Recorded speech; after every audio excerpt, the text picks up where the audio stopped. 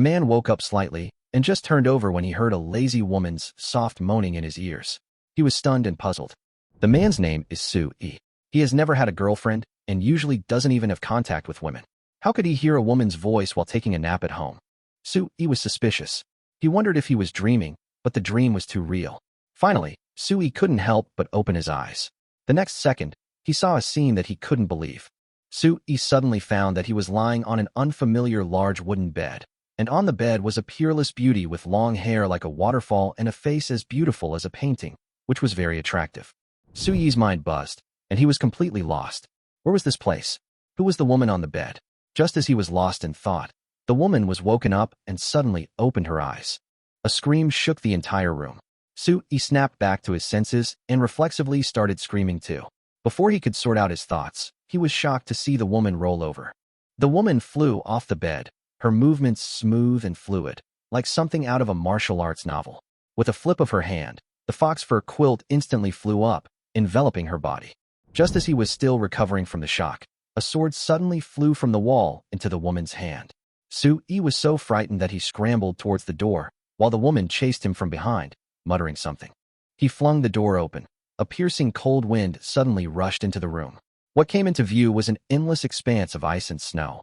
He seemed to be on the mountainside, with a vast frozen forest in the distance. He was stunned. He had clearly been sleeping at home last night, so how could he suddenly appear in such a haunted place? However, before he could think about it, a sharp and rapid sword chant suddenly came from behind him. Sue-yi turned around suddenly and saw the stunning woman stabbing at him with a sword, aiming directly at his forehead. His hair stood on end. Run. It was almost an instinctive reaction. The next moment, Sue-yi disappeared into thin air. The sharp sword missed his brow by a mere inch, but was stopped by Sue-yi's sudden disappearance. The woman was slightly startled, looking around blankly, but she could no longer sense any presence, and frowned, lost in thought. At this moment, she still held the sword in her hand, her brows furrowed, her stern face as cold as an iceberg, completely revealing the demeanor of an icy beauty. At the same time, Sue-yi suddenly appeared on the familiar bed. Finally, I'm back. But what on earth was going on just now? Sue-yi fell into deep thought. This dream was too real. For a moment, he really thought he was going to die there. Suddenly, he found that he was holding a piece of cloth in his hand. This was the cloth that the woman had wrapped around her chest just now, and the woman's body fragrance still remained on the cloth. Could that scene just now be real? Sue-yi was very surprised. He hurriedly threw the bra aside and rushed out of the house as if he had been electrocuted. He wanted to find someone to help him confirm his mental state. He was going to look for his aunt. Sue-yi's aunt, Zhang Yali, was a doctor who ran a clinic in his neighborhood. Sue-yi rushed into the clinic, sat down in front of Zhang Yali, and held her hand, talking incoherently. The aunt reached out and touched Sue-yi's forehead and asked in confusion, "It's not a fever." Then she nodded as if she suddenly understood. "I understand. You are thinking about women. That's great. Xiaoyi, you've finally come to your senses. Your mom used to worry about your lifelong event. It seems like you'll most likely be single this year. Don't worry, as long as you're a good girl, your mom and I will support you." Sue-yi was stunned. He hadn't lied, but his aunt didn't believe him. She thought he was crazy about women. It was no wonder, though. No one else would believe such a bizarre thing. But he had evidence. Oh, and where's that bra? Where's his trophy? That bra was the only physical evidence of Sue-yi's time travel. He finally came to his senses and realized he couldn't lose it. As soon as he thought of this, he immediately turned around and ran home. As soon as Sue-yi got home, he began to search everywhere. Why is it gone? Is this thing also an illusion?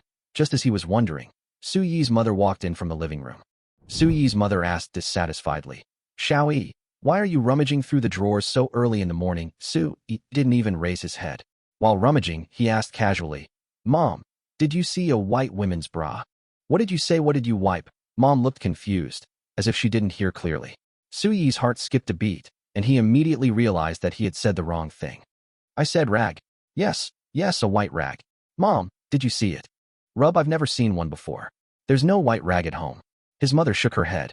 As she was talking, Sue-yi suddenly noticed that his mother was holding the rag in her hand and wiping the table with it.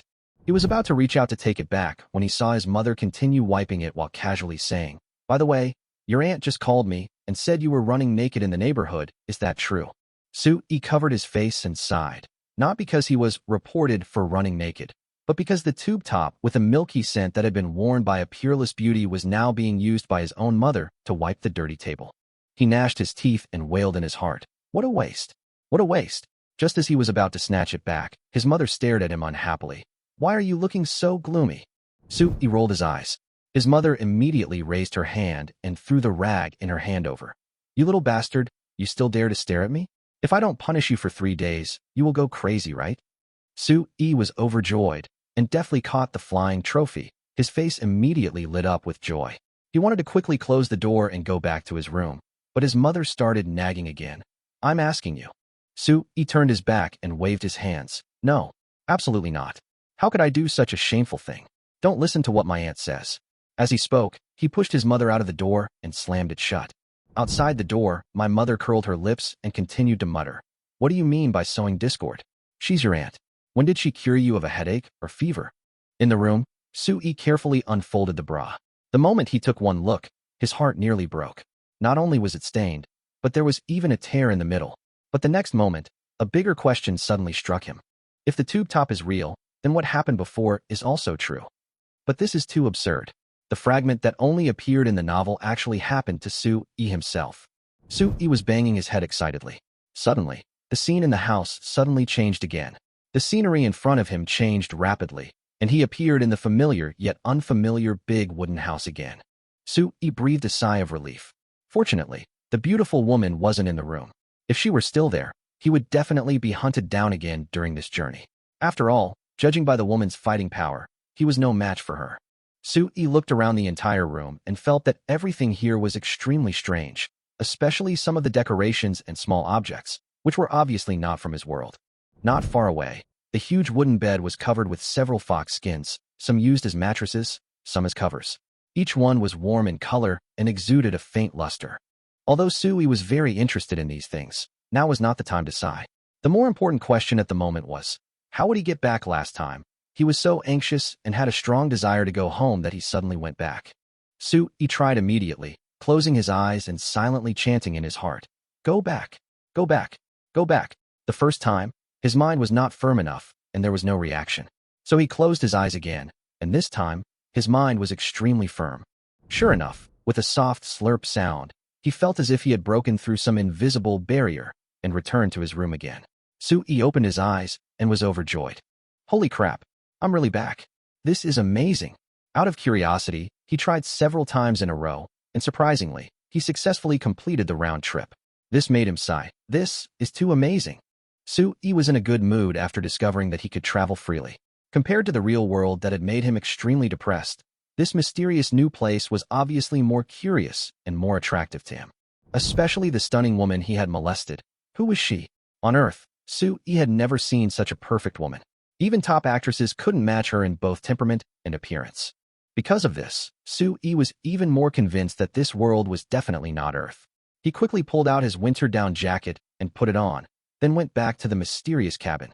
This time, he vaguely heard a sharp whistle coming from afar, followed by the dull thud of falling trees. Embracing the urge to explore, he opened the wooden door, creak. Amidst the piercing click of door hinges, the vast expanse of snowy plains and lush forests came into view once again. A chill wind blew against his face like a knife. He shivered involuntarily. If he hadn't been wearing a down jacket, he would have been frozen into a popsicle by now. Sui took a deep breath and stepped into the snow. He had only taken a few steps out of the cabin when he suddenly looked up and froze in his tracks. In the sky above him, a massive planet hung high in the sky, its outline so clear it seemed within reach. The shocking sight made his scalp tingle. Compared to Earth's moon, this planet seemed incomparably larger, and the entire space seemed high and empty, daunting. Sui was now 100% certain. He was no longer on Earth.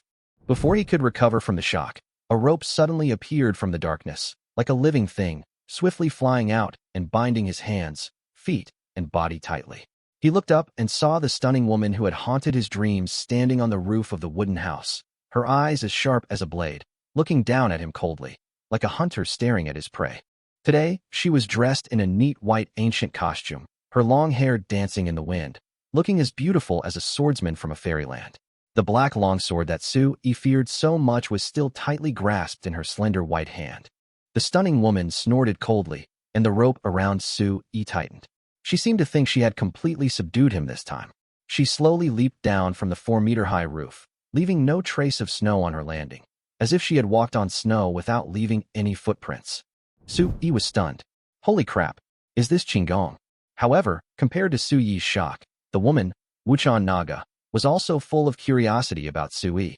The last time, she had watched this strange man vanish from her sword, evaporating into thin air.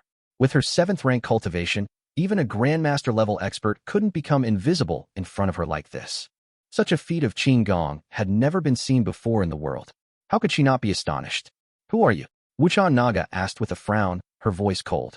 Su-yi's gaze was subconsciously drawn to a certain magnificent position of hers, and he could hardly take his eyes off her. Unfortunately, Su-yi couldn't understand what she said. What was even more terrible was that his eyes were too direct. Wuchan Naga was immediately furious. Lecher, I will kill you. Although he didn't understand, seeing the other party draw his sword again, how could Su-yi dare to stay? He immediately shouted, drag. With a strong desire to return, he disappeared in an instant under the astonished gaze of Wuchan Naga. The rope on the ground fell with a clang. Wuchan Naga frowned, closed her eyes, released her inner energy, and carefully sensed the surrounding aura. After a few seconds, she opened her eyes, her beautiful eyes filled with confusion. The aura has vanished. There's absolutely no movement within a mile. Did he really disappear? Could he be the legendary immortal? She pondered, her brow furrowed. Meanwhile, Su-yi patted his chest, a lingering fear in his heart. Oh my god, I almost died under her sword again. But, seriously, that woman is really beautiful.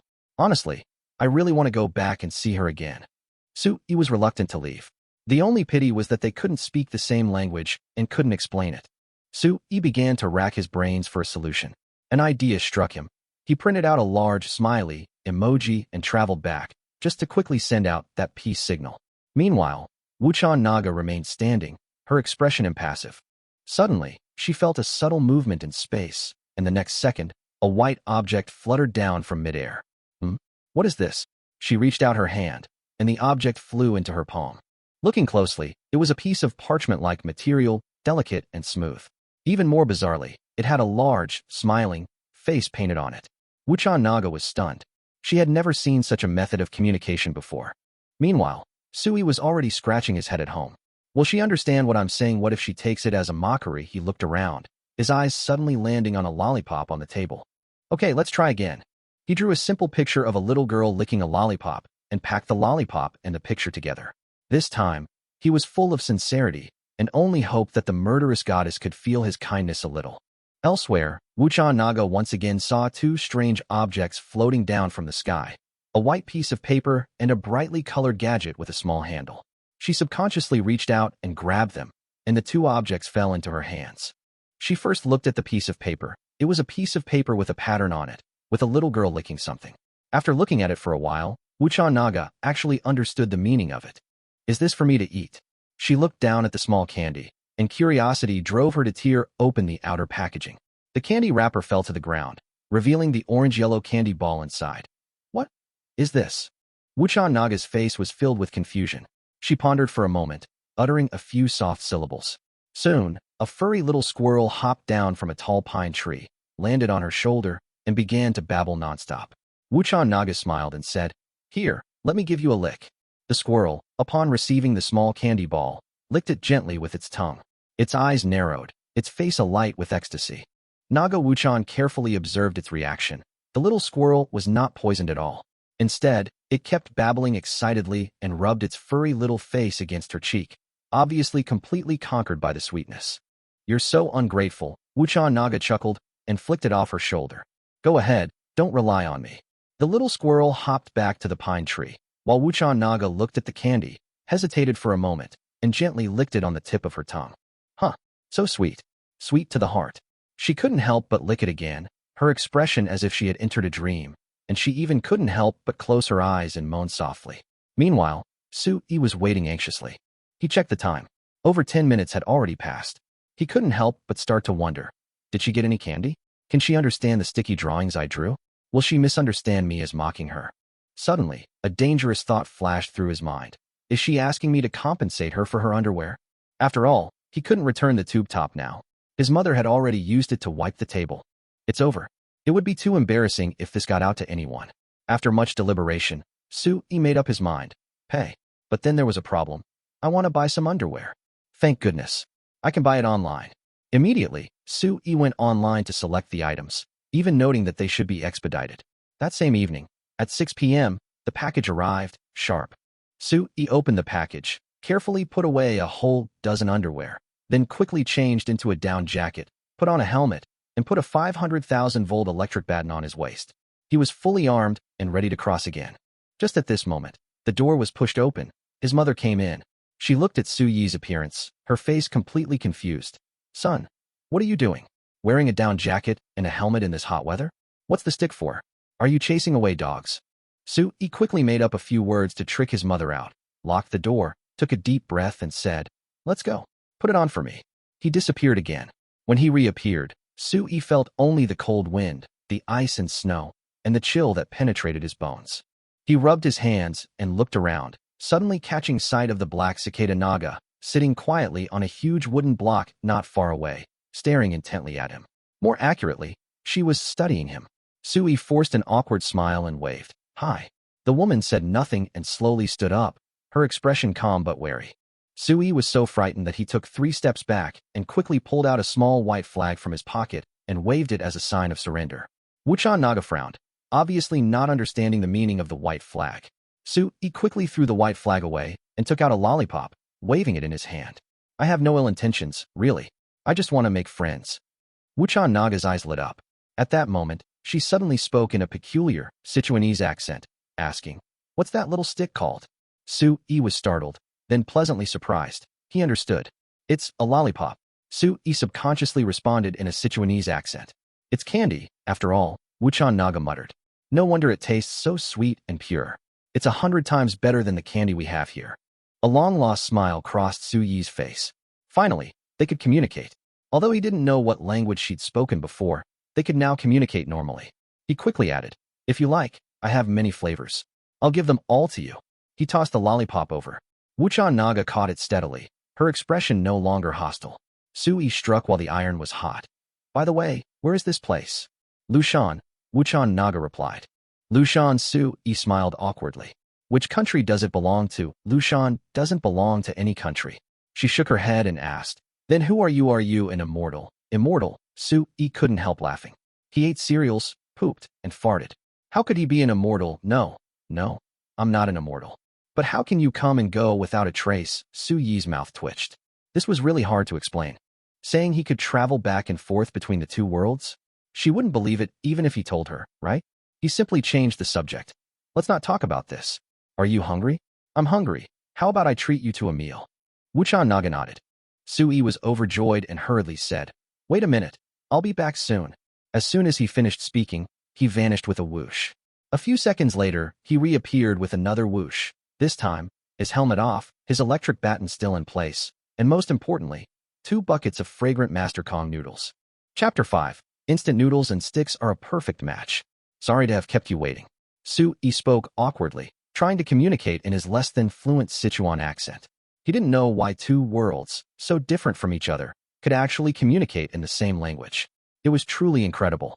This probability is probably even harder than winning the lottery, right? He couldn't figure it out, and he didn't bother to dwell on it anymore, just thinking it was some kind of coincidence. Besides, he had only been gone for a few seconds, and saying, wait a while, was just to ease the awkward atmosphere between them. In Wuchan Naga's opinion, Sui didn't look like an ordinary person at all, even though he had always denied being an immortal.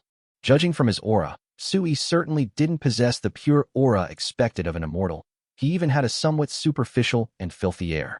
However, the exotic items and mouth-watering food he brought with him were simply not something found in this world, which made her even more convinced that Sui was some kind of immortal who had been demoted to the lower world. Sui didn't care what she thought. At the moment, he was more concerned about whether he could make instant noodles. By the way, do you have hot water? The kind you can drink. He gestured as he spoke, hoping that the other party would understand. This is instant noodles. You need to add hot water to make it soak. I came in a hurry this time, so this is the only way to fill my stomach. Honestly, he had no other choice but to make instant noodles. He had been a lazy person since he was a child, never touching the water. Wuchan Naga nodded, motioning for him to follow her into the house. They entered the large wooden house, a warm and cozy place, a world away from the icy and snowy outside. In the corner, a small stove burned brightly, and on it sat two pots, one large and one small. Wuchan Naga opened one of the small pots, and a rich aroma immediately filled the air. Su-yi took a closer look and saw something resembling a reddish-brown radish, its skin clearly marked with vertical lines. But he quickly realized it wasn't a radish, but a whole, giant ginseng root. The fragrance, the white silk on the roots, and the ginseng essence that seeped out were simply the standard features of a top-grade tonic. He couldn't help but rub his eyes and confirm it again. This was clearly a century-old ginseng. At this time, Wuchan Naga turned around and asked, "There is enough water. What are you going to do next?" Su-yi recovered from his shock and quickly tore open the instant noodle package, sprinkling the seasoning in. He carefully scooped some ginseng soup into the instant noodle bucket with a spoon. As the hot soup entered, the aroma immediately filled his nose. Even Wuchan Naga couldn't help but sniff, her taste buds clearly tickled by the aroma. Su-yi himself was a bit surprised. The taste was more than 10 times better than all the instant noodles he had made during college. "You can't eat it yet. You have to wait 10 minutes for it to soak," he explained as he closed the bucket lid. Wuchan Naga nodded, her eyes fixed on the noodles, and even asked, "This looks delicious. Is it precious?" Su-yi smiled and explained, "It's actually a very common food. We can find it everywhere over there." Wuchan Naga listened, and became even more convinced that even if this immortal brought ordinary things, they must be extremely rare. Su-yi didn't say anything more. After all, there was nothing to explain about instant noodles. He was actually more concerned about the pot of ginseng. It looked at least 100 years old. If he could get it back to his old world, he might be able to sell it for a fortune, and money was what he needed most. He swallowed and asked cautiously, "Excuse me, what's that thing you're cooking in the pot?" Wuchan Naga thought for a moment and said, "You mean the club?" Su-yi was stunned. Calling this thing a club? That was too casual. "That's what we call it here," Wuchan Naga explained. "Some people also call it goblin. Gnome, the essence of the earth." Su-yi murmured. The name was quite appropriate. As soon as she finished speaking, Wuchan Naga looked at the instant noodle bucket and asked again, "It smells so good. Can I eat it now?"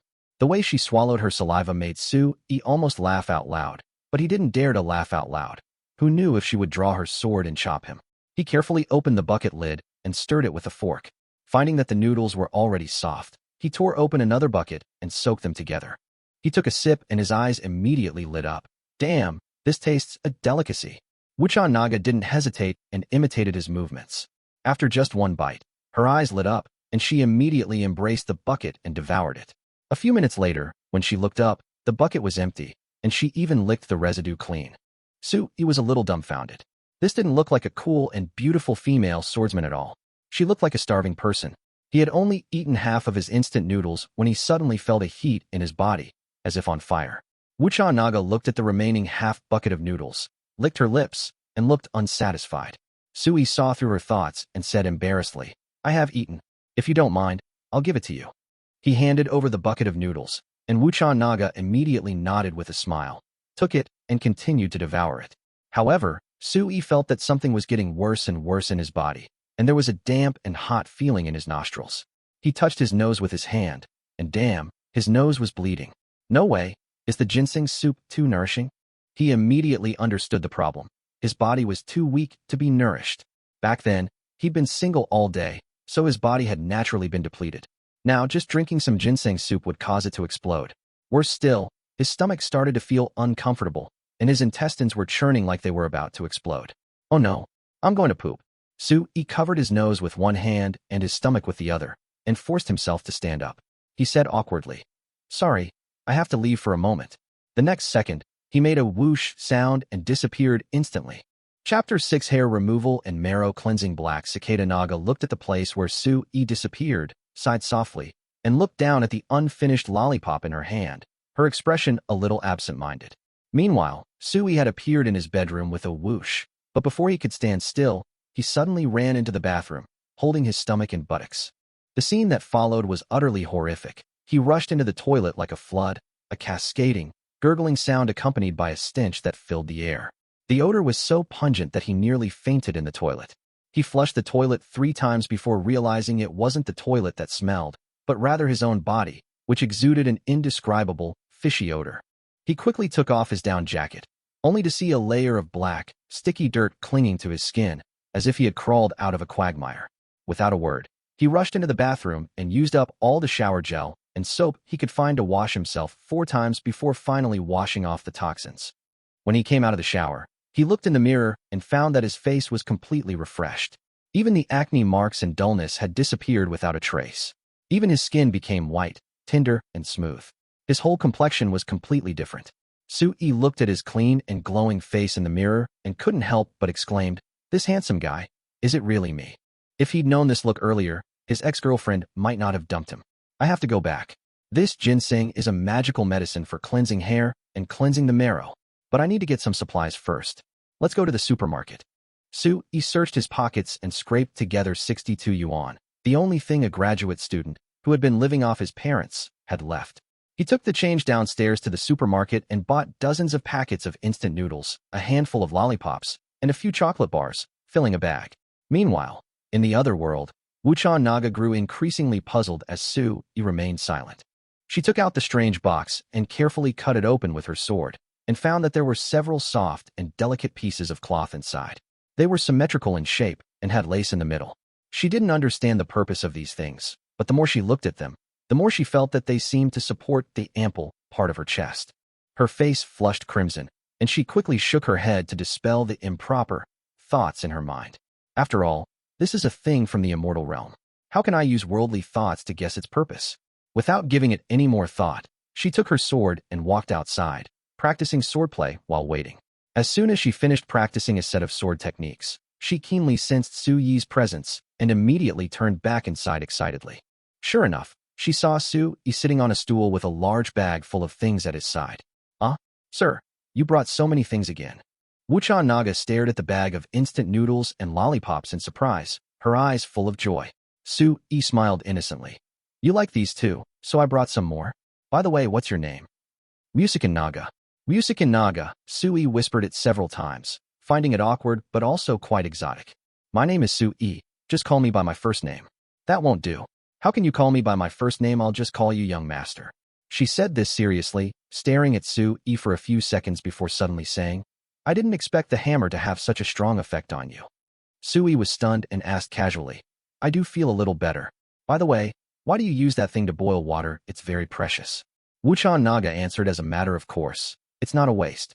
The mallet is very good for the body, and we have a lot of it on this mountain." Soo-yi's eyes lit up when he heard it.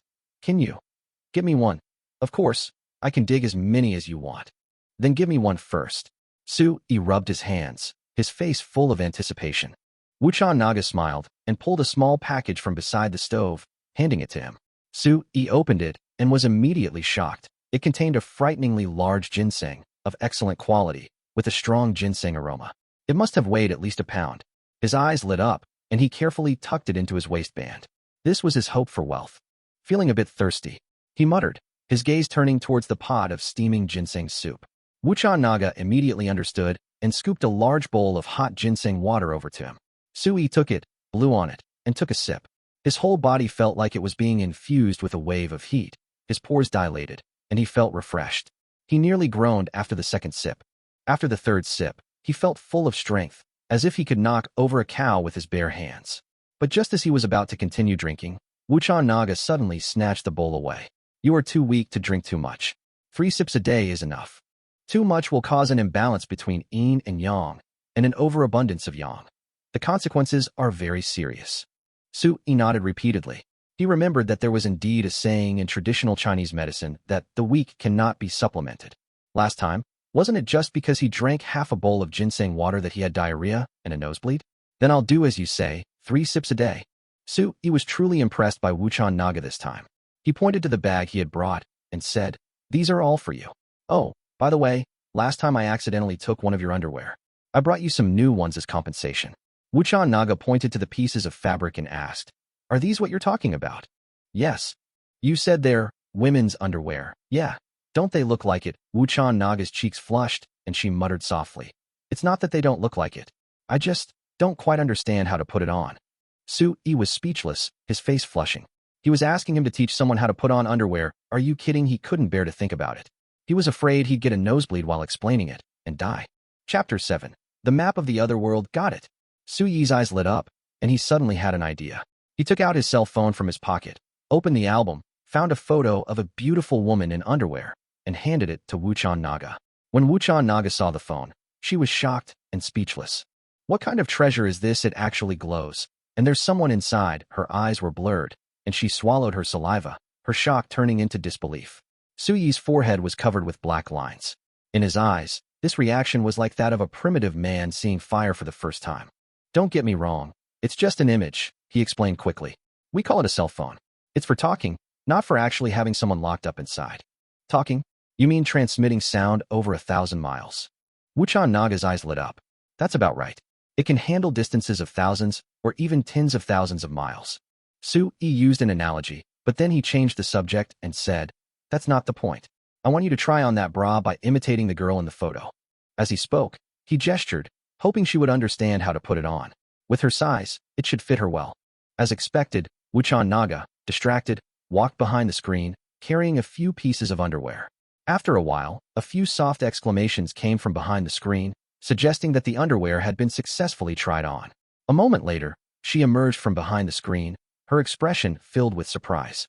Sir, this underwear is truly amazing. Not only does it provide excellent support, it also stays in place perfectly. It won't sway anymore. You don't know, I used to have to rely on a bra binder, and that tight feeling was so uncomfortable. Su Yi scratched the back of his head with an embarrassed look on his face, thinking that as long as you are happy, there is no need to describe it in such detail. Have you tried them all? He asked in a low voice. I tried them all. One is a little tight, but the buttons at the back can be adjusted. The women's clothes in the fairy world are really good. She sighed with admiration. The food is delicious, the clothes are comfortable, the fairyland is really enviable. Su Yi's smile froze, and he could only smile bitterly. Actually, you misunderstood. Ours is not the fairyland. Ours is indeed technologically advanced and rich in material resources, but the environment is seriously polluted, and people generally have poor physical fitness. I am very weak. But aren't you an immortal? Wuchan Naga looked puzzled. No, absolutely not. The immortal world you understand is completely different from ours.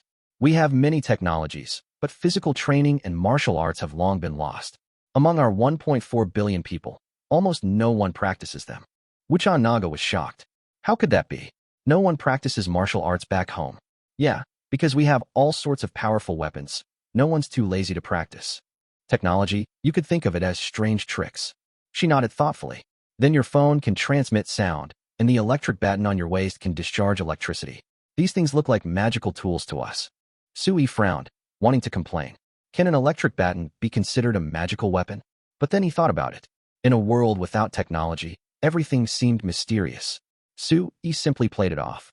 Actually, we have quite a few magical weapons over there, like airplanes that can fly into the sky and soar thousands of miles in one breath. A telescope allows you to see far away. A missile can destroy a mountain, and an atomic bomb can wipe out a city. It can even wipe out an entire country. Wuchan Naga gasped, not knowing whether she was shocked or frightened. Seeing her dazed expression, Su Yi felt an inexplicable sense of satisfaction.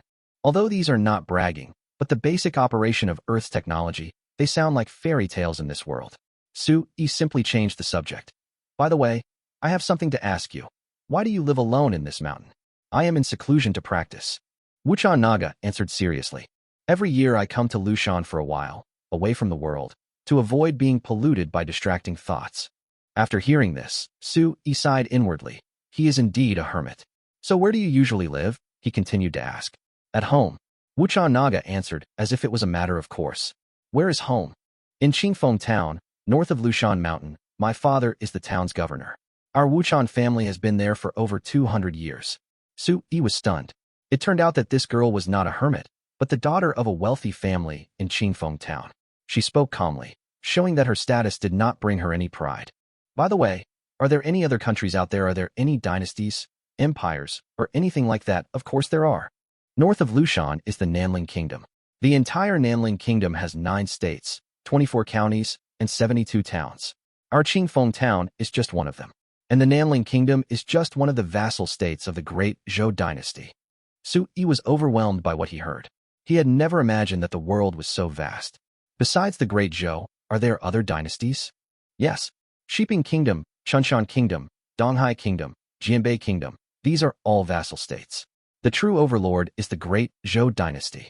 But dynasties like the Yin, Qin, and Yuan Long were truly behemoths. In my entire life, the farthest I've ever been is Anyang, the capital of Nanling State. My dream is to one day visit Shanjing, the capital of the Great Zhou. I hear it's the most prosperous place in the world. Su Yi's heart trembled. He finally realized that the world was far more vast and complex than he had imagined. Under one dynasty, there were so many subordinate states, and the Lushan mountain where he was currently located was just a small corner that could not be more remote. The world outside is so big, I really want to go see it. These words came out of his mouth casually. Wuchan Naga listened and nodded. If you really want to go, I will take you with me in 2 months. 2 months? Su Yi asked with a frown. Yes, the retreat is not over yet. I will return to Qingfeng town in 2 months, and I will take you with me then. Wuchan Naga explained. Su Yi nodded and agreed without giving it much thought. For him, in this unfamiliar foreign world, he couldn't find anyone more reliable than Wuchan Naga. Wuchan Naga then said that after the retreat was over, she would take him back to Qingfeng town. There were many caravans in the town heading to other towns and even Anyang. If he wanted to continue exploring the world beyond, he could join the caravans. Okay, I'll do as you say, Su Yi agreed. The sky darkened, and the room gradually became dim. Wuchan Naga was noticeably reserved, especially at night. After all, there was a gender difference between the two of them, and living under the same roof was awkward. Su Yi saw her embarrassment, but without saying anything, he made up an excuse and went back to Earth to get some fresh air. Back home on Earth, he looked at the wall clock. It was just after 5 in the afternoon. Because it was summer, the sun hadn't completely set yet, and the sky was still bright. He took off his heavy down jacket and casually pulled the ginseng from his bag. He examined it with amazement, but unfortunately, he didn't know how to tell the age of ginseng, and after fiddling with it for a while, he couldn't figure it out. Finally, he carefully hid it in the cupboard, locked the door, and left the room. In the yard, his mother was picking vegetables. Su Yi opened the refrigerator to get a drink and shouted, "Mom, give me 200 yuan." His mother looked up at him and said, "What are you going to do?" Su Yi shrugged and said, "I'm going out to meet some friends. Don't you tell me every day to find a girlfriend and come back to see her." Mom snorted, "Don't play along with me. Your ex-girlfriend just dumped you, and you're still emotionally exhausted. How can you be in the mood to flirt with girls right now?" Su Yi pouted. "Are you really looking for a classmate to hang out with? You know I'm annoyed by you seeing me every day, and you don't even give me pocket money when I ask you to go out." His mother rolled her eyes and said, "I really don't have any money. Go find your aunt." Su Yi's mouth twitched. There's no way my aunt would give me any. Although he complained, Su Yi still walked out the door and headed for the clinic on the corner. He knew that although his Aunt Zhang Yali was stubborn, she was more reasonable than his mother when it mattered. When he entered, his aunt was sitting in a swivel chair watching Douyin. Su Yi walked up behind her, gently pinched her shoulders with both hands, and said attentively, "Aunt, you must be tired after a day. Let me give you a massage." Zhang Yali didn't turn around and said lightly, "Okay, stop it. Tell me, what do you want to do?" Su Yi chuckled and said, "Lend me 2,000. Huh? Zhang Yali was shocked. "Why do you need so much money?" Without thinking, Su Yi told the truth. "I plan to move out and rent a single room." Zhang Yali raised an eyebrow and said, "Why do you have to move out when you can live at home so comfortably?" Su Yi spread his hands. "It's too depressing to stay at home. Mom complains about me all the time. Besides, Dad will be back from his business trip in a few days, and then it will be even more chaotic." He paused and lowered his voice. "The most important thing is, if I find a new girlfriend, I can't bring her home to live with me. Right? It would be more convenient to rent a single room, you know?" Zhang Yali nodded as she listened. "You do have a point. One has to go out and try his luck on his own." She tapped her phone and said, "Okay, I'll transfer 3,000 to you, and the remaining 1,000 will be for emergencies. You're not a man if you don't have some money in your pocket." When Su Yi heard this, his heart warmed immediately. His aunt was indeed reasonable and the most reliable at critical moments. After getting the money, he walked out of the clinic happily, making a phone call as he walked. "Hello, Howsy, where are you?" A lazy voice came from the other end of the phone. "Where else can you be?" "I'm staying at my dad's factory." "Didn't you say the factory is about to close? Are you still guarding it?" "Well, the factory hasn't been sold yet, and my dad asked me to hold on for a while." Howsy said helplessly. "Okay, no more nonsense. Let me ask you, you said before that your relative has a studio apartment for rent. Is that house still available? Are you really planning to rent a house?" Howsy was surprised. "Isn't your home good? It's a good size. I just want some freedom," Su Yi said. Howsy paused and said, "Okay, I'll call my relative now and ask, and get back to you later." Not long after, Sui received a text message from Haozi saying his relative's apartment hadn't been rented out yet, and that Haozi had helped him negotiate a deal, offering a 50 yuan discount on the rent. Sui immediately set off, riding a shared bike to the rental.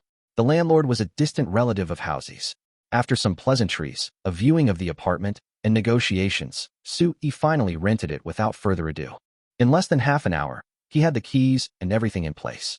Just as he was about to leave, his phone rang again. It was Haozi. Are you still there? I'm here too. Let's go to the market together, Sui agreed, and a few minutes later they met at the door. Why are you going to the market all of a sudden? Haozi looked puzzled. Sui smiled mysteriously. I want to buy a big vat and make some pure high-proof rice wine. Huh? What are you going to do? Make wine? Haozi was stunned. Sui smiled and shook his head. No, I plan to make wine with the ginseng I brought back from over there. The kind of wild ginseng you were talking about. Haozi's eyes widened. Are you crazy? You would be willing to make wine with that thing. You don't understand. Sui patted his shoulder. It's a waste to boil ginseng in water. Only by soaking it in wine can its value be maximized. Okay, if you want to find a good Mount I know which one is good. It's Chenling's. She brews it herself and doesn't add water. Chenling. Sui was happy when he heard it. It's just right. We are quite familiar with each other. You lead the way. Speaking of which, Chenling is also their childhood friend. The three of them have been together since elementary school to college, and their relationship is as strong as a chain. Chapter 9. New target of love soon. Sui and Haozi arrived in front of the Mount I store. Huh? Xiaoyi, Haozi, why are you here? A familiar voice came from behind. Sui and Haozi turned around and saw Chenling with a sweet smile and short hair. I want to buy some local Mount I, and I just rented a house for my relative and am planning to move out, said Haozi. Is that so? Chenling was obviously a little surprised and turned to Sui. Xiaoyi, have you eaten yet? How about I buy some food and eat at your rental house? I also want to get to know you so that it will be easier to visit you later. Sui felt his stomach, feeling hungry, and nodded in agreement. Okay, but I'll buy the snacks, and you just need to get some wine. He pulled out a red card and handed it to Haozi. Go buy the groceries. I'll pick out a large jar and some wine. Haozi took the money and went to buy the groceries, while Sui followed Chenling into her shop. The shop was filled with the rich aroma of wine, and the atmosphere was warm. Chenling, are you usually here? Sui asked. No, I usually brew at home. I came here today to deliver food to my second aunt and didn't expect to run into you. By the way, how big a jar do you want? What alcohol content do you want? Chenling replied with a smile. I'm planning to make some medicinal wine, so the bigger the better, ideally one that can hold 100 kilograms. Sui didn't hide the fact that he had some medicinal wine, but he didn't mention that it was for soaking ginseng. I see.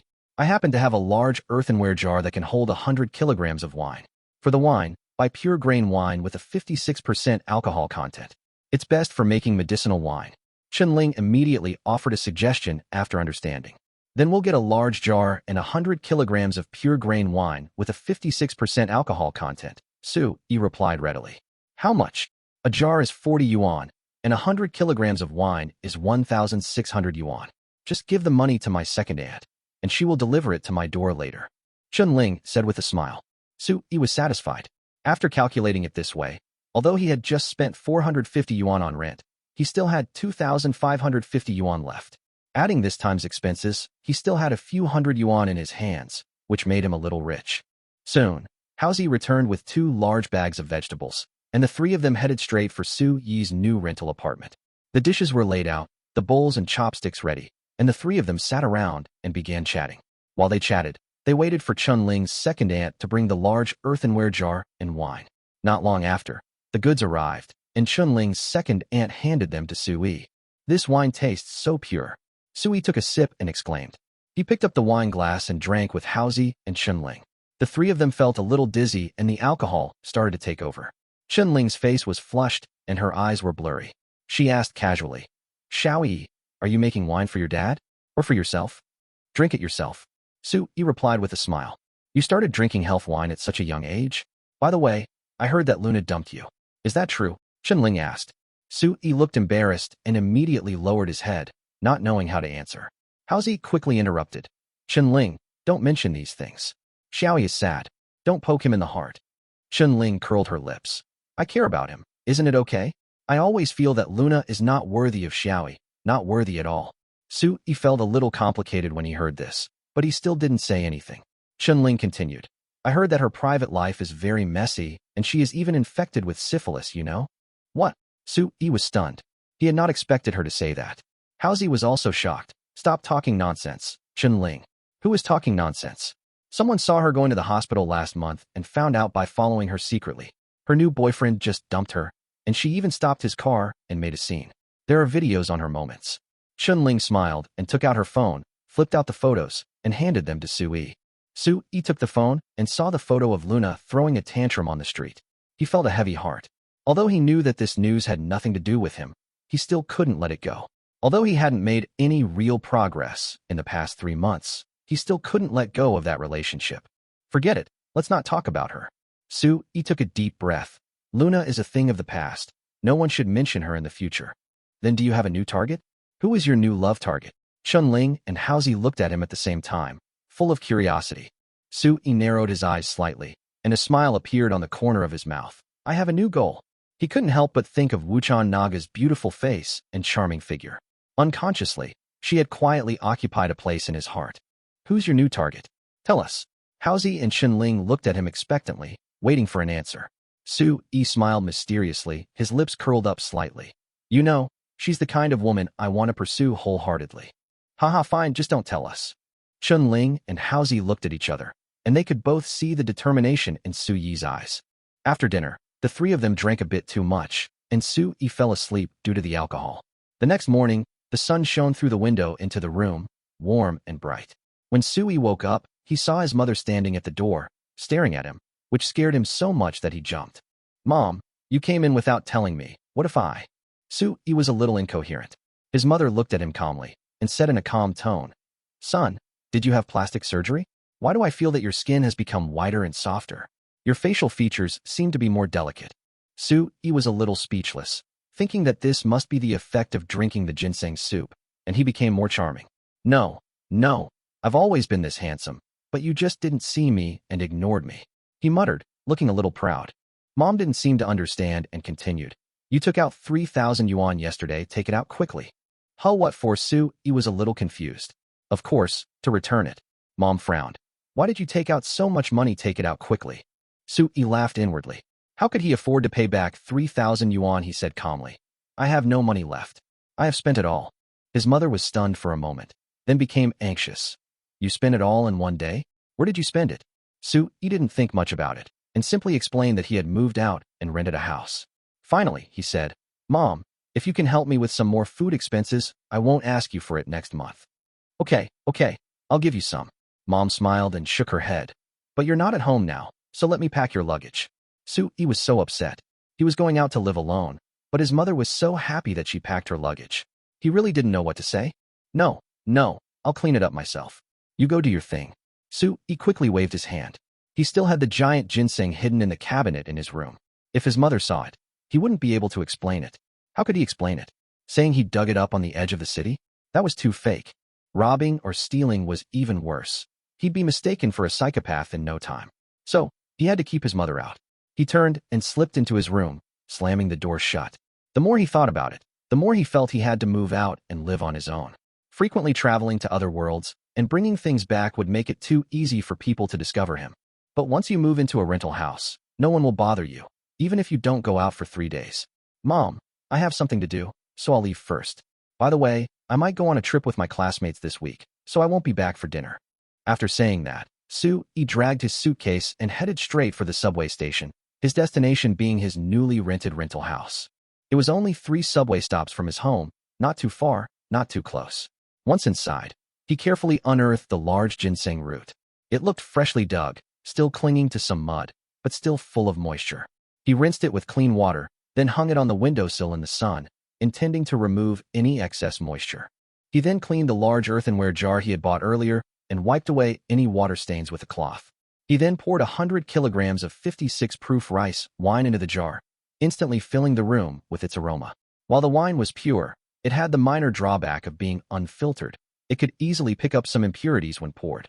After finishing the wine, he walked back to the windowsill to check on the ginseng drying. After a while, the ginseng was somewhat dehydrated, but not dry enough. So Sue-yi heated up some more charcoal and put the ginseng on to roast. As soon as the fragrance wafted out, he felt refreshed and relaxed. Seeing that the ginseng was almost done, he threw the whole ginseng into the wine vat while it was still hot. As soon as the wine was placed in the jar, wisps of white steam immediately rose from the liquid, and the strong aroma of ginseng filled his nose, as if a mysterious power was permeating. He quickly closed the lid of the jar and sealed the edges with wax to ensure a perfect seal. According to the information he had researched, this ginseng wine needs to be steeped for 3 months to reach its full effectiveness. By then, 3 sips a day, 2 grams of ginseng power, might truly transform him. Maybe it could really help him fulfill a man's ultimate dream and become that legendary, peerless hunk. Being healthy isn't enough, you also need money. He felt his wallet, only having a few hundred yuan left. He decided to get another ginseng to exchange for money. I'm really poor now, so poor that I'm almost losing my dignity, he muttered, and then the thought of traveling through time again dawned on him. But he had nothing to bring with him. So he grabbed his bag and headed straight to Walmart, where he began another round of shopping. First, he bought 10 pairs of panties. They had to match them with their bras to show their sincerity. Then, he bought a dozen sanitary napkins to prevent leakage. Periods were something that most women in other worlds had to deal with. She also bought a bottle of perfume to try out first to see if it suited her taste. Then she bought 10 packs of instant noodles, a large bag of sausages, and a variety of snacks, shoveling whatever she saw into the cart. Finally, she stopped by Bao Siling and bought a ton of steamed buns and hot soy milk. This shopping spree took nearly an hour and a half and cost her nearly 500 yuan. He stood at the doorway, looking at his empty wallet, a look of distress on his face. Oh, broke again. But he had to spend it. Turning around, he stuffed everything into an oversized travel backpack. He put on his down jacket and hiking boots again, put the electric baton on his waist, took a deep breath, and with a whoosh, he was once again traveling through time. A strange world of snow fell. Wuchan Naga was dancing with a sword outside the house, her long sword slicing through the snowy sky. The sword energy was like the wind, and snowflakes exploded within 10 steps of her, like fairy flowers. Suddenly, she noticed a familiar aura inside the house, and a smile suddenly broke out on her face. She immediately stopped her swordplay and ran back to the wooden house. The moment she entered the door, she saw he had just put down his huge, bulging backpack. "Wuchan, were you practicing swordplay just now?" Waved at her, smiling as if offering a treasure. "Come here quickly, look what treasure I brought you." Wuchan Naga's lips curled up, and she lightly jumped to his side. Took things out of his bag and introduced them one by one. "Here, this is called bread. It's full of stuffing and tastes delicious. This is called soy milk. It's juicy. It replenishes energy and nourishes the body. Here are a bunch of snacks. The girls in our area love them the most. This is called panties. It's similar to a bra. It's the underwear series. Well, women have a little bit every month. You know, with this, you don't have to worry about leaking. You can jump and fly as you like. And this perfume, one spray will keep you smelling good all day. Come and smell it." As Wuchan Naga listened, her face flushed with surprise and embarrassment, especially when she heard the uses of panties and sanitary napkins. Her face turned as red as a ripe apple. She had initially suspected he was teasing her, but seeing his serious expression and no sexual intentions, she finally let down her guard. When she smelled the perfume, she was completely shocked. She picked up the glass perfume bottle and couldn't believe how pure it was. Its fragrance surpassed even the most expensive sachets in the imperial city. As Sui continued to introduce her, she tried each one with delight, as if she had opened the door to a new world. Sui looked at her delighted face and felt secretly proud. As the saying goes, if you want to get something, you must first give it. To win over a beautiful woman, you must first start by pleasing her. This step is very steady. "I'm a little thirsty, Miss Wuchan. Can you give me half a bowl of ginseng water?" Sui said with a smile. In fact, besides meeting Wuchan Naga, the thing he missed most this time was the magical ginseng water. Though the flavor was almost bland, it was incredibly filling. Wuchan Naga smiled and nodded, carefully pouring a bowlful of liquid and handing it to him, still reluctant to let go of the bottle of perfume. Sui took the bowl and gulped down most of it. He immediately felt a surge of warmth throughout his body, a surge of energy, and a sense of comfort so strong that he wanted to lie down and do somersaults. He wiped his mouth, put down the bowl, and smiled harmlessly. "Miss Wuchan, look, I've brought you so many good things." As he spoke, he began to rub his hands together, and his eyes suddenly flashed with a different light. His wolfish ambition could no longer be hidden. Chapter 11. Gold Nugget and the Spirited Hammer. Wuchan Naga is the eldest daughter of the Wuchan family, a family that controls multiple businesses and has businesses spread far and wide. Because of this, She is very clear about the concept of equivalent exchange. As soon as Sue-yi mentioned the idea of exchange, she immediately understood his intention. Her cheeks flushed slightly, and she spoke a little embarrassedly. I'm sorry, sir. I was too excited just now. What do you want? As long as I have it, I can give it to you. Sue-yi raised his hand and pointed at the golden stone on the table, and said, Did you pick this up? It looks good. Can you give it to me? In fact, he had long since realized that it was no ordinary stone, but the infamous nugget gold. Nugget gold, as it's known on Earth, isn't just any gold. It's a naturally occurring, irregularly shaped, and impure nugget. It's usually a mixture of natural gold and quartz. Despite its impure nature, it commands a significantly higher price than standard gold. Sue-yi still remembered a rumor he had heard before. A herdsman had found a 15.7-pound nugget of gold. Someone offered 3 million yuan for it, but the herdsman refused. The nugget of gold was so valuable because it was rare and had great geological research value. It could be used as a clue to the location of gold mines and even considered a treasure in museums. Sue-yi held the nugget in his hand, examining it carefully. The nugget was at least the size of a fist and roughly weighed 10 pounds. It would fetch a high price back on Earth. Wuchan Naga casually said, This is a piece of gold. I found it on the riverbank near Linghu Valley. I liked it, so I brought it back. If you like it, I'll give it to you. Linghu Valley? Sue-yi was immediately intrigued. The name sounded impressive. Could there be spirit beasts there? As spiritual as the century-old ginseng here? Is Linghu Valley far from here? Are there any gold nuggets there? He asked impatiently. Wuchan Naga replied, Not too far. If we walk slowly, we can get there in 2 days and 1 night. As for those gold nuggets, we should be able to find them if we look for them. Sue-yi's eyes lit up when he heard this. That's great. Take me there. Wuchan Naga nodded in agreement, but showed some worry. Are you sure you can walk that far? It's snowing heavily outside. Her worry was not unreasonable. Sue-yi was weak and not a cultivator from another world. It was indeed not easy to travel long distances in such bad weather. He pushed the door open and took a look. Sure enough, it was a blanket of white snow outside, and the cold was oppressive. Then wait until the snow stops. I'll go back and get some equipment for snow hiking. By the way, do you still have that club you gave me last time? Yes, Wuchan Naga replied calmly. How many do you want? Sue-yi was stunned for a moment and subconsciously asked, Do you have a lot? There are more than 10. Last time I went into the mountains for 10 days, I dug up quite a few. What? More than 10? Sue-yi was a little dumbfounded. In her eyes, this century-old wild ginseng was probably just like a radish. Where are the ginseng sticks? He couldn't help but ask. Come with me. Wuchan Naga turned and walked out the door, leading him to a woodshed and pushing the door open. As soon as Sue-yi entered the room, he saw a dozen thick, large old ginseng stalks piled up in the corner, casually placed like firewood.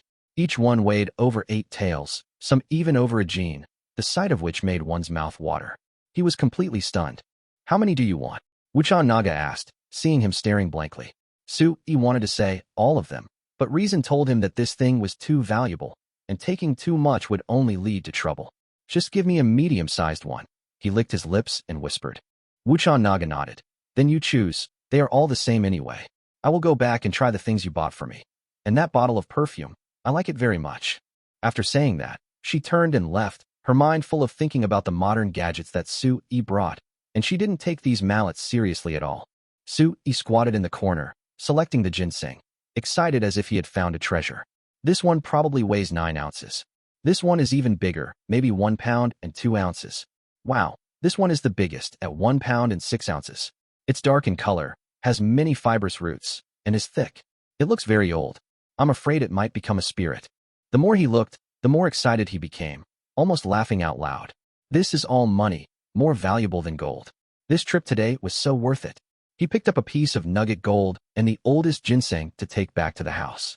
Back in the big cabin, he asked Wuchan Naga seriously. Miss Wuchan, I have a question. How old do you think this club is? The cicada Naga stared at the ginseng and said, This one is probably almost 300 years old. In fact, it's almost become a spirit. It took me a lot of effort to catch it back then. Catch it? Sue-yi was stunned. You mean it can run away? Yes, and it runs very fast, and it can even burrow underground. If I hadn't set a few traps in advance, I wouldn't have been able to catch it at all. Sue-yi couldn't help but swallow. It sounded like a legend, but her expression was serious, clearly not joking. A club transformed into a spirit. Can it escape? He muttered to himself. Isn't this world too outrageous? It's really mysterious.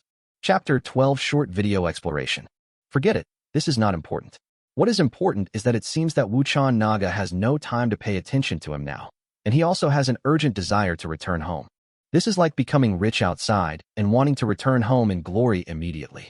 Now he was carrying a gold nugget weighing more than 10 kilograms and a wild ginseng that was almost a spirit after 300 years, and he had an urgent desire to go back and become rich immediately. I'm leaving now. I'll come back when the snow stops. You can study your things slowly. Sui said hello and went back with a whoosh.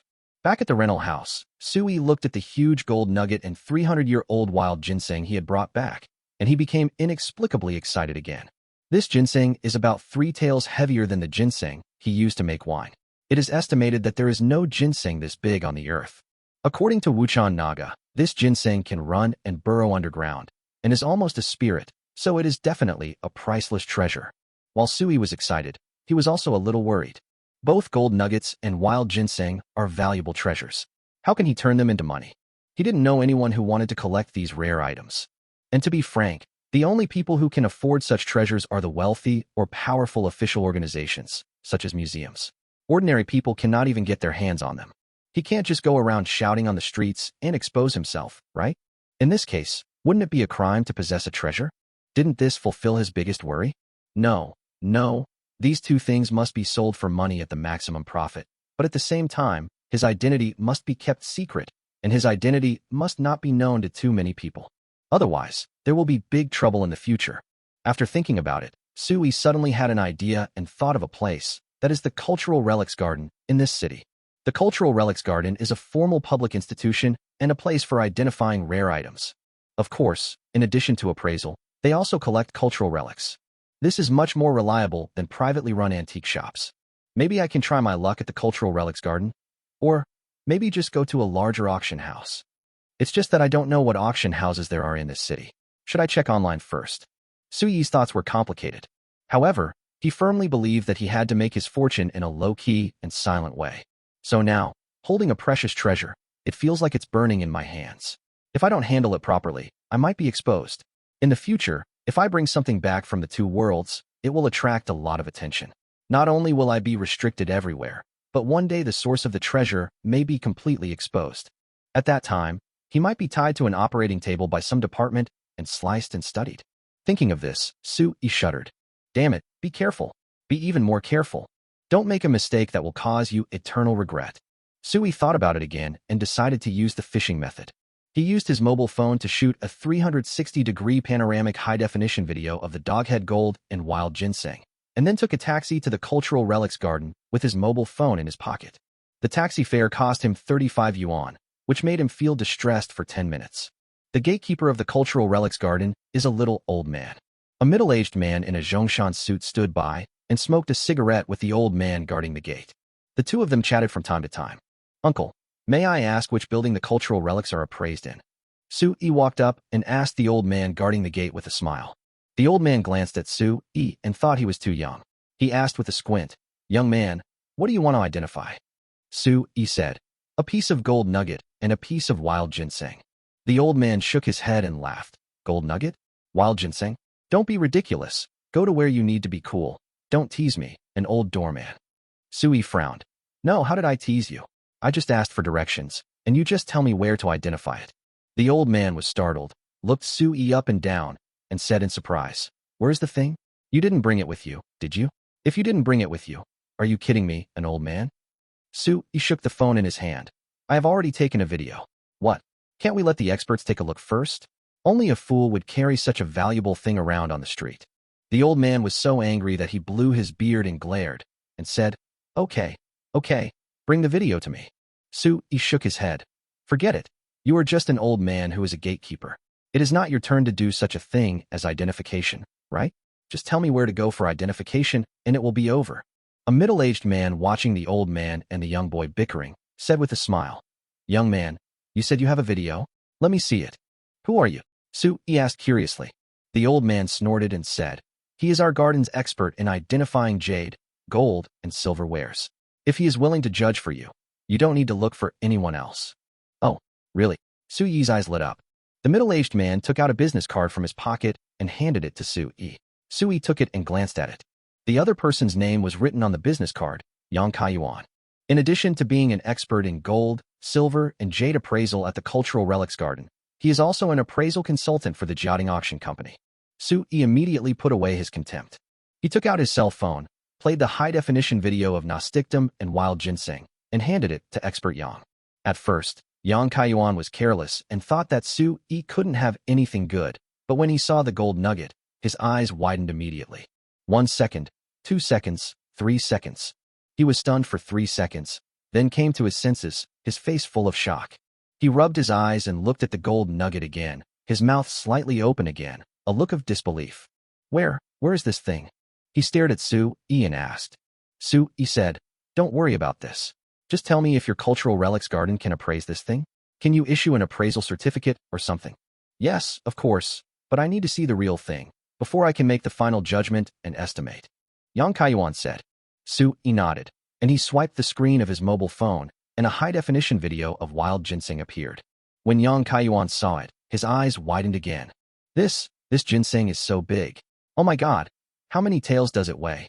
Yang Kaiyuan's voice trembled a little. Su-yi said, "I haven't weighed it yet. Can you take a look at this wild treasure first? Can you issue an appraisal certificate? By the way, I heard that you appraise things for free here. Is that true?" Su-yi is very poor now, and if the appraisal fee is too expensive, he can't afford it. So it's better to ask first. Yang Kaiyuan didn't seem to hear what he said, but stared at the ginseng video over and over again, muttering. The ginseng is long and dense. The nails are like jujube seeds. The skin is tight. The fine lines are like pearl whiskers. Su-yi didn't understand what this guy was saying. He couldn't help but curl his lips and thought to himself, can't he speak some human language? As an outsider, he couldn't understand these few words of bird language at all. No, if I continue like this, I will probably get cheated. We must seize the initiative quickly. Su-yi quickly snatched the phone and curled his lips. Okay, I've seen it. Now can you tell me if your Cultural Relics Garden can do an appraisal?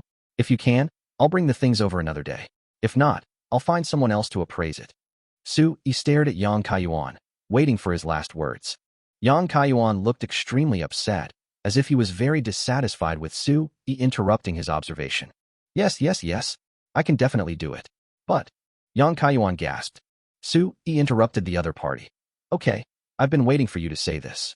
I'll leave now and come back another day. Anyway, he didn't bring anything with him. He came here just to explore the way first. Now that he got the answer he wanted, he will withdraw first. As for when to bring it, it depends on his mood.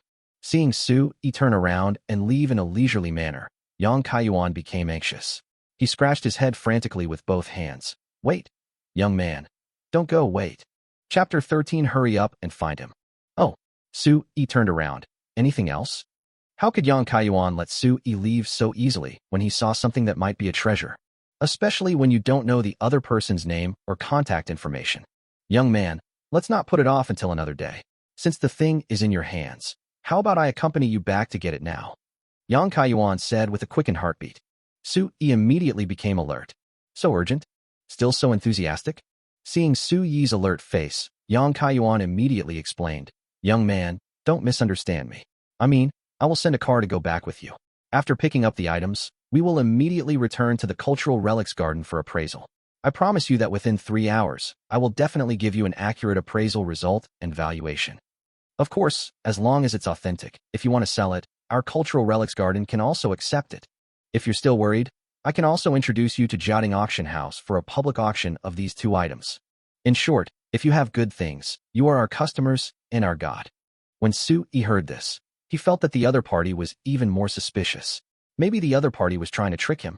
I wanted to follow him before to find out where he lived, and now I'm trying to bribe him. He wanted to sell the gold nuggets and wild ginseng as quickly as possible, but how could it be so easy? It's only my first day here, and I've already met someone so kind? I don't believe it. Su-yi ignored him and ran away. Yang Kaiyuan was dumbfounded. Did I say anything wrong? No, we can't let him get away like this. If that nugget of gold and wild ginseng are genuine, they are definitely treasures. It's such a pity to miss the opportunity to obtain such a treasure. Yang Kaiyuan immediately chased after him. Su-yi looked back and saw that he was being chased. He was panicking. Seeing the bus was about to leave, he immediately jumped on it, completely getting rid of the anxious Yang Kaiyuan. Huff, this liar. On the bus, Su-yi cursed. Next time, he will definitely go in and find a real expert for identification. Those experts squatting at the door are definitely fake experts who are trying to intercept the problem and are big liars. At the entrance of the Cultural Relics Garden, Yang Kaiyuan walked back, stamping his chest and sighing. The old man guarding the door said awkwardly, "Expert Yang, is that young man's stuff real?" Yang Kaiyuan hesitated to speak. This old man was a chatterbox, and he absolutely could not let him know that those things were probably true. Yang Kaiyuan said, "That's not true. I chased him because I wanted to hand him over to the Public Security Bureau. This kind of liar uses photos to deceive people everywhere. He is the troublemaker in our industry and must be severely punished." The old man smiled and nodded. Yes, you're right, Expert Yang. Young people nowadays don't learn good things, but instead focus on learning bad things. They should be punished. Next time I see him, I'll catch him. Looking at the old man's indignant expression, Yang Kaiyuan walked into the Cultural Relics Garden with a forced smile. The more he thought about it, the more regretful and aggrieved he felt. He couldn't help but think to himself, "No, I have to have a serious talk with Director Yuan about this. I have to find that person as soon as possible and try to get those two valuable treasures." He quickened his pace and came to the director's office. I knocked on the door and heard "Come in" from inside. He pushed the door open and walked in. Sitting at the desk in the office was an old man with gray hair on his temples. This person is none other than Chun Zhongxing, the director of the Cultural Relics Garden. "Mr. Chun, I want to report something to you," Yang Kaiyuan said. "Oh, Kaiyuan, please sit down and tell us what's going on." Chun Zhongxing greeted with a smile. "Thank you, Mr. Chun. It's like this. Just now." Yang Kaiyuan began to tell the story, describing in detail what had just happened. After listening to this, Chun Zhongxing frowned and said solemnly, "How sure are you that the gold nuggets and wild ginseng are real?" Yang Kaiyuan said, 80%.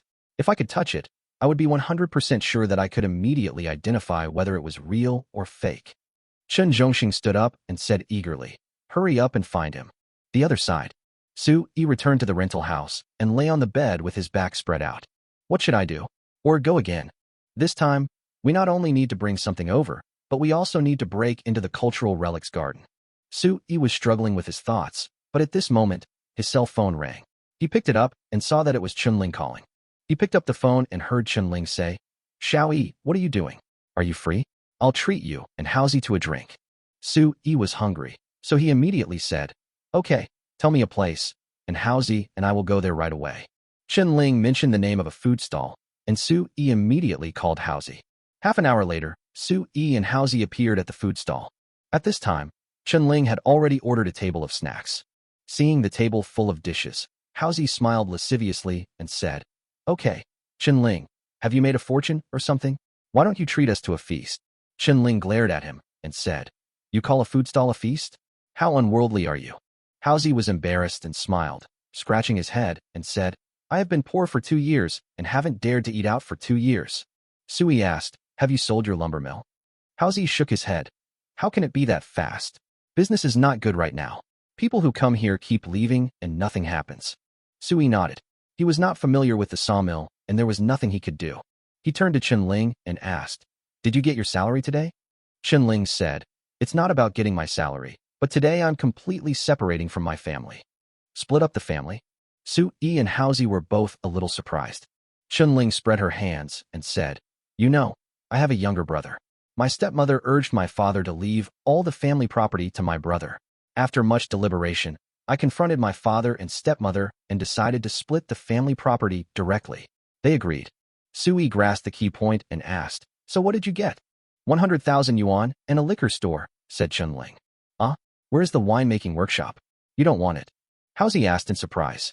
Chunling rolled her eyes at him. "I want it, but can I get it? My stepmother and my father want to leave it to their son. I'm just a daughter, and I'll be like spilled water in the future.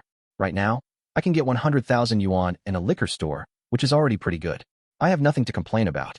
At least, a liquor store can support myself." After saying that, she took out 2 bundles of money from her bag and threw 1 bundle to Su-yi and 1 bundle to Haozi. Su-yi took a look and saw that each bundle weighed 10,000 and was tied with bank tape. It seemed that they had just been withdrawn from the bank. Chunling said, "I know you're in a tougher situation than me right now, and I don't have much either. I'm just lending you this money to tide you over." Su-yi and Haozi immediately beamed. They knew Chunling so well that there was no need to be polite with her. They took the money, and Su-yi said with a smile, "Thank you. Thank you. I was just worried about having no food to eat." Just when I was feeling happy, an unforgettable female voice came over with a sinister tone. I was wondering why it was you three cobblers again. Su-yi, you're really amazing. The more you get into this mess, the worse you get. Now you even have to rely on women for your living expenses, right? The three turned around and saw a pretty and charming woman holding the arm of a fat, bald man with a gold chain around his neck, looking down at them sarcastically. If this woman is not Su-yi's ex-girlfriend Luna, then who is she? Chapter 14. There is an inexplicable light in the eyes. Su-yi frowned. What a narrow road for enemies to meet. I've already broken up with her. Why is she still being so sarcastic? Is she sick? Suddenly, Chen-ling said, Luna, don't be so mean. Leave some space for me so we can meet again in the future. What did you say? You said I was mean? Luna said angrily. How dare you, a bartender, call me mean? Do you believe I'll have my boyfriend slap you in the face right now? Sui stood up, narrowed his eyes and said, I don't believe it. If you have the guts, let him come. I'll kill you two dogs and bitches. As Sui spoke, he picked up the beer bottle on the table and knocked it against the corner of the table. With a clang, the beer bottle broke into pieces, revealing sharp and creepy glass spikes. The bald man was more concerned about his life and smiled awkwardly. Sorry, everyone. You guys drink. My wife is ignorant and interrupted me. You guys drink. We will leave first. After saying that, he pulled Luna away.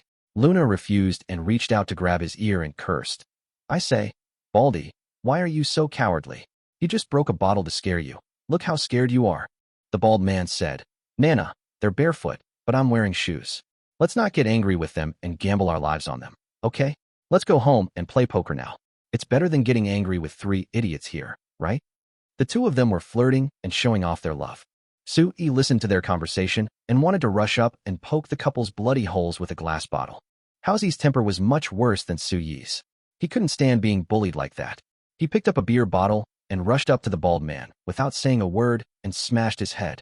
After a clang sound, a scream was heard, and the bald man fell to the ground wailing, covering his reflective head. Luna was completely stunned. Run! Su-yi shouted at the impulsive mouse. The mouse shuddered and disappeared without a trace. Su-yi stepped forward and said to the dumbfounded Luna, Now you understand, don't you? You are the cause of trouble. If you hadn't provoked me, there wouldn't be bloodshed today. After saying this, he turned and walked away. After taking 3 steps, he turned back and said, By the way, I heard you have syphilis. I advise you to keep yourself clean and stop causing trouble for others. After saying that, Su Yijing left. Luna came back to her senses and cursed. Who the hell spread rumors about me? Su-yi, go to hell, I don't have syphilis. Su-yi waved his hand without even turning his head, completely ignoring him, which made Luna so angry that she stomped her feet again. Chen-ling asked worriedly, Xiao-yi, how's he hit someone? Do you think he will be arrested? Su-yi sighed and said, As long as that bald guy calls the police, Haozi will most likely be put in jail for a few days. What should we do then? Chen-ling looked grim. Never mind, let's just take a look first. When the enemy comes, we will fight him with our soldiers. When the water comes, we will block it with earth. Sui said. At this moment, a voice rang out. Young man, I finally found you. Sui felt that the voice was particularly familiar and turned around to see. Damn, who else could the person who was speaking be if not the big liar Yang Kaiyuan from the Cultural Relics Garden? Why are you here? Are you annoying? Sui rolled his eyes at him. Only then did he see that there was an old man with gray hair beside the other person. The old man looked to be in his 60s and wore a pair of glasses, appearing very elegant. He looked at Sui and said straight to the point. Hello, young man. My name is Chun Zhongxing, and I'm the director of the Cultural Relics Garden. His name is Yang Kaiyuan, an expert in jade, gold, and silver artifacts at the Cultural Relics Garden. We're looking for you because, first, we want to resolve the previous misunderstanding, and second, we want to discuss cooperation with you. Misunderstanding? Is it a misunderstanding? Yes, expert Yang is not a liar. Chen Zhongxing smiled. Young man, how about this? I'd like to invite you to my office in Wenhuayuan so we can have a good chat. Is that okay? Looking at the other party's elegant face and conversation, Sui nodded. Okay. He really wanted to find out whether these two guys were scammers. As long as you go to the Cultural Relics Garden, the truth will be revealed. He turned to Chen Ling, who was a little dazed, and said, Go back first. I'll find you another day. Chen Ling nodded, turned and left. Sui glanced at the two of them and said, Let's go. Let's take the bus to the Cultural Relics Garden. Chen Zhongxing and Yang Kaiyuan nodded, both of them showing unconcealable joy on their faces. Along the way, None of the three spoke again. Soon, they got off the bus and walked into the cultural relics garden. The old man guarding the gate was stunned when he saw three people walking in. Just as he was about to speak, Yang Kaiyuan glared at him fiercely, and he swallowed back what he wanted to say. "Young man, please come this way. My office is on the top floor of this building. There is an elevator here." Chun Zhongxing led the way, and when they walked into the corridor of the building, Su Yi saw a wall with photos of the leaders of the cultural relics garden. The first one in line is Chun Zhongxing, the man in front of you, with the words Director Yuan written under his photo. In the lower few positions, there are actually photos of Yang Kaiyuan, with the words Chief Jade, Gold and Silver Appraisal Expert written on it. Su Yi finally understood everything. It turned out that everything before was just a misunderstanding. Soon, the elevator reached the top floor. Chun Zhongxing invited Su Yi into the office. After both of them sat down, a slim and pretty female secretary served them tea. Chun Zhongxing got straight to the point and said, "I heard from expert Yang that you have a gold nugget and a wild ginseng. Is that true?" Su Yi nodded. "Yes." "Can you let me see the photo again?" Chun Zhongxing asked seriously. Su Yi laughed. "There's nothing wrong with that. I didn't intend to hide it."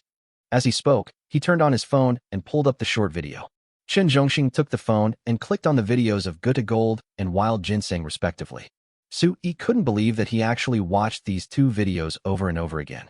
Occasionally, he would even pause and zoom in on the pictures.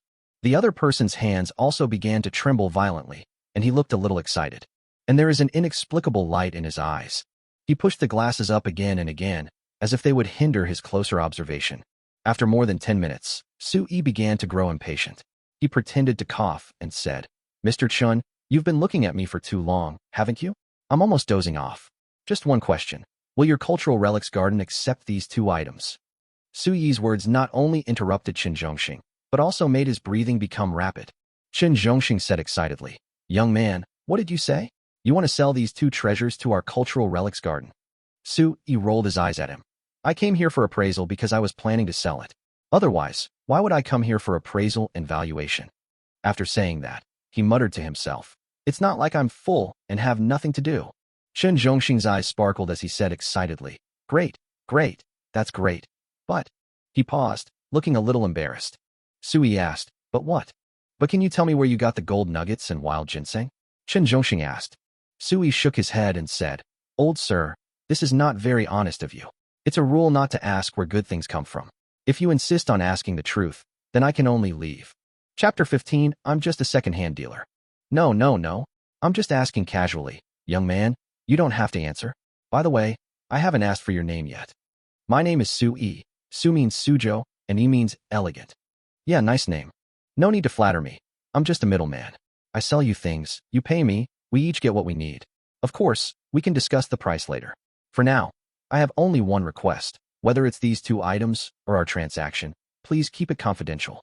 Su Yi rattled off the words he had thought of beforehand. He didn't want to get involved in too many personal feelings with these people. It was best for everyone to get what they needed and a fair deal. Chun Zhongxing and Yang Kaiyuan looked at each other and nodded. They would definitely keep it secret. They were also afraid that the news would spread out and the other party would raise the price, and they would not be able to keep these two treasures. However, I have only seen it with my naked eyes now. To be cautious, I need to identify it by hand. It would be best to use an instrument to detect it. Therefore, Chun Zhongxing said maturely, "Su Yi. No, I'll just call you Xiao Su. Expert Yang and I have already examined the gold nuggets and wild ginseng. We've preliminarily confirmed they are genuine, but to be cautious, we still need to test the actual items. We'll take 2 grams of gold nuggets for professional testing. We'll also take 3 to 5 grams of wild ginseng roots for testing." Su Yi frowned and said, "Are these the necessary procedures and methods for your identification?" "Yes. Only after the appraisal will we issue the appraisal certificate of the Cultural Relics Garden. This certificate is very authoritative and will be recognized and valid no matter which auction house or institution it is obtained from," said Chun Zhongxing. Su Yi thought for a moment and stood up and said, "No problem. Let's cut the Gordian knot quickly to avoid any more trouble. I'll go back and get the things now." After that, Su Yi asked another question that concerned him the most. "I would like to ask, how much are these gold nuggets and wild ginseng worth?" Chun Zhongxing said cautiously, "It's really hard to say. We have to wait for the appraisal results to come out before we can make the final market valuation. According to the market price, about 10 kilograms of nugget gold would cost between 2.8 million and 3.5 million. Wild ginseng is of excellent quality and incredibly heavy. Didn't you say it weighs 1 jin and 5 or 6 liang? If it really weighs that much, then it could be the so-called king of ginseng, and its value is inestimable. If I had to put a price on it, it could be 20 million, 30 million, or even more. Chen Zhongxing tried his best to speak in words that Su Yi could understand. When Su Yi heard this, he had a rough idea in his mind. I thought to myself, this wild ginseng is really valuable. However, Su Yi was sure that these two old guys definitely underestimated the value of this old ginseng, just because they don't know the efficacy and function of this wild ginseng. Of course, this is also because they don't know the origin of this old ginseng. That's a different world. It's a place with rich spiritual energy. Old ginseng is nourished by the spiritual energy of heaven and earth and contains abundant vital energy. This is incomparable to the wild ginseng produced on earth, a place with scarce spiritual energy. Moreover, this wild ginseng is about to become a spirit, and its own vitality is about to be transformed into spiritual energy. As long as it becomes a spirit, it will be a first-class spiritual herb that is rare in other worlds. Therefore, the value of this wild ginseng must be much higher than they said, even 10 or 100 times higher. Sigh, I don't know who can afford such a magical item. If I sell it at a low price, I don't know if it would be stupid or short-sighted. Perhaps I can just sell the gold nuggets first as a last resort. As for the wild ginseng, I'll wait for the price to rise. Su Yi's mind was racing, and he began to feel conflicted and entangled. Forget it, let's identify it first. Su Yi thought to himself, and immediately cheered up and said goodbye to the two of them. Chen Zhongxing said hurriedly, don't worry, the two of us brothers will drive you, Xiao Su, to pick up the goods. Su Yi was surprised. Chen Zhongxing smiled and said, to be honest, if you never come back, we'll have to clap our hands, because we don't want to search the world for you again. If we still can't find you, then we'll just cry. Su Yi curled his lips, thinking that this old man was really good at joking. You may not even sell your own things to them. Besides, it's too late now. He looked at the clock on the wall. It was already 10:30 in the evening. Damn, I've been busy and didn't expect it to be so late. How about we continue tomorrow? It's a bit late today, Su Yi said. Chen Zhongxing and Yang Kaiyuan immediately shook their heads. No, it's not too late. Special matters should be handled specially. Don't worry about whether it's too late or not. In fact, Chen Zhongxing and Yang Kaiyuan were more anxious than anyone else. Because if the gold nuggets and wild ginseng are real, it would be a big deal. The gold nugget can be the treasure of their cultural relics garden, and the wild ginseng can be called the king of ginseng or national treasure, without exaggeration. They don't want a mere matter of time to prevent them from witnessing the birth of a national treasure. Chen Zhongxing was afraid that Su Yi would refuse, so after thinking for a moment, he immediately said, Kaiyuan, you stay here and gather the comrades from the appraisal department and ask them to come back and work overtime. As for me, I will personally accompany Brother Su back to retrieve the items. Once the items arrive at the Cultural Relics Garden, we will immediately begin identification and testing. After that, he said to Su Yi, Brother Su, this is a big deal for us, so please don't find it troublesome, and please understand our feelings. Su Yi nodded. Since the other party had said so, what else could he say? Okay, let's go, Su Yi said, and walked out of the office first. Chen Zhongxing was overjoyed and followed immediately. Although Yang Kaiyuan felt a little regretful, he immediately cheered up and started calling a few old friends who were responsible for professional instrument testing. 15 minutes later, a Mercedes-Benz stopped on a busy street that resembled a village in the city. Su Yi opened the door and got out of the car, turning back and saying, Mr. Chun, please wait here. I'll be down in 5 minutes. Chen Zhongxing asked, do you want me to go up with you? Su Yi curled his lips, thinking, if you old man want to follow me closely, just say so. I have made myself look like a dogskin plaster. But, sorry, brother, I don't like to reveal everything. He shook his head and said, No, I'll be down in a few minutes. It won't delay the identification and testing. After saying that, he slammed the door shut and ran away. Chen Zhongxing felt a little regretful and even a little nervous. He was really afraid that Su Yi would disappear right under his nose. After waiting for 2 minutes, he grew increasingly anxious. He leaned against the car, looking around, and repeatedly consoled himself. It will come. He can't be playing tricks on me. There's no need. Otherwise, he wouldn't have asked me to drop him off at his house. I guess he lives above these shabby buildings. He felt like the days were passing by so slowly that they lasted for years. Finally, 5 minutes later, he saw Su Yi walking towards him with a large backpack on his back. He breathed a sigh of relief, his heart finally at ease. He went up to her and asked, "Did you get the things?" Su-yi rolled his eyes at him. "It's in my bag." "Okay, then let's go back to the cultural relics garden." Chen Zhongxing was very happy and excited. Of course, he was extremely looking forward to it. He even drove 3 times faster and almost ran a red light at one point. Su-yi curled his lips, thinking to himself, "What's the big deal? Can't you be more steady?" He's already quite old, but he still acts like an excited young man who hasn't seen the world. Chen Zhongxing naturally didn't know Su-yi's inner criticism. He drove while talking on the phone. "Kaiyuan, we are already heading back. How are your preparations for the inspection going?" Su-yi was too lazy to listen to him, so he sat in the back seat of the car and closed his eyes to rest. In fact, he was also very much looking forward to it and excited. People, after being poor for so long, are suddenly about to become rich, which is still very exciting. Chapter 16, Top Grade Ginseng King. Half an hour later, Cultural Relics Garden Appraisal Room. 2 round plates were placed on the huge solid wood table. On one of the discs was the gold nugget. The wild ginseng is placed on the other round plate. At the large wooden table, Chen Zhongxing and Yang Kaiyuan not only wore white gloves, but also used magnifying glasses to carefully look, smell, ask, and feel in front of the 2 objects. Of course, Yang Kaiyuan was identifying the piece of nugget gold. As an expert in identifying gold, silver, and jade, identifying nugget gold was his specialty. The director of the garden, Chen Zhongxing, is good at identifying ginseng, so he is the only one who can identify this wild ginseng. In front of the 2 people, there was a camera, which was recording.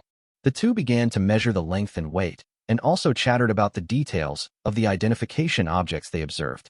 Su-yi heard Chen Zhongxing talking about the beard, stalk, bark, and texture of this old ginseng.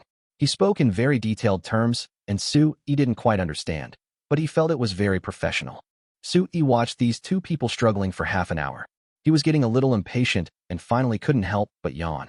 Damn, is it so troublesome to identify something? He rolled his eyes at the 2 of them.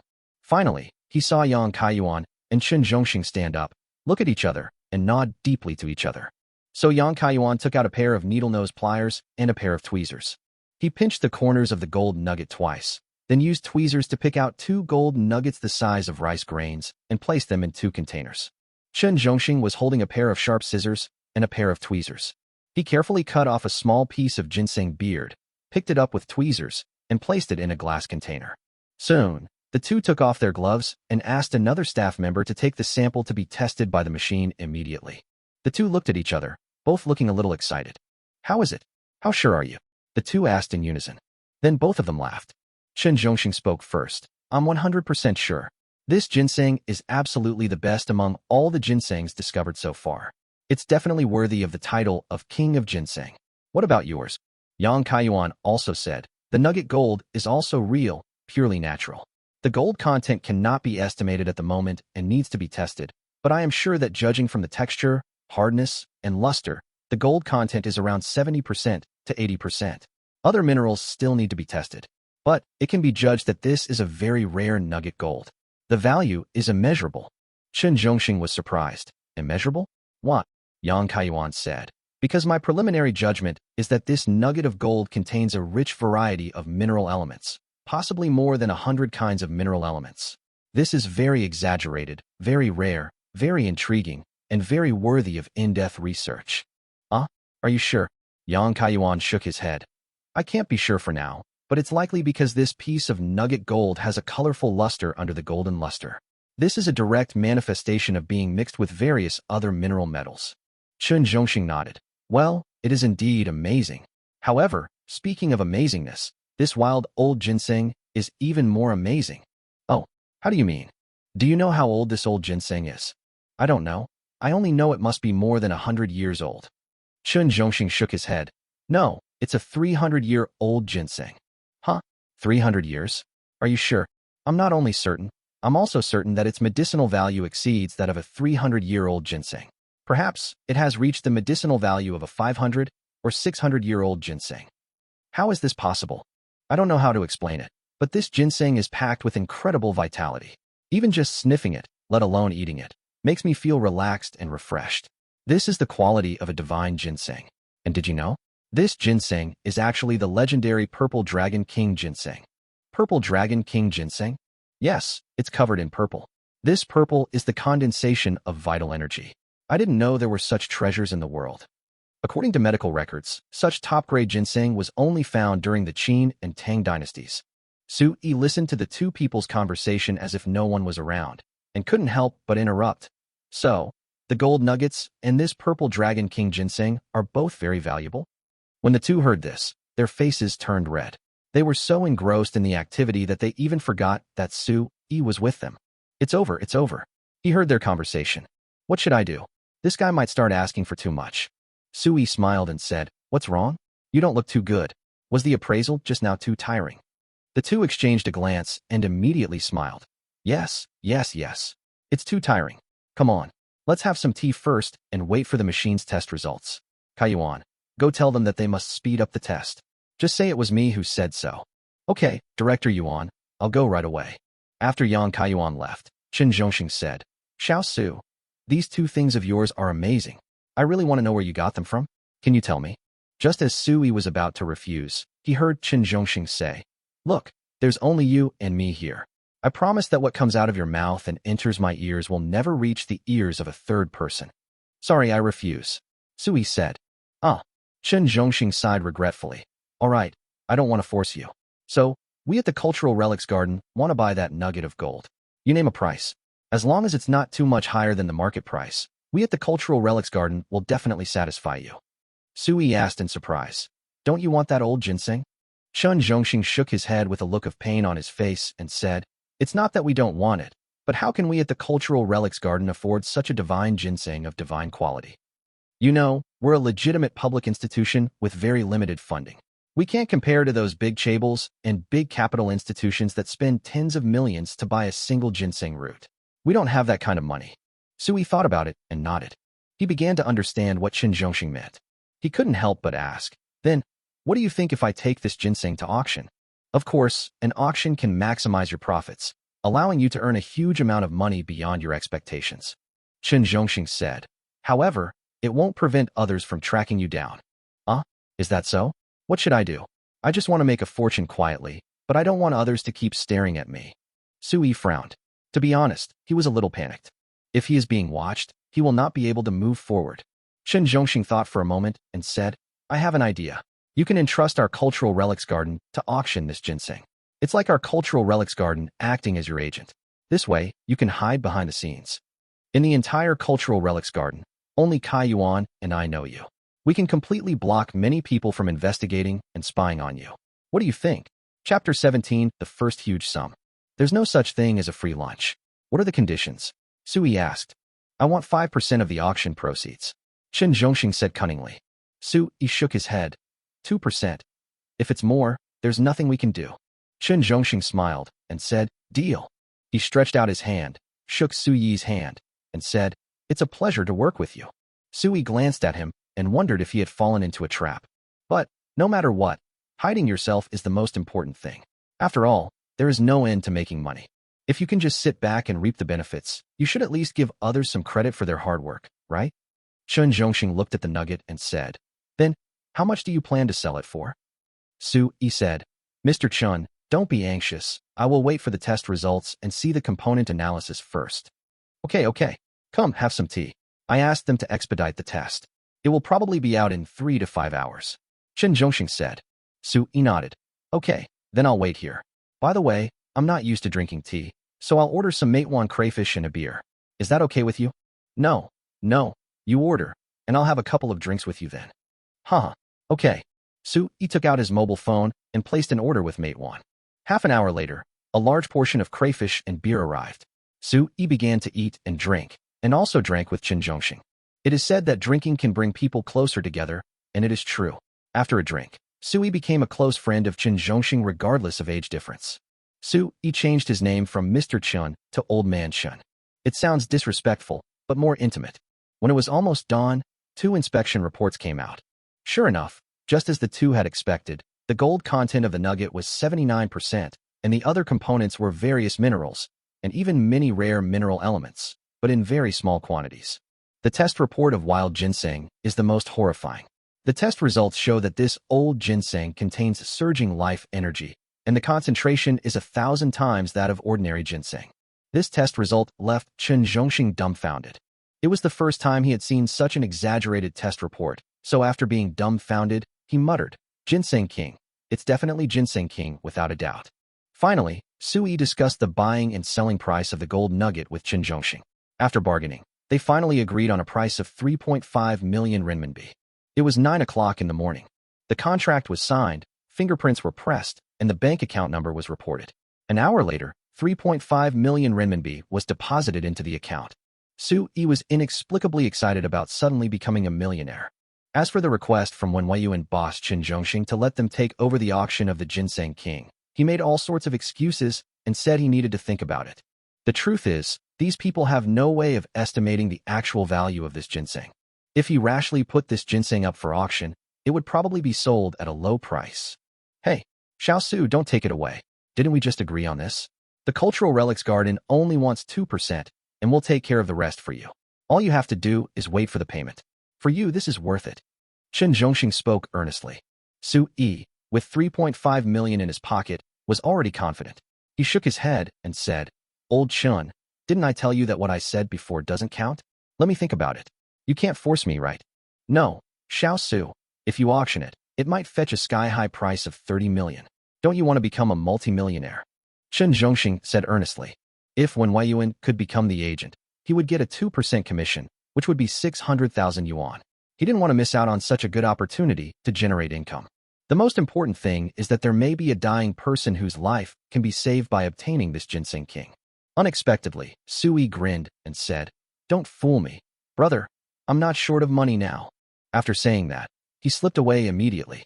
Qin Zhongxing looked helpless and complained, "They were so friendly when we were drinking, but they turned against us afterward. Sigh, young people these days are really..." Sui rubbed his nose and sneezed. "I don't know who is cursing me behind my back." Sui took out his cell phone and called Haozi and Chen Ling, saying that they should go karaoke at 8 o'clock tonight, and he would treat them. The two happily agreed. Sui hung up the phone and urged the taxi driver to drive faster. He had been up all night and was extremely sleepy. He wanted to go back and have a good sleep. He quickly returned to the rental house, hid the ginseng, opened his notebook, and quickly placed an order online to buy a lot of adventure supplies. Tents, snow cones, stoves, mountaineering bags, lighters, military multi-purpose knives, multi-purpose water bottles, sleeping bags, shovels, walking sticks, hiking shoes, etc. Of course, he did not forget to buy the most important thing, a sled. The sled is not expensive, only 8,888 yuan, and comes with a 500 yuan gas card. Because he was rich, he finished all the purchases in half an hour and just waited for the merchant to deliver the goods to his door tomorrow afternoon. After finishing all this, he was so tired that he fell asleep. While he was half asleep, the phone rang. He picked up the phone and was shocked to see that it was already 5 o'clock in the afternoon. He slept soundly and for a long time. I picked up the phone and my mother's voice came over. "Son, what are you doing? Come back for dinner later. Auntie said she missed you." "Zhang Yali misses me? No way. What's she planning on doing with me again?" Sui suddenly realized. "Huh? Does she want me to pay her back?" "Don't talk about your aunt like that. It's rude to call her by her first name. You'll know when you get back anyway. I made your favorite dish." But after his mother hung up the phone, Sui was extremely happy. He immediately got up, washed, and put on his best clothes. Before, he was living off his parents at home, but now he is rich. "I can finally go home and show off. This is a comeback. Hee hee, if you don't return home in glory, then you will feel depressed when you travel in glory at night." Looking in the mirror, he chuckled. "By the way, what should I buy?" Sui thought about it and immediately went out and headed straight to the cosmetics store and jewelry store. In less than half an hour, he was holding 2 sets of cosmetics worth 5 or 6,000 yuan, and 2 jade bracelets worth more than 10,000 yuan. When I got home, my aunt was already sitting on the sofa watching TV. Sui put his hands behind his back and hid the things he bought, wanting to give his aunt and mother a surprise. When the aunt saw Sui, she immediately smiled and said, "Xiao Yi, do you have any pocket money? I gave you 1,000 here. I'm telling you, if you're going to live out there, first, you need to be careful about your safety, and second, don't be stingy when it comes to dating. Girls don't like you if you're too stingy. Also, when you go out to eat and drink with friends, you have to have a nice meal once in a while and pay the bill, got it?" As the aunt spoke, she took out a stack of red boards from her bag and handed them to Sui. Sui was dumbfounded. Before, he thought his aunt wanted him to pay back the money, but she didn't expect that she wanted to give him pocket money. Woo woo woo. He is a bit of a bastard. He judges others by his own standards and even despises himself. Su Yi's nose felt sore for no reason, and he shook his head like a rattle. Annie. No. No. I make money. Really, I have money. Chapter 18. It's so hard to be a filial son. You made money? You found a job? Zhang Yali was surprised. Su Yi was stunned for a moment, then nodded immediately. Yes. I cooperated with my classmates to do business and made money. Hey, look what I bought for you and my mother. Su Yi took the bag out from behind him. Zhang Yali was stunned when she saw it. This was the cosmetics set she had wanted to buy, but she couldn't bear it because it was too expensive. Xiaoyi, did you buy this? Zhang Yali was surprised and immediately turned around and shouted, Sister, come out quickly. Your son knows to give gifts to you and me. What's wrong? What happened? My mother Zhang Yiji ran out of the kitchen, looking nervous and holding a kitchen knife in her hand. Zhang Yali smiled and said, Sister, don't be nervous. Put down the kitchen knife first. It's like this. Xiaoyi bought some cosmetics for us. Look. Zhang Yali took out one of the cosmetic sets and kept showing off, saying how good the cosmetics were and how she had wanted it for a long time but hadn't bought it because it was too expensive. My mother also flipped through it, her face tense. Son, you haven't done anything illegal, have you?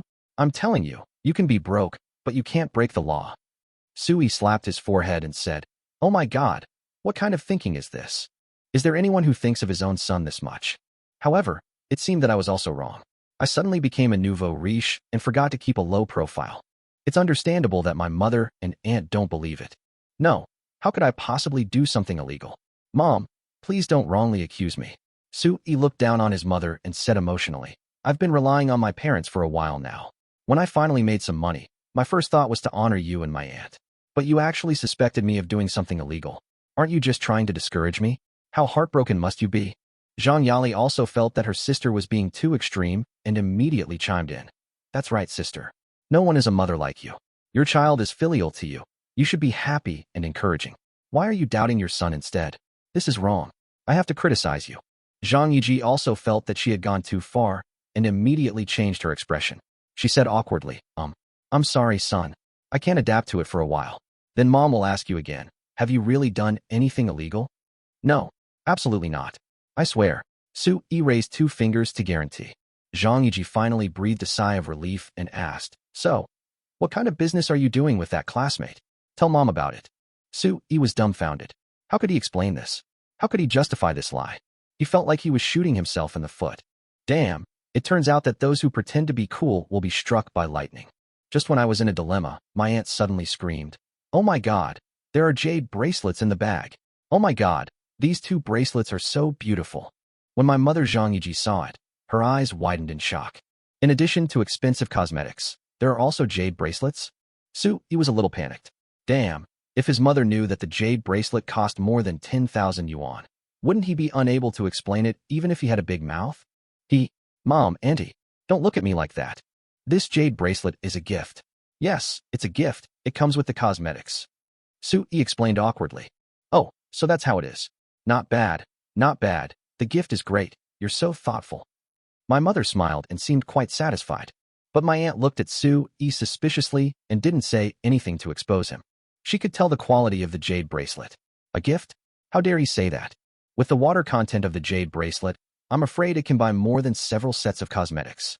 Seeing that his mother stopped asking questions, Sui could not help but secretly wipe the sweat from his forehead, secretly complaining that being a filial son is too difficult. Unfortunately, this scene was seen by his aunt, who made a face at him, and he immediately looked embarrassed. Oh, Mom, I'm hungry. Have you prepared dinner yet?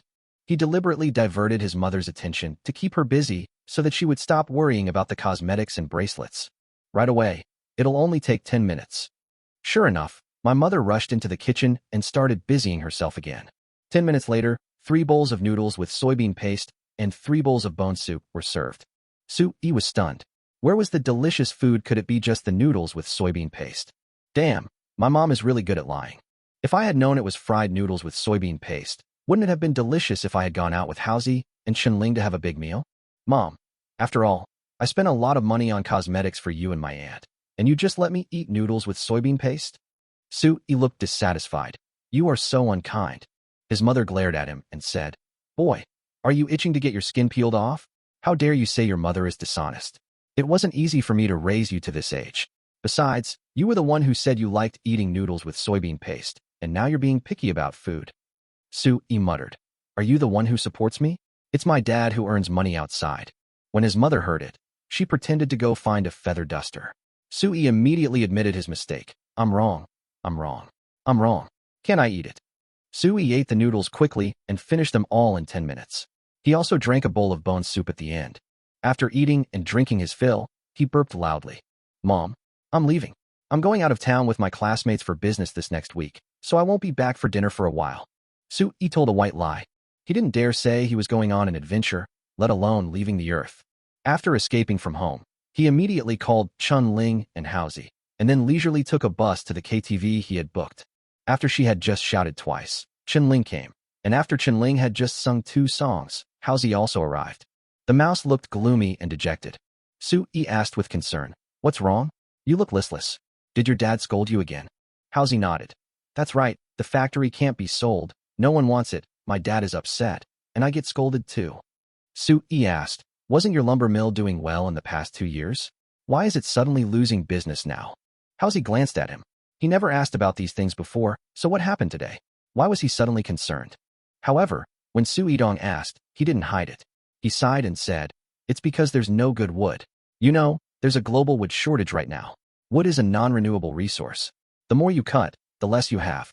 And those common economic trees don't make money. So my lumber mill has become like this. Su-yi nodded to show that he understood. Haozi said, Well, never mind, let's sing. By the way, can we order 2 pretty ladies? As Haozi spoke, he glanced at Chun-Ling. Chun-Ling rolled her eyes at him and said, Why are you looking at me? You can order whatever you want, but it can only be serious girls who accompany you to sing and drink. Don't get the kind that likes to touch or sleep with you, lest you lead Xiaoyi astray. Haozi grinned and said, I know. Am I that kind of person? Chun-Ling rolled her eyes at him. You are. The mouse looked depressed and hurt. Just when Haozi ordered the princess in the private room, Su-yi asked Chun-Ling, By the way, I forgot to ask you, how is the business of your liquor store after the separation? Chun-Ling said, That's the truth. You know, I sell local mitai. Not only is the cost low, but the profit is also low. Most importantly, the wine I sell is not diluted with water. Therefore, it's difficult to make a lot of money. I can only maintain a basic living. Su-yi nodded, thinking that life is not easy for anyone these days. After singing for more than 3 hours, the 3 of them dispersed and went home to their mothers. The next day at noon, Su-yi was woken up by the ringing of the phone. It turned out to be an outdoor goods merchant delivering goods to him. Chapter 19. A magical device that can give ordinary people clairvoyance. Su-yi answered the phone and went downstairs. The delivery man was a middle-aged man driving a small truck. Soon, the snowmobile was unloaded, along with a pile of stuff. Su-yi counted them one by one, moved the snowmobile into an empty room in the garage on the 1st floor, and moved the rest of the things into the rental house. He packed up his things one by one and stuffed them into a big backpack, filling it up. Then he went out and came back with almost 100 liters of gasoline using the gas coupons. I also bought 2 pork trotter fast food meals and a roast duck downstairs. After doing all this, he put on his down jacket and disappeared with all his equipment. Another world. Su-yi's appearance made Wuchan Naga excited. During the 2 days that Su-yi disappeared, she felt very lost. She had never felt this way before. To practice, you have to be able to endure loneliness. She had been living like this for many years, but ever since she met Su-yi, she would inexplicably think of him when she was alone. Sir, you're here. She watched Su-yi take off his backpack, and there was a huge and strange thing beside him. She was excited but also confused. Here I am. Have you missed me these 2 days? Su-yi said with a smile. Wuchan Naga's face flushed. In her opinion, Su-yi spoke very frivolously, but for some reason, she just felt embarrassed and not disgusted. Of course, this only applies to Su-yi. If anyone in Qingfeng town dares to be so frivolous to her, she can stab him to death with one sword, or directly chop off his head with one sword. Seeing that she was thin-skinned and blushing, Su-yi couldn't help but change the subject. 2 days have passed. Has the snow stopped outside? Wuchan Naga said, It's much smaller. It should stop tomorrow. Very good, very good. Let's set off for Linghu Valley tomorrow. Yeah. Wuchan Naga nodded. Su-yi said, By the way, are you hungry? Wuchan Naga nodded. In fact, he hadn't eaten for 2 days. It wasn't that he didn't want to eat, but he had no appetite. It might be related to the emptiness in his heart after Su-yi left him. Su-yi said, I'm thirsty. Give me half a bowl of ginseng water. Oh yes, I'm sorry. I always forget to give you water. Wuchan Naga blushed in embarrassment. In Qingfeng town, His family has many servants, and these things are basically done by the servants. So, she is not someone who is used to serving others. In addition, Su-yi is extraordinary, so she always looks silly in front of him, or she loses sight of the big picture. After drinking the ginseng water, Su-yi suddenly felt refreshed, but he still felt hungry. He took out the pork trotter rice and a roast goose he had bought on Earth and said to Wuchan Naga, "Miss Wuchan, come and try the food I have over there and see if it suits your taste." In fact, she smelled the fragrance as soon as Su-yi took out the food and swallowed subconsciously. "It smells so good, really so good. Sit, sit, sit. This is pork trotter rice. It's actually just a fast food dish of pork trotter rice. This is a roast goose. It tastes pretty good. You can try it." The roast goose is crispy on the outside and tender on the inside, which is very pleasing to the eye. Moreover, it is still steaming hot. Because when I bought it, the roast goose was freshly baked. Otherwise, Su-yi wouldn't buy it. To be honest, he doesn't have a big appetite, so a serving of pork trotter rice is enough for him. But it was obvious that Wuchan Naga was very interested in both pork trotter rice and roast goose. "Eat. Don't just stand there, just get started." Su-yi tore off a goose leg from the roast goose and handed it to Wuchan Naga. Wuchan took it and took a bite. Suddenly, his eyes lit up. The next moment, Wuchan Naga started eating again. Not only the roast goose, but even the pork trotter rice was quickly finished by her. Su-yi was extremely envious of that appetite and the way he ate. Looking at her belly again, it was very flat. It didn't look like she had just eaten a plate of pork trotter rice and a roast goose. On the contrary, her breasts were bulging and firm, as if they had grown bigger. The food smelled so good, I accidentally ate it all." She rubbed the corner of her clothes awkwardly, feeling a little shy, as if she felt bad for stealing Su-yi's food. Su-yi waved his hand. It's okay, it's okay. I bought it specially for you to eat. I'm full after eating a bowl of pork trotter rice. Don't mind it." After Su-yi finished speaking, he stood up, walked outside, and started refueling the snowmobile.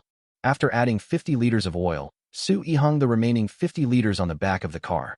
He got on the bike and started a test drive and familiarization. Wuchan Naga watched him tinkering quietly from the side, very curious. When she saw Su-yi riding his bike very fast, her eyes widened. This was another strange artifact she had never seen before. Not bad, not bad." Su-yi nodded with satisfaction. The snowmobile was easy to drive, just like an electric bicycle. Tomorrow he would drive this snowmobile to Linghu Valley. He would definitely not be so foolish as to walk. Soon, he opened the huge backpack and took out a pair of high-magnification outdoor binoculars from it. He spent more than 2,000 yuan to buy this thing. The seller said it was for military use, with a magnification of 30 times. He said it could measure distances, and that the scenery 2 or 3,000 meters away seemed right in front of him, very clear. More practically, it supports night vision.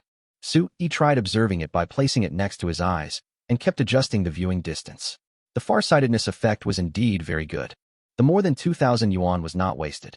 Because the big wooden house is located halfway up the mountain, it is in a commanding position, so it can be seen very far away through a telescope.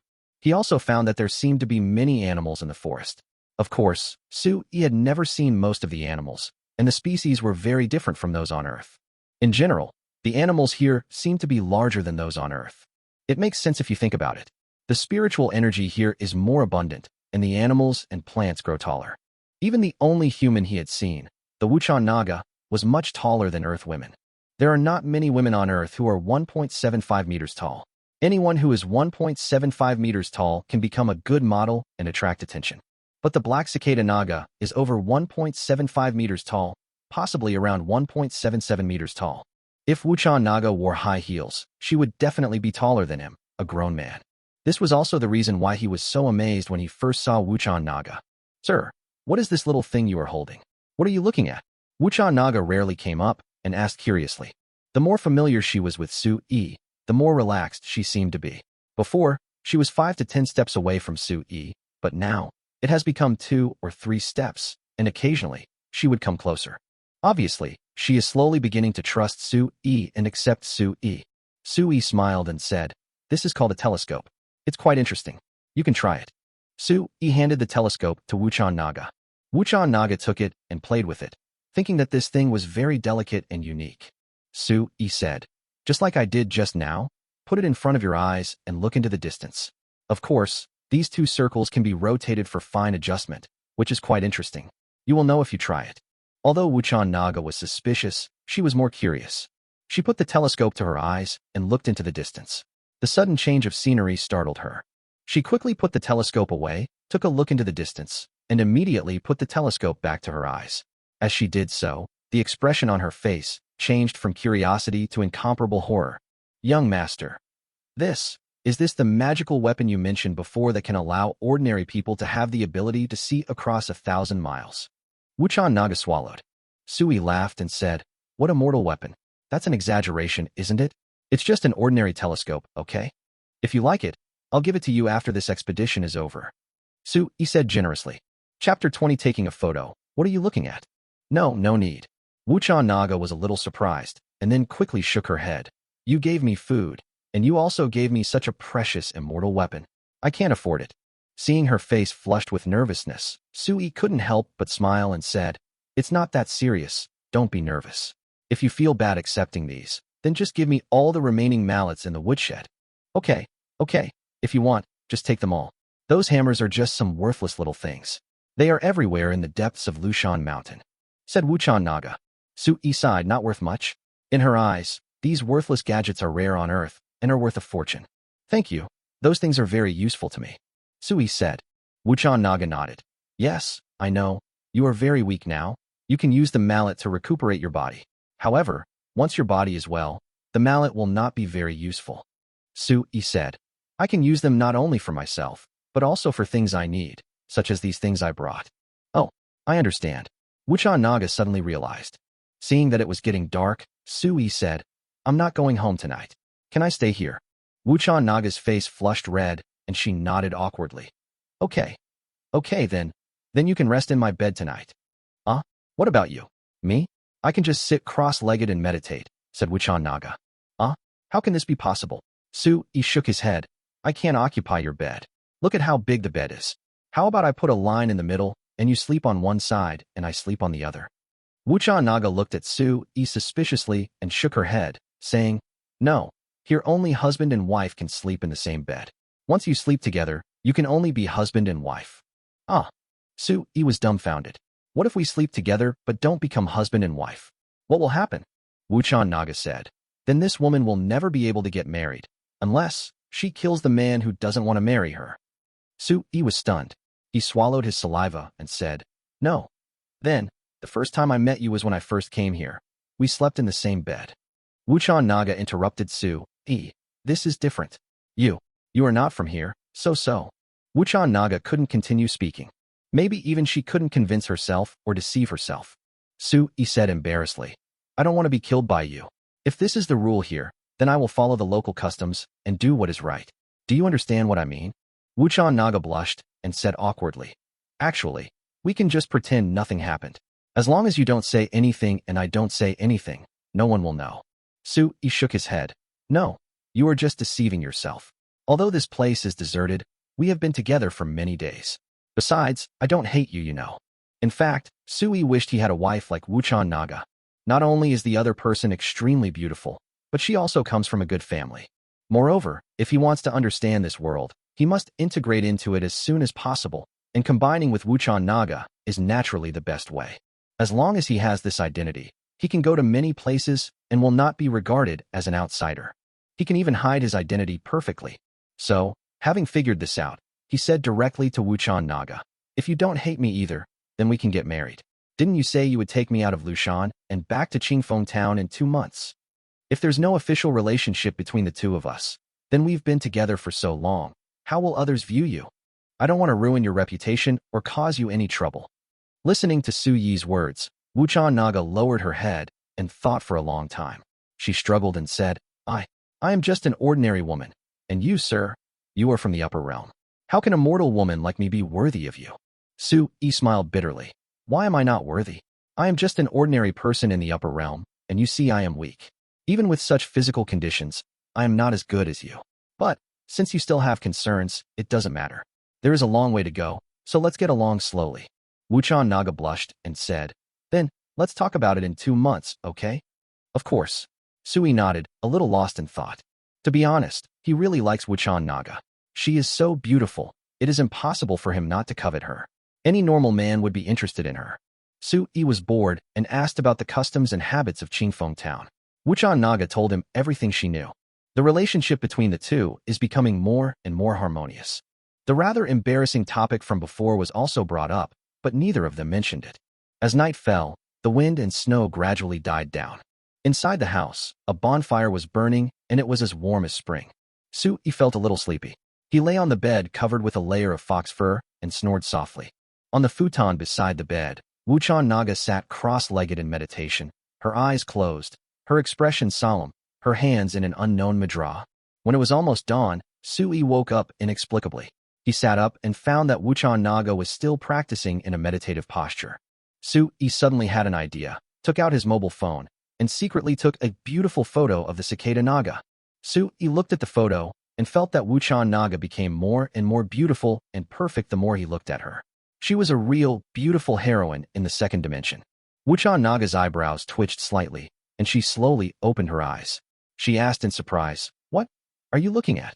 Sui smiled, handed her the picture on his phone, and said, "I took a picture of you. Take a look. Is it beautiful?" Wuchan Naga took the phone, took a look at the picture on it, and was stunned. Is this me? How could I be imprinted in this thing?" Wuchan Naga was shocked. Sui smiled and said, "This is a photo taken by a camera. You can think of it as a portrait of you, a portrait that looks very similar to you, understand?" Wuchan Naga looked at herself in the photo and suddenly blushed and said, "Ew, you painted me too beautifully. I don't think I'm as good-looking in person as you painted me." Sui said, "No, you are really beautiful in person, very smart and cold, a bit like a peerless cold beauty. The photo does not show you as beautiful as you." Seeing her blush, Sui stood up, stretched, and asked, "Has the snow stopped?"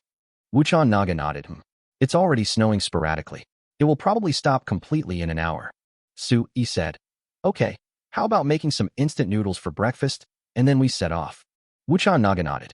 Sui stood up, took out the cup and toothbrush, and started to wash. Wuchan Naga looked at Sui's strange behavior and asked, "Sir, what are you doing?"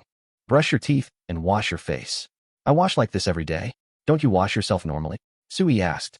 Wuchan Naga said, "Of course I wash myself too, but I use a horsehair brush dipped in coarse salt, which tastes a bit bitter." Oh, that's it. It's okay. I have a new toothbrush and towel here. I'll squeeze some toothpaste for you to try." As Sui spoke, he found a new toothbrush and towel, squeezed some white toothpaste onto Wuchan Nagia's toothbrush, and gestured for her to try brushing according to his previous method. Chapter 21 Lushan, Spiritual Beast, Warrior Rank. Wuchan Naga smelled the toothpaste and smelled a cool fragrance. She brushed her teeth and tasted a faint sweetness on the tip of her tongue. She used to brush her teeth with a horsehair brush, which was filled with bitter coarse salt. She didn't expect that she could use such a good toothpaste when brushing her teeth. Moreover, the more she brushed, the more foam was produced. These foams can prevent damage to the teeth and gums. Most importantly, its cleaning effect is very significant. She feels her whole mouth is cool and refreshing. It was so comfortable, a feeling she had never experienced before. It turns out that brushing your teeth is actually a kind of enjoyment. Her thoughts were racing, and she couldn't bear to stop. So she brushed it over and over again. It was not until Sui said, "Come for breakfast," in the room that she came to her senses and immediately rinsed her mouth and finished brushing her teeth. She found that her mouth felt cooler and more refreshed than ever before, and her mood was particularly good. At this moment, she smelled the tempting aroma of bucket noodles. Even though she had eaten this aroma several times, she still couldn't resist it every time. Her stomach growled. When Sui filled a large bowl and handed it to her, she was a little stunned because she found that there were pieces of red unknown stuff in the noodles, which smelled very fragrant. "Don't just stand there, eat it. It's ham sausage made of meat." When Sui's voice came, Wuchan Naga was stunned. Seeing that Sui had already started eating with big mouthfuls, she also started eating in the same way. When she ate the ham sausage, her eyes lit up. It was delicious, indeed a rare delicacy.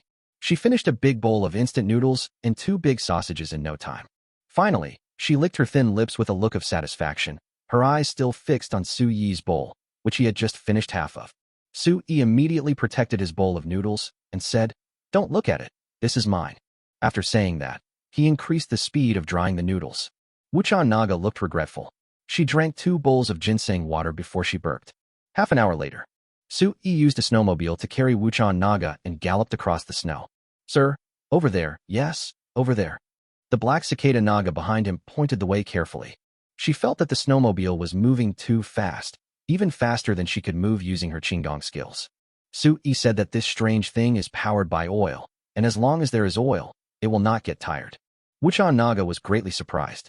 She had previously expected that based on Su-yi's physical condition, it would take 2 days and 1 night to reach Linghu Valley by walking, but now it seems that it can be reached much earlier.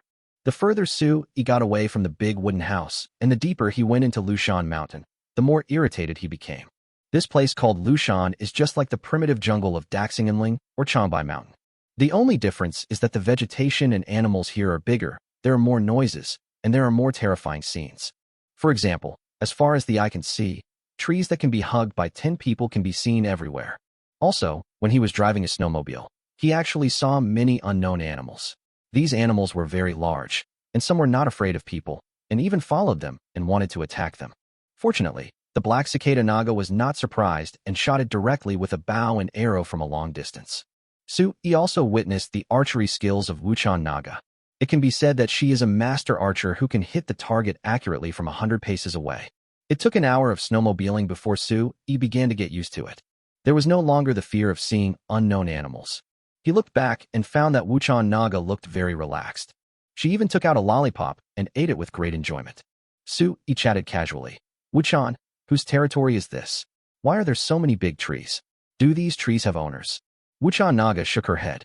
Lushan has never been anyone's territory. Because of its high altitude, the cold weather all year round, and the abundance of wild animals, few dare to come to Lushan.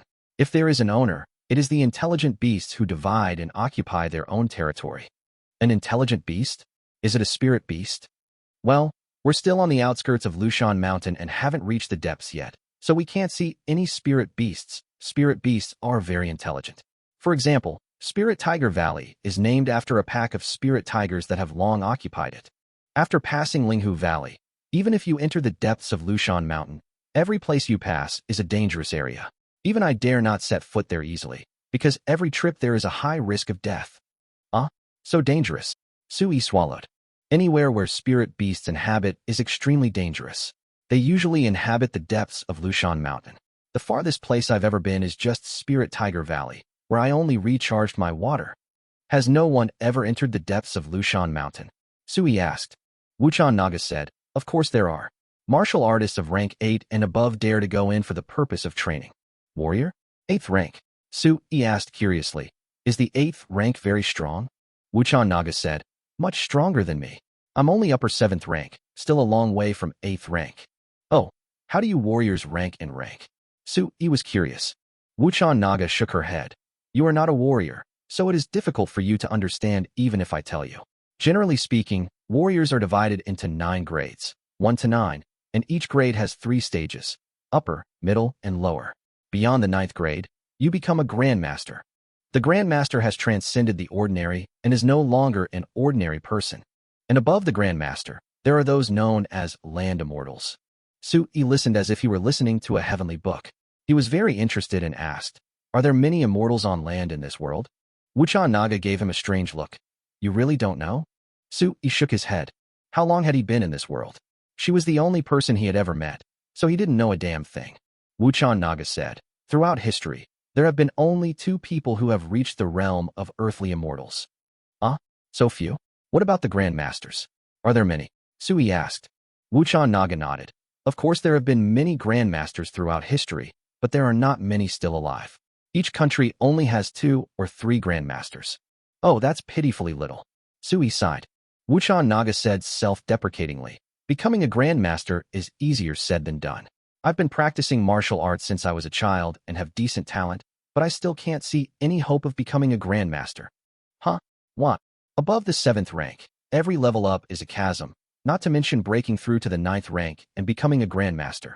Unless what? Unless there is some adventure, said Wuchan Naga. Just when the two were chatting happily, a huge beast like a snow leopard rushed out of the jungle, scaring Su-yi, who was driving so much that he almost overturned the car. Chapter 22 Snow Chicken, Wood. Shit. What the hell? Su-yi stabilized the snowmobile to prevent it from overturning, and then stared at the beast. Su-yi felt that it was extremely dangerous. This beast is as big as a tiger, but it looks like a leopard and is fiery red all over, which is very strange. Wuchan Naga's expression also grew serious. That's a fire leopard. We must not let it get close. It's very agile, fast, and extremely powerful. It can tear a person apart. Wuchan Naga drew her bow and shot the arrow in one go, but this time the arrow missed the target. The fire leopard seemed to be able to dodge the arrow. Su-yi was shocked. Has this guy gained spiritual intelligence? Wuchan Naga shook her head. How can this be considered as enlightenment? It's just a little smarter. It's okay, watch me kill it. The fire leopard jumped a few times as fast as lightning and pounced in front of Su-yi in an instant. This guy actually knew that Su-yi was a soft persimmon, so he avoided Wuchan and targeted him specifically. But the next moment, with a swoosh sound, a flash of light appeared, and the fire leopard's body froze in the air, its head and body separated, and finally fell on the snow. Su-yi was still in shock. When he turned around, he saw that Wuchan Naga had already drawn her sword. The fire leopard was beheaded by her with one sword. Su-yi stared at the fire leopard. The more he looked at it, the more it looked like a leopard from Earth. He couldn't help but ask, "Can this thing be eaten?" Wuchan Naga shook her head. "I can't eat it.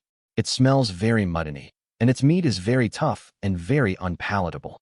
There was no way. Su-yi could only give up the idea of eating its meat and continue moving forward with the black cicada Naga. After driving for about another half an hour, Su-yi stopped in a snowy area. "Come, drink some water and eat something to replenish your energy." Su-yi took out 2 bottles of Red Bull and 2 compressed biscuits from his backpack and gave half to Wuchan. When Wuchan Naga ate the compressed biscuits, her eyes lit up. She thought the compressed biscuits were very fragrant, and it was her favorite taste. "I drank Red Bull, and it tasted great." Suddenly, Su-yi saw many huge, snow-white animals similar to pheasants foraging in the snow, and Su-yi immediately became alert. "It's okay, it's a snow chicken. It only feeds on tree roots and leaves, and it's very timid and rarely attacks people," said the cicada Naga. "Snow chicken." Su-yi's eyes lit up, and he immediately asked, "Is this edible?" The cicada Naga still shook her head.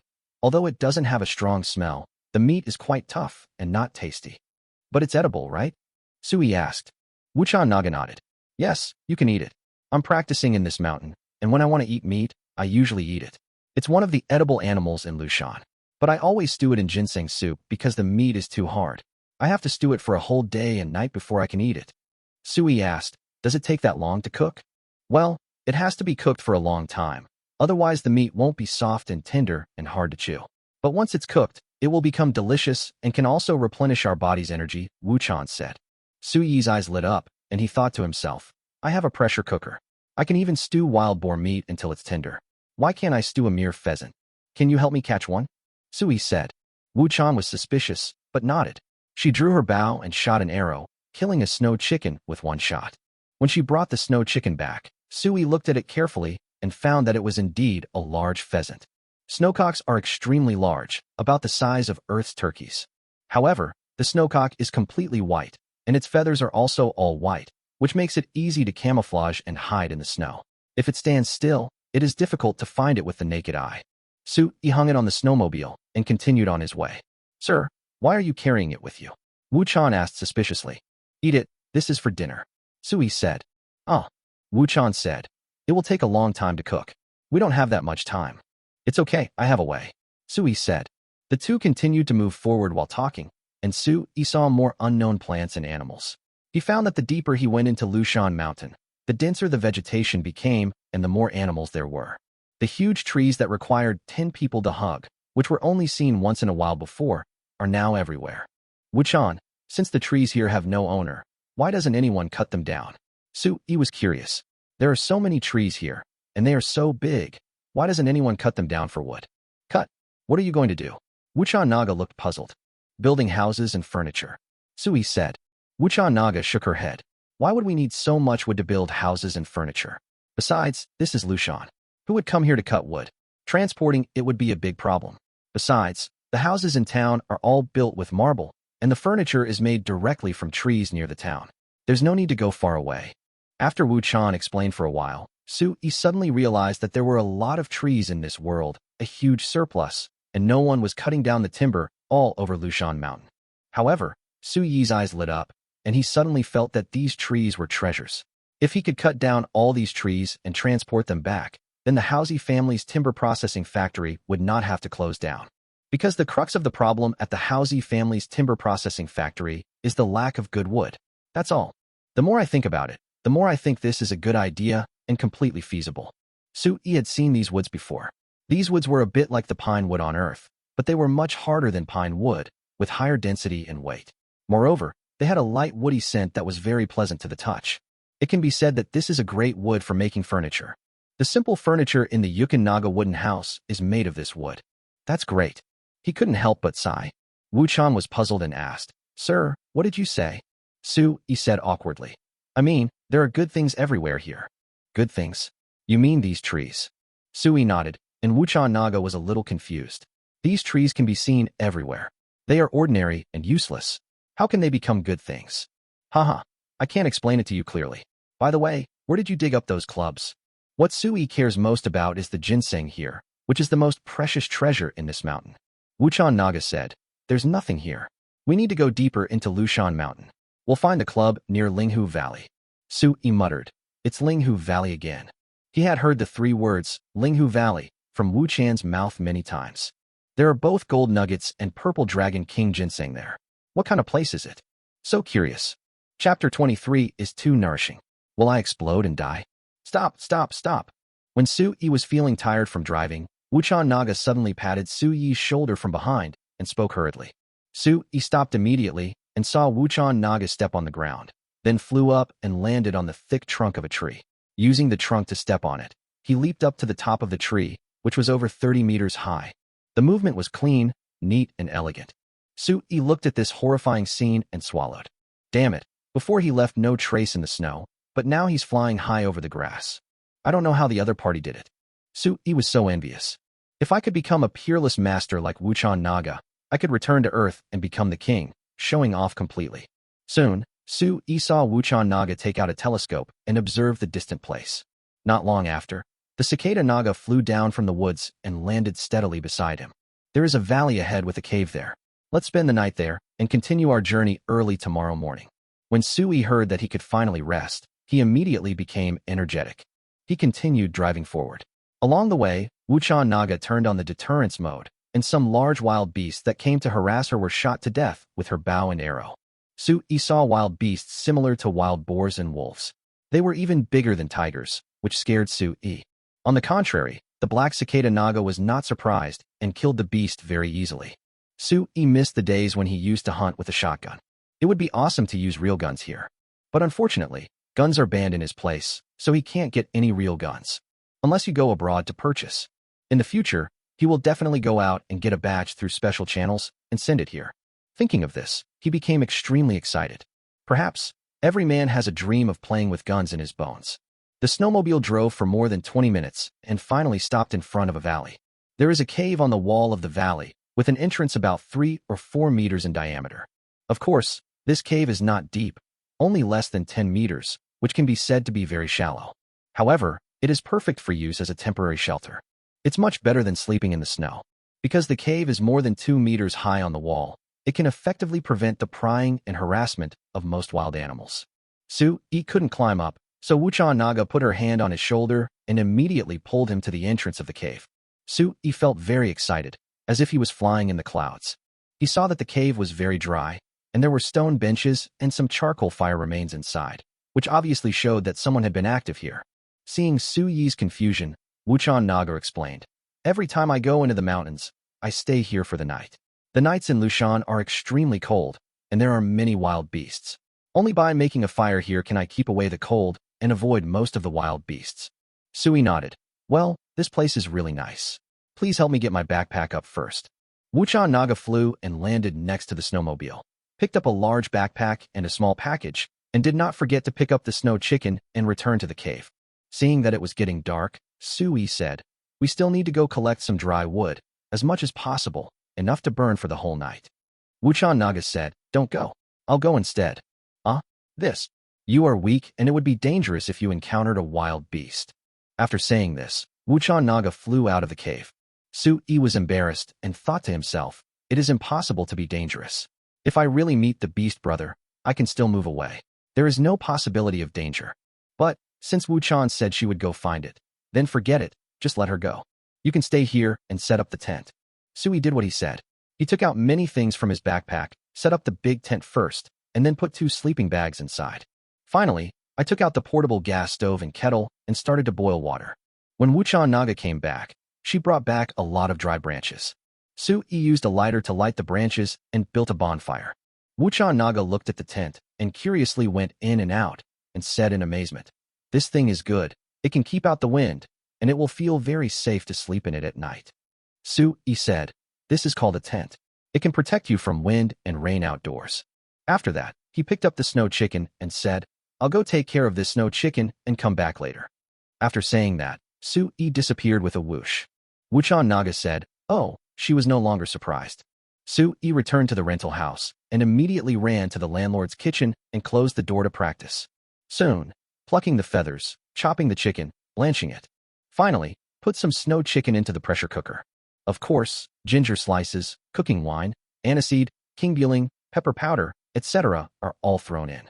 There was still a lot of processed snow chicken meat left, so he could only temporarily put it back into the refrigerator in his house. Then he went back with the pressure cooker. Wuchan Naga saw Su-yi appear with a strange pot and roast it on the fire.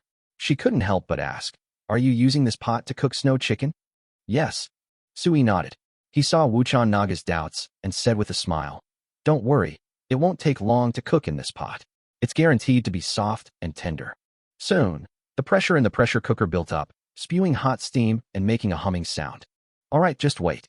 After pressing it for an hour, it will definitely become soft and rotten." Su-yi said with a smile. 1 hour is 2 hours. Under high pressure, any meat will be stewed until it is soft and rotten. Soon, night fell. Su-yi felt very comfortable as he drank boiling hot water and roasted himself by the campfire. However, something seemed to be missing, so he turned on his phone and played a lyrical piano serenade. The melodious piano sound echoed in the cave, soothing the two restless souls. 2 hours later, Su-yi opened the pressure cooker and a rich aroma emanated from the pot. Even the black cicada Naga was slightly surprised. "It smells so good." She couldn't help but look sideways. Su-yi picked up the chopsticks and picked up a piece of snow chicken meat. Sure enough, he saw that the snow chicken meat was already cooked soft. What surprised him was that after 2 hours of high pressure, the snow chicken meat did not rot.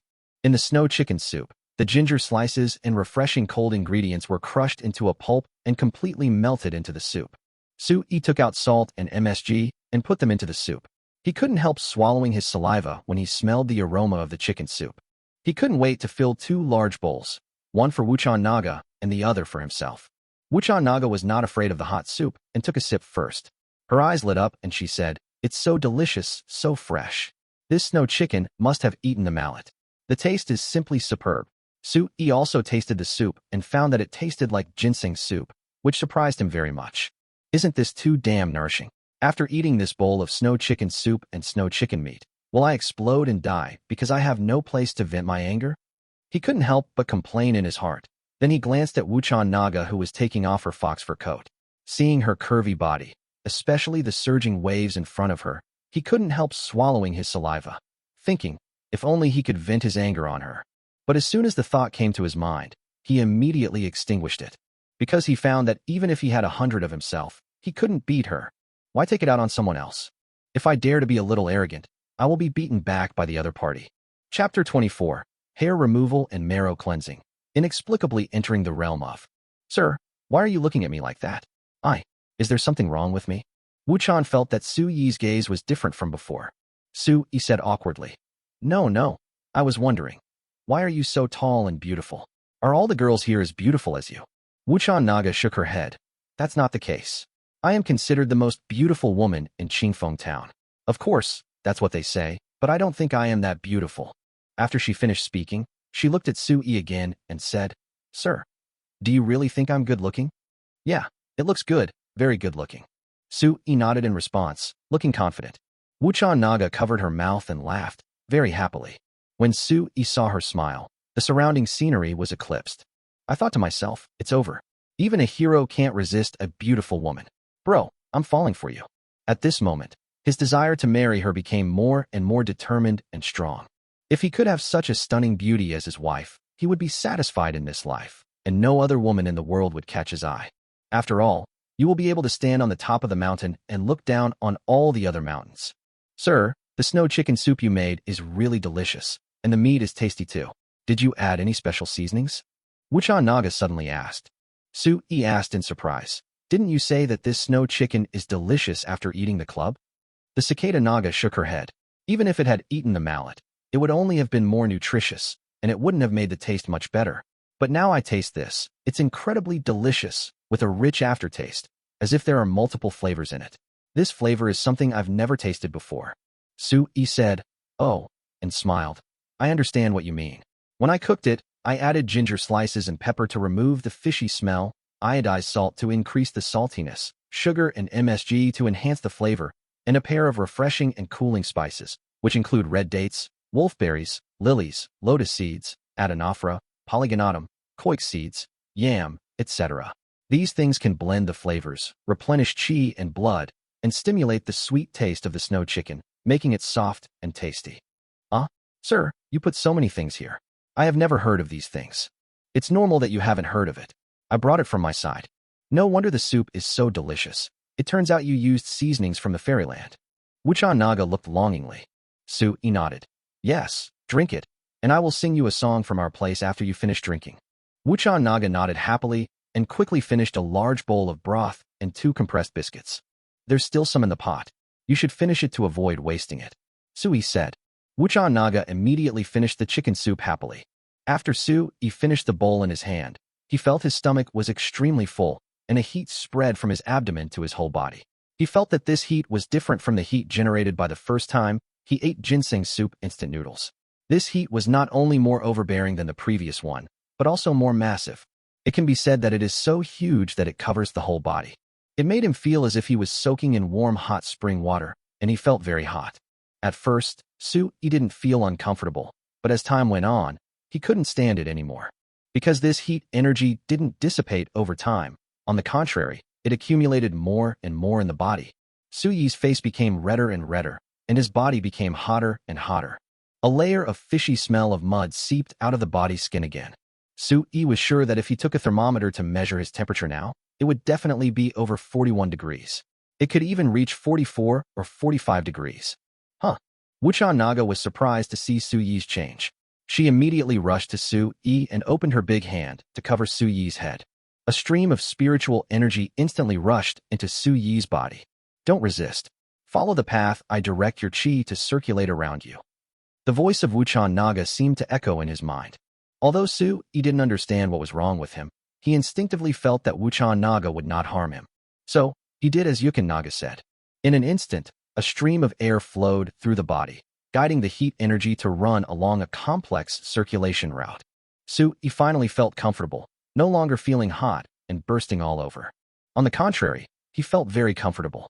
Finally, the airflow, carrying a strong heat, flowed to the dantian in the abdomen.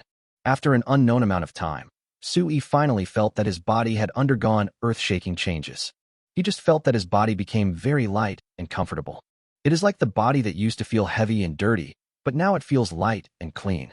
When he opened his eyes, he found that Naga Wuchan was already sitting cross-legged on the ground, practicing with strange hand seals. And he had a fishy odor coming from his body. When he looked down, he saw that the black dirt covered his whole body like old mud. He knew that this time, it was also a hair removal and marrow cleansing. It was an even more thorough hair removal and marrow cleansing. This kind of hair removal and marrow cleansing will bring him immense benefits. But now, taking a bath is the most important thing. With a whoosh, he disappeared from the spot.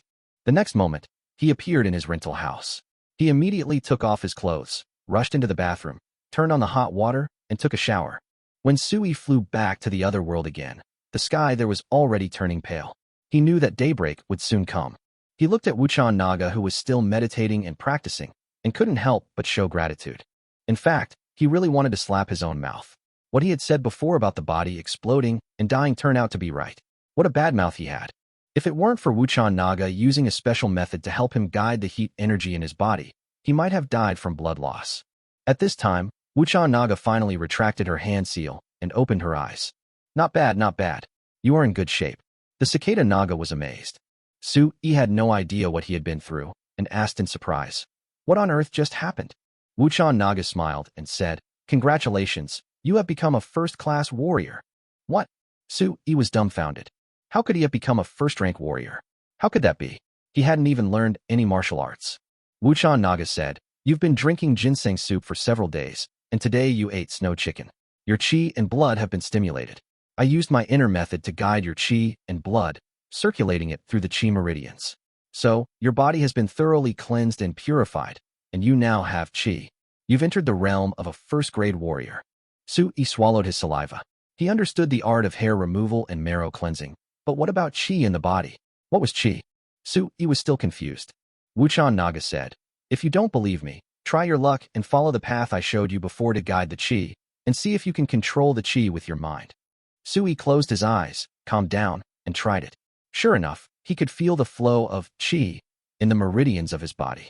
This qi is called qi, but in fact it is more like a kind of energy. He felt it was extremely magical, a bit like the legendary internal energy and true qi.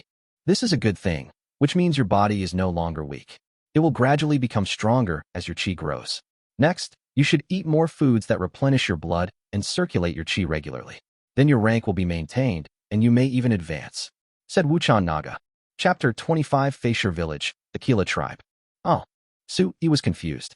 Wuchan meant that he could practice like her? In the future, if I circulate qi through my body according to the previous route, will I gradually become stronger? Damn, is this a lucky encounter or a blessing in disguise? Pack your things now. Daybreak is almost here. Let's continue our journey as soon as it's light, said Wuchan Naga. In about another hour, we'll reach Facier Village. Once we get there, we'll be very close to Linghu Valley. Facier Village? Is it a village?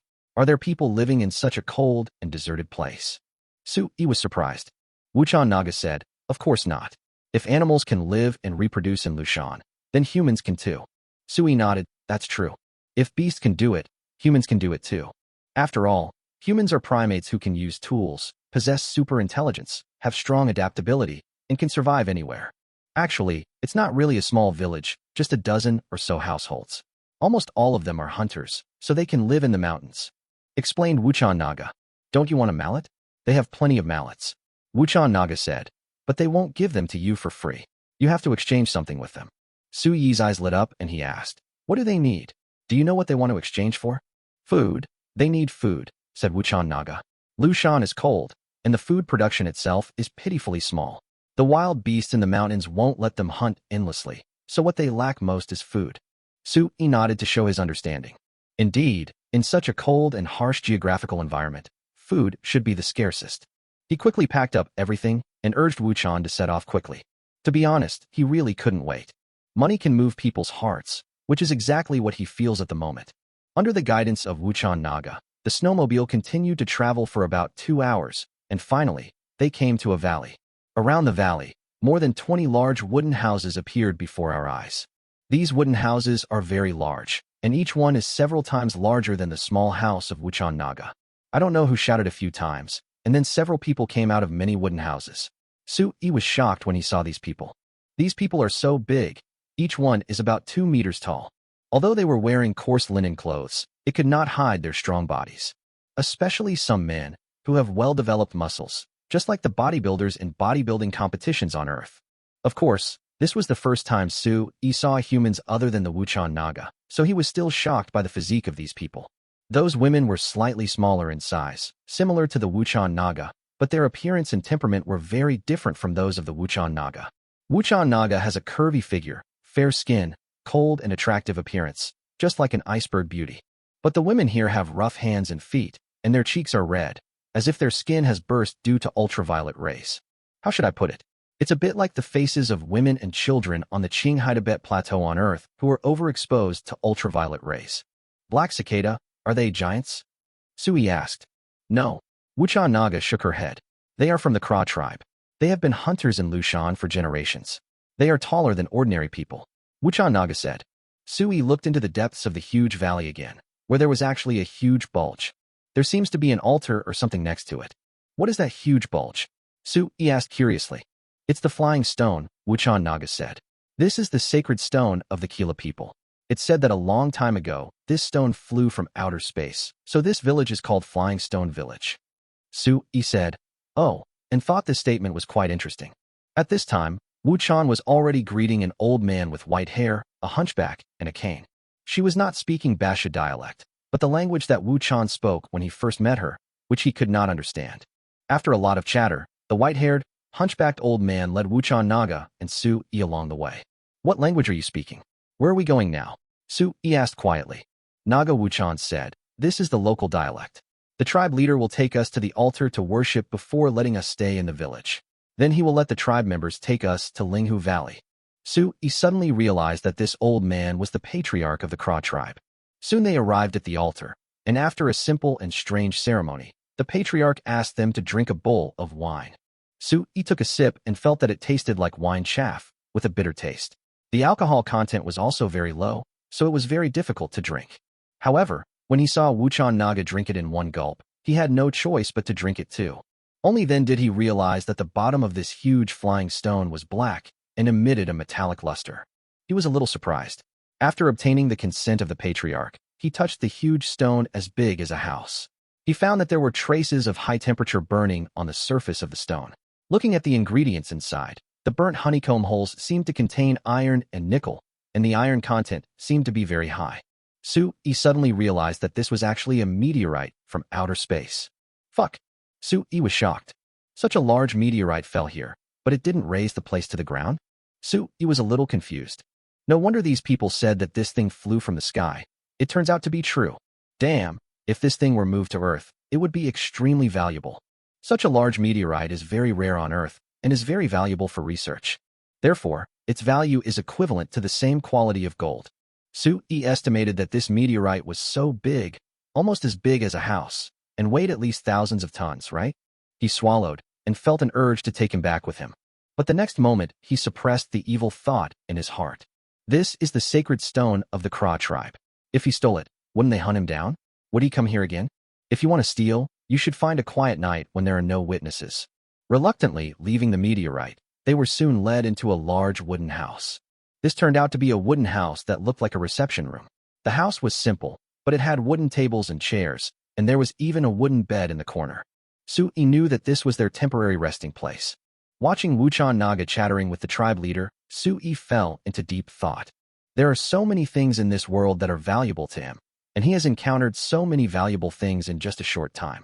In the near future, when he becomes familiar with this world, how many valuable things will he discover? I guess it's incalculable, right? If he could bring all these things back to Earth, wouldn't it be easy for him to become the richest man in the world?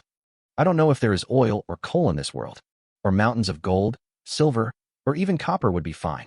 If there are lead, zinc, tin, aluminum, tungsten, or rare earths, or even rarer minerals such as cobalt, nickel, chromium, tungsten, vanadium, iridium, and rhodium, that would also be fine. As long as he can find one, he can make a fortune and become one of the richest people in the world. Chapter 26. Save people don't want a child to lose his father. Outside the door of the wooden house, a group of hunter children were winking at Wuchan Naga and Su-yi. Su-yi thought about it and waved to the 4 or 5 little kids. Come, come, come. I have something delicious for you to eat. Su-yi smiled and waved.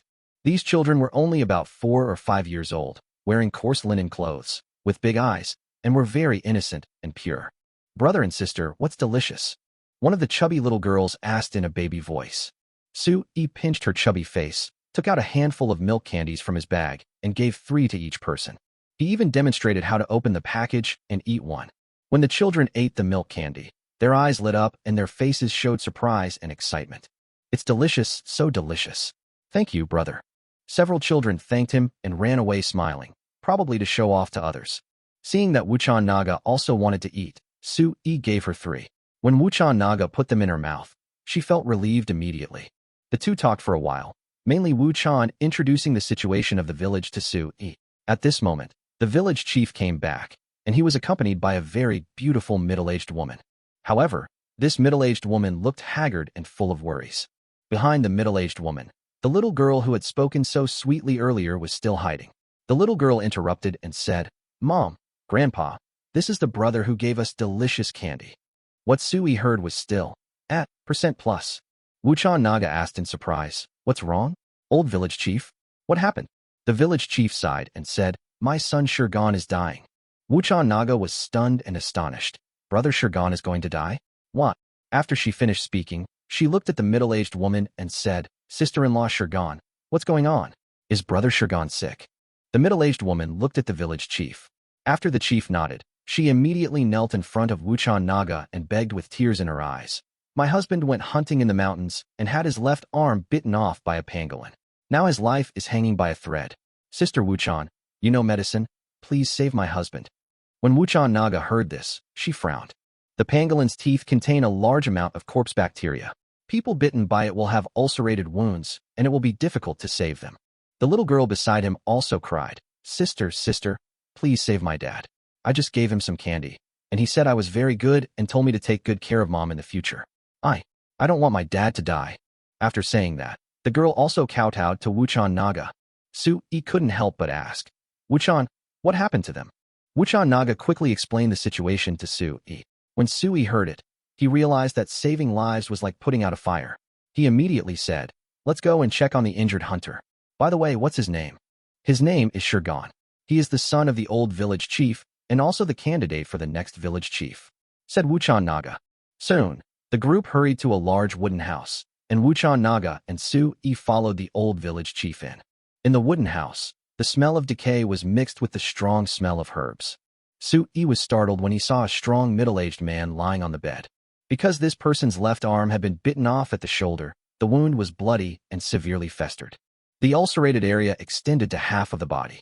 Although a lot of herbs seemed to have been used on the shoulder and it had been treated, the rot was spreading and the treatment was of no use. Wuchan Naga stepped forward and examined Shirgan's wound. Feeling a little sick, she shook her head and said, there's nothing we can do. We've used all the necessary medicines, but the erosion of the corpse fungus still can't be stopped. Unless we can find the anti-corrosion grass among the spiritual herbs. But there's no such grass in Lushan. Wuchan Naga looked regretful. Shirgan said calmly, Sister Wuchan, I'm not afraid of death. I just feel unwilling. Wuchan Naga sighed, stood up, and wanted to go out. Although she also knows medical skills, she is powerless in the current situation. The little girl hiding nearby burst into tears. My dad is dying. Ew, I don't want my dad to die. Su-yi couldn't help but feel heartbroken when he heard the girl crying. He said a few words to Wuchan Naga, then went forward to check Shirgan's injuries. He already knew that Shirgan was bitten by a ferocious beast called a pangolin. Because pangolins eat carrion all year round, their teeth are covered with corpse fungi. People bitten by them will basically die from body rot and are very difficult to treat. Someone with injuries as serious as Shirgan can only wait for death. However, when Su-yi looked at Shirgan's rotten wound, he did not think that he was poisoned, but infected. It's just a very serious infection. If an ordinary person had this kind of large-scale infection, he would have died long ago, but Shirgan in front of him was still able to hold on, which shows how strong his original physical fitness was. Shirgan's entire body was red and his temperature was extremely high. He was having a high fever. Su-yi thought for a moment and said, I want to try to treat him. I wonder, is it okay? Wuchan Naga's eyes lit up and she asked, do you have a solution? Su-yi shook his head. There is a way, but I don't know if it will work. I can only try it as a last resort. Wuchan Naga nodded, and then explained to the old village chief and the middle-aged woman in a long and rambling manner. Finally, some kind of consensus seemed to be reached. Wuchan Naga turned to Su-yi and said, the old village chief has agreed. What do you need? Su-yi said, let everyone go out. You stay and help me. Oh, right. Let them boil a big pot of hot water, and also, bring my backpack to me. Wuchan Naga nodded and chattered to the village chief. So, the backpack was quickly brought over. The hot water was also boiled away. In the backpack, there is a first aid kit prepared by Su-yi. However, there were too few medicines in it, not enough for treatment. He suddenly disappeared from the spot with a whoosh. Wuchan Naga was no longer surprised, but Shirgan, who was lying on the bed waiting to die, widened his eyes and said in horror, Sister Wuchan. He's gone? Wuchan Naga said, don't make a sound, just pretend you didn't see it. Shirgan smiled bitterly. Okay, I didn't see it. Su-yi, who had put his clothes back on, appeared in the rental house. He quickly took off his down jacket, put it in a bag, then ran downstairs with it, rode a shared bicycle on the side of the road, and rushed to his aunt's clinic. He should be able to find the appropriate medicine there. When Su-yi appeared in the clinic, his aunt's eyes lit up, and he said, Xiao-yi, you're here just in time. Please help me watch the scene while I go to the toilet. By the way, if there are patients, please call me. If there are no patients, please don't call me. Do you understand? Su-yi immediately said, no problem, go ahead. My aunt immediately rushed into the bathroom to get busy. Seeing that his aunt was not at home, Su-yi immediately rushed into the pharmacy. He took a scalpel, a pair of scissors, hydrogen peroxide, saline solution, disinfectant alcohol, anesthetics, and a large number of bottled antibiotics. After getting what he wanted, Sui disappeared in the pharmacy in a flash. Big wooden house. Sui came back and spread the things on the table. When Wuchan Naga saw him appear and saw a lot of new and strange things, she was slightly surprised. Sui said, "You come and cooperate with me. My hands-on ability is a little poor. Just do as I say." Wuchan Naga nodded. Sui said, "First, clean his wound with hot water and wash off those messy herbs. It may be painful, but let him bear it." Chapter 27 Hunter returns, trophy. Shirgan said from the bed. "It's okay. I'm not afraid of the pain. I can bear it." In fact, Sui didn't know whether he could save the man in front of him. He was actually just trying to save the situation. Because the people here seem to be slightly different from those on Earth. Judging from their appearance, the people here are relatively big. He actually didn't know whether the internal structure of these people's bodies was the same as that of humans on Earth. Therefore, various uncertainties also made him feel uneasy. However, he could only say that he tried his best, and whether the other party could survive or not was up to God. While Wuchan Naga was using boiling hot water to clean the dirt from Shirgan's wound, Sui soaked the scalpel and scissors in hot water, then sprinkled alcohol on them to disinfect them, and finally wiped them clean with a clean sterile cloth. At this time, Wuchan Naga had also finished cleaning. Sure enough, Shirgan gritted his teeth and didn't say a word. He was a real man. Next, it was time to clean the wound. Sui took out a needle, sucked up some anesthetic, and injected it directly near the wound on his shoulder. Soon, Shirgan's eyes became blurred, and it was obvious that the anesthetic was taking effect. Wash your hands with hot water first, then wash them with this alcohol. Okay, use this scalpel to cut off the dead flesh on his wound. Use this bottle of hydrogen peroxide to remove the stench from this pus. Yes, that's it. Sui supervised Wuchan Naga in cleaning the wound, taking great care to prevent her from being contaminated by any bacteria. The scalpel seemed to come alive in the hands of Wuchan Naga, and she cut off large pieces of rotten flesh one by one, so cleanly and neatly. He is indeed a master with the sword, and he is also very good even when using a scalpel. After cleaning the wound, Sui immediately applied antibiotic ointment on it, then sprinkled Yunnan Baiyao on it, and bandaged it with sterile cloth. After doing all this, he took out 3 bottles of penicillin and gave Shirgan in 4 drip. Because it was his first time operating it, he seemed clumsy. However, even if you haven't eaten pork, you have seen pigs run, so it can be solved with a little effort. In fact, the only thing that can save this man's life is penicillin. If that doesn't work, then there's nothing else we can do. Watching the penicillin being injected into Shirgan's vein bit by bit, Sui began to clean up the scene. He cleaned the other person's bed and even sprayed it with alcohol to disinfect it. After doing all this, I felt a little tired, so I walked out of the cabin to take a breath.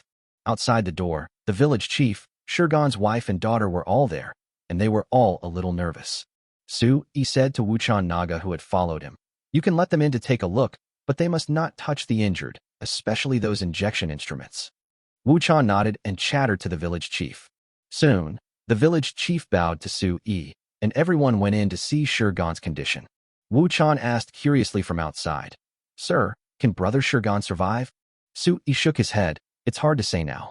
We have to finish the 3 bottles of penicillin to see the effect. If it works, he will probably survive. If it doesn't work, he will probably not survive." Wuchan Naga was also helpless and could only wait for time. Wuchan Naga didn't forget the purpose of this trip and said, "We'll set out for Linghu Valley the day after tomorrow. We need the most experienced hunter in the village to lead the team to ensure the greatest possible safety." The old village chief said their hunter team might be back tomorrow, so let's wait for the hunter team. Sui nodded. "Okay, I don't know the situation here. You can arrange it." Half an hour later, a scream was heard from the wooden house. Sui and Wuchan Naga walked in and saw Shirgan slowly waking up. He grimaced, probably because he felt the pain in the wound on his shoulder. Sui couldn't believe that the anesthetic wore off so quickly and the strong man woke up so quickly. He used a higher dose of anesthesia, and he thought the other party would not wake up until tonight or tomorrow. I didn't expect that he woke up after such a short time. Sui took out 3 painkillers from his bag and signaled Wuchan Naga to let him take them. Shirgan quickly took the painkillers, and the pain was relieved quickly. At this time, a large bottle of penicillin was finished, and Sui immediately changed it for another bottle. He turned the speed of the drip to the maximum, so the medicine was injected very quickly. Soon, after the 2 large bottles of penicillin were injected, Shirgan's red and hot body began to cool down slowly. He felt much more comfortable than before. Sui even saw him struggling to sit up. He was secretly surprised. This guy was really strong and had amazing physical fitness. Despite such a serious injury, he recovered so quickly and was even able to sit up. The old village chief, Shurgan's wife, and Shurgan's little daughter were even more shocked. They surrounded Shurgan and kept asking about his physical condition, and from time to time, they turned around to ask the equally shocked Wuchan Naga. Wuchan Naga checked Shurgan's physical condition and found that he was really getting better quickly. The visible fever symptoms are easing and the patient feels more energetic. She looked at Su-yi, and Su-yi also checked and continued to give Shurgan the third bottle of saline solution and penicillin. Because Shurgan was physically strong, Su-yi directly increased the amount of injection. Unexpectedly, after taking the strong medicine, Shurgan recovered miraculously and quickly. Su-yi breathed a sigh of relief and said, "It seems that the medicine is effective. He should be able to get better." Wuchan Naga was a little excited and chattered something to the old village chief. The old village chief's eyes suddenly filled with tears, and he chattered to Su-yi. Although Su-yi didn't understand, he knew that the other party was thanking him. Su-yi said a few humble words and asked Wuchan Naga if she had any better medicine for wounds. Wuchan Naga shook her head and said that the two things that were most lacking here were food and medicine. Su-yi had no choice but to treat Shurgan according to his method.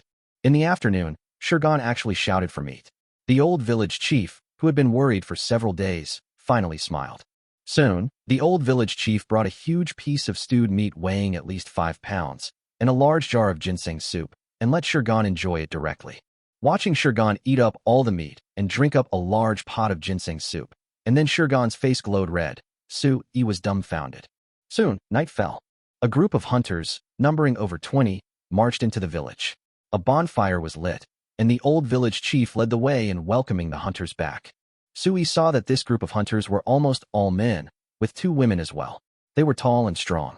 At the back of the team, people were pulling several huge wooden carts.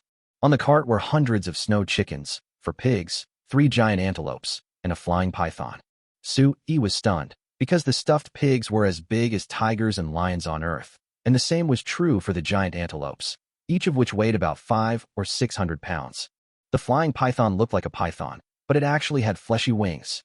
Everyone cheered with joy as they looked at the spoils they had brought back. Of course, everyone was also very surprised when they saw Naga Wuchan and Su-yi. The 2 female hunters even came up to chat with Naga Wuchan, and it was obvious that they were very familiar with each other. When he saw Su-yi, he became even more curious because of his strange clothes. When they learned that Su-yi was treating Shurgan and that Shurgan was getting better, all the returning hunters became even more curious and respectful. Healers are respected everywhere, especially in the Kra tribe and in Faisher village. Chapter 28. Zhen Mingyue, the most beautiful woman in Nandu. These hunters bowed respectfully to Wuchan Naga and Su-yi and immediately rushed to visit the seriously injured Shurgan. One can imagine the prestige that Shurgan holds in the hunters' hearts. Su-yi fell into deep thought, thinking about his worries. Half an hour later, Wuchan Naga said to him, "Sir, the village chief just came over and invited us to the Liei Hall for some wine and meat." Su-yi nodded. "Let's go." Wuchan nodded and led the way. Along the way, torches were lit, and the whole village was brightly lit. Many old, weak, women and children bowed or nodded slightly to Wuchan Naga and Su-yi when they saw them.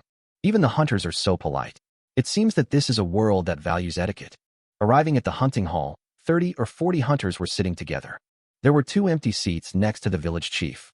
When the village chief saw Wuchan Naga and Su-yi, he immediately invited them to take a seat. He pressed his hand to silence everyone, then started talking a lot. Although Su-yi didn't understand, he knew that he was formally introducing himself and Wuchan to everyone, as well as explaining how he had saved Shurgan. Afterwards, many hunters toasted him. Su-yi took a sip and almost spit out the wine. Is this called wine?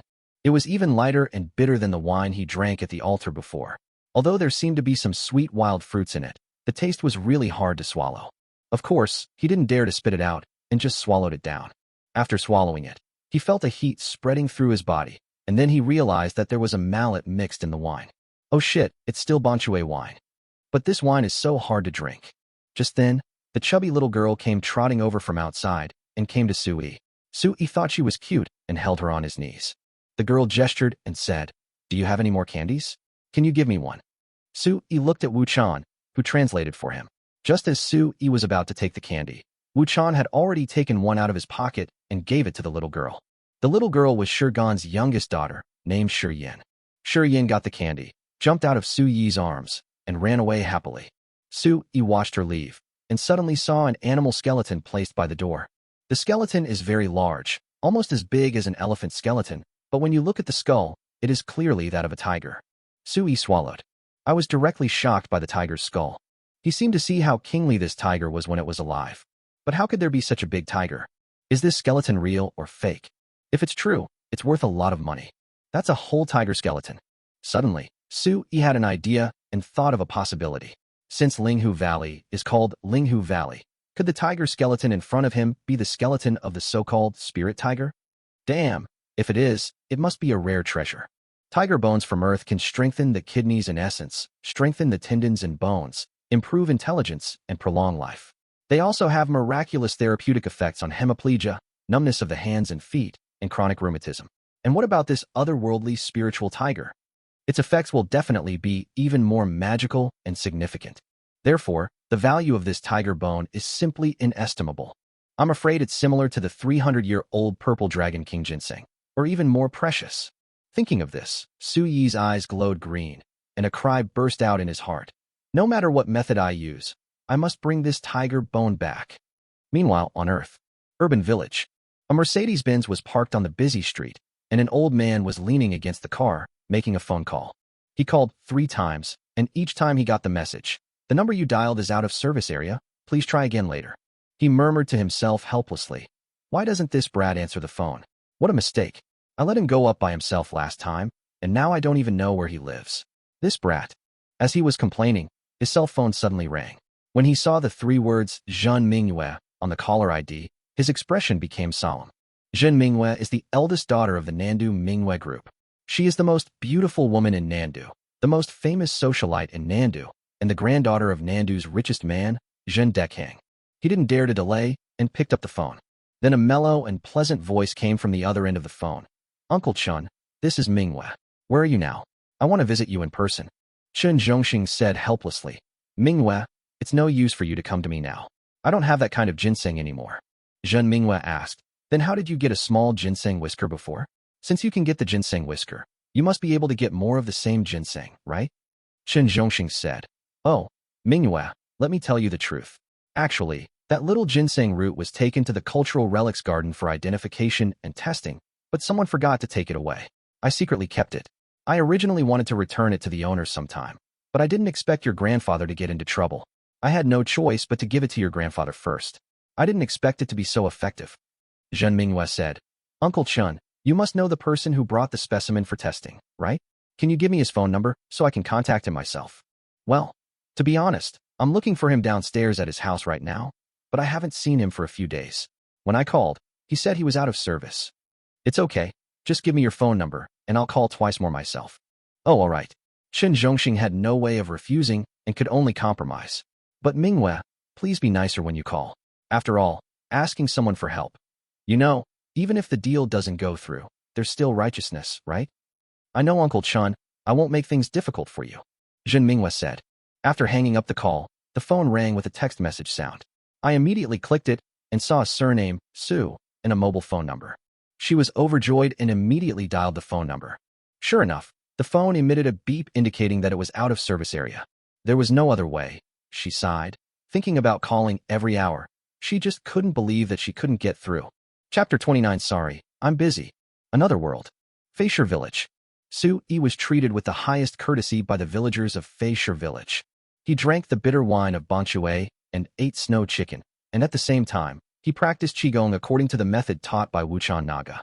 He discovered that after Qi circulation, the body's heat would be carried to designated areas of the body through the Qi, nourishing the flesh. Finally, these energies gather in the dantian below the abdomen. At this moment, he finally understood why everyone here liked to eat Banchue. Because the mallet is a great product for nourishing the body and replenishing energy. After drinking wine and eating meat, Su Yi and Wuchan Naga returned to their temporary cabin. Wuchan Naga said, Sir, we will set out for Linghu Valley at dawn tomorrow. The old village chief will send 2 of the most experienced hunters to lead us. Su Yi nodded and said happily, That's great. Let's have a good rest tonight so that we can be energetic on our journey tomorrow.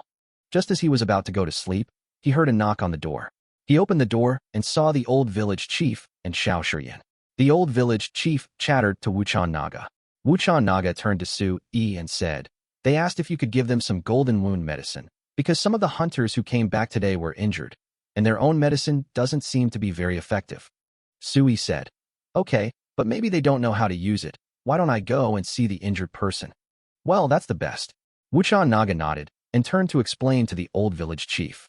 Soon, the two followed the old village chief to another large wooden house. A very young girl was lying on the bed inside, and her abdomen had been scratched by the beast's claws, leaving a very horrible scar. Similarly, the girl had a high fever, which was a clear sign of a serious infection. In cases like this, ordinary wound medicine is no longer effective, and anti-inflammatory and anti-infection treatment must be performed while treating the wound. This time, he also asked everyone to go out and wait, and he worked together with Naga Wuchan to treat the hunter girl. While Wuchan was treating the other person's wound, Su Yi took the opportunity to go back. The place where he went back and forth happened to be my aunt's pharmacy. At this time, my aunt had already closed the door and gone back, and the pharmacy was pitch black. Su Yi turned on the light, found the medicine he needed, and then put his clothes back on. Soon, the wound was treated and Su Yi bandaged it with clean sterile gauze. Finally, the other person was given a penicillin drip. After doing all this, the other person's pale face gradually improved. Su Yi suggested to check Shirgan's injuries again. The old village chief happily led the way. Soon, Su Yi gave Shirgan a simple examination. Because the other party had a serious infection before, his wound healed slowly, but the good thing was that penicillin was very effective for his injury and was the right treatment. But the medicine he took before had reduced his fever, but after stopping the medicine for a few hours, he is now showing signs of fever again. It seems that the infection has not been completely cured. He must be given penicillin again. There was no other way. He could only send everyone away and immediately go back to the clinic pharmacy. I took 3 more bottles of penicillin injection and was about to put it back on when my cell phone kept ringing with text messages. Su Yi took it out and took a look. Damn, they were all text messages reminding of missed calls. Of course, there were several more messages. Su Yi checked one by one. The people who called him included his mother, Haozi, Ling, and Old Man Shin from the Cultural Relics Garden. And of course, there was an unfamiliar phone number. Su Yi sat down and called his mother first to reassure her. Then he called Haozi and Ling. Of course, he hung up after he briefly explained the situation. As for Old Man Shin and the unfamiliar number, he simply ignored them. Because he knew without even thinking about it that Old Man Shin was planning on getting the Purple Dragon King ginseng. As for unfamiliar numbers, they are most likely sales calls or scam calls. Just as he was about to put his clothes back on, his phone rang again. He looked and saw it was an unfamiliar caller. Huh? Why is this number again? Su Yi was a little confused. Fraudulent calls are usually filtered out if they are not answered once. They will not be called continuously. So, he waited for the phone to ring 5 times before he finally picked up and said hello. A delighted voice came from the other end of the line. Hello. I finally got through to you. By the way, let me introduce myself first. My name is Zhen Minghua, and Director Chun of the Cultural Relics Garden gave me your number. Su Yi curled his lips, thinking that Old Man Shen was just a big mouth. He interrupted directly in displeasure. I'm a little busy. Can you get down to business? Zhen Minghua was stunned for a moment, then immediately said, It's about the king of ginseng. I want to buy ginseng from you. Are you free now? I want to talk to you in person. Su Yi didn't wait for her to finish and interrupted again. Sorry, I'm busy. Also, please don't call me again. After saying that, he hung up the phone, and then with a whoosh, he returned to the other world. On the other end of the phone, Zhen Minghua's face flushed red, and she was a little dazed. I hadn't even finished speaking when the other party hung up. Moreover, I was ignored, which was really embarrassing. When she calmed down and called back, she heard the infuriating voice again. The number you dialed is out of service area. Her face flushed red, and she was trembling with anger. Another world. Su Yi put the 4 drip on Shirgan again, gave a few instructions to the old village chief, and then returned to his temporary residence with Wuchan Naga. In the residence, Yukin Naga was sitting cross-legged in meditation, making strange hand seals. Su Yi decided that he would sleep less in the other world and use meditation to circulate qi instead. In this way, he was immersed in the practice of breathing, and time passed by unknowingly. When he heard the noise and opened his eyes, it was already dawn. At this time, Wuchan Naga had also woken up. She was standing outside the gate, looking into the distance. When she saw Su Yi coming out, she smiled slightly, then leaped a few times and reached the top of a big tree. Su Yi saw that she was looking for the way with the telescope again. Su-yi checked the snowmobile and found that almost half of the oil was used up. In order not to affect the journey, he filled it up. Not long after, the old village chief came over with a cane, followed by two young hunters, a man and a woman. After some introductions, Su-yi learned that the young male hunter was named Shi-yong and the female hunter was named Shi-feng, and they were siblings. The two siblings were very grateful to Su-yi because the female hunter they rescued last night was their teammate. Su-yi asked about Shirgan and the female hunter. The old village chief said that the two were in good condition and recovered quickly. He also expressed his gratitude to Su-yi and asked the two siblings to do their best to protect his and Wu-chan's safety. The two siblings half knelt down and agreed. Soon, the four of them set off at dawn. Chapter 30. Caught a running ginseng doll. Arrived at the village entrance. It was the first time that Su-yi saw that Shi-yong and Shi-feng actually had a mount. It was an ostrich-like animal, very tall, about the same size as a horse, and ran very fast. The two siblings were also very surprised to see Su-yi and Wu-chan Naga driving a strange machine quickly on the snow. They suddenly spoke in poor Basha dialect, which scared Su-yi. He stared at the two siblings and asked, "So you can speak our language?" Shi-yong said, "There are only my brother and I and the Shirling society in the village." Shirling is the beautiful girl whose belly was cut and who was rescued last night. This girl speaks very little, but her facial features are very delicate and regular, and most importantly, her breasts are very big. Shi-yong continued, "We would go to Qingfeng town from time to time to sell local products. This is the language spoken in Qingfeng town and even throughout Nanling country. We learned it by listening. Otherwise, we wouldn't be able to communicate with others, and it would be difficult to sell local products." "What are you selling?" Su-yi asked. Shi-yong said, "Some animal meat, animal skins, and clubs, and the like." Su-yi suddenly realized that it seemed to be the same everywhere. Good things were always sought after, such as the hammer. He thought for a moment and asked again, "What do you sell these things for?" Shi-yong said, "Usually it's salt, wound medicine, food, and some clothes." Su-yi nodded. Lushan Mountain is covered with snow all year round, and the food it can produce is very little. They can usually only eat animal meat, but hunting wild animals depends on the weather and luck, and hunting wild animals is extremely dangerous. They really need to exchange animal skins, clubs, and other things for food, salt, wound medicine, and other things from outside. There is no way. The geographical environment of Lushan is harsh, and it is difficult to be self-sufficient. Su-yi thought about it and tried to say, "How about this? I can exchange whatever you need for you. This way, you don't have to travel long distances to exchange for things. Besides, the things you exchange for after traveling so far are still few. I can exchange the same local products for more supplies." Shi-yong and Shi-feng's eyes lit up, and they looked at each other and immediately said excitedly, "Then can you give us your magical bottle of liquid in exchange? The same medicine you used to treat brother Shirgan and sister Shirling, and the powder that can make wounds heal quickly." Su-yi nodded. "Of course, I will give you whatever you need, all kinds of medicine, all kinds of food, all kinds of clothes, salt, sugar, etc. Anything is fine. I can exchange anything you can think of for you. Even if you can't think of it, I can still find it for you if you need it." Su-yi has this confidence because when it comes to supplies, there is no place more abundant than on Earth. Backed by the abundant resources on Earth, he patted his chest loudly. Shi-yong and Shi-feng were overjoyed, and their favorability towards Su-yi soared rapidly.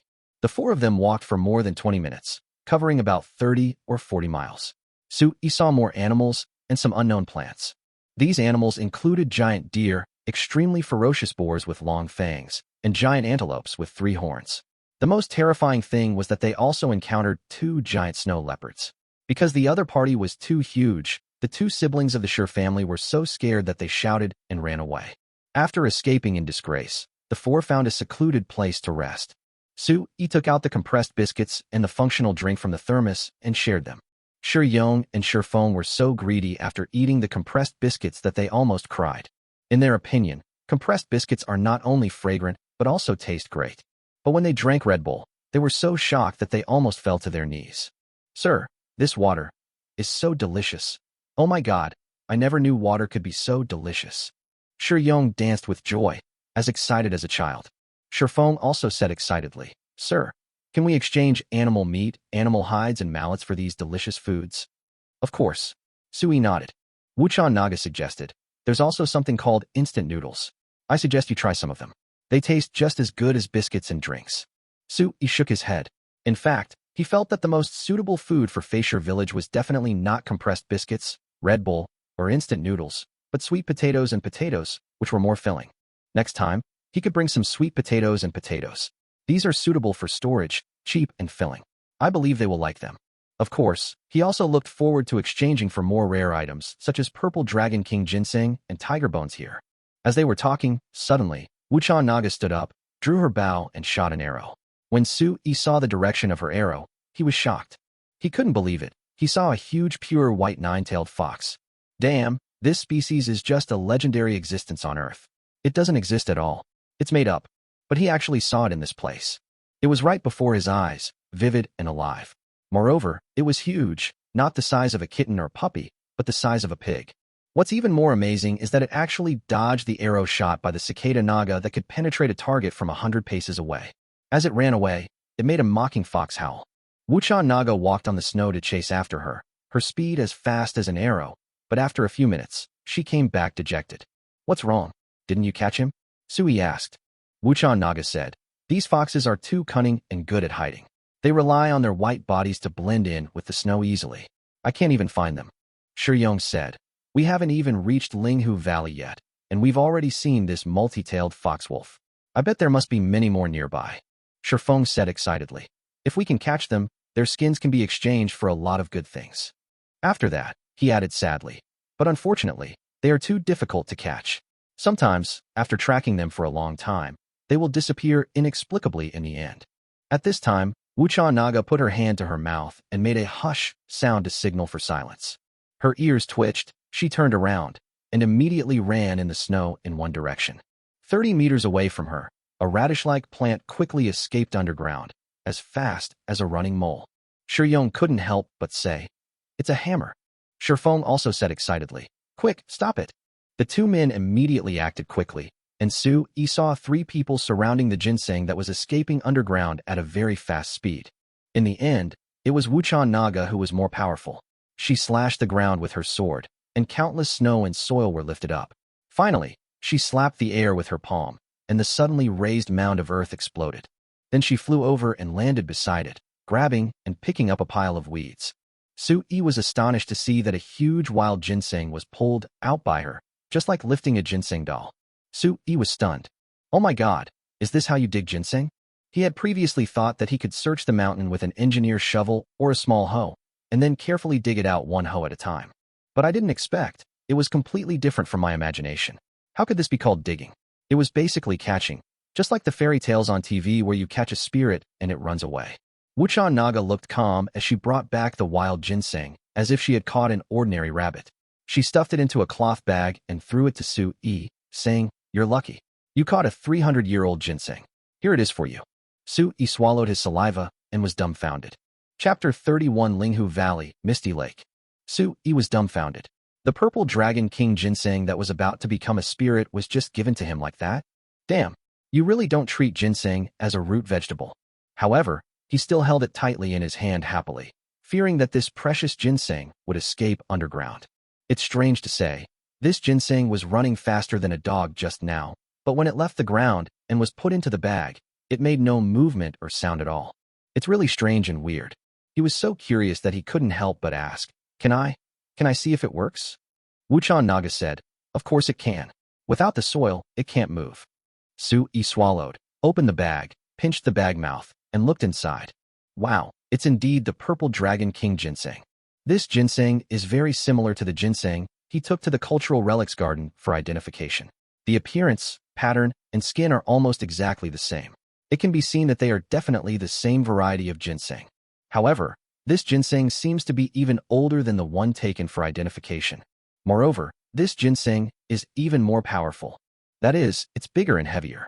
Good baby, such a good baby. Su-Yi was ecstatic. Okay, let's continue on our way. We'll reach Linghu Valley in another half an hour, said Wuchan Naga.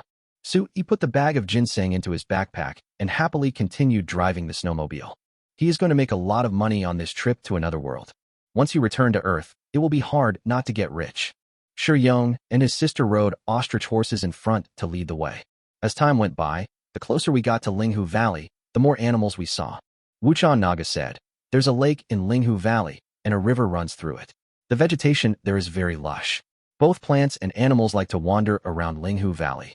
However, Linghu Valley is the territory of the Linghu, and the Linghu is the king there. Shiyong said. Spiritual tigers have rarely appeared in recent years. In the past few years, we could see them once or twice a year, but we haven't seen any in the past 2 years. Therefore, Spiritual Tiger Valley is relatively much safer than before. Su-yi nodded, then seemed to remember something and couldn't help asking. Shiyong, is the tiger skeleton in the village's Liei Hall a spirit tiger's? Shiyong shook his head. That's not the case. The tiger hadn't yet entered the spirit realm, but it should be almost there. If it could live another 100 years, it would probably have evolved into a spirit tiger. Unfortunately, it died early. Was it hunted? Su-yi was curious. Well, but it wasn't the hunters from our village who killed it. Instead, the Inwu village set a trap and finally hunted this big tiger. Shiyong said. Hidden Mist Village? Su-yi was surprised. Are there other villages in Lushan? Shiyong said.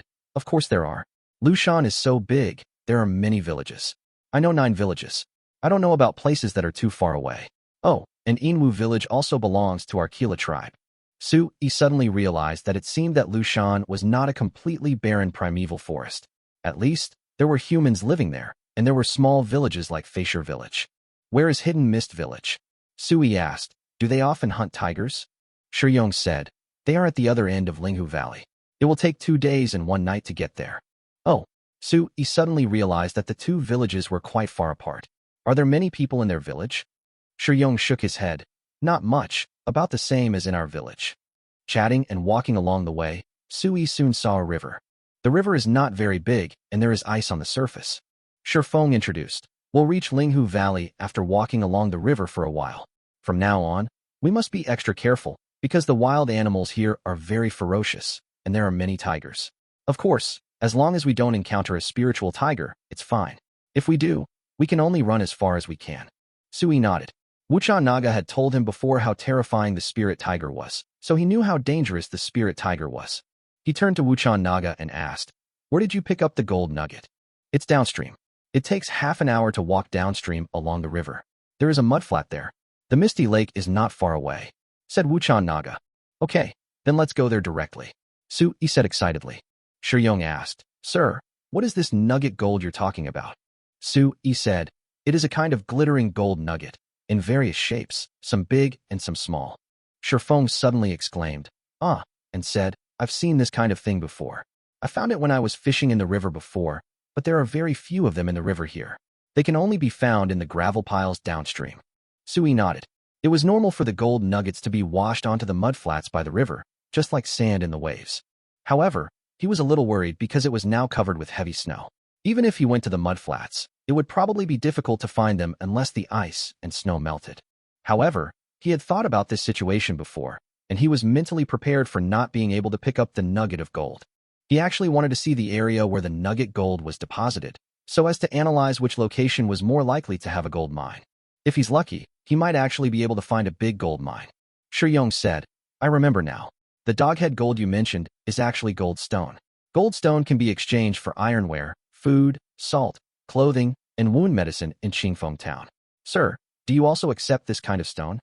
Su-yi was very upset. Is the gold nugget considered a stone? Although it contains substances such as quartz, it doesn't look like stone at all. It's more like metal. However, none of this matters. What matters is that he wants to get more gold nuggets. It would be even better if we could study and analyze the location where the nugget gold was discovered and infer whether there is a gold mine nearby. If so, you would really make a fortune. The more Su-yi thought about it, the more excited he became. He said, Take it. If you have it, I can exchange it with you for food and various things. Shiyong spun his head and said awkwardly, People in our village picked up quite a few before, but we took them to Qingfeng town to exchange for food and ironware. If you find another one next time, we'll give it to you. The few of them walked quickly and soon arrived at a low mudflat. There is actually a big lake at the far end of the mudflat. This is probably the foggy lake that Wuchan mentioned just now. There is no end to the lake at a glance, and there is a lot of mist coming out of the lake, giving the illusion of being shrouded in clouds and mist. No wonder it's called Fog Lake. So that's where it got its name. But the lake isn't frozen. Su-yi was surprised. Wuchan Naga said, Yes, no matter how cold the weather is, the lake never freezes. Because of this, animals of all sizes in the vicinity like to gather around the lake. The spirit tiger lives in the valley jungle on the other side, which is also the most dangerous place and a forbidden area. Forbidden area? What's there? Sui asked. Wuchan Naga shook her head. I don't know either. After all, no one who has been there has ever walked out alive. My cultivation level is low, so I don't dare to get close. Perhaps only a grandmaster can go in and find out what's going on. Wuchan said, pointing to a spot where the lake meets the river. That's where I found that nugget of gold. Sir, do you want to go over and take a look? Chapter 32 The Temptation of Delicious Food. Go now. Sui said firmly. He drove the snowmobile at full speed, and the siblings Shi Yong and Shi Feng followed closely behind. Soon, Sui arrived at the beach by the lake. Strangely enough, the closer he got to the lake, the more the ice and snow disappeared without a trace, and the surrounding temperature was much higher than in the forest. Looking at the lake again, it was really steaming. Sui was surprised and asked, The water in this lake is warm? Shi Yong said, Yes, it's always like this. Sui's mind raced. This place was really weird. It was so cold in Lushan, more than 20 degrees below zero, but the water in this lake was warm. Could it be that the bottom of the lake was connected to underground lava? Or, is this basin-shaped lake actually a volcanic crater? The more Sui observed the surrounding terrain, the more he felt that this was the right answer. Damn, if that's the case, then the nugget gold was most likely ejected from an underground volcano a long time ago. If there is a gold mine, it is in the crater. Alas, even if there was gold at the bottom of the lake, he couldn't get it because the crater was too dangerous. Damn it, all this fun was for nothing. Sui's expression changed and he looked a little discouraged. I thought I was a lucky kid and could find a big gold mine or pick up gold anywhere, but I didn't expect that I was overthinking. Alas, it seems that if I want to find it, I can only look for the nugget of gold that was sprayed out. Since the Wuchan Naga has picked it up and the hunters in Feisher village have also picked it up, it means that there must be a lot of nuggets. We can only mobilize the villagers to collect them. If we want to pick them up by ourselves, it is like looking for a needle in a haystack. We have to rely on luck. Just as he was thinking, suddenly, a tiger roar came from far away. The sound pierced the clouds and resounded throughout the Linghu Valley. Even the surface of the misty lake began to ripple and the fog rolled. It's the spirit tiger. The Shi brothers and sisters and Wuchan Naga suddenly changed color. It seems very angry and mad. As Wuchan Naga spoke, she flashed a few times and flew to the top of a giant tree. She climbed up to a high place with a telescope and looked into the distance. She adjusted the magnification to the highest level and suddenly saw a huge spirit tiger 5,000 meters away, roaring at the huge waves in the lake on the shore. As the huge waves came down, a strange-looking water buffalo appeared. The tiger immediately rushed into the lake and started fighting with the water buffalo. Huge lake waves rolled, scaring away forest beasts within a radius of dozens of kilometers from the shore. The Shi brothers and sisters changed color one after another. Shi Yong said tremblingly, Master, let's go quickly. It's very dangerous here. Shi Feng was also trying to persuade him, but Sui stared at the black cicada naga on the top of a tree several dozen meters above. Wuchan Naga peered through the telescope for a moment, then swooped down and said, It's a huge spirit tiger and a water buffalo fighting. It's a fierce fight. It's really dangerous for us to stay here. Let's retreat, move back 10 miles, and see what the situation is, said Wuchan Naga. Sui had no choice but to follow Wuchan Naga's words and retreat 10 miles with the three of them. On a mountaintop 10 miles away, Sui used a telescope to observe the fight between the spirit tiger and the water buffalo in the misty lake. Unfortunately, the distance was too far and he could not see clearly. He could only observe the terrain of the entire valley. Sure enough, this place is a huge depression. But the more Sui looked at it, the more he realized that the probability of it being a crater was very small, because as far as he knew, a crater was not concave, but convex facing the sky. Most volcanoes on Earth are of this shape. And this one in front of me is clearly concave, like a huge meteorite crater. When Sui thought of the meteorite crater, his eyes lit up, and he thought of the huge meteorite in Feisher village that was as big as a house. He couldn't help but wonder if a long time ago, a meteorite fell and hit the place where the fog lake was, creating a huge, deep pit, and finally slowly formed a valley, which was the Linghu Valley. At the same time, the falling meteorites penetrated the magma layer and underground water system, and over time, it turned into a lake.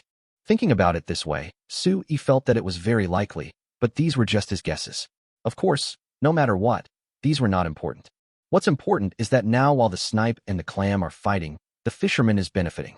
He thought for a moment and said, Let's stay here tonight and watch the battle between the spirit tiger and the water bull. This place is on higher ground, so it should be safe. Wuchan Naga and the Sure brothers and sisters nodded in agreement. Soon, Sui set up the tent, took out a simple stove and pot to boil snow water and cook instant noodles. After walking all the way here and going through so much trouble, I'm really hungry. When Sui was cooking instant noodles, he did not forget to pour in some ginseng water from the Wuchan wooden house. With the addition of ginseng water, the instant noodles become exceptionally fragrant. It's not cooked yet, but it already smells delicious. Master, what is this?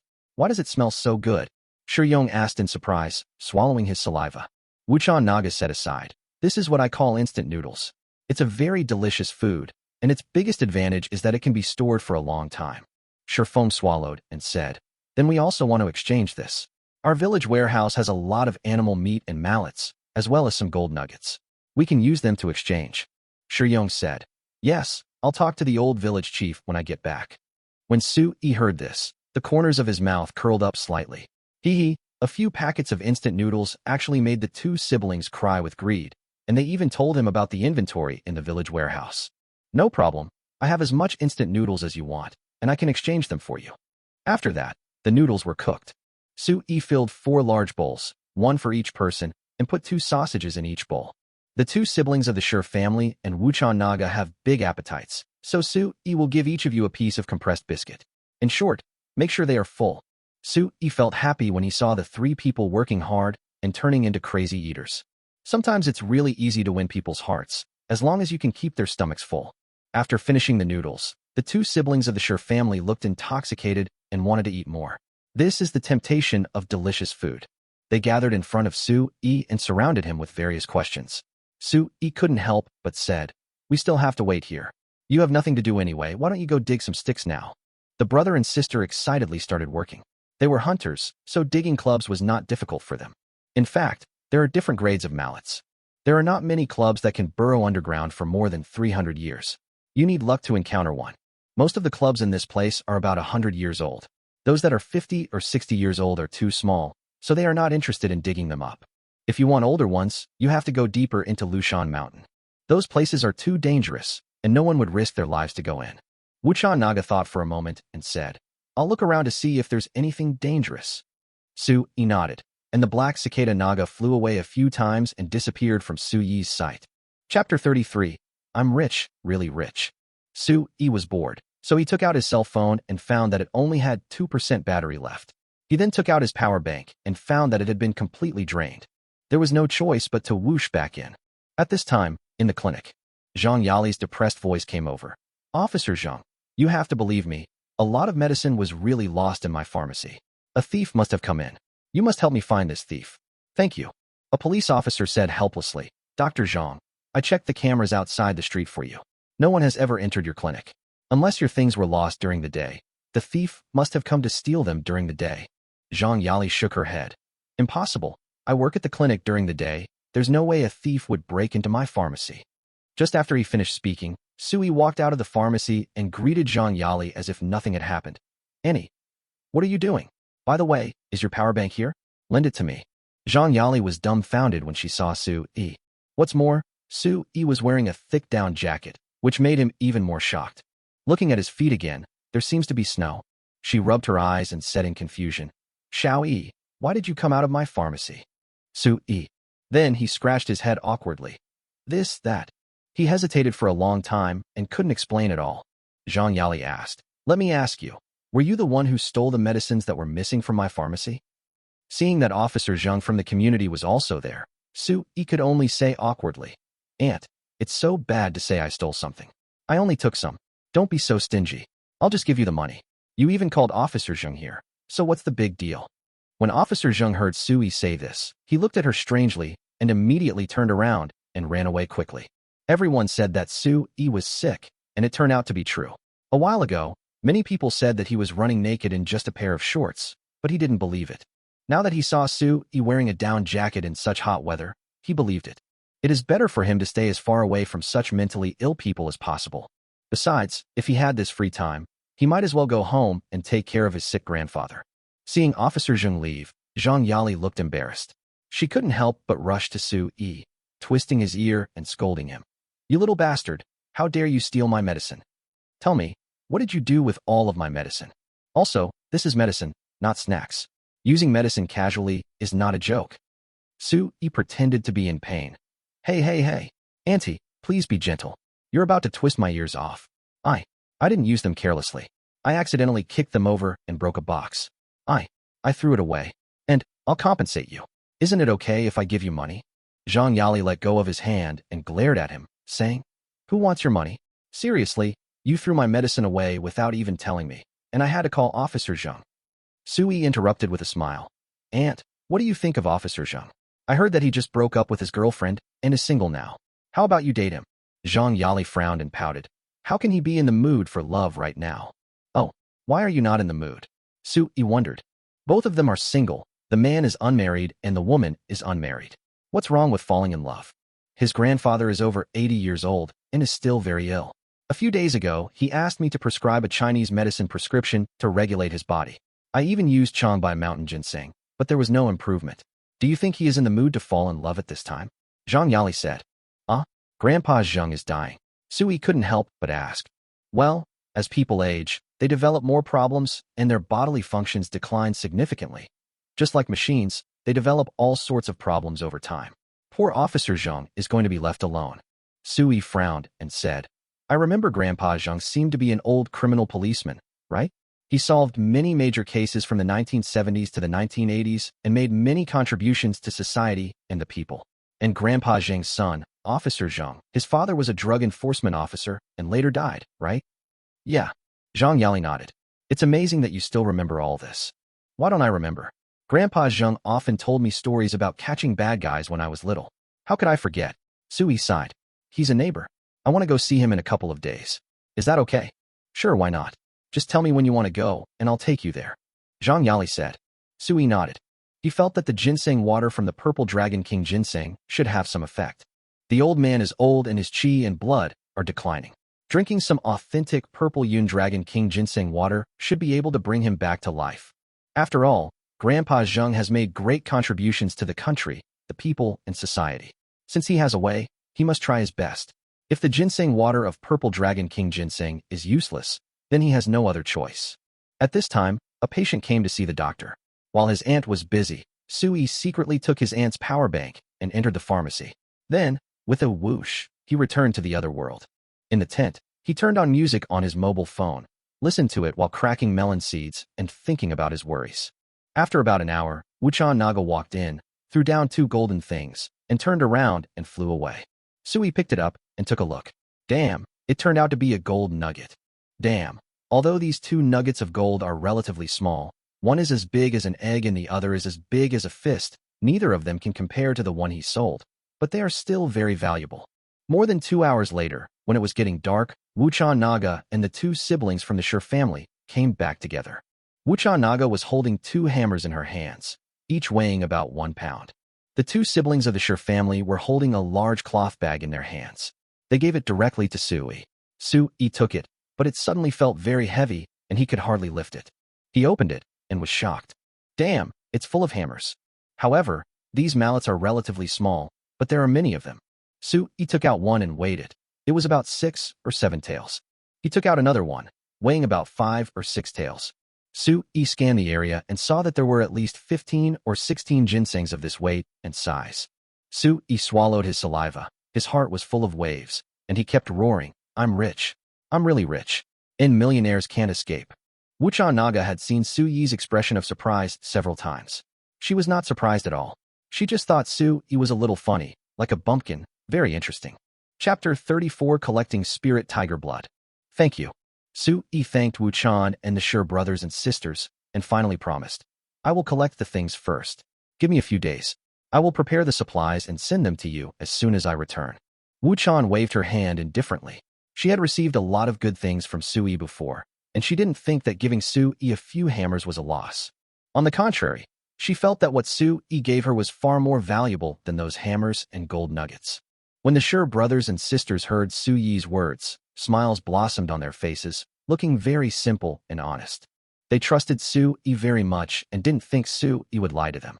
Su-yi, in a good mood, waved his hand and said boldly, Just wait, I will treat you to a big meal.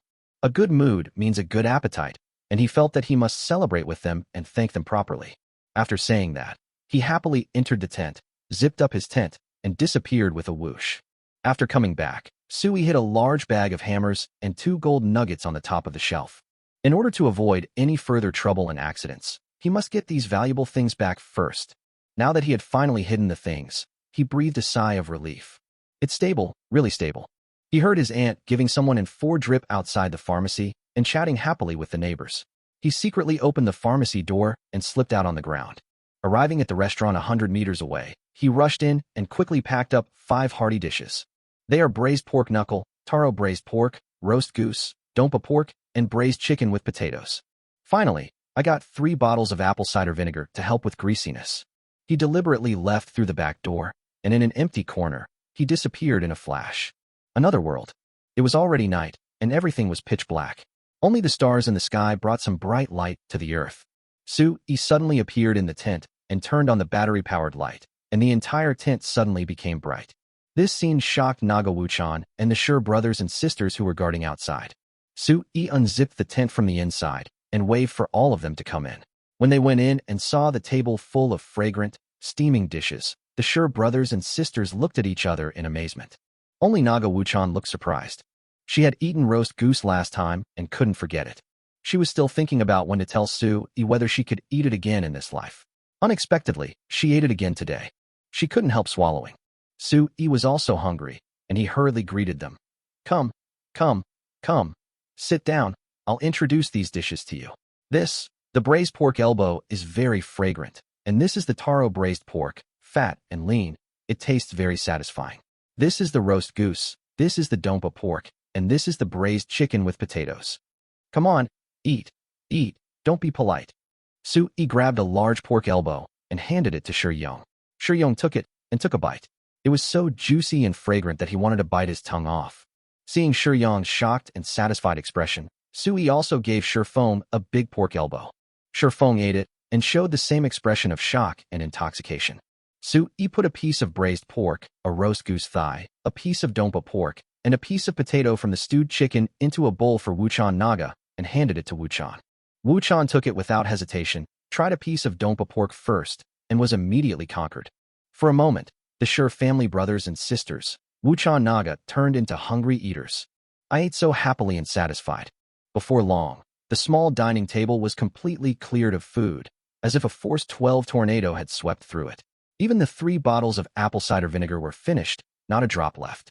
The 4 of them burped and laughed at each other. At this moment, the relationship between the 4 of them was inexplicably elevated to a higher level. Afterwards, Shifeng asked in suspicion and surprise, Sir, where did you get these extraordinary delicacies? Shiyong also wanted to know very much. Sui said seriously, don't ask about this. Just have something to eat. If you ask so many questions, there will be nothing left next time. Shiyong and Shifeng said anxiously at the same time, don't ask, we won't ask anymore. Wuchan Naga stared at the 2 of them and said, this is the young master's secret. You must keep it for him. Do you understand? Yeah. The Sure brothers and sisters looked at each other and nodded solemnly.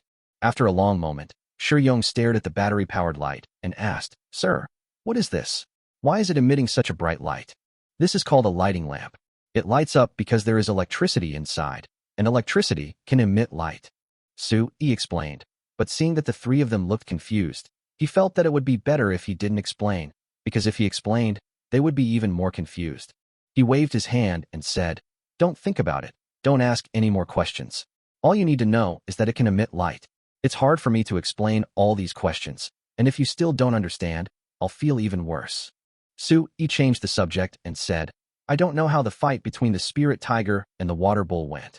Wuchan Naga finally remembered this and stood up, saying, I'll go take a look. As she spoke, she walked out of the tent and flew up to the treetops. She used a telescope to look at the lake in the distance. Because the telescope could see at night, she could get a general idea of it. She jumped down from the branch and returned to the tent, saying, There's no movement over there. They probably stopped fighting. Sui fell into deep thought. He felt overwhelmed and simply gave up thinking about it and said, Let's all rest. We'll go over and take a look early tomorrow morning. So, Sui and Wuchan Naga sat cross-legged to practice. Shiyong and Shifeng took turns to keep watch at night. The next morning, just after daybreak, The four of them packed up their things and sneaked towards the place where the spirit tiger and the water buffalo had fought before. The cicada naga was in the front, leaping on the trees and occasionally climbing up to observe the surroundings with a telescope to ensure safety. Shi Yong and Shi Feng guarded Su-yi on both sides. In this way, even in a dangerous place, it can be ensured that Su-yi, who has the weakest fighting power, will not be in any sudden danger. Su-yi felt relieved. These three people were experienced and very reliable. Perhaps because of the battle between the two forest kings last night, there were no other beasts along the way, so the three of them moved very quickly. Finally, the four of them arrived at the battlefield where the two spirit beasts were fighting. There were huge, deep pits everywhere on the edge of the foggy lake. The big trees by the lake were crushed one by one, and some were even uprooted. In short, the area within a radius of 5 miles was in ruins. You can imagine how fierce the battle was at that time. Look, there's a blood clot here. It's frozen solid. Shi Yong pointed at the reddish-brown lumps and said. Wuchan Naga was astonished and said, the blood clots are emitting a fragrance. This should be the blood of the spirit tiger. Oh my god, there is so much. Quick, collect it. This spirit tiger blood is very useful. As soon as Sui heard it, he knew that this kind of spiritual tiger blood was a good thing, absolutely a tonic. Because Wuchan Naga said that spiritual creatures in this world are extremely rare, and anything that has become spiritual is not an ordinary creature. The blood of the spirit tiger should have some magical effects, such as improving cultivation, bringing people back to life, prolonging life, strengthening muscles and body, etc. In short, collect these treasures first, and then slowly ask Wuchan Naga for advice later. Su-yi picked up 5 or 6 small ones, while Wuchan Naga picked up the big ones, including 2 huge blood scabs. Shi Yong and Shi Feng also picked up some. Several people searched carefully within a 2-kilometer radius, and only stopped when they found nothing missing. Looking at the large amount of blood clots collected from the spirit tiger, Su-yi swallowed and wondered how much blood the spirit tiger had lost. Is this spirit tiger seriously injured? Su-yi asked Wuchan Naga. Wuchan Naga nodded and shook her head, saying, it's possible, but even if he's seriously injured, he's not someone we can afford to offend. Let's go, let's get out of here. I always feel uneasy staying here. The three nodded and left quickly. Chapter 35, Spiritual Tiger or Demonic Tiger? On the way of retreat, Shi Feng saw Su-yi tying a large bundle of fresh wood of various kinds to the snowmobile. She was very curious. Master, what do you want these broken woods for? Su-yi joked. Take it back and use it as firewood. Shi Feng said, oh, and stopped asking questions. She seemed to believe it. Su-yi was stunned, thinking that this girl was too naive and so easy to deceive. Wuchan Naga said, young master, you must be collecting the species of trees here. There are at least 7 or 8 different species in this bundle of wood. Su-yi gave a thumbs up to Wuchan Naga, saying that Wuchan Naga had better observation skills. He is actually collecting samples of the trees here.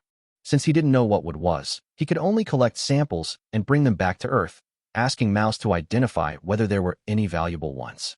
After all, on Earth, wood is very valuable, especially some rare woods, such as mahogany.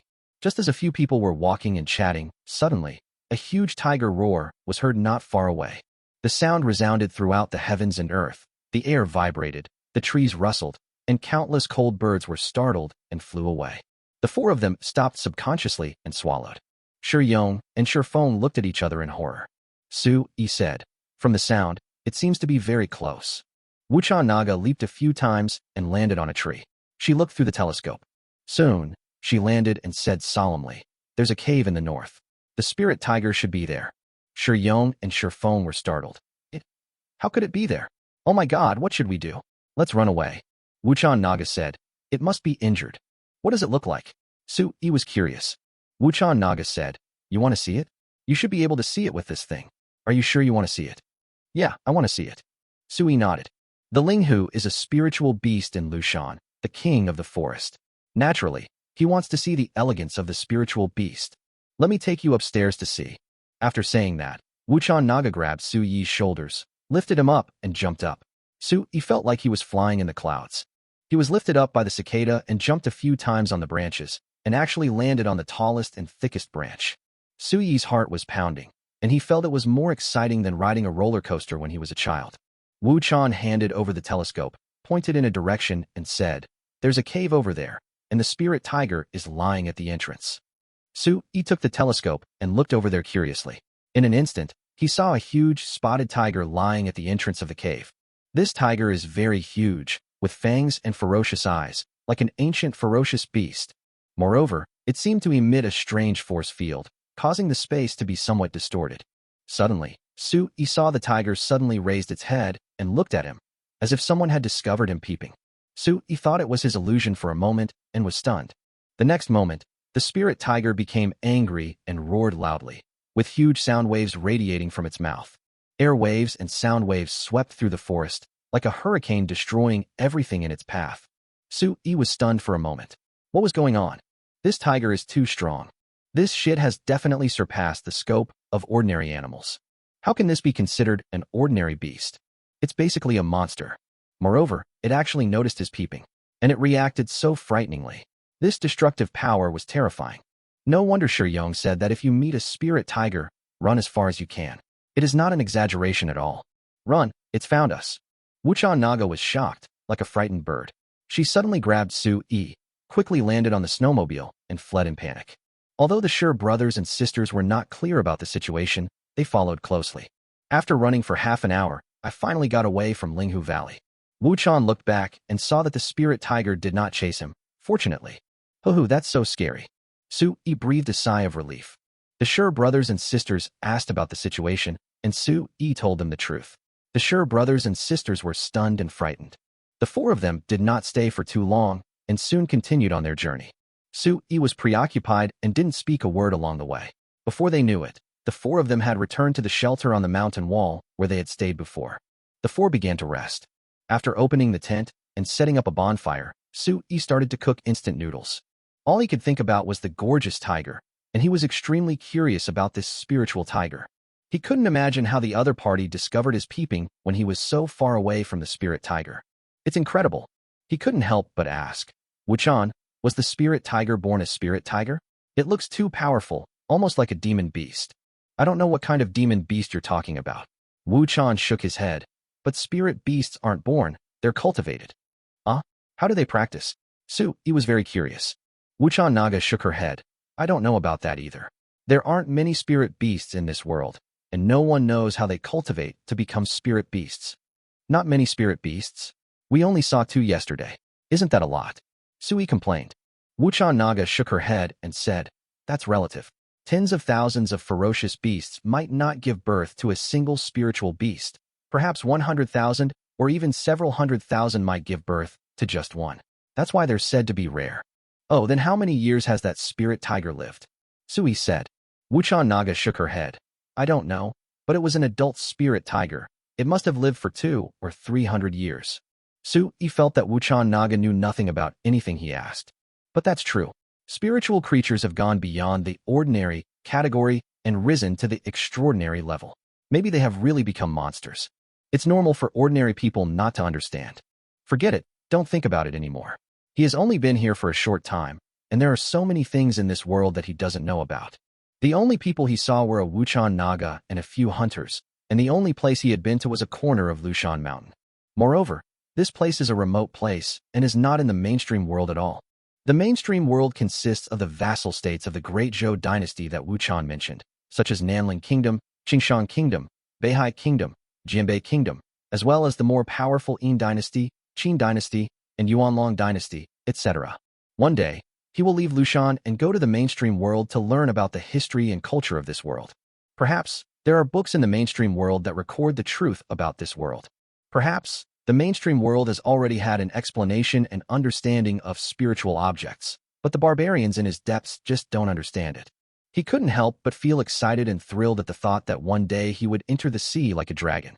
He has ambition, expectations, and confidence to achieve great things in this world. Since God has given him the ability to travel between the 2 worlds, he will definitely not bury this ability. He always firmly believes that the greater the ability, the greater the responsibility. His ability can definitely change something, and can definitely make the 2 worlds mutually beneficial and develop together. Of course, at present, he will take one step at a time and take solid steps. He must first strengthen himself before he can seek a longer-term path. Chapter 36 Negotiation, Barter. The next day, the sun shone on the earth, but the foothills were still cold. Su-yi opened his eyes from meditation. He could now feel the flow of qi, in his body more and more. Moreover, before, it took him several hours to control the qi with his mind for one cycle, and a whole night to complete 2 cycles, but now, the speed was obviously increasing. He can now circulate 3 cycles a night, which is a huge improvement. This progress made him feel that he was more alert and his body had transformed than before. Seeing Naga walk into the tent, he couldn't help but ask, "Naga, how long does it take for your qi to circulate once?" Wuchan Naga said calmly, 1, 2, 3, count to 20, and I will be able to circulate my true energy for a full cycle. Su-yi was instantly struck by a critical strike. He had thought that he was quite impressive for being able to circulate 3 zhou tian in one night, but he hadn't expected that he was nothing. Alas, Ipin is indeed just a rookie. The road ahead is long and arduous, but I will continue to work hard. Su-yi shook his fist and made up his mind. Soon, the 4 of them packed up and continued on their journey. In the evening, we finally returned to Feisher village. The villagers were very excited because Shi Yong and Shi Feng brought back a canned pig, an elk, and 9 snow chickens. In Lushan, food is always scarce. Moreover, Lushan will once again face extremely cold weather that will last for half a year. At that time, the wild animals on Lushan will hide, and it will become more difficult for them to hunt. According to previous years, their food is not enough. Sometimes they can only eat 1 meal a day, or even 1 meal every 3 days. There are also cases of people starving to death. Therefore, before the extreme cold weather comes, being able to get more food is an encouragement to the entire village. The old village chief stood at the entrance of the village, patted Shi Yong on the shoulder, and nodded slightly. It seemed that he was very satisfied with the prey Shi Yong brought back. Then he spoke to Wuchan Naga and Su-yi for a while. Wuchan Naga and Su-yi quickly returned to their residence, and the two subconsciously had another long talk. Su-yi was the one asking most of the questions during this long conversation, and all of the questions were related to Linghu and the world outside Lushan. He was particularly interested in Qingfeng town. The other side. The old village chief has already asked Shi Yong and his sister about the details of their trip. Shi Yong was a straightforward person and would not lie, so he told everything. But he didn't speak well, there were many omissions, and sometimes his words were inconsistent. Fortunately, Shi Feng supplemented them. After hearing this, the village chief was extremely shocked. Finally, he stared at the 2 siblings to see if they were lying, but he couldn't tell that they were lying. But he still couldn't believe it, so he asked again, "You said you ate delicious food that only immortals can eat?" "Well, Mr. Su got it, and we didn't see how he did it," Shi Yong said. The village chief frowned. Did Master Su really agree to exchange food, ironware, wound medicine, clothing, and other things for us? "Yes, it's true. He likes gold nuggets and hammers," said Shi Yong. At this time, Shi Feng added, "He seems to be quite interested in the big tiger bone in the Liei Hall. He even asked me if it is the skeleton of a spirit tiger. It's really interesting." The village chief stood up and paced back and forth on his crutches. Finally, he made up his mind and said, "Let's go and have a good talk with Master Su. Perhaps, in this extremely cold winter, our village won't have to suffer any more deaths." Shi Yong and Shi Feng looked at each other and followed excitedly. In temporary residence, Wuchan Naga and Su-yi heard the old village chief's voice coming from outside the door, and Su-yi immediately went to open the door. I saw the old village chief standing at the door with a smile on his face. Just as Su-yi was about to ask, the old village chief smiled and said, "Mr. Su, I want to talk to you.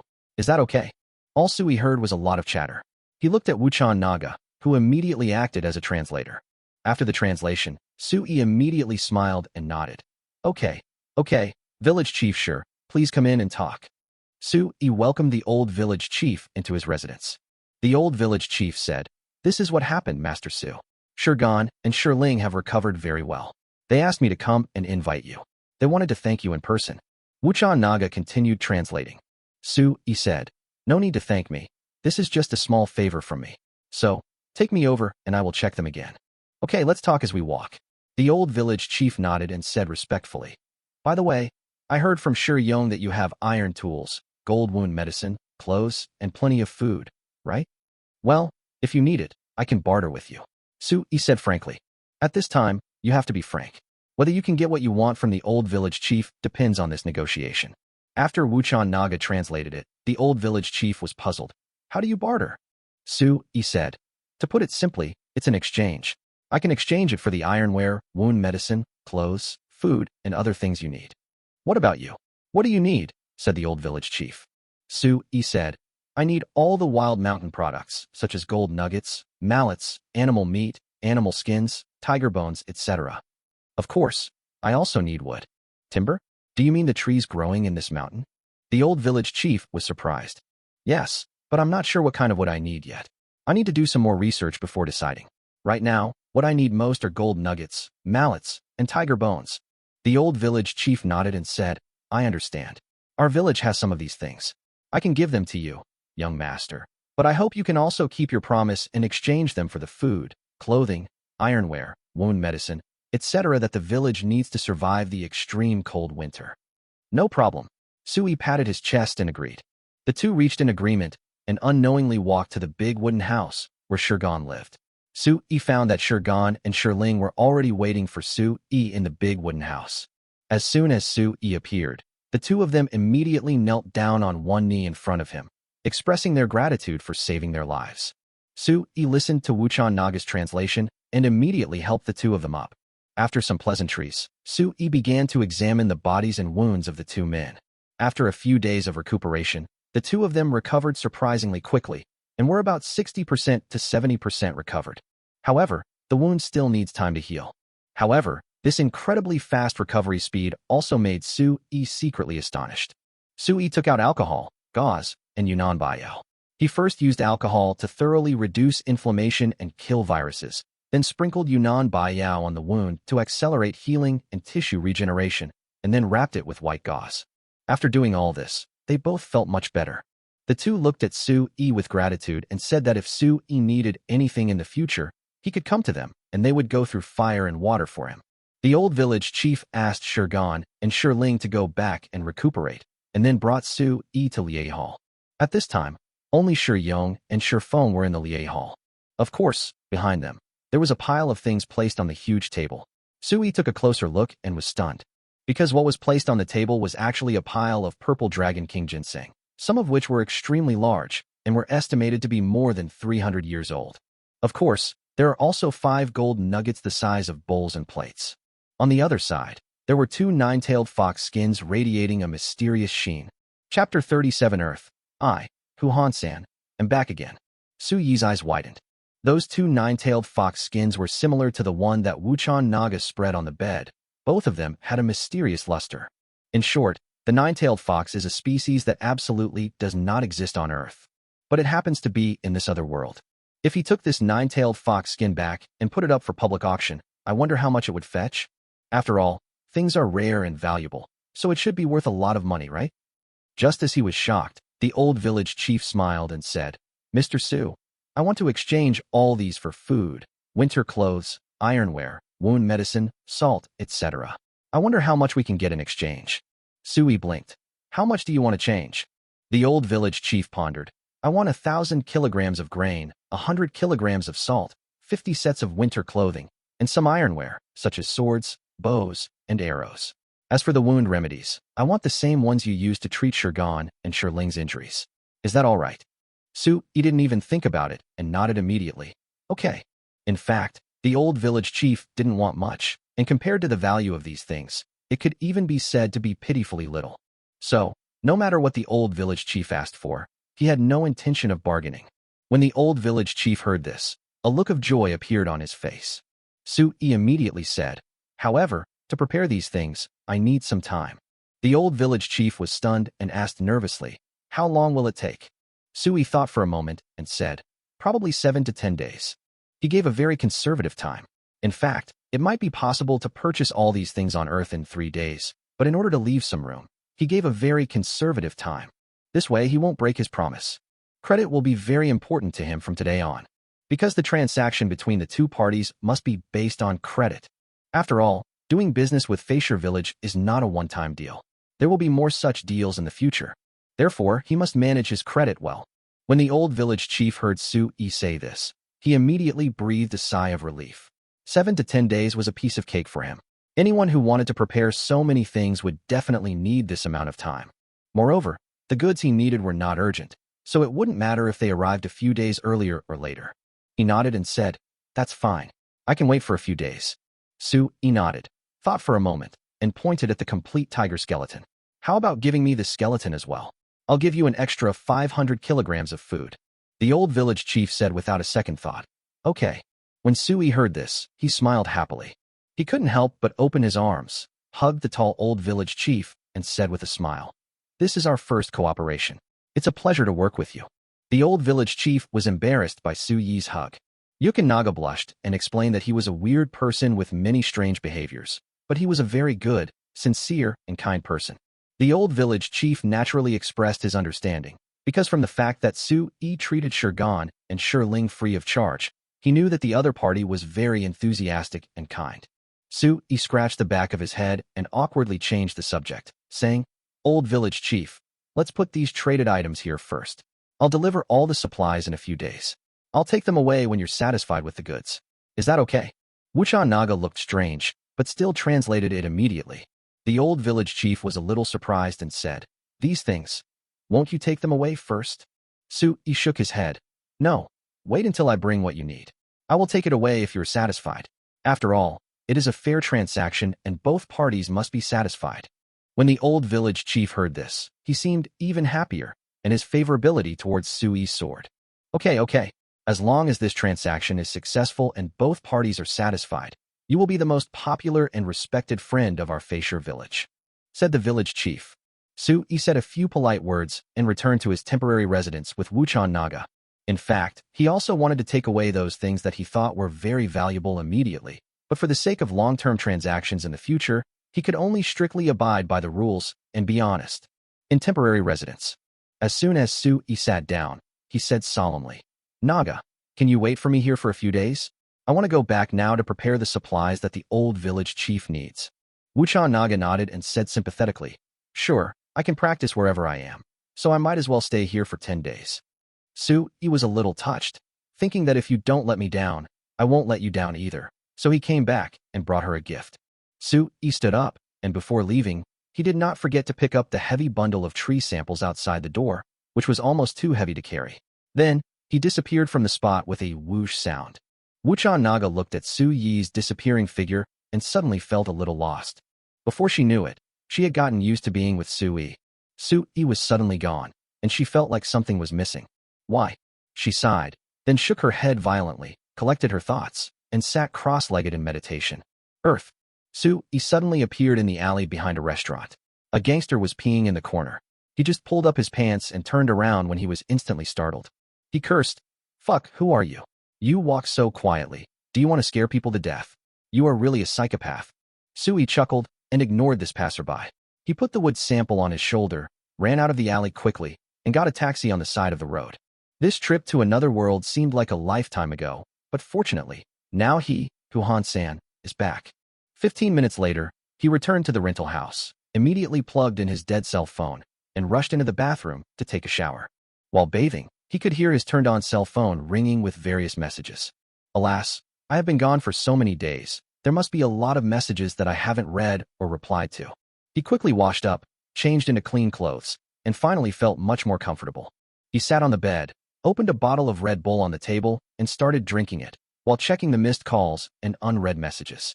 He discovered that out of the 75 missed calls, 60 of them were from a woman named Manhwa. He couldn't help but complain, "This woman is so persistent. He admires her." However, that old man Shin from the Cultural Relics Garden is really too ungrateful. He promised to keep it a secret for him and even promised it with all his heart, but he turned around and told his phone number to others. It's really unacceptable. Sui opened the missed calls again and found that old man Shun had actually called him twice. Besides that, there are my aunt, my mom, Shen Ling, Hausi, etc. Looking at the message again, he found that the person who sent him the text message was still that crazy woman. On WeChat, his aunt scolded him for stealing her charger and told him to return two to her next time. Sui couldn't help but think, how can two be enough? I'll give you 20. Shen Ling told him in a message that his ex-girlfriend Luna was spreading rumors about him, saying that he had no money and no job, and had been kicked out of his family and couldn't make it anymore. He just laughed off Luna's rumors, treating her as a mad dog biting people randomly. Hausi was the person who sent him the most messages. In addition to talking about his boring job at the wood processing factory, he also talked about the girl he had a crush on, saying that she was a loser and he didn't dare to confess his love to her. He also said that one day he finally plucked up the courage to confess his love to her, but found out that she had booked a hotel room with a rich second-generation man. Soo-yi sighed and observed 3 seconds of silence for the love of his best friend. 3 seconds later, he called the other party. When the other party answered, he said directly, "Howzy, Qingshun food stall, call Ling. I have something to tell you too." Chapter 38 Miss. The person you are looking for appears. Half an hour later, the 3 of them ordered barbecue and beer at the youth food stall. Howzy and Ling looked at Soo-yi and felt that his temperament had changed again, a big change, as if he was a completely different person. The 2 looked at each other in disbelief. Howzy said, "Xiaoyi, you, don't tell me you disappeared these past few days. Did you go to Korea for plastic surgery?" "Plastic surgery?" Soo-yi was stunned, then burst into laughter. He leaned over and said to the 2, "Why would I need plastic surgery? How much money do I have on me for plastic surgery? Come on, pinch it and see if it's original. If you can pinch out a cartilage gasket, you win." When Howzy heard this, he actually wanted to reach out and pinch it. Soo-yi slapped his hands and said, "Go to hell. Did you wash your hands after going to the toilet? Come on, Ling, you touch it." Ling nodded, and immediately touched Soo-yi's face and found that it was genuine and original. She asked in confusion, "We've been friends since we were little, but why have you changed so much these days? Not only has your face become wider and your lines become more defined, but your figure seems to have changed too. Not only have you grown taller, but you've also gained muscle." Soo-yi naturally knew the reason, but he couldn't say it, so he could only say, "Hey, I went to the gym to exercise, otherwise how do you think I became more beautiful? Hey, let's not talk about that. The main reason I called you out today wasn't to drink, but to have some serious business." Soo-yi changed the subject and got straight to the point.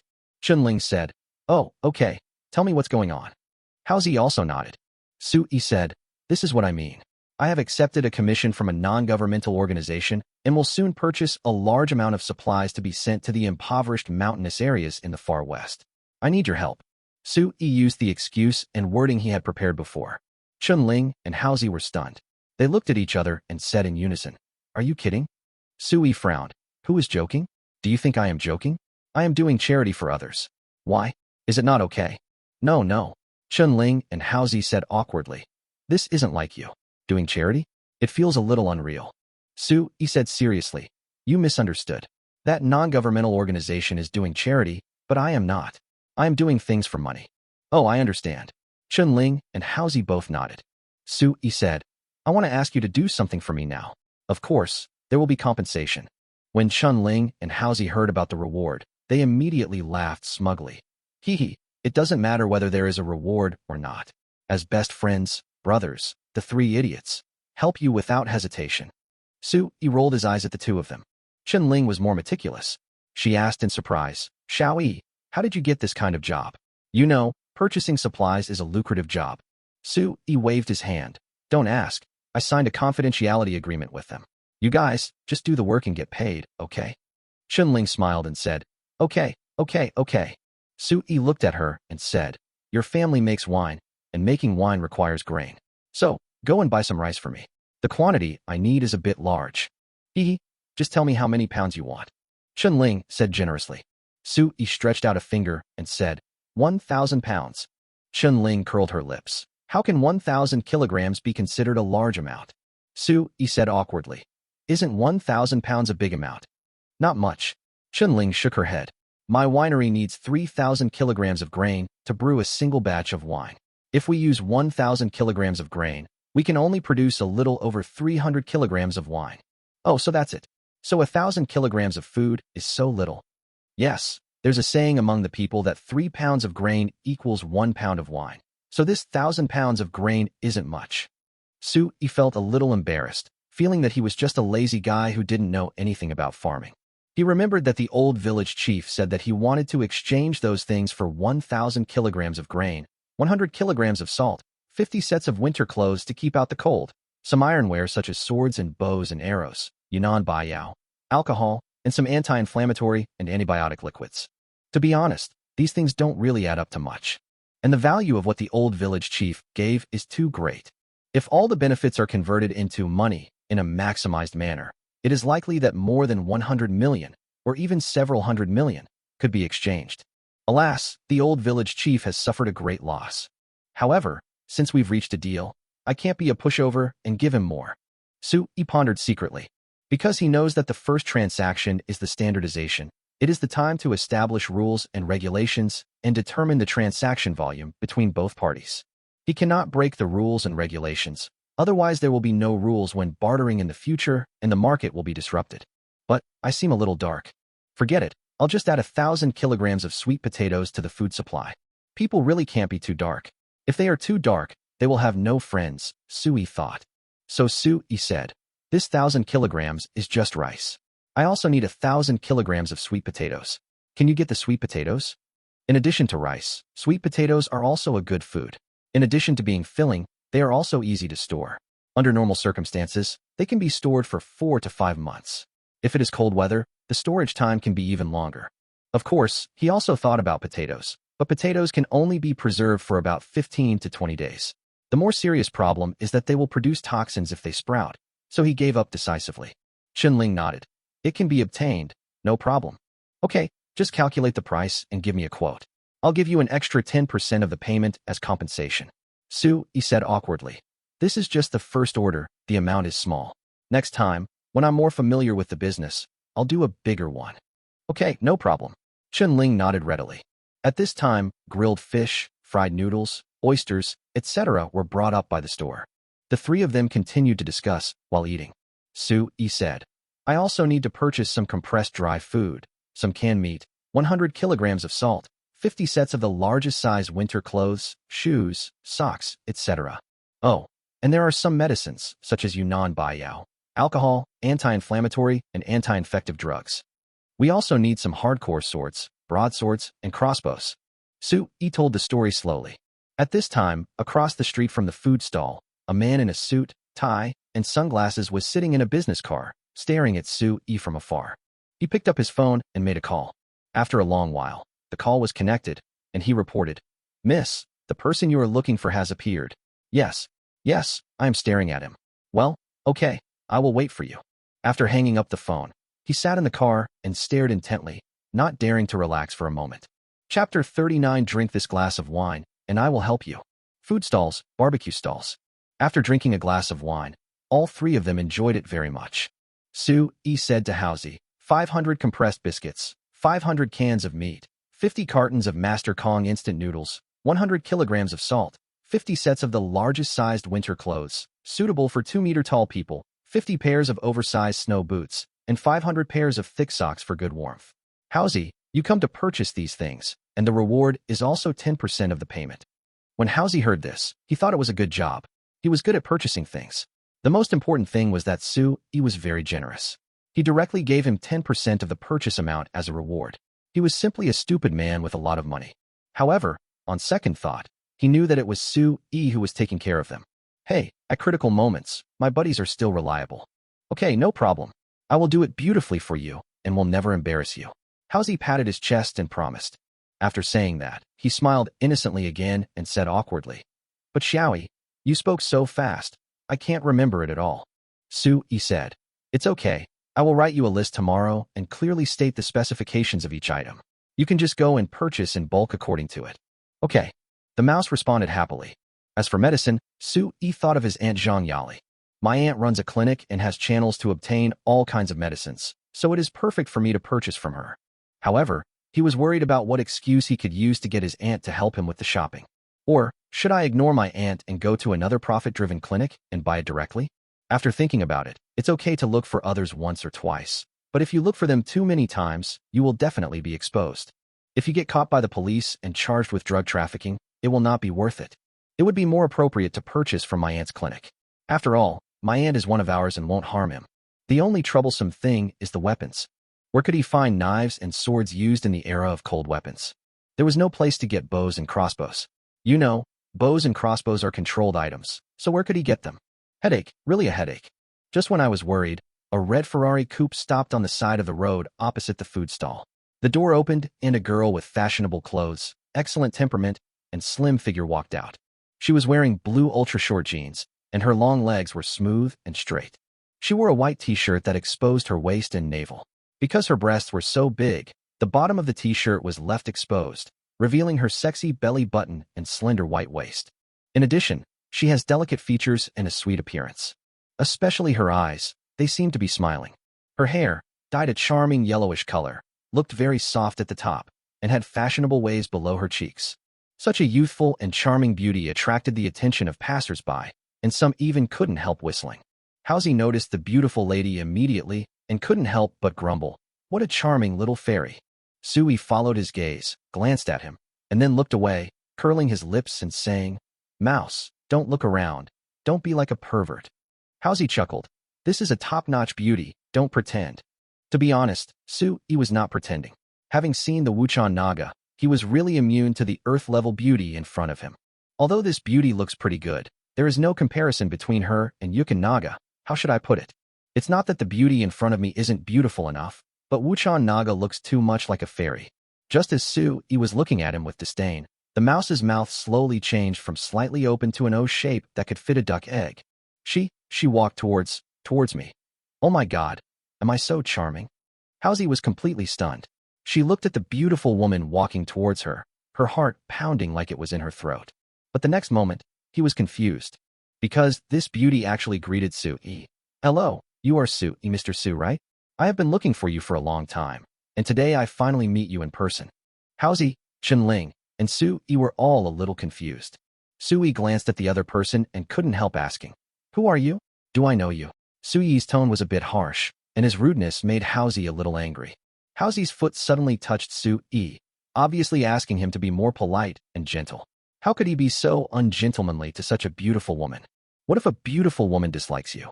Unexpectedly, the beautiful woman didn't show any disgust at all. Instead, she smiled and said, "Let's get to know each other.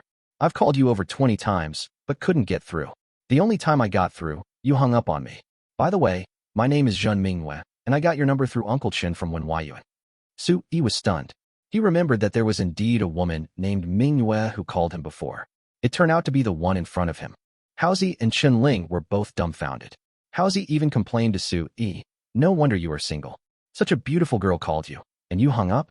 Seeing that Sui didn't say anything, Zhen Minghua said generously, "Mr. Sui, I really want to have a good talk with you with all my sincerity. Do you think we can talk alone now? By the way, this is my business card." Zhen Minghua took the business card from her pocket and handed it to Sui with both hands. Sui took it, took a look, and saw the 4 big words Minghua Group written on the gold-plated business card. Sui was stunned. He knew Minghua Group. It was a star enterprise in Nandu, a top taxpayer in Nandu. The founder of the group, Jin Wu, is a legendary figure who started from scratch, and many of his stories are circulated in the business world. Not long ago, the TV reported that he was unwell and might not live long. "Who is Mr. Jin Wuzhen to you?" Sui couldn't help but ask. Zhen Minghua said, "He is my grandfather." Sui gasped, and he changed his indifferent expression and said awkwardly, "I'm sorry, I didn't know you were from the Jin family. By the way, what do you want to talk about?" Zhen Minghua was delighted to see Sui's improved attitude. Just as she was about to explain her purpose, Sui said, "I'm drinking with friends today and don't want to be disturbed. How about this? Let's make an appointment tomorrow." Zhen Minghua had finally met Sui, so she wasn't willing to let him go so easily. She couldn't help but say, "We're friends now, so can I drink with you guys?" Sui looked strange and was about to refuse when Housie beside him said, Okay, that's great. Miss Zhen, are you really the granddaughter of Mr. Jin Wuzhen? By the way, how is your grandfather's health?" They said on TV. Zhen Minghua lowered her head and interrupted. "What they said on TV is true. My grandfather is not in good health. Maybe. She simply couldn't continue. Housie, Sui, and Chenling all knew what the other party meant. People who eat grains and cereals will experience birth, old age, sickness, and death. This has been the case since ancient times. Zhen Minghua didn't know what kind of mental struggle she had gone through, but she suddenly raised her head and said with tears in her eyes, "So, Mr. Sui, I want to ask you for a favor." Sui naturally knew what she was going to say and waved his hand, saying, "I know what you want to say, but please stop saying you and you. It sounds weird. I think we are about the same age. Come, drink this glass of wine, and I will help you." Sui filled everyone's glasses with wine and raised them. Chapter 40, it's called Purple Dragon King Ginseng. "Are you serious?" Zhen Minghua asked in surprise. "Of course it's true." Sui nodded. "Don't call me you. Just call me by my name, Sui." Okay, Sui, let's have a drink." Zhen Minghua raised her glass, clinked it with his, and immediately drank it in one gulp. The others also drank it in one gulp. Sui said to Zhen Minghua, "Come with me." After that, He said to Haozi and Chunling, let's go today. Go and do your work tomorrow. If you have any questions, call me. The two nodded and looked at Zhen Minghua strangely. Just as they turned to leave, Su-yi remembered something. Haozi, wait a minute, come with me too. Su-yi said. Oh, okay. Haozi nodded. In this way, the three of them walked slowly back to the rental house. None of the three spoke, and after walking for about 10 minutes, they arrived at the urban village. Zhen Minghua looked incredulous. Su-yi lived in this messy village in the city? Uncle Chen said that he had just bought a gold nugget from Su-yi and gave Su-yi 3.5 million. So, he should not be short of money. So why is he still living in this place? Soon, the three of them walked into a private building and went up to the third floor. Su-yi opened one of the rooms with his key, took out a large bundle of wood, and said to Haozi, take this back and help me see what kind of wood it is and whether it's worth money. Call me when you're done. The mouse didn't care much about it. He said, okay, and carried the bundle of wood on his back and took it away. Before leaving, he secretly made a come-on gesture to Su-yi. Su-yi rolled his eyes at him and pretended not to see it. Soon, he invited Zhen Minghua into the house. The house was very small, with one bedroom and one living room. In order to avoid suspicion, he left the door open, so as to prevent Zhen Minghua from being nervous and thinking too much. Please sit down and tell me how your grandfather is doing. Su-yi said. Zhen Minghua sat down and said sadly, the doctor said that my grandfather is old and has various underlying diseases. Now we can only wait and see. Su-yi nodded silently. Waiting for a day means waiting for death. It seems that her grandfather Zhen Wu doesn't have much time left. Alas, even a legend cannot escape the fate of birth, old age, sickness, and death. Su-yi sighed, saying that he had heard people often use this legendary figure to inspire others since he was a child.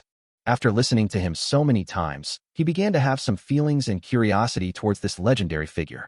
Medicine is so advanced nowadays. Is there no other way? Su-yi tried to ask. Yes. Zhen Minghua raised her head and immediately said, my grandfather's old age and organ failure led to the development of various underlying diseases, which endangered his life. In his final moments, Elder D, a herbalist from an aristocratic family who was a good friend of my grandfather, gave him the ginseng roots you left at the Cultural Relics Garden for identification. As a result, he was brought back from the brink of death, and now he has breathed a sigh of relief. Come to think of it, I want to thank you really. Zhen Minghua stood up and bowed sincerely to Su-yi. Su-yi could see that she was expressing her gratitude sincerely. Su-yi smiled slightly and waved his hand. It's okay, this is also due to the great fortune of Mr. Zhen. Zhen Minghua thought for a moment, then gritted her teeth and said, Old D said that if there were more of that top-grade ginseng, my grandfather could not only be saved, but also restored to a healthy state. That's why I found you through Uncle Chan. Su-yi was surprised and said, the Mr. D you are talking about is... Oh, he's the director of the affiliated hospital of Nandu University of Traditional Chinese Medicine. 3 generations ago, his family practiced traditional Chinese medicine. We're considered a family of renowned doctors. Their skills in regulating the body are so high that Western medicine can't even begin to catch up. Old D said that your ginseng is at least 300 years old. It's no exaggeration to call it a national treasure. It's priceless. It's not just for keeping people alive. It can even be used as medicine to replenish the vital energy and blood of dying people with weakened vital functions, replenishing their lost energy and spirit, bringing them back to life, or even rejuvenating them. Su-yi was stunned and said inwardly, oh my God. He didn't even know that there was such a great old Chinese doctor in Nandu. Not only can he use a tiny ginseng root that he left at the Cultural Relics Garden for testing to save a dying person, he can also judge that his ginseng is not simple. It can not only save lives, but also regulate people's bodies, restore the qi and blood of dying people, replenish their essence and spirit, and restore the health of dying people. Awesome, really awesome. Su-yi exclaimed in amazement, and then he heard Zhen Minghua say nervously, I know my request is excessive and very presumptuous, but in order to save my grandfather, I can only shamelessly come to you and beg you to sell me the national treasure ginseng in your hand.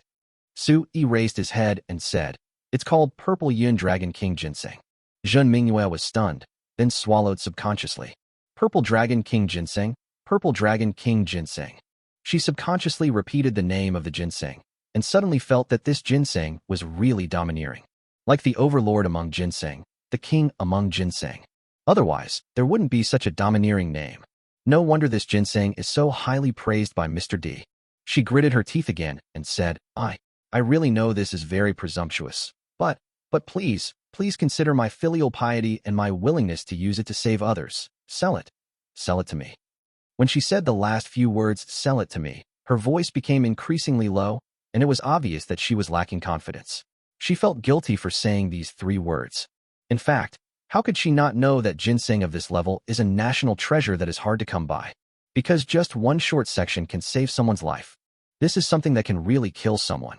If a ginseng that big is used, how many lives can it take? She could imagine that the huge value of this ginseng could not be measured by money at all.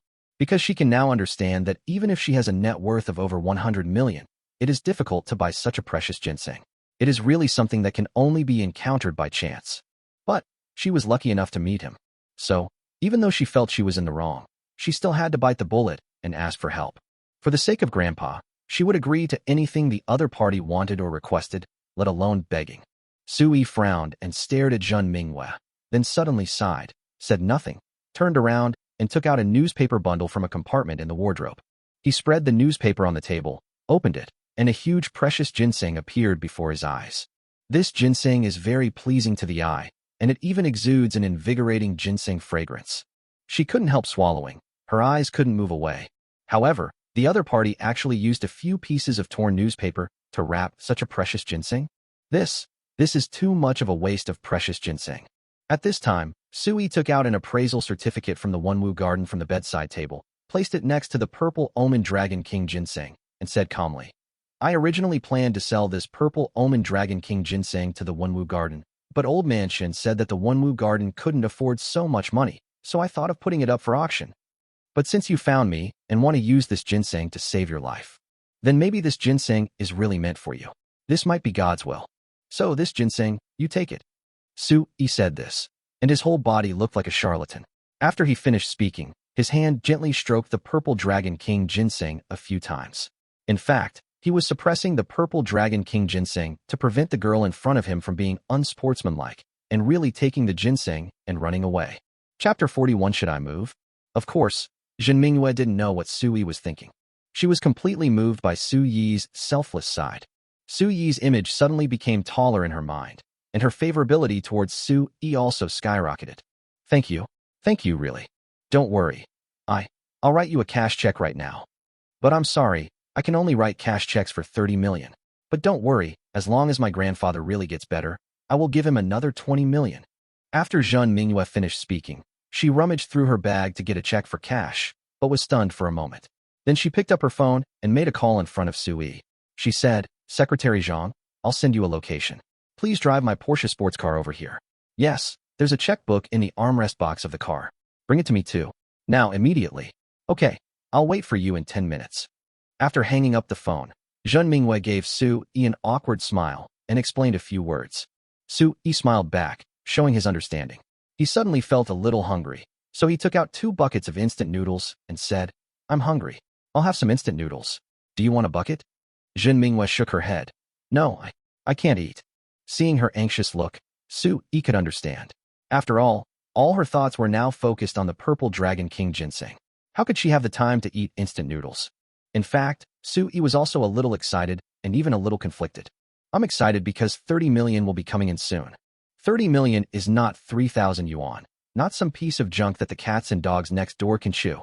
That was a huge sum of money that he had never dared to imagine. No, I should say that I dare to imagine. But turning a huge sum of money from imagination into reality, the feeling is completely different. The reason why he was troubled was because this ginseng was about to become a spirit, and its medicinal power was amazing. Everyone here doesn't know enough about it and underestimates its value. If its efficacy is explained clearly, proven, promoted vigorously, and then put up for auction, it will definitely fetch more than 30 million, and it may even fetch a sky-high price of 100 million. So, even if the other party promised that if it worked in the end, she would add another 20 million, he would still be somewhat conflicted. Then I thought again, forget it, just consider it as a good deed. After all, proving its efficacy, promoting it, and then auctioning it off is such a hassle. And how long will it take to actually realize the value of it? And how long will it take to actually get the money? Instead of waiting for Godot, it is better to make this deal now and put the money in your pocket first. Anyway, he still has a lot of such ginseng. Now, this one can be regarded as a preliminary investment to promote its efficacy. Thoughts raced through Suyi's mind. and he immediately put aside all his worries. He quickly made a bowl of noodles and started eating it in big mouthfuls. Just as he was enjoying his meal, Jean Minghua, who had just finished another phone call, walked in with a middle-aged woman. This middle-aged woman, dressed in a professional suit, was obviously the Secretary Zhang mentioned on the phone. Jean Minghua took the checkbook from Secretary Zhang, wrote 30 million renminbi in front of Su Yi, and finally gave it to Su Yi. Secretary Zhang didn't dare to breathe. Su Yi took the cash check and saw the official seal of the issuing bank, the financial seal of Minghua Group, and the words payable on demand, etc. He took the check with a smile and said thank you subconsciously. Jean Minghua blushed and said, "It's me and Minghua Group who should be thanking you. Really, on behalf of my grandfather and the entire Minghua Group, I thank you." After saying that, she bowed to Su Yi again. Su Yi was a little embarrassed, but didn't say anything else. Jean Minghua carefully wrapped up the Purple Dragon King ginseng, said goodbye to Su Yi, and immediately rushed home to report the good news. Seeing the sponsor leave, Su Yi breathed a sigh of relief. He stared at the cash check for 30 million renminbi in front of him, and suddenly felt that the unfinished instant noodles were no longer tasty. Damn it, I'm a rich man now. Why are you still eating instant noodles? Isn't this shabby? He got excited and looked at the time. It was only 11 o'clock in the evening. He immediately pulled out his phone and left a voice message to 2 of his classmates and best friends in the WeChat group he had just created 2 days ago. Hey, are you still awake? Let's go sing, how about it? At this time, Chen Ling was already showering at home. When she came out and saw the message, she replied in voice, "I've already gone to bed. Staying up late is the natural enemy of beauty. I won't participate in any shows that involve staying up late in the future." Sui replied, "Just pretend." But Housie didn't reply at all, as if he didn't see the message. Sui had no choice. It was boring to sing alone. He lay on the bed, spread out in an H position, staring at the ceiling, wondering if it was time to move now that he had money.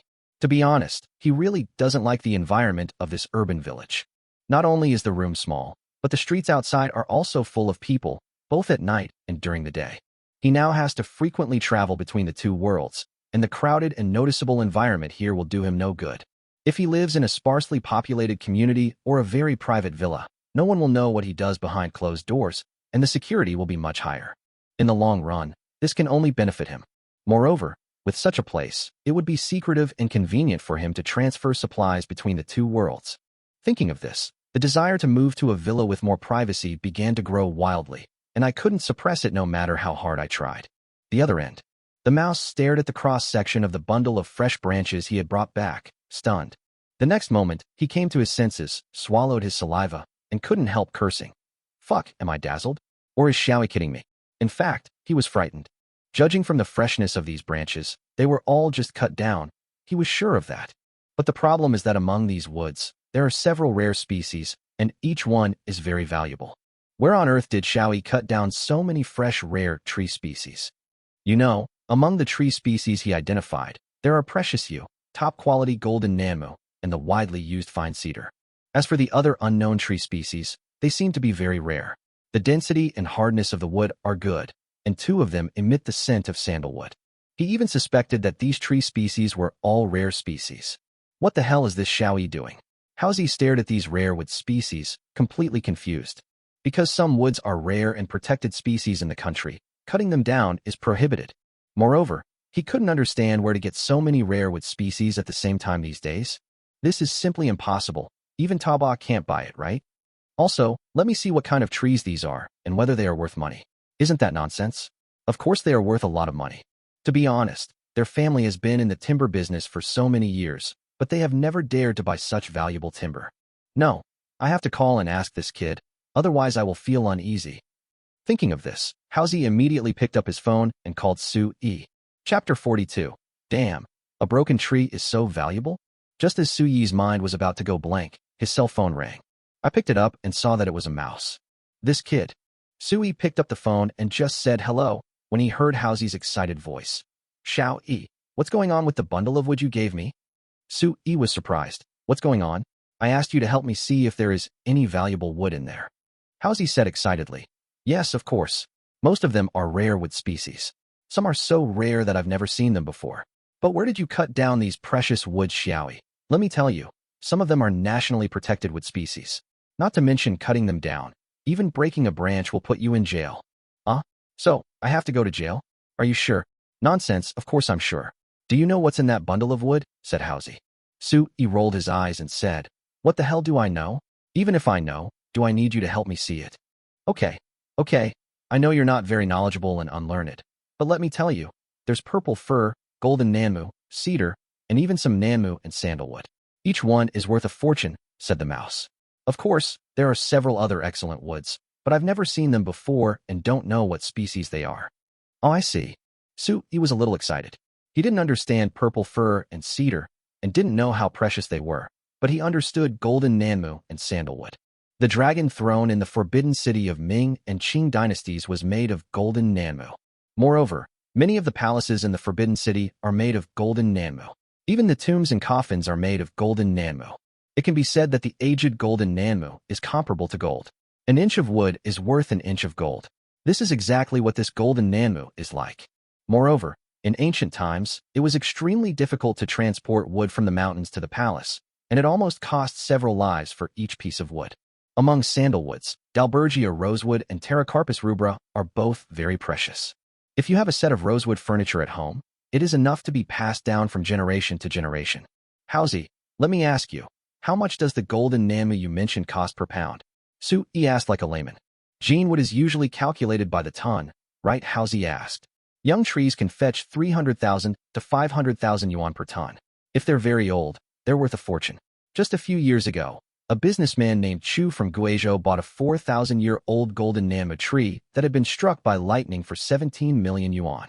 After processing it and displaying it in a scenic area, it immediately attracted the attention of many wealthy individuals who wanted to buy the tree, with the highest bid reaching 250 million yuan. When Sui heard this, he took a breath. Damn, a broken tree is so valuable. I'm rich, really rich. In the other world, in Lushan, there are trees like this everywhere. Moreover, many of them are so large that 10 people can hug them. These trees have not been cut down for a long time, and no one has even paid attention to them. They must be thousands or even tens of thousands of years old, right? Sui breathed rapidly and said, Mouse, are you sure that the bundle of wood contains the golden nanmu you mentioned? Nonsense. My family specializes in wood processing, so how could we not recognize golden nan? Seeing someone questioning him, Housie immediately said, Let me tell you, the wood grain of golden nan is exquisite and fine, with tiny golden threads running through it. When you hold it up to the light, it gleams. Furthermore, golden nan has a unique fragrance. One sniff, and I'm certain it's mine. The saying 1,000-year-old agarwood and 10,000-year-old agarwood refers to this very type of golden nan. Okay, stop showing off. What's the point of showing off your knowledge to me? Sui complained. Housie chuckled and said, Isn't that what you asked? Why do you think I'm just a bookworm? Just say it's valuable. All that talk is nonsense. Sui rolled his eyes. Okay. Housie didn't get angry, but couldn't help asking, I just don't believe it. Do you have any other way to get ginseng? Sui said, Yes, I can get a lot of the wood I gave you. You don't know that in order to cut these woods to make samples, my hands are sore. What? Housie was shocked when he heard it. Wait a minute, what did you just say? Did you really cut this bundle of wood yourself? Nonsense, if it's not me who's going to chop it off, then who will? Sui retorted. No, you mean, can you get these precious woods? Can you get them in large quantities?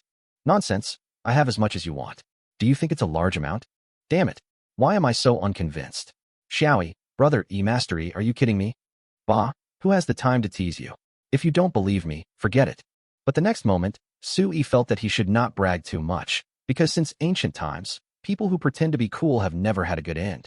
He immediately changed the subject and said, All right, don't ask me any more questions. I won't tell you even if you ask me again. All you need to know is that I can get a lot of this wood. Another confidentiality agreement? Yes, confidentiality agreement. Okay, so what was the price you got for the wood? Was it above the market price? No money. Sui complained softly. They're everywhere in the mountains. Then he immediately corrected himself. I mean, it's very cheap. Definitely more than 50% lower than the market price. Sui just casually said a numerical ratio. In short, he couldn't let Housie really think that it was free. After all, felling, processing, and transporting to both worlds all require various costs. Take him for example. Transporting between the two worlds requires time costs, technical costs, and it will also make you exhausted. This is also considered a physical cost. All these things are costs. Here, Sui and Housie were chatting about this and that. occasionally making a few sarcastic remarks and joking from time to time. Although he was carefree, why did he feel so tired? On the other side, the Jeune family's small manor. Inside a brightly lit double-star villa, a white-haired old man in a Tang suit was lying on a luxurious big bed, staring at a master of traditional Chinese medicine and not daring to disturb him in the slightest. Because this master of traditional Chinese medicine was checking the top-grade ginseng that Jeune Mingyue brought back. It was so quiet in the room that you could hear a pin drop. After a long pause, the renowned Chinese medicine expert, Elder D, excitedly exclaimed, "Not bad, not bad. This is the ginseng. It's top grade, worthy of being called a national treasure." Then, he calmed down, took another look at the appraisal certificate issued by the Cultural Relics Garden, and said, "This Xiao Chun is quite good. His appraisal skills are excellent." Jeune Mingyue, who was sitting nearby, was delighted when she heard Mr. D's appraisal. The old man on the bed couldn't help but say, "Brother D, according to your opinion on my illness." Chapter 43. Why is it so difficult to wait until dawn?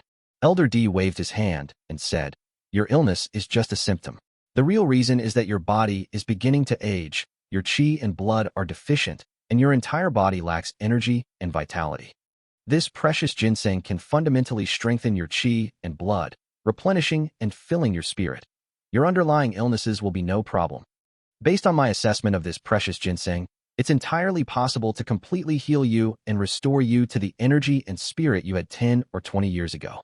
Moreover, even if you can achieve that level of recovery, I estimate that less than a third of this precious ginseng will be used. This ginseng is a good treasure." Mr. D told the story slowly and finally sighed excitedly. In fact, if Sui were here, he would be sure that it would take less than 1/10 of this ginseng to cure Mr. Jeune. People underestimate this ginseng. Jeune Mingyue suddenly interrupted, "Master D, that person said this precious ginseng is called Purple Yun Dragon King Ginseng." Purple Omen Dragon King Ginseng? Elder D was stunned for a moment, then muttered it twice, excitedly saying, "This name is indeed domineering. Precious ginsengs are famous, and Purple Omen Dragon King is well-deserved." Mr. D is an old-school Chinese medicine practitioner, and he even becomes very literary when he gets excited. Jin Wu, who was lying on the bed, was also excited. After a long time, he let out a long sigh, and his heart finally settled down. He was not afraid of death, but he was reluctant to do so. He hasn't seen his granddaughter take charge of Mingyue Group, hasn't seen her get married and have children, so he really doesn't want to leave like this. It is said that we should cherish our lives when we are old, and this is true. By the way, Mingyue, how much did you spend to buy this Purple Dragon King ginseng? Jeune Wu asked lovingly. Jeune Mingyue said truthfully, "I wrote him a check for 30 million in cash." This price isn't high, so he's willing to sell it. "I also promised that if you recover from your illness, I will give him another 20 million. Jeune Mingyue said. Jeune Wu nodded. "Well, 50 million to buy a ginseng king. It's worth it, it's worth it." Di Lao said, "It's more than worth it. This ginseng can save many lives. Even if someone's lifespan has ended and their life essence has dissipated, it can replenish their essence and prolong their life. For this reason alone, it is priceless." Jin Wu and Jeune Mingyue nodded. They understand this principle. For rich people, 50 million is nothing. Only life is the most precious. Therefore, things that can prolong life are treasures. Money? Just a bunch of numbers, a bunch of shit. Jin Wu, having received Elder D's assurance, could not help but say to Jeune Mingyue, "Mingyue, there's no need to wait until I recover. Give the 20 million to that person tomorrow." "Oh, that person's name is Su Yi. His name is Su Yi," Jeune Mingyue said. Jeune Wu nodded. "Speaking of which, we were able to buy this life-saving precious ginseng from him, which is a great bargain for us. So, we should pay him enough and not let him down." Jeune Mingyue nodded. "Okay, Grandpa." Afterwards, Jeune Mingyue hesitated a bit, thought for a while, and then said, "He told me before that he was planning to sell it to the Cultural Relics Museum, but the Cultural Relics Museum didn't have that much budget and couldn't afford it, so he wanted to auction it off. Just because I approached him first, he felt that I had a connection with this ginseng, so he sold it to me. He never told me a price from the beginning to the end. I said 30 million, and if the results were good, he would add another 20 million. He just gave it to me without saying anything. Actually, I don't think he necessarily thinks I'll give him the remaining 20 million. Jeune Mingyue said thoughtfully. Jin Wu said, "It's possible. Although he thinks so, we have taken advantage of it, but we can't break our promise. This is the basic integrity of being a human being." Jin Wu also knew that people like Su Yi must be befriended and won over, and a good relationship must be maintained. The relationship must not be allowed to become strained, because you never know when they might come to you for help again. Zhen Mingyue nodded. I understand, Grandpa. I will send him another 20 million tomorrow. Don't worry. At this time, Mr. D had been observing the purple Dragon King ginseng over and over again. He also sat down to think about the Chinese medicine prescription to regulate Zhen Wu's body. The other herbs had already been prescribed, with the combinations and dosages written down, but he was still unsure how many grams to prescribe for this one herb, ginseng. Because this ginseng is different from ordinary ginseng, its medicinal properties are very strong. When he got it from Chun Zhongxing in Wenwu Garden, it only weighed less than 2 grams. But just taking less than 2 grams of ginseng boiled in water brought Zhen Wu back from the brink of death. Moreover, it made Zhen Wu's complexion remain rosy and energetic. After that, Zhen Wu could still sit up for half an hour. It can be seen how powerful the medicinal effect of purple Dragon King ginseng is. Now, I have to figure out and consider the amount of ginseng to use based on Zhen Wu's physical condition. If you put too much, the drug will be too strong and may cause nosebleeds at the very least and cerebral hemorrhage at the worst. It's too little. Never mind, 2 grams. It's already very little. How much less can it be? Mr. D thought about it for a long time, and finally gave up and wrote "Eco." The so-called 1 gram is roughly the same as half the size of a thumbnail. He thought about it and decided to try 1 gram first for mild nourishment and proceed slowly. He should avoid being too hasty or using too much force. At this point, your life has been saved. What you need to do next is to be stable and not be impatient. Okay, have a good rest tonight. I will go to get the medicine and boil it myself tomorrow morning, said Mr. D. Zhen Wu and Zhen Mingyue nodded and thanked him repeatedly. As for Haozi, after hanging up the phone, he was no longer sleepy, even though it was already early morning. If Sui hadn't repeatedly told him not to tell anyone about the wood, he would have rushed directly to his father's room, pulled his sleeping father out of his sleep, and studied with him what kind of wood the remaining wood was. Alas, I only regret not having read enough books when I need them, he said in a sigh. Sui couldn't sleep either. He lay on the bed with his eyes open, staring at the ceiling. Wait till dawn. Why is it so difficult? The next morning at 8 o'clock, the alarm suddenly rang. Sui blinked his eyes that he couldn't close, and then he sat up with dull eyes and dark circles under his eyes, turning him into the national treasure giant panda. He patted his face and immediately went to the bathroom to wash with cold water to refresh himself. He went downstairs and bought 2 buns on the roadside. He ate them while riding a shared bicycle with one hand straight to the bank branch business department. It was only 8:30 when I arrived at the bank. The doors didn't open for another half an hour, so I had no choice but to queue up and get a number. Half an hour later, the bank door opened and he got the first number. After placing my queue number, cash check, and bank card into the teller window, the arrogant female bank teller lazily asked, "What do you want to do?" Sui yawned and said sleepily, "Comrade, I just want to transfer money. A small business."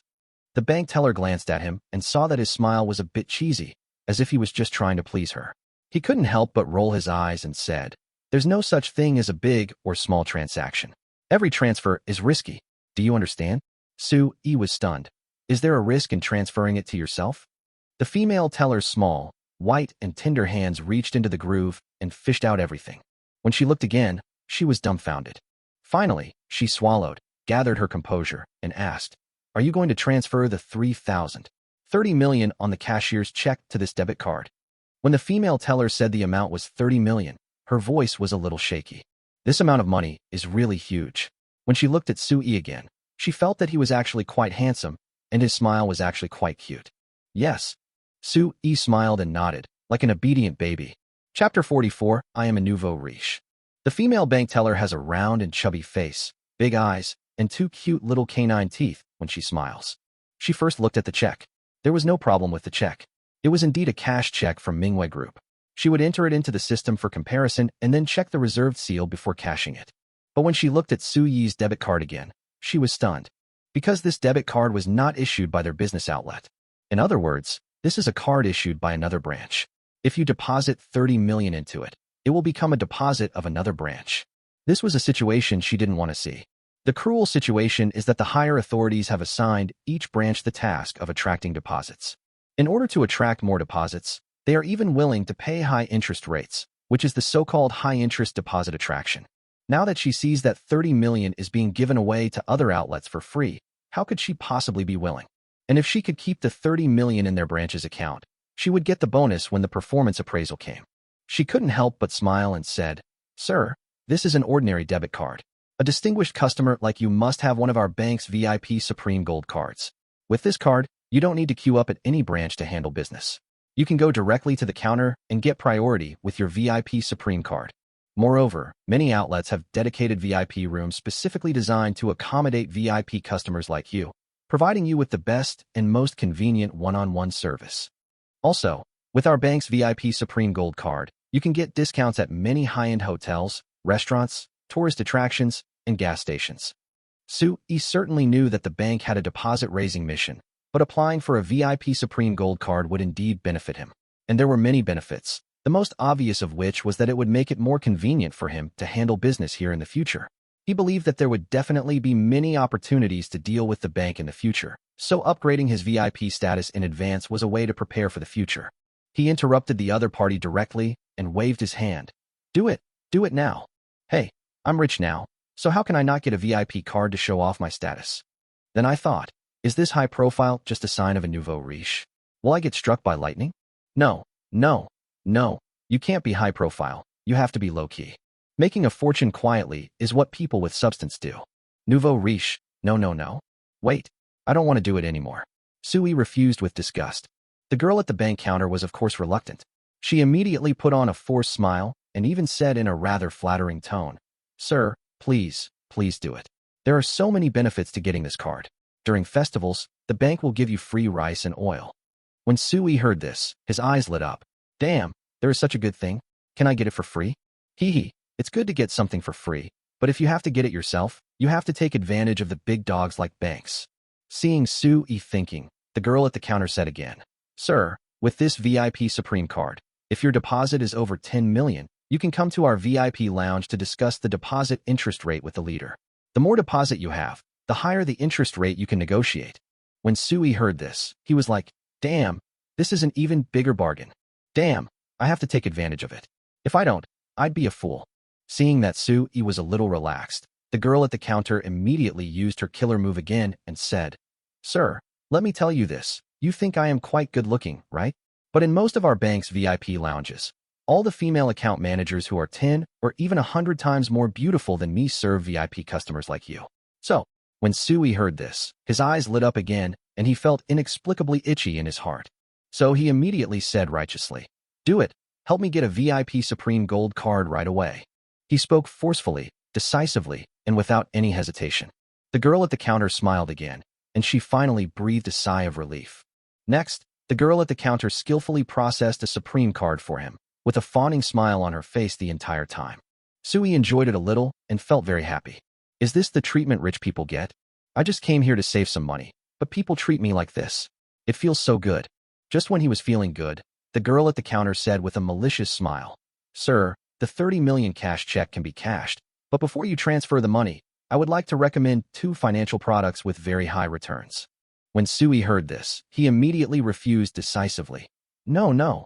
The so-called financial products are all tricks and traps. Only fools will fall for them. Well, I have 3 very excellent and great value insurance plans here. The girl at the counter continued to tempt. Sui grinned. No. Who would buy insurance? Hurry up and help me transfer 20 million to the VIP Supreme Gold card and the remaining 10 million to my debit card. If you don't hurry up, I'll give you a bad review. The girl at the counter has a trump card, and so does Sui. Bad reviews and complaints can make you sick to death. When the girl at the counter heard this, she had no choice but to do as she was told. But there is a hint of resentment in her eyes towards men who don't know how to be gentle with women. 10 minutes later, Sui came out of the bank refreshed and walked as if he didn't recognize anyone. Half an hour later, Sui got out of the taxi, and in front of him was a luxurious mountain villa. This villa area occupies several hills, the most famous of which has a pool of water on top, which is called Tianchi. Therefore, this community is also known as Tianchi Mountain Villa Community, which is considered the best villa community in Nandu. Sui looked at the sales office of the villa community in front of him and walked in confidently. After some inquiries, Sui finally learned the housing prices in this villa community from the sales lady. The smallest villas with more remote locations cost 10 million yuan each. The houses with larger area and better location cost 30 million yuan each. The most annoying thing is that it's still an unfinished house. It's dark enough. Sui thought about it again and asked, Are there any renovated villas? I mean the kind that you can move into right away with your luggage. The sales lady nodded and said, yes. Oh, where is it? Can you take me to see the house in person? Sui asked. The sales lady said, okay then, I'll take you there to have a look. The sales lady was a little reluctant. Maybe she could see that Sui was just a poor loser. She can't afford to buy a house at all, but she comes here to look around and makes things difficult for her. Sui didn't care, thinking that you look down on me now, but you will have the chance to lick me later. Chapter 45. The idea is awesome. I will pay the full amount. This is it. There are two beautifully decorated buildings here, one small and one large. It's a bit remote, but the advantage is that it's quiet. Also, the independent courtyards of these two buildings are very large. The sales lady took Sui to a corner of the community and began to introduce the two villas. Let's take a look at the smaller one first. Sui said, okay, come in with me. The sales lady took Sui into the villa. The villa was surrounded by walls, and there was a small courtyard in front, about 30 square meters, neither big nor small. The villa has 3 floors, 2 above ground and 1 underground. There are 2 parking spaces. The villa does not cover a large area, only 110 square meters. Sui looked around and found that the decoration was really nice, and it was even equipped with furniture and appliances. If you look closely, you'll see they're all products from big brands. He likes to have everything done so that he doesn't have to find someone to decorate it, order furniture from a furniture store, or buy appliances from an electronics store. Where does he have the time for that? If he has this much time, wouldn't it be nice for him to go to another world and hunt birds? He immediately wanted to buy it. As for the bias that the sales lady mentioned, it is not a disadvantage for him, but rather a lot of advantages. He just wanted to be alone. He had to be quiet. No one would know what he did, and no one would disturb him. The furniture and appliances here are very good. They are all big brands. Sui praised casually. The sales lady immediately became proud. Don't you see the positioning of our community? It is the most luxurious community in Nandu. This place specializes in villas. If we equip them with some crappy furniture and appliances, wouldn't that damage our reputation? Our company can't afford to lose this guy.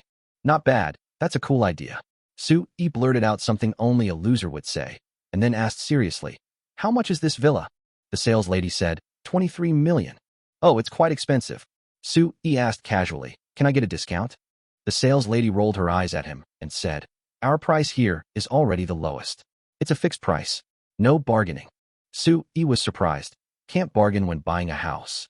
It's not that we can't, but the company has already lowered the price to the lowest and won't accept any more bargaining. The sales lady said impatiently, that's it. You should go back and think it over carefully, then decide whether to buy it or not. Just then, Sui's cell phone rang. He picked it up and saw that it was Jean Minghua calling. He was a little surprised.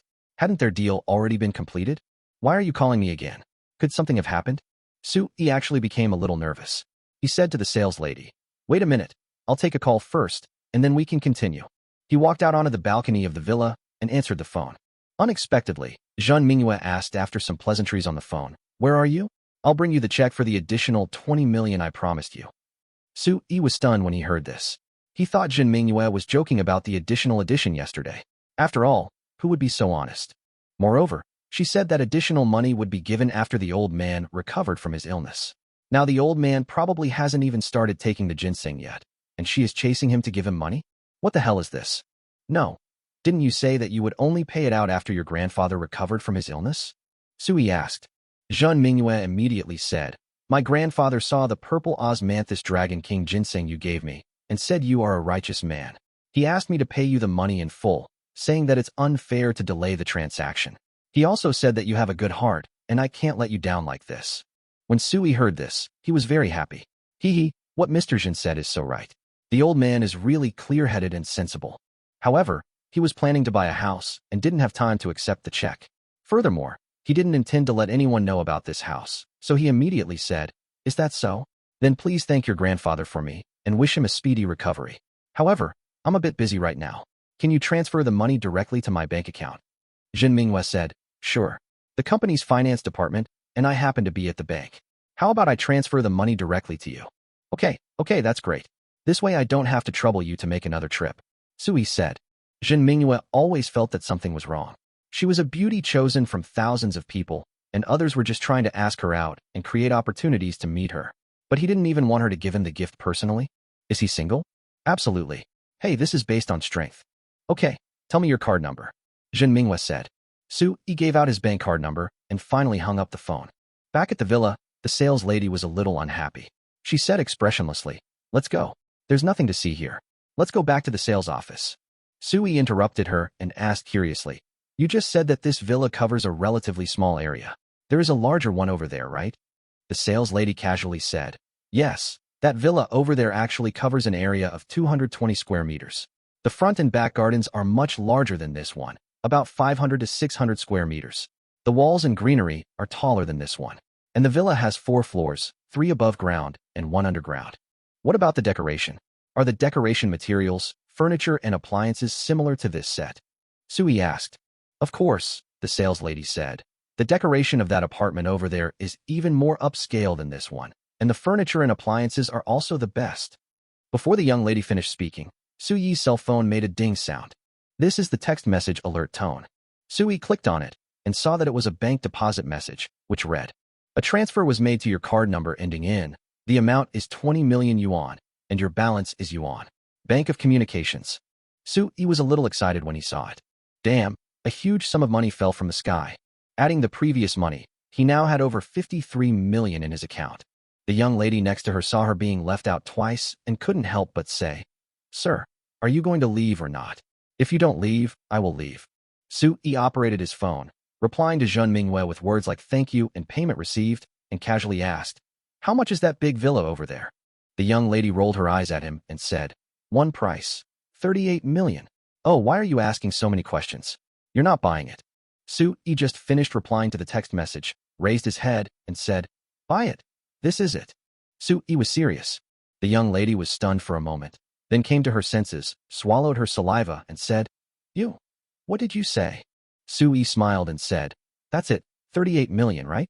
Let's go back to the sales office to handle the formalities and swipe the card." The young lady was so shocked that she didn't react at all. "You're not going to look again? Just buy it. See? Didn't you say the decoration over there is more upscale than this?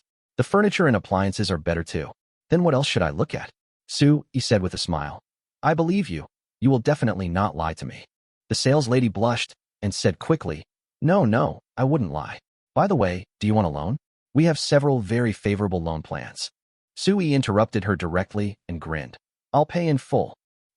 The sales lady was stunned and swallowed subconsciously again. Chapter 46. Large-Scale Procurement of Supplies. Seeing the young lady's shocked expression, Su-yi couldn't help but tease her with a malicious smile. "By the way, I heard that in many places, when buying a big villa, the salesperson will give you a sneak peek. That's the unspoken rule, you know. Do you have any of them here?" The young lady blushed, but didn't dare to say no. The person in front of them is a big customer. They were told during training that they should never say no to their customers.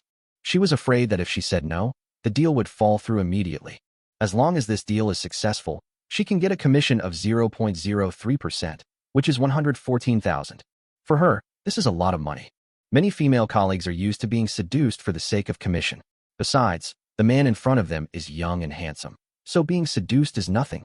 Thinking of this, her face flushed, and she said awkwardly, Yes, if you need it, I can do it." Really?" Su-yi was shocked, then smiled and said, "Okay, I get it." The sales lady blushed in surprise. "You know? That's it. It's over." Su-yi nodded seriously. "I'm just asking casually. I don't mean anything else. Don't think too much. Let's go and handle the formalities." After Su-yi finished speaking, he looked at the sales lady's face, which kept changing from red to black and white, and felt very refreshed and relaxed. To be honest, this girl is not his type at all, and he doesn't like girls with small canine teeth. Besides, after meeting Wuchan Naga, I realized that other girls are just vulgar. Even compared to Zhun Minghua, she is several levels behind. If you ask him to force himself on you, he just can't get it off. It took 3 hours to complete the formalities. He got the contract and the keys to the villa. He was so happy that he returned to the villa, laughing foolishly. From today on, he is also a homeowner. After this incident, he realized the truth, that is, money can make the world go round. This truth is so profound. On the other side, Chun-Ling was calling her rice supplier. "Boss Zhang, this year we have 1,000 kilograms of new rice and 1,000 kilograms of high-quality fresh sweet potatoes. Can you calculate how much they'll cost? Give me a number." "Yes, we've been working together for so many years, you must give me a discount. If you dare to cheat me, we won't be able to cooperate in the future." Fine, I'll wait for you." Chun-Ling hung up the phone, feeling that purchasing these things was a piece of cake for her. Because her family makes wine and the main ingredient is rice, so purchasing rice is a common thing for her. The reward is 10% of the total purchase price. Hee, this is such an easy profit. Xiaoyi is really generous. Chunling muttered to herself. Not long after, a car stopped outside and honked its horn. Chunling went out to take a look and saw that it was Boss Zhang. Boss Zhang, you are quite fast, Chunling said with a smile. Boss Zhang handed over a 10-pound bag of rice and 2 large red sweet potatoes and said, I must be proactive in sending samples to you. Chunling looked at the goods. They are all new rice this year. They are very delicious. Whether you cook rice or porridge, they are very fragrant. The same goes for the sweet potatoes. Freshly unearthed, each one is large and looks amazing. Of course, the most important thing is that they are juicy and sweet. Boss Zhang introduced the goods, while Chunling examined them, nodding frequently. Not bad, not bad, really good, better than the previous ones. What's the price?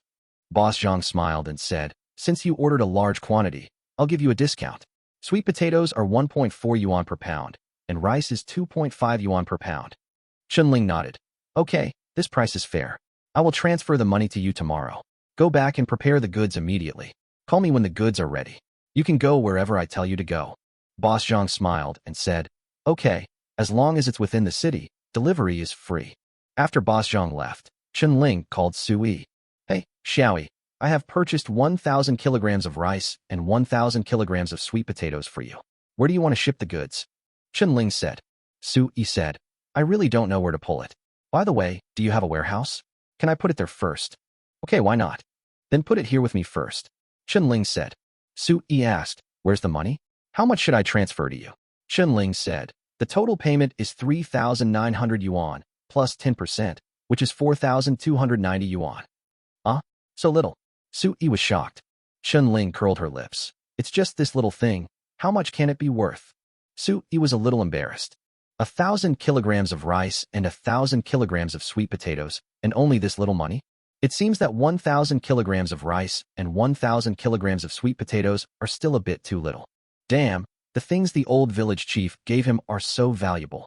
But come to think of it, he is really quite evil. That's not right. There are other things. Forget it. Let's collect everything first. Sui shook his head violently, driving all the bad thoughts out of his mind. Okay, I'll give you the money right away. Sui used mobile banking to transfer money to Chunling, including the 20,000 yuan she had lent him and Haozi last time. Soon, Chunling called and asked about the extra 20,000 yuan. Sui said, I've paid back the money you lent me and Haozi last time. By the way, can you buy me another 500 kilograms of Mao Dai? I want a strong, high-proof Mao Dai, just like the one you gave me last time. Yes, I'll give you more money. Giving the old village chief an extra 500 kilograms of local Mao Dai helped to alleviate his guilt for his evil heart. At the same time, Haozi was also purchasing items at the largest farmer's market in Nandu. He drove his truck directly to purchase. He called and said, Xiaoyi, you want to purchase too many things. Please transfer tens of thousands of dollars first, and I will refund you the excess and make up for the shortfall. Sui could only transfer 30,000 yuan first. When Haozi saw the money, he smiled happily. He began a buying spree. 500 compressed biscuits, 500 boxes of canned meat, including canned small yellow croaker, canned braised pork, etc. 50 boxes of Master Kong instant noodles, and 100 kilograms of salt. He bought all these things directly at the farmer's market, all piled up in his truck. Afterwards, he drove the car to the warehouse of Nanyan Garment Factory. There are a lot of thick and large down jackets piled up in the warehouse. But to be honest, although down jackets are bulky, they are still quite warm to wear. He tried one on, and it was like a large piece of clothing covering a small person. He was so small and his clothes were so big that it had this funny effect. The factory manager pleaded earnestly. These clothes were originally custom-made for the athletes competing in the Winter Olympics, but they changed their minds, which is why so many of them are sold out. Don't worry, these are absolutely top-notch, flawless. I have over 200 sets. How about taking them all? I'll give you a discount. No, I only want 50 sets. Haozi waved his hand. No, please help me. These clothes are too big, and we can't sell them at all. Can you please take them all? Haozi was annoyed by him and couldn't help asking. Where are those snow boots with plush lining that I told you about before? Can you help me get them? Of course. I want the largest size too. My boss said it's for little giants like those who are 2 to 2.2 meters tall. Chapter 47, Do you want a rebel? The garment factory manager nodded like a chicken pecking at rice. I know. Shoes should match clothes. I understand. I've contacted the shoe factory for you. They have large sizes in stock, just like us. But they have to ship them in from other places. They don't have them here in Nandu. Housie said, how long will it take? I don't have that much time to wait for these goods. It won't be long, just 3 days. We'll be in Nandu in 3 days, said the garment factory leader. Housie nodded. Okay, 3 days is not a long time, it's okay. Then, those clothes of mine, 200 sets. The leader of the garment factory smiled apologetically, looking ingratiating. Wait a minute, let me ask. Housie had no choice but to call Su-e and ask if he could have the 200 sets. Su-e said, take it, 200 sets is not too many. Housie said, 30,000 yuan is not enough, you need to send another 30,000. No problem. Su-e hung up the phone and directly transferred another 50,000 yuan to Housie. He was afraid that 30,000 yuan was not enough, so he simply transferred a little more. Housie hung up the phone and said to the manager of the garment factory, okay, I want them all, but the price. The other party said, don't worry, I will give it to you at cost price. I will not make a penny from you. I just want to make back my original investment. Okay, what about the shoes? Don't worry about the shoes. I'll keep an eye on them for you. I'll contact you when they arrive in 3 days, said the garment factory leader. Okay, then move all 200 down jackets onto the truck. I want to take the clothes away first, said Housie. The other party was delighted and immediately asked the workers to start moving the clothes. Su-e had just come out of the mall, holding a gold necklace and a gold bracelet in his hands. He took a taxi and went straight to his aunt's clinic. When he arrived at the clinic, he gave Zhang Yali a list of medicines and a gold necklace and bracelet without any further ado. Zhang Yali's eyes almost popped out when she saw the gold necklace and gold bracelet. Xiaoyi, are you giving this as a filial gift to your aunt? She looked excited and tried on the gold bracelet without saying anything. The gold bracelet is quite big, very beautiful and heavy. Seeing her excitement, Su-e, who was wearing bracelets and necklaces, immediately pushed the small piece of paper and said, Here. Look here. Zhang Yali was surprised and looked up and asked, what is this? You'll know when you take a look. Su-e said. Zhang Yali opened it and read out loud, 10 boxes of Yunnan Baiyao, 10 boxes of bandages, 10 boxes of disinfectant alcohol, 50 boxes of penicillin drops, 100 sets of infusion sets, 10 boxes of cephalosporin, 10 boxes of amoxicillin, 3 scalpels, some suture needles and thread. Zhang Yali gasped and asked, Xiaoyi, what do you mean by writing this? Su-e smiled and said, it's very simple. Now help me call the pharmaceutical company to order these goods. Once the goods are ordered, the gold necklace and gold bracelet will be yours. After Su-e finished speaking, he took out 30,000 yuan from his backpack and placed it on the table, staring at Zhang Yali with a smile. Zhang Yali was directly frightened by Su-e's behavior. No, where did you get so much money? Also, what are you going to do with these medicines? Zhang Yali was puzzled. Su-e said, I'm doing charity. I want to send these medicines to the remote mountain villages in the west. The barefoot doctors there can't get them. These are life-saving things for them. Zhang Yali shook her head. You're kidding me? Who are you trying to fool? Su-e spread his hands. Believe it or not, just tell me. Will you help me? Zhang Yali was about to speak when Su-e immediately said, if you don't help me, I'll just give the money to the black clinic. I don't believe they won't help me. Okay, don't go to the black clinic. They might sell fake medicine. I can't help you really. Zhang Yali cursed, but she still put the gold bracelet, necklace, and 30,000 yuan into her bag, and then picked up the phone to call the representative of the pharmaceutical company. After finishing the call, she smiled and said, okay, come pick it up tomorrow.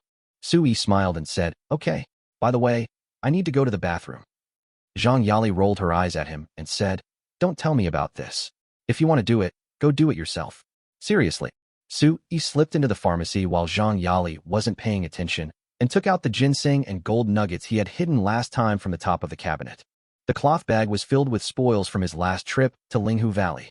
There were 2 gold nuggets, one as big as an egg and the other as big as a fist. There is also a purple Dragon King ginseng that is over 300 years old, 2 that are 200 years old, and 16 that are about 50 to 60 to 100 years old. It can be said that these are treasures he got back at the cost of his life. He grabbed his things and snuck out the door. He took a taxi and went straight back to the villa.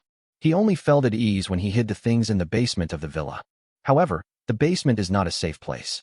Tomorrow he has to buy a few extra-large safes and put them directly in the basement so that these treasures will be safe. Oh, right, The jar of ginseng wine in the rental house also needs to be moved to the basement. He slapped his head and suddenly remembered this. Speaking of which, that jar of ginseng wine is definitely priceless. It's not safe to keep it in the rental house, so we have to move it here. Just do it. He immediately called a hualala and paid the moving fee. An hour later, he followed hualala to bring the jar of wine.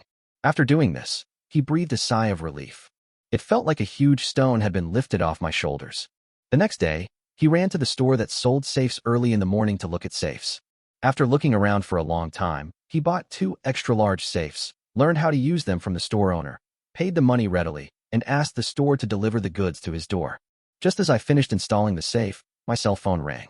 The call was from my aunt, who said that the ordered medicines had arrived and asked him to come and pick them up. He hung up the phone and immediately called Chunling. When the call was connected, he asked Chunling to drive to the clinic to get the medicine and then move it to the warehouse where rice and sweet potatoes were stored. In the afternoon, he went to the cultural relics garden and went straight to the office of the director Chen Zhongxing. When the old man saw Yi coming to visit, he was very attentive and personally made tea for him. Finally, he asked with a smile, "What is the matter with your visit this time, my friend?" Yi didn't waste any words and went straight to the point and said, "I have something I want to ask you for help." "Oh, what's the matter? Just tell me." Chen Zhongxing seemed very enthusiastic. Yi said, "I want to buy a batch of swords and broadswords, and some bows and crossbows. Do you have any connections?" Chen Zhongxing frowned and suddenly asked, "Do you want a prop for the play? Or?" Yi rolled his eyes at him and said, "Why do I need props?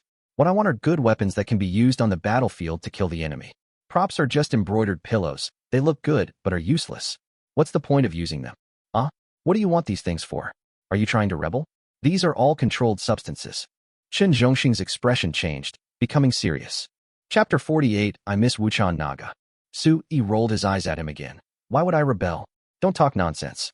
Anyway, I have my uses, but I'm definitely not used for bad things. Hey, just tell me if there is a way to get it." Chen Zhongxing's expression softened somewhat, but he immediately shook his head and said, "No. How could I possibly have such a connection?" Yi stared at the old fox. It would be strange if he believed it. He had worked in the cultural relics garden for his entire life and had many connections. How could he not know who could make such a cold weapon? No one would believe it. Yi decided to adopt some tactics. He suddenly laughed. "You were the one who told Jin Mingyue about my purple omen dragon king ginseng, right?" Chen Zhongxing's face flushed, and he said awkwardly, Indeed, I did say that. I was also trying to save someone.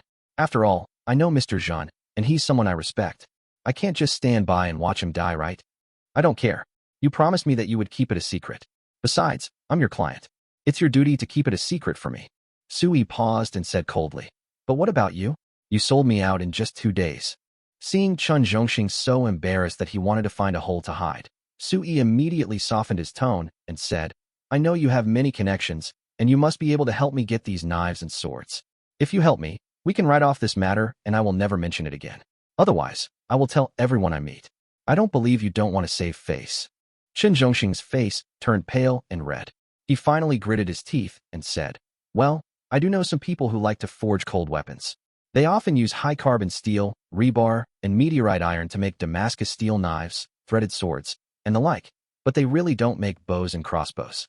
Also, if you really want to get these cold weapons, you might have to spend a lot of money to buy them." When Yi heard this, he immediately said happily, "No problem. Money is not a problem. When can you get it? I need it urgently." Chen Zhongxing thought for a moment and said, "Give me 1 million first, and then give me 3 days. I'll get you a batch within 3 days." Yi nodded, quickly transferred the money to the other party, and finally said, "I'll wait for your call," and left. Zhen family. Old Master Zhen, supported by Zhen Mingyue and another beautiful woman, slowly got off the bed. After walking 7 steps with support, he excitedly said, "No need for support. I can walk 2 steps by myself." "Grandpa, is it really possible?" Zhen Mingyue asked. Zhen Wu smiled slightly. "It's okay." Zhen Mingyue and the beautiful middle-aged woman slowly took their hands away. Zhen Wu calmed himself down and took a slow step forward. Step. 2 steps. 3 steps. After walking 10 steps, he stopped and said excitedly, "Yes, I do feel my legs are stronger. This purple dragon king ginseng is indeed a divine product." Zhen Mingyue and the beautiful middle-aged woman looked very happy. A middle-aged man beside him said happily, "Dad, this is great. As long as you keep eating it, I believe your health will get better and better." Mr. D on the side nodded and was also very optimistic. The magical effects of Purple Dragon King ginseng really made him look sideways.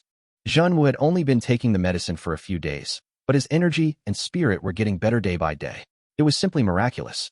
In the past few days, he took Zhenwu's pulse every day and found that his qi and blood were slowly recovering. His pulse was slowly getting stronger, and his energy was slowly recovering. The dosage of the prescription he prescribed was also slowly increasing, and now it was set at 3 grams. If it was more, Zhenwu would be too weak to be nourished. If you continue to eat this amount, you won't be able to finish this ginseng in a year or 2. It's a pity that there are no tiger bones. If there were tiger bones, and I soaked them in wine with this Purple Dragon King ginseng, it would be a peerless elixir that could restore youth. If we add some mild Chinese herbs to make the wine milder, then everyone, young or old, can drink it, and it will strengthen their bodies and prolong their lives. Thinking of this, Mr. D couldn't help but sigh that it was a pity. He's already in his 70s and will soon be entering his 80s. Although he's always been mindful of his health, he needs something like the Purple Dragon King ginseng, which can replenish his qi and blood and invigorate his spirit to fundamentally prolong his lifespan. Brother Zhen, come here, let me take your pulse again. Mr. D greeted Zhenwu. Zhenwu sat down again, and D Lao immediately took his pulse. After a dozen minutes of shouting, Elder D nodded. Not bad, really good. Your qi and blood are slowly recovering, as if a life essence is being injected into your body, slowly replenishing your energy and spirit. This is not just ordinary replenishment, but a tonic from the root. Next, in addition to continuing to eat ginseng, you also need to start exercising to balance yin and yang and protect your qi and blood. Said Mr. D. Zhenwu asked, how should I train? D Lao Dao. Let's start by practicing Tai Chi every day. Zhenwu nodded, thinking that Tai Chi was good and he liked practicing Tai Chi. Tai Chi can exercise your body without hurting yourself. Elder D thought for a moment and said, Brother Zhen, the Purple Omen Dragon King ginseng is a divine product. If I only let you use it as medicine, you probably wouldn't even be able to eat half of it in a year or 2. I think it would be better to use 1/3 to make medicinal wine. That way, anyone can eat it and gain great benefits. What do you think? Old D thought, if Zhenwu was willing to use 1/3 to make wine, then he would also be willing to share an ancient recipe for making ginseng wine. Zhenwu thought for a moment and said, what are the benefits of drinking this medicinal wine? D Lao Dao. It replenishes qi and blood and prolongs life.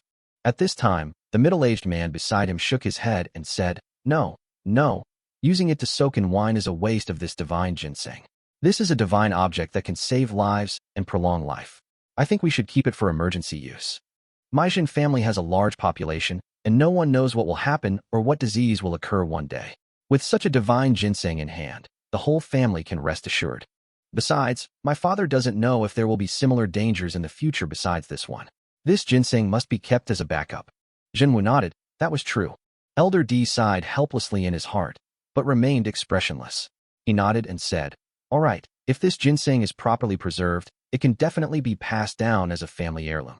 Soon, Mr. D stood up and said goodbye, sighing repeatedly in his heart. But there was nothing he could do. The ginseng belonged to the Jin family, and they were unwilling to give him a share of the profits from using it to make wine, so he could do nothing about it. But the next moment, he thought of the young man named Su Yi. He really had to meet him someday. Su Yi sneezed with a ha. I don't know who is scolding me. Really. Su Yi couldn't sleep, so he rubbed his nose and sat up from the bed. He looked at the empty villa and felt an inexplicable melancholy in his heart. Oh, it would be nice if there was a hostess. The image of the peerless black cicada Naga suddenly flashed through his mind. Chapter 49, Returning to the Otherworld with Supplies. The next day, Su Yi was sleeping soundly when he was suddenly woken up by the ringing of the phone. He fumbled around in confusion, grabbed the phone, pressed the answer button, and said hello. A familiar voice came over. Su boy, it's me, old man Chun. I got you all the cold weapons you wanted, but these kinds of things can't be brought into the city. Su Yi suddenly woke up, sat up and asked, what should we do? Okay, I'll send you a location and you can go out of the city to get your goods, said old man Chen. No problem. Su Yi responded immediately. After hanging up the phone, Su Yi quickly received a location. He took a closer look and found that he was near Housy's sawmill. He immediately called Housy. When the call was connected, he immediately said, Housy, I'll come to you now. Please prepare a car and come with me to pick up some goods. Okay, then come over. I'm at the lumber mill. I know. It'll be there in 40 minutes. After Su Yi finished speaking, he immediately got up, washed, dressed, and went out. At the door, he took a taxi and went straight to Housy's wood processing factory. 38 minutes later, he stood at the lumberyard door and yelled, "Rat! Rat, are you there?" Chung Hao drove out in a pickup truck. Sui got on the passenger seat and directed Housy to go to the location. After driving for about 10 minutes, the car turned into a private blacksmith workshop. Sui saw Chen Zhongxing inside with his face covered and wearing a hat. Master Chen looked nervous. "Oh, you're finally here. Hurry up and get the goods and leave." "Oh, by the way, I have to tell you, I'm taking a risk this time. You have to keep your word." Sui found it funny. This old man Chen was too timid. It's just selling a few cold weapons. Why is there so much need to be nervous? But when the workers in the blacksmith workshop loaded 52 swords and sabers, as well as hundreds of alloy steel arrowheads on a Housy's pickup truck, Sui was secretly amazed. Because the shapes of these swords and sabers are so cool, each one is made like a work of art. Even the mouse widened his eyes. He was really shocked. What Sui is actually most worried about is the quality, and the appearance doesn't matter. Moreover, swords are not works of art. What he wants is a cold-blooded weapon that can cut hair, kill ferocious beasts, and even kill enemies on the battlefield. Sui leaned close to Chen Zhongxing's ear and said, "Is the quality of these things okay? Can the broadsword cut through iron and stone?" Chen Zhongxing glared at him. "Nonsense. These are all forged by hand, using the most advanced forging technology. The steel used is manganese steel, rebar, medium and high-carbon steel, meteoric iron, etc. Oh, by the way, is it in the Damascus steel knife you mentioned last time?" Sui asked casually. Of course. To put it simply, a Damascus steel knife is made using a folding forging technique. Countless times of folding forging give the blade a unique pattern. In fact, the forging technology used in this batch of cold weapons is very advanced, with techniques such as folding forging, covering the blade with earth and burning it, quenching and gilding, welding, group beating, flowing water, steel cladding, steel clamping, pickling, engraving, and carving. The craftsmanship not only ensures the cold weapons are hard and durable, but also ensures they are beautiful. In ancient times, each one would be a precious sword worth a fortune. All of them are famous products. Sui didn't understand all that messed up technology. He only heard the last sentence. In ancient times, each of these swords was worth a fortune and were all famous products. Just this sentence is enough. Soon, the cold weapons were transferred, and Sui also found 2 or 3 powerful crossbows among them. Old Man Shin said before that there was no crossbow. Humph, liar. After the handover was completed, the pickup truck was covered with non-woven fabric. Old Man Shin left as if he was avoiding the plague, while Sui and Housy moved all the things back to the warehouse. One day later, night. It is also a warehouse in the suburbs, filled with supplies purchased by Sui. It took him 5 or 6 days to gather all the supplies. The cost was about 1.3 million. However, this 1 million is just a drop in the bucket compared to the value of what he is about to exchange for. Truly a drop in the bucket. It's late. Chen Ling, Housy, you two should go back first. I've arranged for a car to come and transport all these things away tomorrow. I'll treat you to a nice dinner later. Sui took the warehouse key and made a promise to his 2 best friends with gratitude. They both said nothing was wrong and drove away. Sui smoked 2 cigarettes and made sure that there was no one else there before entering the warehouse and closing the door from the inside. Then he began the great movement of the universe. Another world. Wuchan Naga stared in amazement as Sui brought back different things every time he flashed. Soon, the outside of the big wooden house was filled with things. She had never seen these things before. At least, the packaging was very strange and weird, and they definitely did not exist in this world.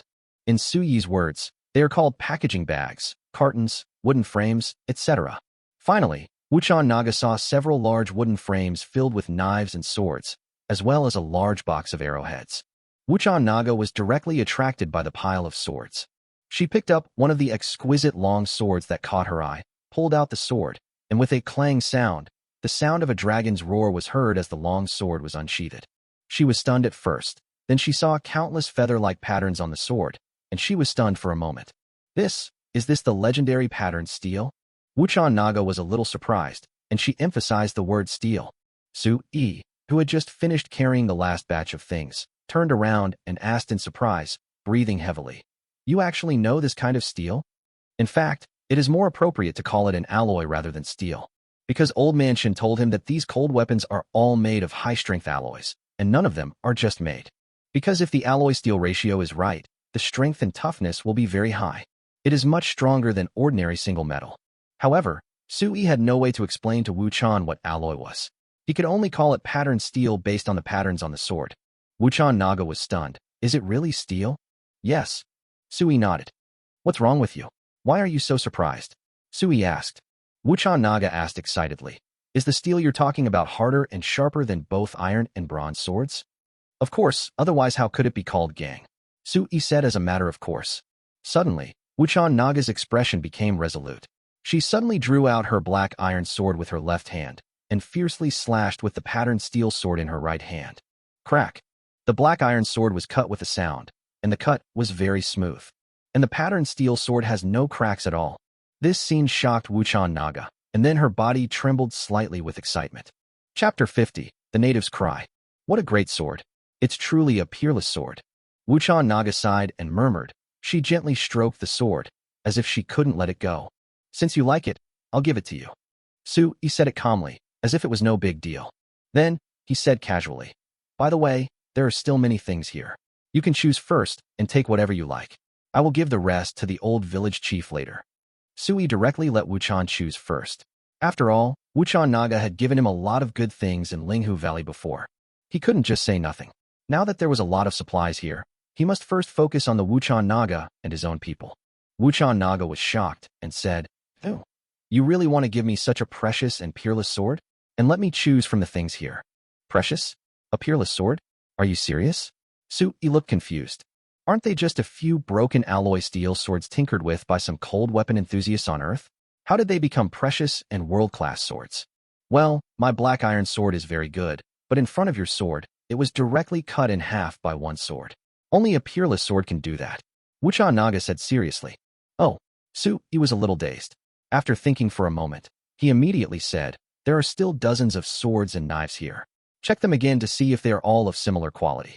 We can pick the best ones and keep them for ourselves, and give the rest to the old village chief. Sui has always adhered to the principle of keeping the good things for himself first. Wu Chan Naga nodded and excitedly began to check all the swords and knives. 10 minutes later, she was shocked. Sir, these swords and knives are all peerless weapons. Oh my god, there are so many of them. I can't choose the best one. Each one is so exquisitely crafted. The one who forged them must be a master of smelting and weapons. Young master, do you know? Any two of the peerless weapons here are worth what the old village chief gave you in exchange. Wu Chan Naga said seriously. Is that so? Sui was shocked again. What the hell is going on? Is this world's smelting and weapon forging technology so low? Or maybe they are not very good at making steel. Damn, if this is true, then the cold weapons made from these alloy steels are indeed very powerful. Very valuable too. Damn, why didn't I think of this before? Hurry, leave only the 2 swords, a crossbow, and this box of arrows. Help me move the rest into the house and put them away. Sui's heart tightened, and he immediately urged. How can we give away good things so easily? We must maximize our profits. After Wu Chan Naga put away all the things, he said with a shameless smile, since they are all peerless divine weapons, let's keep them for ourselves and give the old village chief 2 broken swords and a crossbow. What do you think? Wu Chan Naga nodded hurriedly. She absolutely supports Sui because these magical weapons are too valuable. Even if they are exchanged, they must be exchanged at equal value and cannot suffer too much loss. She instinctively stood in Sui's shoes and thought for him. At this moment, the old village chief came over with a group of people, holding torches. When the old village chief arrived and saw so many supplies, he was extremely excited. He said, I just received the news that you have returned with supplies. I brought my clansmen here. Young master, you have worked hard. Sui waved his hand. It's not hard. It's what I should do. At this time, villagers continued to arrive. Seeing this situation, the village chief smiled and said to Sui, Sir, since we are going to trade soon, can we go to the altar to trade? After all, this is a big deal for our Facier village. Sui nodded and said with a smile, Okay, since it is a big deal, of course we have to offer sacrifices to our ancestors and gods. Soon, several wooden carts carrying supplies arrived at the altar. At night, a bonfire is lit at the altar. Torches were also placed around the altar, so the entire altar was very bright. In the center of the altar was a small square. All the supplies had been moved there, including the 5 bowl-sized gold nuggets the old village chief had displayed earlier, a bag full of mallets, 2 nine-tailed fox skins shimmering with a mysterious luster, and a tiger skeleton that exuded a powerful aura. Next to the altar is a huge piece of meteorite that emits mysterious light and color. Adhering to the principle of mutual satisfaction, Sui began to display the goods he brought back on the altar. Because he had saved Shirgan and Shirling, and had been to Linghu Valley with Shiryong and Shifeng, the four of them had long been telling people about his many incredible miracles. Especially in terms of healing ability and delicious food, they are said to be simply miraculous. This is why almost all the villagers came, including the old, young, women and children, as well as a group of strong hunters. Sui looked around and felt that there should be more than 100 to 200 people. He held a microphone and said with a smile, "Old village chief, fellow villagers, look, this pile of stuff is called rice. It weighs 1,000 kilograms. And this is called sweet potato, which also weighs 1,000 pounds. By the way, this is called instant noodles. It smells really good. These are all food. Come, I will teach you how to eat them." Sui quickly set up 4 large pots next to the campfire. He put washed rice into one of the pots, added an appropriate amount of water, and covered the pot. He was going to cook rice, and the other pot with more water was used to cook porridge. The third pot contained washed sweet potatoes. Yes, he wanted to cook the sweet potatoes. There was another pot of water waiting to boil, and he wanted to cook instant noodles. During the operation, he was responsible for explaining. Although the old village chief and most of the villagers were confused, they all understood and found it easy to understand. While waiting, he threw a bag of sweet potatoes, almost 100 of them, directly next to the charcoal on the altar bonfire. He wanted to roast the sweet potatoes on the spot. On Earth, roasted sweet potatoes are a very popular way to eat them. Moreover, roasted sweet potatoes are the most delicious. As long as the heat is well controlled, it will definitely make people cry with hunger. While waiting, he opened a box of compressed dry food, took out dozens of them, and waved to the two of them.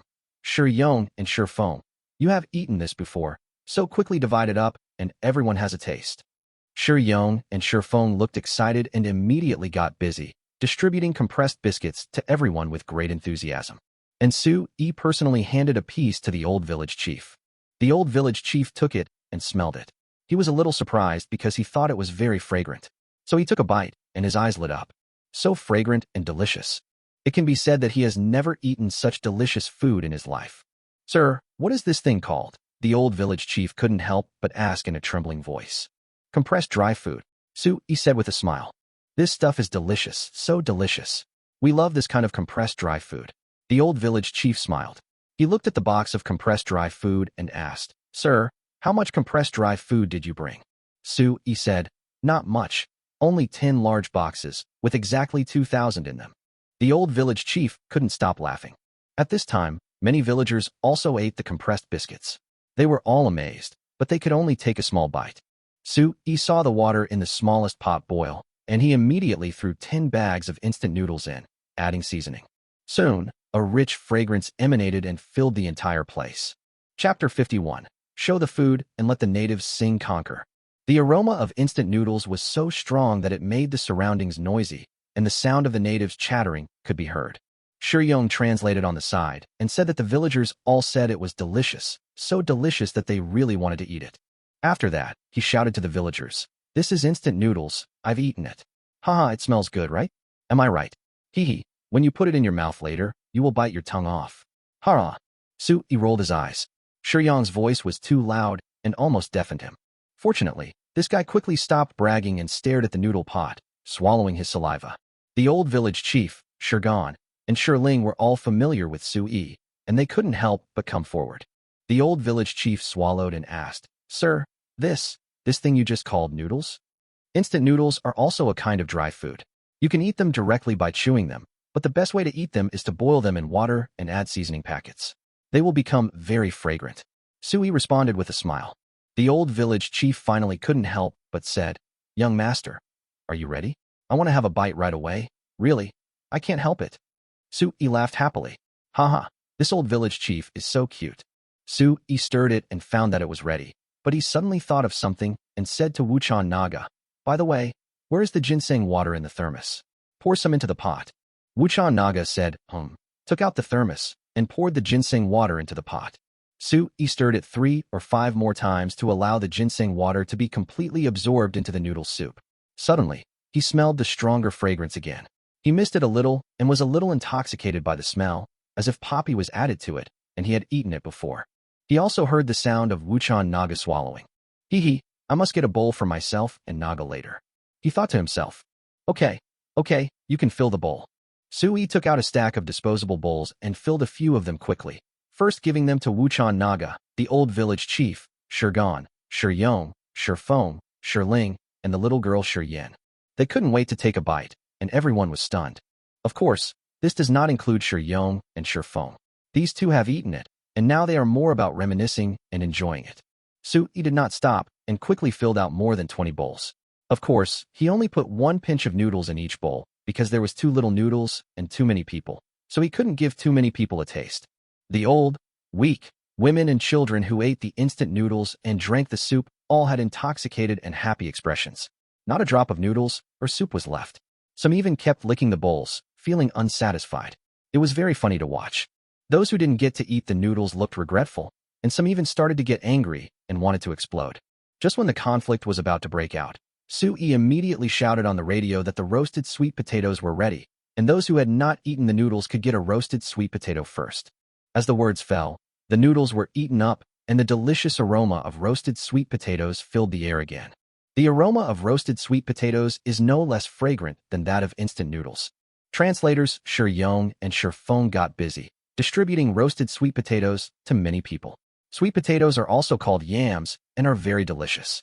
Sui also took 3 for himself, gave 1 to Wuchan Naga, 1 to the old village chief, and kept 1 for himself. When you break open the roasted sweet potato, you will see steam rising from the air. The yellow sweet potato flesh is very pleasing to the eye and very appetizing. It is very juicy and bursts with juice as soon as you take a bite, making it so sweet that it reaches your heart. It was also the first time for Wuchan Naga to eat roasted sweet potatoes. After just 1 bite, her eyes immediately lit up. She completely fell in love with the taste and fell in love with roasted sweet potatoes. The old village chief and the natives all had the same expression, excited and enjoying it. Country bumpkins, what a bunch of country bumpkins. Sui sighed, the corners of his mouth slightly raised. It felt like just a few ordinary things were enough to completely conquer these simple indigenous villagers who had never eaten good food and had never seen the world. It was so damn easy to conquer them. There is no difficulty at all. After all the natives finished eating the roasted sweet potatoes, Sui took out the cooked sweet potatoes for everyone to taste. Although boiled sweet potatoes are not as fragrant as roasted ones, they are more juicy and sweeter. Finally, Sui saw that the rice was cooked and the porridge was also cooked. Then he asked Shiryong and Shirfeng to serve a bowl of sweet potato to those who had never eaten it, to ensure that every villager could taste this delicacy. Seeing that there were more than 20 bowls of rice and porridge, Sui immediately opened the cans of yellow croaker and braised pork, and put the yellow croaker and braised pork on the rice and porridge. After the old village chief tasted the fragrant white rice, small yellow croaker, and braised pork, Sui smiled and said, "So, are the food I brought here all right?" The old village chief's eyes welled up with tears. "Great. These are all truly excellent foods. I've lived for over 200 years, and this is the first time I've tasted such delicious food. It's not been lived in vain, truly not in vain." After he finished speaking, he actually started crying. Finally, after being persuaded by several tribesmen, he wiped his eyes and wiped away his tears of joy. "Well, are you going to continue? The things haven't been displayed yet," Sui said with a smile. The old village chief looked embarrassed and said, "Sir, I'm so sorry for what happened just now. I was too excited and lost my composure. Please don't mind." "I understand." Sui nodded and joked. "I also lost my composure when I saw meat even when I hadn't eaten for a few days." Then he took a box of rice wine, opened it, and poured a bowl for the old village chief. The old village chief was a little surprised when he smelled the aroma of wine. "Sir, this is—" He swallowed and asked, "The wine tastes quite different from the one you gave me. Why don't you drink it first and see how it tastes?" Sui said. The old village chief couldn't help but take a sip immediately. Suddenly, his face flushed, because a strong smell rushed into his throat and into his abdomen. His entire throat felt hot, and his stomach felt warm as if it was on fire. It was very comfortable and refreshing. Sui chuckled. "This is a 56% pure rice wine. It's normal to blush the first time you drink it." The old village chief's eyes widened after he took the first sip of wine. He said excitedly, "Sir, this wine is not bitter at all, but sweet, and it's so strong. It's a great wine, absolutely a peerless wine.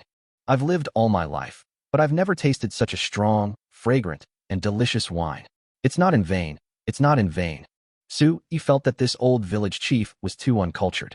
He only said the same thing over and over again, and he couldn't find a way to express compliments in a different way.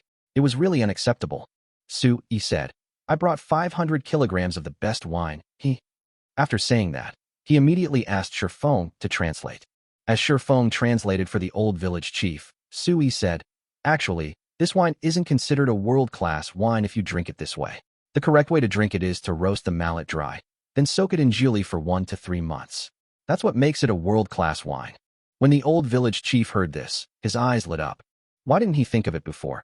Yes, yes, yes, this is indeed the best way to drink. The stick and wine are definitely a perfect match. After the old village chief, many strong hunters in the village tasted the strong rice wine and were amazed. They wanted to open the 500 kilograms of wine immediately and get drunk. If the old village chief had not stomped his crutch to scare everyone, they would have done something wrong.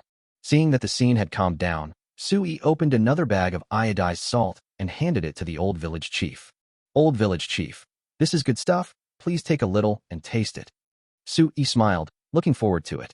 Because he knew that salt was the most scarce thing here, and it could be said that salt was more valuable than gold. Chapter 52 Bargaining and Obtaining a Treasure. The old village chief was puzzled. This thing was as white as snow. He was suspicious, but a little bit unbelievable, so he couldn't help but pick up some with his hands and put it in his mouth. Sizzle. He took a breath of cold air instantly. Sir, this is salt. Oh my God. How can this salt be so pure and fine? Is this the legendary snow salt? The old village chief was shocked. Only the legendary royal family can afford to consume snow salt. Because snow salt is like gold. Sui smiled brightly. Yes, it's snow salt. How about it? Here are 100 kilograms. Not bad, right? Sui pointed to the bags of salt, his face beaming. The black cicada naga beside her was also shocked. She looked at the snow-white salt, tasted a little, and her eyes suddenly lit up. This salt is so pure, it doesn't even have the saltiness or bitterness of seawater. It really surprised her. She stared at the bags of salt, lost in thought.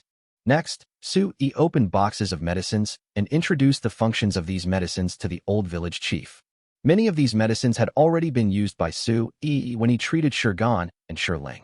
Therefore, the old village chief, Shiryong, and Shirling were excited again when they saw so many miraculous medicines. Also clothes, let's see.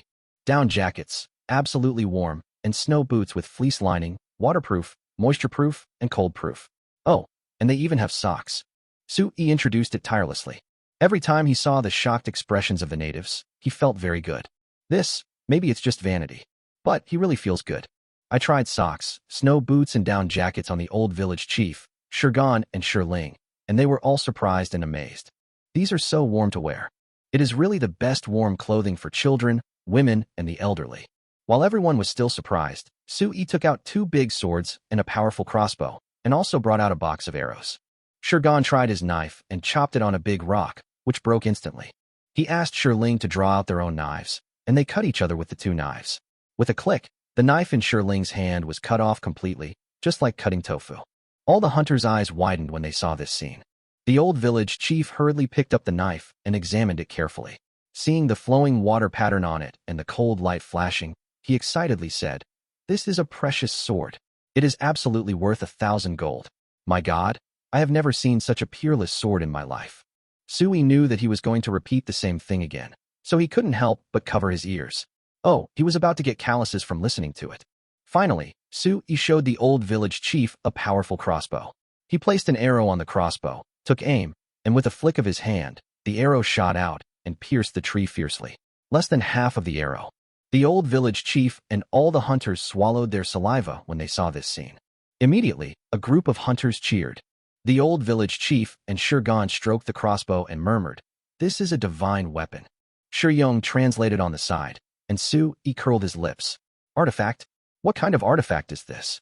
How can things from the cold weapon era be as awesome as Earth's hot weapons? The difference is simply not on the same level. When he has the conditions to get a bunch of hot weapons in the future, won't he scare them to death? In short, everything is displayed. Sui saw everyone being shocked over and over again, and he was overjoyed because his trap was successfully completed. Old village chief, how are you? Are you and the villagers satisfied with the things I brought? Sui looked at Shirgan, Shirling, Shiryong, Shifeng, and others again, and asked them if they were satisfied. These people nodded hurriedly. Satisfied, satisfied. Absolutely satisfied. These are all rare and excellent items. Following the translation by Wuchan Naga, the old village chief also admitted with an embarrassed look on his face, saying that they were all very good things. Sui nodded. As long as you are satisfied. But old village chief, compared to these, what you gave me is a little lacking. Do you understand what I mean? After Wuchan Naga translated again, the old village chief blushed and nodded awkwardly. We understand. We understand. Young master, the things you brought are worth 100 times more than what our village prepared for you before. How about this? I'll give you all the mountain products our village has accumulated over the years. And, oh yeah, the gold nuggets. We need all of these things you brought.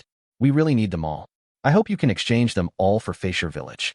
The old village chief and everyone looked at Sui with hope. It's like a child longing for a lollipop. Sui swallowed hard, suppressing the urge to agree immediately. He couldn't help but ask, what mountain products do you have? Bring them out so I can see them. The old village chief nodded and made a gesture to Shirgan, who immediately pressed a switch next to the altar. A stone door opened on one side of the altar, and torches lit up inside. Sui was surprised. There was actually a basement in this place? Shirgan walked in, and soon came out carrying 2 bags. 2 large cloth bags were placed on the ground. Sui was curious, so he opened it, and was completely dumbfounded. One of the cloth bags contained a piece of gold nugget as big as a millstone. Sui tried to lift it, but he couldn't lift it with both hands. It can be seen how heavy this piece of gold nugget is, at least hundreds of pounds. He also opened the other bag and found that it was full of huge fist-shaped, doll-shaped purple dragon king ginseng. Sui swallowed nervously and poured it out, and found 3 fist-shaped, doll-shaped ones. You can tell at a glance that it is even older than the precious ginseng that is more than 300 years old. As to whether it had become a spirit, Sui didn't know. Wuchan Naga's eyes lit up, and she said, this is a 400-year-old club. It should be just one step away from transforming into a spiritual object. Sui's eyes lit up. Damn, this is good stuff, absolutely good stuff. A club that is only one step away from becoming a spiritual creature? When he thought of the colorful spirit tiger he had seen before, he became inexplicably excited. No matter whether it was an animal or a plant, anything that became a spirit was not simple. That colorful spirit tiger was definitely the first spirit beast he had ever seen in another world. That spirit tiger was no ordinary creature, definitely highly intelligent, and possessed unfathomable power. There are absolutely no such creatures on Earth. These 3 400-year-old hammers in front of you are absolutely priceless and are the most precious treasures among treasures. In addition to the 3 400-year-old clubs, Sui also saw a large polygonum multiflorum, which was also in human shape. There were also a few plants that he didn't know the name of. One of the plants had 7 petal leaves, and there was a golden line in the middle of the leaves, which made it look very noble and eye-catching, as if it was shining with golden light. Although he didn't know what this plant was called, judging from its appearance, it was definitely a good thing. Sui smiled happily. This old village chief was really generous. With these 2 bags of things plus the previous ones, he had a huge harvest. Haha, this trip is really worth it. Chapter 53, it would be great if I could really take her in. Okay, I'll accept these things. Sui smiled. Shirgan then pulled out a small beast that looked like an elk from behind the altar and said to Sui, Sir, I'll give you this little deer as a thank you for saving me and Shirling. Sui scratched the back of his head. How can I feel so embarrassed? Little Shiryan jumped out and giggled. Thank you, brother, for saving my dad. Sui saw that her baby voice was very cute, so he took out a few chocolate candies from his pocket and gave them to Xiao Shiryan. Thank you, brother. Little Shiryan got the candy and ran away jumping. At this point, the transaction is complete. The old village chief immediately led all the villagers to hold a grand worship ceremony at the altar. Sui and Wuchan Naga returned to their temporary residence. After returning to his residence, Sui disappeared in a flash. Wuchan Naga sat cross-legged and continued to practice. Sui returned to the warehouse in the suburbs of Nandu. He opened the door, then locked it from the outside, and finally drove the small motorcycle left by Housie back to his villa. After returning to the villa, he immediately whoosh back to the other world. Then he returned to the villa with the harvest from the other world. After a few trips back and forth, the villa's basement was filled with the spoils he brought back from the other world. I'm rich, really rich. Sui was very excited when he saw the basement filled with treasures. He couldn't help but take inventory of everything he had brought back from his trip to the other world so far. In addition to the gold nuggets he sold, and a 300-year-old purple dragon king ginseng. He now has 8 gold nuggets in his hands. One of them is the size of a millstone, very large and heavy, estimated to be around 100 kilograms. There are also 5 bowl-sized pieces, 1 fist-sized piece, and 1 egg-sized piece. As for the purple dragon king ginseng, there are 3 that are 400 years old and are just 1 step away from becoming spiritual objects. There are also 3 that are 300 years old, and the rest are 200 years old, 100 years old, and a whole bag of 60 or 70 years old. 2 nine-tailed fox skins with a mysterious luster, very complete fox skins. A tiger skeleton exuding tiger power. A human-shaped polygonum multiflorum, several unknown strange plants, etc. There is also a ferocious beast that looks like a small elk. According to Shirgan, the meat of this ferocious beast is very tender and delicious because it is young. Su-yi himself is a foodie, so he naturally accepts all the wild game and mountain products. It took him an hour to pack everything into 2 huge safes. He only put the animal meat in the refrigerator for quick freezing. After finishing all this, he immediately realized that the safe and refrigerator were not enough. I decided to get a few more safes and a few large freezers next time. Exhausted, he took a hot bath, put on his pajamas, and fell asleep as soon as he lay down on the bed. The next morning, he was woken up by the alarm clock at 6 o'clock.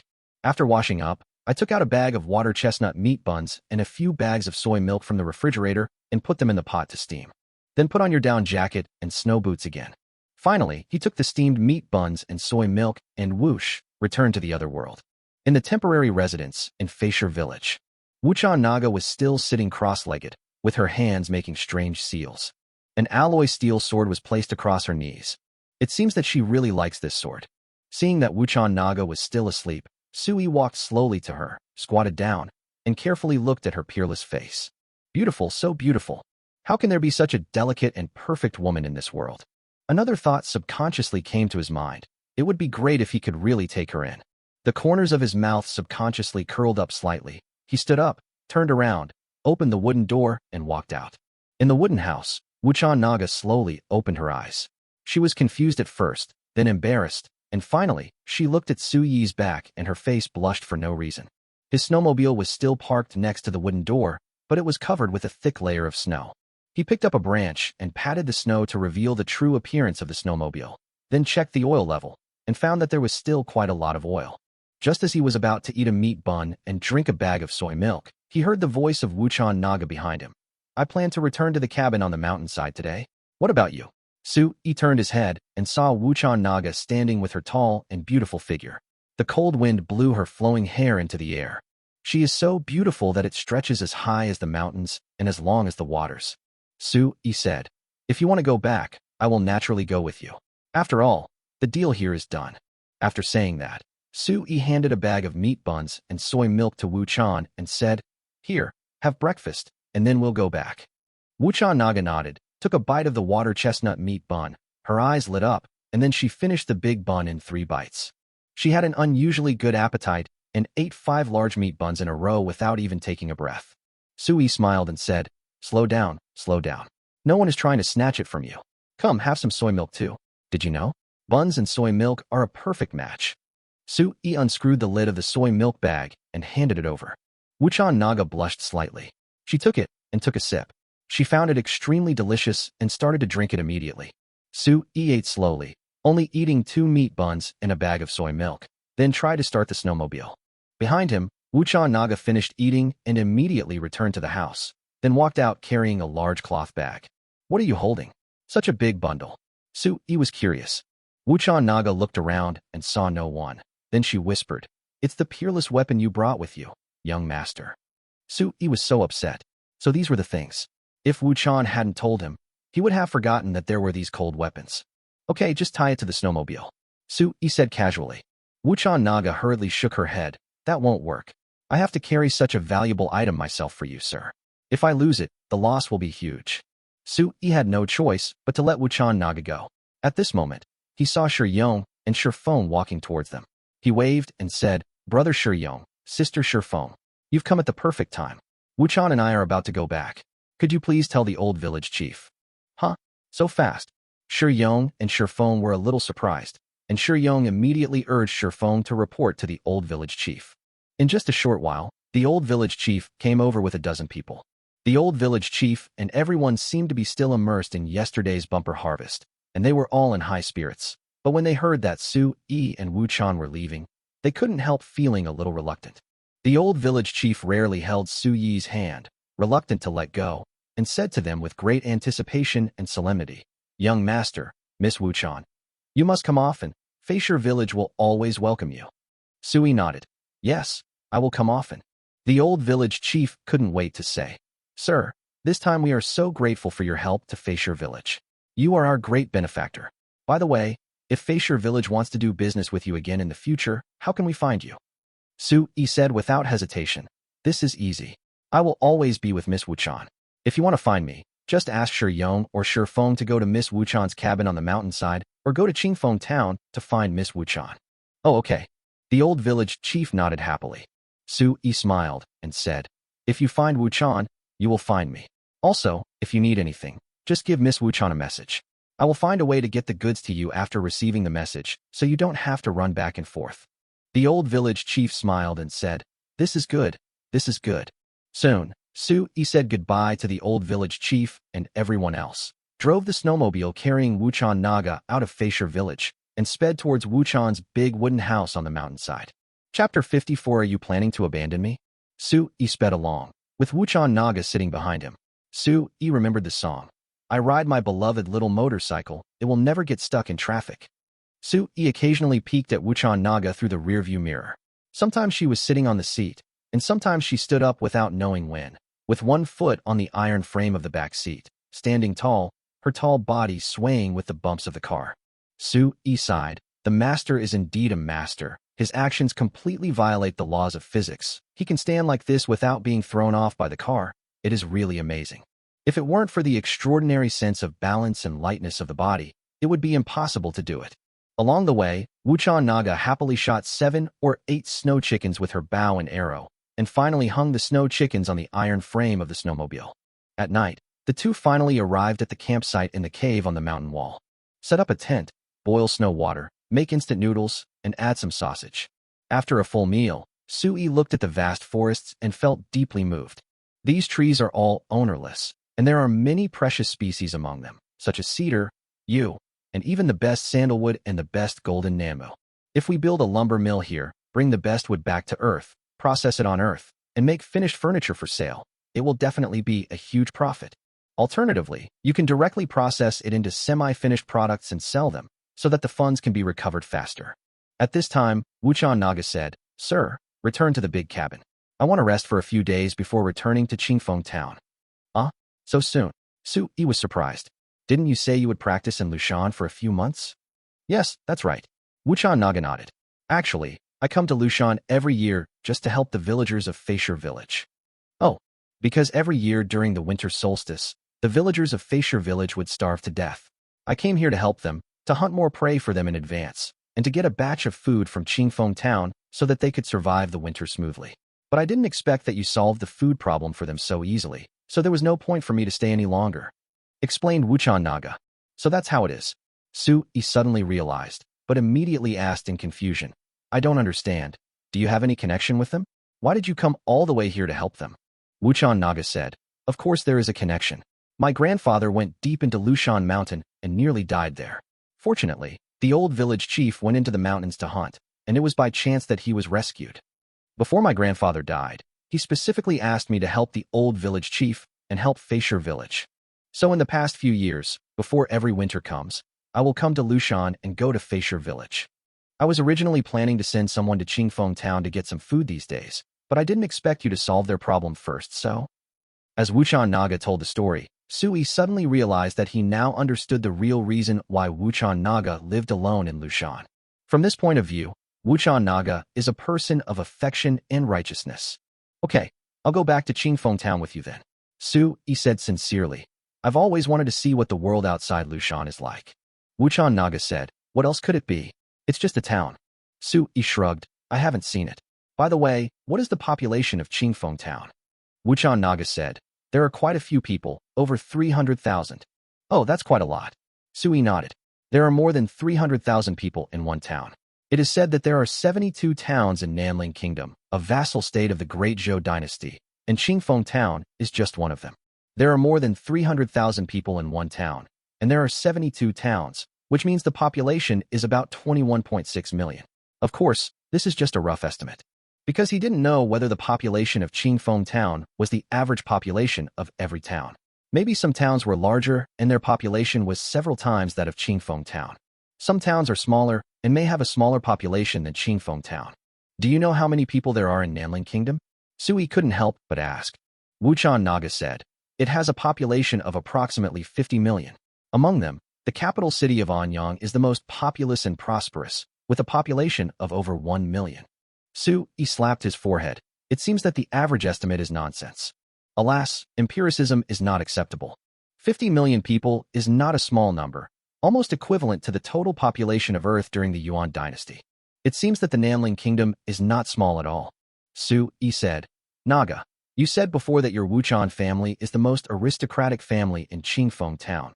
Your father is the town guardian, and your mother controls a large part of the town's business? Yeah. Wuchan Naga nodded. Sui took a breath. It seems that the Wuchan family is not simple, really not simple. Are you a noble? Sui suddenly asked. Wuchan Naga shook her head. They are not nobles. Only royal relatives are nobles. Our Wuchan family has no relatives with the royal family. Oh, Sui nodded. Wuchan Naga looked at Sui and asked, Young master, have you really never been to any place other than Lushan? Really, Sui said. The first time I came here, I was on your bed. You even wanted to stab me with a sword. You know what happened next. Wuchan Naga was embarrassed and blushed as she said, in that situation, I thought you were a pervert. Besides, if others knew that we had done that, I wouldn't be able to get married. Sui smiled and nodded. I know, it doesn't matter. If you can't get married, I will marry you. Wuchan Naga's face flushed again. She rolled her eyes at Sui and shook her head, saying, Since ancient times, marriage has been decided by parents and matchmakers. How can you say it so simply, young master? Sui shrugged. In my opinion, mutual affection is the most important thing, and everything else is just a small matter. Why? Wuchan Naga sighed. To be honest, she was also very conflicted. She was neither too old nor too young, and had reached the age to get married, but she had been putting it off again and again when she was at home. Now, she does have feelings for Sui, and she also has an inexplicable affection for him. But Sui came from the fairyland. How could she dare to have such unreasonable thoughts? Moreover, Sui's identity cannot be exposed at all.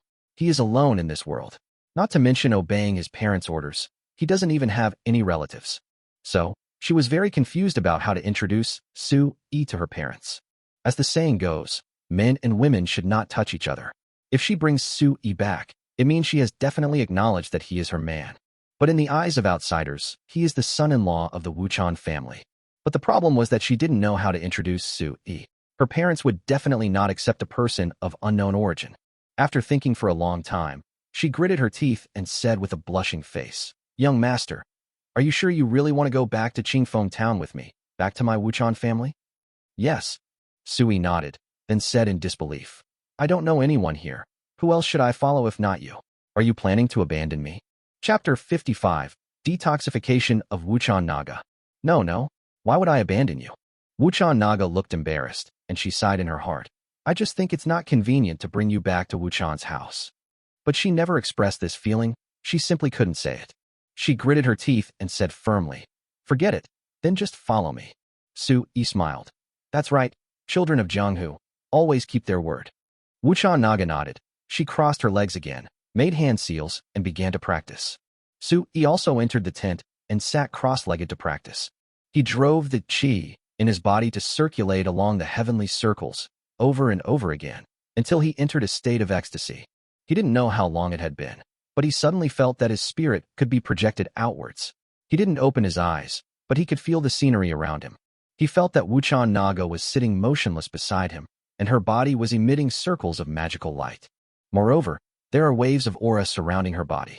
I don't know if it was the halo or the aura, but it attracted the attention of several small fire snakes. The little fire snake has a fiery red comb on its head, and its tongue is moving in and out. When Sui was shocked, he saw the black cicada Naga move. She suddenly swung her right hand, and the swords on her knees were unsheathed with a clang. Several sword flowers appeared out of thin air, and 3 fiery red little fire snakes were cut in half. However, Su-yi saw that although one of the fire snakes had its head cut off, it still flew towards the Wuchan Naga and bit it. Wuchan Naga snorted coldly, slapped out with her left hand, and a sharp wind whistled. But the miraculous thing was that the snake's head suddenly flipped over, like a dragon and snake rolling over the waves, avoiding the strong wind and biting the chest of the black cicada Naga. Wuchan Naga was caught off guard and was bitten by the snake's head. She fell straight down with a look of horror on her face. All this happened in a flash. Su-yi suddenly opened his eyes and rushed out of the tent, only to find that there were not just 3 fire snakes on the ground, but more than 30 of them. But they had all been killed by the Wuchan Naga. But when the last 3 attacked, one of them bit the cicada Naga. "Naga, how are you?" Su-yi rushed over and helped up the fallen Wuchan Naga, only to see that her face was pale and her breath was weak, and a drop of scarlet blood oozed out of her clothes on her chest. Su-yi knew that this must be the place where he was bitten by the snake. Wuchan Naga said weakly, "Quick! There's a bottle of detoxification pills in my waist bag. Give me one." Waist bag. Su-yi searched hurriedly. Finally, a small green pill in a porcelain bottle was found in a small bag around her waist. He quickly poured one out and immediately stuffed it into Wuchan Naga's mouth. The pill melted in her mouth, and Wuchan Naga slowly opened her eyes, but she was still listless, as if she would faint at any moment. "Hurry, help me take off my clothes and squeeze out the venom." After Wuchan Naga finished speaking, she fainted. Su-yi was dumbfounded, but he did not forget the last words that Wuchan Naga said. He hurriedly carried Wuchan Naga into the tent, let her lie down in the tent, and then hurriedly took off her shirt. Because he didn't know how to solve the problem, and in order to save time, he tore the other person's shirt in a panic. A huge semicircle was revealed, and although there was something in between, the majestic outline of the tall jade dragon snow mountain could be seen. Su-yi swallowed his saliva. This was not the time for him to hesitate or be pretentious. Since it concerns the life and death of Wuchan Naga, he dare not hesitate at all. He immediately tore off the white veil of Wuchan Naga, because her strength had greatly increased after her hair removal and marrow cleansing, so she could break it with just one pull. He took the veil away and gasped. "Magnificent. It's really magnificent." "No, it's a drop of bright red blood." Perhaps due to the contact with air, a drop of bright red blood the size of a bean at the place where the fire snake bit him slowly turned black at a speed visible to the naked eye. Seeing that Wuchan Naga showed no signs of waking up, Su-yi immediately began to squeeze hard with both hands, trying to squeeze the poison out of the wound. Puff! Black blood splattered 3 inches. Seeing that it was effective, Su-yi immediately increased his strength excitedly. After a few minutes, the black blood dried up and fresh red blood seeped out. Su-yi finally breathed a sigh of relief. If you can see red blood, it means the poison has been almost squeezed out. To be on the safe side, he gritted his teeth and leaned over to suck it with his mouth. 2 minutes later, he spat out countless mouthfuls of blood. After making sure there was no poison, he opened the first aid kit, disinfected the snake tooth marks with alcohol, and then applied gauze. In the end, he was very gentlemanly, but somewhat reluctantly gave the clothes to Wuchan. Huff! After finishing all this, he found that his forehead was covered with sweat. He subconsciously looked at the 2 majestic snow-capped mountains again and couldn't help swallowing. When he walked out of the tent, he found that the campfire was much smaller, so he immediately added firewood to make it bigger. Wuchan was injured, so he had to keep her warm, so the fire had to be bigger. Then he checked several thermoses and found that one still had ginseng water in it, so he poured it out, heated it up, and fed some to the cicada. Wuchan's dry lips and pale face suddenly became a little rosy. Su-yi felt her breath and found that it was much stronger and more stable. His heart, which had been hanging in the air, was half relieved. At least, he knew that Wuchan Naga was stable and not in danger of life. At this time, Su-yi heard the howling of a ferocious beast in the distance. Of course, he didn't know what kind of ferocious beast it was, but it sounded a bit like the howl of a wolf. Then he heard the tiger roar again. Oh shit. He was secretly shocked, wondering if it could be that colorful tiger. But then I thought about it, and felt that it was unlikely because this place was very far away from Linghu Valley. Feeling nervous, Su-yi crawled into the tent and covered himself and Wuchan with fox fur. Just like that, he gently hugged Wuchan and fell asleep unknowingly. He woke up at daybreak. When I opened my eyes, I found that Wuchan Naga was no longer in the quilt. He was startled and stood up in horror. Only then did I realize that Wuchan Naga had already gotten up and was practicing her skills towards the rising sun. Su-yi looked at Naga and felt that she had a halo of the sun. Beautiful, really beautiful. His eyes widened, somewhat intoxicated. At this time, he also discovered that something was wrong with him. He found that his mouth and tongue were swollen. Depend on. Am I poisoned too? Just as he was panicking, he saw Wuchan Naga remove the seal and open his eyes. Sui swallowed and immediately turned his back. He didn't want Wuchan Naga to see his sausage mouth. Wuchan Naga saw Sui and said softly, "Are you awake?" Then, blushing, she said, "Thank you for saving me last night." Sui was a little embarrassed and waved his hands. No thanks, it's my duty. By the way, how are you feeling? I was so worried that you wouldn't wake up last night. Wuchan Naga said, "I'm fine now, but I'm still very weak. I might need to rest for a few days after returning." That's good. Sui patted his chest and turned around. When Wuchan Naga saw Suyi's mouth, she was stunned for a moment, and then burst out laughing. This smile is truly captivating and charming. Sui was completely stunned. "What's wrong with your mouth?" asked Wuchan Naga, covering her mouth. Suyi's eyes dodged. "Well, isn't it because I'm worried that I can't squeeze out all the poisonous blood, so I use my mouth to suck it out, you know?" When Wuchan Naga heard this, her face suddenly turned red as the rising morning glow in the sky. Chapter 56 Return to Earth and Try Ginseng Wine. Wuchan Naga naturally understood what Sui meant. But there was no way. She fainted last night. If Sui didn't do this, she would probably die. She took out a green pill from the porcelain bottle in her waist bag and handed it to Sui, saying, "This is a detoxification pill. Take it, and the swelling in your mouth will go away soon." Sui ate it as he was told, and immediately felt his mouth watering, and he felt very comfortable. "Young master, let's pack up and get going. It's not safe to stay here," said Wuchan Naga. Sui nodded. Indeed, there are too many dangers hidden in this big forest. Last night, he heard the roars of several different beasts and was very scared. It's better to leave immediately to avoid any more trouble. After packing up the tent quickly, Sui looked at the fiery red snakes all over the ground and asked, "Naga, what kind of snakes are these? Can their meat be eaten?" Wuchan immediately said, "We call it the red-crowned king snake. It's extremely poisonous and no one dares to eat it." "Is snake meat also poisonous?" Sui asked. Wuchan shook his head. "There shouldn't be any snake meat, but the meat is very fishy and its venom is in its fangs." Sui said, "It's okay if it smells fishy, as long as the snake meat is not poisonous. I'll pack a few and try them." On Earth, snake meat is very delicious. If it is cooked with chicken and soup, it is called dragon and phoenix soup, which is very tonic. And snakes can be used as medicine. By the way, you can also use it to make wine. Sui suddenly had an idea.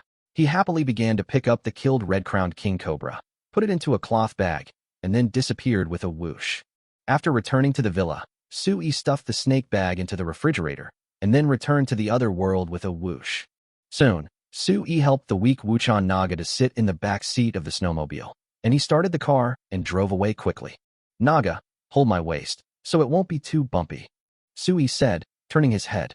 Wuchan Naga hummed, carefully wrapped her arms around Suyi's waist, and pressed her body against Suyi's back. Sui felt two huge soft lumps. The corners of his mouth curled up slightly, and he felt extremely happy. Finally, before dark, Sui and Wuchan Naga finally returned to the big wooden house on the hillside at the edge of Lushan Mountain. At this time, the fire in the big wooden house had long been extinguished. Sui quickly started a fire with a lighter. Also cooked the ginseng soup again. Soon the cabin began to warm up. Wuchan Naga sat on the bed and practiced her skills to heal her wounds. Sui boiled hot water for Wuchan Naga. Although Wuchan Naga's body was almost spotless, she still maintained the good habit of taking a bath every few days. While boiling water, Sui returned to Earth. He went out and bought a roast chicken, a roast goose, a sweet and sour fish, and a bowl of rice, and then brought them back to the big wooden house in the alien world. Wuchan Naga smelled the fragrance and opened her eyes. Next, Sui and Wuchan Naga ate with relish. After dinner, a large tub of water was heated up. Seeing Wuchan wanted to take a bath, Sui said awkwardly, "Then, you take a bath first, and then have a good rest. I will come back in 2 days." "Yeah." Wuchan Naga nodded. Sui waved to her and disappeared from the spot with a whoosh. After returning to the villa, he immediately filled the bathtub with hot water and started taking a bath. While taking a bath, he turned on his cell phone. Then, a series of text messages and message notification sounds rang out. Sui had long been accustomed to this situation. Every time he disappeared for a while, there would be countless unread messages and delayed call reminders. He replied one by one while taking a bath. Those who need to call should call, and those who need to reply to messages should reply. For a moment, he felt that he was extremely busy. In fact, There are only a few most important replies. One of them was from Zhen Minghua. She said that her grandfather's condition had improved a lot, and she was going to hold a thank you banquet in a few days, so she wanted to invite him.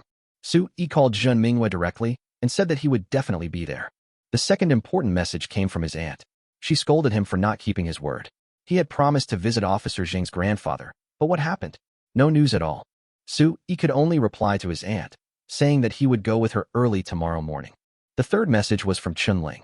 She said that Haozi was arrested by the police the day before yesterday because Luna's man accused Haozi of using a wine bottle to open his head, which was intentional injury.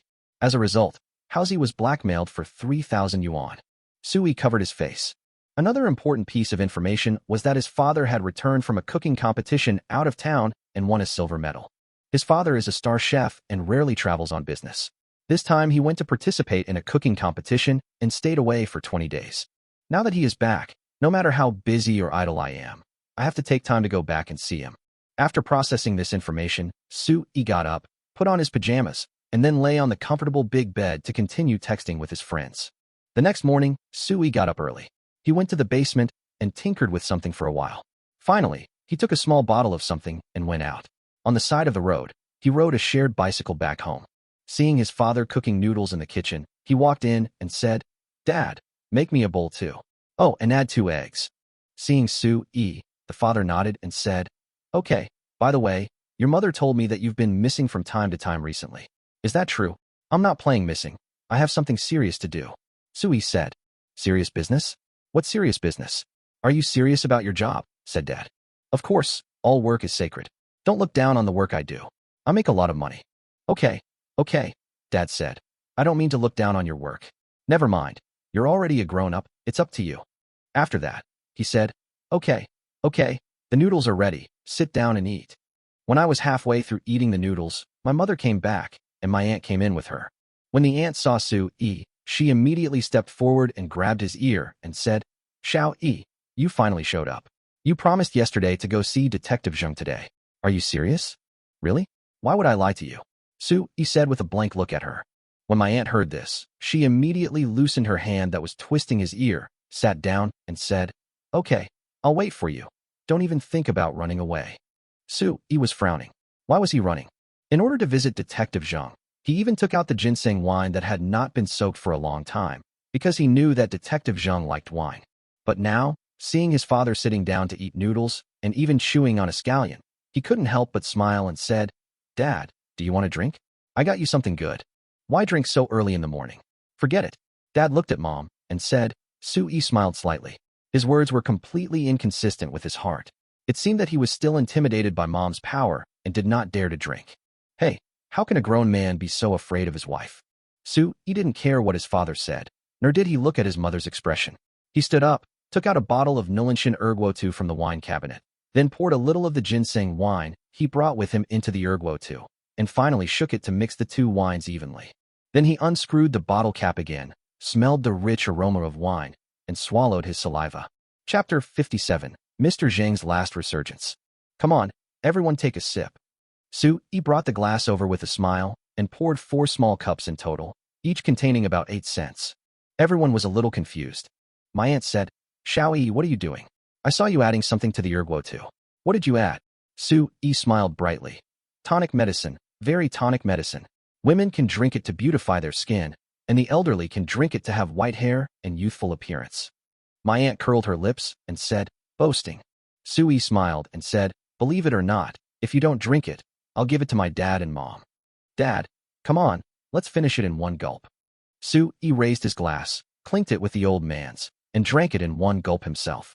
When the ginseng wine entered the stomach, a stream of pure life energy actually flowed down the throat into the stomach and then spread to every part of the body.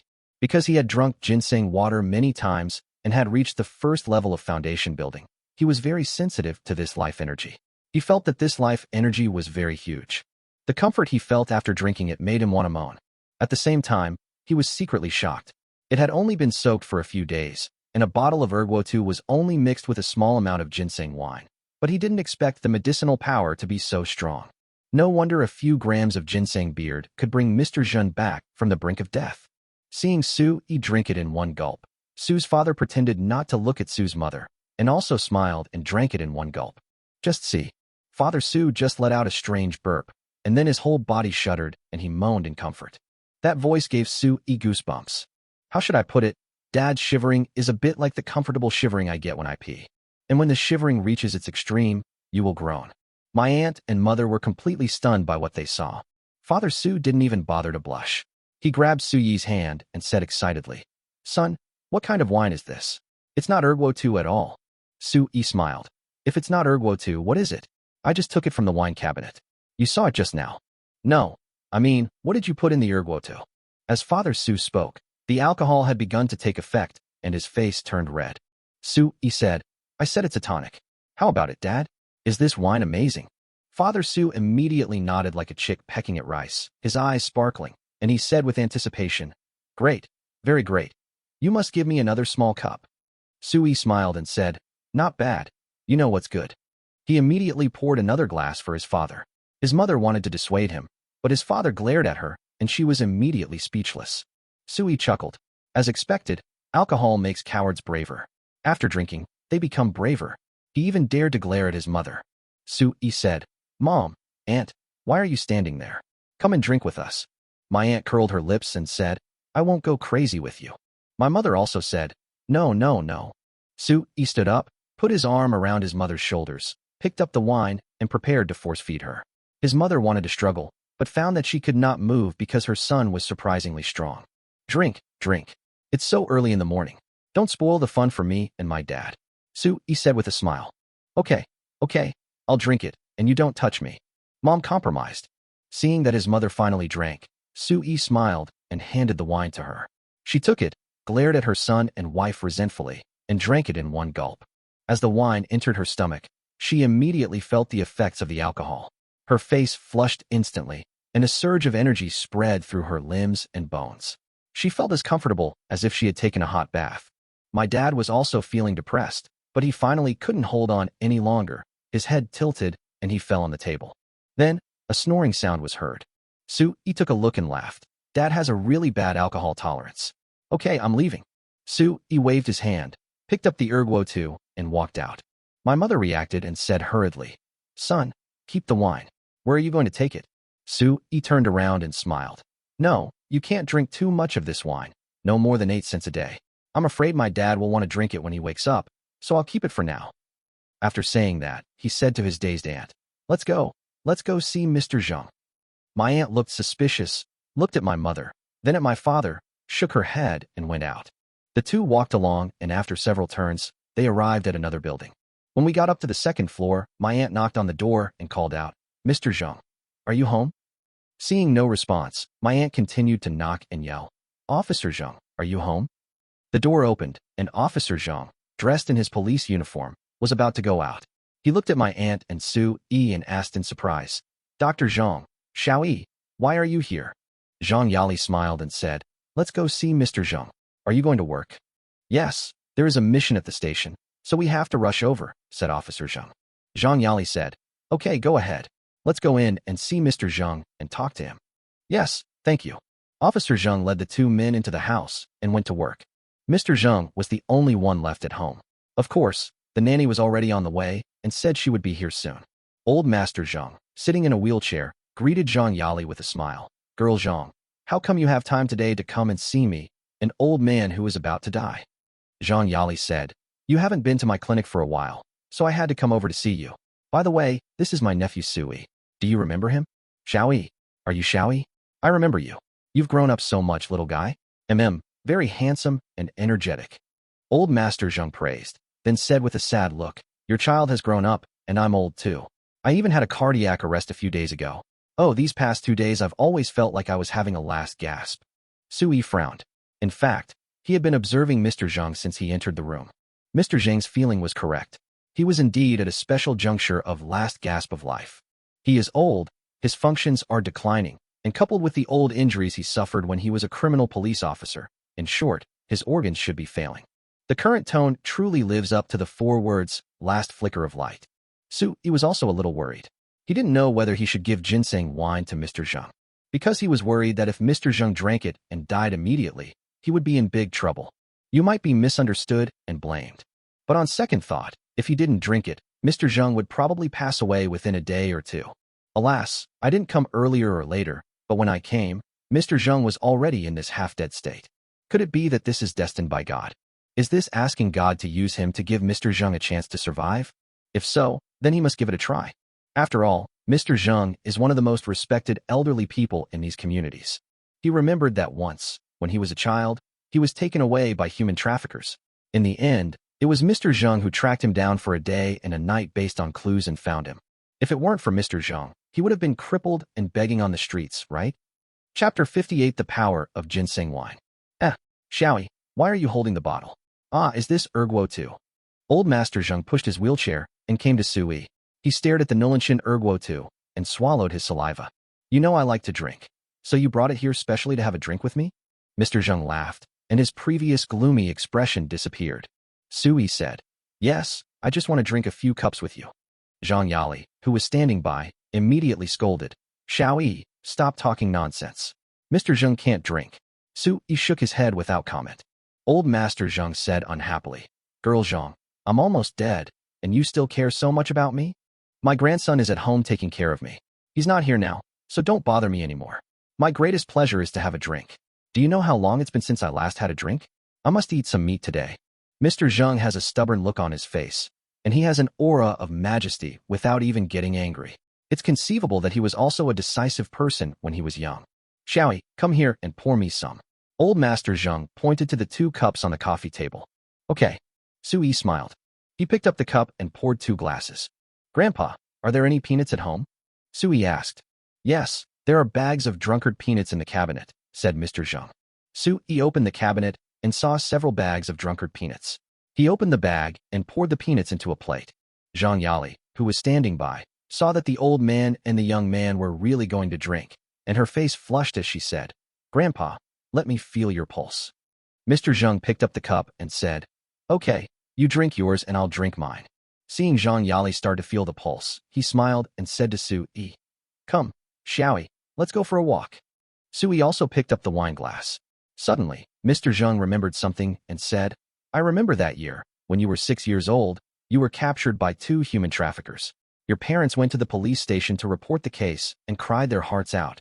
I retrieved the only surveillance footage and tracked you in one direction for a whole day and night.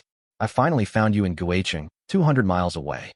At that time, your head was shaved and you were dressed in girls' clothes. But I recognized you right away because I remember your eyes. Your eyes were particularly bright and full of spirit. I ran over and was about to take you away, but 3 human traffickers suddenly ran out of the house, one of them holding a knife. I knocked down those 3 guys, but I was stabbed as well. I bandaged the wound with clothes and brought you back. Look, the scar is still visible. As Mr. Zheng spoke, he lifted up his clothes, revealing a centipede-like knife scar on his waist. Sui glanced at it and said with emotion, 13 stitches. Mr. Zheng nodded. Yes, I was later awarded a prize. After saying that, he sipped 1/3 of the cup of erguo in one gulp. As the wine entered his throat, he actually gasped for air and then closed his eyes. Sui saw that his entire face turned red at a speed visible to the naked eye. After a long while, he exhaled a breath of alcohol and said excitedly, What a good wine. This is definitely not erguo. I've had erguo before, and it's not this strong. Sui nodded. Old Master Zheng asked doubtfully, Xiaoyi, tell me the truth. What kind of wine is this? Sui chuckled and said, Old man, can you tell that this is not an ordinary wine? Old Master Zheng smiled and said, It's definitely not ordinary. I feel a surge of energy, a breath of air, something different in it. After drinking it, my whole body feels warm, tepid. Even as I'm talking, I feel incredibly energetic. Mr. Zheng said in surprise, while Zhang Yali, who was taking the pulse, was stunned. Because she had taken the pulse properly, the pulse was extremely soft and slippery, thin and deep. But suddenly, the pulse suddenly changed, the pulse rate suddenly increased, the pulse was strong and tense, and the pulse suddenly floated. This change made Zhang Yali confused. She had taken pulses for countless people and had never seen such changes in pulse patterns. When I heard the conversation between the old man and Sui, I was immediately shocked. It's because of drinking. Oh my God, what kind of wine is this? Weird, so weird. Zhang Yali was very confused. Sui just laughed and said, Old man, don't ask, just drink it. How about drinking this bottle of wine today? When Mr. Zheng heard this, he was even happier. He ate a few peanuts, raised his glass again, and said, "Come on, keep drinking." This time, after clinking glasses with Su-yi, he drank another third. And he actually made the same goosebump-inducing groaning sound as his dad. Su-yi didn't drink. He put down the wine glass, broke off a few peanuts, and ate them while observing Mr. Zheng. He saw that Mr. Zheng's face was flushed, and drops of black sweat were oozing out of his forehead, nose tip, and neck. He was amazed, because this is very similar to his previous hair removal and marrow cleansing. Damn, is the old man also doing the same hair removal and marrow cleansing as me? But it doesn't look like it. The old man was a little confused, and raised his glass for the third time and said, "Come on, shall we, drink it up." Su-yi drank it all in one gulp, and the huge amount of life energy hit his internal organs. Fortunately, Su-yi circulated his qi through the meridians, which allowed him to disperse this huge amount of life energy into specific meridians, nourishing various organs in the body. The old man drank it in one gulp. He couldn't hold his liquor and passed out immediately. Zhang Yali looked confused. Su-yi carried the old man to the bed and left the room. Then he said to his aunt, "Let's go. Come visit Mr. Zheng another day." Zhang Yali nodded as if possessed by some unknown force. Okay. Soon, the two left the community. The more Zhang Yali thought about it, the more she felt something was wrong. She frowned and said, "Shao-yi, that wine." Before he finished speaking, Su-yi stuffed the remaining half of the erguo into his aunt's hand. "Don't ask. This wine is for you to keep. Whether it's Dad, Mom, or Mr. Zheng, if they still want to drink, you give them a glass every day. Remember, don't drink too much, otherwise it will cause death dash." Zhang Yali's heart tightened, and she nodded. "Okay, I know. This wine of yours is obviously medicinal. Since it contains medicine, I will definitely give it to them, as you say. I definitely won't give them too much." Su-yi nodded and said with a smile, "Okay, go back by yourself. I have something to leave first." Su-yi waved goodbye, then hailed a taxi on the side of the road and left. In the taxi, Su-yi told the driver a place name. Then he picked up his phone and called Chun-Ling. As soon as Chun-Ling picked up the phone, Su-yi said straight to the point, "Call Housie. I'll treat you to a feast at the old place." "Okay." Chun-Ling smiled, "But just a big meal won't do. You have to treat us to a foot wash and massage." Chapter 59, I want to open a wood company and a winery. Foot washing and massage? Okay, I haven't asked the technician to give me a set of dragon drill-style oil massage for a long time. Su-yi agreed happily. They soon arrived at a small private restaurant, and Su-yi ordered a table full of dishes. Chun-Ling and Housie arrived late. However, as soon as the two sat down, the food arrived. Without saying anything, the two of them immediately turned into eaters. Seeing that the two of them were not in high spirits, Su-yi smiled and said, "What's wrong with you two? You both look dejected." Housie said depressedly, "Don't mention it. I've been in trouble recently. Look, someone extorted several thousand yuan. Hey, I'm getting poorer and poorer now. How can I find a girlfriend if this continues?" Chun-Ling was also frustrated and said, "My winery business is getting worse and worse. Is it possible that people now drink beer and red wine instead of Maotai? I don't understand. I really don't understand." Su-yi smiled and said, "Don't be depressed. I'm looking for you to have dinner and drinks today, because I have something serious to tell you." "Oh, then go ahead and tell us. We're listening." Housie and Chun-Ling said. Su-yi smiled and said with great joy, "What I want to say is, I'm rich. I'm rich." Huh? Chun-Ling and Housie looked at each other and wondered if Su-yi was crazy. Housie even touched his forehead with his hand and shook his head. "You don't have a fever. Did you get kicked in the head by a donkey? Or it might have been flooded," said Chun-Ling. "Go to hell with you. Who got kicked by a donkey? Who has water in his brain? I'm serious. If I lie to you, I'm a puppy." Su-yi rolled his eyes at the two of them. "Serious?" Housie laughed and said, "Are you going to tell us again that you hooked up with a stupid and wealthy charity organization?" Chun-Ling asked, "Are you still trying to say that after the last procurement, you've gained their trust, and then they appointed you as the regional president of the Asia region? So you're rich, right?" Su-yi swallowed his saliva. This was indeed the excuse he had thought of before. Damn, how did these two idiots know this in advance? Did I let something slip last time? He nodded. Yes, that's right. You big-headed ghost, do you think we are fools? Housie and Chun-Ling said in unison. Su-yi was embarrassed and thought to himself, is this a bad excuse? After thinking about it, he admitted that it was indeed a bad excuse. But it doesn't matter. The important thing is that he is really rich. Hey, you don't believe it, right? Okay, I'll open your eyes. Su-yi chuckled, took out his cell phone, and retrieved the text message about the bank card deposit. He showed the text message to the two of them. They looked disdainful at first, but when they saw the amount on it, they were dumbfounded. Holy crap. Is this true or fake?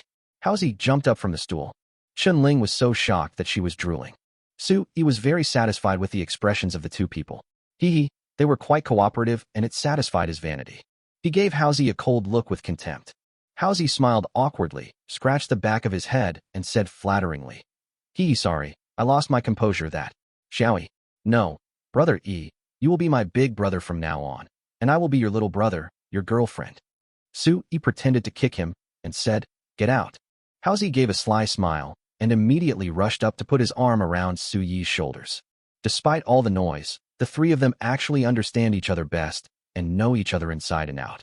Su-Yi quickly collected his thoughts, and said seriously, Next I want to open 2 companies. Are you willing to work with me?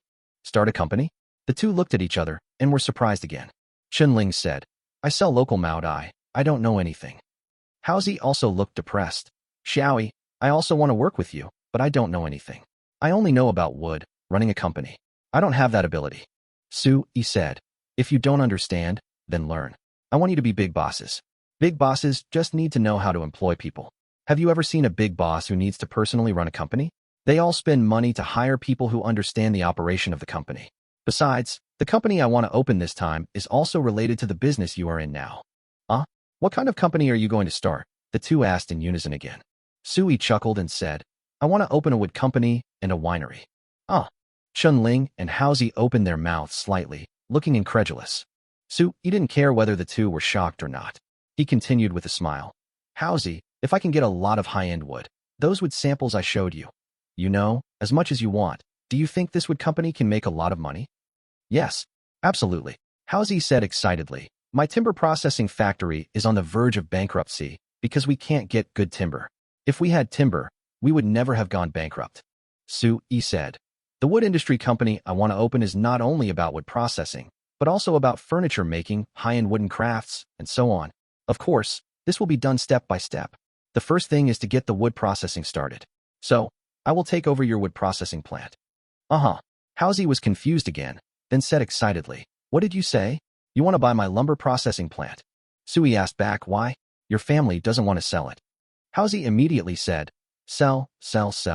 Of course I'm selling. Isn't it because no one bought it before? Just sell it. Take me to talk to your dad someday. Once my wood company is established, you will be in charge. I'm the boss, and you're the general manager. You just listen to my instructions. How about that? Su-Yi said. Okay, this is great. Haozi rubbed his hands together, a little excited.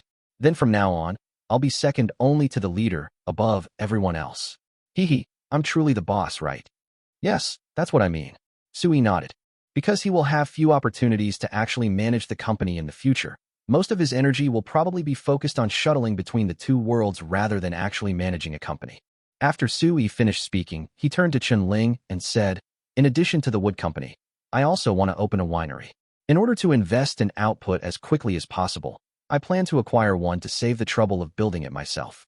Xiaoling, you will be the head of the winery in the future, just like Haozi. Chun-Ling said, Xiao-Yi, building a winery is not that simple. The most important thing is to have good wine.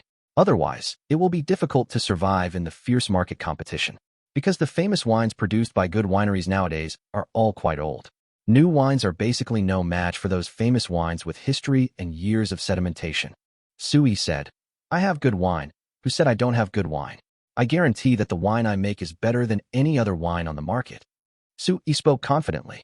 Chapter 60. Your grandpa wants to ask about wine? Xiaoyi, are you serious? Chun-Ling was confused and half believing and half doubting. Su-Yi nodded. Really? Come to my house with me some other day, and I'll give you a taste. Chun-Ling swallowed and said, Did you brew it yourself? I guess so. Su-Yi said, My kind of wine is high-end, effective health wine. To put it bluntly, it's medicinal wine. Medicinal wine. Yes, it does have effects. Su-Yi emphasized. Most of the wines on the market are ordinary grain wines. They sell well only because of their taste and the reputation they have gained from their history. Right, my wine is completely different. It can really improve your health and has real powerful effects. It's 100 times more effective than wine that simply tastes good. So, I think if I sell this kind of wine, there's no reason not to make a lot of money. Chun-Ling was a little confused. Although his family made wine and she had some knowledge about wine, she had no idea about the powerful wine that Su-Yi was talking about. Is it to strengthen the body to prolong life, or is it the kind of wine that can make men virile? Her mind was full of thoughts. On the other side, the Su family. When Father Su woke up from his bed, he suddenly found that he was in better spirits than ever before, and he felt relaxed and healthy. A sense of lightness and comfort filled his body and mind. He had a feeling that this change in himself must be related to the alcohol he had drunk before. When he drank this wine, he felt that it was extraordinary. I didn't expect to feel so refreshed after waking up. Yiji, come quickly, he shouted. Su Chongshan's mother, Zhang Yiji, was watching TV in the living room. She couldn't help but come to the bedroom and look at Su Chongshan. Chongshan, are you awake? I was wondering why your alcohol tolerance is so poor now. 2 glasses of wine, and you're already drunk. Su Chongshan shook his head. You don't understand. By the way, where's my son? Is he here? He went out, said Su's mother. Where did you go? Su Chongshan asked. How should I know? Mother Su curled her lips. He doesn't live at home now. It would be better if this brat is not bothering me in front of me. Oh, you know shit. By the way, where's the wine? Su Chongshan said anxiously. What kind of wine? Mother Su was stunned. Why was he asking about wine right after waking up? He still wanted to drink. Just as I was wondering, I heard my wife urging me. Hurry up, call my son. Oh, no. I was wondering why you were so anxious. You were so anxious. Mother Su curled her lips. You don't understand. Hey, I'll fight myself. After Su Chongshan finished speaking, he picked up the phone and called his son, but after a few beeps, his son didn't answer. He was a little depressed and suddenly thought of his sister-in-law, so he immediately called her again. Hey, Yali, let me ask you, did Xiaoyi take the wine that Xiaoyi and I drank this morning? No, he gave it to me. Zhang Yali said. Then bring it to me quickly. Su Chongshan said. No. Zhang Yali refused directly. Why? I'm your brother-in-law, and you don't drink. What's wrong with you giving me this wine as a gift? Su Chongshan was a little displeased. Zhang Yali said. It's not that I don't give it to you, but Xiaoyi has told me that if you and my sister want to drink it, we can only drink 8 cents a day. Did Xiaoyi really say that? Su Chongshan looked suspicious. Why would I lie to you? If you don't believe me, just call Xiaoyi and ask him yourself. Okay, it's okay, I'll hang up first. I'm still seeing a patient here. Zhang Yali said. Wait, tomorrow. You must bring the wine back to me tomorrow. 8 cents is 8 cents, do you understand? Okay, you're so nagging. I never thought you were so nagging before. Zhang Yali complained. You don't understand. You're just like your sister. You don't understand anything. Su Chongshan said, and hung up the phone, still a little angry. Zhang Yiji looked at Su Chongshan, puzzled. What do you mean? You said we don't understand. What exactly do we need to understand? The wine Xiaoyi made is good wine. Su Chongshan said seriously. Oh, good wine, right? I know. I had a glass too, okay? It's not that spicy, and it has a little sweetness and fragrance. That's not what I'm talking about. I mean, didn't you feel any changes in your body after drinking this wine? Su Chongshan asked. Zhang Yiji was stunned for a moment, then suddenly realized. Now that you mention it, it seems to be true. When I drank it, I felt warm, like taking a hot bath. I thought strong liquor would be like that, but afterward I felt very energetic. Right. Su Chongshan slapped his thigh and said affirmatively. This wine can nourish the mind and make people energetic and vigorous. Do you remember? Xiaoyi said this stuff is a tonic. He didn't lie. No wonder I don't feel sleepy yet. I was just watching TV. If it were any other day, I would have taken a nap long ago, said Zhang Yiji. Clinic. Zhang Yali had just given a patient in 4 drip when her cell phone rang again. She picked it up and saw that it was Officer Zhang. When she picked up the phone, she heard Officer Zhang say, Dr. Zhang, can you come to my house right now? My grandfather wants to see you. Oh, can you bring Xiaoyi with you too? Zhang Yali was startled and immediately asked, Officer Zhang, what happened? Officer Zhang immediately shook his head. It's okay. No, it's not okay. There is indeed a small problem. My grandfather wants to ask Xiaoyi in person. Zhang Yali suddenly thought of wine and asked, Does your grandfather want to ask about wine? Officer Zhang was also dumbfounded, but still nodded. Yes, my grandfather kept talking about wine, and I was confused, so? Zhang Yali finally understood. Everyone came looking for wine, including her brother-in-law and old man Zhang. It seemed that Xiaoyi's wine was not simple. She responded, Xiaoyi is not here with me, and I don't know where he ran off to. How about I find him later and go with him? Well, okay, I hope you can do it as soon as possible. My grandfather looks a little anxious, said Officer Zhang. Zhang Yali could only nod in agreement. After hanging up the phone, she picked up her phone and called Su Yi, but no one answered after a few rings. She could only put down her phone helplessly. The next moment, she thought of the bottle of wine again. Oh, where's the wine? I forgot where I put it. She thought about it and slapped her forehead. I remember now. I put it in the bag. She began to rummage through her handbag and pulled out a bottle of erguo too. She immediately poured a little bit and sniffed it first. She found that in addition to the aroma of wine, there was also a special ginseng aroma, and there seemed to be a hint of sweetness in it. She took a sip and suddenly felt as if a pure energy was injected into her body beneath the spicy taste of the wine. She couldn't wait to take another sip, and she immediately felt as if she was soaking in hot water, so comfortable. This wine is no longer pure liquor. Medicinal wine? This is medicinal wine. The word Zhang Yali could think of instantly to describe this wine was medicinal wine. Chapter 61 shocked Zhang Yali. And this fragrance, is it ginseng? After all, Zhang Yali was proficient in traditional Chinese medicine, and she immediately tasted that the wine contained ginseng. My dear. She became a little excited. Just then, the phone rang again, and this time it was Officer Zhang calling. She had no choice but to pick up the phone, but it was not Officer Zhang who was speaking on the other end, but Mr. Zhang. I only heard old Master Zhang say, Girl Zhang, it's me. You should bring Xiaoyi here quickly. I, the old man, have something to ask you. Zhang Yali looked embarrassed and said truthfully, Grandpa, I can't get through to Xiaoyi on the phone. He doesn't answer my calls, and I don't know where he is now. Mr. Zhang said. Then, you come here first. Oh, Xiaoyi took the wine. Can you bring it over with you? Zhang Yali has always respected Mr. Zhang, so she could only nod and say, well, okay, I'll be there now. After hanging up the phone, she asked a neighbor to help look after the store for a while, picked up her medicine box, rode her electric scooter, and went to Mr. Zhang's house. 5 minutes later, she arrived at Mr. Zhang's house. Officer Zhang was also there at this time, but the nanny had already been sent away. When Mr. Zhang asked about the wine, Zhang Yali could only say that she didn't know. She really didn't know. Xiao Yi made the wine. She didn't know anything and couldn't say anything, right? Grandpa, how do you feel now? Zhang Yali asked. Old Master Zhang said. Yes, I feel really good, better than ever before. Miss Zhang, you know what? I woke up from a nap, and I smelled a bit fishy. I even went to the toilet and defecated once, and then I felt very comfortable. I think it's the wine Xiaoyi gave me that makes me feel so comfortable. By the way, I asked you to bring some wine. Where's the wine? Zhang Yali suddenly didn't dare to take out the wine. She could only say, Xiaoyi said that you can only drink 1 small cup a day, about 8 cents. You drank too much today, you can't drink anymore. If you drink more, I'm afraid something bad will happen. Is there such a thing? Did Xiaoyi really say that? Yes, I'm not lying to you. He told me so himself.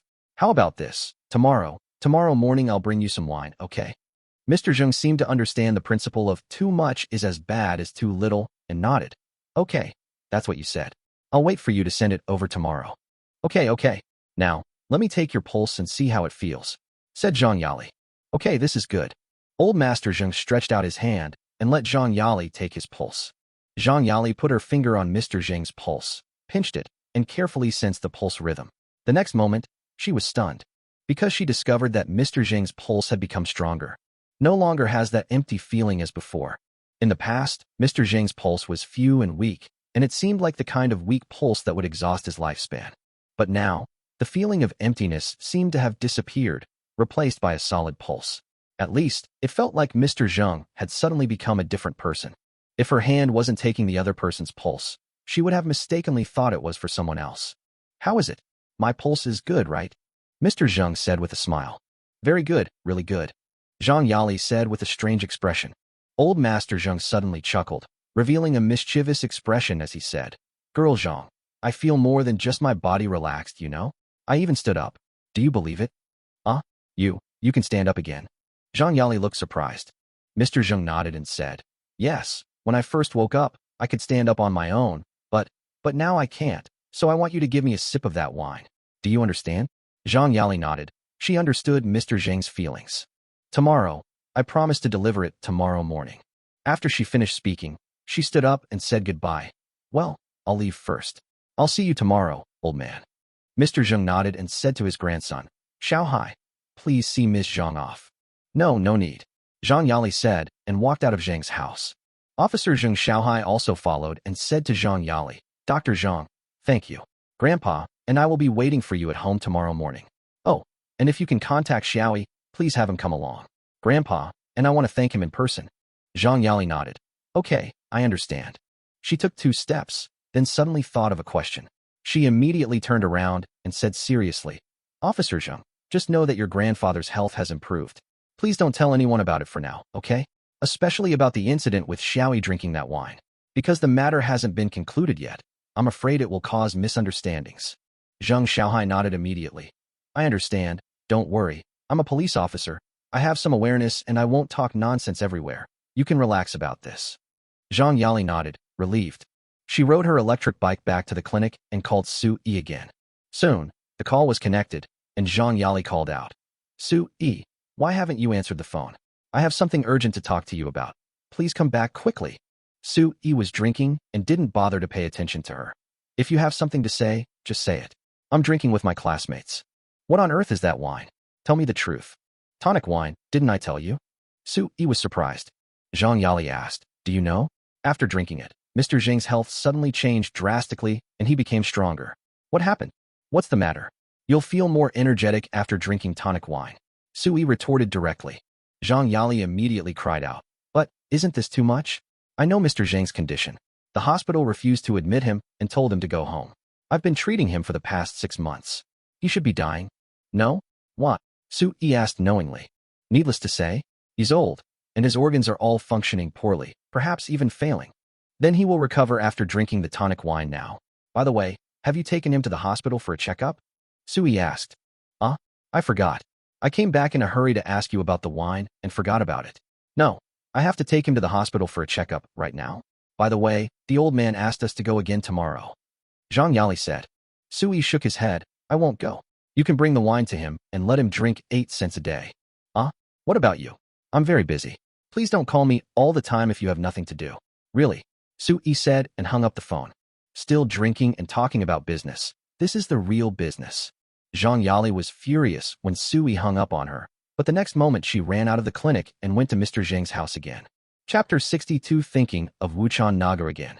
Zhang Yali had connections in the hospital, and she used connections that she had not used in many years to get Mr. Zheng's physical examination report released one day earlier.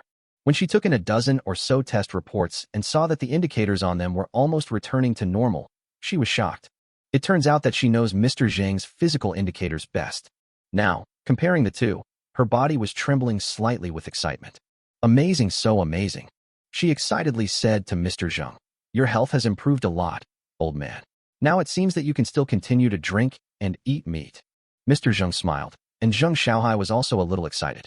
At this time, Zhang Yali's cell phone rang again. She picked up the phone and saw that it was her brother-in-law calling again. She could only pick up the phone, and then she heard Su Chongshan's voice coming over. Yali, your sister and I can't wait until tomorrow. You have to bring us the wine right now. Zhang Yali was embarrassed. I'm busy. I'm in the hospital. Hospital? Are you sick? Su Chongshan asked in surprise.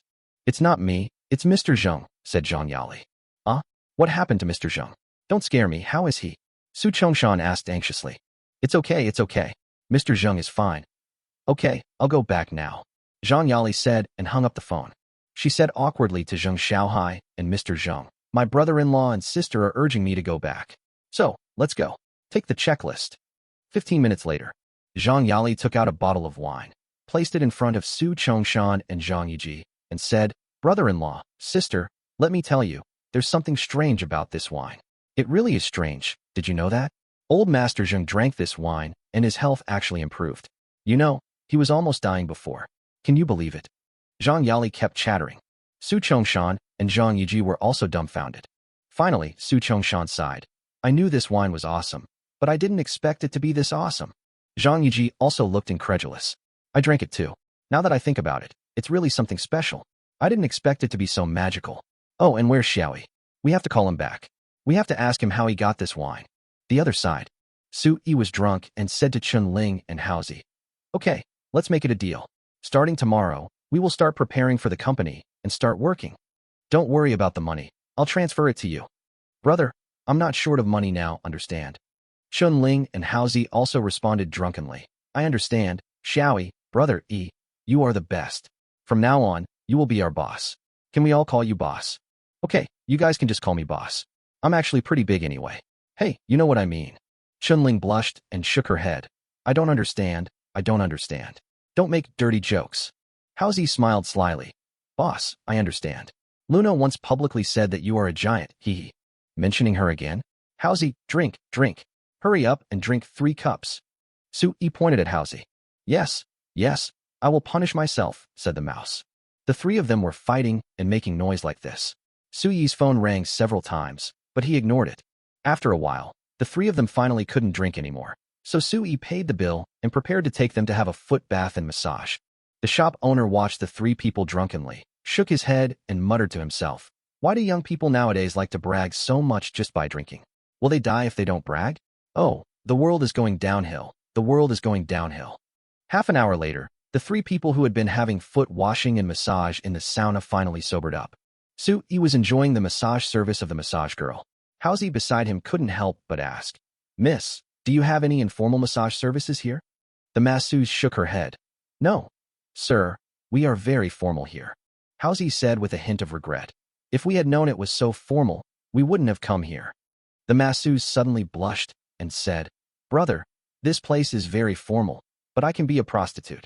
Sui looked at the slightly fat masseuse and felt a little nauseous. With this appearance, it is like a small tank. Even the female hunters in Facier village can't compare to her. I guess only a long-term single person like Housie wouldn't mind. Of course, if it were the old him, maybe he would consider switching to a pretty massage girl. But for this kind of fat guy, forget it, he can't get his dick down. Chen Ling, who was standing by, suddenly said coldly, all right, Housie, stop teasing me. After saying that, he turned to the masseuse and said, ignore them, they just have bad mouths. The masseuse felt a little disappointed when she heard this. After the massage, Sui said to Chen Ling, last time you bought me that big vat that could hold 100 kilograms of wine. Can you get me 3 more? Oh, and another 300 kilograms of that high-proof Moutai you bought last time. I'll send you the address later, and you can have someone deliver it there for me. Okay, no problem. Chen Ling nodded in agreement. Sui directly transferred money to the other party and also sent the location of an address. After separating from the 2 of them, Sui went to buy 3 huge safes and 5 huge horizontal freezers, and also had them delivered to their door. As soon as he returned to the villa, a truck drove over. Sui looked closely and found that the driver was Chen Ling. Sui waved to Chen Ling. Chen Ling parked the car in front of the villa and stuck her head out to ask, Boss, why are you here? Sui chuckled. I ordered the wine. Where is it if I'm not here? Then, this villa is. Chen Ling was surprised. It's mine, hee, I just bought it. Sui said with a smile. When Chen Ling heard this, she was dumbfounded. A villa here must cost tens of millions. Damn, Xiaoyi actually bought such a big villa? Awesome, so awesome. What are you standing there for? Come in and take a look. Sui smiled. Okay, then I'll visit the rich man's debut, said Chen Ling. Chen Ling followed Sui around the villa and was completely stunned. Boss, you're awesome. Chen Ling gave Sui a thumbs up. She is convinced now, really completely convinced. After reluctantly coming out, she immediately called the 2 workers on the truck to unload the 3 large vats and 300 kilograms of high-quality Moutai liquor. Finally, he directed the workers to put the large vats and the local Moutai into the basement. Chen Ling knew that Sui wanted to use the vats to soak wine, so she personally went with 2 workers to help Sui clean the 3 large vats. After the work was completed, the 3 huge safes and 5 huge horizontal freezers ordered by Sui were also delivered. Similarly, he also asked the delivery driver to move into the basement. At this point, the spacious basement suddenly seemed a bit crowded. Sui repositioned the safe and freezer, sorted them out, and after all the fuss, he finally found it pleasing to the eye and freed up some space. Afterwards, he found a few large power strips, plugged them all into the freezer, and put a few snow chickens, a young elk, and a large bag of red-crested king snakes into the freezer to freeze. After doing all this, he was exhausted. Unconsciously, he inexplicably began to think of Wuchan Naga again. Chapter 63, Discovering the Magical Uses of Qi. Night falls. In another world, there is a big wooden house halfway up the mountain. At this time, steam was swirling in a large wooden barrel, and mist was dissipating. A few fragrant flower petals were floating in the hot water in the big wooden barrel. Wuchan Naga took off her fox fur, took off her white clothes, and finally slowly unbuttoned her bra, took off her panties, stepped into the wooden barrel with her extremely charming body, and soaked in the hot water. She washed her body slowly, caressing her silky smooth skin. From a distance, she has slender fingers, a long neck, sexy collarbones, and flawless facial features. She is simply a peerless beauty. If Sui were here, he would definitely think that Yang Yuhuan's erotic bath in Huaqing Pool in ancient times was no more than this. Big Villa. Su Yi missed Wuchan Naga more and more, feeling like a long time had passed since they last saw her. He could only keep making phone calls to urge takeout orders. Soon, a durian cake, a fried chicken takeout, and a large glass of freshly squeezed orange juice were delivered to the house. Because he didn't know whether Wuchan Naga was eating well over there, he decided to bring some delicious food. After all, the best way to win a woman is to conquer her stomach. Putting on his down jacket again and holding the takeaway in his hand, Su Yi disappeared from the spot with a whoosh. Big wooden house. The cicada Naga was washing her breathtakingly beautiful body. Suddenly, she inexplicably felt the flow of wind in the enclosed space. When she turned around, she saw Su Yi appear beside the wooden barrel. Moreover, Su Yi was staring at her while she was taking a bath, looking dazed and stupid. Her face flushed instantly. Su Yi also came back to his senses in an instant, and immediately turned around to explain, I'm sorry. I just missed you and came to see you, but I didn't expect you to be taking a shower. My bad. I'll leave right away. By the way, here are some delicious foods I brought for you. Remember to eat them later. I'm leaving.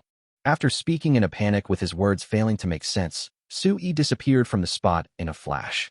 Wuchan Naga immediately breathed a sigh of relief. She patted her chest, feeling both nervous and amused. She felt she was almost done washing, so she got up and got dressed. After putting on her clothes, she took a look at the package Su Yi brought over and touched her stomach. She had indeed not eaten for a day and was hungry. She opened the bag with great interest, and a rich fragrance wafted out. She subconsciously said, huh. She saw a piece of golden meat, a strange golden pastry with a white center, and a drink. She couldn't help but pick up a small piece of meat and take a bite. In an instant, my mouth was full of oil, crispy on the outside and tender on the inside. So delicious. Her eyes widened. To be honest, she had never eaten anything so delicious in Qingfeng Town. The food in the fairyland is still delicious. I have eaten it several times, and each time the food is different. Each one is so delicious that I can't stop eating it. After eating the fried chicken leg, she picked up a small piece of pastry and took a bite. Her eyes suddenly lit up, and she was instantly conquered by the taste of the mixture of durian and cream. How can there be such delicious pastries in the world? Even if you go to Anyang City, or even Beijing, you will never find such delicious pastries. She felt that this pastry was exactly to her liking, and in no time, she had finished most of the durian millefeuille cake. She picked up the cup and took a sip. She immediately felt relaxed all over. The slight, greasy feeling from eating durian disappeared without a trace in an instant. Just like that, she quickly finished a serving of 10 fried chicken legs, a durian millefeuille cake, and a large glass of freshly squeezed orange juice. After eating, she still felt unsatisfied. It would be great if I could eat such delicious food every day. She couldn't help but sigh, and the next moment, she thought of how Su Yi had just seen her taking a bath, and her face flushed again. Big Villa. Su Yi paced back and forth naked. He had just taken 2 cold showers, but he still felt hot all over. All he could see was the beautiful figure of Wuchan Naga bathing. Because of her martial arts training, Wuchan Naga's skin is really as smooth as cream. Moreover, she has a tall figure of about 1.7 meters, a thin waist, long and straight legs, and with her big breasts and delicate facial features and face, she is simply a peerless beauty that can only be found in the two-dimensional world. Every time he thought of the seductive scene of her taking a bath, he felt like bleeding from his nose. There was no other way. He could only sit cross-legged and try to calm his restless heart. Unconsciously, the great circulation ran over and over again, and he fell into a state of ecstasy. The next morning, the sun was rising. He found that the circulation of qi in his body became more active and cheerful, and the speed of qi circulation also became faster at this moment. He is now a first-class official. Only when the quality of his qi circulation improves can he advance. The so-called qi flow quality, generally speaking, refers to the amount of qi, temperament, and speed of qi. The larger the quantity, the better the quality. The faster the speed of the circulation, the higher the grade. Of course, this is the situation at a low level. As for whether it is also the case at a high level, he doesn't know, because Wuchan Naga didn't tell him.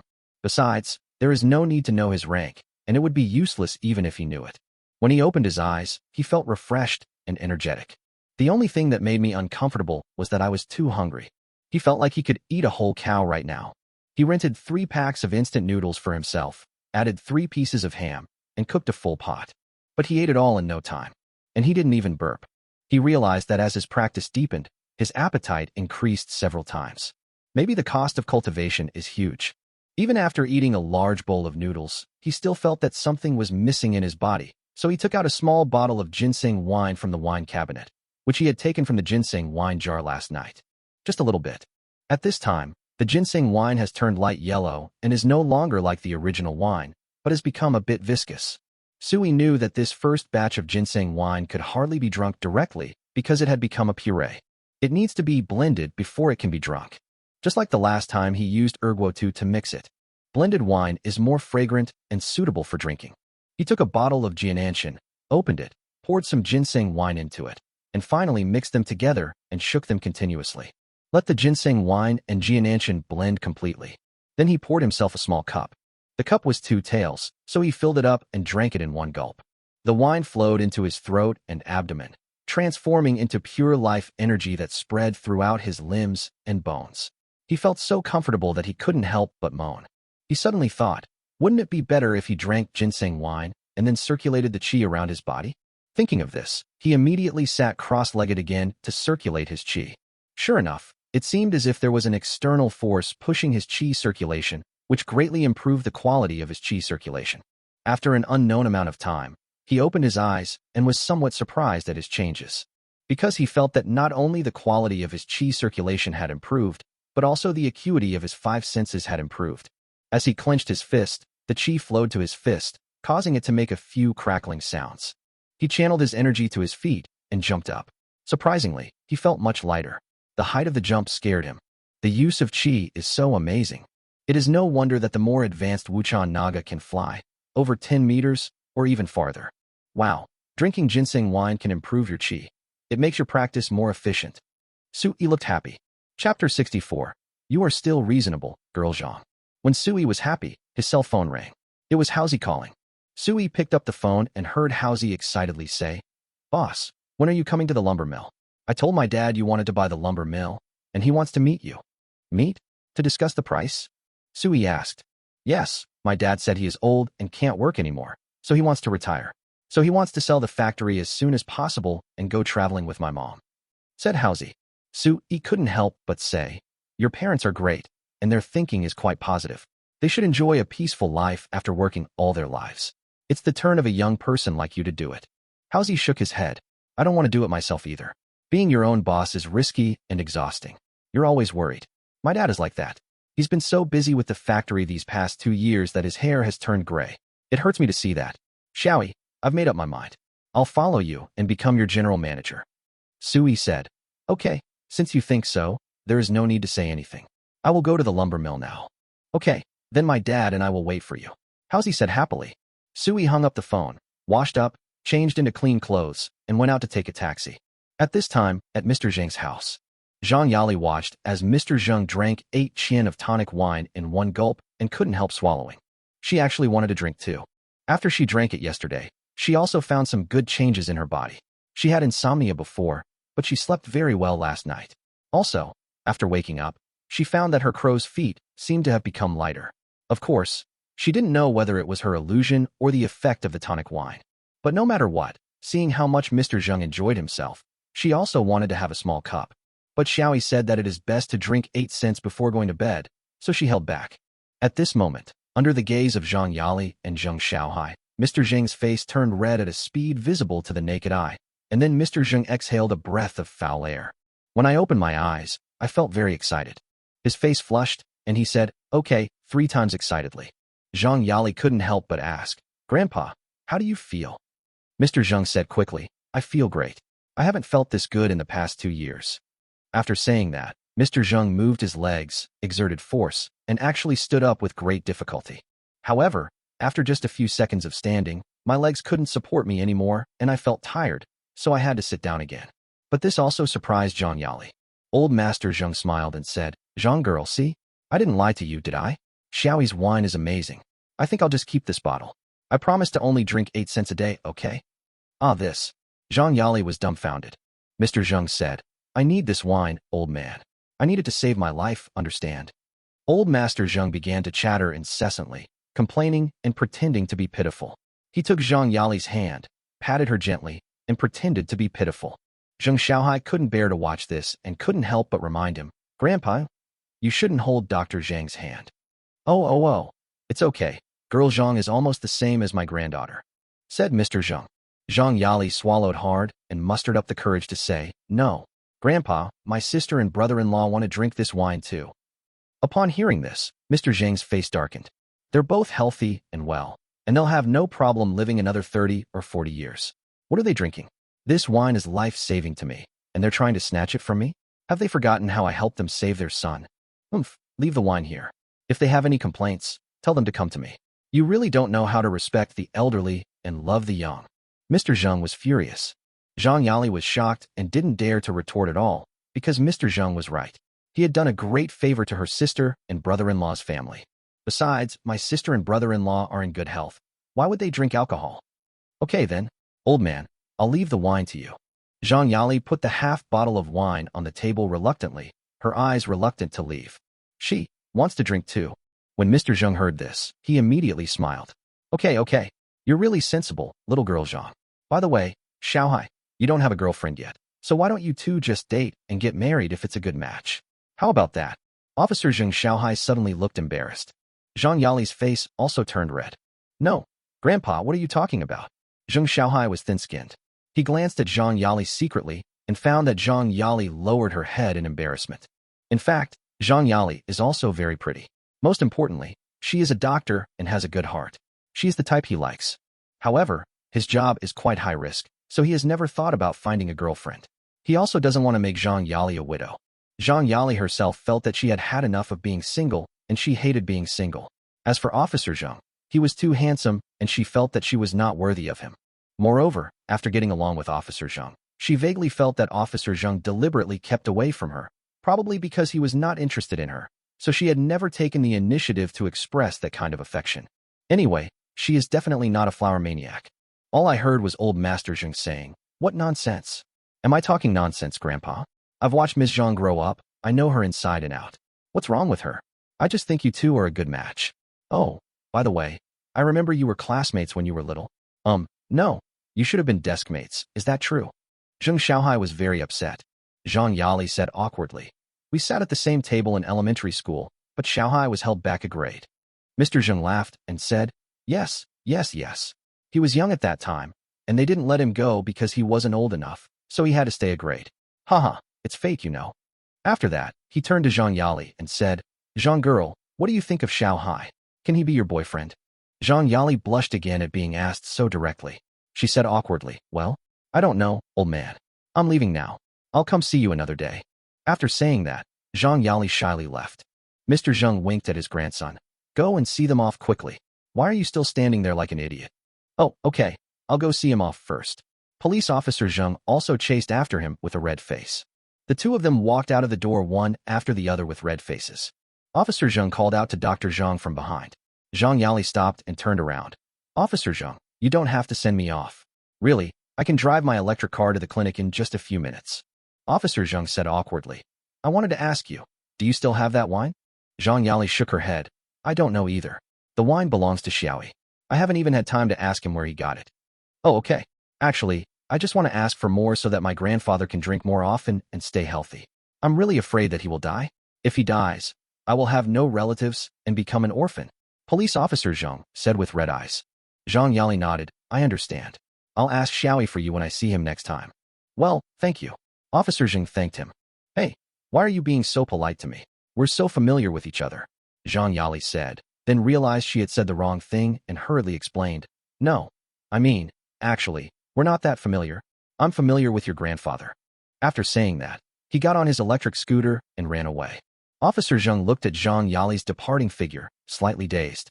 Chapter 65. If you don't come back, I will no longer recognize you as my son. Lumber mill. Su Yi saw Cheng Donglai, who looked a little thin. Just as Cheng Hao said, his father had indeed become so worried that his hair had turned white and he had become bald. In addition, in his impression, Haozi's father should be a little fat boy. How come he suddenly became so thin? I really don't understand. "Uncle Cheng, long time no see." Su Yi stepped forward to say hello. Cheng Donglai got straight to the point. "Xiao Yi, Haozi said you've made a fortune and want to buy my timber processing factory. Is that true?" Su Yi waved his hand and said modestly, "I don't dare to claim to be rich, but I really want to buy a timber processing plant." Cheng Donglai smiled as soon as he heard it. Okay, okay, that's great. I didn't believe what Housey said before, but I didn't expect it to be true. So, let me take you to see our lumber mill. I'll show you the equipment, warehouses, workers, and so on. I'll give you a detailed introduction. Sui nodded and followed Chung Donglai and Housey around in a big circle. In fact, Housey had told Sui about the situation in the factory before. Now, after taking a closer look with Chung Donglai, he suddenly had a deeper understanding of the sawmill. Finally, Chung Donglai said with emotion, "Now the wood in the factory has been sold out, and only these equipment are left. Don't worry, the equipment has been maintained on time and is all in good condition. I previously offered the factory for 5 million, but no one has taken it over, so the price of the factory has been lowered again and again. Now the price is 3.5 million. Xiao Yi, what do you think?" Su Yi thought about it and asked a question. "Uncle Chung, let me ask you, if I can get a batch of top-grade wood from nowhere, is there any way to avoid being checked? Even if it is checked, can I pass the inspection and process it and sell it?" Chung Donglai said, "That's easy. Just use your connections to get a certificate of timber origin. This is no problem at our timber processing plant." Oh, Su Yi was puzzled. "It's not a big deal." "Yes, everyone turns a blind eye," Chung Donglai said. "After all, the sources of many timbers are in a gray area, especially some imported timber. As long as there are written import procedures, such as source, origin, and formal trading procedures, then it's fine. Import paperwork? I just don't have it." "It's okay, these procedures can be done. It just costs a little money. Don't worry, they are all official procedures issued by regular units." Su Yi suddenly realized that he finally understood that money can make the world go round by spending money to buy the procedures. In fact, every profession has its own way. This is what the saying, "rats have their own way," means. Chung Dong came to see Su Yi suddenly asking other questions instead of discussing the price. He hurriedly said, "Xiao Yi, do you still think the factory is too expensive? Let me tell you, it's really not expensive. The equipment and factory buildings in this factory are worth this price. I'm already losing a lot of money selling it." Chung Donglai was a little anxious, so anxious that he wanted to cry. Of course, Su Yi knew that what he said was the truth, and he himself did not want to bargain. Why bother with something worth millions? As long as I don't lose money, it's a favor to sell the mouse. "Stop talking, Uncle Chung. I'm not saying it's too expensive. Okay, let's go with your price of 3.5 million. I'll buy it." Su Yi cut the Gordian knot. He didn't want to waste his precious time on meaningless bargaining. Thank you. Chung Donglai finally smiled. Su Yi said, "Let's complete the formalities in the next 2 days." Okay, no problem." Chung Donglai shook Su Yi's hand excitedly and gratefully. While Chung Dong came to look for the documents, Su Yi leaned over to Chung Hao's ear and said, "Housey, I'll leave this factory to you. After the formalities are handed over, you can register a timber company and register the factory under the company's name. This time, we have to roll up our sleeves and do it. As for the timber problem, I'll take care of it." Chung Hao nodded, also a little excited. Su family. Su Chongshan and Zhang Yiji stared at Zhang Yali, who was still wearing a white coat, with serious expressions. "Yali, why didn't you discuss it with us before giving the wine to others?" Zhang Yiji said. "It's not someone else, it's Mr. Zhang," Zhang Yali said, knowing that she was in the wrong. "Isn't Mr. Zhang okay?" Su Chongshan said. "Well, I'm fine for now after drinking Xiaoyi's wine. In order to stabilize his illness, I had to give him the wine. Besides, Xiaoyi was originally intended to be given to Mr. Zhang, but I kept it for him because I was afraid that he would drink too much every day." Zhang Yali tried her best to clear herself. Su Chongshan and Zhang Yiji looked at each other, sighed, and nodded silently. The wine was given to Mr. Zhang, and they had nothing to say. Suddenly, Su Chongshan said angrily, "Wife, hurry up, call that little bastard. Humph, he's called so many times, but he just won't come back. Tell him that if he doesn't come back now, he doesn't have to come back anymore." Su Chongshan showed the spirit of a head of the family. Zhang Yiji knew that her husband was angry, so she stopped arguing with him. She just glanced at him and then made the phone call obediently. This time, when Su Yi heard his phone ringing, he actually picked it up after it rang 3 times. As soon as Su Yi said hello, he heard his mother roaring on the other end of the phone. "You little bastard, come back right now. Your dad said that if you don't come back, he won't recognize you as his son." After saying that, she hung up the phone angrily. Su Chongshan was shocked and said, "I didn't say I didn't recognize this son. I just said you don't have to come back." Zhang Yiji said, "It doesn't matter. It all means the same thing. This little bastard is so infuriating. During this time, his phone is either out of service or in service but not answering. It's really outrageous. He should be given some harsh words, or he won't go home. Seriously." Aunt Zhang Yali disapproved and said, "Sister, brother-in-law, When Xiaoyi was home, you nagged him every day, saying he was a leech and not doing his job properly, and you always looked down on him. Now that he's out there making a living, you want him back home and want him to revolve around you. How can this be justified? Su Chongshan and Zhang Yiji's faces darkened. Zhang Yiji rolled her eyes and said, eating your food, and even eating braised pork, can't stop you from talking. Zhang Yali was sullen and stopped talking. Chapter 66. The acquisition of the winery must be done quickly. Su Yi listened to the dead tone on the phone, thinking about the harsh words his mother said. He curled his lips and muttered, Tigress. No, paper tiger. A fox relying on the tiger's power. I'm not afraid. Forget it. As a son, I still have to be obedient. So he took a taxi home, and when he got in the car, he was thinking about buying a four-wheeled vehicle the next day. It takes too much time and energy to run around without a car. He didn't want to waste his time and energy running back. When he got home, his parents and aunt surrounded him and stared at him, starting the interrogation mode that had not been used for a long time. Son, tell me quickly, where did you get that wine? How did you get it? Yes, son, get us another bottle. Xiaoyi, we've prepared everything for you. Here, this is the new Nulinshan Erguo 2. Hurry up and get another bottle. The three of them stared at Su Yi intently, hoping that he would make good wine again. Su Yi was dumbfounded. He pretended to cough and said awkwardly, No, what are you doing? I didn't bring anything. I don't have anything on me. To make wine, I need the original wine. Do you understand?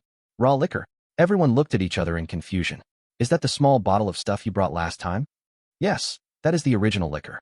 Once the original liquor is mixed with Erguo 2, the two will immediately become a peerless wine. Su Yi said, Where's your raw liquor? Go get it quickly. The three people urged. Su Yi rolled his eyes at the three of them and said, Tomorrow. I'll get some more tomorrow. By the way, is this what you're looking for me for? Not tomorrow, today. Dad Su Chongshan shook his head. Come on, son, I'll go with you. We need more raw liquor.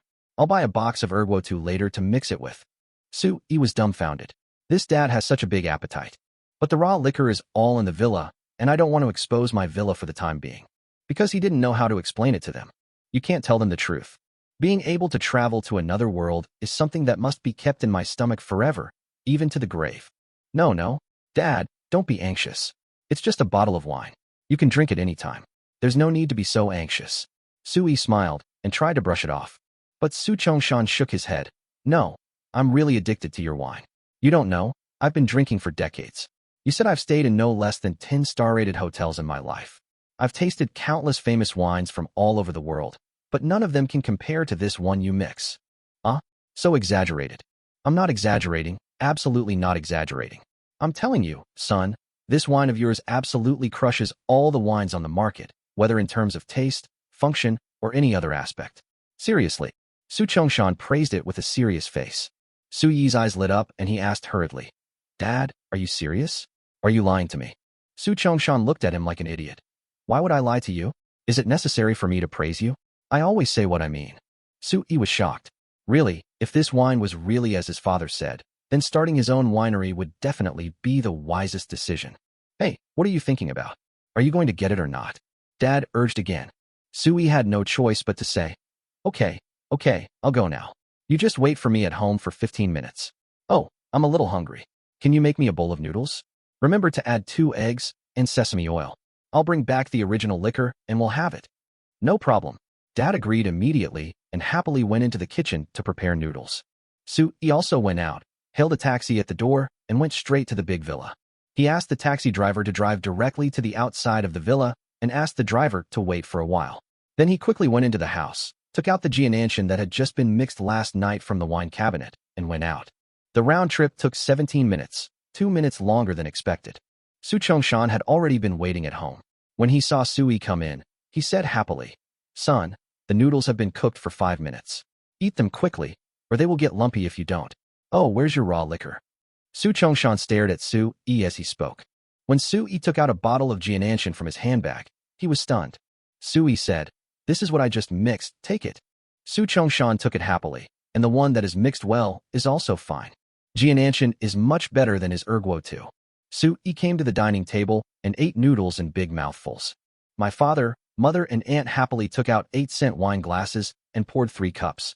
The 3 of them giggled happily, then clinked their glasses at the same time and started drinking with great interest. Dad drank half of it in one gulp.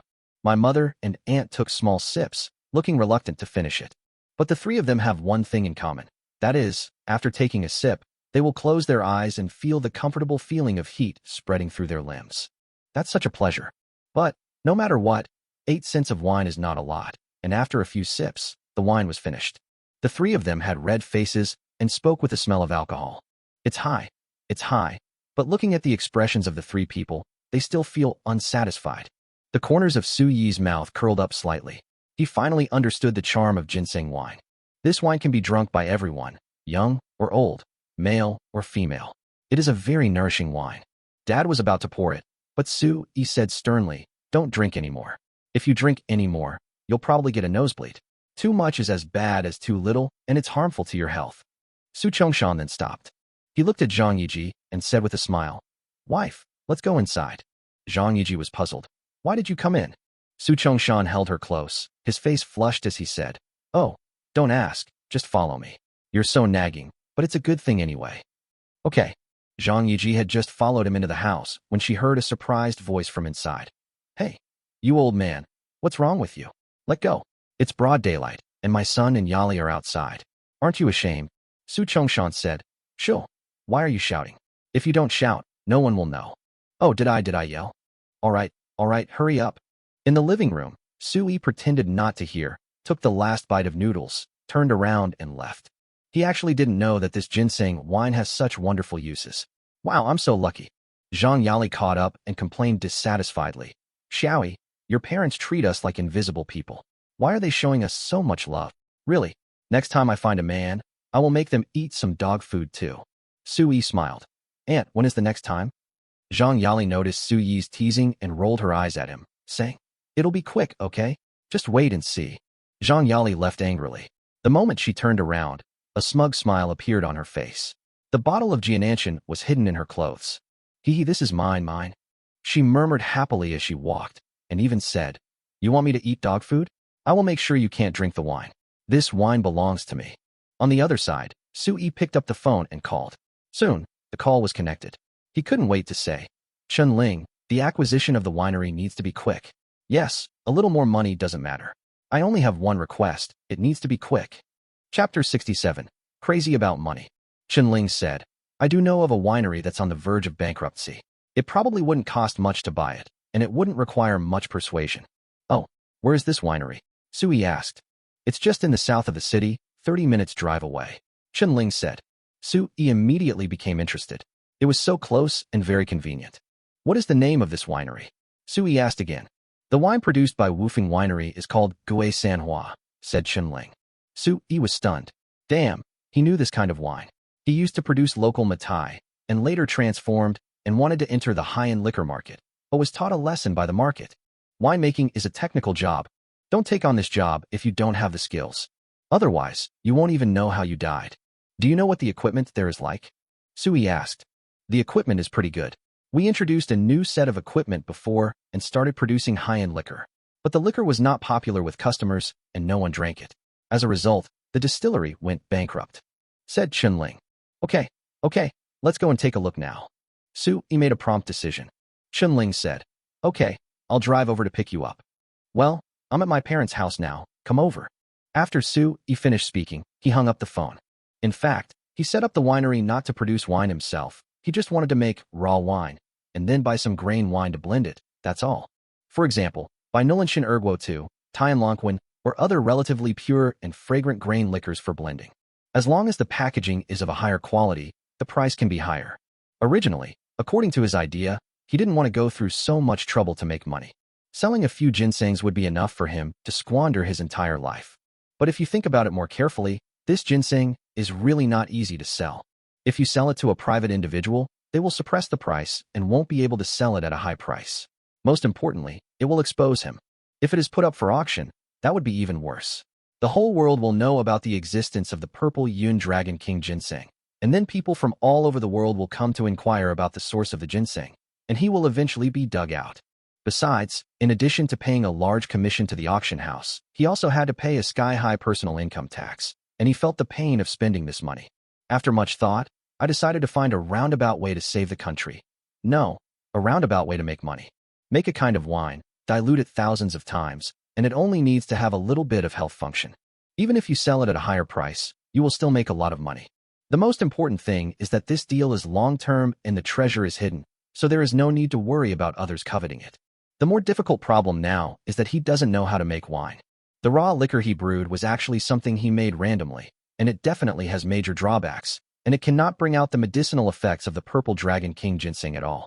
Making medicinal wine is actually a technical job. The same is true for later blending. He doesn't understand a thing about these. However, he could only take one step at a time and solve problems as they arose.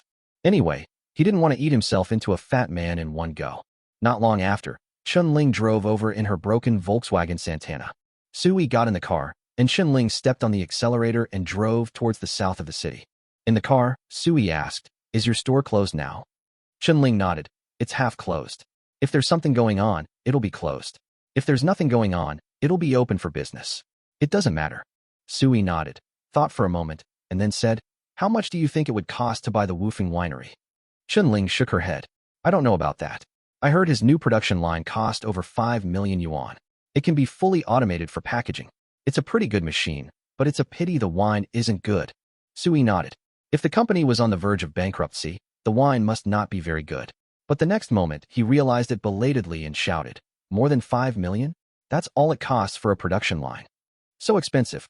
Before, he only spent 3.5 million to buy a wood processing plant. Now a single production line in a winery costs 5 million. Wouldn't it cost even more to buy the entire winery? I only have 15 million in my pocket, and it will cost another 3.5 million to buy a sawmill. So the remaining money is only a little over 10 million. If I buy another winery for 6 or 7 million, or 7 or 8 million, I will only have 2 or 3 million left. Oh, I really can't stop spending money. With a deposit of 50 million, I will become a pauper again after a few twists and turns. While thinking about something, Chun-Ling said, "Every factory is different. Some wineries have poor equipment, so naturally they can't sell at a high price. Some wineries have advanced equipment, so they are more expensive." Sui nodded. "That's right. In fact, the only things that are expensive about a winery are the production line, the factory building, and the wine storage. There's nothing else to it." Soon, the car drove to the gate of a large factory. A sign at the gate read, "Wufeng Winery," in large letters. In fact, Sui never understood why this winery, which produces and sells Gui Sanhua wine, was named Wufeng Winery. Why not Gui Sanhua Winery? This is the only way to reflect the reputation of the winery.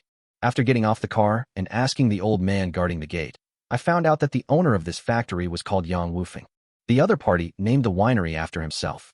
Sui thought, the person who named the winery after himself must be a fool, who only wants to gain fame for himself, right? As soon as I walked into the factory, I saw 2 middle-aged men walking out angrily. When the other party saw Chun-Ling and Sui, he immediately said, "Are you here to buy a factory too? No need to go. This Yang Wufeng is simply crazy. He's asking for 7 million for a shabby factory. He's simply crazy about money." Another said angrily, "Don't you see the current situation of his factory?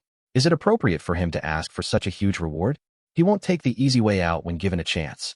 He deserves to have his winery closed down." After saying that, the two of them left angrily.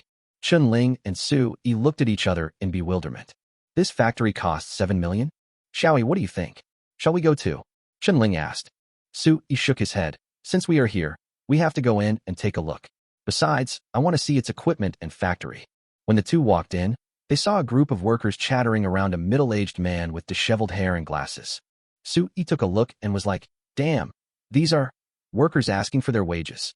Sure enough, when I got closer, I saw that they were indeed asking for their wages. The middle-aged man with disheveled hair and glasses was the winery owner Yang Wufeng. He tried to calm the employees, telling them to be patient and that he would pay them their wages once the factory was sold. The workers angrily asked when the factory could be sold.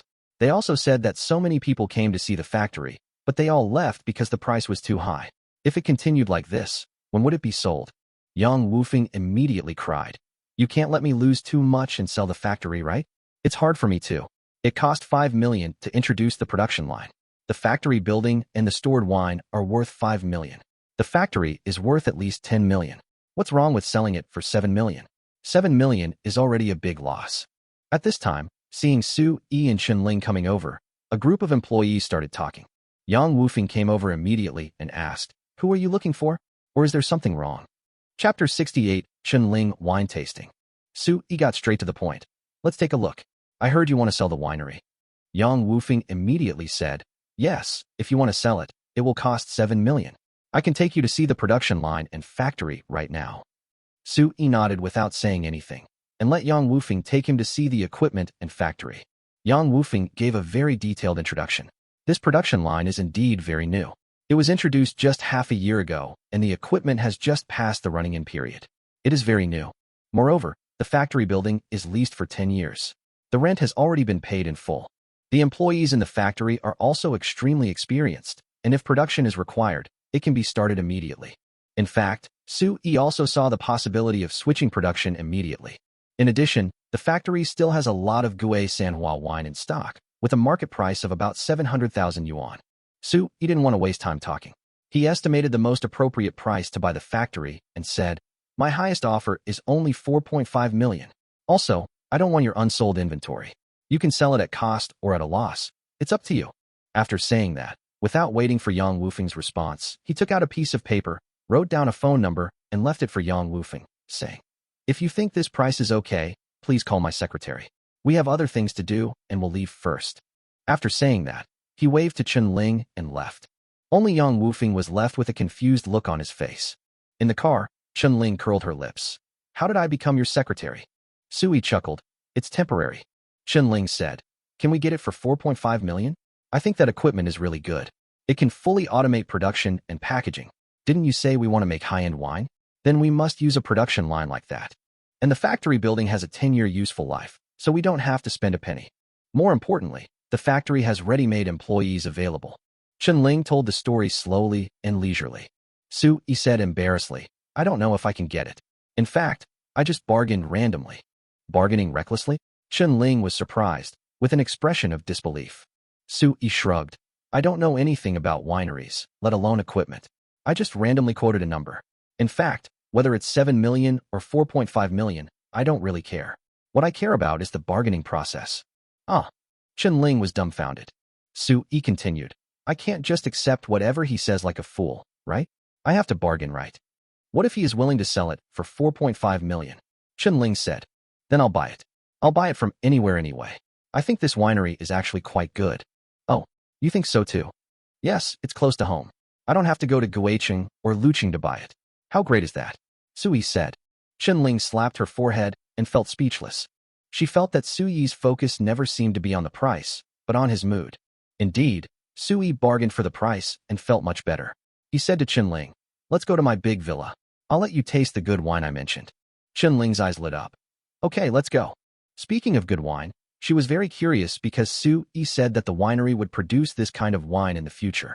But she had never seen it or tasted it, and she had been very curious about it for a long time. The car quickly drove to the parking space of the big villa and stopped, and the two entered the villa. Su-yi asked Chen Ling to wait in the living room for a while, and he went into the basement to fill 5 milliliters of raw wine. He was surprised to find that the longer the wine was soaked, the richer its aroma became and the thicker it became. He even began to notice a hint of white vapor in the wine, just like the thick and strange wisps of white vapor in the ginseng water in the cicada naga pot. Su-yi knew that it was pure life essence, the most amazing thing contained in the purple Dragon King ginseng.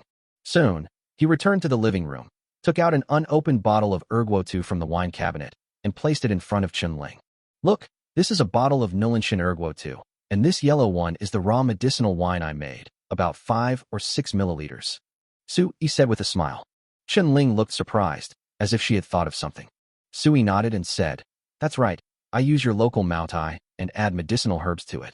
Now I'm going to mix the original medicinal wine into this bottle of erguotu. Shake it, swirl it. It's that simple, and then a whole new kind of wine is created. This wine is different from all the wines on the market. Su-yi spoke as he started to operate. Soon, the two wines were shaken and blended. Su-yi poured 2 cups of 8-cent wine and placed them in front of Chen Ling, motioning her to drink. Drink it. You're a winemaker, so you should have drunk a lot of wine. Come and try it and give me some advice. Su-yi smiled and was full of confidence. He knew that Chen Ling would be surprised after tasting this wine. Sure enough, Chen Ling drank the wine in one gulp with half belief and half doubt, and her eyes suddenly lit up. She has drunk a lot of erguotu, but none of them taste like this. She just felt her whole body was hot and warm, just like soaking in hot water, very comfortable. Normally, Erguo 2 should be strong, but she did not feel the burning sensation in her stomach. Instead, she felt a soft heat radiating from her stomach to every part of her body, which made her feel very comfortable. Even a comfortable moan came from the throat. It seems like all the cells in my body are cheering. Good wine, really good wine. Oh my god, this is no longer Erguo 2. Your original medicinal wine is awesome. Chunling's voice became louder and louder. Finally, she said in shock, Xiaoyi, is your original medicinal wine really made with my Maodai? Yes, I bought the big jars and local Matai from you, you know. Sui nodded. Huh, Chunling pressed.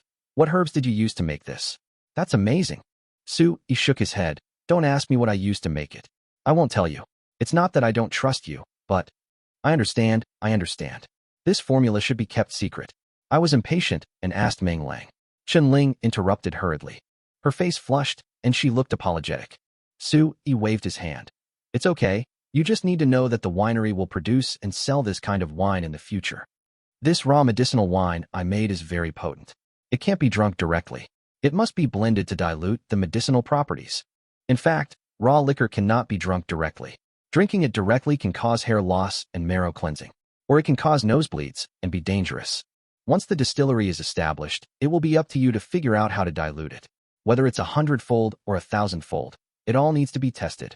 My idea is to categorize the wine into various grades based on its medicinal potency, from high to low. Ideally, we could also have large bottles, small bottles, and so on, to cover every price range. This way, we can sell it to everyone. The smallest bottle I can make, I want to only hold 2 taels. Sui told the story slowly. Chunling was a little confused. A small bottle of 2 taels of wine. So little? Sui said. There's no other way. The price of this wine is quite high. If I fill it up too much, the threshold is too high. Many people can't afford it, and they are reluctant to buy it, so I can only fill it up less.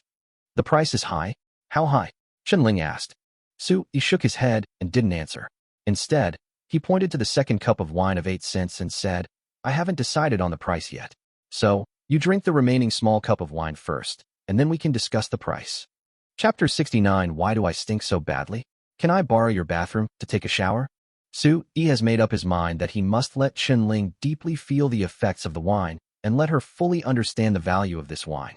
Only a deep understanding of this wine can give her the confidence to produce and sell it. So, the most direct way is to let her drink 2 glasses herself. Letting her deeply feel the changes in her body is more effective than him praising her 100 times. Okay, I'll drink it. Chunling felt that drinking this wine was very comfortable and addictive, so she licked her lips, picked up the glass, and took another gulp. This time, she actually burped, and her face turned red again, spreading from her face to her neck and collarbone. This wine, why is it so strong? I feel like my whole body is on fire. Chunling was a little surprised and felt hot all over, but the next moment, the heat subsided and her body felt like it was soaking in hot water again, which was very comfortable and enjoyable. Moreover, she felt dizzy due to the alcohol. To be precise, the body becomes dizzy and the mind gradually becomes confused. Xiaoyi, am I drunk? Before she could finish the word, ma, her head fell on the dining table with a thud and snoring sounds were heard. Sui had already anticipated this situation. There's no way, Purple Dragon King Ginseng is just so awesome.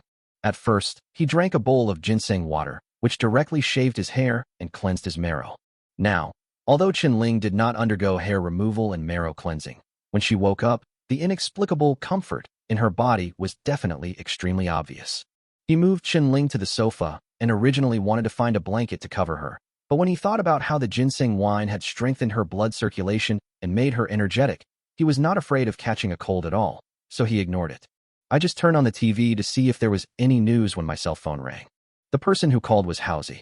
Sui picked up the phone, and Housie said, Boss, my dad has prepared all the information. We can go to the Industrial and Commercial Bureau to handle the legal person change registration at any time.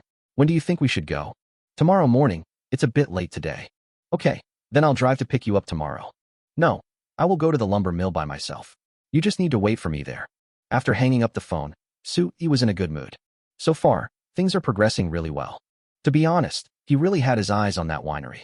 If he could really take it over and start mass-producing ginseng wine, it would definitely be a hen that laid golden eggs. Then I thought again, many things cannot be rushed. After all, buying a winery is a big deal. Good things take time, so it is normal to take some time. Just as he was thinking, his cell phone rang again. Sui picked it up and saw that it was Jun Minghua. As soon as he picked up the phone, he heard Jun Minghua say, Sui, my grandfather is holding a banquet tomorrow, and I'm formally inviting you to come. Okay, where? What time? Sui agreed readily. After all, he had promised Jun Minghua before that one should not go back on one's word. Besides, the Jun family is very influential in Nandu. He really needs to build good relationships with a family with a strong background and connections, as they might be of use soon. Minghua Hotel, my own hotel. The time is 7 p.m., Jun Minghua said. Okay, I'll be there on time tomorrow, Sui said. After hanging up the phone, Sui suddenly had another idea, which was to get more money from the Jun family. Because a few days later, he bought a lumber mill, a winery, and a car, and he was almost out of money. In order to get the wood processing plant and winery up and running, he still needs some startup capital. I don't want to put the Purple Rhythm Dragon King ginseng up for auction for the time being. It's easier to keep it secret if I sell it to a private person. Anyway, I've already sold one before, so selling one more won't be a big deal. Or, you can go find Old Man Shin from the Cultural Relics Garden and sell him a few smaller gold nuggets. However, the gold nuggets can't be sold for much money. After thinking it over, Sui went to the basement, opened the safe, and counted the treasures he had brought back again. At 7 o'clock the next morning, Sui's door was banged on, and Chunling's voice came from outside the door. Xiaoyi, are you in there? Wake up and open the door. Sui opened his eyes after entering a state of meditation. He curled his lips and thought to himself, I didn't sleep. But you, like a pig, snored soundly all night. He stood up and opened the door. Chunling staggered and almost fell into his arms. Chunling blushed and asked, Xiaoyi, what happened to me? I actually fell asleep at your house and slept for more than 10 hours. Oh, why do I smell so bad? Can I borrow your bathroom to take a shower? Sui was slightly surprised. He did smell a faint fishy odor. Logically speaking, it is impossible for her to have her hair shaved and her marrow cleansed after drinking only 2 cups of 8-cent blended wine. Sui couldn't help but wonder if Chunling's body was already quite dirty. Or maybe it's the ginseng wine that has brewed out strands of white life essence. So even after being mixed with other medicinal ingredients, the effect is still very strong. Seeing Sui frown, Chunling thought he was unhappy about the smell of sweat. She said awkwardly, I'm sorry, Xiaoyi, my sweat doesn't usually stink. I didn't expect it to stink so much this time. It's so strange. It's okay. Sui waved his hand. Go and wash up. I'll prepare clean clothes for you. Yeah. Chunling immediately ran into the bathroom in the bedroom and started washing. 10 minutes later, Chunling's surprised voice came from the bathroom. Sui curled his lips, put a clean t-shirt on the bedside and said, Don't make a fuss. Come out after washing. There is a clean piece of clothing on the bedside. I'll go to the living room first. After saying that, Sui walked out of the bedroom and went to the living room. After a few more exclamations of surprise, the bathroom door slowly opened. Chunling stuck her head out, looked around, and made sure that there was no one in the room. Then she walked out and quickly put on the t-shirt that Sui had prepared for her. Then, she rushed out of the bedroom impatiently and came to the living room. She rushed to ask, Xiaoyi, I feel so light and comfortable. Also, is the sweating because of the wine I drank? Sui nodded. Yes, I said, this wine is effective. It is a tonic wine that replenishes qi and blood, replenishes essence and spirit, can prolong life, and can even change physical condition visibly. Ah, no wonder. Chunling was shocked. Sui pointed to the seat and said, Please sit down. I told you yesterday that our winery sells this kind of wine. It's a blend of raw medicinal wine and highly pure wine. Of course, the concentration is definitely not this high. It must be diluted 100 times. Of course, we still need to experiment to determine the exact dilution. We can't let the wine have too much medicinal power, but it can't be completely ineffective either. Otherwise, it won't sell well without a good reputation. There has to be a certain degree, a standard, and you need to figure that out. Chapter 70. Invitation? I don't have an invitation. Sui continued. Of course, I also said yesterday that it's best to classify them according to their potency. The higher the potency, the higher the price. The weaker the potency, the lower the price. In short, we want to make our wine a boutique brand, with both high-end wines that cater to the wealthy and other upper-class people, and popular wines for the masses. Do you understand what I mean? Sui said so much and so clearly. She was not a fool, so of course she understood. Okay, I will take the initiative to contact the winery today and try to take over the factory. You wait for my good news. Chunling said. Sui shook his head. No hurry, no hurry. Take me to the wood factory of Housy's family first. I want to buy the wood processing factory today. The procedures are a bit complicated, and I have to go to the Industrial and Commercial Bureau and the bank. Oh, Ling was surprised. You guys have reached an agreement so quickly? Yi said. Yes, I am very straightforward and I hate procrastination the most, so whatever price Uncle Chung says, I will buy it directly. Okay, shall we go now? Well, let's go. The two reached an agreement and went out immediately. When we arrived at the sawmill, Housie and Uncle Chung were already waiting at the door. Looking at the sawmill again, I found that it had been cleaned and tidied up by Uncle Chung and Housie. Everything was neatly arranged, not at all as messy as before. Yi smiled and said, Uncle Chung, did you do a thorough cleaning? Uncle Chung said, I had the workers maintain the equipment overnight, tidy up the warehouse and office, and do a thorough cleaning. I have feelings for this factory, and it supports my family. I don't want to hand over a mess to you just like that. As a person, you have to see things through to the end, right? Yi nodded, feeling a little emotional. Yi said, Uncle Chung, don't worry, I will still let Housie manage this factory. He is the general manager. As for me, I have channels to get good wood, so this factory will make a lot of money, don't worry. Chung Donglai nodded. I believe you. Yi was in a good mood and said, let's go and sign the contract, then go to the bank, and finally go to the Industrial and Commercial Bureau. Chung Donglai took Yi to the office again, and the two quickly signed the sales contract. When both parties signed and exchanged the contracts, the contract officially came into effect. Afterwards, they went to the bank and Yi transferred 3.5 million to Chung Donglai. Finally, I went to the Industrial and Commercial Bureau and changed the legal person of the business license to Yi. At this point, Yi became the sole shareholder and legal representative of the wood processing plant. Ling was watching from the side and was a little excited. She discovered that Yi had really changed and became a man who was doing great things. Yi was not like this before.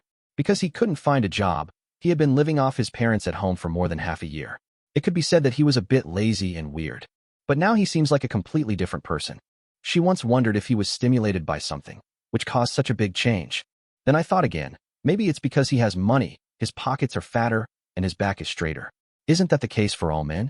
No, I have to take over the winery as soon as possible and become its general manager. Ling thought about it in her heart, and then became a little anxious. She said hello to Yi and drove away immediately. She wanted to go to the winery again to check the situation. Only by knowing yourself and your enemy can you win every battle. When we arrived at the winery, we saw the workers surrounding Yang Wufeng again. A few brave ones punched and kicked Yang Wufeng, while Yang Wufeng held his head in his hands and wailed. Ling was frightened. Damn, so miserable? Will this guy be beaten to death? Just when Ling was about to call the police, she heard Yang Wufeng hysterically say, Sell? I'll sell. Stop beating me. If you kill me, you won't get your wages.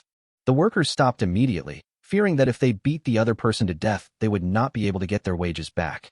At this time, Yang Wufeng's nose and face were bruised and swollen, and his whole head looked like a pig-headed Indian. Hit me. Call now. Hurry up and get the boss to buy the winery. Quick, if you don't hit me, we'll kill you. A worker shouted anxiously. Yang Wufeng had no choice but to use his mobile phone to call the owner who was interested in buying the winery. Ling saw that the other party made 3 calls, all to other bosses, but not her. She immediately rushed over and shouted, Why are you calling the boss? I'm the boss. For 0.5 million, I want this winery. Yang Wufeng's face turned as black as the bottom of a pot. This was really a desperate attempt to lower the price. But the workers were all very excited and asked if it was true. Ling patted her chest and said yes. The workers began to threaten Yang Wufeng, but he refused to give in and was beaten again. Finally, in order to save his life, he had no choice but to say that he would sell it. Ling thought it was an opportunity and immediately called Yi. Half an hour later, Yi arrived at the winery. At this time, Ling was already counting assets with a large number of equipment lists, factory buildings, material lists, etc. After Yi arrived, she introduced everyone to him one by one. Yi was very satisfied with the winery's equipment, factory buildings, and some other supplies. Soon, the two parties signed a sales agreement. Then, both parties went to the designated bank, and Yi transferred 4.5 million to Yang Wufeng. Under the supervision of workers' representatives, Yang Wufeng transferred the workers' overdue wages and compensation through the bank, totaling more than 1.9 million yuan. The workers' representatives saw the money and left happily. Yang Wufeng sighed and wanted to die. Yi comforted the other party, and then took him to the Industrial and Commercial Bureau to change the legal person and assets. The people from the Industrial and Commercial Bureau were amazed and envious when they saw Su-yi come twice a day and that he had bought a timber processing plant and Wufeng winery one after another. After completing the formalities, Su-yi immediately appointed Chen-ling as the general manager of the winery, in charge of all matters big and small of the winery. At this time, there was only a little over 2 million left in Su-yi's account. He transferred another 1 million yuan in working capital to Chen-ling and Haozi respectively, asking them to clean up the factory. He then became a hands-off boss and left in a taxi. An hour later, Manhwa Hotel, second floor. There were 50 banquet tables in a huge restaurant. When Su-yi arrived, he saw that many tables were full of people. He originally wanted to sit anywhere, but he didn't expect that the guest's name was written on each chair, which meant that he had to sit in the seat designated by his number. "Sir, where is your invitation?" "The seat number is written on the invitation," said the hall manager tactfully. Su-yi was stunned. "Invitation? I didn't get an invitation." Chapter 71. Mr. D, the master of traditional Chinese medicine. I don't have an invitation." Su-yi explained a little embarrassedly. "Zhen Mingyue called me, but didn't say she would give me an invitation." Su-yi directly announced the name of the eldest daughter of the Zhen family. The lobby manager was shocked when he heard it. Those who dare to call Miss Zhen by her name are all great people. They are either Miss Zhen's friends or people with very important backgrounds. The hall manager didn't dare offend such a person easily. She said awkwardly, "Sir, it's okay. Can you tell me your name, and I'll check your seat for you?" Okay, my name is Su-yi. Su means Suzhou, Yi means elegant." Su-yi responded. The hall manager was a mature woman in her 30s. She flipped through the roster in her hand and instantly saw Su-yi's name. She couldn't help but scream, because Su-yi's name was actually on the main table in the entire hall. In other words, he sat at the same table with Mr. Zhen, the behind-the-scenes boss of the hotel, and Zhen Mingyue, the actual manager of the hotel. Just as she was about to guide the other party, an old voice came over. "Su-yi, young man, are you Su-yi?" When Su-yi turned around, he saw an old man in a gray-white tang suit with gray hair standing in front of him and staring at him. The lobby manager said respectfully, "Mr. D, you're here?" Di Hong waved his hand and let the hall manager go. He smiled at Su-yi and said, "Brother Su, I have heard of your great name for a long time. Seeing you today, I can see that heroes are born young." Su-yi was also a little surprised. The lobby manager called him Mr. D. Could he be the old Chinese doctor who treated Mr. Zhen? Zhen Mingyue mentioned to him that Mr. D's original name was Di Hong, and he was the former president of the affiliated hospital of Nandu University of Traditional Chinese Medicine. Although he has retired, the current deans are all his disciples. He also serves as the honorary dean of the affiliated hospital of the University of Traditional Chinese Medicine. He is highly respected. Therefore, he was a little flattered to hear an old Chinese medicine doctor of high moral character and status speaking to him with a kind look. "Are you Dean D?" Su-yi responded. "Zhen Mingyue mentioned you to me. Nice to meet you." Di Hong smiled and said, "How did this girl mention me? Did she complain about my medical skills?" Su-yi said awkwardly, "You are an excellent doctor. How could she complain about your medical skills? She also said that you are an elder she respects very much." "I am indeed her elder. I have watched her grow up." Di Hong nodded, then waved his hand modestly. "However, my medical skills are not superb. Traditional Chinese medicine is extensive and profound. I am still far behind. Moreover, the inheritance of traditional Chinese medicine is seriously broken, and environmental pollution is even more severe. The number of spiritual Chinese herbal medicines is decreasing. Just like old man Jin's illness, if I hadn't provided the purple dragon king ginseng you provided, no matter how skilled I am as a doctor, I wouldn't be able to save him. He would be doomed. However, he is still lucky. He was fortunate enough to meet you and was able to buy the life-saving ginseng from you. This is how he saved his life. You can say that you are his savior." Di Hong came up and spoke cautiously. Su-yi waved his hands. How could he dare to say that he was Mr. Jin's savior? He just sold a ginseng to him and got the money he deserved. It was just a transaction, a business of mutual complementation and debt. So he quickly said modestly, No, I just made a deal with him. No one saved anyone, and no one owed anyone anything, really." Di Hong didn't think so. He shook his head and said, "Brother Su, you don't have to be so modest. Really, it may seem like an ordinary transaction to you, but to me, it's not like that at all." "Oh," Su-yi was puzzled. Di Hong asked, "Do you think a life-saving treasure like the purple dragon king ginseng can be bought casually? This kind of life-saving stuff is totally out of stock. In my opinion, the purple omen dragon king ginseng is a national treasure, understand? A national treasure." Su-yi was so upset when he heard this that he couldn't help but complain in his heart. National treasure? That's because you are surprised by what you have seen. I have another bag. Do you want one? If you want one, I can sell you one. Of course, he only dared to criticize it in his heart. He certainly didn't dare to actually say such words out loud, because it would scare people to death. The next moment, Di Hong asked seriously, Brother Su, I don't care about the source of the precious ginseng. I just want to ask, do you have any extra precious ginseng? If so, I hope I can have the honor of buying one. Di Hong stared at Su-yi with sparkling eyes, his eyes full of desire and expectation. Su-yi was startled and wondered if this old man had heard what he was thinking. But the next moment, Su-yi drove away such thoughts. He asked in surprise, Mr. D, can I ask, what are you doing with the ginseng? Di Hong looked around and found that no one was paying attention to them. So he moved closer to Su-yi and said, To be honest, I also want to maintain my health and prolong my life. The purple dragon king ginseng I saw is the most effective one for maintaining health and prolonging life among all the ginseng species I have seen. So, Su-yi was stunned and asked, Mr. D, do you know how to use it to prolong life? Di Hong smiled and said, Of course, to be honest, the best way to use this ginseng is not to make medicine, nor to eat it raw, but to soak it to extract its life essence, and then absorb this life essence. Break out the essence of life. Su-yi was shocked. He was really shocked. Because he is using this method now, of course it was just an accident. What do you mean? Su-yi suppressed his fear and asked. It's very simple, just soak it in wine. Di Hong said slowly. Wine contains alcohol, which can maximize the release of the life essence of the precious ginseng. Of course, soaking the precious ginseng alone is definitely not enough. It must be combined with other medicinal herbs. Combined with other medicinal herbs? What? Su-yi's curiosity was completely aroused, and he became a curious baby. Di Hong said, It's very simple. Everything in the world is about yin and yang, about balance. Precious ginseng is warm in nature, so it must be blended with various Chinese herbs to make it easier for the body to absorb and produce minimal effects after absorption. This is the purpose of combining. These words made Su-yi suddenly realize. After Di Hong finished speaking, he added earnestly, Prolonging my life is just a selfish desire of mine. In fact, another more important reason why I want the precious ginseng is that I want to study it. Study it? Su-yi wondered.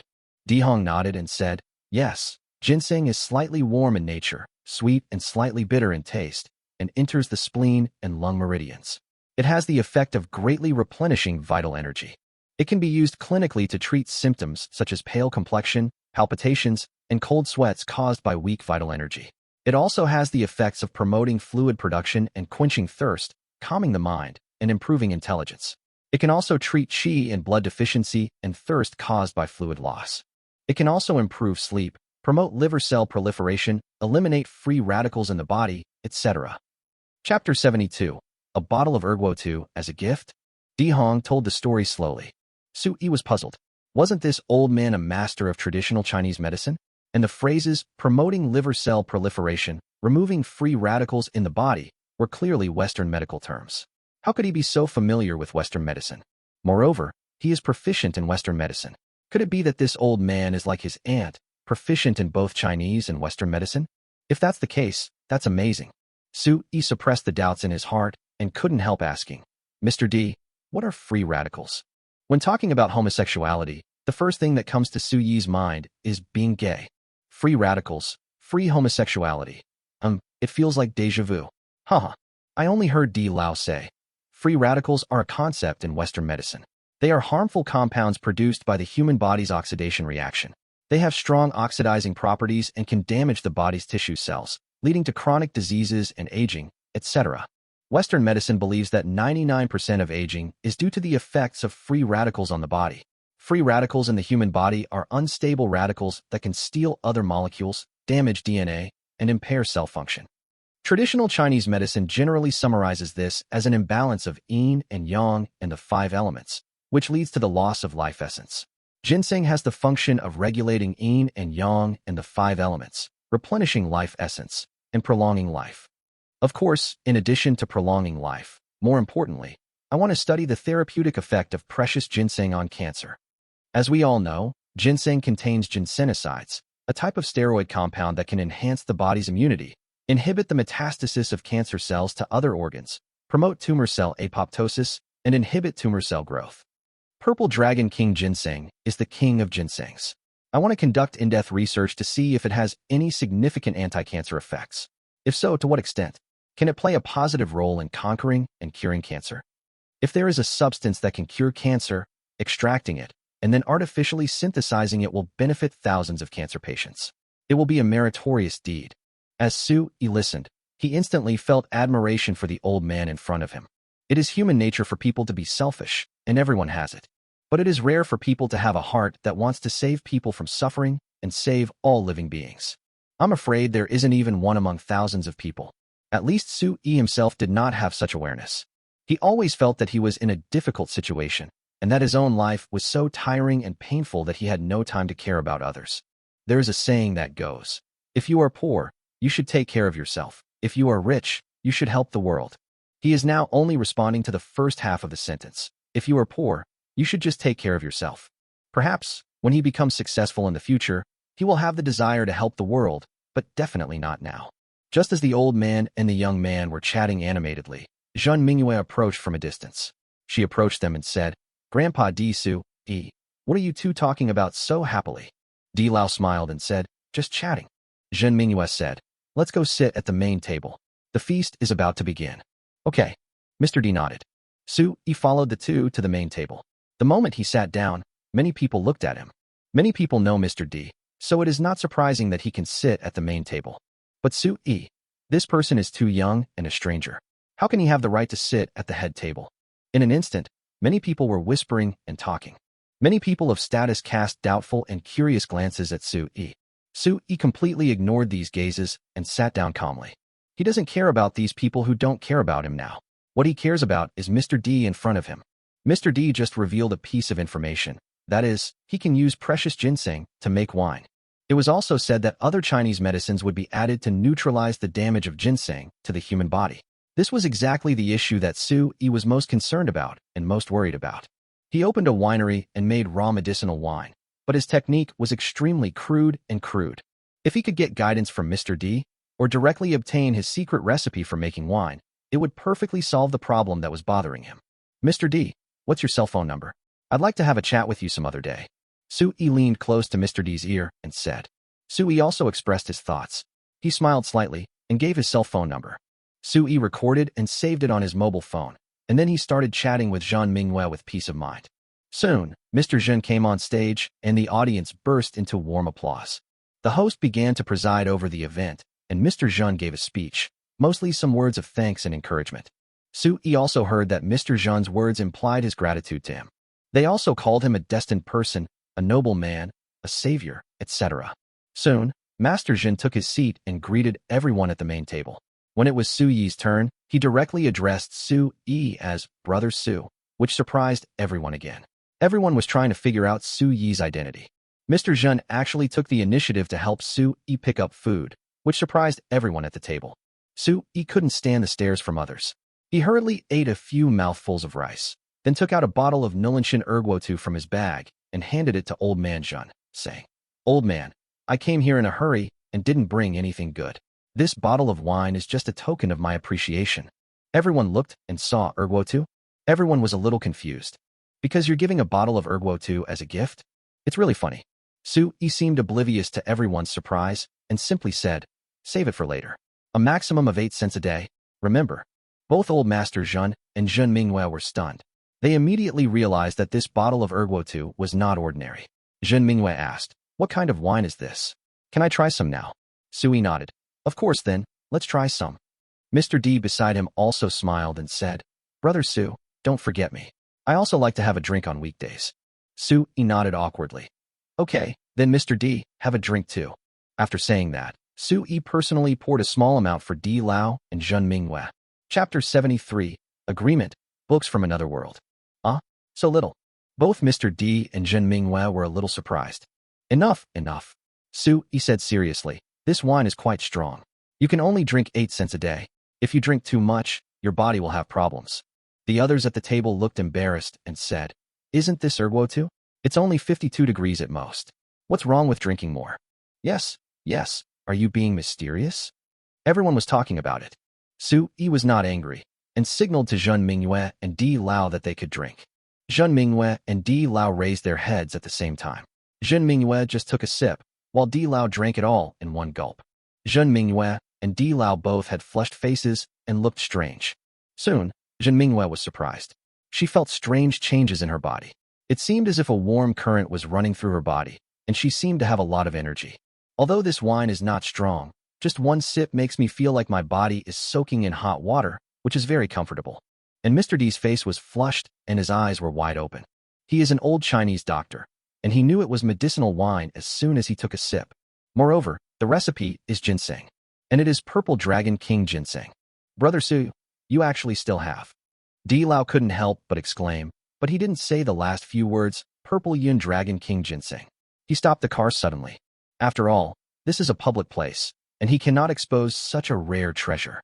He knew that what the Zhen family had obtained before was a whole piece of purple dragon king ginseng.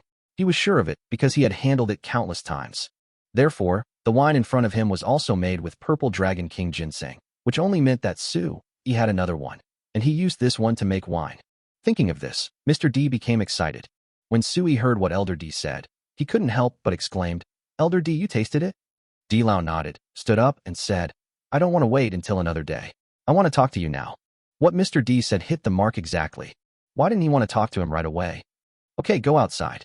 Sui stood up and walked out, but the next moment he turned back to the dumbfounded Zhen Mingyue and Old Master Zhen and apologized. "I'm sorry. I need to have a good talk with Old Master D." Old D also realized that he was being a bit reckless. After all, this was Old Man Zhen's home turf, and he seemed to be stealing the show by pulling his guest away to talk. But he couldn't care less. He and Old Man Zhen were close friends, so the other party should give him this face and not blame him. He stared at the bottle of Erguo and said, "Girl, keep this Erguo for your grandfather. It's a treasure that money can't buy." After saying that, he pulled Sui out amid everyone's astonishment and confusion. Many people were confused by this old man and young boy. What was going on? Was it a show? It didn't look like it, but what were they talking about? It was completely incomprehensible. On the terrace on the second floor of Manhwa Hotel, Sui and Di Lao asked the question at the same time. What Mr. D asked was, "Do you really still have the precious ginseng?" Sui asked, "Do you really know how to make wine with ginseng?" After asking, the two looked at each other and smiled. Obviously, both of them got the answer they wanted, which was a positive answer. Di Lao said, "Since you have a precious ginseng, Brother Su, can you sell me one? Don't worry, the price is negotiable. I will definitely offer you no less than what Old Man Zhen offered." Sui said readily, "I can sell it to you. It doesn't matter whether you pay or not. I only have one additional condition." "Oh," Mr. D was delighted. "Tell me what the conditions are, and I'll definitely do it." Sui said, "I want you to teach me how to make ginseng wine. You are not allowed to hide it." Di Lao nodded. "Okay." Then, he asked Sui, "Did you only use precious ginseng to brew this wine? Did you not add any other ingredients?" Sui nodded. Di Lao said, "It is wrong for you to make ginseng wine this way. You must add more than a dozen Chinese herbs such as wolfberry, cotinopsis, angelica, poria, etc. to neutralize it. The ginseng wine brewed in this way can fully stimulate the medicinal properties, and it is gentler and will not cause side effects on the human body." Sui was very happy when he heard this. He couldn't help asking, "Master D, you should have a recipe for making ginseng wine, right?" "Yes." Elder D nodded. "And it's an ancient recipe." Sui was overjoyed again. "It seems that the problem that has been giving me a headache can be solved. His winery can definitely produce even better raw medicinal wine. It's not like he's just tinkering around." The two reached a basic agreement and were both a little excited. Elder D said, "I'll go back and prepare the money. Brother Sui, you prepare the precious ginseng. We'll exchange the money and the goods. In addition, I'll also write down the ancient recipe for making ginseng wine for you, don't worry." Sui nodded and shook his head. "It's not enough to just give me the recipe. You also have to teach me how to make it." Di Lao smiled and said, "No problem. I bought your ginseng for the purpose of making wine. When the time comes, you can watch me make it, and I will explain everything to you one by one." Soon, Mr. D left, probably because he was in a hurry to raise money. Sui was too lazy to enter the banquet, so he turned around and took a taxi to leave. After returning to the villa, Sui ordered another durian cake, then put on his down jacket, picked up the cake, and disappeared in a flash. Another world. The big wooden house was brightly lit and warm like spring. Sui suddenly appeared. Wucha Naga put down the book in her hand and looked at Sui. When she saw Sui holding a durian cake, she showed a long-lost smile. To be honest, She really wanted to eat this delicious snack. Suyi's face was also full of joy. He said, Naga, how are you? Are you feeling better? By the way, I bought this cake specially for you. I saw you liked it last time, so I sent you another one. Wuchan Naga said, I'm much better now. I'll be able to travel far after a few more days of recuperation. That's great. Sui nodded. At this time, he saw the book that Wuchan Naga placed on the table, and he couldn't help but become curious. This was the first time he had seen a book from another world. He subconsciously picked it up and took a look, and he was stunned. He actually recognized some of the words in the book.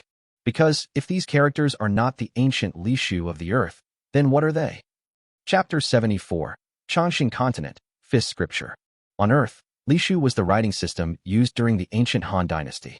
It can be said that Lishu laid the foundation for the structure of modern Chinese characters and became a watershed between ancient and modern characters. Simply put, Lishu is very similar to modern Chinese in terms of shape. Therefore, Sui could tell at a glance that this was the Lishu of the earth. The cover of this book has two big characters, Quanjing, written on it. I glanced at the contents again and found that it was a book about boxing. Boxing Sutra? Sui couldn't help but read it out loud. Wuchan Naga asked in surprise, Sir, do you know the characters here? Sui laughed. I can barely recognize it. In our place, this kind of calligraphy is called official script. But I don't know how similar this official script is to your characters here. By the way, is this boxing classic the secret manual of martial arts here? Sui asked the biggest question in his mind. Wuchan Naga nodded, then shook her head. I guess so, but it's quite superficial. Superficial? Well, it's used to get started with boxing, said Wuchan Naga. Uh-huh, wouldn't that be perfect for me? Sui immediately became interested and said, then I can learn it? Wuchan Naga nodded and shook her head again. Of course you can learn, but I don't recommend that you learn now. Oh, why? Sui was puzzled. Wuchan Naga said seriously, the martial arts of our Chongqing continent are based on true essence. If the foundation is not solid, then it will be useless for you to learn these boxing techniques. True essence? Is it the qi that circulates through my body? Asked Wuchan Naga. Yes, that's the true essence. Wuchan Naga said, you are at the first level, and your true essence is very weak. Once you reach the second level, and your true essence is barely strong enough, you can start learning boxing. Because Zhen Yuan is the foundation, and boxing is the technique, although the two complement each other, it is important to lay a solid foundation in the early stages of martial arts training. Sui understood that Zhen Yuan is the internal strength in the martial arts novels on Earth. Internal strength is the foundation and boxing is the technique. As long as the internal strength is solid and strong, any move can exert great power and turn decay into magic. But if your internal strength is not strong, all your moves will be useless. You will be weak and powerless, just like a useless person. I see. Then I'd better practice strengthening my Zhen Yuan first. By the way, is there any method that can speed up the cultivation of Zhen Yuan? Sui asked, for example, the I Jin Jing, the 9 Yin Manual, the 9 Yang Divine Art, etc. Wuchan Naga was stunned, shook her head, and asked woodenly, what are the I Jin Jing, the 9 Yin Manual, and the 9 Yang Magic Skill? Sui smiled awkwardly. I was just making an analogy. Just an analogy. Forget it if there is nothing. Wuchan Naga said, that's the Qigong method I taught you. It's a unique method to promote the cultivation of true essence. Well, okay then. Sui suddenly seemed to remember something and asked, you just said this is the eternal life continent. Why is it called the continent of eternal life? Sui asked. Wuchan Naga was stunned for a moment, then shook her head and said, I don't know. It's been called that for thousands of years. Maybe it's just a name, just like your name and mine, a name. Sui shook his head, thinking it wasn't that simple. He couldn't help but ask, by the way, is there anyone here who can achieve immortality? Immortality. Wuchan Naga was puzzled. Do you mean living forever? Or living a long time? Live forever, and be immortal. Sui said. Wuchan Naga immediately shook her head. How is that possible? It's impossible for a human to do that. Only legends exist of people like that, but they can't be verified. They're just legends. Oh, what about those who live longer? How long can they live? Sui was like a curious baby, with all kinds of questions popping up one after another. Wuchan Naga said calmly, people who live longer can live for 800 years. They are basically those who have cultivated to the extreme, such as the land immortals. And the maximum lifespan of a grandmaster is probably 400 to 500 years. A warrior of the 8th or 9th rank only has a lifespan of 300 years. The life expectancy of ordinary people is very low. They will die in about 100 to 200 years. When Sui heard this, he swallowed. This was the best news he had ever heard. No wonder this continent is called the continent of immortality. It turns out that the people here can live so long. Ordinary people can live for 100 or 200 years, grandmasters can live for 400 or 500 years, and land immortals are even more exaggerated, living for as much as 800 years. They truly deserve the title of immortal. Can land immortals really live for 800 years? Is this true? Sui asked doubtfully. Wuchan Naga nodded. Of course it's true. There have been 2 or 3 land immortals in history. According to records, they have appeared even when they were 700 or 800 years old. Oh, not dead. Well, strictly speaking, they are no longer human. Some of them are dead, and some are elusive. Anyway, you won't encounter them easily, said Wuchan Naga. Sui nodded. Yes, an old man who refuses to die is a thief. If one can live for 700 or 800 years, who would run around like that? If he could live this long, he would probably have already realized the truth and pursued higher things. At this time, Wuchan Naga opened the durian cake and ate it with great enjoyment. She threw the book to Sui and said, "You can take a look at it first, but I don't recommend you spend time practicing. It will be more effective when you have a solid foundation of true energy." I know. Sui nodded, but still couldn't help but flip through it. After turning a few pages, he felt overwhelmed. Because it was all written in classical Chinese, he couldn't understand it at all. He could recognize most of the characters when they were separated one by one, but he couldn't understand them at all when they were put together. Moreover, there were many routes for qi circulation and various acupuncture points written in it, which made him even more confused. He threw the book on the table and sighed. Forget it. I don't understand anything. I'll talk about it later. After saying that, he sat down opposite Naga Wuchan, looked at her with a smile, and said, "How is it? Is this cake delicious?" Wuchan Naga blushed at his gaze and nodded. "It's delicious. By the way, why is it called durian cake?" "Because it's made of durian." Durian? Yes, a kind of fruit, known as the king of fruits. The king of fruits, Wuchan Naga said in admiration. No wonder it tastes so good. Sui said, "Okay, take your time to eat. I'm leaving. I'll bring you something delicious tomorrow." After Sui finished speaking, he disappeared from the spot with a whoosh. Wuchan Naga watched Sui disappear, feeling a little lost. Chapter 75 Neither admit nor deny. Soon, Wuchan Naga calmed down and continued to eat the durian cake with a look of enjoyment. Afterwards, she took another detoxification pill, drank a bowl of ginseng water, and sat cross-legged again to circulate qi and treat the poison in her body. Early morning. Sui opened his eyes after sitting cross-legged and practicing qigong, and felt his mind was clear and his body was light and strong. He clenched his fists and poured force into his arms and fists, causing his bones to crackle. He felt like he could kill a cow with one punch. He washed up and went out, eating a bowl of noodles with 5 big buns, but he only felt half full after finishing the meal. After returning to the villa, he could only take another sip of ginseng wine before the hunger feeling slowly disappeared. Meditation and qigong training is actually a physical activity? Sui pondered secretly, because every time he woke up from meditating, he would feel very hungry. However, the consumption is high, and my body has changed a lot. At least my strength has increased a lot. Sui was thinking about going back home when his cell phone rang. Sui saw that it was Old D calling. He didn't dare to neglect it, and picked up the phone immediately. He heard Old D say with a smile, "Brother Sui, I'm sorry to call you so early. Is what we agreed on yesterday still valid?" "Of course it counts." Sui nodded. They didn't drink yesterday, and they weren't talking drunkenly. So how could it not count? Elder D said happily. "Okay, send me your bank account information and I'll transfer the money to you. And you, prepare the purple Yun Dragon King ginseng." "Transfer money? You're transferring money before you even inspect the goods?" Sui was surprised. No need to test. I trust Brother Sui," said Mr. D. Sui said, "Okay, then you remember it." Sui directly reported his name, bank account number, bank where he opened the account, and other information. After hanging up the phone, Sui smiled and thought to himself that this old man D was really honest.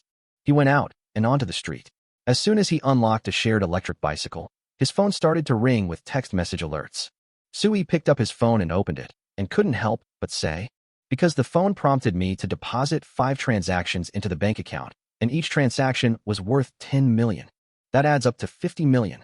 Sui was a little shocked. He didn't expect that this old man D was so rich. He beat him up as soon as he said he would. He thought he couldn't come up with so much money. If the other party just gave him 20 or 30 million, He wouldn't mind giving him a younger purple dragon king ginseng. But now, the other party paid 50 million without even seeing the goods, so he couldn't lose his moral integrity. 50 million is not 5,000 yuan. He excitedly picked up his phone and called Elder D. When the call was connected, he said, "Elder D, I received the money. 50 million. You are really generous. So, where are you? I will give you the ginseng." "I'm still in the bank," said Mr. D. He shook his head. "It's not possible to meet at the bank. Let's meet at another place. Then come to my house. I'll send you my location. I'll be home soon and wait for you there," said Mr. D. "Okay." Sui nodded. Less than a minute after he hung up the phone, he received a location call. To his surprise, Mr. D actually lived in the same community as him. However, he was in the first phase, which was near the top of the mountain, unlike when he lived at the foot of the mountain. He smiled helplessly. After all, it turns out they are neighbors. Sui returned to the community and entered the basement of the big villa. He took out a precious ginseng from the safe that was similar in age and quality to the one he sold to the Zhen family, put it in an eco-friendly bag, and walked towards the villa on the top of the mountain. After walking for about 10 minutes, he arrived in front of a gray villa. This villa occupies a large area and is filled with lush green plants. Even the walls of the villa are covered with ivy. Sui saw the doorbell on the door, so he pressed it. He heard the bell ring, but no one came to open the door. So he could only sit on a bench at the door and wait. About 5 minutes later, an Audi pulled up at the door. Old D stuck his head out with a look of surprise. "Brother Sui, how did you get here so quickly?"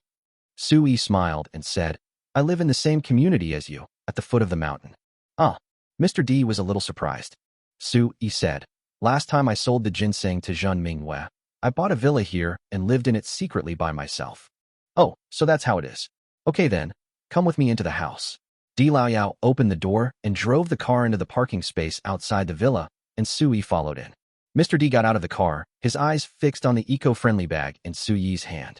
Sui didn't act pretentiously and directly handed the eco-friendly bag to the other party. "Mr. D here. Inside is the purple Yun Dragon King ginseng you wanted.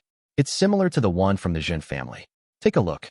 Di Lao swallowed, took it, opened it, and took a look. His eyes were full of shock. He couldn't help but ask, You just casually carried it all the way here in a tattered eco-friendly bag?" "Yes." Sui nodded. "I don't have any other bags. I originally wanted to use a black plastic bag for garbage, but I was afraid it would be too rude, so I used an environmentally friendly bag." Mr. D was speechless. He felt that Sui was too casual. This was the purple dragon king ginseng, the king of ginsengs.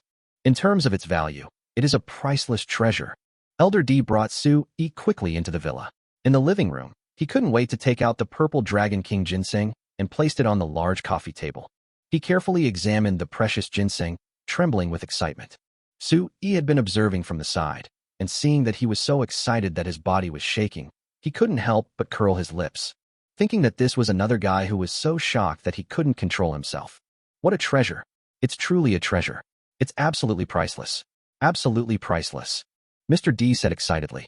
Sui said, "Okay, as long as you think it's good, I'll leave first." Now that he has money, Sui wants to buy a car for transportation. Just like just now, he walked up from the foot of the mountain. Although he was not tired, it was a bit of a waste of time. If you have a car, you can drive up directly and arrive in a few minutes, which is very convenient. "Wait a minute," said Mr. D. Sui looked at him. "Di Laodao, didn't you say you wanted to know how to make ginseng wine? I'll give you a copy of the ancient recipe right now. I'll also ask you to come along when I make it in a few days, and then I'll teach you step by step." Sui nodded, thought for a moment, and asked, "By the way, besides ginseng wine, how do you make tiger bone wine?" Di Lao was astonished. "Tiger bones? That's a good thing, of course I can soak it, but tiger bones are rare nowadays. Do you have any?" Sui chuckled, neither admitting nor denying. He knew that old D was not in the mood to communicate right now. His heart was on the purple dragon king ginseng in front of him. He could only say goodbye. "Let's talk after we make the tiger bone wine. You go ahead and get busy. I'm leaving first." After taking 3 steps, he couldn't help but turn back and remind him. "Oh, Mr. D, I hope you can keep the matter of selling ginseng to you a secret. Don't tell anyone, including the Zhen family." Elder D nodded. "I know, today's deal is known only to you and me." The two reached a consensus, and Sui left satisfied. Chapter 76. By a Mercedes-Benz SUV, a car driven by a man. After Sui left, Dihong took out his cell phone and called Yang Chenming, the current president of the affiliated hospital of Nandu University of Chinese Medicine. Yang Chunming is his most proud disciple, no doubt about it. When the call was connected, he said in a deep voice, Chunming, are you still in charge of the hospital's Chinese medicine pharmacy? Yes, teacher, do you want some Chinese medicine? Yang Chunming asked respectfully. Well, I'm not feeling well, so I want to get some pure Chinese medicine to make some medicinal wine, said Di Hong. Yang Chunming immediately said, then come over tomorrow, and I'll go to the pharmacy with you to choose. No, no, no, I can't wait any longer. I'll go there now, Di Hong said firmly. Yang Chunming said, okay, I'll wait for you at the hospital pharmacy. Yeah. Di Hong nodded and hung up the phone. He carefully wrapped the purple Dragon King ginseng on the coffee table, put it back into the eco-friendly bag, and then opened a safe and put it in. This was not the end. He turned on the anti-theft system in the house and then went out to the Chinese medicine hospital to get medicinal herbs. The other side. Su-yi rode a shared bicycle to the Mercedes-Benz 4S store. After looking around, I was immediately attracted by an SUV. This SUV is very appealing to me. I asked the price. It was $950,000, no discount or offer.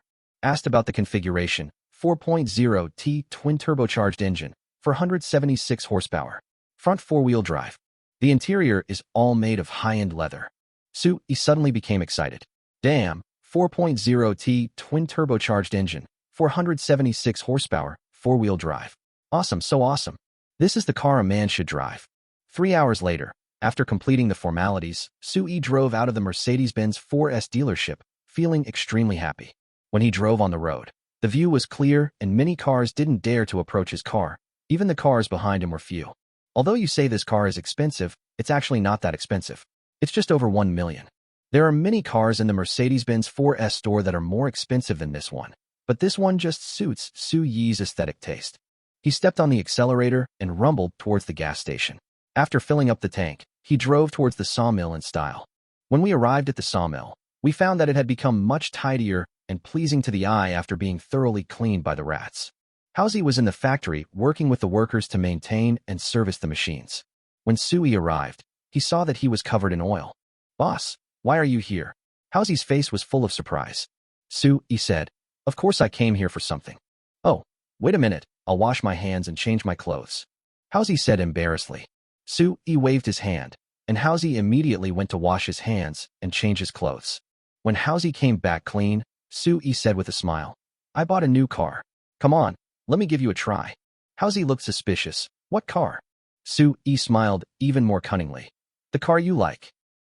You bought a Mercedes-Benz? No way. Housie looked surprised. What can I do? Am I short of money now? Su-yi said proudly. Housie scratched the back of his head. That's right, you are so rich now, you really should buy a car to get around. Walking out of the factory, Housie saw a brand new Mercedes-Benz SUV and his eyes widened instantly. He ran over, looked around, and shouted, holy crap, this is a 4.0T twin-turbocharged, 476 horsepower, front-wheel drive Mercedes-Benz SUV. Is it a high-end model? Su-yi said, nonsense, of course it's the high-end version. Can I buy a low-end version? Housie exclaimed in surprise. A high-end barebones car costs over 900,000 yuan. That's awesome, too awesome. I'm so envious. Come on, give me the keys, let me drive. The keys are still in the car, and the car is not turned off, Su-yi said. Housie immediately jumped into the car and drove it around the sawmill. Soon, he drove out and turned back. After getting out of the car, he said excitedly, it's awesome, really awesome. I'll buy one exactly like it when I have the money. Su-yi rolled his eyes at him and said, don't worry, you will be rich soon. Hey, really? Housie was a little excited.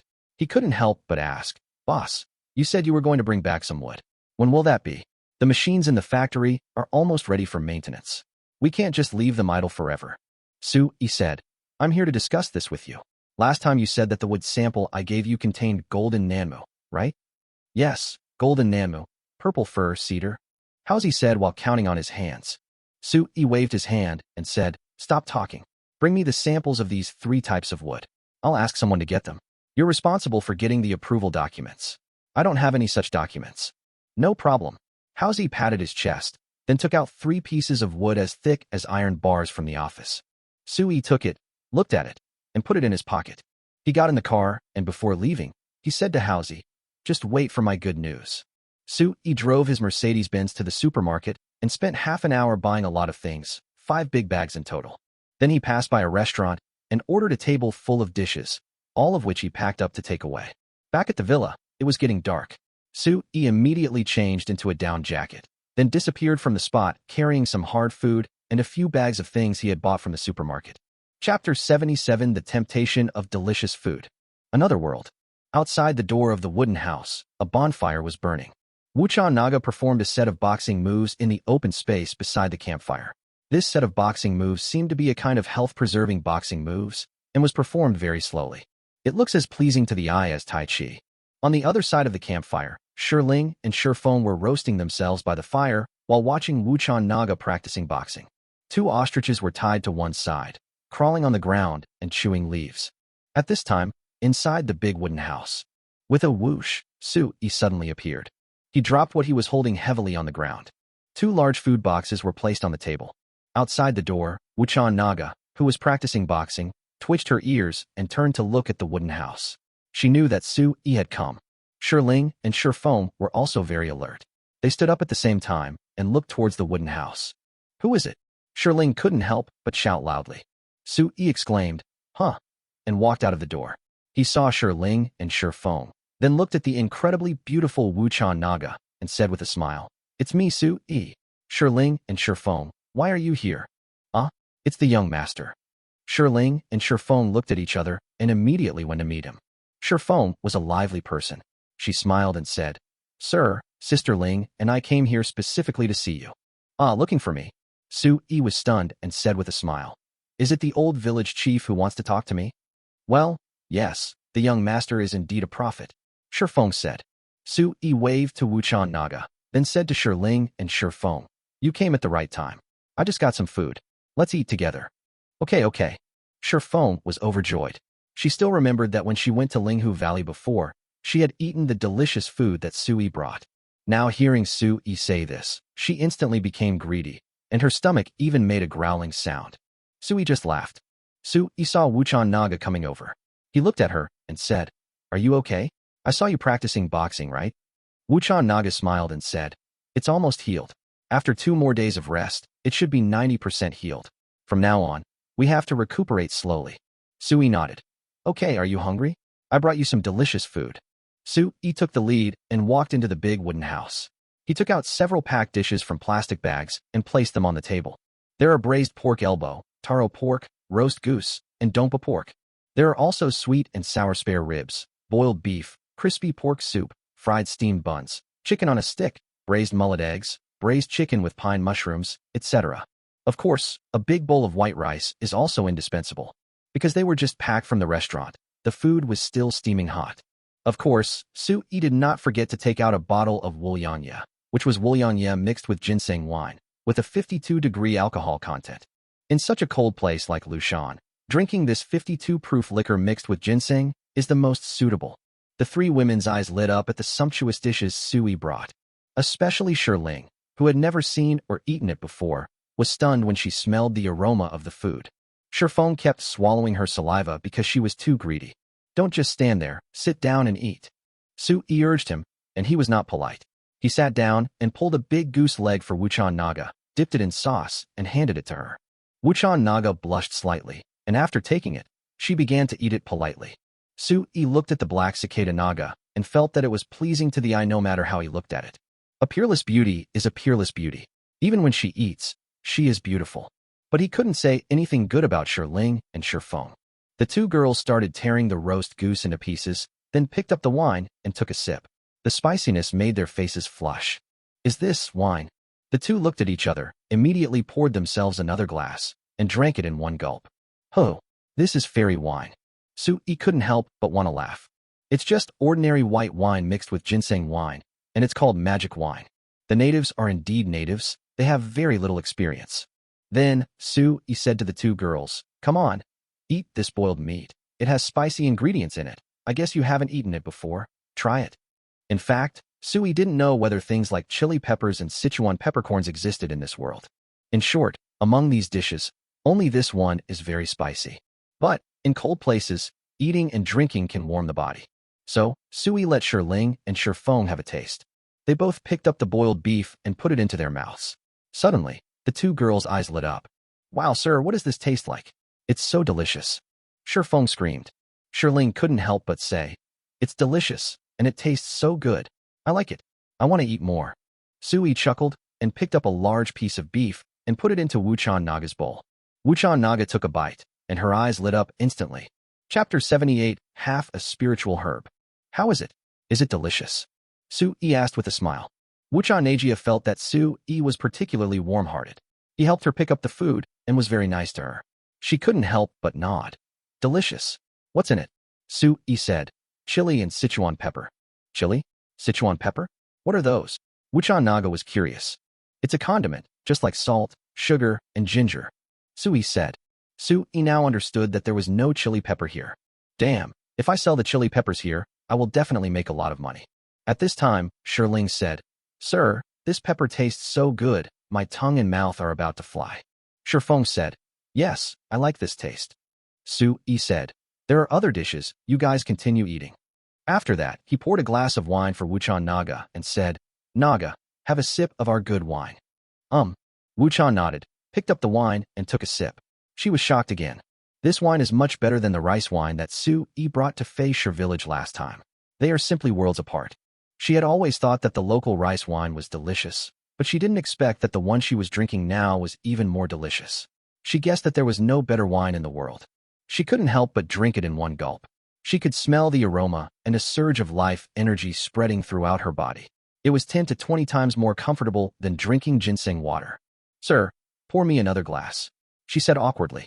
No problem, as long as you like it. Sui immediately filled Wuchan Naga's cup and stared at her happily. For some reason, he was happy when Wuchan Naga was happy. Maybe this is what love is. After Wuchan Naga drank another glass, Wuchan Naga thought, Sir, there is a mallet in the wine, right?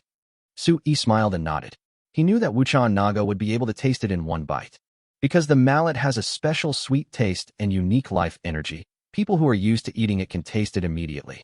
At this time, Ling and Feng were already eating with their mouths full of oil. Dishes like braised pork elbow and dompa pork were eaten with great relish. It's delicious, delicious. It's so delicious. This is the most delicious thing I have ever eaten in my life. Ling said busily with his head down. Sui smiled slightly and followed the others to start eating like a whirlwind. In just over 10 minutes, all the main dishes for about 10 people on the table were finished. In the end, Ling and Feng actually picked up the basin and licked it clean, especially the juice from the dompa pork, until not a drop was left. The three women and he drank up the entire bottle of ginseng wine. Finally, the four of them burped, looking very satisfied. Ling and Feng seemed to have forgotten the purpose of coming here, so Sui could only remind them and ask, Ling and Feng, what did you say the old village chief want to talk to me about? Ling and Feng came back to their senses and said, We came to exchange food with you. Oh, still changing? Have you eaten all the food I gave you before? Sui was surprised. No, those things are in charge of the old village chief. He gives the tribesmen a fixed amount of food every day, and they can't finish it for the time being. Feng said. Ling also said, The old village chief wants to use the food to exchange for other village chiefs for other things, good things. Sui thought about it and decided that it was none of his business what the old village chief would bring back from other villages. He asked, How much food do you want to exchange? Ling said, 10,000 kilograms of rice. Feng said, There are still 10,000 kilograms of sweet potatoes. Sui was shocked. There were only 1,000 kilograms of grain before, but now there are suddenly 20,000 kilograms. Although 20,000 kilograms was nothing to him, because on Earth, a truckload of grain and sweet potatoes weighed several tons. To be honest, he could easily get 10,000 kilograms of rice and 10,000 kilograms of sweet potatoes. But Fei Shi village needs to exchange so much food. Do they have so many gold nuggets and hammers? The Wuchan Naga standing by was also startled, and she watched the situation unfold. Sui frowned and asked, What are you going to exchange for so much food at once? Didn't the last exchange empty your village's funds? Ling said, We don't have the gold nuggets anymore, but we still have the clubs and other things. Also, we're exchanging so much food this time because we want to exchange half a spiritual herb with you, sir. When he heard the words spiritual herbs, Sui's pupils shrank instantly. Spiritual objects are good things. It is impossible for spiritual creatures to exist on Earth, a place with a lack of spiritual energy. Only this magical world can produce such extraordinary things. For example, the spiritual tiger and the purple dragon king ginseng that is just one step away from becoming a spiritual plant. For example, the nine-tailed fox can become a spiritual species if it continues to practice. Spiritual things, whether animals or plants, naturally possess special properties and functions. In a nutshell, they are all real treasures. Wuchan Naga beside her couldn't help but ask anxiously, "What kind of spiritual herb is this?" "Just half a plant." Wuchan Naga understood too well the value of spiritual objects, and she couldn't help but be excited. Ling said confidently, "It's the seven-colored Dingyan grass, but only half a plant. Seven-colored firming face grass? It's actually this." Wuchan Naga looked shocked. The next moment, Wuchan Naga agreed on Su Yi's behalf. "Okay, 10,000 kilograms of rice and 10,000 kilograms of sweet potatoes, right? Young master will exchange with you." After saying that, Wuchan Naga secretly gave Su Yi a wink. That look meant that he should believe her. Of course Su Yi believed Wuchan Naga. He nodded and said, "Yes, I will trade with you." Ling and Feng exchanged a glance and said happily, "That's great. We previously thought the seven-colored firming beauty grass was useless, but the old village chief said that maybe the young master or Miss Wuchan would be able to use it." Wuchan Naga nodded and said, "The seven-colored beauty-fixing grass can be made into beauty-fixing pills. Eating one pill can fix a person's appearance. This is a rare treasure for many people. It only freezes the appearance, but the inner self will still age." Ling said, "I know." Wuchan Naga nodded. Preserving one's appearance is already a great blessing. How can one expect to truly become immortal just by eating it? Su Yi listened to the conversation between the two and couldn't help swallowing. Damn, this thing can actually help people maintain their looks? Awesome, so awesome. If it is true, then this thing is a priceless treasure. It's totally worth it to exchange a mere 20,000 kilograms of grain for such a treasure. As the saying goes, rare things are valuable. In other worlds, spiritual objects are extremely rare, let alone on Earth. If this thing were brought back to Earth, how many women who want to maintain their beauty would fight over it? He didn't dare to think about it. Because on Earth, there is no technology that can help people maintain their appearance. Not even hyaluronic acid injections can do it. Chapter 79, Family Emblem, Imperial Green Jadeite.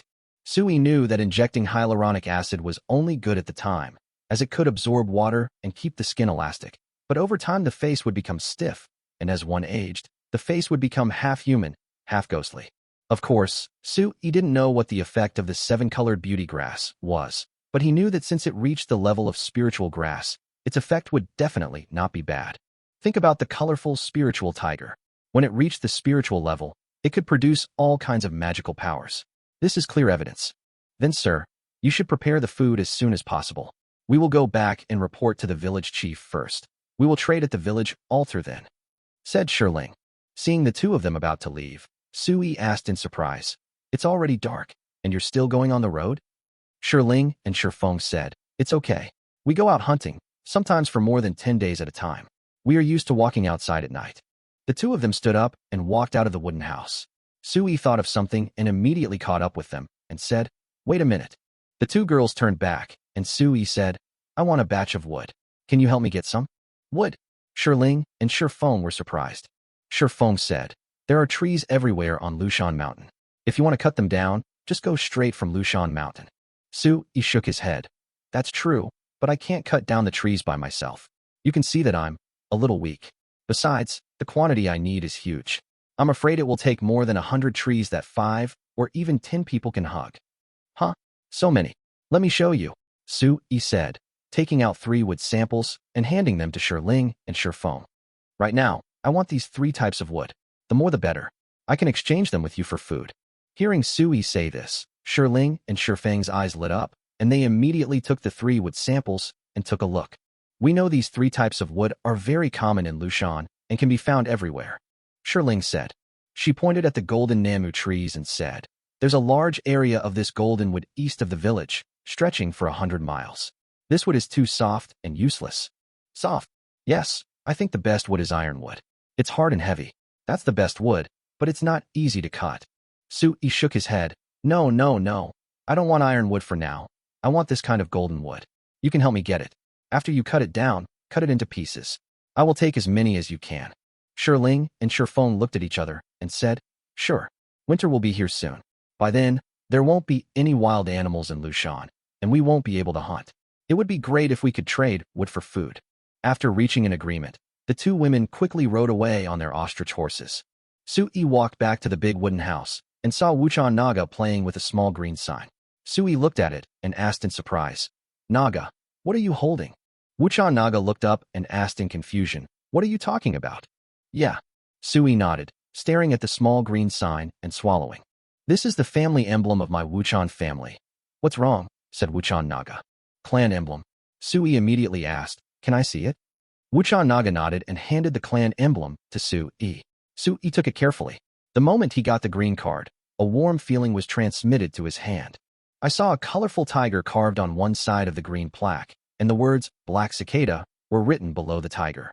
On the other side, the word "Changsheng" is engraved in official script. What surprised Sui the most was that the material of this family emblem was actually a piece of imperial green jadeite. Because the jade was of excellent quality and there was no cotton wool inside, judging from the quality of the jade, it was glass type. How much of this thing do you have?" Sui asked. Wuchan Naga said, "Everyone in the family has one piece. What's wrong?" Sui said, "I like this stone very much. Do you have any more? Give me one." Wuchan Naga blushed slightly and said awkwardly, "This is the family crest. Only members of the Wuchan family can wear it." Sui immediately said, No. I mean stones like this, not your family emblem." You want this kind of stone?" asked Wuchan Naga. "Yeah." Sui nodded. Of course, he wanted the imperial green jadeite. Imperial green stones are very valuable on Earth. "I just don't know if there are many here. Is it expensive?" Wuchan Naga said, "I still have a lot of these stones in my warehouse. If you want them, wait until we get back to Wuchan's house in Qingfeng Town, and I'll give them to you." "What do you call this kind of stone?" Sui asked. "Emerald stone," said the cicada Naga. "Are there many stones like this on the mainland?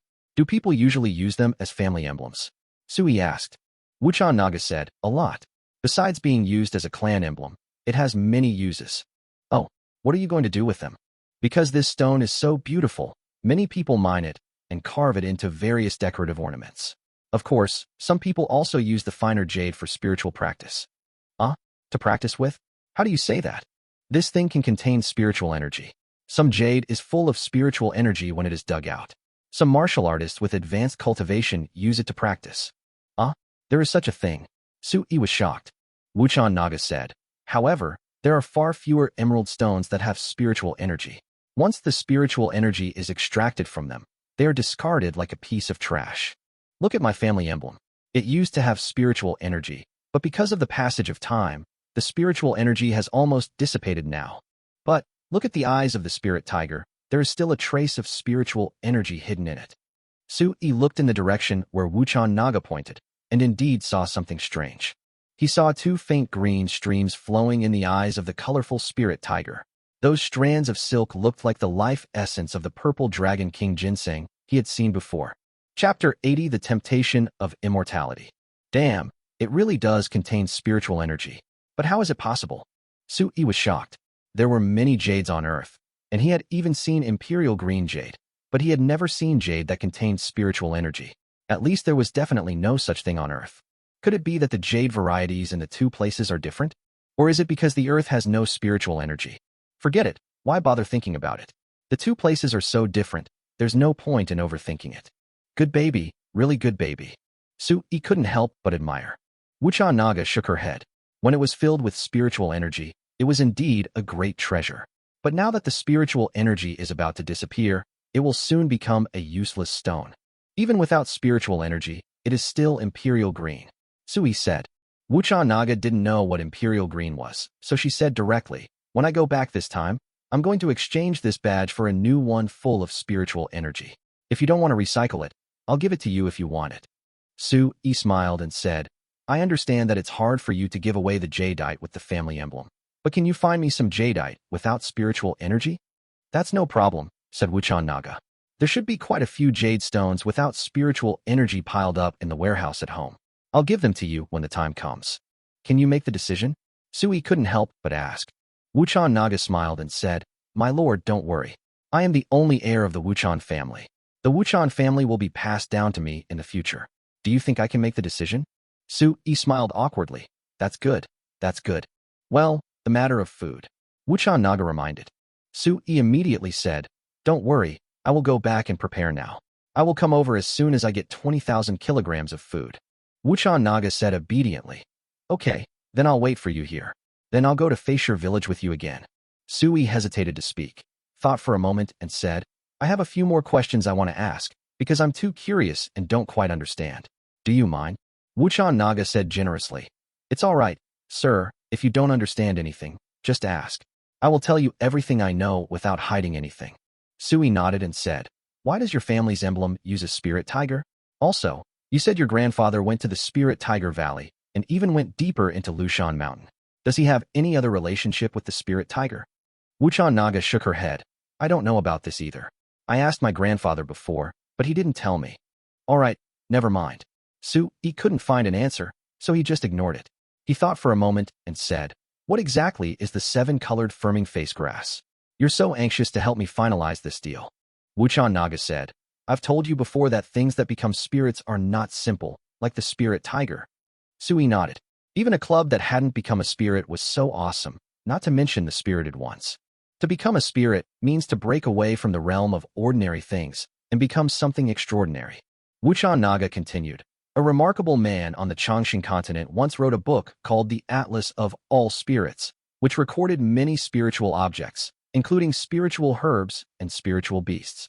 Although the book was later destroyed, it allowed many people to learn about spiritual objects. Among them, it mentioned the 7-colored firming face grass. They say it can be made into a beauty pill that can help people maintain their youthful appearance and never age. In fact, besides defining a person's complexion, its greatest function is to allow spiritual beings to transform and preserve their form. This is the most powerful function of the 7-colored firming face grass. However, few people know about it now. I've also read a few torn pages of the Atlas of All Spirits before, and I barely remember it. No matter what, you must get even half a plant of the 7-colored dingyan grass, because it's truly valuable. You can exchange it for a lot of gold or hammers, or anything else you're interested in. You can even use the dingyan grass to make dingyan pills for yourself. Dingyan is still very attractive to people. If combined with spiritual practice, people can maintain a youthful appearance for hundreds of years until they die. Sui was suddenly startled. He had only thought about staying young before, but forgot that the people here could live for 500 or 600 years through cultivation. If they could maintain a youthful appearance for 500 or 600 years, that would be really awesome and tempting. Sui nodded and said with a smile, I don't mind. Naga, you must get a beauty pill to eat. In this way, your flawless and pleasing appearance can be maintained, so that I can see it for the rest of my life. Wuchan Naga's face turned red instantly. Logically speaking, Sui's words were just a teasing remark from a lecture, but Wuchan Naga inexplicably did not feel disgusted. Instead, she felt sweet in her heart. She lowered her head, thought for a moment, and said, half a plant of 7-colored beauty-fixing grass, combined with other plants and medicines, can be used to make a lot of beauty-fixing pills. If you also want to fix your face, it's no problem. When Sui heard this, he was immediately interested. But then he thought again, if he never gets old, he will definitely be regarded as a monster on Earth. But being a monster is better than getting old and ugly. At worst, I can hire a makeup artist myself and give him some old makeup when necessary. When you are alone, youth makes you happier. Sui made up his mind, quickly said goodbye to Naga Wuchan, and whooshed back to Earth. Wuchan Naga watched Sui disappear from the spot. This time, she didn't feel disappointed, but instead felt an inexplicable expectation. Chapter 81. A big purchase completed with just one phone call. Sui suddenly appeared in the villa, immediately took off his thick down jacket, and took out his mobile phone to call Chunling. The phone rang 3 times. Chunling picked up the phone and said lazily, Hello, Xiaoyi. What's wrong? You're calling so late. Sui was stunned. You went to bed so early? I remember you used to be a night owl. Chunling said helplessly. Oh, there's nothing I can do. I'm busy cleaning up the winery every day, hiring and pacifying some employees, and I'm a bit exhausted. By the way, when can we start making wine? Sui said, Making wine is quick. I have raw medicinal wine here. As long as we buy high-quality pure grain wine, we can blend it and then put it into the assembly line for packaging. So, you can first make the wine bottles and packaging. Let me tell you, our wine is very strong and must be packaged in small bottles, just like that Jiang Xiaobai or the small bottle of Xilangju. It would be best if the bottles are half the size of theirs. Also, you have to keep in mind the classification of wine grades. Which one should be made first and which one later? Before Sui finished speaking, Chunling said, Oh, boss, you're so annoying. You've said all this many times. I'm not stupid. I'll plan it out. Oh, and I haven't been sitting idle these past 2 days. I've already prepared the plan and am waiting for you to come over and review it so we can finalize the entire winemaking and promotion plan.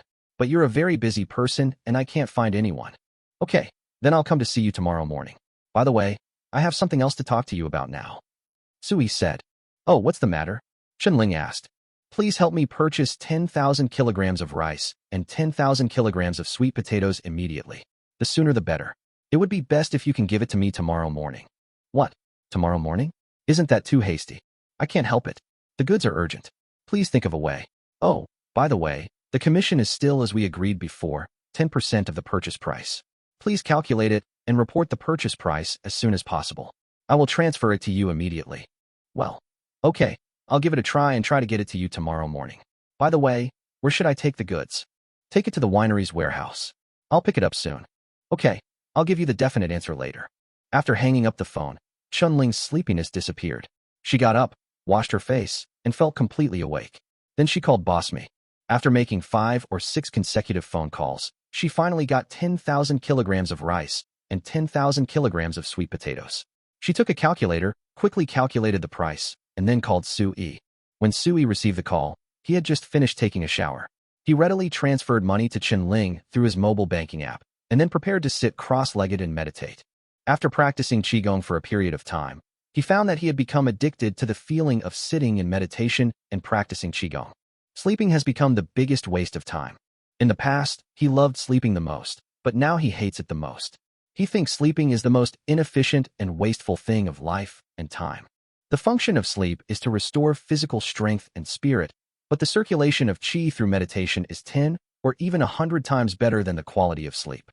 Moreover, the circulation of qi in the great circulation can increase the true essence. So it's obvious which one to choose. Just as he was about to sit cross-legged and circulate his qi, his cell phone rang again. 3 minutes ago, Su family, Su Chongshan, Zhang Yiji, and Zhang Yali stared at an empty bottle of Wulianya liquor. Su Chongshan was the first to ask, what should we do? We only have 1 or 2 ounces left, not enough to share among the 3 of us. How about giving me all of it? No, Zhang Yiji and Zhang Yali said in unison. Zhang Yiji said, this wine is not only good for your health and energy, it can also beautify your skin. I work hard in this house and take care of your food, drink, and toilet, so you should be allowed to drink it. Zhang Yali curled her lips and said, Sister, I also pay for food and other expenses every month. Can you say you work hard and never complain? Su Chongshan was furious and said, all right, stop arguing. Bring me the cups and we'll split them up. No one needs to argue anymore. After saying that, he angrily said, if you two call that little bastard again, I will bring him back. Zhang Yali curled her lips and said, brother-in-law, we've all called, but none of them work. Even if we do, no one answers. What can we do? How about you call? If I want to hit you, just hit me. You two are so useless. Su Chongshan complained. He gestured to Zhang Yiji to share the little bit of wine equally, and he picked up his phone to call Sui. This time, the call was connected quickly. Su Yi's hello voice came through. Su Chongshan was stunned. His stern face suddenly melted into a smile. He smiled apologetically and said, Xiao Yi, when will you come back? The wine at home is all gone. Su Yi said so fast. Do you drink too much every day? Su Chongshan immediately shook his head. He couldn't admit that he drank too much. No, absolutely not. Your mother, your aunt and I are the only ones drinking. How can it not be fast? Why don't you get another bottle for us tomorrow? Su Chongshan said cautiously. Su Yi said, I'm not free tomorrow. Let's wait for 2 days. Is there anything else? If not, I'll hang up. Before Su Chongshan could say anything, he heard a beep beep beep sound coming from the other side. His face turned ugly and he immediately called again, but he heard the prompt tone, the other party's phone is turned off, and his face turned as black as the bottom of a pot again. Zhang Yiji rolled her eyes and said, he's always been a bully at home, fawning over his son. And now what? He got hung up on and his phone turned off. Tell me, who's the one who's useless? Su Chongshan blushed, but he couldn't refute it. He looked at the empty bottles and glasses on the table and asked with a dark face, where's the wine? Where's my wine?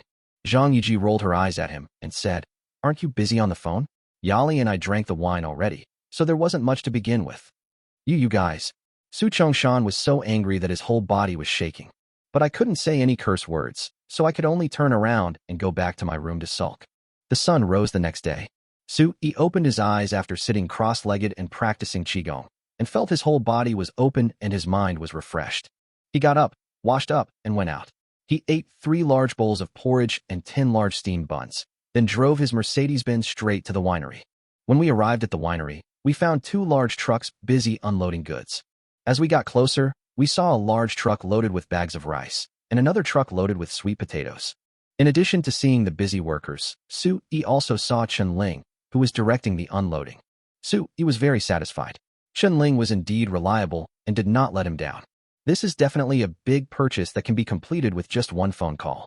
Chapter 82, Changsheng, Brand, Clan Emblem becomes logo. Seeing Su Yi coming, Chen Ling came forward and said, "Xiao Yi, you're here? I've brought 10,000 kilograms of rice and 10,000 kilograms of sweet potatoes for you. They'll be unloaded soon." Su Yi nodded and said, "It's okay. Let them unload slowly. You said you had a winery development plan. Let me see it." Yes, this is the real thing.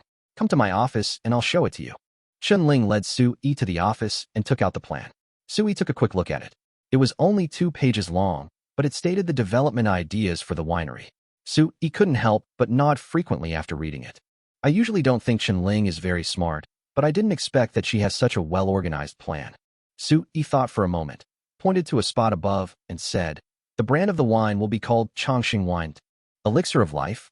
Chen Ling was puzzled. Su Yi continued, "Our Wufeng winery will also be renamed Changsheng Winery. Also, you have to register a wine company in the next 2 days, and it will be called Changsheng Wine. Haozi also wants to register a wood company, called Changsheng Wood." After saying that, Su Yi opened his phone and sent Chen Ling a picture of a colorful tiger on an imperial green jadeite. He said, "Use this for the brand logo, but change the 2 characters, Black Cicada, under the tiger to Changsheng Liquor Industry and Changsheng Wood Industry in small seal script. In the future, I will also establish a Changsheng Group. The wine company and the wood company will be subsidiaries of the Changsheng Group." Su Yi spoke slowly and said that he had decided to use Changsheng from Changsheng Continent as the company name and the clan emblem of Wuchan Naga as the company logo. In the future, he will also set up Changsheng Pharmaceutical, Changsheng Investment, etc. He wants to build a unique business empire. Chen Ling listened to Su Yi's idea and swallowed subconsciously. She felt that Su Yi had big ambitions. But why use the word longevity? Can these 2 words be used casually? Chen Ling said awkwardly, "Shall we? Changsheng. How about we use another name?" Su Yi shook his head. "Just use Changsheng. Don't worry about it. Just do as I say. I naturally have my intentions, and you will understand later. Also, you and Haozi should focus on this for the time being. I'll be on a business trip in the next few days, and when I come back, we'll start making wine. Also, I'll transfer another 2 million in working capital to the winery and lumber mill accounts later. You and Haozi can set up the factories as you wish. From now on, the factories will be fully handed over to you. Don't let me down." Chen Ling nodded, somewhat excited. After discussing some details with Chen Ling, Su Yi drove away in his Mercedes-Benz. He first went to the bank and transferred 2 million yuan each to the accounts of the winery and the timber factory, then drove back to the villa, took a bottle of erguo mixed with ginseng wine, and went to his parents' house. When I got home, it was lunchtime and I saw my mother eating noodles with soybean paste alone. As soon as Su Yi entered the room, he teased, "Hey mom, where's my dad? Why are you eating alone?" As soon as Zhang Yiji saw Su Yi, her eyes widened immediately. She jumped up and rushed over, trying to twist Su Yi's ears. Su Yi was very quick now, and he dodged it by just moving his feet. Having my ears twisted was in the past. How could I let my mother twist them now? Huh? You dare to hide, little bastard. Zhang Yiji was stunned for a moment, then shouted, "Old Su, hurry up and come out. Your son is back. Why are you still sulking in the house? Don't blame me when your son leaves later." Before he could finish his words, the door was flung open and Su Chongshan stormed out, a feather duster in his hand. He shouted angrily, "You little bastard. I told you to hang up on me and turn off your phone." When Su Yi saw this scene, he immediately raised the bottle of erguo. Su Chongshan rushed to the front and was stunned. He raised the feather duster and slowly put it down, forcing a smile onto his dark face. "Son, you are still filial." But when he saw the words erguo, he was a little disgusted and said, "Son, why is it not Wulianya?" Su Yi smiled and waved his hand. "It's the same. If you add the original medicinal wine, Wulianya and erguo will taste the same." Su Chongshan smiled and said, "Whether it tastes or not is not important. The main thing is its efficacy. It's really effective." Su Yi smiled strangely, stared at his father and mother, and said teasingly, "Drink another bottle of this, and I guarantee that you and my mother can give me another brother or sister." Su Chongshan looked embarrassed. His mother, Zhang Yiji, blushed and muttered, "Son, what are you talking about? Don't be so frivolous. Find a wife for your father and me. That's the important thing." When Sui heard this, he said, "Wife? This is a bit difficult. Your wife is in another world. By the way, this wine, how did you get it? Just bring back a few more bottles." "Why are you so stingy?" said my mother. "That won't work." Sui shook his head. "This wine is strong and has great effects. You can only drink 8 cents a day to maintain your health. Drinking too much can be harmful." "Oh, okay. I'll ask you for it after I finish drinking it," said my mother. Sui nodded. At this point, Su Chongshan had already poured 2 cups of 8-cent liquor. He clinked glasses with his mother, winked, and sipped the wine with great delight. Sui couldn't help but laugh when he saw it. These 2 old men were just 2 drunkards. Chapter 83, I won't leave tonight. I'll sleep here.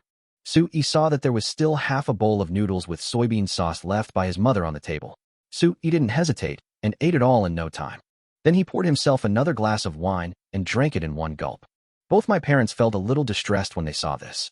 Sui smiled and said, "Don't be so stingy. There's plenty of wine. But you really have to be careful when drinking. You absolutely can't drink too much. 8 cents a day is enough. This wine should be diluted 100 times. Understand?" Mom and Dad looked at each other, and Dad shook his head vigorously. "Diluted 100 times? How would that even work?" Sui smiled and said, "It's still effective even if diluted 100 times, but you have to drink it regularly. It's like a health wine. Drink it for 3 to 5 days in a row, and you'll see the same effect. It's still better than 99.9% of the alcohol on the market. Forget it. I won't tell you anymore. I have something to do, so I'll leave first." Sui remembered that he had something urgent to do. Just as he turned around and walked out the door, he saw his Aunt Zhang Yali hurriedly walking in. She saw Su Yi's eyes light up and immediately grabbed him and said, "Xiao Yi, where's the wine? Did you send some wine for my brother-in-law and my sister?" "Yes." Sui nodded. Zhang Yali immediately smiled and said in a flattering manner, "Xiao Yi, why don't you give me a bottle too? What are you doing here?" Sui rolled his eyes at her. "Drink it." Zhang Yali frowned. "Why can't you drink it? It's just partiality. Aunt, you are still young. Why do you want to drink tonic wine?" Sui rolled his eyes at her and teased her deliberately. Zhang Yali said unhappily, "This wine can boost your blood circulation, which is good for your health. And I've discovered it can also beautify your entire body. Xiao Yi, look, your aunt used to be really good to you, right? She treated you better than your parents, right?" "Yes, that's right." Sui nodded.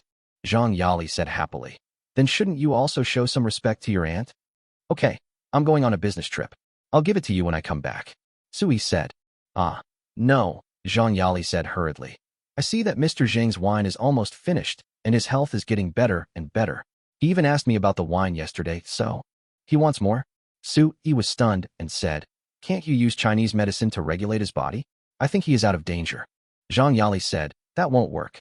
You're a heavy drinker. If it suits your condition, why should I bother prescribing Chinese medicine? This wine of mine is very expensive, isn't it?" Sui curled his lips. Zhang Yali said, "Oh, don't be stingy. This concerns your aunt's lifelong happiness." "Oh, what do you mean? Could it be that you and Officer Zhang have fallen in love with each other?"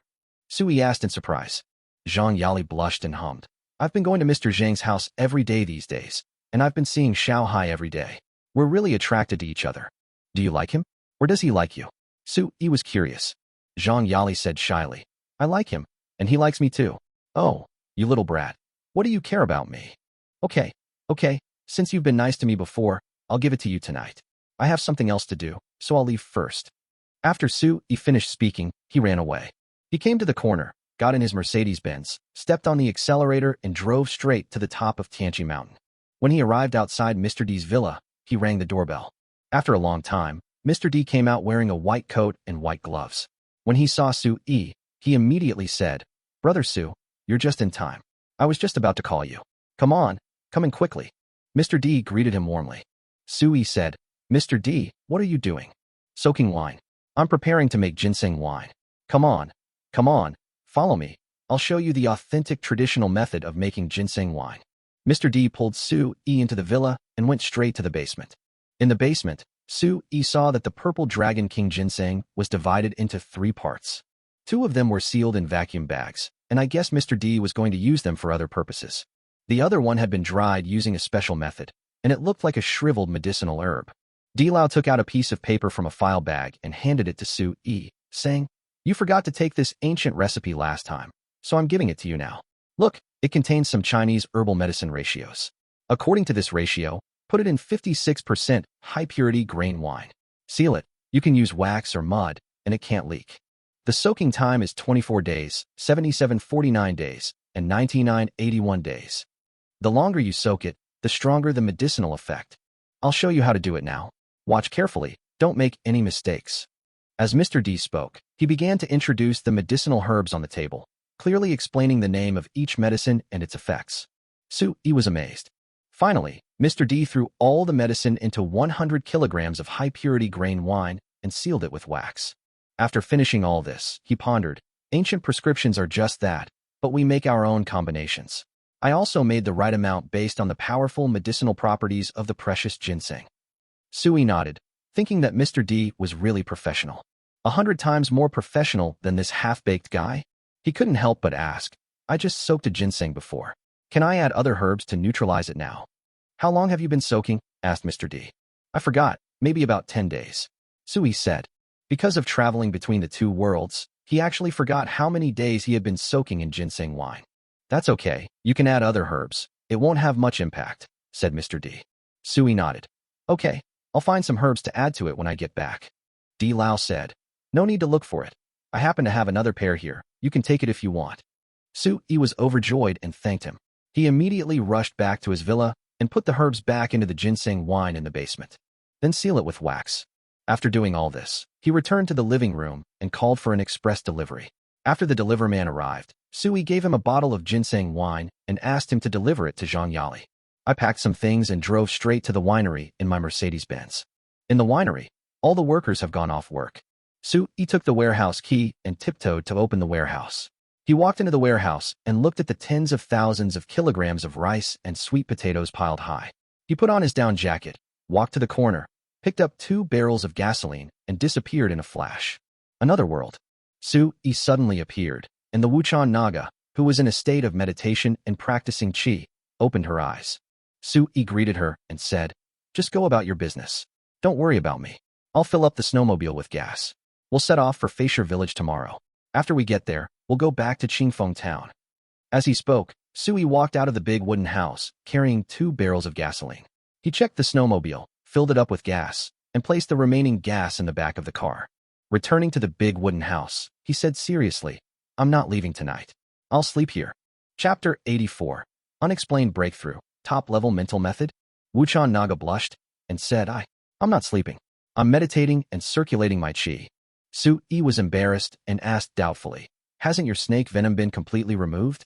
Has your body not fully recovered yet?" "It's almost healed," Wuchan Naga said. "It won't affect anything now." "What's wrong?" "Then don't meditate every day. It would be much better to experience nature and sleep naturally." Sui said, "Have you heard of the saying? It's called learning from nature." "Learn from nature?" Wuchan Naga was stunned. "What do you mean?" "What I mean is, just do it naturally. Don't think about practicing all the time, because sleeping is human nature. Sometimes you should let your practice follow your nature, naturally." Sui tried to explain, but he always felt that his words were not enough. A sentence suddenly popped up in his mind. Man follows the earth follows the sky follows the Tao, and the Tao follows nature. This is a sentence from the Earth's Tao Te Ching. He couldn't help but recite, as the saying goes, man follows the earth follows the sky follows the Tao, and the Tao follows nature. This is the truth. When Wuchan Naga heard this, she was completely stunned. She kept muttering to herself, man follows the earth follows the sky follows the Tao follows nature. Sleeping is human nature. Should cultivation also follow nature? All that flashed through Wuchan Naga's mind were Suyi's words.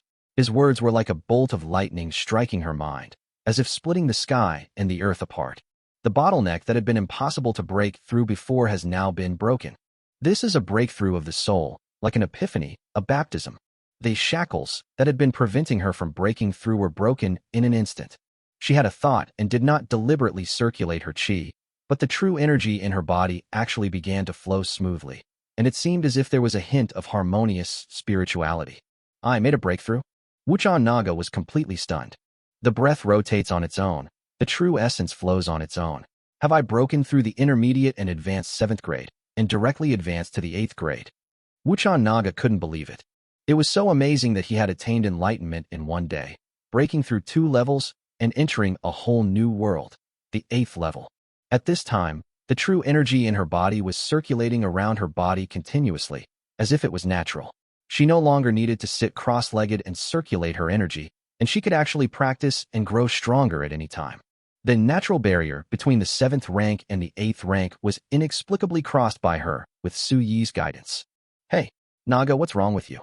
Su Yi watched Wuchan Naga in trance for a long time and tried to call out. Wuchan Naga came to her senses and couldn't help asking, Young master, what you just said, man follows the earth follows the heaven follows the Tao, and the Tao follows nature. Is this the highest level of cultivation in the immortal realm? Su Yi's face was full of black lines. He said helplessly, Actually, my place isn't considered a fairyland. Why don't you believe it? As for the saying man follows the earth follows the heaven follows the Tao, and the Tao follows nature, I was just making it up. Wuchan Naga shook her head and said, It's impossible for me to just say that casually. This is clearly a very profound and top-level mental method. I have only understood a little bit of it now, and I have broken through the realm.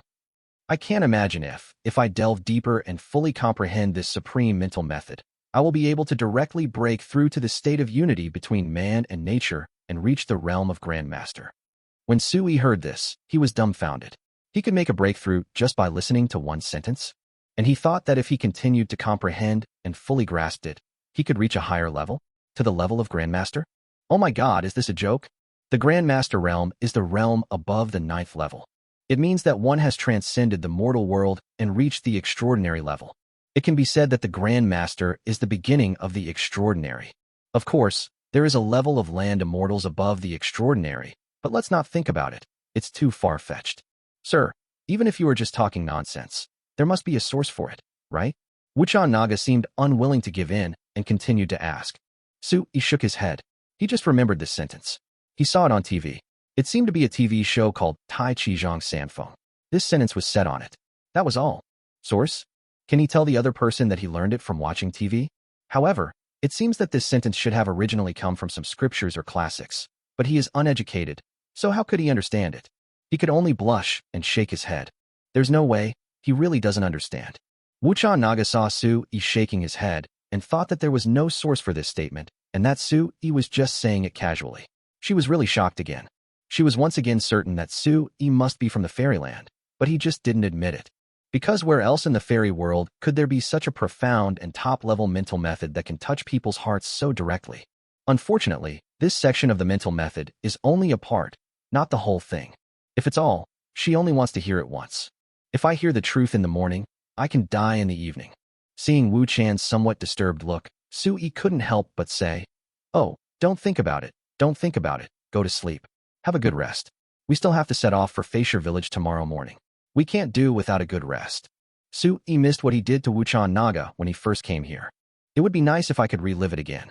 Oh, Wuchan Naga was a little confused, even depressed. She was thinking and at a loss, not knowing what she was thinking. Su Yi took off his down jacket, got on the bed, and lay on the fur of the 9-tailed fox, feeling warm. Seeing that Wuchan Naga didn't move, but just blushed, he couldn't help but say, Come here soon. Maybe if you come up and lie down, I'll suddenly remember the source and full meaning of that sentence. Chapter 85, Shallow Method, Wishful Thinking. You know what? Su Yi really remembered something. Although he saw this sentence on TV about Tai Chi Master Zhang Sanfeng, he knew that this sentence definitely came from Taoism. The FA here means to imitate. Human behavior should imitate the earth imitates the sky imitates the Tao, and the Tao imitates the laws of the universe. Only Taoists would have such thoughts. If not Lao Tzu's Tao Te Ching, which is the most famous Taoist classic. Therefore, he felt that this sentence was most likely from the Tao Te Ching. However, the Tao Te Ching was too long, so he only remembered the first few sentences, such as the Tao that can be told is not the eternal Tao. The name that can be named is not the eternal name, and namelessness is the beginning of heaven and earth. Name is the mother of all things, etc. For most of the scriptures, he only knew the first 2 sentences. He could not remember or understand the rest, and he had never tried to memorize them. However, Since Wuchan Naga is interested, he will bring the Tao Te Ching over next time, and then translate it using the language here, and let Wuchan Naga take a look. Wuchan Naga gritted her teeth and got on the couch. Su-yi smiled and patted the nine-tailed fox fur and said, "Come over here, let's talk." Wuchan Naga moved closer and asked in surprise, "Have you remembered the complete method?" "No." Su-yi shook his head. "I only thought of the first few sentences." "Young master, please speak quickly." Wuchan Naga came closer unknowingly. Su-yi smelled the fragrance emanating from Wuchan Naga and couldn't help but ask, "Did you use the perfume I gave you?" Wuchan Naga blushed slightly and nodded. The perfume smells really nice. I like it very much. But let's talk about the mental method." Su-yi said, "Only 2 sentences. Do you want to listen?" "Well, listen. Why not?" said Wuchan Naga. Su-yi said, "Then take off your clothes first. It's warm here. There's no need to wear such thick clothes." Wuchan Naga actually said obediently, and with a slightly blushing face, she took off her fox fur coat, revealing the exquisite satin clothes underneath. Su-yi could see Wuchan Naga's white and delicate skin through the hollow clothes, her white and slender neck, sexy collarbone, and even the huge jade dragon snow mountain. Su-yi took a look and could hardly take his eyes off it. "Sir, please tell me." Wuchan Naga pursed her lips, revealing her stunning beauty at this moment. Su-yi said slowly, "The Tao that can be told is not the eternal Tao. The name that can be named is not the eternal name." Wuchan Naga was listening in fascination.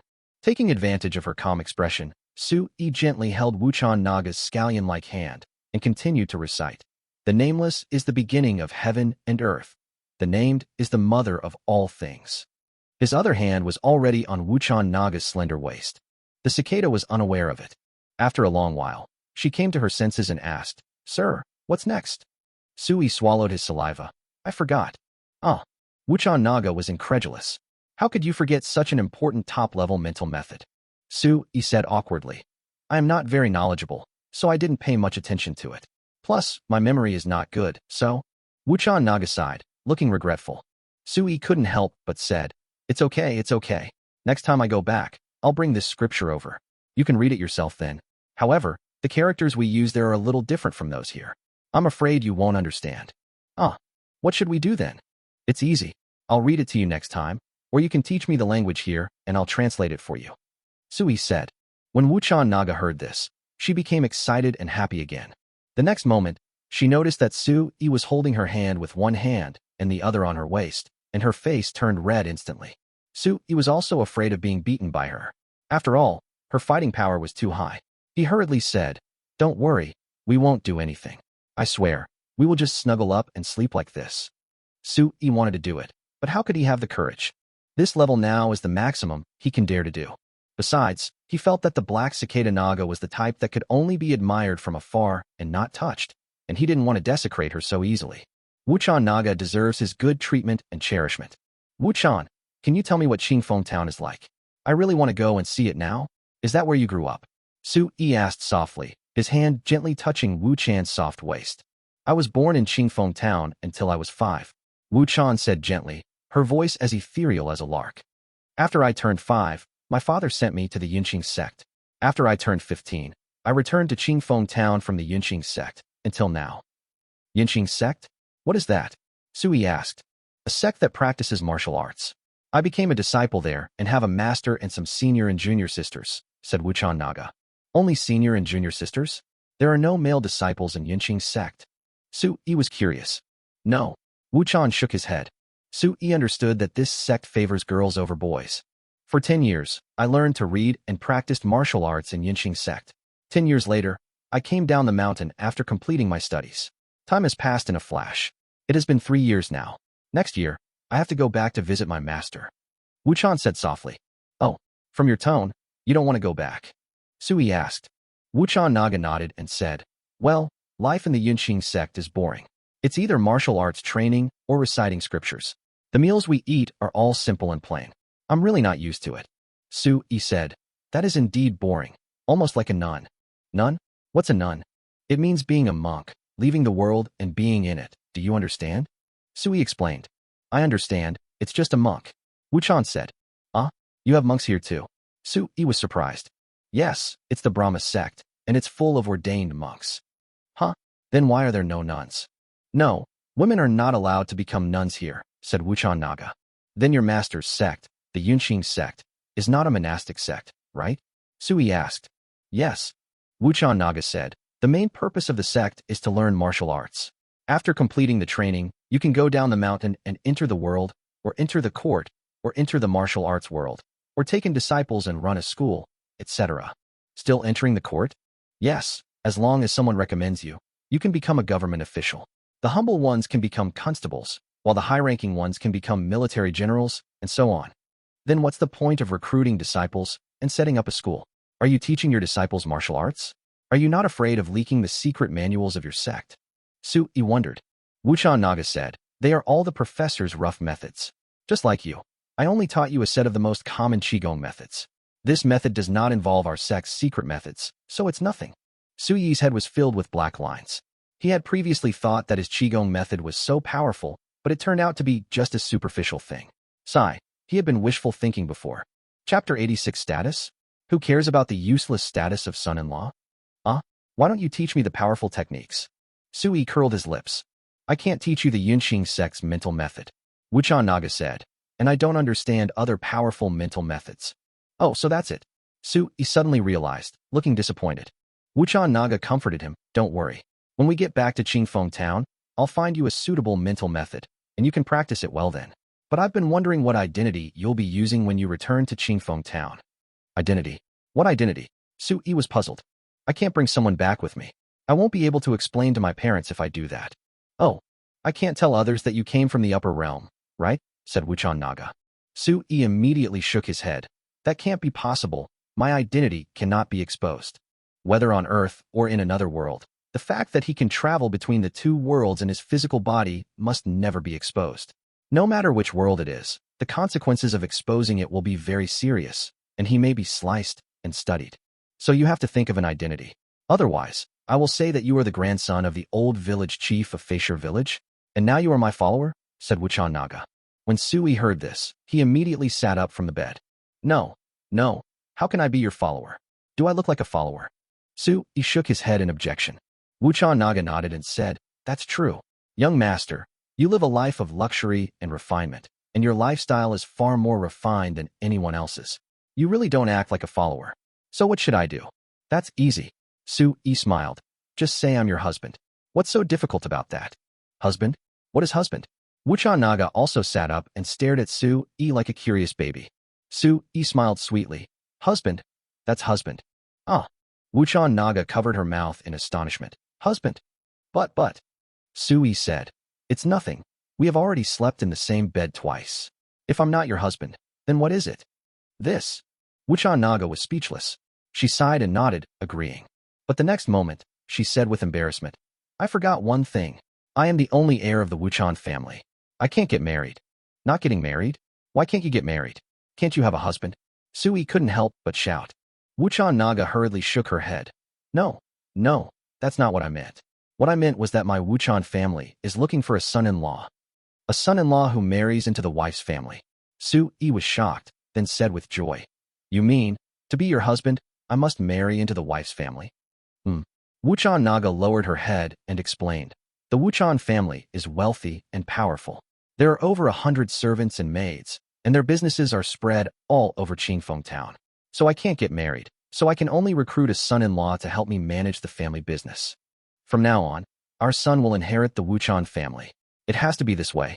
I can't change this rule. Wuchan Naga tried her best to explain, for she was afraid that Sui would feel this was an insult. In fact, she had no intention of insulting Sui at all, not at all. Unexpectedly, before she finished speaking, Sui said in surprise, No problem. It doesn't matter whether I marry into the family or not. But, how can I only give birth to one son? I have to give birth to a football team at least. Wuchan Naga couldn't believe that Sui didn't care whether he was married into the family or not. She swallowed and asked in confusion, What do you mean by football team? Sui chuckled. It means to have many children, not only boys, but also girls. Wuchan Naga nodded shyly. She agreed with this point. The more offspring a family has, the more prosperous it will be. She also wanted to have more children. But she didn't understand why Sui was so happy when he heard that he was going to marry into the family. You know, A son-in-law who marries into the wife's family will be looked down upon and his status will not be high. Young master. Who? You really don't mind marrying into the family? Wuchan Naga asked doubtfully. I don't mind. Living a life of idleness and waiting for death was once my dream. Haha. No, what I mean is that the doctor said that I have bad teeth and am more suitable for living off others. He said with a smile. In fact, he really doesn't mind marrying into the wife's family. It's a different era now, would he mind? Will people look down on you? Forget it. Only when you look down on yourself will others look down on you. He also didn't see that Lin Wanrong, in The Best Butler, was looked down upon. Of course, the most important thing is not this issue, but that marrying into the wife's family can protect his identity. Moreover, after marrying into the Wuchan family, he became half the owner of the Wuchan family. How many years of struggle did this save him? If he has a son in the future, his son can inherit the entire Wuchan family. Damn, that would be so cool. So, if there was such a great opportunity, why didn't he take it? Just because of the status of marrying into the wife's family, that he wouldn't even take such a great opportunity? He is not that stupid. Besides, Wuchan Naga was so beautiful and a top-notch martial artist. He would be willing to die to marry such a beauty and make babies with her every night. Not to mention it was just a meaningless title. Who cared? Thinking of this, He felt more at ease. He placed his hands on Wu Chan's shoulders and said, Hey, don't think too much. These are just small problems. I promised you everything.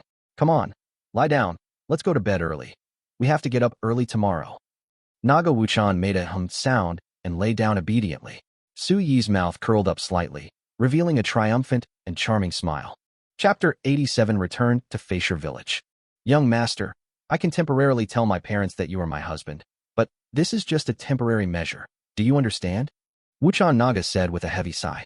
I understand. Of course I understand. Sui nodded. At this moment, he would nod to everything, but as long as he got on the boat, wouldn't it be fine if he refused to get off? As long as he becomes the son-in-law of the Wuchan family and the husband of Wuchan Naga, when the time comes, the matter will be settled and all the issues of expediency will be resolved. He put his arms around Wuchan Naga's waist, rested his head between her neck and shoulders, and closed his eyes. He smelled a very charming fragrance on the black cicada.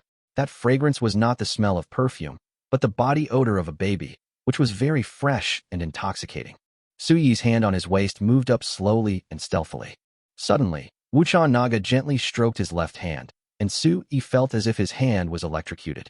He was so scared that he immediately retracted his hand. Su-yi grinned, while Wuchan Naga smiled slightly, still with her eyes closed. Su-yi curled his lips. It seemed that his attempt to push forward had failed. Okay, then let's fulfill our promise, do nothing, and just sleep in each other's arms. Su-yi slept soundly all night, smelling the fragrance of the baby. The next morning, when the sun rose and Su-yi woke up, he found that Wuchan Naga was already practicing sword outside the house. He stood up and walked out of the gate, and saw Wuchan Naga dancing with the sword.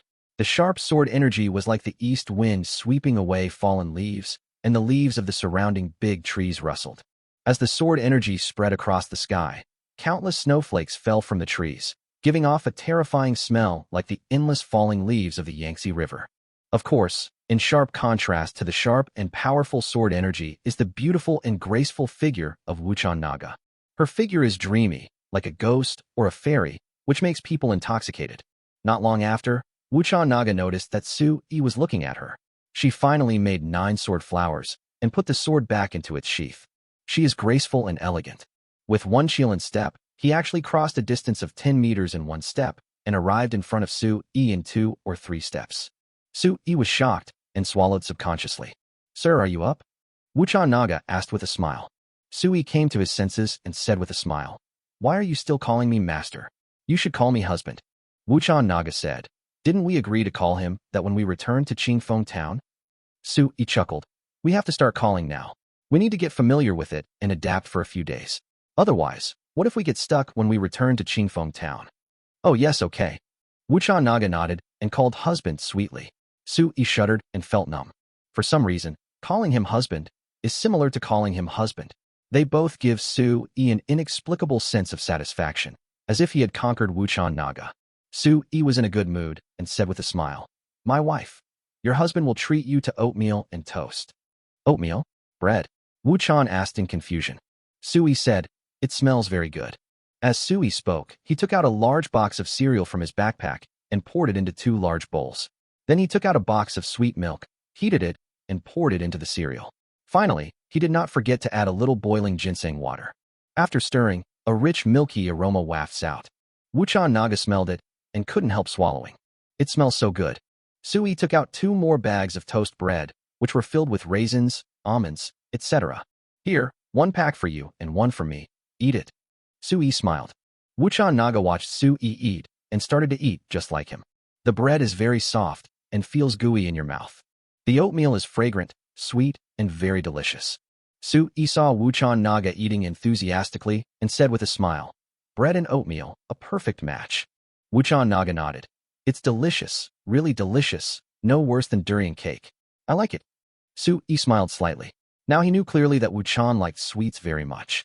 From the earliest lollipops, to durian cakes, to today's cereals, this is proven by everything.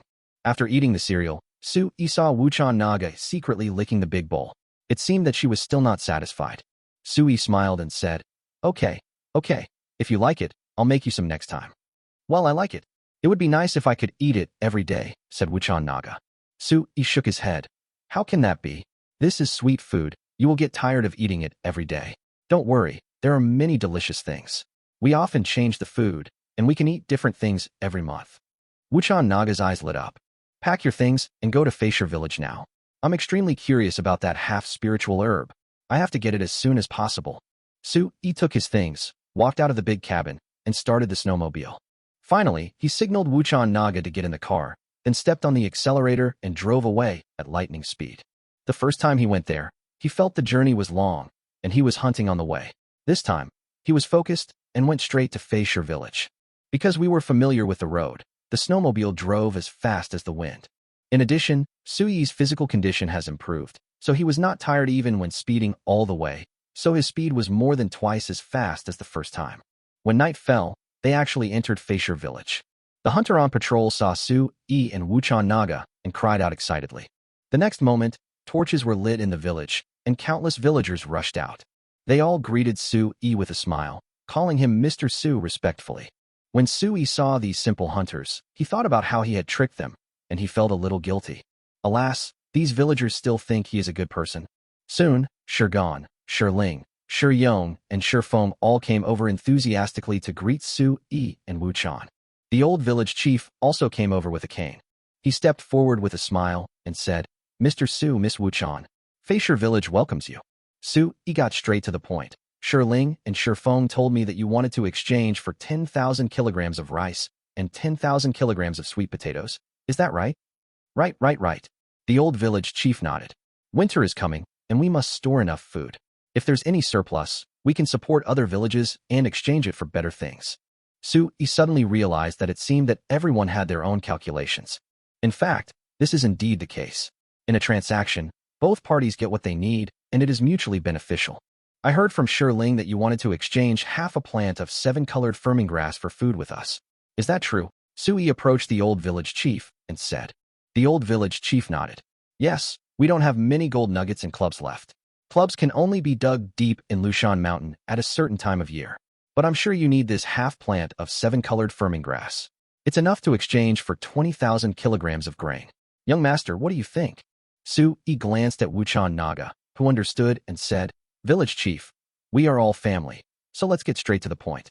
Half a 7-colored firming grass can indeed be exchanged for 20,000 kilograms of food, or even more.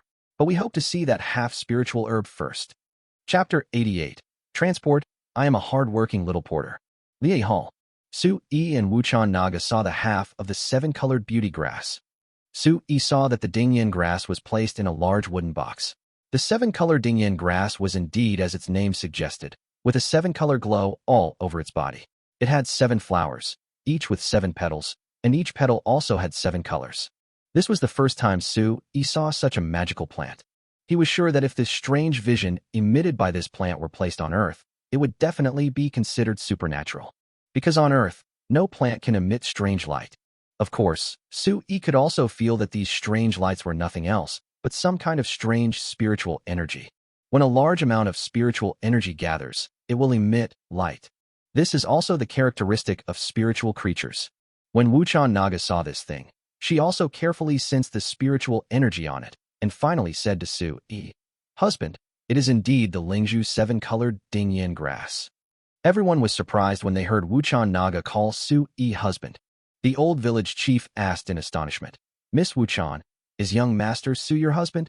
Wuchan Naga blushed and said, "Well, we just became husband and wife." The old village chief's face was filled with joy after hearing this. He nodded and smiled repeatedly, saying, "Not bad, not bad. A talented man and a beautiful woman. They are a perfect match, really a perfect match." Others also agreed. Su-yi said, "Old village chief, I have asked people to prepare 20,000 kilograms of food. It will be delivered in 2 days. During this period, we will still live in Faisher village." "Very good, very good." The old village chief nodded. "I've had someone renovate the previous house for you and bought some furniture that only city dwellers like you use. You can live there." Seeing Su-yi and Wuchan Naga nod, he thought for a moment and said, "Sir, the fruit wine in our village is astringent and bitter. Ever since we drank the local moutai you brought us, we can no longer swallow it. Now that the local moutai is almost finished, I wonder if you could get us another 1,000 kilograms. This time, Su-yi only prepared 10,000 kilograms of rice and 10,000 kilograms of sweet potatoes, but he didn't prepare any wine. 1,000 kilograms. He has to purchase this quantity, right? Seeing Su-yi in trouble, the old village chief immediately said, "Don't worry, sir. We can exchange this 1,000 kilograms of moutai for something else." "Something else? What?" Su-yi asked. The old village chief immediately said, "Didn't you tell Shirling and Shifeng that we needed some wood? We started cutting down trees a few days ago according to your request. Can you take a look tomorrow when you're free?" "Oh, okay. Then let's rest tonight and go check it out tomorrow." Su-yi nodded. "If you need anything else, you can tell me so that I can stock it up for you in advance." Okay, that's good. Actually, we also want some salt." "Salt?" "Yes, it's the snow salt you brought." "No problem. I'll bring it to you some other day." Su-yi nodded in agreement. In his opinion, salt was the least valuable thing. But the next moment, the old village chief said, "We know that snow salt is as valuable as gold, but it doesn't matter. We can exchange it with you for more wood. Is that okay with you?" Su-yi was dumbfounded. He turned around and asked Wuchan Naga foolishly, "Is snow salt as valuable as gold?" Wuchan Naga said, "Well, snow salt is only used by the royal families and nobles of major countries. Common people can only use the coarse salt from sea salt." "Coarse salt? Well, it's yellow, in chunks, and tastes bitter," said the black cicada Naga. Upon hearing this, Su-yi immediately said, "How can that be? What kind of salt is that? Wouldn't it be unpleasant to eat?" No, old village chief, don't worry. Next time I'll bring 1,000 kilograms so that you can eat high-quality snow salt." "Humph, what nobles, what royal family. I want us in Faisher village to eat good salt." The old village chief was delighted, but then said awkwardly, "Actually, we can't consume so much salt ourselves. We want to sell some of the snow salt to other villages in exchange for what we need." Su-yi said, "Other villages? Do you usually have contact with them?" The old village chief said, "Of course we have connections. The majority of the villages we have good relations with are from the Kra tribe, and we are of the same ethnic group. Of course, we also have connections with people from other tribes. Food and salt have always been scarce resources in all villages. Since we have excess food, we naturally want to exchange it with them to prevent them from starving to death." Su-yi said, "Winter is coming, and there is no food. Then why don't you hunt more game before winter? It's so cold here, the game you hunt should be able to be stored." The old village chief shook his head. "It's not that simple. First, we have big appetites, so we'll consume a lot of prey. Second, hunting is very dangerous. It can be fatal. There aren't many people in a village. If so many people die every time we go hunting, then even if we catch prey, it won't be worth it." Su-yi nodded. So that's how it was. He suddenly understood the situation of Faisher village and felt that they were in a really difficult situation. However, he has a way to change the current situation of Faisher village and make their lives prosperous. The method is exchange, barter. He provided them with necessities of life, and they provided him with wood, mallets, fox furs, and even spiritual objects. It's a mutually beneficial exchange. Everything was settled. The old village chief waved his hand, and Shirgan walked in holding the half-spiritual herb. The old village chief said, "Sir, I'll give you this magical herb now. I'm sure you're quite curious about it." Su-yi waved his hands quickly. No. I can't take it now. This is breaking the rules." "It's okay. I and everyone else believe in you, sir. We believe you will give us food," said the old village chief. Su-yi shook his head. "One thing is one thing. Although I believe in you, We still have to abide by the rules when doing business. We still have to act according to the rules. After all, our transactions may increase in the future. We can't break the rules just because we are familiar with them and trust them. What do you think? The old village chief nodded and said, Okay, then when your goods arrive, we will trade at the altar according to the old rules. Well, that's right. Sui nodded. Soon, Sui and Wuchan Naga returned to the temporary residence where they stayed last time. The interior had indeed been renovated and became very warm, and some solid wood furniture was also added. In particular, there was a large wooden bed with a leather blanket on it. There are tables and stools on the other side. As soon as the two sat down, Shigan, Shiling, and the siblings Shiyong and Shifeng came outside the door. They brought local moutai and meat, saying they wanted to drink with Sui and Wuchan Naga. Sui will naturally accompany him. It took them an hour and a half to finish the feast and drink, and finally, they left feeling satisfied. Sui took the opportunity to go out to pee, hid in a dark corner, behind a big tree, and disappeared with a whoosh. Wuchan Naga was in the wooden house. Suddenly, her ears twitched. She became a little worried and walked out. The other side. Sui appeared in the winery's warehouse in a flash. It was night, and the warehouse was dark. Fortunately, there was moonlight shining in from outside, and Sui had amazing eyesight, so he could see the entire warehouse clearly. In the warehouse, 10,000 kilograms of rice and 10,000 kilograms of sweet potatoes were neatly stacked. Sui looked around, and after making sure there was nothing unusual, he walked over and put his hand in front of the mountain of rice bags piled up like a small hill. He closed his eyes, his mind locked on all the rice, and then suddenly with a whoosh sound, he and all the rice disappeared from the spot. Chapter 89 Priest? Wizard? The Continent of Eternal Life. Facier Village. Sui suddenly appeared with a whoosh, followed by a loud boom sound. As he appeared, piles of rice bags like small mountains fell on the snow. This scene happened to be seen by the Wuchan Naga who came out. She looked shocked, but the next moment, she saw Sui saying to her, My wife, please keep an eye on it for me. Don't let anyone see it. I'll be back soon. After saying that, Sui flashed behind the big tree again, and then, whoosh, returned to the earth. A few seconds later, he appeared again, this time carrying more than 100 large sacks filled with 10,000 pounds of sweet potatoes. Because he carried a lot of things, his legs felt weak after only 2 crossings, as if a lot of his energy had been drained away. Husband, you look a little ugly. Wuchan Naga came forward, looked at the mountain of food, and then looked at Sui's pale face. Sui said, The consumption is quite high. Oh, go to my bag and get the thermos bottle. There is ginseng wine in it. I just need a couple of sips. Sui suddenly remembered ginseng wine, which could replenish energy. Fortunately, he had this thing with him. Wuchan Naga flashed into the wooden house and took out a thermos. Sui opened it and took 2 gulps. His body began to feel hot and his face turned red.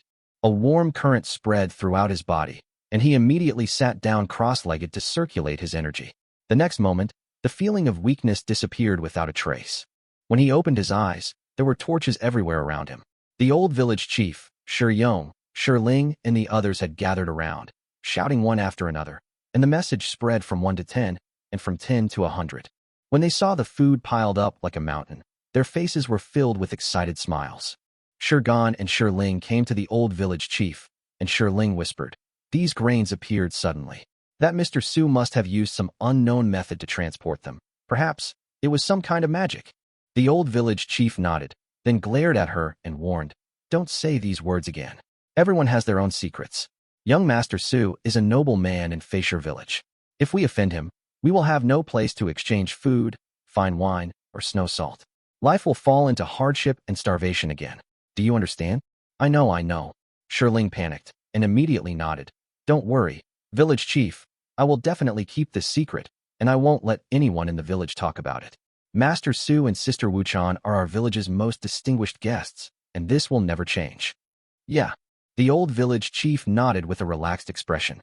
He walked towards Sui, who had stood up, bowed, and said with a smile, Mr. Sui, you are really quick. These 20,000 kilograms of grain were delivered so quickly. Sui smiled awkwardly and said, I thought it would take a few days to prepare. I didn't expect it to be so fast. Now that it's ready, why not just ship it over here otherwise? How about we go to the altar and take it over now? In fact, Sui was also anxious. That half of the 7-colored beauty grass is a divine treasure, and he doesn't want to wait any longer and have more dreams, so he must get it as soon as possible. Of course, He could also feel that Wu Chan had the same idea. Okay, this is great. The old village chief said this and immediately asked everyone to go to the altar. Soon, a large group of hunters and villagers knelt around the altar. The ceremony will soon begin. Just when the ceremony was halfway through, a cry of eagle suddenly came from the sky, and the sound came from far away and got closer. Everyone in the village had a happy look on their face. Even the black cicada naga beside Su, he had a happy look on his face. Shirling couldn't help but shout, "Elder Wu is finally back. Elder Wu is back." Everyone in the village was dancing with excitement, with unprecedented expressions on their faces. Just when Su Yi was confused, he saw a huge bird flying in the sky. The bird was as big as a parachute. Su Yi was stunned. What shocked him even more was that as the big bird flew down, the surrounding trees trembled, the snow flew everywhere, and the torches were blown away by the air currents. And on top of the flying bird, there was actually a person standing, and he was an old man with completely white hair. In Su Yi's opinion, this old man looks like a monster no matter how you look at him, because it is impossible for a normal person to stand on a big bird and fly in the sky. Moreover, the divine power on him made Su Yi feel dazzling. Who is this person? He has such a strong aura. Su Yi couldn't help but ask Wuchan Naga in fear. Wuchan Naga said, "He is the priest of Feishur village and the only wizard in the village." Su Yi was confused. Wizard? Did I hear it wrong? Wuchan said that man was a wizard? There are wizards in this world?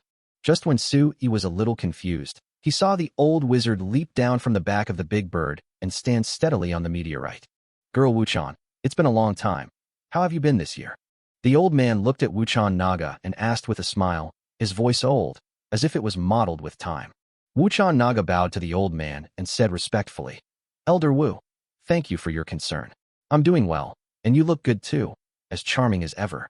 The old man laughed out loud, looking very happy. At this time, his eyes finally fell on Su Yi. Seeing his strange attire and the large pile of food, he couldn't help but ask, "Young man, are you the nobleman of our village? You look so strange." Su Yi swallowed, feeling the sharpness of the other person's gaze, as if he could see through him. Wuchan Naga said, "Elder Wu, he is my husband now. This is his first time in Lushan, so please don't scare him." "Oh, he's your husband? Haha. Then I can't be disrespectful." Elder Wu was so shocked that he jumped down from the meteorite and landed next to the village chief. He looked at Su Yi again, and after a few breaths, he looked surprised. Chapter 90, We Can't Bully People Like This. Weird, really weird. The old man looked confused, and the next moment, he started to feel Su Yi's bones. Su Yi only felt his hands on his shoulders and head, probing back and forth. He said as he felt the bones, "My bones are very poor. My bones are very poor." Su Yi frowned. What the hell does this old man want to do? It's true that I have a weak constitution, but do I need you to say it in front of everyone? Just as he was about to start cursing, the other party suddenly said seriously, "Little guy, how about you become my disciple?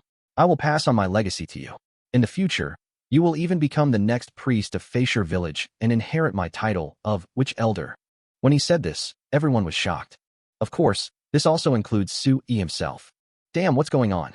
Just a moment ago, this old man was saying that his physique was extremely poor and he was not qualified, but now he suddenly changed the subject and asked me to take him as his apprentice? And you want him to be the priest of Feishur village?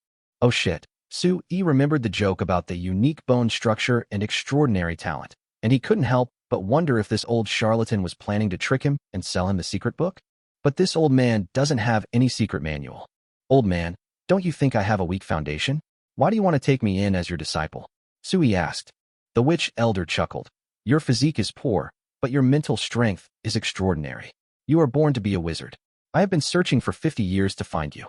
You are the only one who can inherit my mantle. So, no. Before the other party finished speaking, Su Yi directly refused. What? Elder Wu asked in confusion.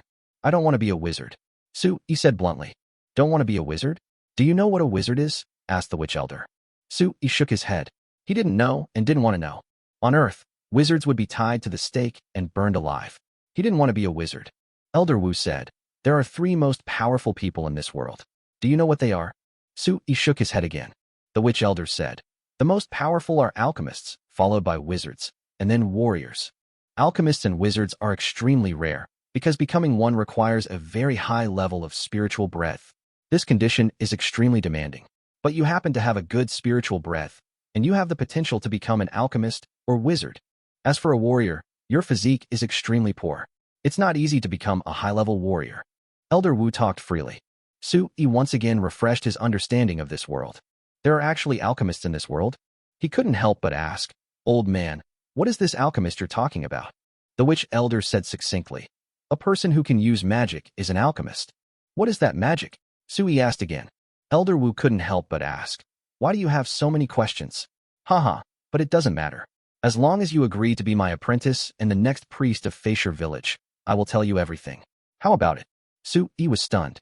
This old man was tempting him and negotiating conditions with him. He didn't want to be controlled so easily.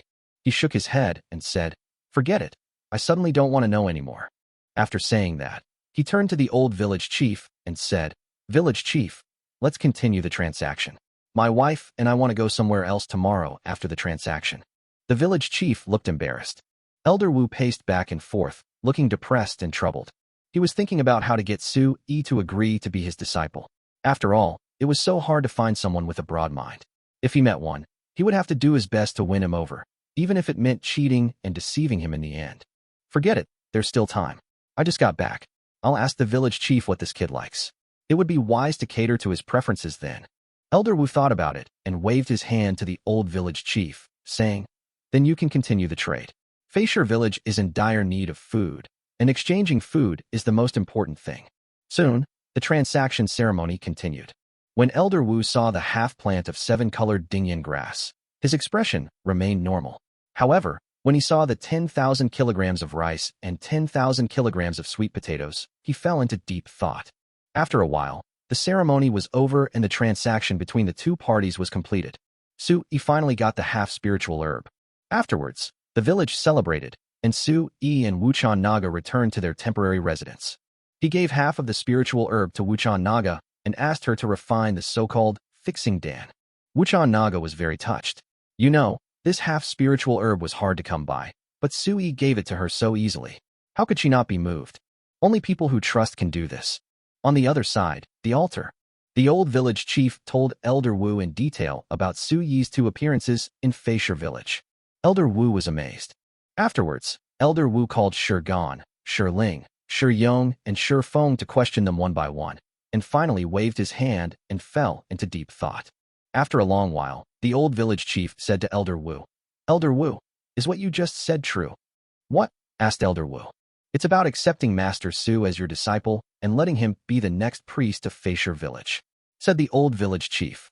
Of course it's true. The witch elder nodded. He has the qualifications to become a wizard, and from your observations of him, he has a kind heart and a close relationship with Wuchan, so I think he has good character. If he's willing, he can definitely become the priest of our Feisher village. The problem now is that he doesn't seem to be very willing. This is the most difficult problem. Elder Wu suddenly remembered something and asked, By the way, you said he particularly likes gold nuggets and clubs? Yeah. The old village chief nodded. By the way, he also asked us to cut down some trees. He seemed to like those useless woods. The corners of Elder Wu's mouth twitched. The thing that's most abundant in Lushan is wood, and it's also the most useless thing. And he actually likes it. Strange, really strange. As for the club, maybe he knew his innate strength was too weak, so he wanted to use the club to improve it. Gold nuggets. Maybe he's short of money and wants to make gold. Of course, none of this matters. What matters is that he actually has food, cotton clothes, medicine for wounds, rare iron tools, snow salt, good wine, and other things. Elder Wu's mind was expanding as he thought about it. At this time, Yong and Ling had already brought the food, cotton clothes, golden wound medicine, peerless ironware, snow salt, good wine, etc. that the village chief had mentioned. Elder Wu first tasted the roasted sweet potatoes, snow salt, and local moutai, and was shocked. Finally, after trying out 2 bizarre and unique swords and a powerful crossbow, he was even more astonished. You just used a few nuggets of gold and a bag of hammers to exchange for so many good things. Elder Wu was somewhat incredulous. Yes, said the old village chief, so young Master Su is really a good person. Not only did he save the lives of Gan and Ling, he is also very honest and generous. How foolish. You're so foolish. His kindness and honesty are his noble character. Elder Wu shook his head. But we can't let him suffer such a great loss. We can't bully people like this. If Sui were here at this moment and heard these words, he would definitely be Spartan. On the other side, temporary residence. Sui thought for a moment and said, Tomorrow the old village chief will take me to look at timber, and he said we're still short of wine and snow salt. I have to go back and talk to him about it and get some of that. Wuchan Naga said, okay, but you're getting so much food, so much wine, and snow salt all at once. Is that really okay? It's okay. Although these things are difficult to obtain, I can get them. I'll go back and give them some instructions and be back soon. After Su-yi finished speaking, he waved his hand and disappeared from the sight of Wuchan Naga with a whoosh. Chapter 91. Quick method. I'll try my best. Winery. Storehouse. Su-yi sat in a corner of the dark warehouse, took out his cell phone, and pressed the power button. A series of text message alert sounds rang out. He has become accustomed to this situation. After checking them one by one, he was a little surprised, because there was a text message from Zhen Minghua, asking when he was free. She wanted to treat him to a meal and so on, and asked him to see the text message and reply, but Su-yi chose to ignore it after being surprised. Then he called Chun Ling. When the call was connected, he asked Chun Ling to purchase 1,000 kilograms of local matai for him the next morning, and also asked her to purchase 300 kilograms of iodized salt and put them all in the warehouse. After explaining the situation, he went back to Feisher village. Wuchan Naga was surprised to see Su-yi come back so quickly. Have you explained everything? Su-yi nodded. I've explained it. I'll go back tomorrow and bring the local matai and salt. Wuchan Naga thought for a moment and said, Sir, call me husband. Su-yi interrupted. Wuchan Naga blushed and said, I mean my Wuchan family also wants to purchase some snow salt, wine, rice, sweet potatoes, as well as golden moon medicine and more peerless divine weapons. Is that okay? Su-yi was stunned. You need these things too? Wuchan Naga nodded. Of course we need it. Although our Wuchan family is a wealthy one, we still lack these rare items. Moreover, with these items, we can expand our business to Anyang and even to the entire Nanling Kingdom. Even the great Zhou dynasty is not impossible. When Su-yi heard this, his eyes lit up. Damn, why didn't I think of this? The Wuchan family is the #1 family in Qingfeng town. He can completely rely on the Wuchan family to sell the resources on Earth to the Chongqing continent in exchange for more gold, jade, ginseng, and even spiritual objects. These things are definitely hot treasures on Earth. But here, the value of these things is not as high as imagined, or in other words, he can exchange them for just some cheap supplies. This is a bit like inverted pricing. The reason for this situation is probably due to differences in social structure and social needs. But no matter what, this is a great thing for him. This is because if he could really exchange the treasures of this world on a large scale, he could become a wealthy man in the country in a very short time. Even a mysterious existence that surpasses the rich. After all, with such things as spiritual beings, he is an extraordinary being. The more Su-yi thought about it, the more excited he became. He felt that he had a direction for his future life, and he was going to fight for it. Just as the two continued their excited conversation, Wuchan Naga's ears twitched, and the village chief's voice soon came from outside the door. Mr. Su, have you rested? I'm sorry to disturb you. Su-yi was surprised and stood up to open the door. He saw that besides the old village chief, there was also the smiling Wu elder.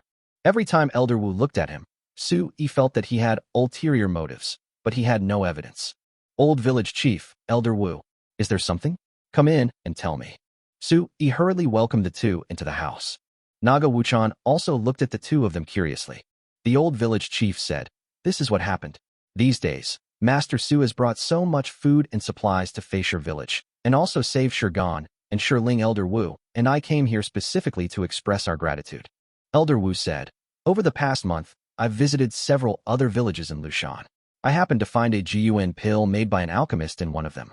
I think Brother Su is only at the beginning of his martial arts career, and his true essence is very thin. If he takes this Gyuan pill, his level will be greatly improved. Su-yi was shocked and wondered if this old man was here to sell something. The Naga cicada standing by was dumbfounded, because she knew how precious the Gyuan pill was. Only alchemists can refine the Gyuan pill, but there are very few alchemists in the world, and even fewer who are proficient in alchemy. Therefore, there are not many Gyuan Dan on the market. As a result, every time one appears, someone will pay a high price for it. It can be said that Gyuan Dan, like Dingyan Dan, is simply out of stock. But now, Elder Wu actually has one, which is simply surprising. I only heard Elder Wu say, Don't worry, I don't need to exchange this Gyuan Dan for anything. I'm giving it to you, Brother Su, to thank you for everything you've done for Feisher village. Su-yi was also dumbfounded. Deliver? Is it free? Damn, so generous. Elder Wu said, Brother, you have exchanged so many supplies for the village, and we only gave you a little. I feel really bad about it. So this Ju Yuan Dan can be regarded as compensation. When Su Yi heard this, he became Spartan again. He was just thinking about the reason. Did he ever think that they still needed his help? Or maybe the old priest wanted to take him in as his disciple and wanted him to bleed first.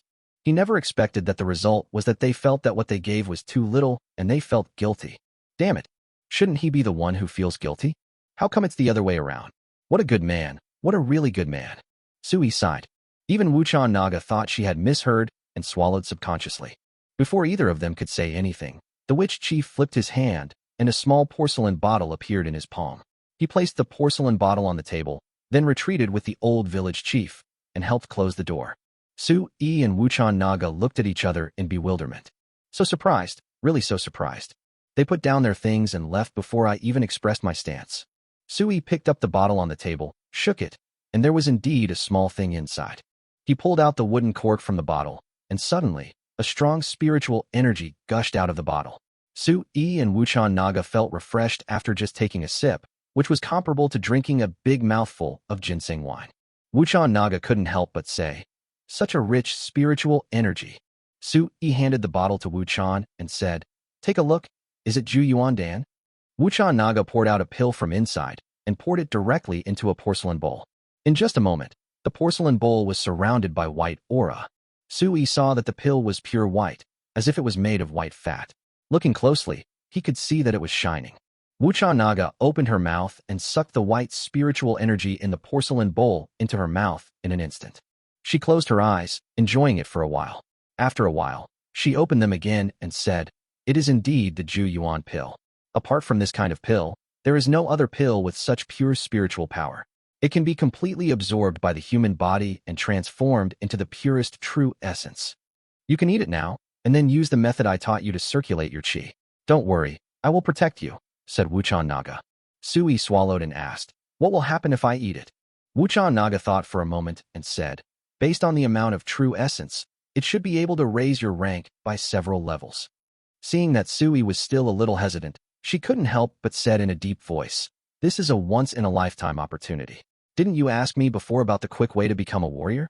This is the quick way. Now it's in front of you." Su-Yi believed in Wuchan Naga. He gritted his teeth and thought to himself, "I'll fight." Chapter 92, Muscles and Bones Roar, Tigers and Leopards Thunder. Under the protection of Wuchan Naga, Su-Yi resolutely swallowed the Jiyuan pill. When the pill enters the body, a pure force spreads from the limbs and into the 8 extraordinary meridians. Different from the domineering ginseng wine, this Danqi force is 10 times or even 100 times more domineering than ginseng wine. Almost violent. Quick. Speed up the circulation of your true energy. Circulate your qi throughout the body. Next to my ears came the clear voice of Wuchan Naga. Su-Yi endured the severe pain that made his body want to explode and madly circulated his true energy and circulated his qi throughout his body. He felt that the speed at which he circulated his true energy was getting faster and faster. The original true energy was a gurgling stream, but now it had grown more than 100 times, as if it had become a mighty river. All of his 8 extraordinary meridians were expanded and strengthened to accommodate the flow of large amounts of true energy. However, he felt his body being torn apart again and again, and he was in excruciating pain again and again. Fortunately, he still maintained a trace of clarity in his mind and did not completely fall into darkness and disorder.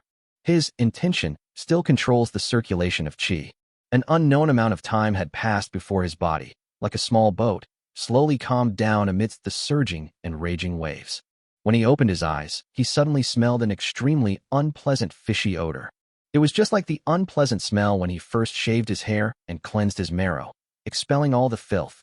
Looking again, damn. I was actually wrapped in filthy things and turned into a mud man. These soils are brown and contain circles of blood textures, which is very strange. Just when he was inexplicably horrified, he heard Wuchan Naga's calm voice. "There's hot water outside. Go and wash."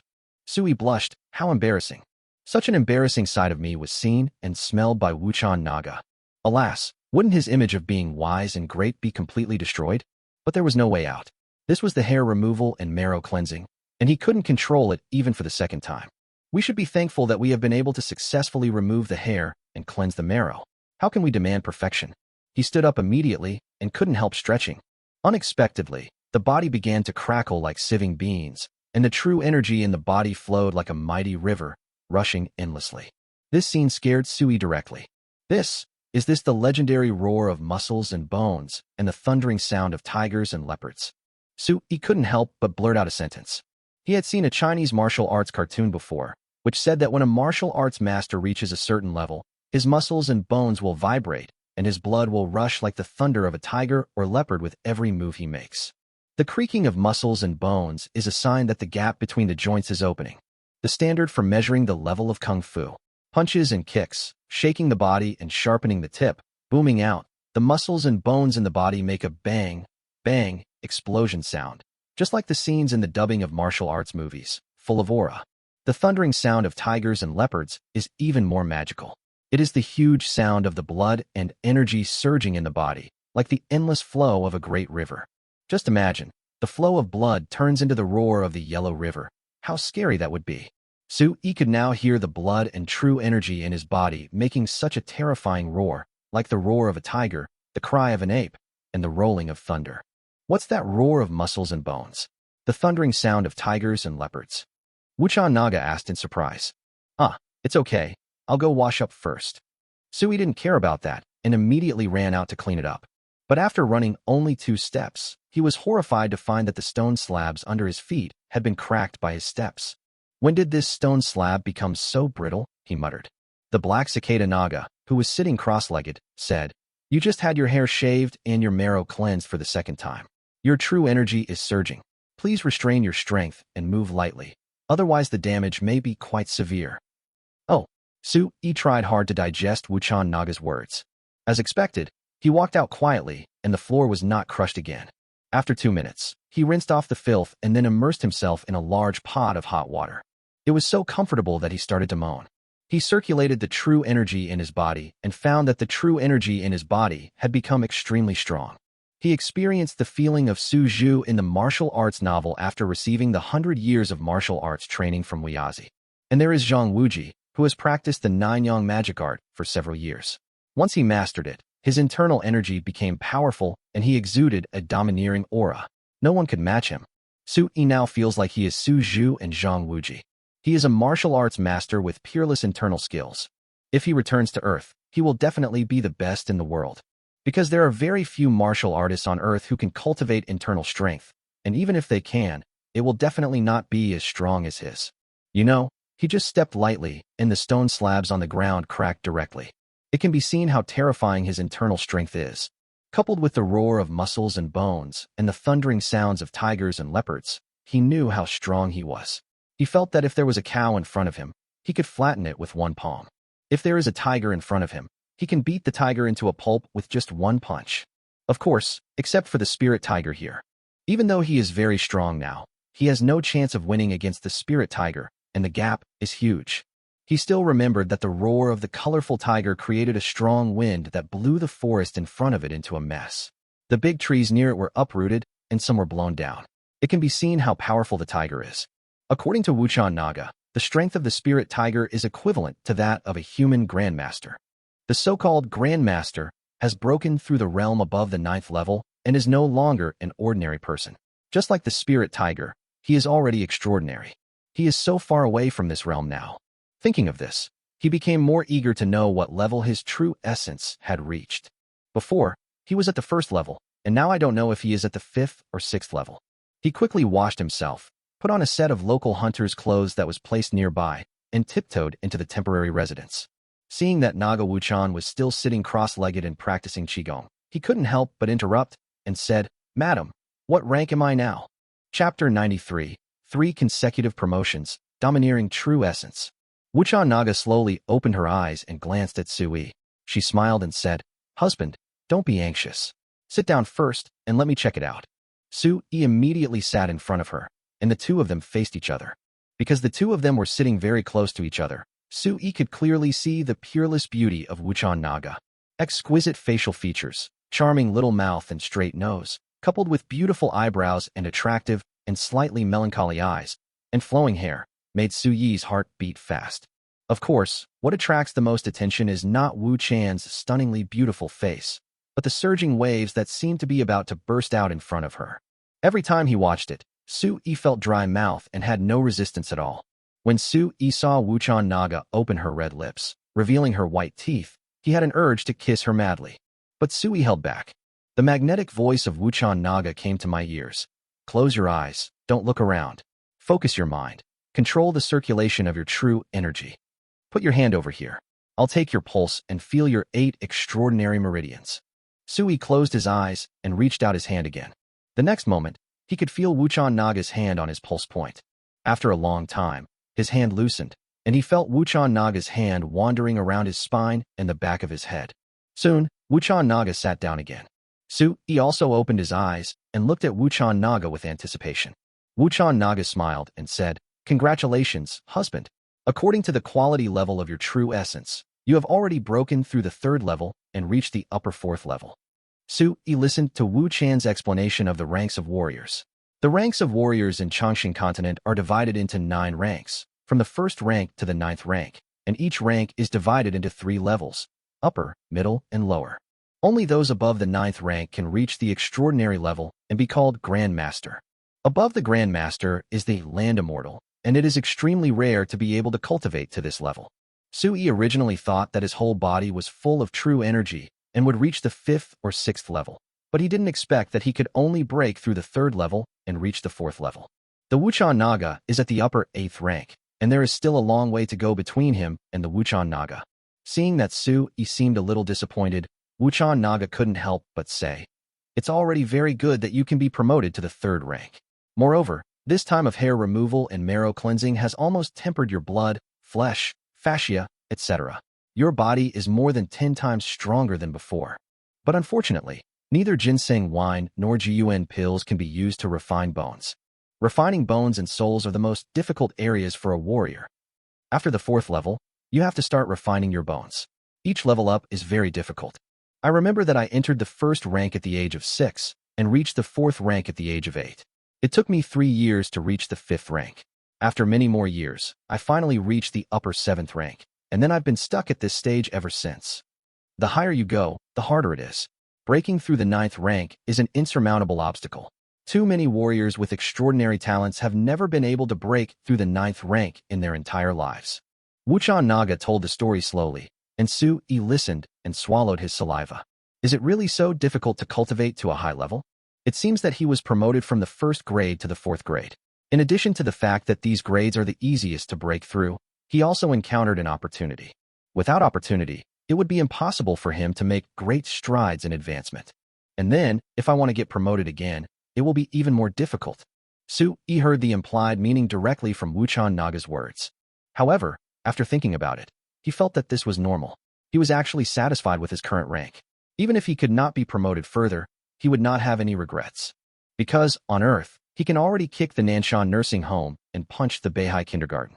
He is absolutely invincible. Wuchon Naga changed the subject and said, "Your true essence is surging now, so you definitely won't be able to adapt. It's like if you were a commoner and suddenly became an emperor. You wouldn't be able to rule the country right away." "Yeah." Su-yi nodded. "I feel like I'm full of strength now. Every move I make can cause havoc." Su-yi's feeling was very real. He was even worried that he might accidentally kill someone. Fortunately, the people in Changshan continent are relatively strong, and many of them have true energy to protect their bodies. Even the worst ones have thick skin and flesh, so they will not be injured by bumps and bruises. But it's different for people on Earth.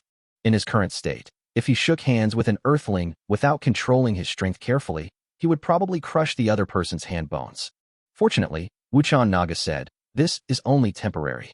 During this period, you must constantly circulate your qi throughout your body, allowing your body to absorb this huge amount of true energy and store it in your limbs and bones, and in your dantian qi, so that the true energy will no longer be exposed.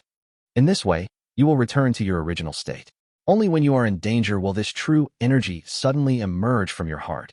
Or maybe you will reveal yourself again if you actively circulate your true energy." When Su-yi heard it, he understood it immediately. Okay, then I'll do it now." Su-yi was a little impatient. Wuchon Naga laughed and said, "Not now. Do you know how long it took you to shave your hair and cleanse your marrow this time?" Su-yi shook his head. Wuchon Naga said, 7 days and 7 nights. "Huh? So long?" Su-yi was directly frightened. 7 days have passed while I was sitting here. Damn, He didn't even feel the passage of time. No, no, I have to go back. Sui flew back to Earth with a whoosh. Wuchan Naga was speechless. Earth, winery. Sui appeared in the warehouse, turned on his cell phone, and found that it was 6:10 in the morning. He breathed a sigh of relief, and then a series of message alerts from his cell phone rang out in his ears. I'm used to it. Every time he disappears, there will be a lot of notification sounds when he comes back. Looking at one side of the warehouse, there were hundreds of barrels of local Maotai and several large boxes of salt. Sui walked over and weighed it. It should be 1,000 kilograms of Maotai liquor and 300 kilograms of iodized salt. Local Maotai is bulk wine, and the salt has no label, which is exactly as he explained. Sui was very satisfied. He checked his phone messages, replied to his parents, Chen Ling and Haozi, and then immediately disappeared into the warehouse with the local Maotai and iodized salt in 2 flashes. Chapter 94, A Hard Life. In the warehouse, the mobile phone was left behind because it was in pieces. In Faisher village, as soon as Sui appeared, he immediately yelled, fuck. Wuchan Naga was the most alert. She suddenly pushed with both hands, and a huge invisible force directly pushed Sui and the pile of things he brought out of the house. One of the wooden walls of the wooden house was destroyed with ease. Sui was so frightened that he broke out in a cold sweat. He forgot that he was moving around in the wooden house, so when he came over he brought a lot of supplies, filling the entire wooden house.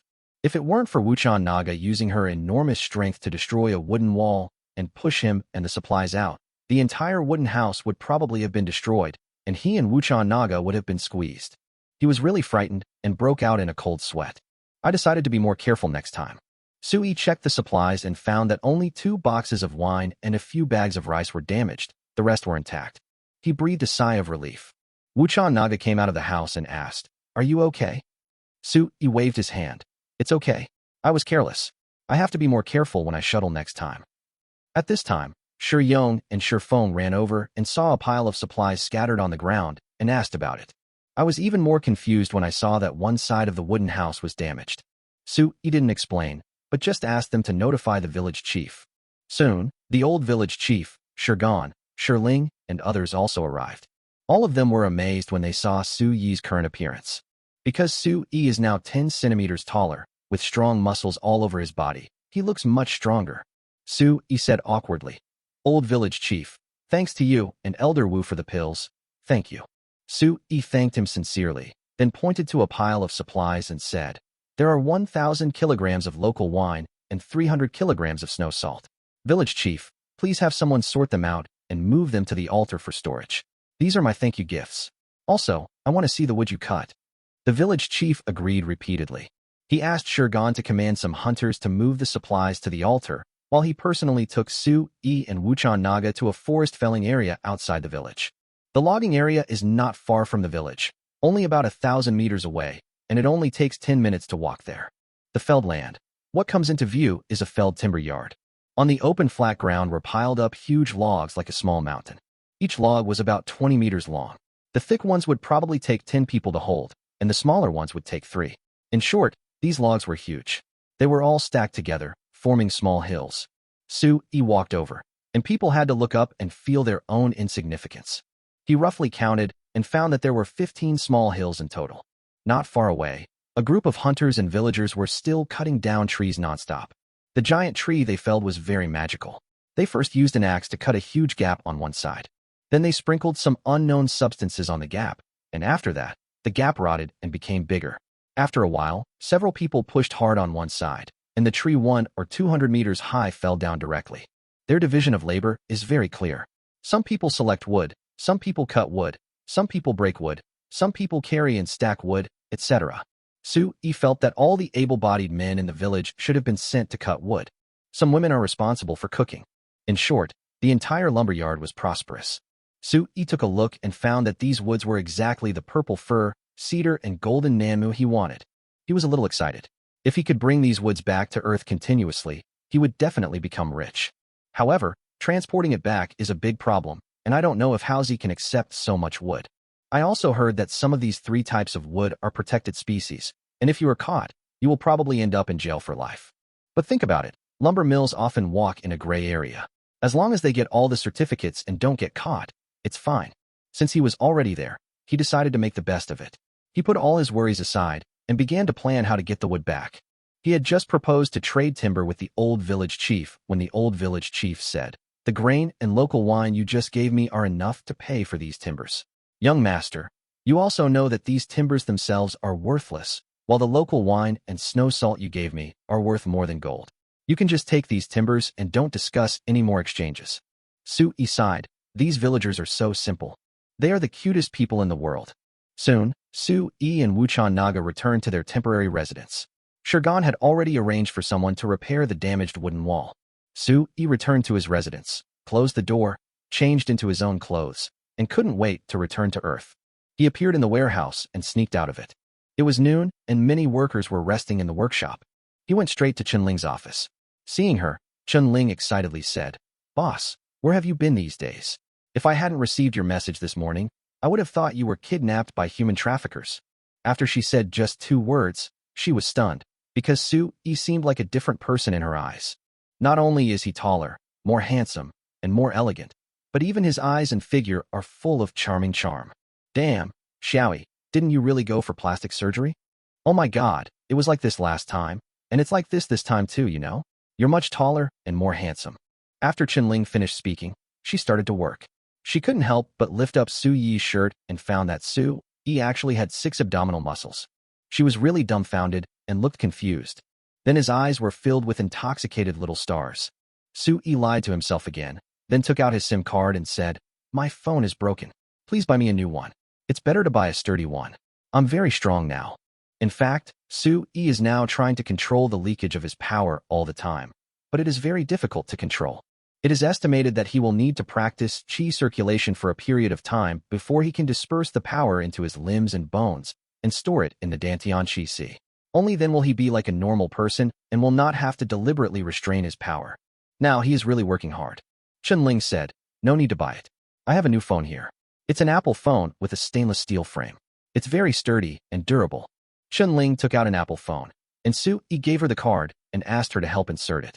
Even with a new phone, Su-yi still didn't forget his business. He got back into his Mercedes SUV and drove straight to the lumber mill in the suburbs. Just as he was halfway there, Chunling called him. He picked up the phone and Chunling said, "Boss, everything is ready at the winery. When can you give me your raw liquor? The winery must start production." Okay, I'll give it to you tonight or tomorrow morning." After Su-yi finished speaking, he hung up the phone. Hey, he feels like he is destined to be a hard worker. Chapter 95 Timber Transportation. Su-yi drove the car and soon arrived at the sawmill. When the security guard saw the big boss Su-yi coming, he immediately notified the factory manager Chung Hao. When Chung Hao saw Su-yi for the first time, he was also stunned, and his expression was exactly the same as Chunling's. "Fuck you, boss, you. Don't tell me you didn't have plastic surgery again." Chung Hao yelled. "I don't believe you disappeared for such a long time. If you didn't get plastic surgery, I won't believe it." Su-yi really wanted to kick the mouse, but fortunately he remembered that he was extremely strong now, so he slapped it, and the mouse was crippled if not dead. He could only stare at him blankly and say, "Fuck you. Am I the type to get plastic surgery?" Haozi was surprised and said, "Then, did you take some magic medicine? Look at you.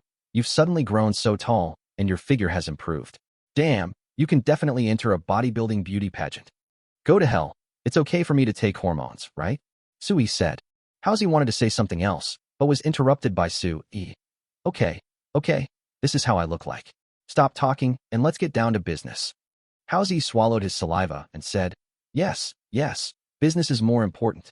He paused and said, "Xiaoyi, let me tell you, I used a lot of connections to register 2 companies. One is Chongqing Wood Industry, and the other is Chongqing Wine Industry.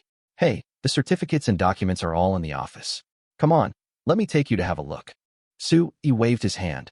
"Let's look at this another day. First, take me to see the factory where the wood is stored." Su-yi was still quite anxious about how to trade wood between the 2 worlds.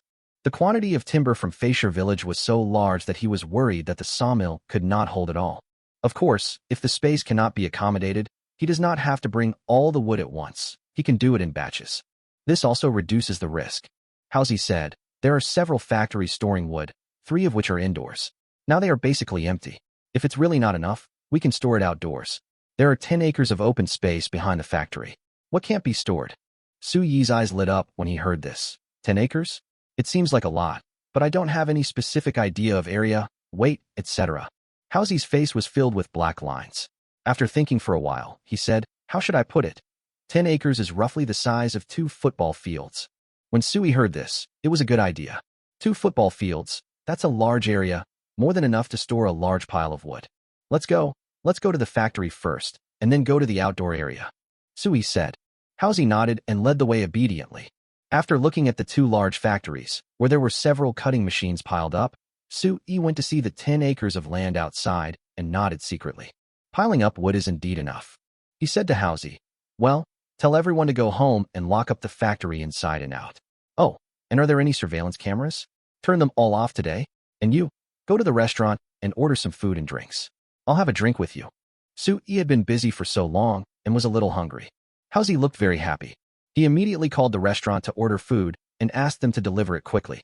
He also dismissed all the workers in the factory and turned off the surveillance cameras. Not long after, the restaurant delivered the food and wine. The two began to eat and drink while chatting. "Xiaoi, I find that you have been really mysterious recently. Not to mention the money. Even your appearance has changed. What happened to you?" Hausi couldn't help but say. Sui waved his hand. "Don't worry about this. Don't ask. Just do your business well.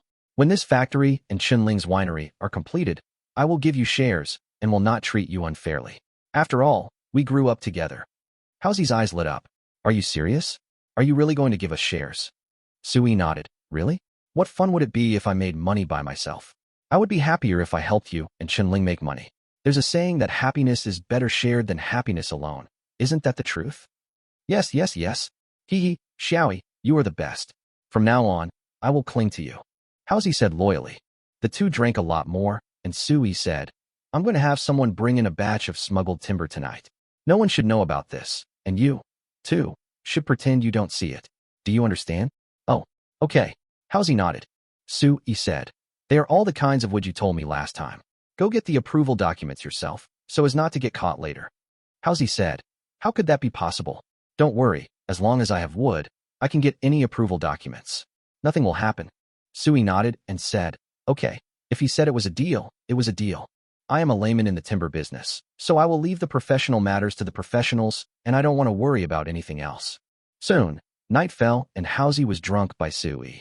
Seeing Hausi sleeping soundly on the table, Sui simply turned off the main switch of the entire factory. Afterwards, he came to an open space as big as 2 football fields. In the darkness, he disappeared in a flash.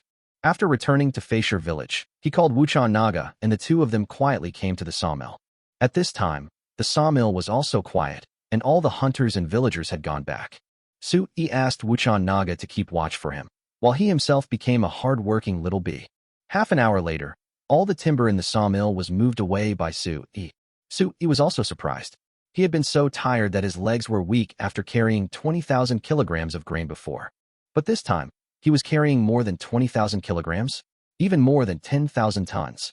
And he was not out of breath and his heart was not beating fast. After thinking about it, it must be related to his breakthrough in level this time. The stronger his physical fitness is, the more things he can carry and the less tired and burdened his body will feel. That must be it. Oh, finally everything is done. Sui and Wuchan Naga returned to their temporary residence. He breathed a sigh of relief and thought for a moment. He said to Wuchan Naga, "I'll go back first to take care of some trivial matters. I'll come back in a couple of days. I hope we can set off for Qingfeng town by then." Wuchan Naga nodded and agreed to Sui's arrangement. Sui waved towards Wuchan Naga and then disappeared from the spot with a whoosh. Chapter 96, The Eternal Wine. Sui appeared in the dark sawmill. When he returned to the dining table, Hausi was still sleeping soundly on the table. He picked up the other person as easily as an eagle picking up a chick.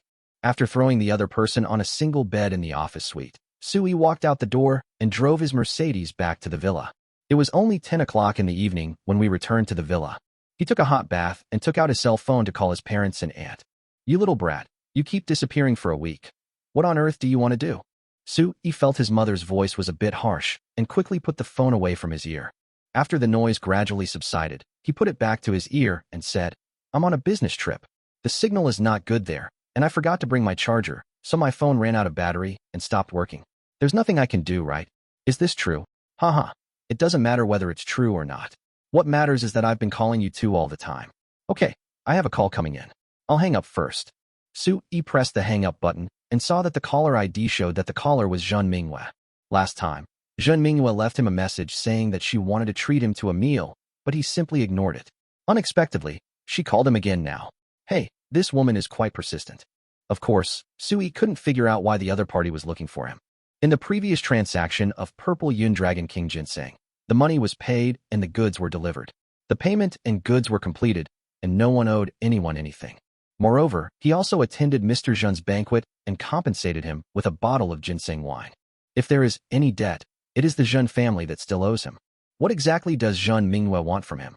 But after all, the two of them were acquaintances, so he couldn't just ignore the call, so he could only answer it lazily and said, "Hello." Zhen Mingyue's surprised voice came over. "Mr. Su, I finally got through to you. Your number is really hard to call.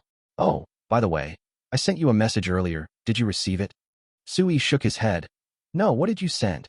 Even if he received it, he would not admit it, because not replying to the message is very bad and directly affects one's character. "I want to treat you to a meal." Zhen Mingyue went straight to the point. "Okay, of course I'll go if you treat me," Sui said without meaning it. "Then it'll be 7 o'clock tomorrow night. I'll send you the location tomorrow. See you then," Zhen Mingyue said. "See you later," Sui responded instinctively, which sounded a bit stiff. After hanging up the phone, he sighed. It's not that Zhen Mingyue is not beautiful. On the contrary, she is both beautiful and elegant, even better than many beautiful superstars.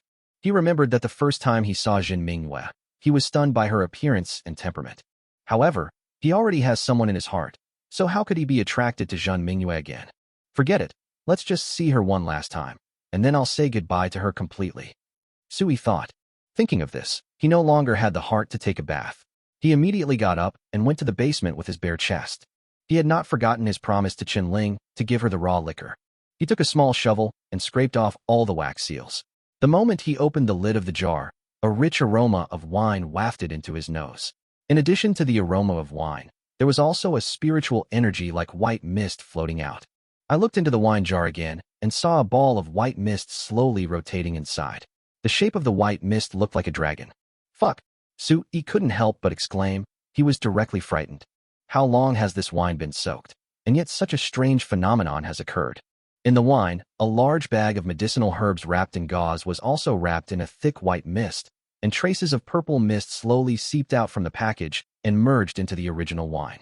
The raw liquor seemed to be undergoing some qualitative change, which was driving the white dragon to rotate. Is this caused by the interaction of the drugs? Sui was a little surprised. He seemed to understand why this jar of wine had such an amazing change.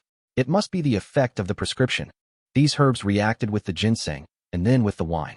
The three stimulated each other, forming a kind of catalyst. That should be it. Sui put the cylinder cover back on, feeling surprised and suspicious. He couldn't understand this change, and couldn't help but take out his cell phone to call Dihong. The humming sound rang 7 or 8 times before the call was picked up. Dihong's hello voice came over. Sui curled his lips, thinking that he was more arrogant than himself.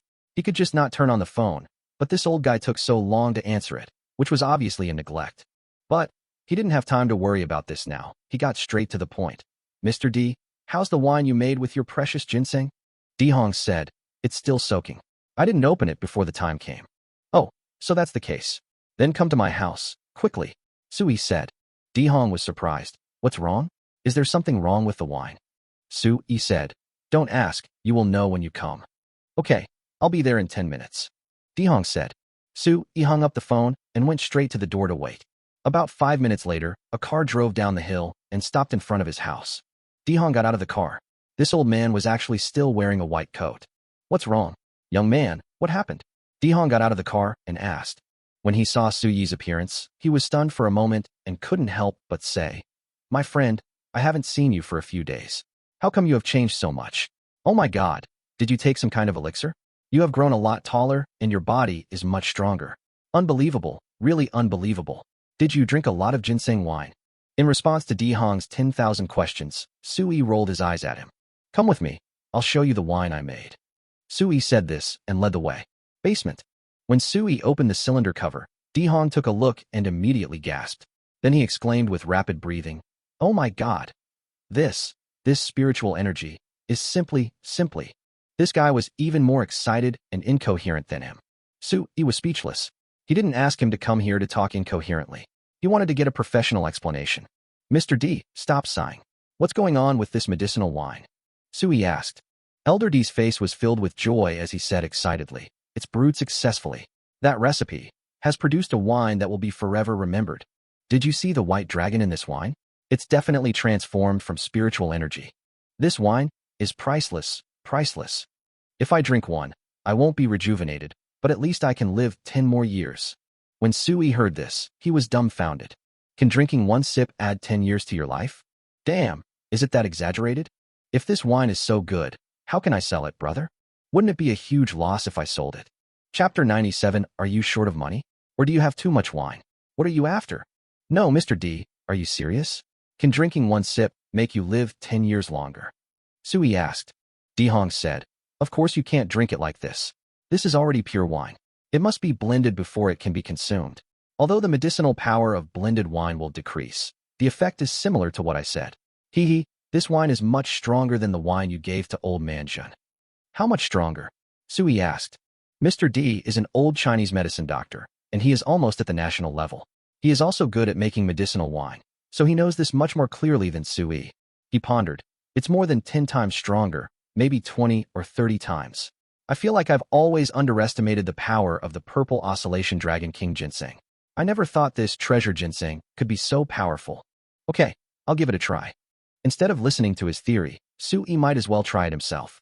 He took 10 milliliters directly from the jar, then returned to the living room and poured 10 milliliters of ginseng wine into a bottle of high-proof Wulianya.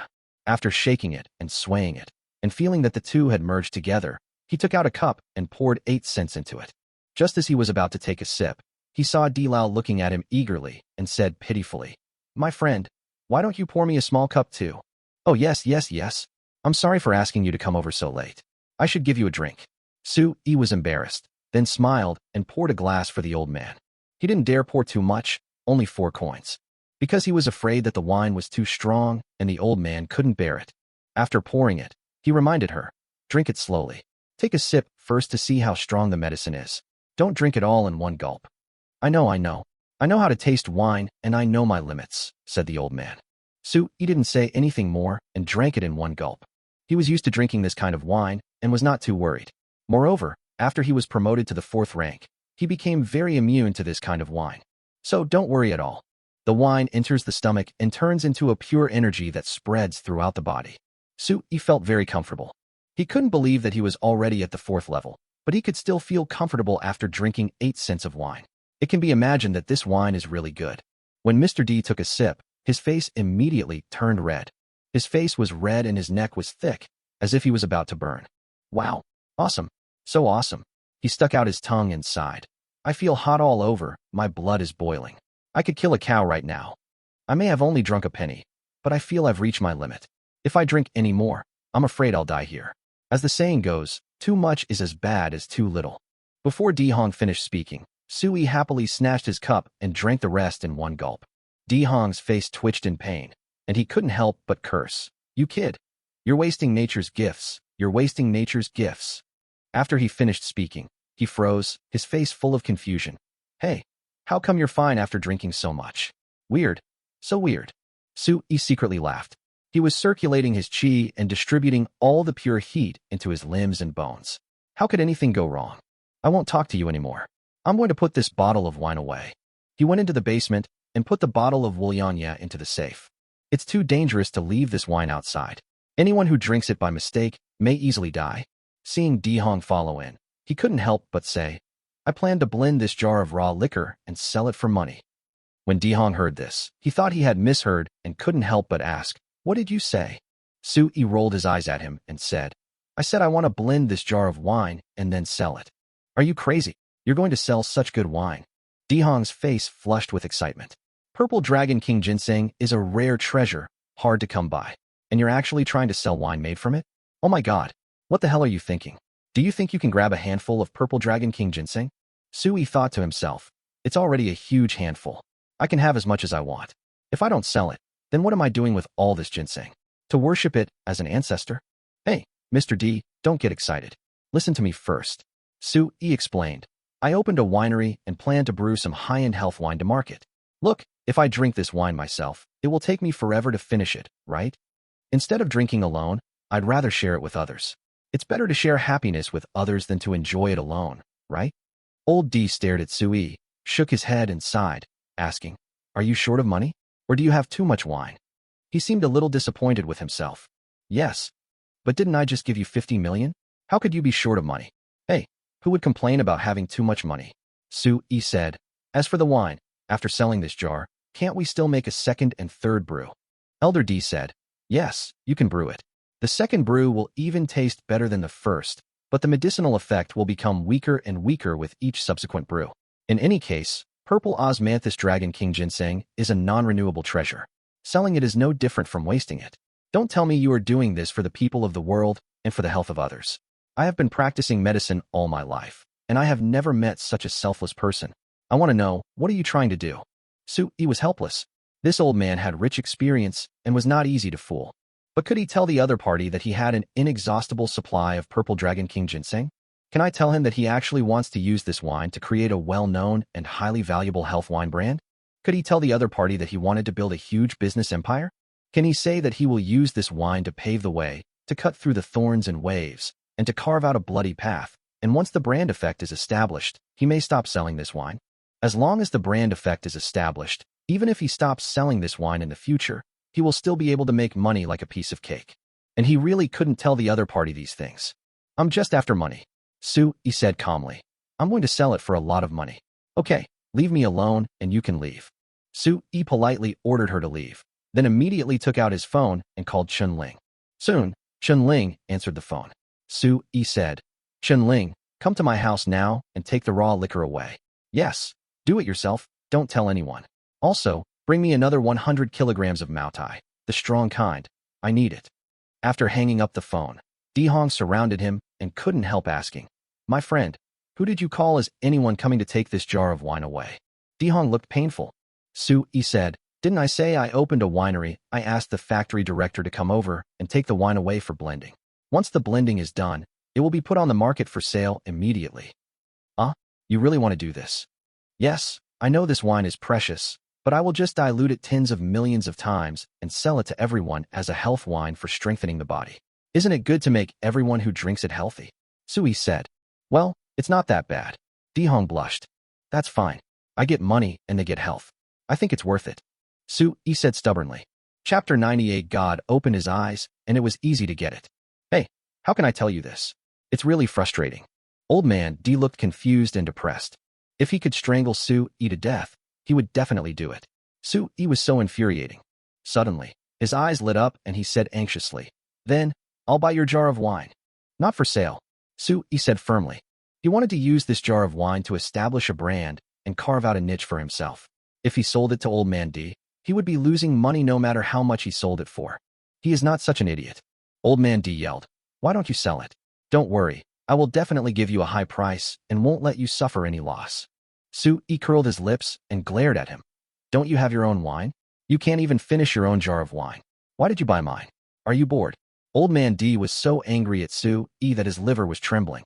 Sui suddenly laughed and said, all right, don't be so stingy like a child. It's just selling some wine. It's not a big deal, right? This matter has been decided. Don't try to persuade me anymore, and don't even think about taking my wine."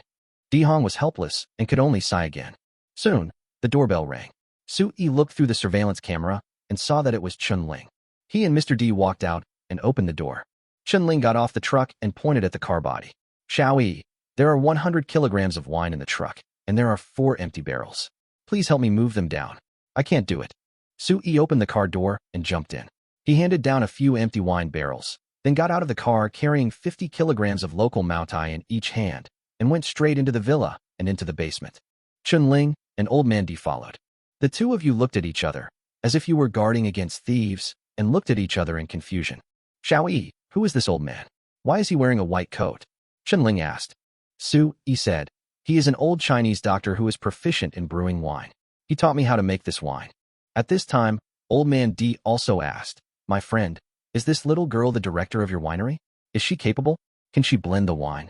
Chun-Ling curled her lips and glared at the old Chinese doctor who looked down on others.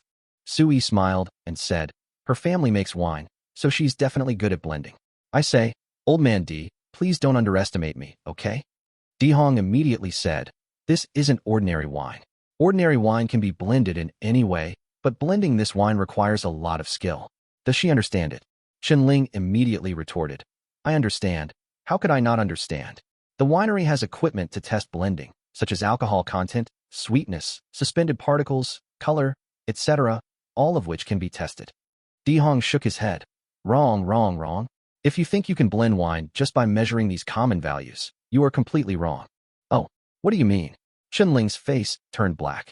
Dihong, relying on his age and experience, said, My point is very simple. The greatest feature of this wine is its medicinal effect. It contains an amazing essence of life.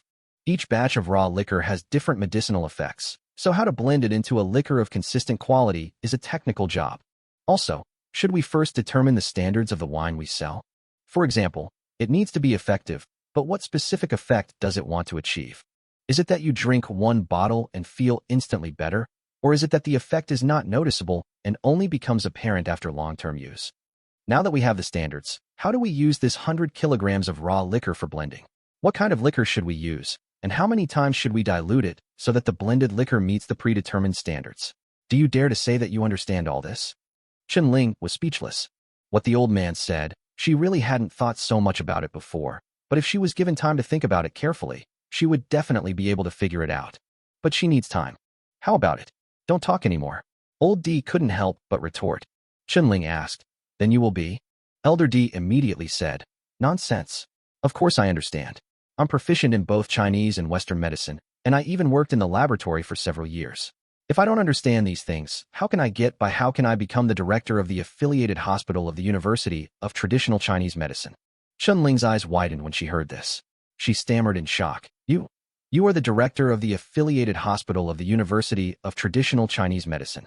Just as Elder D was about to speak, Su Yi on the side revealed his past. He is the former dean. He is retired now and is just a typical idler. Mr. D retorted, Even if I retire, I'm still an honorary professor at the affiliated hospital of the University of Traditional Chinese Medicine. For life. Chen swallowed and bowed, saying, I'm sorry. I didn't know your identity just now. I didn't expect you to be such a highly respected medical expert. I'm sorry for being so careless. Elder D smiled happily. That's fine. You young people are quite good at correcting your mistakes. Sui curled his lips. Oh, this old guy really knows how to take advantage of his age. But never mind. He does have the ability and is qualified to take advantage of his age. Sui poured out all the 100 kilograms of wine from the big vat, put it into 2 large wine barrels, and covered them with lids. Then, he poured another 100 kilograms of new wine into the large vat and continued to soak it with the purple Dragon King ginseng and medicinal herbs. Chen was watching from the side and was completely stunned. It was the first time she saw the wine Sui brewed. It's a pity that the ginseng and medicinal herbs were wrapped in gauze and she couldn't see them. Otherwise, she would probably be even more shocked when she saw the purple Dragon King ginseng. However, she was so shocked that she was speechless when she saw the raw wine emitting white spiritual energy and with spiritual dragons surging in it. Su Yi sealed the mouth of the jar with wax, and Chen came to her senses. Let's go upstairs and talk. Su Yi walked out of the basement, carrying a 50-gene ginseng wine barrel in each hand. When he got outside, he put the 2 wine barrels into Chen carriage. After finishing all this, he turned to Di Hong and said, Mr. D, I now formally invite you to join my winery. You will assist Chen in blending new products with raw liquor. It will be a professional blending. How do you think? Di Hong hurriedly shook his head. I'm busy. I still have a lot of things to do. You're retired now. What are you still busy with? You don't understand. I'm assisting the hospital with a project to conquer cancer. I'm very busy, said Di Hong. Su Yi's eyes rolled, and he said, Okay, then I won't share any good things with you from now on, such as other purple Dragon King ginseng, such as the top-grade tiger bones, etc. Di Hong was stunned when he heard this and hurriedly asked, Young friend, do you really have other precious ginsengs? And tiger bones? Su Yi chuckled. If you don't accept my invitation, why are you asking? Di Hong said hurriedly. Okay, I accept it. I accept it, isn't that enough? By the way, do you really have tiger bones?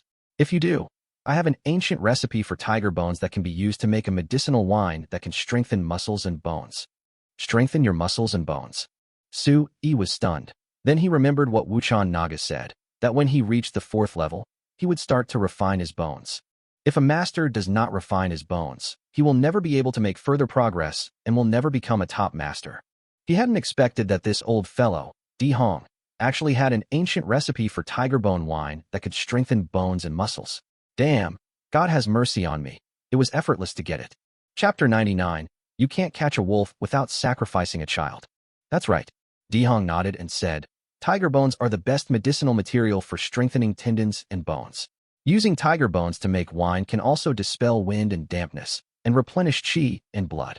If you use tiger bones and other high-quality Chinese herbs and add strong liquor to brew it together, it can cure kidney deficiency and weak bones, cold pain in the lower abdomen, difficulty walking, and pain in the shoulders and arms. It is especially effective in treating rheumatism and cold pain, cramps in the limbs, liver and kidney deficiency, and weakness in the waist and legs. Di Hong spoke eloquently, demonstrating the professionalism of traditional Chinese medicine. Finally, he said suspiciously, but seriously, don't lie to me, an old man. Tiger bones are a rare commodity. Do you have any? Nonsense. He rolled his eyes at him and immediately told him to wait. He ran to the basement, opened the safe, and took out a palm-sized tiger bone. In fact, he has a whole set of huge tiger bones. Although this tiger did not reach the level of a spiritual tiger when it was alive, it was also full of spirituality and was hundreds of times stronger than the tigers on Earth. Moreover, this tiger is as big as an elephant, so the palm-sized bone he has is just a drop in the bucket. When Yi handed the tiger bone to Di Hong's eyes almost popped out. He touched, looked, and sniffed, as if he had used all the diagnostic techniques of traditional Chinese medicine. In the end, he even licked it.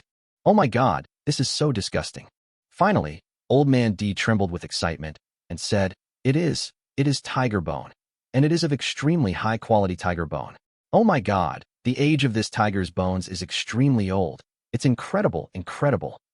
Seeing his excitement, Yi curled his lips and said, Why are you so excited?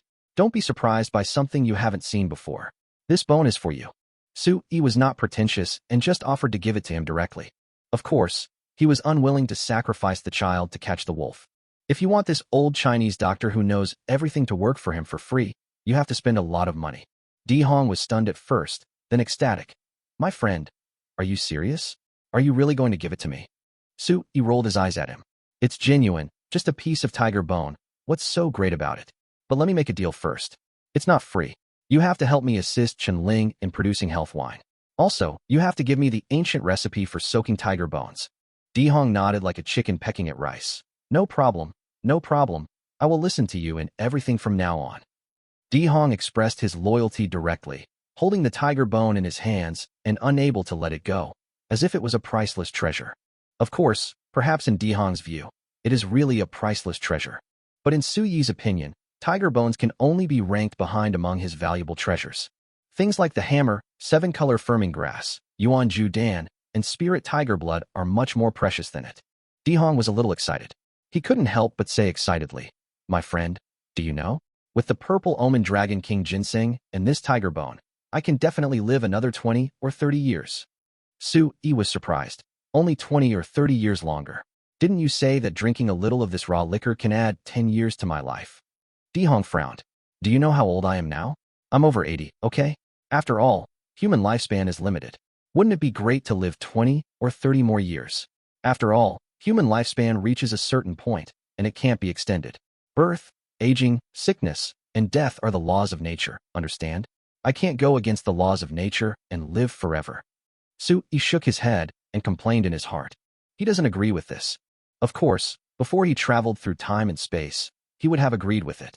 However, after traveling through time and space, he knew that the nourishment of spiritual energy and the practice of martial arts could increase the upper limit of lifespan.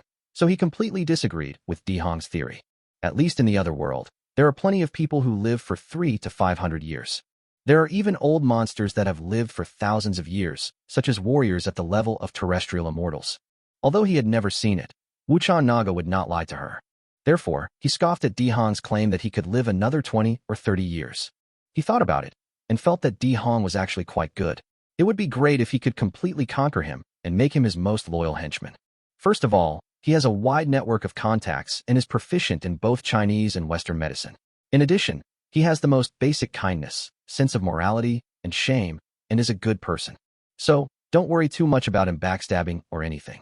If he could really recruit him as his subordinate, then he would have someone to run errands for him when he wanted to show his skills here in the future. Having someone to order around would save him a lot of trouble. As soon as the thought came to mind, the desire to conquer the other party became stronger. He said seriously, "Old D, if I could rejuvenate you and let you live another 60 years, or even longer, how would you repay me?" Chapter 100. I am a bit bad indeed. No, my friend, are you joking? Dihong was puzzled. Su-yi was still serious. Who is joking with you? I am asking you seriously. Huh. Dihong was even more confused. You said you'd rejuvenate me and let me live another 60 years? Did I hear correctly? You heard it right. Su-yi said. Then, you must be crazy. Dihong said decisively. Su-yi shook his head and laughed at himself. Then let me ask you. Before you saw the purple Yun Dragon King ginseng, would you believe that it really existed? This kind of divine grade precious ginseng should be rare. Dihong didn't dare to say it with certainty because it really existed. Su-yi smiled and said, "Well, even if you have seen it and know it exists, I tell you, I can have as many of these precious ginsengs as I want. I can easily take out a sack of them. Do you believe it?" Nonsense. Do you think I'm an old man and stupid? I don't believe it. Dihong was a little angry. He was old, but not to the point of being confused and demented. He has a clear mind and knows what is credible and what is not.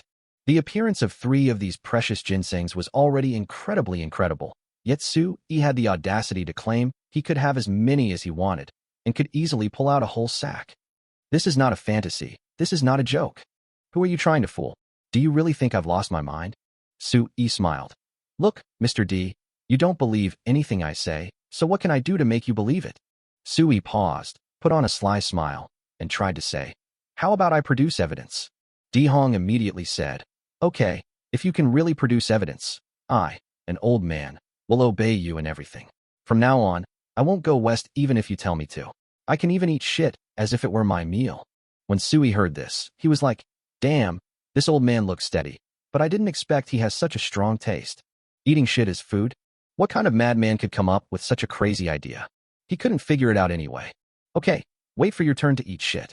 Su-yi casually said this, and immediately rushed to the basement, took out a whole sack of purple Yun Dragon King ginseng from the safe, and finally threw it at Dihong's feet, and said, "Look for yourself. Don't say I don't respect the elderly and love the young, and don't say I lied to you." Dihong was suspicious. He opened the huge sack and looked inside. He was stunned for a moment, and then looked confused. A second later, he couldn't help rubbing his eyes and looking again. The result was, what the hell? He is a highly respected and role model teacher, and sometimes even the gentle and polite him blurts out a vulgar curse that is not in line with his status. Su-yi was directly frightened by his fuck sound that was like a lion's roar. Damn, is this a ghost? Yelling so loudly. Are you trying to scare ghosts? Then, Dihong took out one of the larger purple Dragon King ginsengs with trembling hands. He carefully distinguished it and smelled it at the end. That intoxicated look was like a person who had been hungry for 3 days smelling braised pork. Just when Dihong was most intoxicated, Su-yi poured out the entire bag of purple Dragon King ginseng, just like pouring peanuts. This action immediately scared Dihong. He waved his hands in panic and shouted, "Stop, stop, stop. Don't hurt these precious ginsengs. You are so rude. This is a crime, you know." Su-yi was completely speechless. They are just some sticks. Is there any need to treat them like ancestors? In the other world, the Wuchan Naga, and even the hunters and villagers of Feisher Village, were not so cautious in treating these clubs. No, Mr. D, I'm just letting you see it clearly. I'm going to put it away later, and you're going to cheat and accuse me of lying. Su-yi said aggrievedly. Dihong smiled awkwardly. No, these precious ginsengs are all real, really. I knew it as soon as I smelled it. I'm an old man. How could I possibly cheat with a young man like you? Su-yi nodded. Okay, then I'll put it away. Su-yi moved quickly, stuffing all the mallets back into the sack. His heavy hands and feet made Dihong feel a pain in his flesh. After Su-yi finished loading the items, he immediately returned to the safe in the basement. He pulled out a huge tiger claw from the corner. When he put the tiger claw in front of Dihong, the old man lost his composure again. "This is a tiger claw, see it?" Su-yi said. Dihong looked at it and kept swallowing. He was completely shocked, and his 3 views were shattered. Just when he thought that the world was abnormal, he saw Su-yi smile cunningly and suddenly disappeared with a whoosh. I don't know if Su-yi disappeared or what, but in any case, he disappeared in front of him. There was only a small airflow fluctuation left at the original place, caused by space shock or collapse. He was even more confused. Just as he was looking around, trying to find him, Sui appeared at the same place with a whoosh.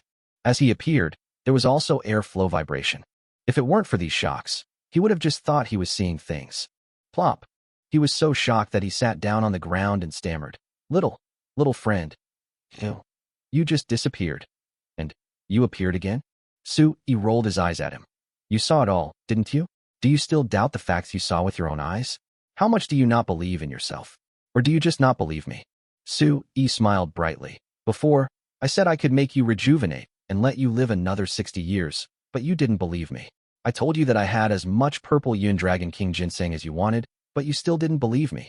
And I showed you the ginseng and even demonstrated my magical powers to you, but you still don't believe me.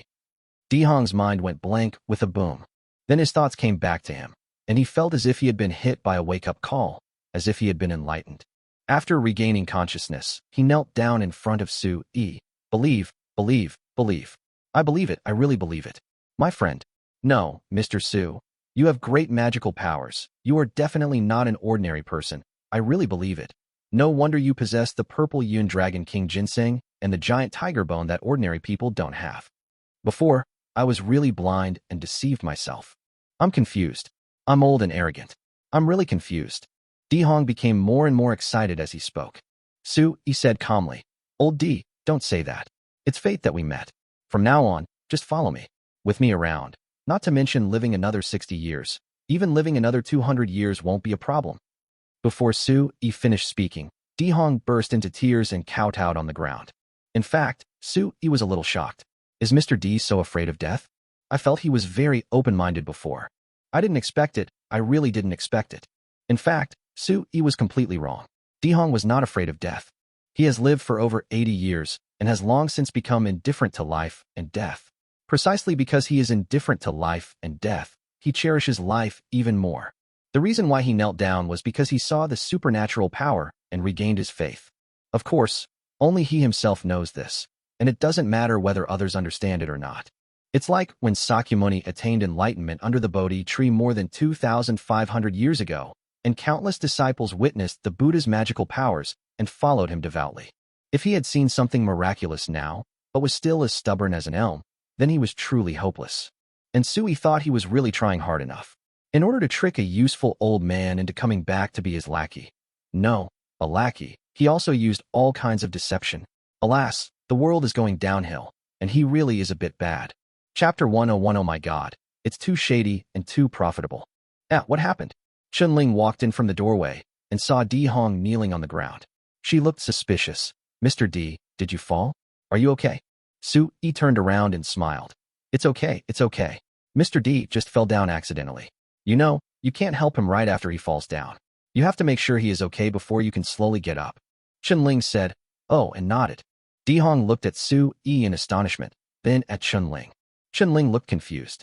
Dihong understood that although Chunling had a close relationship with Sui, she still didn't know Sui's magical powers. Moreover, judging from the current situation, he doesn't seem to intend to let Chunling know. Dihong was somewhat touched. It seems that he is the only one who knows that he has supernatural powers. In other words, he had only ever displayed his magical powers in front of him. This showed how much he trusted him to be so honest with him.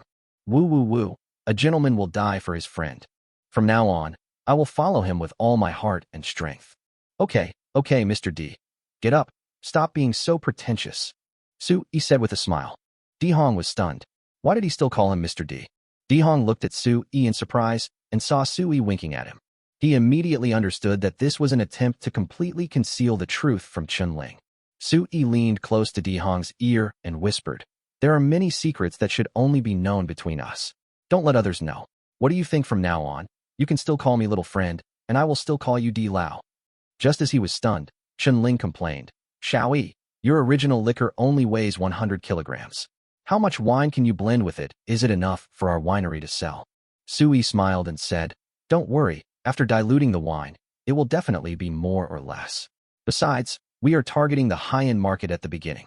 Most people can't afford this kind of wine for the time being. Oh, how much can you mix? How much does one bottle cost? Chunling asked. Sui thought for a moment and said, maybe diluted 1,000 times. As for the selling price, I think one bottle should be sold for 3,000 yuan. Small profits, but quick turnover. What? Chen Ling's eyes widened. Diluted 1,000 times? Selling a bottle for 3,000? Small profits, but quick turnover. Chen Ling was stunned and shocked by Su Yi's words. If 100 jin of raw liquor is diluted 1,000 times, then there will be 100,000 jin of liquor. If 1 jin is bottled, then there will be 100,000 bottles. If each bottle sells for 3,000 yuan, then the output value is 300 million yuan. Damn it! Can such expensive wine really be sold? Chen Ling's heart was pounding. Did she think Su Yi was too whimsical and talking nonsense? But, just at this moment, Di Lao said, diluting it 1,000 times definitely won't work. The concentration is too high. We have to use a base of 2,000 times, otherwise the effect will be too strong, and we will lose a lot. What? Chen Ling was shocked again. She couldn't believe her ears. Is it still too strong, even if diluted 1,000 times? Even if it's diluted 1,000 times, that's still 300 million in sales. If it's diluted 2,000 times, wouldn't that be 600 million? Oh my god, this is too shady and too profitable. But, can it be sold at 3,000 yuan a bottle? After all, this wine is still unknown. Chen Ling swallowed her saliva and didn't dare to think about it anymore. She said awkwardly, Xiao Yi, 3,000 a bottle. Are you kidding me about this price? She thought it was too expensive. After all, a pound of cheap mitai only costs a little over 1,000 yuan, and he dared to sell it for 3,000? But old D said again, yes, there is indeed a problem with the pricing. It's really too cheap.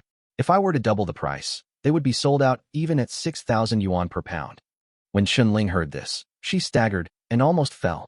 Su Yi watched the old man and the young man babble, one daring to speak, while the other not daring to believe. He smiled and said, all right. How many times do you want to dilute it? Mr. D, take a pound of raw liquor and do a blending experiment. You can mix several grades of liquor. If the concentration is high, sell it at a higher price, and if the concentration is low, sell it at a lower price. Also, the bottles don't have to be a pound. They can be 2 ounces or even half a pound. The key point is that 2 ounces is better because the smaller the bottle, the lower the price, which helps to popularize it to the general public. Dilao nodded and said, okay, boss, you've thought it through. I promise to complete the task. This kind of blending experiment is a piece of cake for me. Su Yi said with satisfaction. Okay, I'll leave this task to you. Also, after the mixture is completed, we will set the final price based on the health effects. Mr. D and Chen Ling both nodded. Old D was a man of decisive character. He said directly, come on, girl, let's go to your winery now. I'll see if you have the equipment to do the blending test. If you do, we can do the blending test tonight, and try to finish it before dawn. Chen Ling was dumbfounded. Mr. D, so urgent? Do you want to do it overnight? Old D nodded. Of course, I am an old man who is 80 years old, and I am not afraid of being tired. How come you, a young girl, can't compare to me? Di Hong now seems to be full of energy. He must actively perform, and he must give Su Yi a token of his loyalty. This is the rule. Although Su Yi didn't say it explicitly, he knew the rules. He also didn't want Su Yi to think that he was unruly and ignorant. No, I'm not saying I can't do it. I'm just worried about your health. How can you stay up late at such an old age? Chen Ling said. Di Lao Dao. Don't worry, if you feel tired, take a sip of the blended wine, and you will be energetic all day long. Chen Ling's eyes lit up, and she immediately became excited at the thought of drinking this awesome blended wine again. To be honest, ever since she drank it, she has been thinking about it till now. Okay, go ahead and call me when you're done, Su Yi said. After the two left, Su Yi sat cross-legged and began to circulate qi through his body. Today, he held it in carefully all day long. It's so uncomfortable to not put any effort into anything, to be restrained, and holding back all day long. Unconsciously, he was immersed in cultivation. Meanwhile, Di Lao and Chen Ling were busy in the blending laboratory of the winery. At the lumber mill, just as daybreak was breaking, the security guard arrived for work, opened the door with his key, and after a quick inspection, he saw the open-air storage area and was so frightened that he sat down on the ground.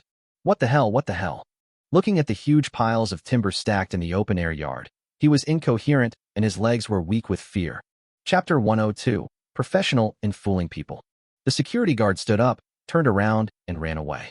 At this time, he saw the factory director walking out of the office with a lazily stretch. There was a small table at the door, and wine bottles were scattered all over the table and the floor.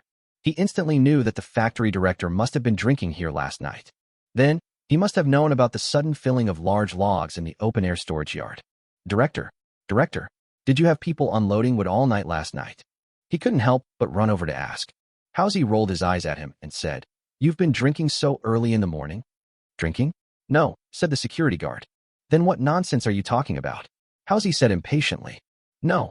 The security guard was puzzled and stammered. When we returned yesterday afternoon, there wasn't a single log in the open-air storage yard, but now it's full of logs and lumber. If it wasn't you who ordered them to unload the logs, who else could it be? When Housie heard this, he was full of suspicion. Are you crazy? An open-air dump full of wood? Are you sure you're not seeing things? The security guard immediately said, Director, don't joke with me. I'm neither crazy nor short-sighted. The open-air storage yard is really full of wood. If you don't believe me, come with me and take a look. The mouse was full of doubts and looked at the storage yard in the distance. He couldn't see clearly because it was blocked by something, but it seemed that there was really something piled there. He walked over immediately, walking at first and then jogging. He saw the same scene that the security guard saw first. The entire open-air storage yard was filled with logs and lumber overnight. He sat down on the ground, slapped his face, and couldn't help saying, My goodness.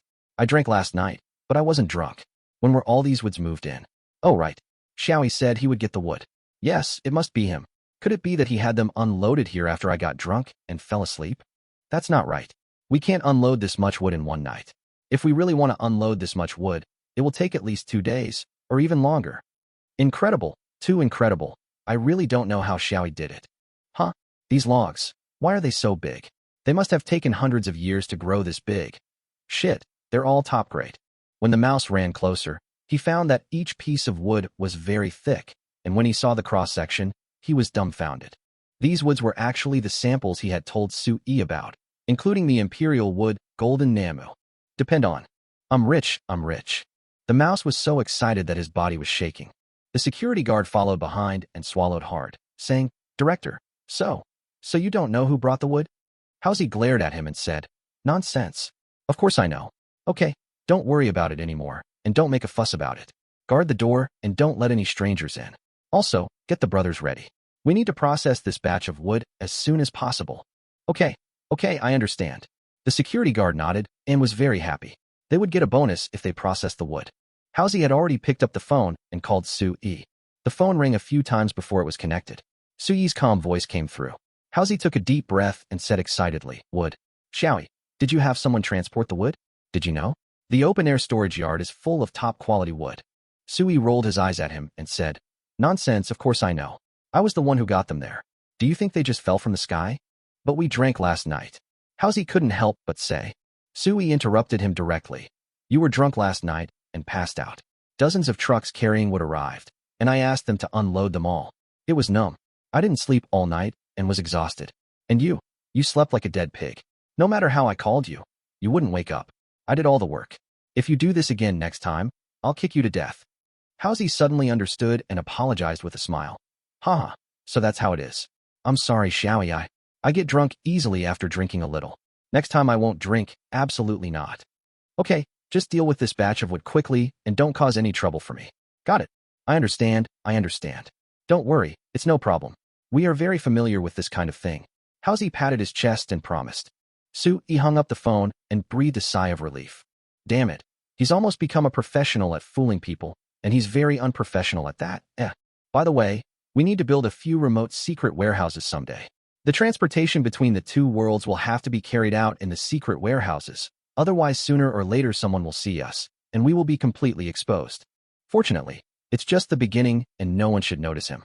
The more time goes by, the more cautious you have to be. You can't be as careless, negligent, or rely on luck as before. At this time, his cell phone rang again. He picked it up and saw that it was Chun-Ling. He picked up the phone and heard Chun-Ling excitedly say, Xiaoyi, we've figured out the blending ratio for the wine. We've come up with 3 grades of wine. Would you like to come over and take a look? Okay, I'll drive over now, wait for me. Su-yi was also excited. After hanging up the phone, he immediately drove his Mercedes-Benz straight to the winery. Chapter 103 Mom, you wanted me to come back just to go on a blind date? Half an hour later, Su-yi met Mr. D, who was equally excited. Mr. D gave Su-yi a detailed introduction. Su-yi couldn't understand many professional terms, blending methods, etc. He only understood that after many experiments, they blended 3 kinds of wine with different proportions and medicinal strengths. These 3 kinds of wine taste very good. Because the medicinal power is not strong, it can even be said to be very weak, but long-term drinking will also have obvious health benefits, so it is suitable for men, women, young and old. The most important thing is that even with such medicinal power, it is enough to kill all the liquors and health wines on the market in seconds. The reason why it is so awesome is that this wine has significant functions. Compared with other liquors and health wines, it is really powerful. So, Sui interrupted and asked the question he wanted to know most, which was what the blending ratio was. D. Laudao said, the most potent medicinal wine is the one with a 1 to 1,000 blend ratio. This is the highest end. Drinking a pound of it will instantly make you feel a difference in your body. Ordinary people can clearly feel the changes, especially in their spirit, energy, and blood. Therefore, this wine can be sold at a higher price, specifically for the rich and powerful, to make money from them. Elder D thought for a moment and said, my suggestion is to sell it directly for 9,999 yuan a bottle, because these wealthy people don't care whether this wine sells for 5,000 yuan or 10,000 yuan. They care more about the powerful health benefits of this wine. When it comes to powerful health supplements, our wine is absolutely the best, the only one in the world, so selling it for 99.99 is nothing. After D. Lao finished speaking, he introduced, the medium-strength and mild-tempered ones have a blending ratio of 1 to 1,500. Drinking 3 or 5 bottles of a kilogram can make people feel significantly better. This wine is recommended to be sold at 3,999 per bottle. The last type is a 1:3,000 blend. This type of wine has a weaker medicinal effect. Drinking it regularly just makes you feel more energetic, but only after drinking it regularly can you see noticeable changes in your body. This wine is affordable for ordinary people. They can produce it in 1 jin, 50 jin, and 20 liang bottles. The prices are 499 yuan, 249 yuan, and 99 yuan. Sui was very happy after listening to Mr. D's detailed introduction. He tried each type of wine, nodded frequently, and finally praised. Not bad, really good. Remember the medicinal strength levels of these wines, and blend them according to this standard in the future. We have the high, medium, and low-end markets. Very good, very good. Chen was also very excited. Once these wines were blended, the quality would be no problem. From now on, we will rely on publicity and word of mouth to build the brand. There's an old saying that good wine needs no bush. She believed that with the aroma of the wine and publicity, their longevity wine would definitely be a hit across the country. Moreover, with such a high blending ratio, if they could sell it all, it would definitely be worth over 1 billion renminbi. She was shocked and excited. Working with Xiao Yi is truly amazing. Isn't this much more interesting than running a small shop on your own and selling some cheap mitai? Sui thought for a moment and said, Chen, although the quality of the wine is fine, publicity and reputation are equally important. So, I'll transfer another 5 million to you. You can use it all for advertising. Consult an advertising company and design a promotional plan. Start by promoting it in this province and take root there. Once we have established a firm foothold in our province, we will then sell our products nationwide. Also, are the previous trademarks and packaging ready? Sui asked. Chen nodded excitedly. It's all done. We hired a professional design company to design the unified packaging. The trademark is the tiger you provided, and the name is Chongqing Liquor. The packaging is also designed according to 3 grades: high, medium, and low. That's great. Then, when do we start blending? Sui asked the most important question. Chen the factory manager, now manages the factory in an orderly manner. She said, we'll do the preparatory work for the next 2 days, including final equipment commissioning. The day after tomorrow, we'll start large-scale blending using the large-scale winemaking equipment. In a week, we'll definitely be able to start assembly line production. When Sui heard this, he felt relieved and excited. Whether it's the wood industry or the wine industry, it's the beginning of him building his own business empire. It would be a lie to say I'm not excited. The 3 of them chatted about their plans again. Not long after, Sui's phone rang again. He picked it up and saw that it was his mother calling. He picked up the phone and heard his mother say, Son, I cooked some noodles with soybean paste for you today. Come back and eat it now. There was a hint of flattery in his voice, and Sui nodded with a smile. Okay, let's go back now. By the way, is my dad home? Mom said, No, he went to the restaurant to cook. He won't be back until later. Oh, okay, hanging up. Sui hung up the phone, said hello to Mr. D and Chen and left the winery. On the way home, He passed by a bank and transferred 5 million to the winery's public account, and then went home. As soon as I entered the house, I smelled the familiar aroma of fried noodles. A bowl of noodles with soybean paste was already placed on the table. Soo-ee sat down immediately, scooped up some food, and took a bite. Wow, the taste was still so authentic, just like my mother's.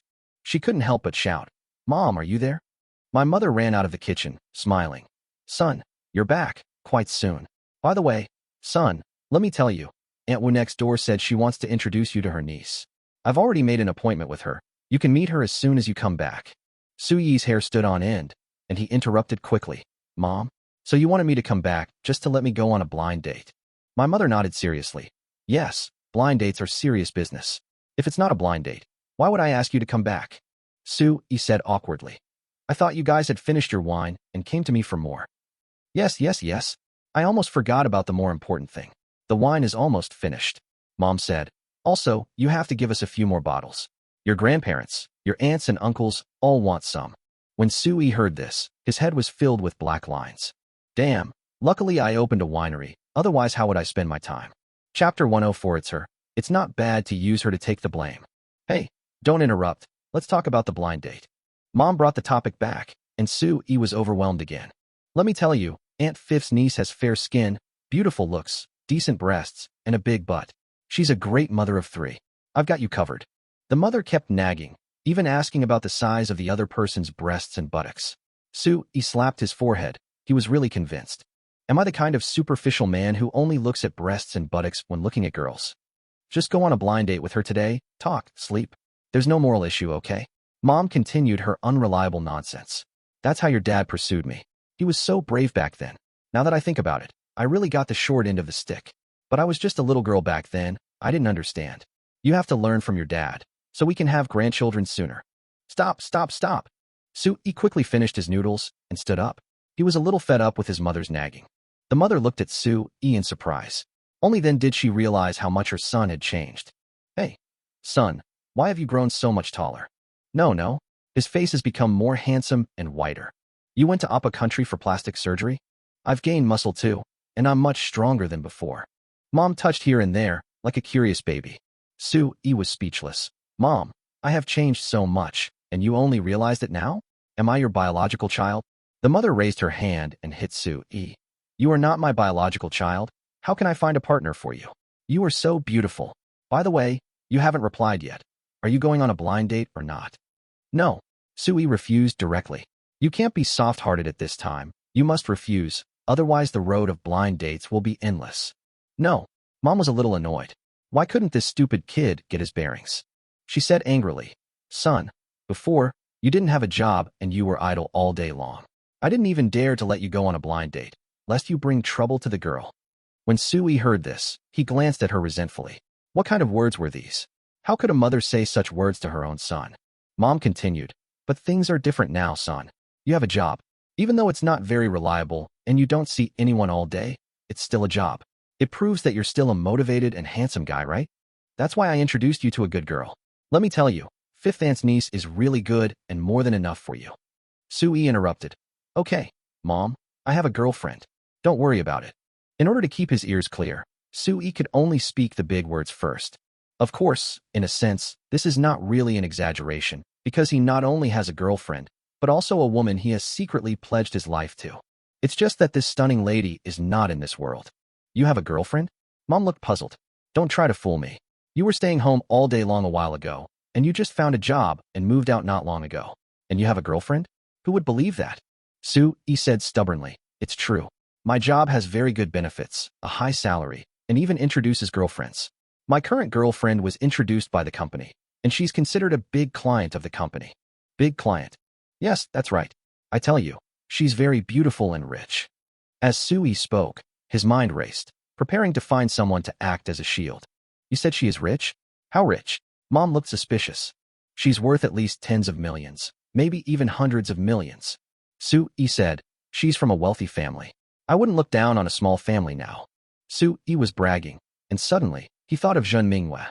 Damn, isn't this image exactly Zhen Minghua?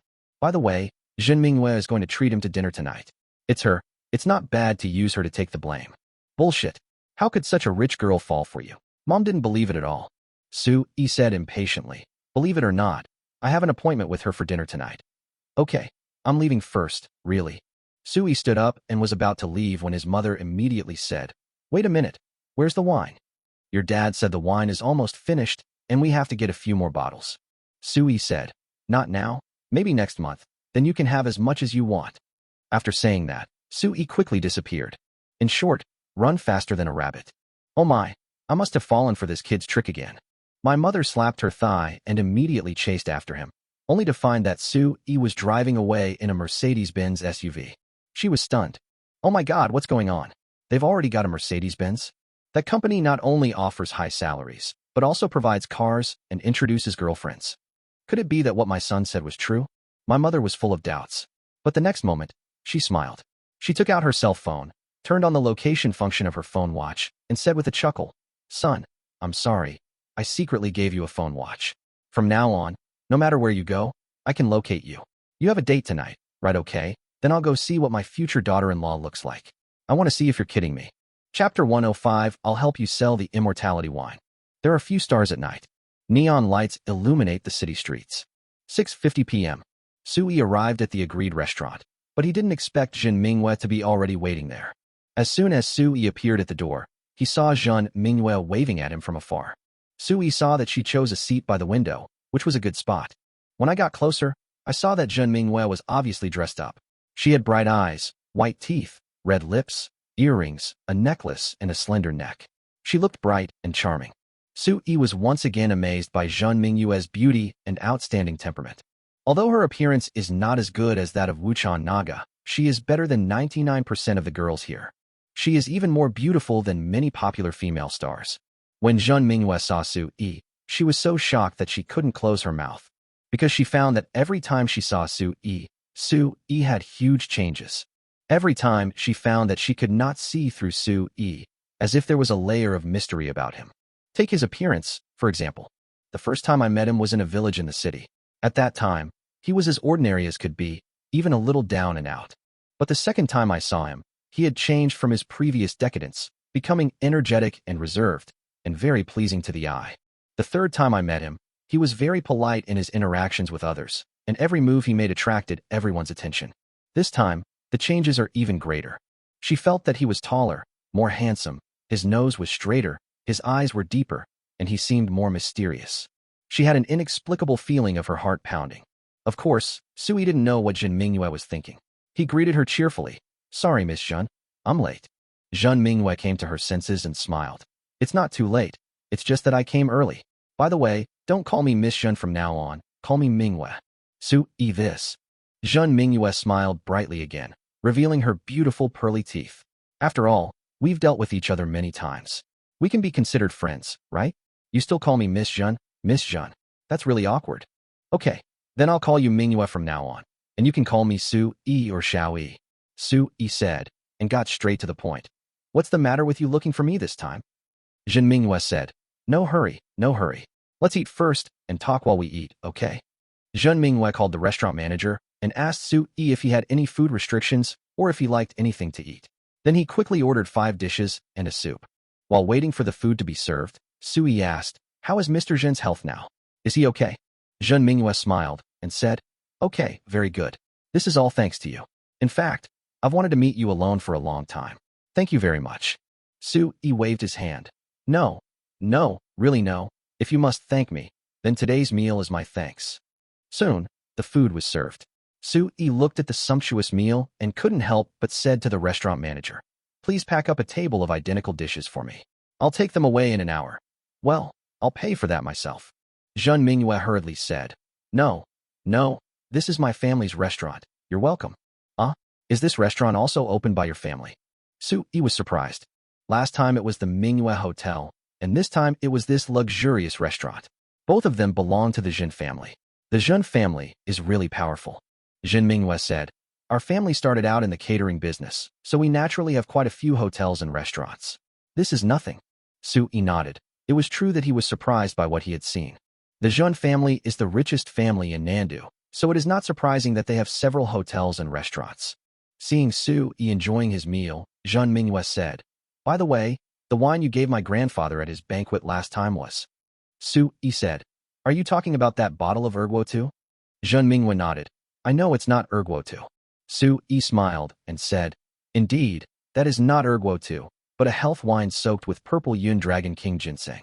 Su Yi didn't intend to hide it, because Zhen Minghua already knew about the existence of the purple Dragon King ginseng. Moreover, she should have asked Old Man D, and Old Man D should have told her. Now, she just wanted to get confirmation from him. Ah, it turns out there really is another purple Dragon King ginseng in this world. Zhen Minghua was surprised. Su Yi nodded. Although he admitted it, he couldn't tell the other party that he already had a sack. Did you make that wine yourself? Can you sell some to me? Zhen Minghua said. Sure. Su Yi nodded readily. To be honest, I opened a winery and plan to sell this kind of wine. Zhen Minghua was stunned when she heard this and said in astonishment, No. You want to sell health wine made with purple Yun Dragon King ginseng? Well, it will probably be on the market next month. Su Yi said truthfully. How much is it? How much is a bottle? Zhen Minghua asked. Soon, Su Yi explained the details of the elixir of life. Zhen Minghua immediately thought, Su Yi, my Zhen family has many hotels and restaurants. How about this? You supply our hotels and restaurants, and I will help you sell the immortality wine. Okay, this is a win-win situation. I'll give it to you at the wholesale price. Su Yi agreed readily. While Su Yi and Zhen Minghua were happily chatting, outside the restaurant, across the street, Zhang Yiji was staring at Su Yi and the beautiful girl leaning against the window. Not long after, Su Yi came out carrying several bags of food, and Zhen Minghua followed beside him. The two were about to separate when Zhang Yiji suddenly came over and said to Su Yi with a smile, Son, is she the girlfriend you mentioned? Oh my god, she is really beautiful. After that, she smiled at Zhen Minghua and said, Miss, I'm Su Yi's mother. Nice to meet you. Auntie, let me ask you, how long have you been dating our Su Yi? Are you satisfied with our Su Yi? By the way, what does your family do? Do your parents agree with you dating my son? Let me tell you, my son is really good. Seeing his mother suddenly appear and say such weird words, Su Yi slapped his forehead and felt extremely helpless. Zhen Minghua was completely stunned, and then her face immediately turned red. She was actually misunderstood by Su Yi's mother as dating Su Yi. Moreover, he misunderstood her as Su Yi's girlfriend. Chapter 106 My dear, you are so beautiful. Zhen Minghua felt her face getting hot. Su Yi's mother was so enthusiastic. She laughed and said, Auntie, I'm not Su Yi's girlfriend yet. Oh, don't be shy. You are so beautiful and my son is so handsome. It's really a good match. Zhang Yiji suddenly lifted Su Yi's t-shirt and said, Look, my son has 8-pack abs. Su Yi didn't dare to move at all. He is now carefully controlling all the strength in his body. If he doesn't control himself, with his current strength, one slap could break my mother's hand bones. He dare not be unfilial. Sure enough, when Zhen Minghua saw Su Yi's 8-pack abs, her face turned red and her heart beat fast. She lowered her head quickly, but her mind was full of Su Yi's perfect 8-pack abs. Mom, please stop lifting my clothes. How can you say that in public? Su Yi couldn't do anything, so he could only complain with his mouth. I'm sorry, son. Mom wanted to show you your advantages, but I was being nosy. Maybe you two have already been honest with each other, right? Zhang Yiji guessed with a smile. Su Yi was really shocked. What kind of lewd words were these? When did my mother become so open-minded and speak so freely? All right, just follow me. Seriously. Su Yi grabbed his mother's clothes and pulled her into the car. Before leaving, he smiled and waved goodbye to Zhen Minghua. Zhen Minghua couldn't help but smile as she watched the funny mother and son leave. This smile was a bit like a charming smile that could make a city full of charm. In a Mercedes-Benz. Zhang Yiji asked curiously, Son, what's her name? This girl has such a great look and temperament. Mom approves of you being with her. By the way, what's her zodiac sign? How old is she this year? I'll find a fortune teller to do it for you two later. Listening to his mother's chatter, Su Yi stepped on the brakes and stopped the car on the side of the road. Get out of the car. Su Yi stared at his mother with a serious face. His mother rolled her eyes at him and said, Why not? Su Yi said, Mom, do you know that you are more nagging than my aunt now? Then I won't say anything, okay? Said my mother. Su Yi suddenly asked again. Also, how did you know I was dating in that restaurant? Did you follow me? Hearing Su Yidan's question, Zhang Yiji felt a little guilty and looked evasive. Su Yi understood instantly that his mother was following him. He couldn't help but feel around in his pockets and actually took out a small phone watch. He shook it and threw it out of the car. Hey, son, what are you doing? Mom shouted. The watch cost her 99 yuan. How can you be like this? Is it fun to follow your son? No. Who made you disappear all the time? The phone can't be reached, and calling the police is useless. Don't you know that your dad and I will be worried? Mom said angrily. When Sui heard this, he suddenly stopped getting angry. He was in another world, not missing. Damn it. How can I explain this? Forget it. There's no way to explain this kind of thing. I already told you I'm on a business trip, and I can't bring my cell phone to the place where I'm on a business trip. Sui said, Okay, I'll take you back, really. Zhang's mother knew that Sui was angry and stopped talking immediately. After sending his mother to the door of her house, he was afraid of being caught by his father, so he stepped on the accelerator and drove away. Zhang Yiji watched her son run so fast that she couldn't help but mutter, This brat, he's running so fast. I even forgot to ask if you bought the car or if it was given by the company. Really? Sui quickly returned to the community and found a pile of his express deliveries in the security room at the entrance. He loaded all the express deliveries into the car and drove back home. All these express deliveries were ordered on the day he returned from the other world. When he returned to the villa, the first thing he did was to carry the packed food back to the other world. When he appeared at the temporary residence in Faisher village, Wuchan Naga, who was sitting cross-legged to practice, opened his eyes. She smelled the aroma of food. Sui smiled and said, My lady, come and see what delicious food I brought you. Wuchan Naga stood up and walked to the table. Sui opened all the dishes. Wuchan Naga swallowed her saliva when she saw them. She hadn't eaten for a day and was indeed a little hungry. The food Sui brought was just enough for her to have a big meal. Sui watched Wuchan Naga eat elegantly. Although she ate like a lady from a wealthy family, she ate quite fast. Sui kept watching her and found it very pleasing to the eye. A peerless beauty is a peerless beauty. She is beautiful no matter how you look at her, with no blind spots in any angle. Husband, why are you looking at me like that? I feel uncomfortable when you look at me, said Wuchan Naga. Sui chuckled and praised meaningfully. My lady, you are so beautiful. Just one sentence and Wuchan Naga's face turned red. In the Chongqing continent, no one says I love you all the time. The phrase, you are so beautiful, is an expression of love. So, when Wuchan Naga heard this, her face turned red all the way to her neck. Nonsense, I'm not that pretty. She couldn't help but stick out her sexy little mouth. At this moment, she fully demonstrated the insincerity of women. Sui said without blushing or beating his heart, It's true. You are the most beautiful woman I have ever seen. Wuchan Naga scolded him. That's because you haven't seen anything more beautiful. You, sometimes, are even more rustic than me. Sui laughed, stood up, and said, Okay, I'm a country bumpkin. By the way, you eat first. I'll go back and get you something. Oh, what is that? Wuchan Naga was curious. Sui chuckled and said, Guess. Wuchan Naga shook her head. I can't guess. Everything you have there is so strange and bizarre. Even the food is so delicious. I have never seen or eaten it before. I can't guess. Sui smiled and said, It's okay. Wait until I bring that thing over. If you like it, you have to marry me and truly become my wife, okay? Wuchan Naga blushed. Okay. No, I mean, you should bring it to me first. Sui laughed out loud, thinking that Wuchan Naga was too cute and easy to tease. Chapter 107, I want to take my husband back to Qingfeng Town. Back in the villa, Sui began to unpack a pile of his express deliveries. There were more than 10 or 20 express packages, large and small. These things also cost Sui a lot of money, especially a house anti-theft system and several reinforced locks. He picked up the phone and called the anti-theft system manufacturer, asking someone to come and install it immediately. He plans to focus on strengthening the installation of the basement door, which must be equipped with 3 layers of insurance and an anti-theft alarm. While waiting for the manufacturer to arrive, Sui continued to open other express deliveries. One of the big bags was full of bamboo slips. Those were handmade bamboo slips customized by a manufacturer that he bought from a certain website. They contained Tao Te Ching, Yin Fu Jing, Huang Di Nei Jing, Taishang Gaining Pian, and even Heart Sutra, I Ching, Analects of Confucius, The Art of War, etc.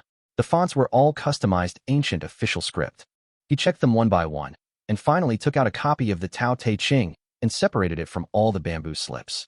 Not long after, the people who installed the anti-theft system and locks came to the door. 3 hours later, the big villa had an extra layer of security. After sending away the strangers, Sui repeatedly tried the anti-theft system and reinforced locks and felt very satisfied. Soon, he put on his equipment again, did everything, and then he disappeared from the spot in a flash. Faisher village. Sui appeared with a whoosh. When he walked out of the door of his temporary residence, he saw Wuchan Naga practicing sword. Every time Su-yi saw Wuchan Naga practicing sword, he felt it was pleasing to the eye. Of course, he was referring to the other person's posture, which was elegant and beautiful. But the sharp sword energy made Su-yi feel cruel, as bleak as the autumn wind sweeping away fallen leaves. It's like a sword flashing that chills the 19 continents. Of course, Su-yi didn't understand swordsmanship. He just felt that this swordsmanship had a sense of desolation. He is now like a person with powerful internal strength, who wants to learn boxing and swordsmanship. Otherwise, if you only have true energy but no martial arts skills to protect yourself, you will not be able to protect yourself when you encounter danger. He hoped that he could be as powerful as Wuchan Naga. With Wuchan Naga's swordsmanship, it should be easy for him to take the head of a general in the midst of thousands of troops. Soon, the sword in the hand of Wuchan Naga and the sword energy in the sky disappeared instantly. She turned around and said with a smile, "You're here?" Su-yi waved the bamboo slips in his hand towards her and handed them over. "What is this?" Wuchan Naga, who was walking over, was puzzled, but still took the bamboo slips. Wuchan Naga opened it and saw the first words on the first line, Tao Te Ching. She recognized the words on it, because these words were actually from the Chongqing continent. The Tao that can be told is not the eternal Tao. The name that can be named is not the eternal name. Nameless, the beginning of heaven and earth. Named, the mother of all things.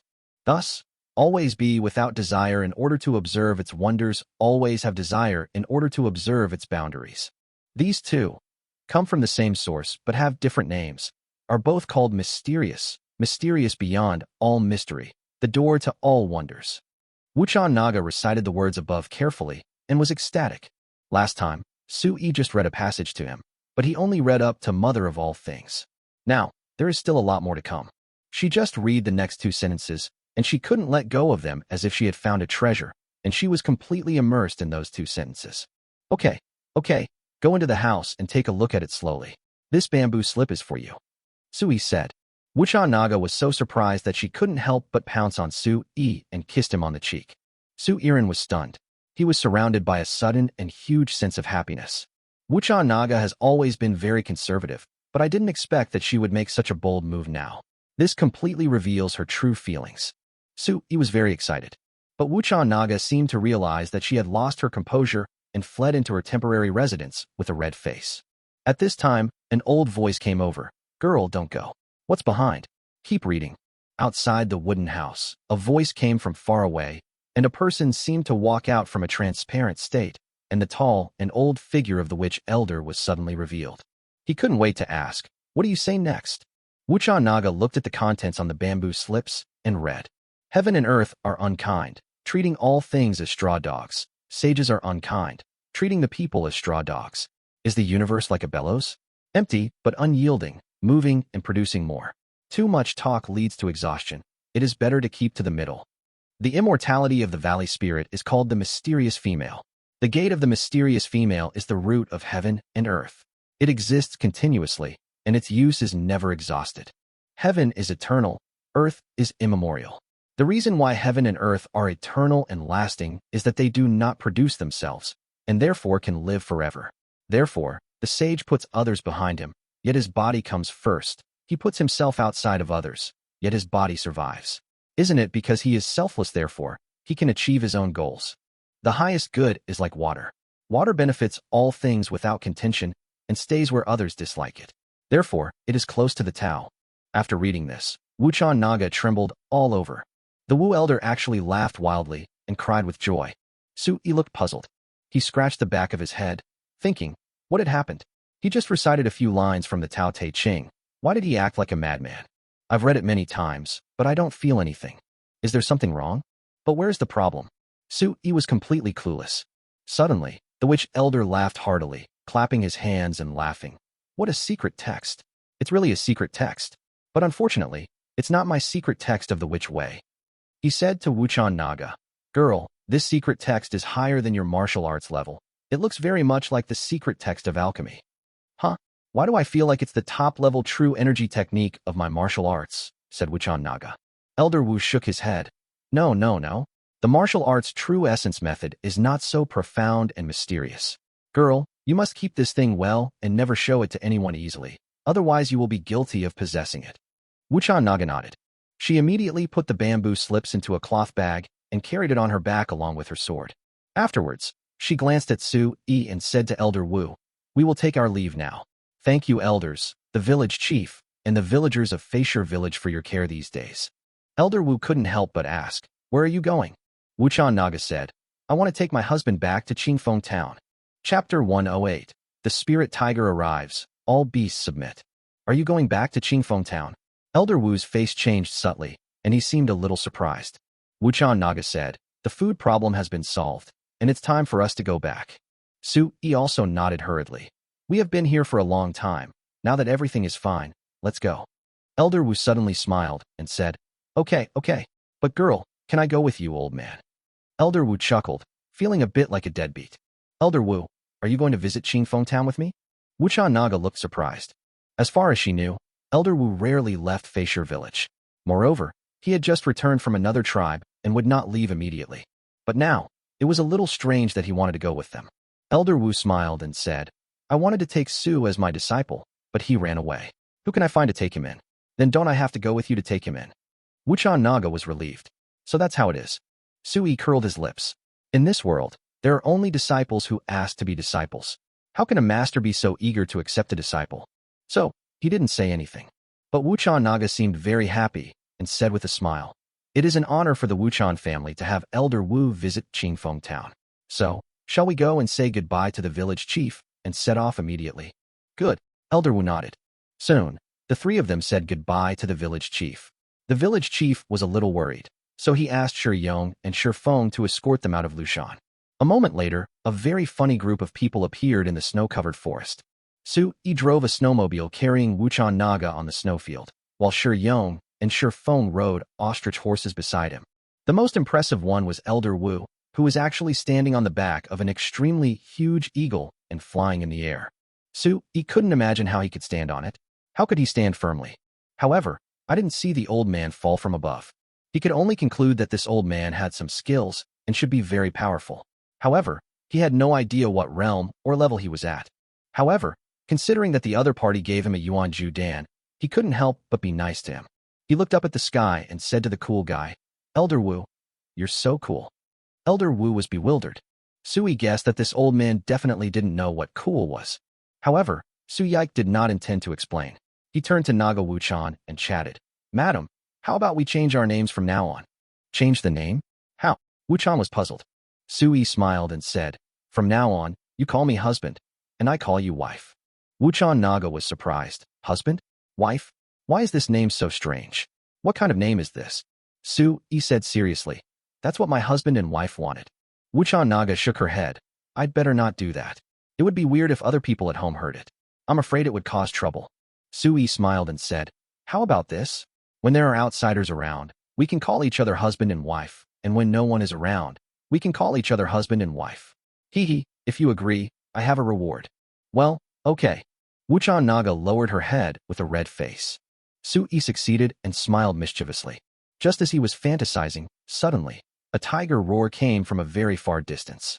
The face of the Wu elder standing on the eagle's back suddenly changed drastically. He lowered his head and shouted, "Oh no, it's a spirit tiger. It's coming towards us. Quick, everyone, lie on the ground and hold your breath. Don't make any noise." After Elder Wu finished speaking, he jumped off the eagle's back and squatted on the ground, not daring to move. The eagle let out a mournful cry and soared into the sky, probably trying to escape. Shi Yong and Shi Feng had already done as they were told and were lying on the ground trembling. Even the two ostriches squatted down and dared not make any sound. The Linghu can be said to be the king of Lushan. When the Linghu goes out, all the beasts submit to him. Wherever he goes, everyone has to retreat or crawl on the ground to show submission. In this way, they may be able to escape. Wuchan Naga felt the pressure coming from afar, which was getting stronger and stronger. She did not dare to confront it, so she could only pull Su-yi to lie on the ground. Su-yi was puzzled and whispered, "What's going on? How can we encounter a spirit tiger in this place?" Wuchan Naga shook her head. "I don't know either. Logically, it shouldn't appear outside Lushan." The Wu elder shouted in a low voice, "Don't say anything. Perhaps the spirit tiger is just passing by. We just hope it will treat us as invisible. Otherwise, we will die in an ugly way." Shi Yong and Shi Feng's faces turned pale. Wuchan Naga covered Su-yi's mouth with her hand and was also extremely nervous. Su-yi felt that Wuchan Naga's hand was warm and soft, and most importantly, it seemed to have a milky fragrance. He subconsciously touched it with his lips, and it felt so good. He touched it again and again, but Wuchan Naga didn't notice it. Su-yi became bolder and couldn't help but want to stick out his tongue. Chapter 109. Cultivating into a Spirit, the Beast's 3 Philosophical Questions. But at this moment, another tiger roar was heard. This time, the tiger roar was very close, estimated to be about 100 meters away, and a powerful pressure swept over like an overwhelming force. Su-yi was too familiar with this feeling. That was the first time he spied on the spirit tiger. The spirit tiger looked at him and roared at him, exuding pressure. This pressure includes both aura pressure and mental pressure. Su-yi felt a little dizzy and felt he couldn't bear it. Wuchan Naga suddenly pulled her hand away from Su-yi's mouth. She made a hand seal, and a layer of qi burst out from her body. The gang qi resists the pressure of the colorful spirit tiger. Only then did Su-yi feel his body and mind exhausted, but he felt much more relaxed. He once again witnessed the power of the colorful tiger. It was a feeling of being invincible, like a towering mountain to look up to.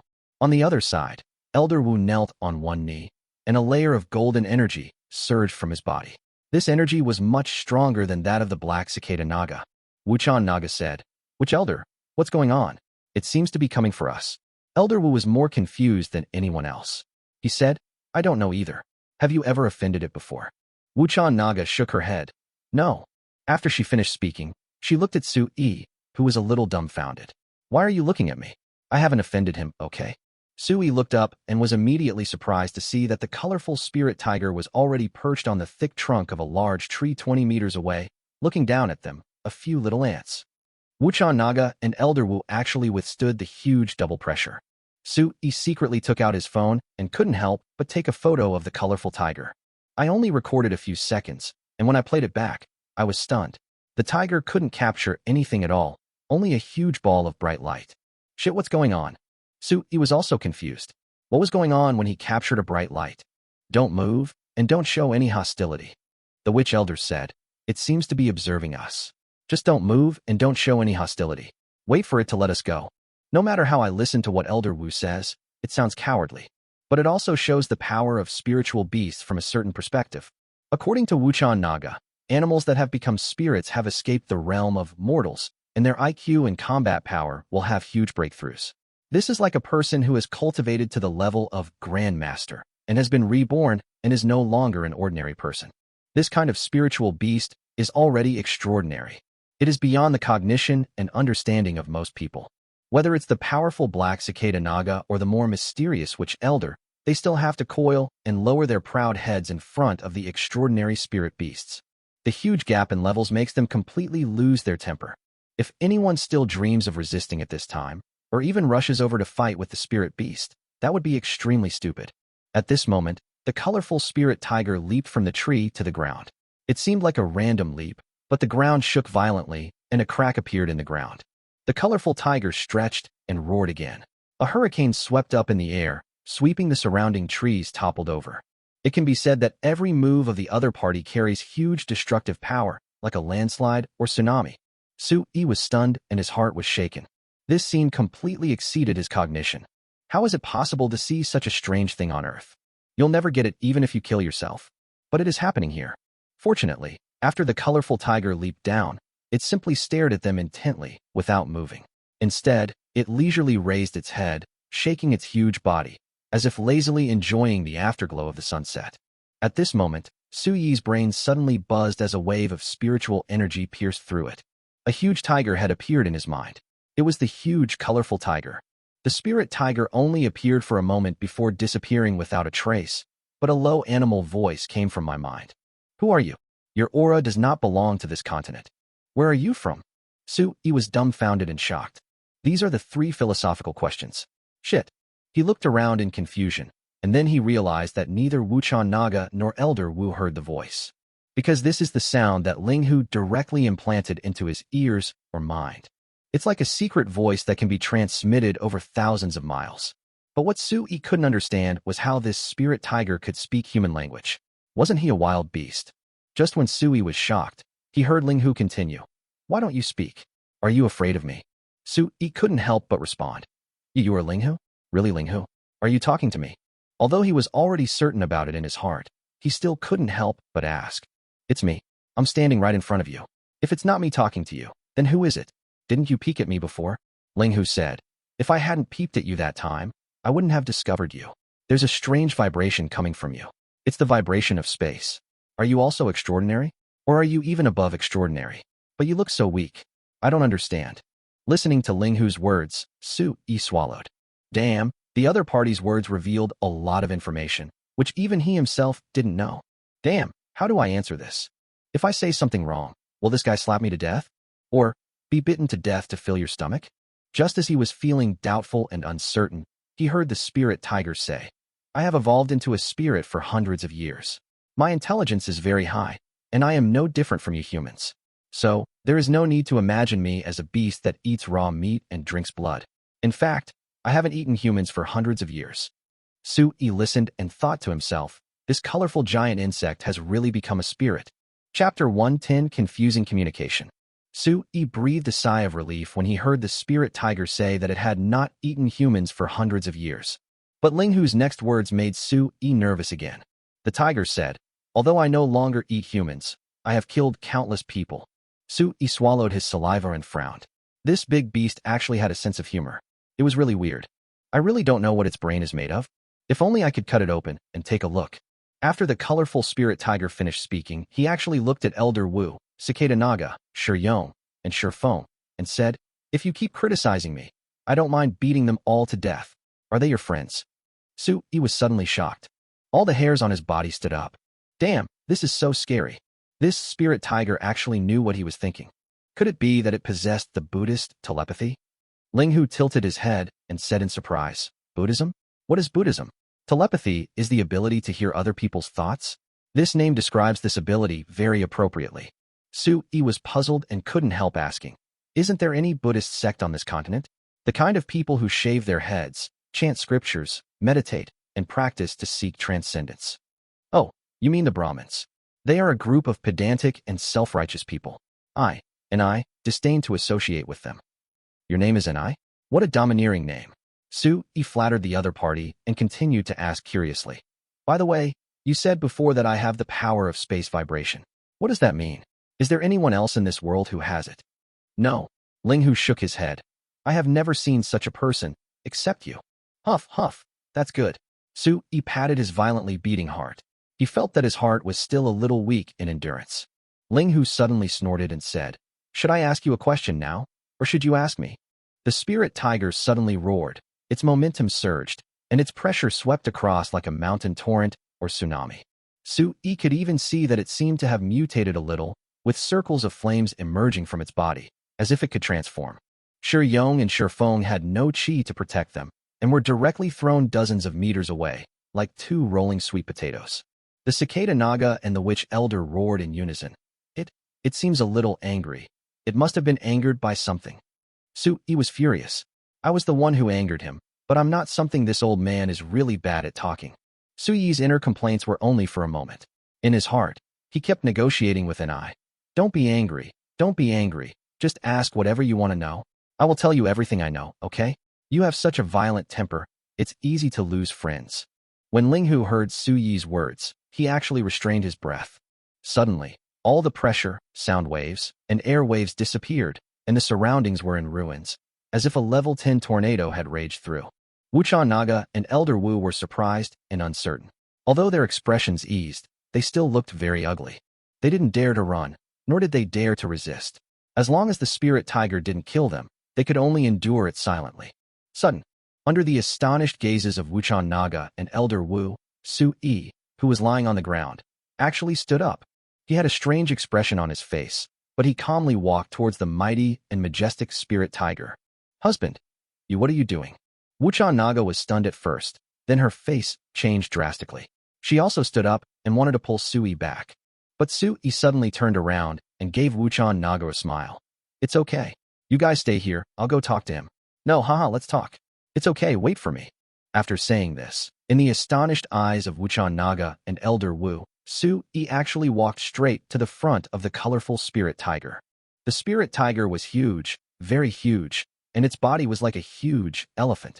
Su-yi looked so small standing in front of it.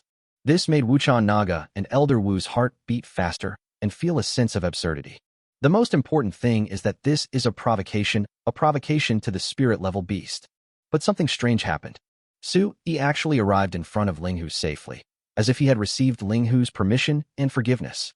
This is simply unbelievable. Wuchan Naga and Elder Wu couldn't help but look at each other, with inexplicable shock in their eyes. On Su-yi's side, he turned around to look at everyone and couldn't help but say to Linghu, can we talk somewhere else? I think we'll scare them. Okay, you can ride on my back. Linghu said. Su-yi nodded, and he turned back to Wuchan Naga and said, My lady, you and Elder Wu wait here for me for a moment. I'll be back soon.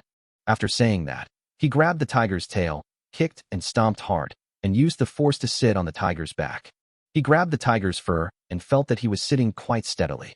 The tiger kicked its hind legs, and Su-yi immediately felt like he was flying in the clouds. He found that the scenery around him was rapidly receding, and the speed made him dizzy. He had to hold on to the tiger's fur to prevent himself from falling. When he came to his senses, he was already several kilometers away from where he was. At the spot, Wuchan Naga and Elder Wu were shocked and confused. Elder Wu said excitedly, Girl, what's going on? Not only can that boy communicate with the spirit tiger, but they are also friends? Have they met before? Wuchan Naga shook her head. This scene was beyond her comprehension.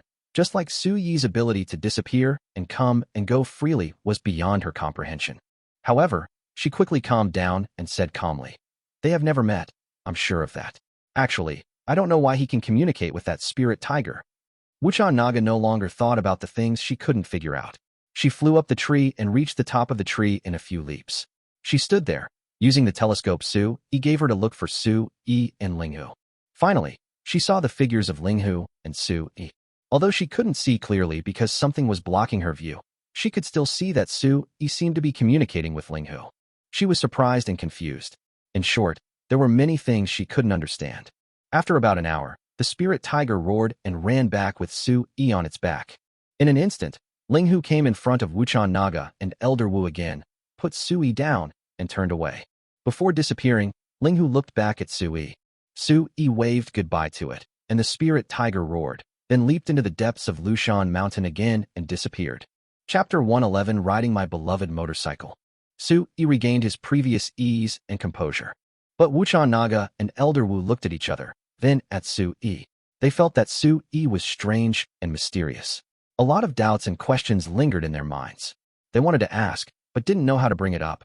After all, everyone has their own secrets and privacy, and it is taboo to explore them. In the Chongqing continent, many people don't like being explored by others. Wuchan Naga didn't have so many scruples. She couldn't help but come forward, worried and surprised, and said, Husband, are you okay? Did it hurt you? Su-yi shook his head. It's okay, don't worry, I'm fine. And I looks fierce, but he's actually very easy to talk to. And I? Its name is An. Wuchan Naga and the witch elder looked at each other with shock on their faces. Yeah, it said its name was An, but it's clearly a tiger. Why is it named after a lion? I really don't understand. Never mind, that's not important. What's important is that I know its origins. Also, it's actually quite lonely, I think. Oh, what a poor thing. Su-yi seemed to be responding to their questions, but also seemed to be talking to himself. He had just communicated with An for a long time and established a kind of friendship with it, which was not a bad thing. In short, when he came to Lushan in the future, he really had nothing to worry about and could walk sideways. The reason why everyone reveres Lushan is because of the existence of An. Lushan is Ni's territory. Is it pitiful? It's a spiritual beast, the most powerful existence in the Chongqing continent, feared by everyone, said Elder Wu in astonishment. Being pitiful has nothing to do with being a top-tier being. Besides, it gets lonely at the top, doesn't it? Su-yi waved his hand and said casually, Forget it, let's not discuss this. By the way, how far is it from here to Qingfeng town? Wuchan Naga said, If we hurry, it will probably take 2 days and 2 nights. We're not far away, but we'll soon reach my cabin halfway up the mountain. We'll rest there tonight and continue our journey tomorrow morning. Yeah, Su-yi nodded. In fact, 2 days and 2 nights was already a long time for him. Moreover, their speed was not slow, yet it took so long. How many kilometers did they have to cover? It must have been at least 2,000 or 3,000 kilometers. Damn, it's too far. I really should learn how to fly a helicopter when I go back someday. When the time comes, I will buy one and bring it here for transportation. It will be absolutely wonderful. The sky in the other world is so vast, There are no tall buildings and not too many obstacles. I can fly freely. From here to Qingfeng town, this distance seems to be very close in front of the helicopter. Unfortunately, his current experience is too short, and he can plan slowly in the future. At this time, Shi Yong and Shi Feng were covered in dust and dirt, and they looked at Su Yi with eyes full of disbelief and awe. The spirit tiger is the king of Lushan, a spiritual level being, and Su Yi can actually ride it. Who would believe this if I told anyone? Not only that, Su Yi seemed to have a good relationship with the spirit tiger. Otherwise, the spirit tiger would not have been able to carry him there and back. Let's go back to the big cabin on the mountainside first. Su Yi got on the snowmobile first, started the car, and started on the road again with Wuchan Naga. The witch elder whistled, and a big eagle flew over from a distance. The witch elder jumped onto the eagle's back and started moving. Shi Yong and Shi Feng rode on their horses and followed as fast as ostriches. Elder Wu and Wuchan Naga communicated in secret. Girl, your husband is amazing. He's definitely not an ordinary person. How did you get to know him? Wuchan Naga was embarrassed and avoided the question. I only met him after coming to Lushan. He is indeed very unusual and different from everyone else. More than just different, he's simply a freak, in my opinion. Sorry, I don't mean to slander him. What I mean is that he is a very powerful and eccentric guy. Black Cicada Naga. The witch elder said. By the way, girl, his origins are unknown. Wouldn't your parents be shocked if you brought him back to Qingfeng town? Etiquette and etiquette are very important on the Chongqing continent. Marriages are usually arranged by parents and matchmakers. Before Elder Wu could finish, Naga Wuchan said. Elder Wu, I've made up my mind. I'll say he's the grandson of village chief Shi. That way, his origins aren't unknown. Also, when I get back, I'll immediately find a matchmaker to take me home with me. That way, I'll have both his origins and the matchmaker's words. Elder Wu, what do you think of my arrangement? Asked Wuchan Naga. Elder Wu said awkwardly. Okay. But Master Su's clothes are strange, and his words and actions are different from those of ordinary people. Wuchan Naga continued. It's okay. When we get back to the inn in the town, I'll have him change into our clothes. I'll also tell him to watch more and talk less once he enters the city. I'm sure he'll adapt to the local customs quickly, don't you think? Elder Wu nodded and said, yes, this arrangement seems to be feasible. Wuchan Naga continued to transmit. Wu Elder, if my parents object to my husband and I dating, could you please put in a few good words for me and my husband? Elder Wu nodded. Of course. Wuchan Naga thanked him and breathed a sigh of relief again. Su Yi naturally didn't know that Wuchan Naga and Wu Elder were communicating in secret. He sang loudly while driving his snowmobile. Ride my beloved little motorcycle, it will never get stuck in traffic. Ride my beloved little motorcycle, I'll be home soon. It keeps me away from worries and sorrows, and takes me back to the paradise of freedom. Qingfeng town, my brother is here on his little motorcycle. Happiness is actually very simple, and Su Yi's joyful voice echoed throughout the foothills. Wuchan Naga and Wu Elder both had awkward and strange expressions on their faces. Chapter 112. Exchange for Witch Talisman. Su Yi was really happy. Through communicating with Ling Hu, he knew some secrets of this world. But he is no different from a weak chicken now. So before he has the strength, he will bury everything he discussed with Ling Hu today in his heart. As long as he doesn't become a grandmaster and becomes extraordinary, he will never mention today's adventure. Although Ling Hu is the overlord of a region, he is actually just a poor, trapped beast. I want to find a way to transcend, but I can't find it. Of course, someone like Wuchan Naga, whose strength is much lower than Ling Hu, didn't even realize that she was trapped. In other words, she didn't even have the qualifications to know. Sometimes people come and go in a daze. Birth, old age, sickness, and death, a cycle of reincarnation. He is a rookie now and has not reached that level. He actually doesn't know whether what Ling Hu said is true or false, and he is not qualified to break the shackles. So, live happily. Being happy every day is the right thing to do. Before we knew it, night fell. After traveling for more than 10 hours, they finally returned to the big wooden house halfway up the mountain. After returning here, Su Yi felt extremely cordial and relaxed. The first thing he did was to light a fire inside and outside the house, especially outside, where he built a huge bonfire. Tell them not to eat dry food. I'll get some delicious food. Su Yi gave some instructions, turned around, and went into the big wooden house, then disappeared from the spot with a whoosh. Outside the campfire, the witch elder said, looked at the big wooden house in confusion, and then looked at the black cicada Naga. But Wuchan Naga pretended not to see it. She took out the bamboo scroll that Su-yi gave her, opened it carefully, and sat in front of the campfire to read it carefully. Su-yi suddenly appeared in the villa, and before the alarm sounded 15 seconds later, he turned off the alarm. Then he turned on his phone and ignored the series of message prompts. Instead, he immediately called the big restaurant and ordered several takeout dishes. Braised prawns, taro braised pork, guangdong roast goose, soy sauce roast chicken, a roast suckling pig. Because the prices increased by 10%, all we ask is that the food be delivered quickly. Just after he took a hot bath and answered several phone calls, the takeaway arrived. Su-yi looked at the time and found that only an hour had passed. He took the takeaway, put on his clothes again, and whooshed back into the other world with the takeaway in his hand.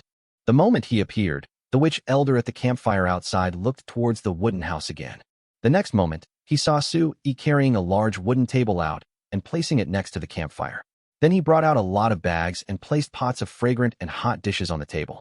Elder Wu was stunned. Only Wuchan Naga and Shiyong Shifeng were not surprised. Su-yi said to Shifeng, "Xiaofeng, there's a big pot of rice in the room. Hurry up and bring it out. We'll eat soon." "Okay, sir." Shifeng smiled and immediately went to carry a large pot of white rice. She was extremely excited to be able to eat delicious food. This was not the first time she had eaten the delicious food created by Su-yi, so she worked very hard and cooperated with him. "Shiyong, move a few more chairs out from inside, and let's have dinner right away," Su-yi ordered. Soon, several people sat around the big wooden table and feasted. Because of their spiritual practice, everyone has a huge appetite. Especially Elder Wu. He is simply a big eater. I saw him tear off a leg of the roast suckling pig and start chewing it. In no time, only bones were left of the pig's leg. He ate a large piece of braised pork belly, praising it as he ate. "Delicious. So delicious. This is the most delicious food I have ever eaten." Su-yi was no longer surprised by the admiration people in this world showed for delicious food.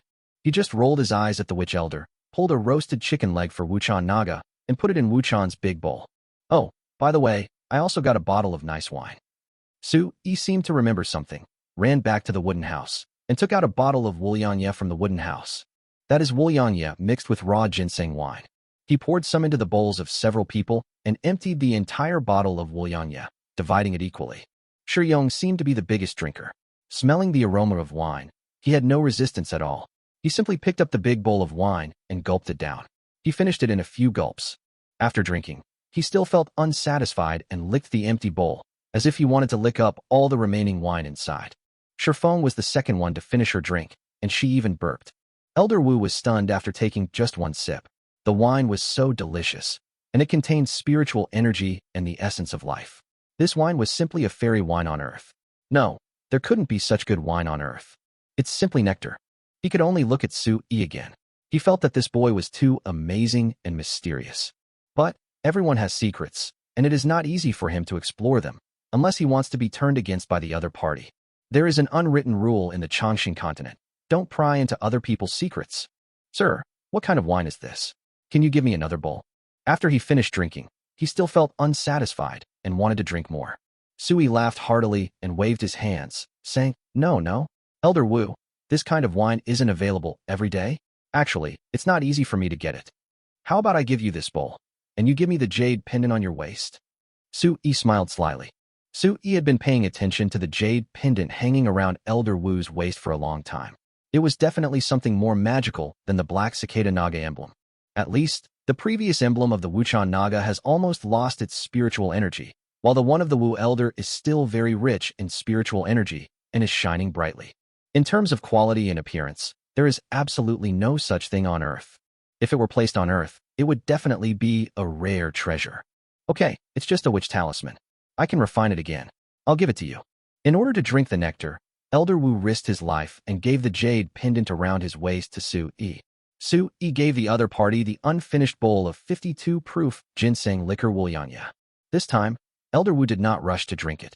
Instead, he took a kiss, a sip, and savored it slowly. His look made Su-yi want to laugh. He put the jade pendant, which was full of spiritual energy and shimmering with color, into his pocket and said to everyone with a smile, come on, finish your food, wash up and go to bed. We have to travel tomorrow morning." Chapter 113 Human Society, Qingyan Pass. Su-yi slipped back into the big wooden house, lay on the bed, and took out the ancient jade to look at it carefully. Elder Wu actually said that this thing is called witch talisman. I don't even know what it's used for. I'll have to ask when I have time. Outside the house, beside the campfire, Wuchan Naga bowed to the witch Elder Ying and turned back to the big wooden house. Elder Wu sat cross-legged beside the campfire and began to practice. Shi Yong and Shi Feng looked at each other, and each of them hugged the ostrich and horse and sat around the campfire and fell asleep. Inside the large wooden house, Wuchan Naga sat on a chair, continuing to read the Tao Te Ching. Su Yi wanted to talk to her and tease her, but seeing how engrossed she was in reading the Tao Te Ching, he couldn't bear to disturb her. He stroked the witch talisman that looked very valuable and felt secretly delighted.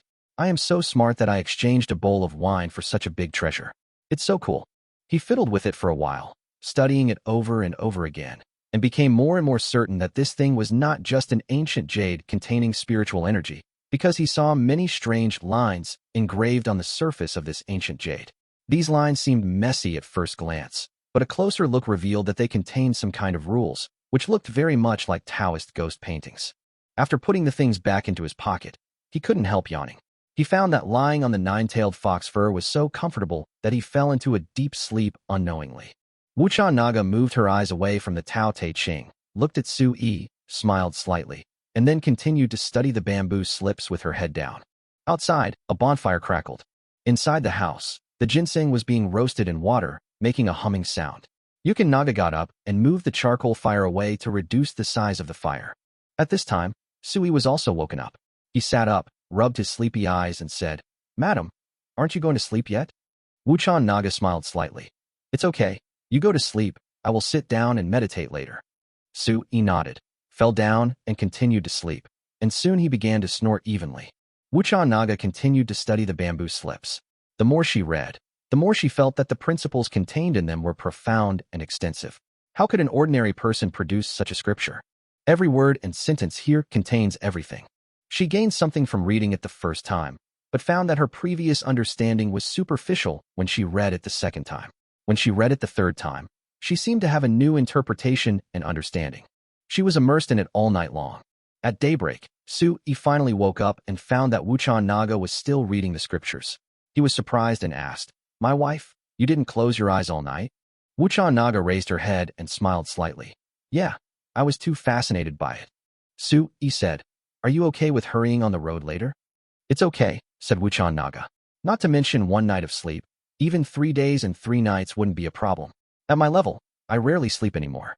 Even a casual meditation session is much better than pure sleep." "Okay, I'm narrow-minded," Sui said, stretching, and his muscles and bones crackled again. He stood up and walked to a pot of ginseng water, scooped a bowl, and drank it all in one gulp. Then he pushed the door open and walked out of the cabin. At this time, the bonfire outside the house was still burning, and the sky was already turning pale. It's already dawn. Elder Wu and Shi Yong and Shi Feng had already woken up. In a distant valley, Elder Wu was supervising the 2 siblings practicing fighting.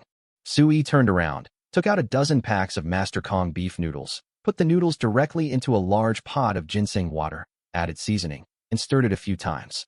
Then he walked out again and called out to the 3 people in the distance. "Elder Wu, Shi Yong, and Shi Feng, come back for breakfast. There are instant noodles." "Okay, sir, we'll be there right away," Shi Yong said, waving from a distance. Su-Yi turned around and went back into the house. Wuchan Naga began to pack her things. She rolled up the 2 large 9-tailed fox skins on the big wooden bed, then packed up the perfume, a makeup box, and the things Su-Yi had given her before. "I packed up a whole bag of things. It seems that she has no plans to come back in the short term." I thought that was all, but unexpectedly, Wuchan Naga opened another cellar and took out 2 large sacks from the cellar. When the other party put the 2 large sacks on the ground, Su-Yi leaned over to take a look and was surprised. One of the sacks contained the alloy weapons, swords, etc. that he had brought with him before. There is also a bag full of mallets. At a glance, there are probably more than 50 or 60 of them. He is simply rich and powerful. "That's all we have. We can't leave these things here. We must take them away," said Wuchan Naga. Sui nodded. At this time, Elder Wu and Shi Yong and Shi Feng returned. Sui, Wuchan Naga, and them shared a large pot of instant noodles. After eating, the group began to head south. After walking for a whole day, when night fell, we finally walked out of Lushan and arrived at an inn on the edge of Lushan. Several people rested at the post station. At this time, Sui had changed into the hunter's clothes of Feisher village which made him look a little rustic and silly. The next morning, Su Yi and others started on their journey again. Shi Yong and Shi Feng's escort mission has ended, and they returned to the post station along the same route. Let's go. We'll reach Qingfeng town in another day, Wuchan Naga said. The three of them set out again. After walking for half a day, Su Yi finally saw a caravan. This was the first time he saw outsiders, after traveling for such a long time. Su Yi stared at the people in the caravan, marveling at them. Because this team includes not only ordinary people, but also warriors, women and children. He found that even ordinary people were much taller than people on Earth. Even though he had just grown 10 centimeters taller, he was still a head shorter than these people. Even a 15 or 16-year-old martial arts boy is 1.7 meters tall. In a few years, they can easily grow to 2.2 meters. Soon, the three of them arrived in front of a city. It was also the first time that Su Yi saw a city in the Changshan continent. The entire city is like a fortress. The city walls are made of cloud stone, unique to the Changshan continent, which looks very thick and ancient. The city walls are very tall, at least 30 meters high, and there are mighty soldiers guarding the city gates. When you pass through the city gate, you can see people coming and going, and it looks like a small town inside. This city is called Qingyun Pass, which is the outpost pass of Qingfeng town. Entering the pass, Su Yi found that the streets were neat and tidy, and the population was large. There were dentists, wine shops, cloth shops, rouge and powder shops, rice markets, etc. everywhere. Su Yi was somewhat excited. This was the human society of the Changshan continent. It was indeed similar to the towns of ancient Chinese feudal dynasties. Chapter 114, Return to Qingfeng town. The three of them passed through the pass and entered a wide official road. At this time, there were more and more caravans coming and going. In this way, after passing through two similar passes in one afternoon, Su Yi finally saw a huge and majestic city. There are three big characters carved in stone on the top of the majestic city, Qingfeng town. This city wall is much taller than the previous passes. Looking around, there are villages of all sizes scattered around. The roads are connected and the sounds of chickens and dogs can be heard. At the city gate, two huge red-painted gates stood tall and majestic, and a team of armored soldiers guarded the gates. There was a constant stream of caravans and civilians coming in and out. When Su Yi got closer, he actually saw a wide moat. Qingfeng town is much bigger than I imagined. Su Yi muttered. He felt that this was not a town at all. On Earth, this was basically a city. When Wuchan Naga saw Qingfeng town, a gleam of light flashed in her eyes. Let's go into the city. Wuchan Naga did not hesitate and quickly led the way into the city. Su Yi thought she might be missing home and her parents. When a guard at the city gate saw Wuchan Naga, he came up to pay his respects, knelt on one knee, and called her miss. Finally, he kindly brought 3 horses for them to ride. Su Yi had never ridden a horse before. He swallowed his saliva and said awkwardly, "My wife, forget it. I don't know how to ride." The guard was surprised to hear Su Yi call Wuchan Naga wife. He then drew his sword from his waist and scolded. "Who are you? How dare you call our eldest lady casually? You are looking for death dash." After saying that, he raised his sword and stabbed. Suddenly, the sword roared through the air. Su Yi was a little dumbfounded. This man was tall and mighty, with a hot temper. If he couldn't dodge the sword, he would probably be in trouble. At this moment, Wuchan Naga appeared in front of Su Yi. She stretched out 2 fingers and accurately clamped the opponent's sword. Bang! With a sound, the iron sword was cut off by Wuchan Naga's 2 fingers. The goalkeeper was so shocked that he immediately knelt on one knee and apologized repeatedly. Wuchan Naga glared at him and all the soldiers and said calmly, "Whatever he says is what it is. No one should act rashly." All the soldiers knelt down and said yes. Wuchan Naga said to the guard, "Go get a carriage." The guard went to lead the carriage obediently. Wuchan Naga let Su Yi and Wu Elder get on the car first. She said to the guard, "Find someone to drive for me back to the city lord's mansion." The guard hurriedly offered his courtesy. "No need to find anyone. I'll drive. It's an honor to drive for the young lady." The commander smiled attentively, as if he had got a great job, and immediately got on the carriage and became the coachman. Wuchan Naga entered the carriage with an expressionless face, and the carriage slowly moved towards the city lord's mansion. At this time, a fast horse had already returned along the main road to report the news. Soon, the city lord's mansion received the news that the eldest lady had returned, and the entire city lord's mansion suddenly became lively. Everyone had a happy look on their face, and the housekeeper and grandmother arranged this and that for them in preparation for welcoming the eldest lady's return. On Linghu Street, Su Yi looked at the bustling streets through the carriage window and was very excited. There are restaurants, dental shops, cloth shops, rouge and powder shops, guild halls, tea houses, and iron shops everywhere. Su even saw many beautiful girls in a rather magnificent building, posing and attracting customers. He took a look at the name of the building and saw 5 words written on the sign: Shirley Chun Fenjuan. Su Yi's eyes flashed with excitement. What is Shirley Chunfeng Garden? It is clearly the legendary brothel. That's great. This is simply the most man-friendly existence in the feudal dynasty. When he was studying history, he had always longed for the singing and dancing houses in ancient times, where talented and romantic men of letters became famous. Back then, being a prostitute wasn't a stain. It could actually leave a good reputation. How wonderful. It's not like the modern world, where you have to pay a dowry to get a wife. Without tens of thousands of dollars, you'll be single. Even if you want to experience love for more than 10 minutes, you have to take the risk of being caught and ruined. Alas, it is so hard to be single. In a sense, this is the paradise that men dream of. Elder Wu had been resting with his eyes closed. Suddenly, without even opening them, he said, "Don't look at it. That's a brothel. If you want to go, I'll take you there some other day." "Oh, there are many brothels better than this one." Sui blushed and said awkwardly, "Brothel? Who said I want to go?" He glanced secretly at Wuchan Naga, only to see that Wuchan Naga was also looking at him, with a blush on her face. Sui immediately said, "My lady, don't listen to what Elder Wu says. I am a gentleman, and I will never go to that kind of place. If Elder Wu wants to go, then he can go by himself. I won't go. With such a perfect beauty, he still goes to a brothel to be a prostitute. Is that right? Is it possible?" The old witch's face twitched, and he said awkwardly, "Boy, do you really not understand, or are you pretending not to understand? Any grown man has been to a brothel, and going to a brothel has nothing to do with being a gentleman. If you consider yourself a gentleman, then just listen to the music to relax and watch the graceful dance. If you feel lonely, you can find a girl to spend the night with, but you have to pay her the full amount. Afterwards, you owe her nothing, and no one will accuse you of being a dishonest person." Elder Wu told the story slowly and leisurely. Su Yi was surprised. Is that so? Can I go even if I have a family and a wife?" Elder Wu immediately said, "Of course you can go, but you must bring enough silver.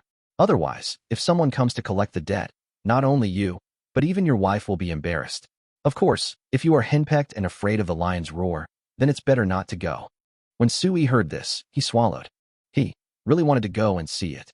At this time, Wuchan Naga rolled her eyes at Elder Wu and said, "Elder Wu, my husband is new here and doesn't understand the ways of the world. Please don't lead him astray."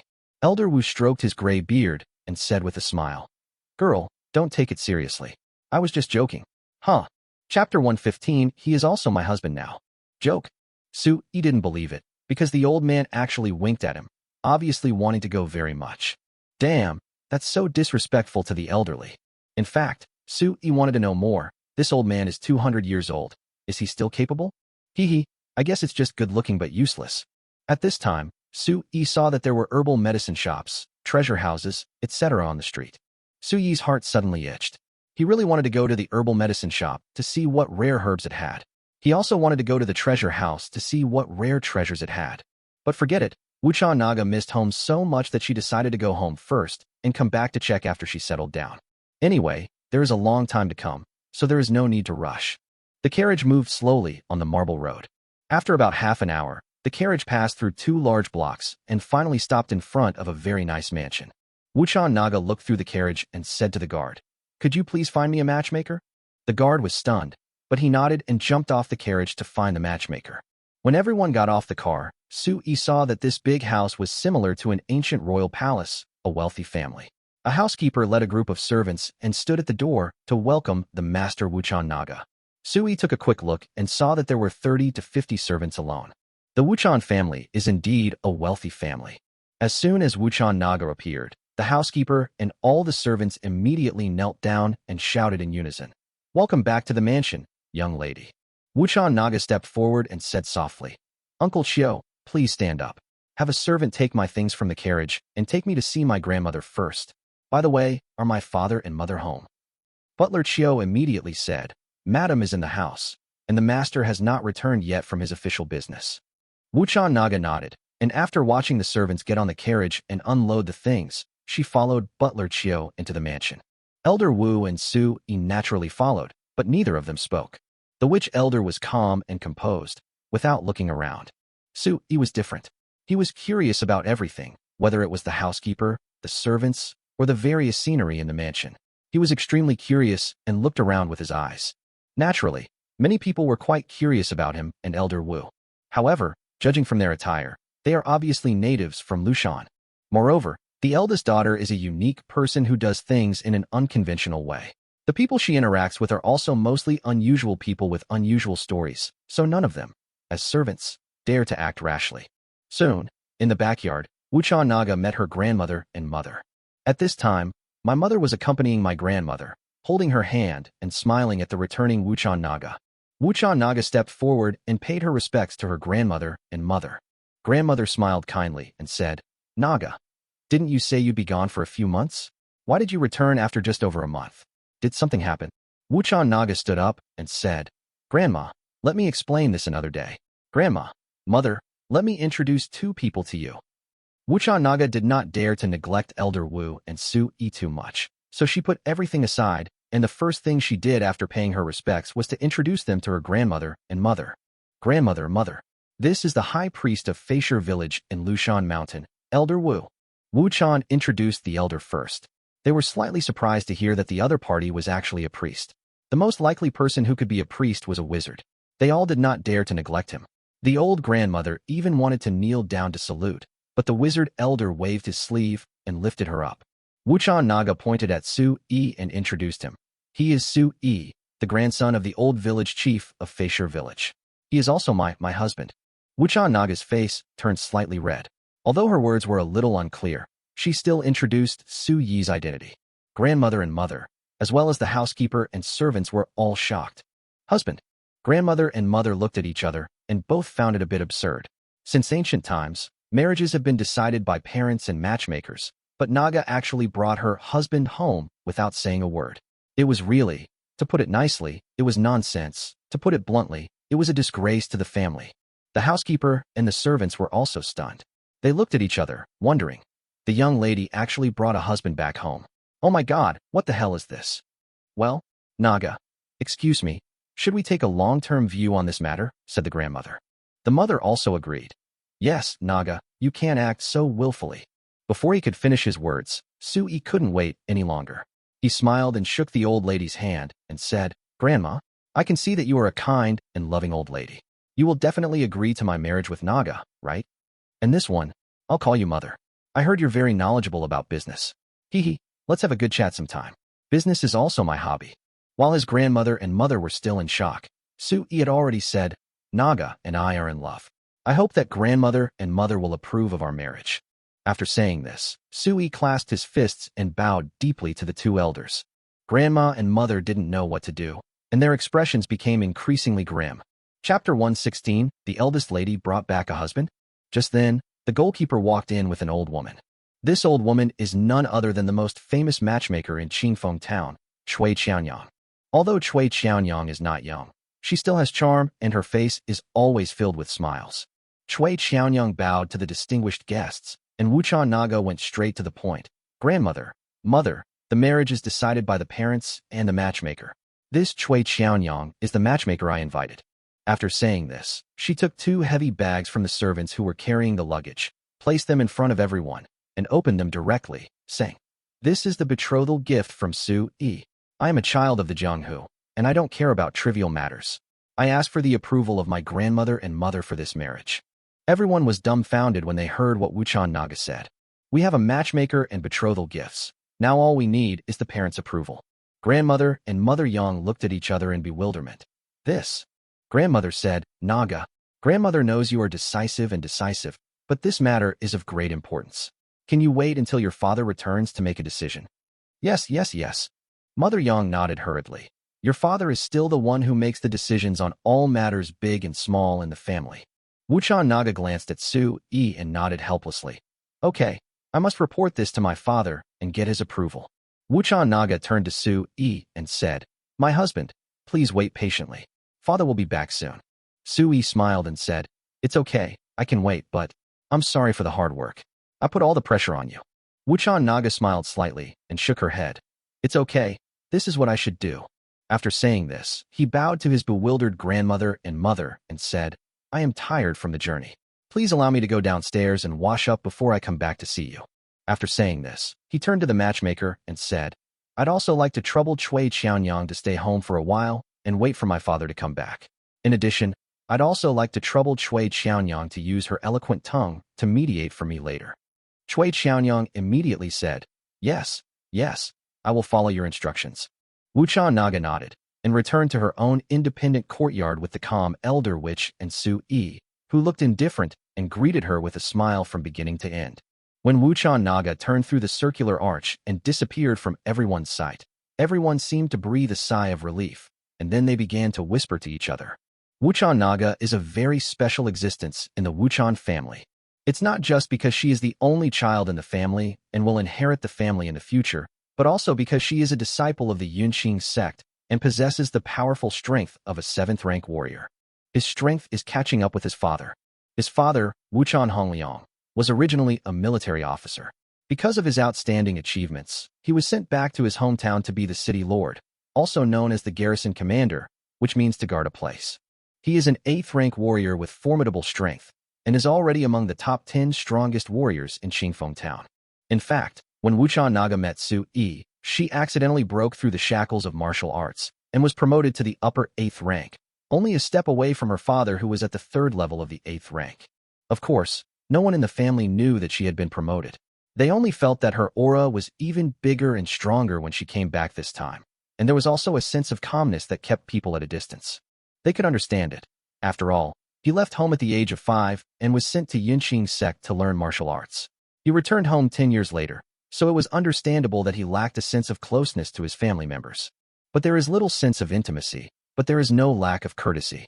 The only difference is that this time she came back with a husband, which is a bit unethical. Mother, what should we do? Naga actually brought a husband back with her, and she seems determined to get married. Yang looked anxious. If this kind of thing gets out, it will bring bad reputation to the family. Grandmother frowned and said, Pass the order down. No one in the mansion is allowed to discuss this matter. Anyone who discusses it will be expelled from the mansion. Also, you are not allowed to spread this information outside. Anyone who dares to spread this information will be beaten to death. Yang nodded. Okay, I'll tell the butler right away. Have him give the order. After Yang finished speaking, she went to find the housekeeper with an anxious look on her face. Grandmother looked at the 2 bags of so-called bride price piled on the ground and said to the maid beside her, Xiao Chui, open the bags for me. I want to see what the betrothal price is. Xiao Chui said, yes, and immediately untied the rope that tied the big sack. She looked inside and couldn't help but screamed, ah, because she saw a sack of goblins. The ancestors are goblins. There are a lot of goblins, at least 50 or 60 of them. Xiao Chui said. My grandmother was stunned and looked down herself. After seeing it clearly, a strange expression appeared on her face. Open the other one too, said Grandma. Xiao Chui opened it immediately. This time, she just exclaimed, as she had been in the general's mansion for many years and was accustomed to seeing weapons. So, when she saw so many swords and weapons, she was not surprised or afraid, but just became more curious. Ancestor, there are more than 20 swords. Judging from the shape and scabbard, they are different from ordinary swords. Some of them are weird. Xiao Chui said. Bring one here for me to see, said the old lady. Xiao Chui nodded and took out a long knife from the big bag as she was told. The knife was 3 feet long and came with a hide scabbard. Moreover, when I weighed it, it was quite heavy, at least 5 kilograms. The old lady took it and pulled the knife out of the scabbard. Suddenly, a cold light flashed and cloud patterns appeared on the blade. She couldn't help but look stunned.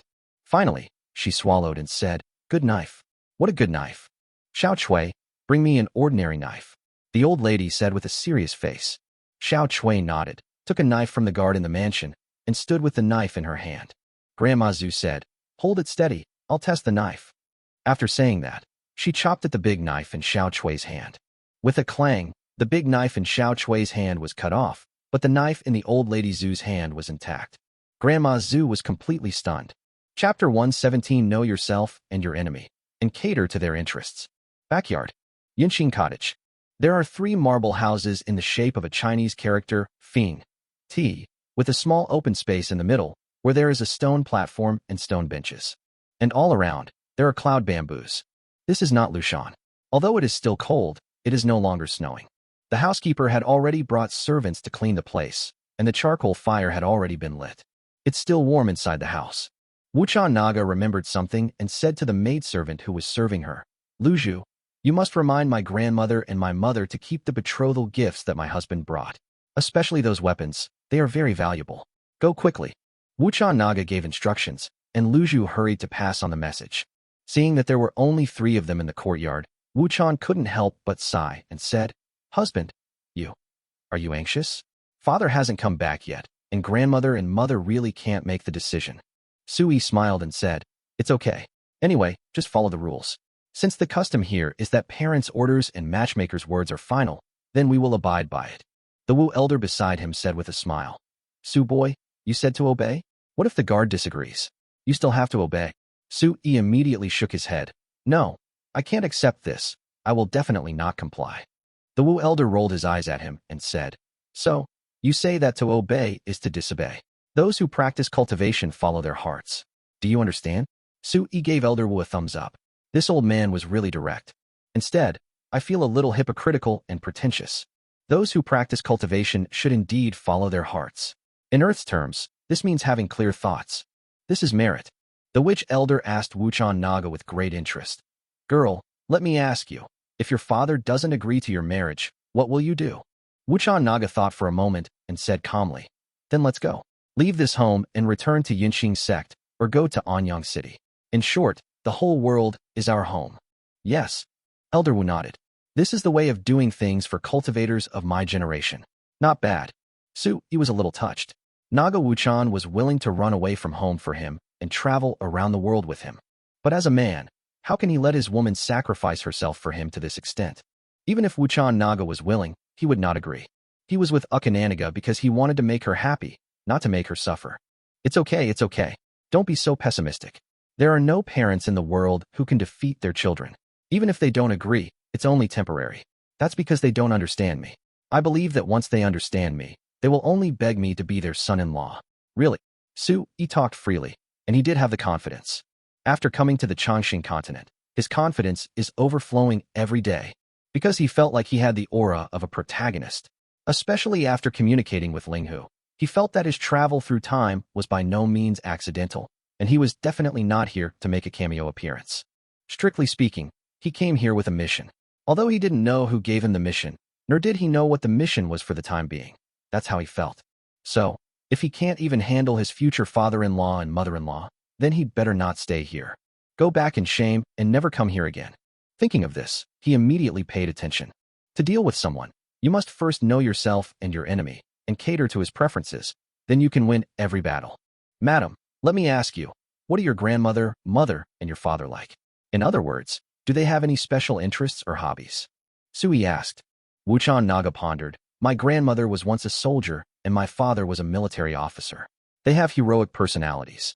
First, they love weapons. Second, they are good at martial arts. And third, they love drinking. My mother was a lady from a prominent family, and my grandfather was a civil servant. Therefore, my mother has loved poetry, prose, and classics since she was a child. When Sui heard this, he was like, damn, weapons, wine, poetry, and essays. He has all these. The weapons are those swords that the Wuchan Naga said were magical weapons. Wine, he has a strong ginseng wine. As for poetry and prose, he has the 5,000 years of Chinese cultural heritage behind him. Does he lack anything? At this moment, the Wu elder's stomach growled. He touched his stomach and said with a smile, Su kid, I've been traveling all day and I'm hungry. Go get some food.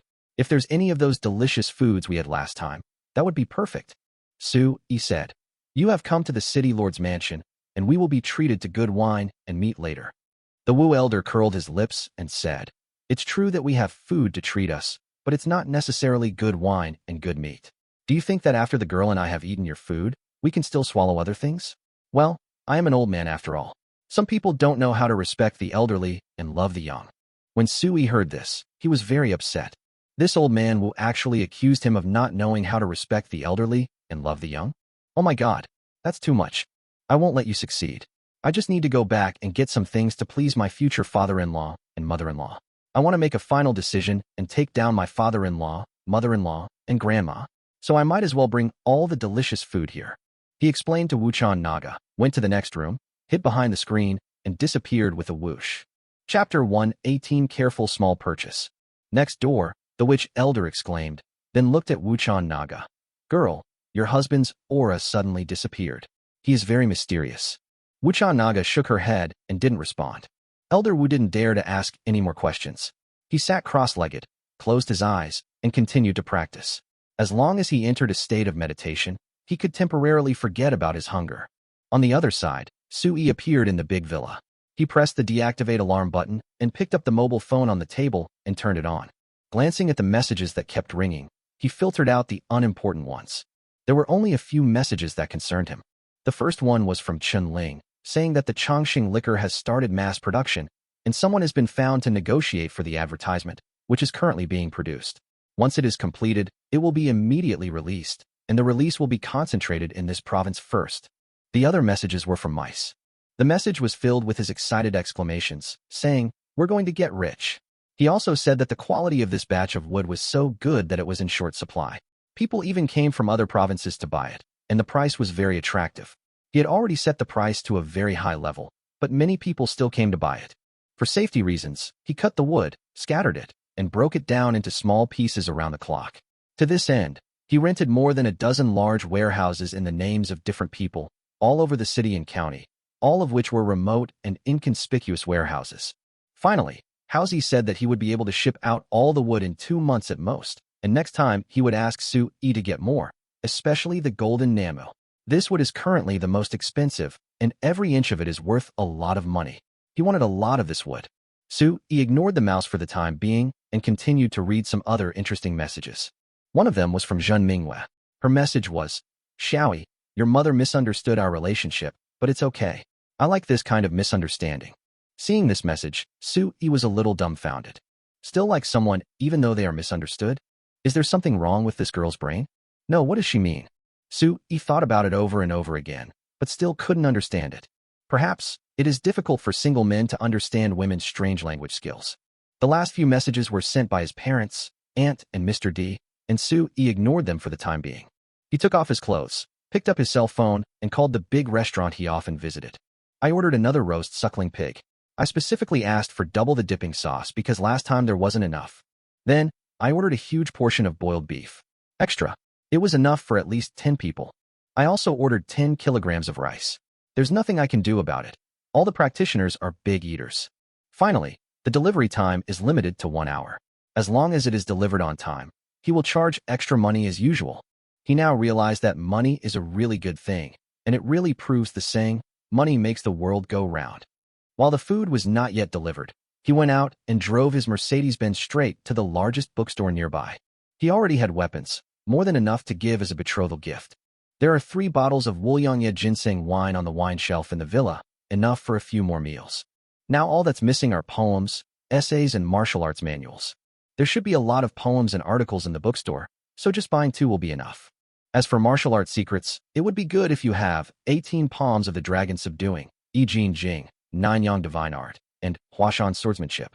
Of course, having the sunflower manual is also fine. When he arrived at the bookstore, he logged into the bookstore's e-book system under the guidance of the clerk. He randomly picked up a few Tang and Song poems, and also found a copy of Dream of the Red Chamber. Using the computer's text translation software, he converted all the text into official script, and then asked the clerk to print it out for him. Of course, Dream of the Red Chamber was too long, so he only asked the clerk to play 10 chapters at random. As for martial arts secrets, damn, I didn't find any. Damn, next time I have to go to the street stalls to buy a few books. This kind of regular big bookstore doesn't sell pirated goods. Damn, it feels like I made a wasted trip. There was no other way. He could only drive back to the villa with the printed documents. At this time, it was already dark. He looked at the time. It was 7:30 in the evening, and his stomach was already rumbling. The other side. Grandmother and mother called Wuchan Naga over again, this time not in the backyard, but in the main hall. Obviously, this was a formal interrogation. The old lady stared at Wuchan Naga and said seriously, "Naga, tell me the truth. Where did you get those weapons? They have unique shapes and are made of different materials, but they are all divine weapons. Also, who made them?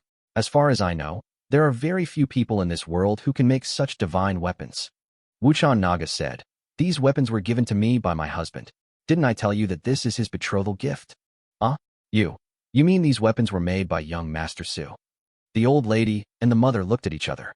Wuchan Naga said, Yes, he is very talented, and forging a few weapons is nothing.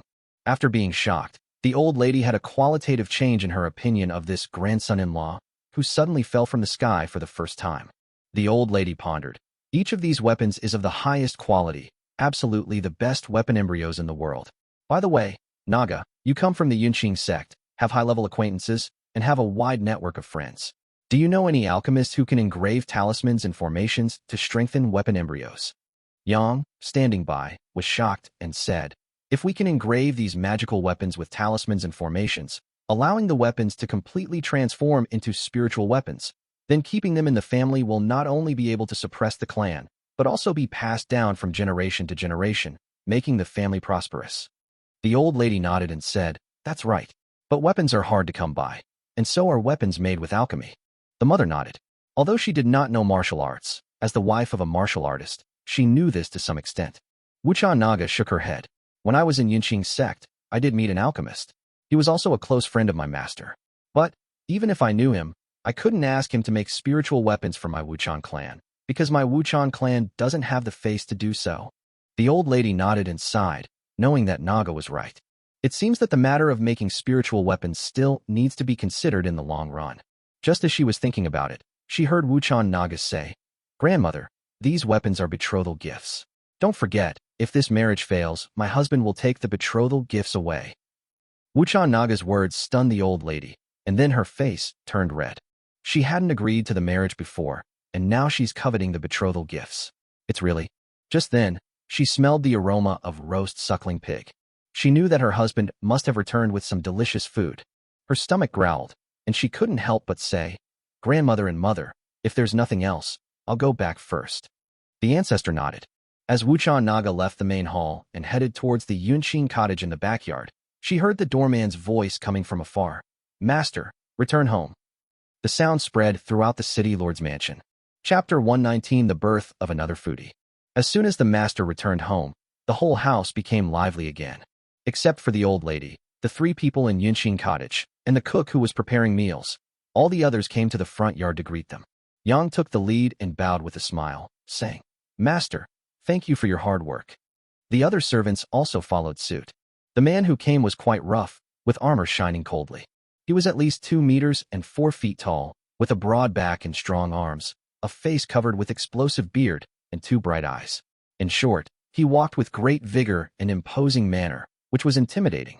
If Sui were here, he would definitely think he was like Cheng Yaojin in the door god painting. He took off his armor and said, Madam, I told you there's no need to always greet you with such ceremony. It's such a fuss. Yang rolled her eyes at him and said, This is the rule set by Mother. It's said that all wealthy families have followed this rule throughout history. I dare not break it. Wu Chan said loudly, Oh, what a rotten rule. Aren't you tired? It makes all the servants uncomfortable, and it makes me uncomfortable too. Why bother? Master, don't worry about whether the servants are uncomfortable or not. This is the rule. Just follow your mother's instructions. Yang said, Oh, okay. Wuchan Hongliang was completely helpless. Outside, in the entire Qingfeng town, his words were law and he was the boss.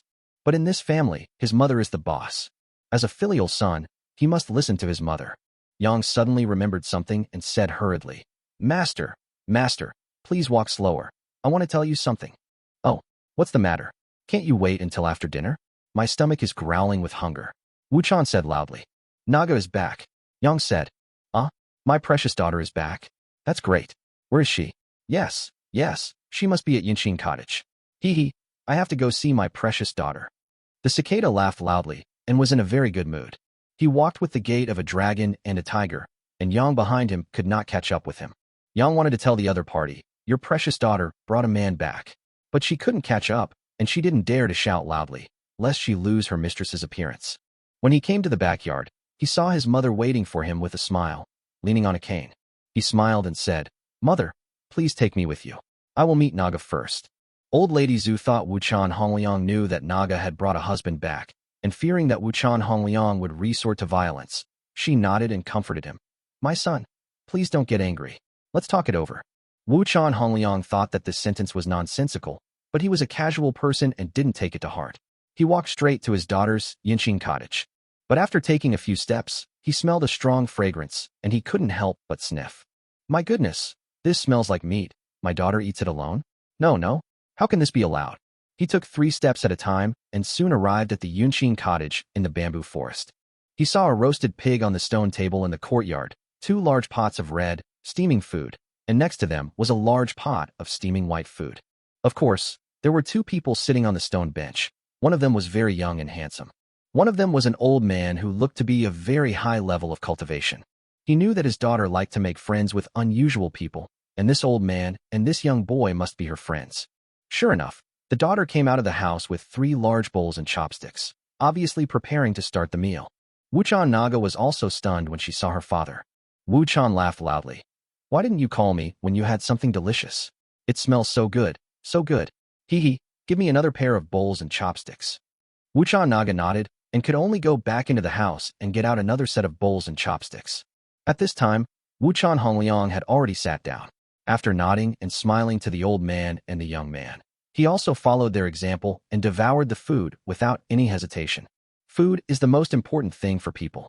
In front of the best food, at this time, there is no need to say anything. Everything is redundant. Eating is the serious matter. It is the first priority. It is the kingly way. Therefore, in the eyes of Wuchan Naga, she saw a scene like this. The 3 of them were busy eating. It seems like they are competing to see who eats better. Su Yi and Elder Wu ate with ease, while Wuchan Hongliang imitated them, eating voraciously while learning, and kept saying, delicious, so delicious, refreshing, and spicy. I can't stop. Wuchan Naga looked stunned, but she quickly sat down and joined the foodies. At this time, Wuchan Hongliang was addicted to eating. The spicy and delicious boiled beef with white rice is so delicious. There is also roast suckling pig. Pull off a piece of pork with your hands and take a bite. It is crispy, fragrant, and refreshing, with your mouth full of oil. It's so delicious. This is the most delicious food I have ever eaten. Wow, who made this? There is no such extraordinary and skilled chef in the mansion. Wuchan asked loudly while eating. Elder Wu had already seen through the other party's identity, but it didn't matter. He pointed at Su Yi and said, he got it. Ask him. Wuchan looked at Su Yi loudly, and Su Yi waved his hand casually. It's enough to have something to eat. Why ask so many questions? Haven't you heard that heroes don't ask where they come from, and delicious food doesn't ask where it comes from? Su Yi was talking nonsense. When Wuchan Naga heard this, she wanted to laugh. Is there such a sentence in the world? Yes, you are right. You are very straightforward. I like it. Wuchan Hongliang nodded and laughed. He was very pleased with Su Yi's straightforward character. Suddenly, Su Yi slapped his forehead as if remembering something, and couldn't help but complain to Elder Wu who was chewing meat. Old Wu, what's wrong with you? You only know how to eat. Why didn't you remind me to take out the wine? Seriously, I almost forgot I brought wine. When Elder Wu heard there was wine, his eyes lit up. He ignored Su Yi's disrespectful address to him and said hurriedly, hurry up, hurry up. Why didn't you tell me you had some wine? Bring it out so I can have a few sips. Oh, I'm really dying of greed for that top-grade immortal wine. Elder Wu stopped immediately. The delicious food didn't taste good in the presence of the wine. Su Yi laughed, stood up, and went back into the house. He took out a bottle of Wulianya mixed with a large dose of ginseng wine from his backpack, and also took out 4 Jingdejun porcelain bowls. What cup should I use for drinking? It must be a Jingdejun porcelain bowl. Putting down the porcelain bowl, Wuchan Hongliang's eyes lit up when he saw such an exquisite porcelain bowl. When he saw that the wine bottle was made of a transparent material, he was even more confused and surprised. When Su Yi unscrewed the bottle and poured out the yellowish strong liquor, the rich aroma of the wine spread throughout the room, and he was immediately struck by lightning. Chapter 120. You have to fight back when you need to. The more you fight, the healthier you will be. It smells so good. This fragrance is so mellow and charming. My friend, what kind of wine is this? Wuchan asked loudly and in shock, even using the term little friend. The corners of Wuchan Naga's mouth twitched a little. That's your future son-in-law. You call him young friend? This is called eternal life wine. Su Yi laughed and said proudly, I brewed it myself. How is it? It's fragrant, right? Can it be considered the most fragrant wine in the Chongqing continent? Wu Chan's loud voice immediately echoed. It's definitely the best fragrance. It has to be the best fragrance, no doubt about it. Then, he rolled his eyes, smiled, and said with a slightly flattering expression, I just don't know how it tastes. How about I taste it for you, little friend? You want to taste it? Now. Immediately. Su Yi smiled. Yes, I have to now. After all, I have tasted countless kinds of wine on the Chongqing continent. Whether it's the barley wine from our Qingfeng town, the horse milk wine from the Shu people, or the most famous Yanqiuan wine from Namling Kingdom, the sword wine from Jianbei Kingdom. I have tasted them all. Oh, and the fruit wine from Shiping Kingdom, and the animal bone wine from Chunshan Kingdom. Wu Chan loudly put on an expression that showed that he was the only one who could learn from everyone. Elder Wu turned his head away, looking embarrassed. What kind of show-off is that after just a few drinks? I've lived for 200 years, and I've tasted every kind of wine I can think of, but I don't show off like you do. After saying that, he deliberately curled his lips at Wuchan Naga, as if to say, look at your dad, he is so shameless. Wuchan Naga's face felt slightly hot. At this time, Su Yi was already laughing and said, okay, then I'll let you taste it and see what grade my wine is among those in the Chongqing continent. Okay, pour it quickly, I can't wait any longer. Wu Chan urged loudly, scratching his ears and cheeks. Su Yi was not in a hurry. He poured the wine while saying, don't worry. My wine is very strong. You can't drink it in a hurry. First, you can't taste the real flavor. Second, the wine is too strong and you will choke. After saying that, he had already poured half a bowl for the other person. Wu Chan Hongliang thought he was being too long-winded, so he just picked up half a bowl of wine and drank it all in one gulp. Unexpectedly, the moment the wine entered my throat, it felt like fire. His face immediately turned red.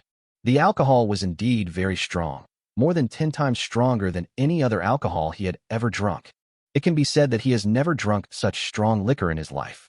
But after the fire died down, he felt a surge of life essence spreading through his internal organs, limbs, and bones, making him feel so comfortable that he wanted to moan. Coming back to his senses, he couldn't help but shout, great wine, absolutely the best wine in the world. After saying that, he shook his head vigorously. No, the word fine wine is not enough to describe this wine. It should be called immortal wine or divine product to match this wine. At this time, the effect of the elixir of life had already dissipated in his body, and he felt extremely comfortable. However, he had just swallowed it hastily and hadn't yet fully tasted the true flavor of the wine. He smiled again and said ingratiatingly, my friend, please pour me a little more. This time I'll taste it slowly, and I'll definitely give you an explanation. Then pour a little, Su Yi said with a smile. No, it's not enough. Give me half a bowl. No, a whole bowl is better. Wu Chan said loudly, swallowing his saliva. The faces of Elder Wu and Wuchan Naga beside them were twitching. This guy dad is so shameless. Su Yi didn't mind. How many people in this world could resist the temptation of fine wine? The other party's behavior is just like the various states of being in this world. Moreover, he seemed to have guessed who this guy in front of him, who looked like Chang Yaojin, was. If the person who can be so carefree in this mansion and even let Wuchan Naga come into the house to add a set of bowls and chopsticks is not Wuchan Naga's father, then who could be the master of this mansion? So, Su Yi poured a full bowl of wine without hesitation. Elder Wu was filled with envy and hatred. Su boy, come here, fill my glass too. Elder Wu blew his beard and glared. Su Yi laughed. Both of them were senior elders, and he couldn't offend them. It was just a bottle of wine, and he could just drink it. Su Yi readily filled Elder Wu's cup, and the remaining little bit was shared equally between him and Wuchan Naga. At this moment, the cicada gave a small, resounding peck. He no longer drank in large gulps, but savored the wine carefully, savoring it. He felt the entire process from the moment the wine entered his mouth to the moment its strength spread throughout his limbs and bones. Finally, his eyes lit up, and he sighed solemnly again. Good wine, truly good wine. This wine can be rated as the best wine in the Chongqing continent. Su Yi was somewhat moved and couldn't help asking again. You mean, this wine is the best in the world? Yes. Wuchan Hongliang nodded and said seriously, this wine is worth it. After saying this, he looked at Elder Wu and said, what do you think, old sir? Is my evaluation appropriate? Elder Wu immediately felt valued. He stroked his white beard and said, number 1 in the world. That's a fair assessment.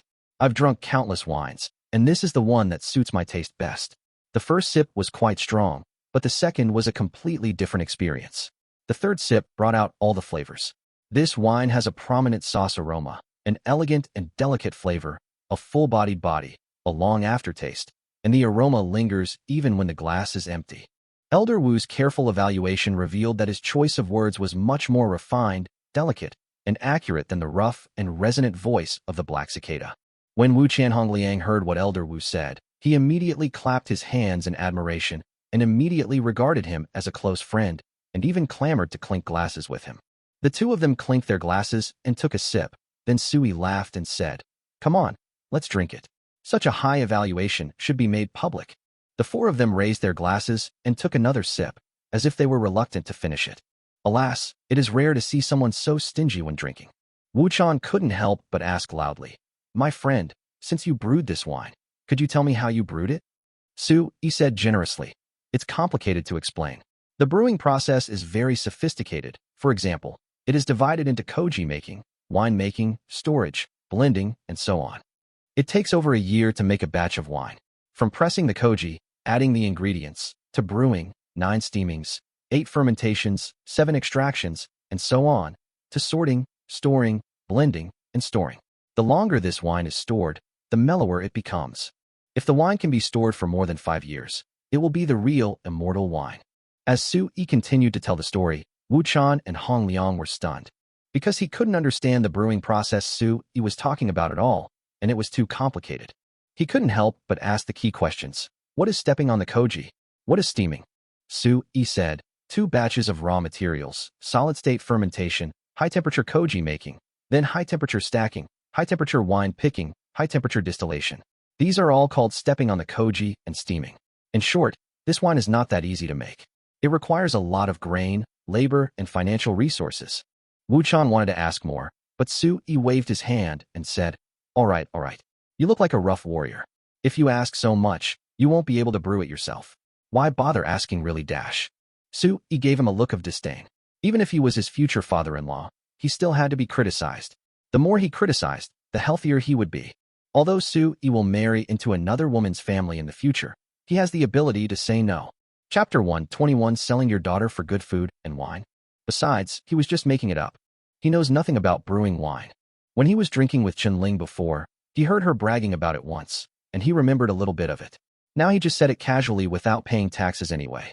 Wu Chan Hongliang looked embarrassed. He didn't make wine, but he could find a workshop to make such good wine. If he could make it, he would never have to worry about not having good wine to drink in the future. More importantly, if this kind of wine could be brewed, his Wu Chan family would definitely be able to expand their business to the entire Nanling Kingdom, and even the entire Great Zhou dynasty. The Wu Chan family can definitely grow strong enough to become the #1 family in Nanling Kingdom, instead of just living in a corner like we are now. At this moment, my grandmother, supported by Yang, slowly walked to Yinxing Cottage, followed by servants and maids. They felt that they had to tell the head of the family the truth about the situation and let him make the decision. After all, Wu Chan Naga's marriage was a serious matter. How could she just bring a man home from outside and call him her husband? This was related to their family's reputation. However, they actually saw Wu Chan Hongliang drinking wine, eating meat, and chatting happily with his daughter and son-in-law. Moreover, in the end, we saw the head of the family actually trying to please the newly arrived son-in-law, which was really shocking. Grandmother's face was dark. Seeing that grandmother was unhappy, Yang hurriedly asked, "Master, what are you doing?" Wu Chan Hongliang was surprised to see his mother and his wife had both arrived. He quickly stood up and said, "Mother, madam, why are you here? I was having a meal and a drink with this old man and this young friend. You've come at the perfect time. The wine here is simply divine, and the meat here is top-notch. The taste is unparalleled. Oh, right, you guys should come and try some too." Wu Chan spoke loudly and enthusiastically. Grandma's face darkened, and as her cane touched the ground, she angrily uttered 2 words, "Nonsense." Wu Chan was stunned and a little confused. He scratched the back of his head and asked, "Madam, what's going on? Why is mother angry?" Yang said awkwardly, "This is because the man you call your friend is the husband that Naga brought back." Wu Chan was shocked when he heard this loudly. "Husband? What do you mean?" He looked at Wu Chan Naga and Sui with a puzzled look on his face. Yang said, "That's what you were thinking. Your precious daughter brought a husband home with her. The matchmaker is having tea in the living room, and the betrothal gifts are all there. Hey, what's going on?" After Yang finished speaking, she stamped her feet and turned around to chase after her mother. Wu Chan swallowed loudly. He was really confused. At this time, Wu Chan Naga smiled and said, "Father, don't be angry. It's actually not a big deal. I went to Lushan this time and met Sui. After spending some time with him, we decided to spend our lives together. I thought that I had parents around after all, so I brought him back. I just didn't expect grandmother and mother to react so strongly. Actually, Sui also brought betrothal gifts and a matchmaker and wanted to marry her formally. There was nothing disrespectful about that." Wu Chan Naga told the story slowly. Wu Chan loudly shook his head and said, Daughter, this is against the rules. You are the only heir of our Wuchan family. You will inherit our Wuchan family in the future. We told you a long time ago that you can't get married. Even if you find a husband in the future, you can only let your son-in-law marry into the family. This is a rule that has been established long ago. So this Sui, right? Even if he offered a betrothal gift and hired a matchmaker, it wouldn't work. Then marry into the family. Wuchan Naga said firmly, my husband's betrothal gifts are taken back, and our family will give the betrothal gift to Sui. Is that all right? Well, Wuchan Hongliang nodded. That seems possible. However, I still need to discuss it with your grandmother and mother. After all, marriage is a serious matter, not a joke. Okay, then you guys go and discuss it, but my husband will temporarily live in Yinxing Cottage. Father, please go back, said Wuchan Naga. Wuchan said loudly and awkwardly. No hurry, no hurry. I haven't finished my wine yet, and I haven't eaten enough meat yet. Besides, I have something to ask Sui, right? I need to ask Sui for advice. Wuchan Naga looked at Sui, and Sui nodded and said with a smile. It's okay. Father-in-law, please ask, and I will tell you everything I know. Wuchan said loudly and embarrassedly. It's just, I want to ask, if I agree to your marriage with our Naga, can I enjoy this delicious food and this fine wine every day? No problem. Food and wine are nothing, Sui said, let alone eating them every day. Even if I change the way I eat them every day, I can eat them for a month without repeating anything. I can make many more delicious dishes than this. As for this wine, it's just average. It's simply blended and hasn't been aged for any length of time. So, if the finest wines are rated 10 out of 10, this would only be a 7. It's hardly a truly exquisite wine. Sui catered to his interests and directly offered him a huge temptation. I thought my future father-in-law would take a few days or a month to consider it. Unexpectedly, the other party swallowed and nodded like a chicken pecking at rice. Okay, that's no problem, I agree. Everyone was stunned when they heard this. Sui was also a little confused. Just agreed? So readily? Are all warriors so straightforward and don't play around in circles? Or is there no need for bargaining at all? Wuchan Naga was just as dumbfounded as Sui. Finally, with a dark face, she couldn't help but say, Father, you just agreed to this just to eat good meat and drink good wine. Yes, Wuchan said loudly, but the next moment he realized he had said the wrong thing, and immediately said seriously, No, I mean, the reason I agreed is because Mr. Sui is handsome and elegant, and your precious daughter likes him. Didn't you say that you two have already secretly decided to spend your lives together? As a father, I can't not fulfill my daughter's wish, right? After saying this, he turned to the Wu elder and said, Old sir, do you think I'm right? Is this the truth? Is there any father in this world who can win over his children? Elder Wu turned away, thinking that this guy was quite shameless. The next moment, Sui and Wuchan Naga's faces were filled with joy. They didn't expect things to go so smoothly. Seeing the attitudes of my grandmother and mother, I thought it would be a big deal, but I didn't expect my father to be so open-minded. That's great. What about grandma and mother? Wuchan Naga asked worriedly. Wuchan waved his hand loudly. It's okay. I'll talk to your grandmother and mother. I've already said it before. How can a mother win over her son? Your mother has to rely on me as her husband. I've already agreed. So how can she object? After saying that, he became greedy again and said, Come on, let's continue eating meat. Such delicious food must be eaten up and must not be wasted. By the way, Sui, is there only one bottle of this wine? I'm not satisfied with it. If you have more, can you give us another bottle to share? After all, today is a big day, right? This guy was actually a bit flattering and fawning just to eat. Sui was dumbfounded. He couldn't help swallowing his saliva and pinched his thigh hard with his hand. It hurt. It was definitely not a dream. Oh my god, is this guy the biological son of Wuchan Naga? No, is it Naga Wuchan? Is this guy's biological son? Chapter 122, Let's go all out. We must take down Lord Taishan today. Well, yes, but is it okay to drink so much? Don't drink too much. Sui said awkwardly, which was an obvious refusal. But Wu Chan's loud voice didn't seem to indicate a refusal. He laughed heartily, put his arm around Sui's shoulder, and said boldly, Just a few sips is called drunkenness. Stop kidding. Hey, take it out, my good son-in-law, take it out quickly. We're a family from now on, so why hide it, right? Sui was stunned.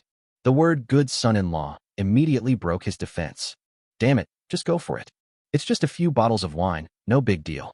We must knock Lord Taishan down today. Isn't this good son-in-law worth 3 bottles of wine? Sui felt that he was too stingy and had no vision at all. He immediately stood up and said, "Okay, let's drink it. Father-in-law, please wait a moment. I'll get it out." Su-yi returned to the house and took out 2 more bottles of Wuliangya ginseng wine from his backpack. In the following time, the 4 of them clinked glasses frequently and drank happily. Even Su-yi felt drunk. This ginseng wine is different from others. On the one hand, it is a strong wine, 56 degrees. On the other hand, it is mixed with a high concentration of Bonchue life puree. So, even a little bit of drinking will make you drunk. 3 big bottles, each weighing about 6 kilograms. Now it was being drunk by 4 people in small sips. At this time, night had already fallen, and several candle lamps had been lit in Yinxin Cottage, making it bright everywhere. After the maid Luzhu finished her work, she was finally rewarded with a bowl of boiled beef, which consisted of the leftover soup base and a few pieces of beef. But she was very satisfied with the meal. She ate the meat and bean sprouts, the dried bean curd sheets and lettuce, drank the spicy and fragrant soup base, and finally licked the bottom of the bowl clean. It's so delicious. It was the first time in her life that she had eaten something so delicious. Seeing her cute way of eating, Su-yi couldn't help but wave to her, then cut a piece of roast suckling pork and put it in her bowl. Luzhu's eyes suddenly lit up, and she was full of gratitude towards Su-yi. "Thank you, uncle." She decided to serve the kind-hearted young lady and her husband for the rest of her life. At this time, in the lobby, old lady Zhu was so upset that she couldn't even drink her favorite tea. Even when she was eating just now, she only swallowed 2 mouthfuls and felt a little full. Yang could only serve carefully, fearing that her mother would get angry again and hurt herself. "My son, did you eat well over there?" asked the old lady. Yang shook her head. "I haven't finished eating yet. The servant came to report that I was drinking." "Oh, he's just a drunkard." Grandma Zhu shook her head and sighed. "He forgets about mother after drinking." Mrs. Yang looked embarrassed and said that her son was an alcoholic.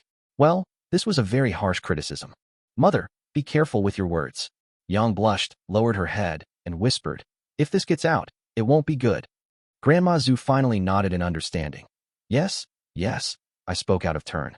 What you reminded me of was, so call my son over. Don't let him drink anymore." "Mother, I dare not," said Yang. Grandma Zhu said, "Why would you be afraid of that? Just say it was me who said it." Yang had no choice but to go ahead and not dare to disobey.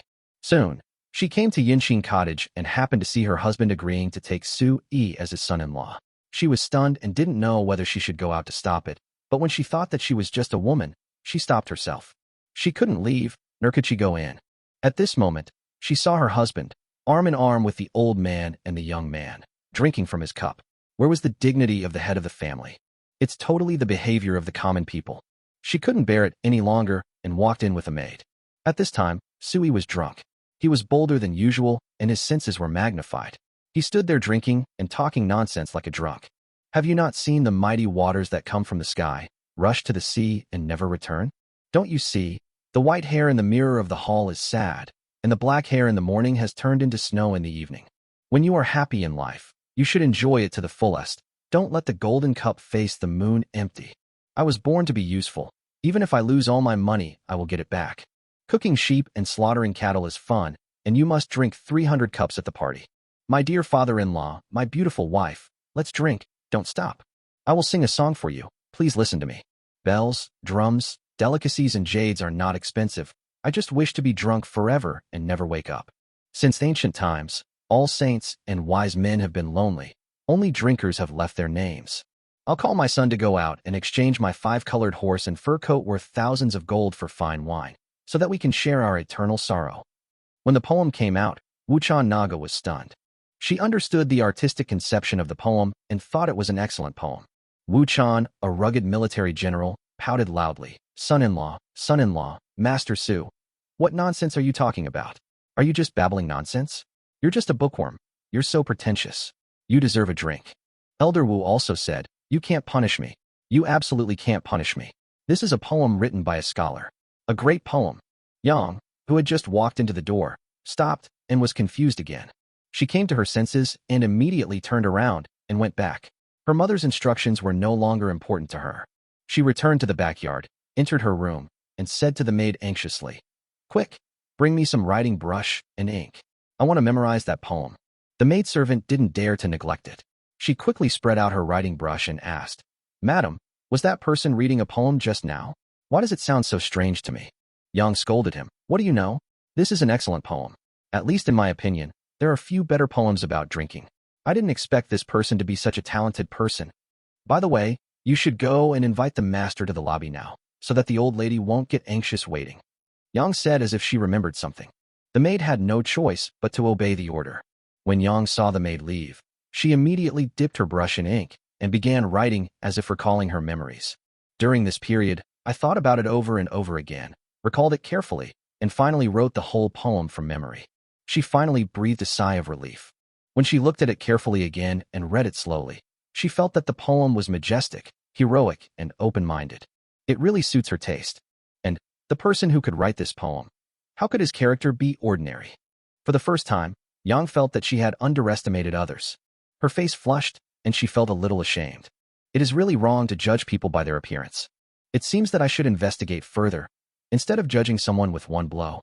As a mother, I should give my daughter a chance for happiness. If it is a good match, I should make it happen. How can I be a bad mother? Chapter 123, I want to recruit him to be the son-in-law of my Wuchan family. As Yang was pondering, she heard her husband calling from outside. Madam, madam, did mother ask me to speak to her? Where's mother? Where is she? Yang was startled and quickly hid the poem she had secretly written. She walked out and said, Master, are you drunk? Drunk? How is that possible? Wuchan smiled loudly and shook his head, then looked around and found that there were no maids or servants. So he hurriedly patted Yang's big butt. Yang's face flushed immediately, and she said angrily, Master, you still say you're not drunk, yet you behave so frivolously. If mother sees you, she'll give you a lecture. Wuchan laughed loudly. There's no one else here, madam. You are just too obedient to the rules. Didn't I tell you that in the mansion, you can do whatever you want? Isn't it better to follow your heart? Yang said, I want to do what I want, but rules are rules. Besides, mother can't stand seeing you and me do what we want. That's right. Wuchan laughed loudly. My old mother, old habits die hard, and I'm a filial son, so I have no choice but to obey her. Oh, my lady, you've worked so hard. It's not hard. Why should I be hard? Said Yang. Wuchan sighed loudly and said, In this mansion, only our daughter lives a free and easy life. I'm so envious. Yang said worriedly, You insisted on sending her to Yunqing's sect, which led to her erratic and cold personality. I don't think this is a good thing. Wuchan waved her hand loudly. It's serious, it's serious. She has all these abilities, and she will definitely be much stronger than me in the future. As for her eccentric personality and cold temperament, that's just superficial. You women, you only look at things superficially. Yang said, I don't understand what you mean by appearance or not. She came back this time and brought a husband with her. Do you think that's appropriate?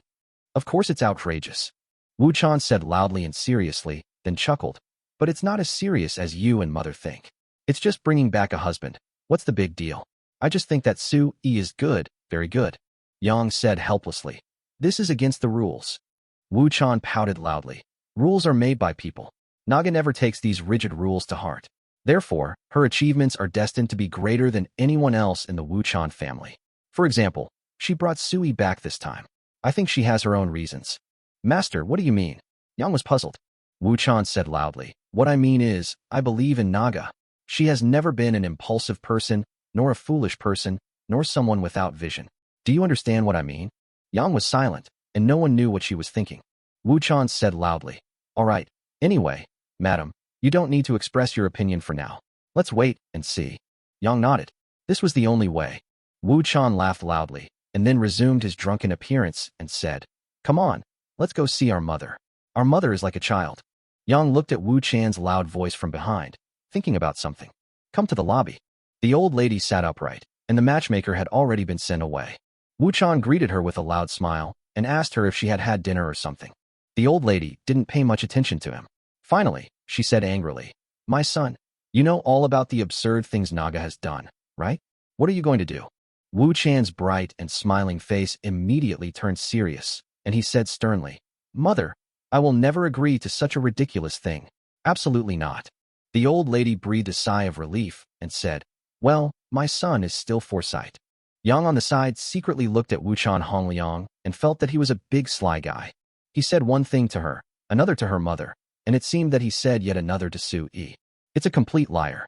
The old lady said with relief, My son, it would be best if you didn't follow Naga's wishes. If the second branch knew about this, there would definitely be another uproar. and then there would be more trouble. Wu Chan frowned loudly and said, "Mother, what are you talking about? What does this have to do with the second house? My second brother and I have already separated. Whether Naga gets married or finds a son-in-law is my family's freedom.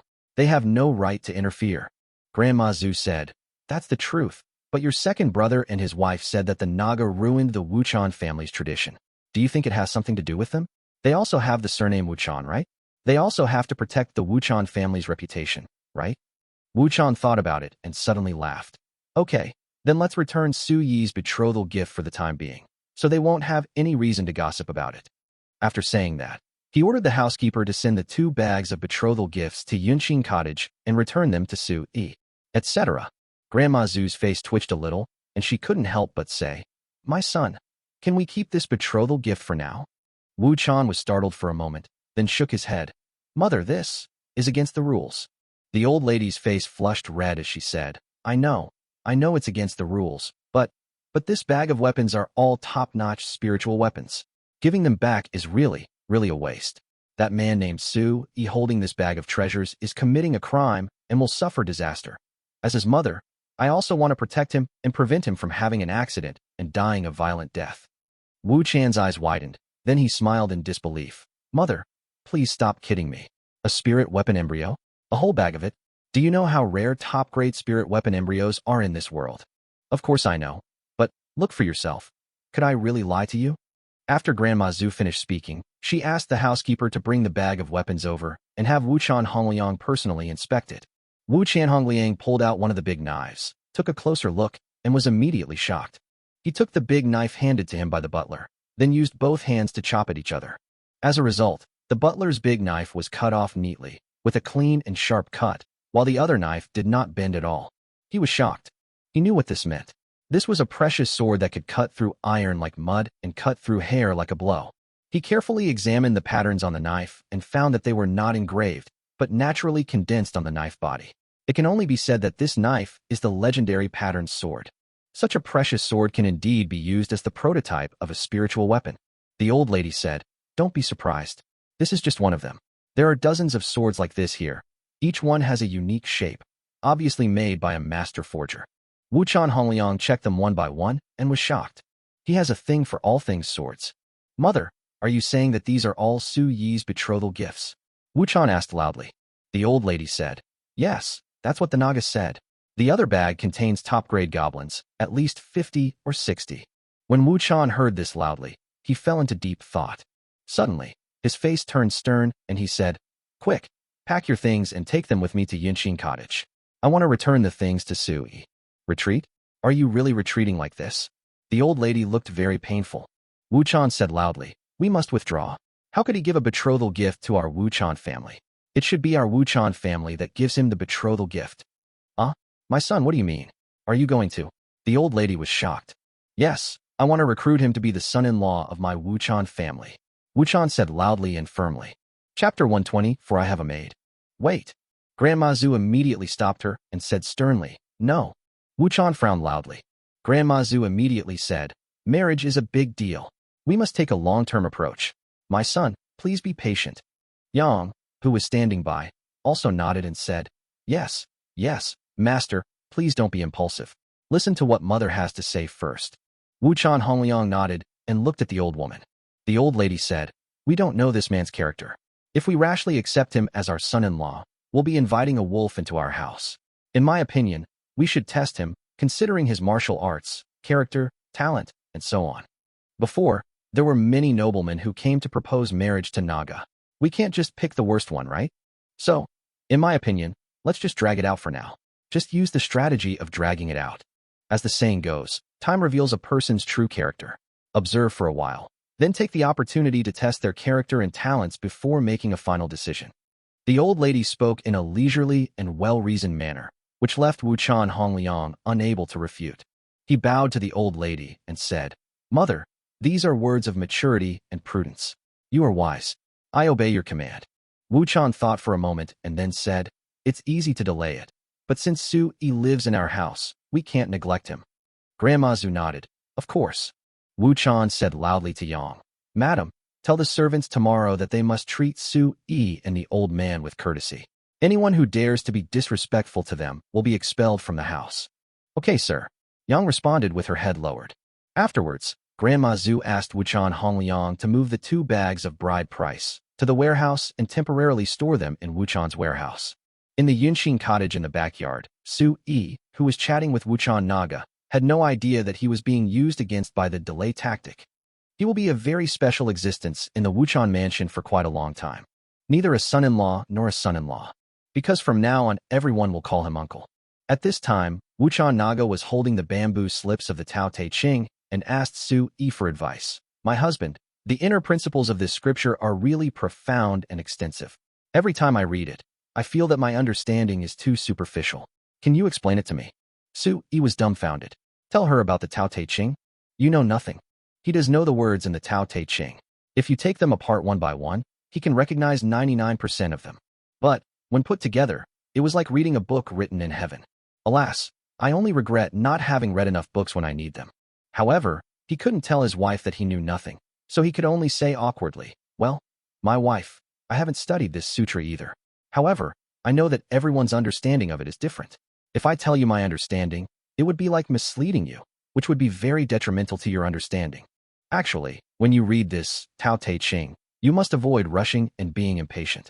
You must calm down and savor it carefully. Only then can you truly understand it. Su Yi made up a story to get by, but Wuchan Naga's eyes lit up and she nodded happily. I understand. It was me, Meng Lang. My husband, you were right to enlighten me. I was too eager to succeed and almost went astray. Well, the boy is teachable, Su Yi said. At that moment, he turned his head, patted his chest, and breathed a sigh of relief. By the way, my lady, I'm going back to my room first. You have to tell everyone not to let anyone enter that room. Otherwise, I might be seen going back and forth, and I won't be able to explain myself then. Su Yi said. Wuchan Naga nodded. I understand, I will pass it on. After that, she said to Su Yi, my husband, from now on in the mansion, you can tell me in Luzhu if you need anything. Luzhu is my private maid, and she will be your maid in the future. Luzhu, who was standing by, blushed and nodded vigorously. Su Yi was shocked. He also had a maid. This little girl Luzhu? Will she be his maid in the future? Damn. This little Lolita looks about 13 or 14 years old, and is actually quite round and cute. Your name is Luzhu? Su Yi asked with a smile. Well, yes, son-in-law. Luzhu said. How old are you? When did you enter the mansion? Su Yi asked. Luzhu said, my dear, I am 13 years old. When I was 7, I was picked up by the master and became a maid in the mansion. Su Yi said. Okay, then I'll trouble you if I need anything in the future. Thank you in advance. Luzhu was flattered and immediately waved her hands. It's okay, sir. If you have anything to say, just tell me. I am a servant, and I am responsible for everything I do. Su Yi shook his head. No. Although you are a servant, servants are also human beings and deserve respect. Forget it. I won't talk about these big principles for now. You will understand them later. In short, I am sorry to trouble you. Luzhu's heart was pounding. Her face flushed red, and for the first time she felt respected. She hurriedly ran away. If she didn't run away, she felt she would cry. Su Yi was dumbfounded. Madam, what happened to Luzhu? Wuchan Naga said. I guess she was very touched. My husband, you don't have to be so polite to the servants in the future. They won't be used to it. Su Yi shook his head. That won't work. I don't care how you treat them, but I have my own rules for dealing with people and things. You won't interfere with this as well, right? No, I didn't mean that. Forget it, just do what you want. Wuchan Naga said helplessly. Su Yi then smiled and said, Hee, that's what you said. Then tonight, I will meditate and practice here with you. Wuchan Naga was stunned. She had allocated rooms to Elder Wu and Su Yi before. There were 3 houses, and each person would live in one temporarily. But now, her husband is actually starting to act like a spoiled brat again, wanting to stay here and share a room with her. This is at home, and their relationship has not yet been approved by their parents, so they should avoid suspicion for the time being. At this time, how can he stay alone in a room all night? Chapter 125. If you keep talking nonsense and destroying Sister Naga's reputation, be careful, or I, Wu Qingxian, will whip you. But, when she thought about how she and Su Yi had already crossed this limit when they were in Lushan, what's the point of avoiding suspicion now? She nodded. Okay, practice diligently and try to disperse all the excess true essence into your limbs, bones, and Dantian Qi Si tonight. Su Yi nodded. After several days of hard work and gathering his true energy, he had mastered the trick. I believe that all the overflowing true energy will be gathered back soon. In this way, Wuchan Naga continued to ponder the Tao Te Ching, while Sui sat cross-legged on a huge cushion in the room and began to move the Zhodian. Before I knew it, time had passed, and it was already dawn. The quiet city lord's mansion began to become busy. The servants who were supposed to make fire and cook did so, and those who were supposed to fetch firewood and water did so. Outside the streets of the city lord's mansion, vendors began to go out to do business. People came and went, and the atmosphere became more and more lively. In the largest main room in the city lord's mansion, Wu Chan Hongliang was sighing, holding Su Yi's glass bottle of Wuliangye in his hand. Of course, he took this while Su Yi and old man Wu were not paying attention. In his opinion, the bottle was very delicately made and had a unique shape, especially the material. He didn't even know what it was made of. It can be said that the craftsmanship of this bottle has reached the pinnacle. Yang, who was standing by, couldn't help but say, "Master, why are you just sitting here thinking about this? Isn't a whole night enough? What have you figured out? In my opinion, you should just go and ask him." Wu Chan said loudly and awkwardly. "If I ask him, wouldn't that mean I admitted that I took the bottle last night? How could I be that kind of person?" Yang was helpless and could only shake her head. She didn't have time to waste here with the master. She also wanted to go to the study to look at the drinking poem she had hidden away. The more I read this poem, the more I can appreciate its beauty. Such a poem can surpass all the famous poems and essays in the entire continent. She thought about it all night and was a little skeptical. How could such a famous poem be written by a young man in his 20s? That's totally impossible. It must be a masterpiece by a famous artist. Su Yi must have heard it before, so he recited it. It must be like this. The more she thought about it, the more anxious she became. She quickly walked to the study, took out the manuscript she had written yesterday, and read it over and over again. Then, she sat down again and carefully copied it. After finishing writing, she felt refreshed. Alas, she is probably the only one in the whole mansion who can appreciate this kind of superb poem, right? The master was a military general, a rough man, not good at poetry, and did not like reading. My daughter is more specialized in martial arts and has little interest in literature. Because, hey, I wanted to pass down poetry and literature to my family, but the more she thought about it, the more regretful she felt. After a long while, she couldn't help but think, I really need to find a chance to ask Su Yi someday to find out who wrote such a proud and arrogant poem. In the mansion, everyone has their own thoughts. And in a huge private house not far away next door, a servant sneaked in through the back door and handed a note to a housekeeper in the mansion. The butler waved his hand, and the servant immediately turned around and left. He quickly walked back to the city lord's mansion. This private residence also belongs to the Wuchan family, but it is the residence of Wuchan Hontian, the second son of the Wuchan family. Wuchan Hontian is the second brother of the city, Lord Wuchan Hongliang. At the same time, Wuchan Hontian is also one of the few 9th-grade strongmen in Qingfeng town. Of course, Wuchan Naga was able to go to Yinqing sect because she was recommended by Wuchan Hontian. Otherwise, Yinqing sect might not have accepted Wuchan Naga based solely on Wuchan Hongliang's relationship. The butler took the note to the main house and gave it to the mistress of the mansion, Lu. Lu was slightly surprised after reading the note. She couldn't help but ask, Naga brought back a wild man? Is this true? The housekeeper nodded. Really, it happened last night. Everyone in the mansion saw it, and even heard the eldest daughter calling that man husband. Lu was stunned and said hurriedly, I, Lu Ruyan, have been introducing her to wealthy young men every few days, hoping that she would marry them, but she turned them down. Now she's actually looking for a stranger to marry into her family? Is she determined to inherit the Wuchan family? Humph, this is really too much. The housekeeper asked cautiously, Madam, what should we do? Should we tell the master about this? Lu waved her hand and said, Don't tell this martial arts fanatic. Let's go to Mother and make a fuss some other day. I don't believe that Mother will always favor my eldest brother. Even though Hong Tian was expelled from the family by the master, after so many years, he should be allowed to return to his ancestral home and be included in the family tree again. At this time, a red horse galloped on the street of the city lord's mansion. Arriving at the gate of the city lord's mansion, a beautiful figure leaped down from the horse's back. She threw the reins to the gatekeeper and said, Give him some water. I'm going to look for Sister Naga first. The concierge was not surprised and said respectfully, Okay, Miss Qingxian. Wu Qingxian, the third lady of the Wu family. The Wu family is a martial arts family in Qingfeng town with a long history of family learning. Their ancestors have produced several martial arts champions. Even now, There are people from the Wu family serving as generals in Nanling State. It can be said that apart from the Wuchan family, the Wu family is the second most powerful family in Qingfeng town. Wu Qingxian is the apple of the Wu family's eye. I only saw her. Her face is as rosy as a peach, her eyes are bright and her teeth are white, and her eyes are full of spirit. She jogged all the way, smiling as she ran towards Yinqing cottage. Suddenly, her ears twitched, and she heard two servants gossiping. One of them said, "I really don't understand why the young lady brought back a son-in-law. Oh, I couldn't sleep all night last night. You know, the young lady is my goddess in my heart. Now she has a man, and my heart is so empty." That's right. Who says it's not true? I feel like I will never love again. Alas, another one said resentfully. Wu Qingxian was stunned, and then her eyes rolled around. She dodged and suddenly appeared in front of the two servants, which startled them. The two servants did not dare to neglect and saluted awkwardly, saying, "Miss Qingxian." Wu Qingxian interrupted them and said anxiously, "What nonsense were you talking about just now? Sister Naga brought a husband back? Is that possible?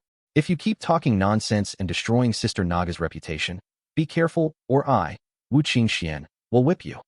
Chapter 126, He is quite skilled. No, Miss Qingxian, how dare we talk nonsense? That's true, but you should just pretend you didn't hear anything. Otherwise, if the head of the family finds out we're gossiping, we'll be kicked out. The two servants begged for mercy. Go away, stop talking nonsense. If I see you again next time, I won't let you off. Wu Qingxian said angrily. Hoo, thank you. Thank you, Miss Qingxian. The two servants felt as if they had been pardoned. Yinqing cottage. At this time, Su Yi finally absorbed all the overflowing true energy into his body. He felt that this state was extremely good, and with every breath he took, his whole body was filled with strength. He looked inward and could feel his body filled with energy and blood, surging and roaring like a mighty river. In the Dantian Qi Sea, a ball of true energy is constantly flowing, like a small vortex. However, after restraining his true energy, his appearance no longer had the sharp edge it once had, making him look extremely ordinary again. Although the handsome face is still handsome, the muscles are still strong, and the abdomen still has 8 abdominal muscles. But these are the standard features of male warriors on the mainland, and they do not show his unique advantages at all. Just then, he heard a sweet, lark-like voice coming from outside. Sister Naga, are you there? I'm Qingxian. I heard you're back. Just as Sui was about to open the door and go out to take a look, he heard Wuchan Naga open the door and say, Qingxian, why are you here? The girl named Qingxian smiled and said, I came to see you. By the way, I just heard a rumor about you in the mansion. It said that you brought back a husband. Is it true? Come in and talk. Wuchan Naga hurriedly pulled Wu Qingxian into the house. Soon, Wu Qingxuan's scream was heard from inside the house. Then, the door was pulled open with force, and Wu Qingxian jumped out from inside. Then she went to the next room and tried to kick the door open with one foot. Just at this moment, the door creaked open. Sui appeared at the door and looked at the pretty woman who was about to kick the door with a look of astonishment. He swallowed subconsciously, my goodness, this woman is so beautiful, almost catching up with Wuchan Naga. No, they seem to have different styles. Wuchan Naga has a cool and elegant temperament, and is calm and beautiful. The person in front of me has a lively look between his brows, and is obviously a person with an outgoing personality, cheerful and enthusiastic character. When Sui stared at the other person, Wu Qingxian also stared at Sui with a look of surprise. Just like that, you looked at me, and I stared at you, both of us staring at each other in bewilderment. Behind him, Wuchan Naga's voice came. Qingxian, don't mess around. He is my husband. You must not be rude. Wu Qingxian came to her senses, stared at Sui, and said, Sister Naga, is it him? Oh my god, he looks so short and weak. Hey, it looks like he's only at the 4th rank. Wu Qingxian circled around Sui, looking him up and down, shaking her head and saying, No, he can't do it. He's too ordinary and too weak. How can he be worthy of a strong person like you, Sister Naga? Sui's face was full of black lines. He was really speechless. The girl in front of me, dressed in red, is extremely beautiful and is comparable to Wuchan Naga in terms of appearance and figure. But the words she said are too hurtful, right? Is he short? Is he weak? Why can't he do it? Men can't admit that they are not good enough. This pretty girl is so rude. However, although Sui was upset, he was still well-mannered and tolerant. He said to Wuchan Naga in surprise, My lady, she is. Wuchan Naga said awkwardly, Husband, her name is Wu Qingxian. my sworn sister whom I have known since childhood. Huh, so she's my best friend. As expected, birds of a feather flock together. Wuchan Naga is so beautiful, so her best friend must be no less beautiful. But this beautiful girl seems to have some misunderstanding about him. Hello, my name is Sui. Sui greeted in a friendly manner. He always has an inclusive heart towards beautiful women. No, you are good, but I am not. Tell me, what sweet words did you use to deceive my sister Naga? Wu Qingxian said aggressively. Lie. Sui was stunned again. I didn't lie to my wife. Miss Qingxian, don't you have any misunderstandings about me? Wu Qingxian was just about to act fierce and try to scare Sui with her domineering attitude when Wuchan Naga beside her pulled her aside and said, Qingxian, my husband didn't lie to me, and he didn't say anything sweet. Don't be rude. Come on, let's go to my room. I'll explain things to you. Wu Qingxian was pulled back to the room by Wuchan Naga. The corners of Suyi's mouth twitched. Hey, are all the women in this world so weird? But, to be honest, this girl's thing is really big, almost as big as my wife's. Damn, what the hell am I thinking? Sui quickly shook his head, driving the inappropriate thoughts out of his mind. Next room. Wuchan Naga said solemnly with a stern face. Qingxian, I don't allow you to be so disrespectful to your husband, understand? What? Wu Qingxian pouted, looking very cute and adorable. Then she muttered, is so weak. He is not worthy of you, Sister Naga. Wuchan Naga said, weren't you weak before you practiced martial arts? My husband has never practiced martial arts. No way. Then how come he seems to have reached the 4th rank? Wu Qingxian was surprised. Wuchan Naga said, this is a long story. I will tell you slowly later.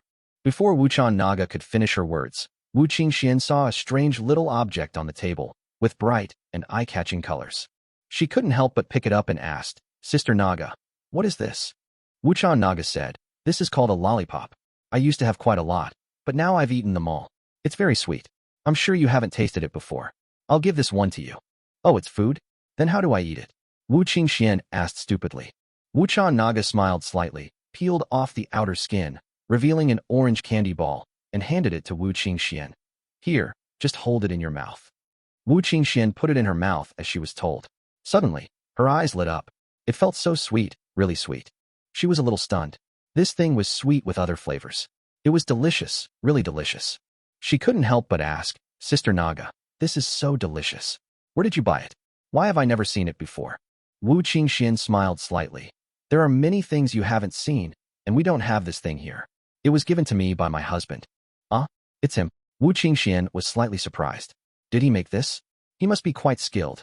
Chapter 127 shocked Wu Qingxian. What is this? Wu Qingxian looked at a bottle of strange thing placed on the bedside table. The bottle was actually transparent and seemed to contain some liquid. Seeing her reaching out to take it, Wuchan Naga hurriedly said, don't move. Wu Qingxian retracted her hand and looked at Wuchan Naga. Wuchan Naga said, that is perfume. That is fragrant dew. Oh, perfume. This bottle is quite unique. Why is it transparent? Wu Qingxian said. Wuchan Naga shook her head. My husband said it was a glass bottle. There is no such thing here.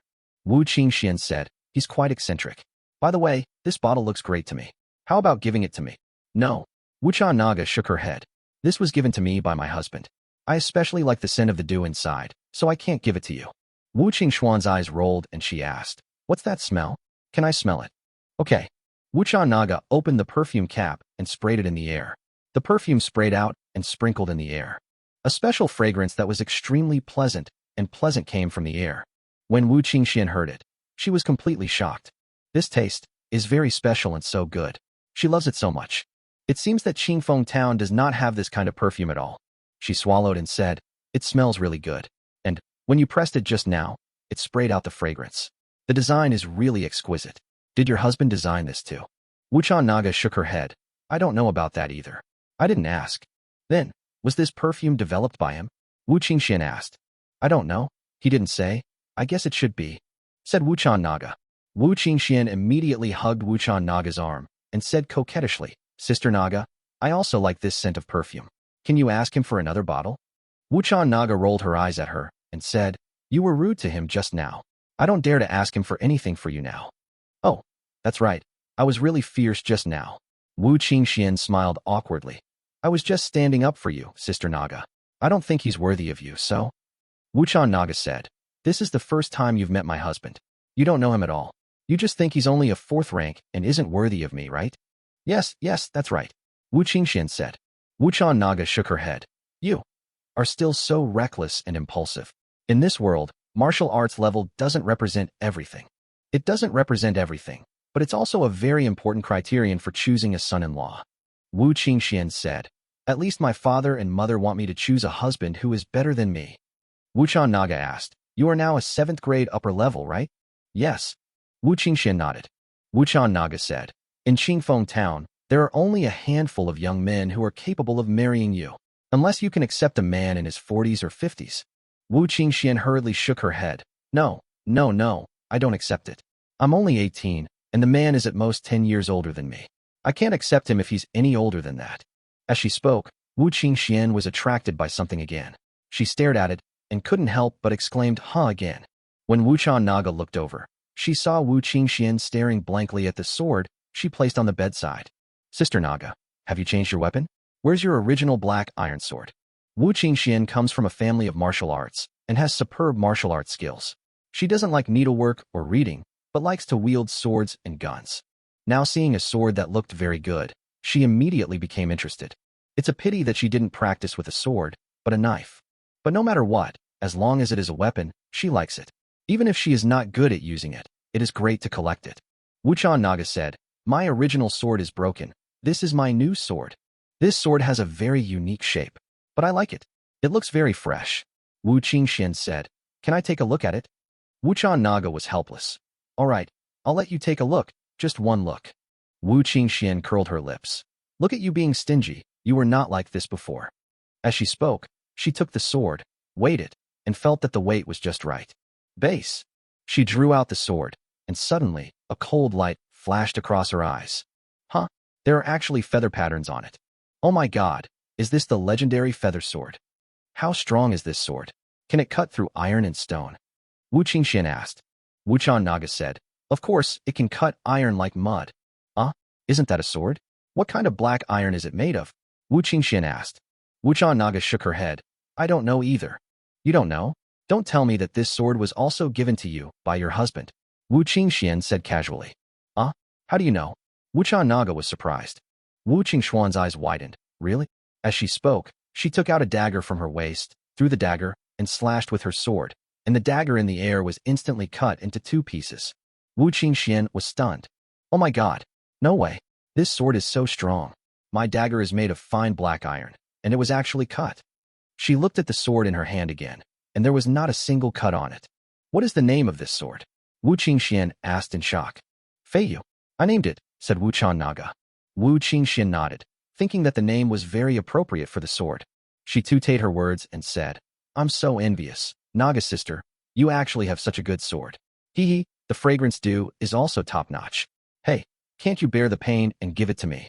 Wuchan Naga thought for a moment and said, if you want, go and apologize to my husband and say something nice. He might be happy and give you perfume or even a good sword.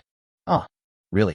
Wu Qingxian suddenly became agitated and said hurriedly, then I'll go find him and apologize to him right now. Wu Qingxian rushed to the room where Su Yi was, and she saw that Su Yi was actually eating. She didn't know how to describe this thing, but the next moment she swallowed countless mouthfuls of saliva.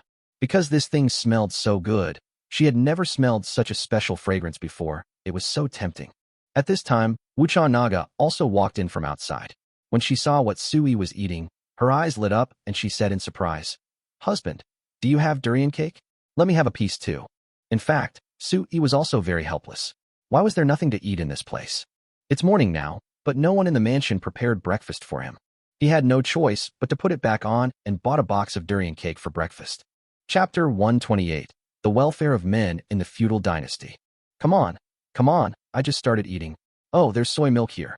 Su Yi said, it's okay for him not to eat, but he must not let the beautiful lady starve. Wuchan Naga has been craving durian cake for a long time. Ever since she had eaten it once before, she has wanted to eat it from time to time. Durian cake is truly the best dessert she has ever had, no doubt about it. Compared with durian cake, the plum blossom pastry, juju paste rolls, etc. in this world taste like pig food. Seeing Wuchan Naga coming over with a look of joy, and the hot-tempered Wu Qingxian standing there in a daze, at a loss, he said inexplicably. Miss Wu, you should try it too. You should try to eat something in the morning. Although my durian cake is not the most delicious, many girls like it. You should try it. Wu Chan Naga pulled Wu Qingxian to sit down. She filled a piece for Wu Qingxian and also filled a piece for herself. She ate it bit by bit with a small spoon, savoring the taste carefully after each bite. She ate with great concentration and enjoyed it very much. Wu Qingxian followed suit and took a bite of the durian cake. Her eyes suddenly lit up. It was delicious, so delicious. Better than a lollipop.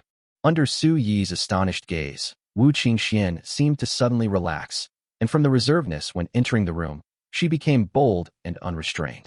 She ate the durian cake in big mouthfuls, like a hungry tiger pouncing on its food or a hungry ghost reincarnated, which made Su Yi dumbfounded. The black cicada naga on the side saw Wu Qingxuan's eating style and actually burst out laughing for the first time. This smile is so beautiful that it captivates the whole country, like spring flowers blooming. It has the grace of Yang Yuhuan, whose smile makes her look charming. No, it is definitely more charming than Yang Guifei's smile. Su Yi shuddered, feeling a little confused and unable to resist. Wow, what a goblin!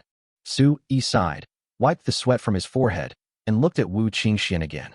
Although this girl was bold, she was beautiful, and her eccentricity and plumpness could not be concealed, so that her eating habits were rough but not annoying. On the contrary, Su Yi felt that she was straightforward and ate with relish. After a large durian cake was sold out, Wu Qingxian finally came to her senses. She scratched her pretty head awkwardly and said, "No, I'm sorry. The cake was so delicious. I'm so rude." Su Yi waved his hand. "It's okay. It's meant to be eaten. Oh, and there's soy milk here. Come on, let's drink some to relieve the greasiness." Wu Chan Naga and Wu Qingxian both took it and drank it, looking unsatisfied. Wu Chan Naga said to Wu Qingxian, "Qingxian, didn't you just say you wanted to apologize to my husband?" Wu Qingxian slapped her forehead and said with a smile, "Yes, yes, yes. Look at me. I forget about the important things when I have food." As she spoke, she stood up and bowed sincerely to Su Yi, saying, "I'm sorry, I was rude just now. I sincerely apologize to you." Su Yi was surprised. This little hot pepper is pretty good. She is able to bend and stretch and correct her mistakes as soon as she realizes them. The change is really quick. It seems that she is also a simple-minded girl who values innocence above all else. It's okay, it's okay. It was all a misunderstanding before. Just clear it up and we'll be friends from now on. Su Yi is broad-minded and naturally won't bother with a little girl. Wu Chan Naga nodded, and a smile broke out on Wu Qingxuan's face, a very sweet smile.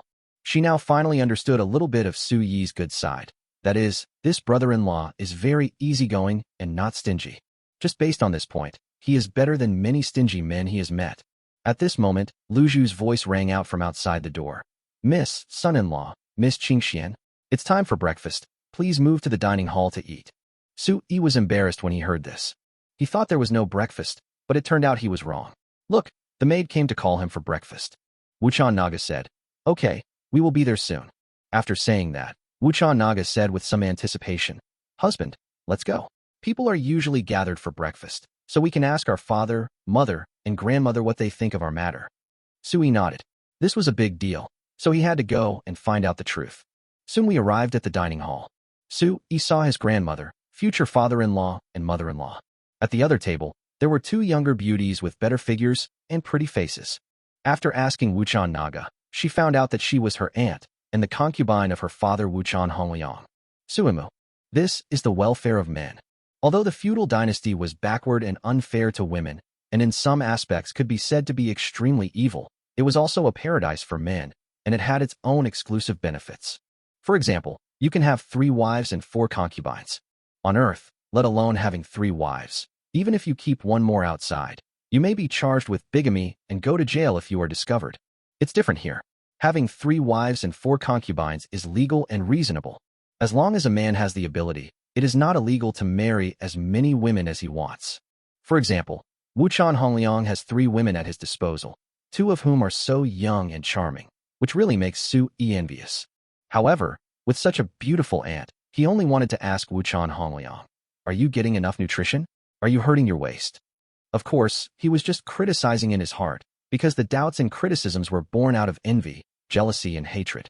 If you really ask him, he wouldn't dare to ask even if you kill him. He felt that if he provoked his future father-in-law, he might marry 2 more wives and concubines, which would make him completely jealous to death. To be honest, he also wanted to be a happy man in another world. Chapter 129, Grandma Zhu's Investigation, Su Yi's Shocking Remarks. Wuchan Naga bowed to everyone, and everyone responded to her with a smile. The same goes for Wu Qingxian. I guess Miss Wu is a frequent visitor here. Only towards Su Yi. Everyone had different expressions, and no one knew what expression and attitude to use to treat him. So, the scene seemed even weirder. Su Yi was a little envious of old man Wu, who chose to go into seclusion at this time. So embarrassing. However, the embarrassment was only momentary, and Su Yi's shamelessness was fully demonstrated in the next moment. He smiled and called the oldest one, calling her grandma, and also greeted the other two, father-in-law, mother-in-law, hello, and the 2 concubines over here. My name is Su Yi. Sorry to bother you. He originally wanted to say, excuse me, but when he thought that being polite sounded a bit feminine, he didn't say it. The old lady's face was calm, neither salty nor bland. Yang smiled slightly, looking quite content. Wu Chan said loudly and generously, Sir, come, sit here and have breakfast. When Yang heard the master call the other party's son-in-law, she couldn't help but step on him under the table and secretly glared at him. Mother said to wait for a while, but you called your uncles instead. How can this be proper? Wu Chan laughed loudly and changed his tone. Su, young master Su, come, try the food of my Wu Chan family. Su Yi didn't care about the governor's change of heart. Only Wu Qingxian felt very strange. She looked at the whole family with her big eyes, then looked at Su Yi. Finally, she couldn't help but lean over to Wuchan Naga's ear and said, it seems that if he wants to become the son-in-law of the Wuchan family and your husband, he has to work harder. Wuchan Naga glared at her, and Wu Qingxian laughed and said, it's okay. I support you, Sister Naga. As she spoke, she picked up a big steamed bun on the table and took a bite. But the next moment, she vomited it out. Oh my god, it tastes so bad. Why didn't I find this big steamed bun unpalatable before? Wuchan Naga also took a bite and couldn't help but frown slightly. Then, she lowered her head and drank another bowl of porridge. She took a bite of pickled vegetables, but she also found it hard to swallow. Su Yi also tasted it, but found it bland and tasteless. Although, these things are very harmless, you can tell the difference as soon as you taste them. However, whether it is cooking techniques or flavor adjustment, the taste is a world away from what we have on Earth. But, my grandmother said with a hint of pride, Mr. Su, the food in my Wuchan family is much better than your Faisher village, right? Since you are here, you should eat more. Su Yi. He really couldn't bear to say that the food here was terrible. It was impolite. He could only look around and say something else. Although I was born in Faisher village, I left the village at a young age to go to school elsewhere. The food in Faisher village is mostly game, and I can't get used to it. Su Yi spoke casually. He really didn't want others to think of him as a bumpkin. Moreover, this statement, which I had thought of before, is more in line with his character. If I didn't say it this way, it would be easy to be exposed. He went to study abroad? Yang nodded and thought to herself. No wonder he can recite famous quatrains off the cuff. How could an ignorant mountain dweller know that? He must have gone abroad to study and heard others recite them. She couldn't help but ask curiously, Mr. Su, I wonder where you went to study. What did you study? Su Yi said, I went to study at the Looming Academy in Chunshan Country. Later, I went to the East China Sea and studied some knowledge of the study of things in foreign countries. The people of the Wuchan family nodded frequently. Lushan is adjacent to Chunshan Kingdom, so it is normal to go to the academy in Chunshan Kingdom to study. However, what is a little surprising is that he actually went out of the East China Sea and went to foreign countries to study the science of investigating things. No wonder his words and actions are a little different from everyone else. It turns out it's because of this. Wuchan couldn't help but ask loudly, Master Su, what is the study of things? Su Yi made up a story. Everything has its own reason. To understand its reason is to study things. Wuchan Hongliang was overwhelmed when he heard this. He waved his hands and said, well, forget it. These things are only understood by you scholars. I'm just a military commander. I only know how to deploy troops and wield swords and spears. But now that the world is at peace and there are no wars to fight, I guess I can only guard Qingfeng town for the rest of my life. Su Yi said, peace in the world is good. It is the common people who suffer in war. Wuchan Hongliang nodded. That's right. If there's a war, the people will be displaced and rivers of blood will flow. It's really not beautiful. Now we have peace and prosperity like this, which is also good. Grandma Zhu suddenly said, how pedantic. My son, as a general of a nation, how could you be so soft-hearted? The great Zhou dynasty enslaved the nations of Shiping, Nanling, Chunshan, Qingshang, Jianbei, and Donghai, demanding annual tributes from them. Even the crown princes of these nations were held hostage in the imperial capital, Shanjing. How could the royal families of the 6 nations allow such a great humiliation to happen? Sooner or later, war will come, said the old lady with a sullen face. After saying this, he looked at Wuchan Hongliang and said, "Don't you long for my Nanling kingdom to escape the enslavement of the great Zhou royal family?" "Of course I want to," Wuchan said in a loud and deep voice. "But the situation is stronger than me, so now I can only lie dormant." Grandma Zhu's expression brightened slightly, and she nodded. "Well, this is the attitude a general who eats the emperor's salary and is loyal to the emperor should have." The mother and son were talking about national affairs, and no one else dared to say a word. Finally, the old lady seemed to want to test Su Yi and asked, "Mr. Su, what do you think about this issue?" Su Yi looked embarrassed. "What do you mean? He's an outsider who's only been in this world for a few days. What the hell does he know about national affairs? If I ask him what he thinks, what will he say? Woohoo, I'm crying." But the next moment, he suddenly thought of the costume TV dramas he had watched before, especially the ancient war films, which discussed some viewpoints on war. It can be used to fool people. He pondered for a moment, put down his chopsticks, and said with a folded hand, reporting to grandmother, "I believe that the general trend of the world is that after a long period of division, there will be unification, and after a long period of unification, there will be division. Moreover, although my country is great, if it is warlike, it will perish. Although the world is peaceful, if it forgets war, it will be in danger." After saying this, everyone was stunned. The scene was so quiet that you could hear a pin drop. Everyone stared at Su Yi in amazement, and some even swallowed subconsciously. Chapter 130: The silly otherworldly beauty needs to be cultivated. The general trend of the world: long periods of division will inevitably lead to unification, and long periods of unification will inevitably lead to division. Although a country may be great, it will perish if it loves war. Although the world is at peace, it will be in danger if it forgets war. The old lady couldn't help but repeat in a low voice, her whole body trembling with excitement. She kept saying, "Good, good, good. These 2 sentences are so insightful. To be able to say such words, Master Su. You are an extraordinary person. Come, come, come, my son, bring the wine. We must drink to Mr. Su's words." Wuchan Hongliang immediately asked the servant to bring wine, which was quickly poured, with 1 bowl for each person. Sui took a look and found that this wine was similar to the local Matai, but it was more turbid, slightly beige, and not very fragrant. "Come on, do it," Wuchan said loudly. Everyone toasted and drank up. Sui took a sip and felt that it was countless times harder to drink than the original Mao Dai, and it could not be compared with his Wulianya. If he hadn't forced himself to drink it while pinching his nose, he would have vomited the wine out. Huff. After drinking it, he felt his breathing became smooth again. Damn it, I would never drink this kind of wine. It's not a pleasure, it's simply torture. Grandma Zhu said, "Everyone in the Wuchan family, listen carefully. What we discussed here today must not be spread outside. If anyone dares to gossip about it outside, I will beat him to death with my crutch." The old lady spoke sternly, and everyone's heart trembled, and they hurriedly obeyed her orders. Then, Grandma Zhu smiled and said to Su Yi, "Mr. Su, I wonder if you have any other surprising insights besides what you just said? Could you please tell me everything you know?" Su Yi was stunned, and said with a chuckle, "That's all. I just said it casually. Everyone just listened to it casually." Grandma Zhu shook her head. "Just saying that? I don't believe that. Do you think I'm an old woman that can be fooled? It's obviously you who are trying to hide your incompetence." At this time, Wuchan Najia, who had been silent the whole time, frowned and said, "Grandmother, father, mother, why do you still call my husband Master Su? He already calls you grandmother, father-in-law, and mother-in-law. Why are you still?" Wuchan Naga spoke up for Sui. She wanted to give Su Yi a status and an explanation. She couldn't treat Su Yi so badly. Absolutely not. The old lady said, "Well, Naga, we can't rush into recruiting a son-in-law for the Wuchan family. You suddenly brought a husband back, and we were all shocked. We need time to adapt to such a sudden thing, and we need time to think it through, right?" Yang chimed in. "Yes, Naga, you have to give us some time to digest this, right?" Wuchan Naga shook her head. "If the name is not right, then the words will not flow. The longer it is delayed, the more it will affect the Wuchan family." "So," Grandma Zhu interrupted, "don't worry, we'll figure it out in 10 days or half a month.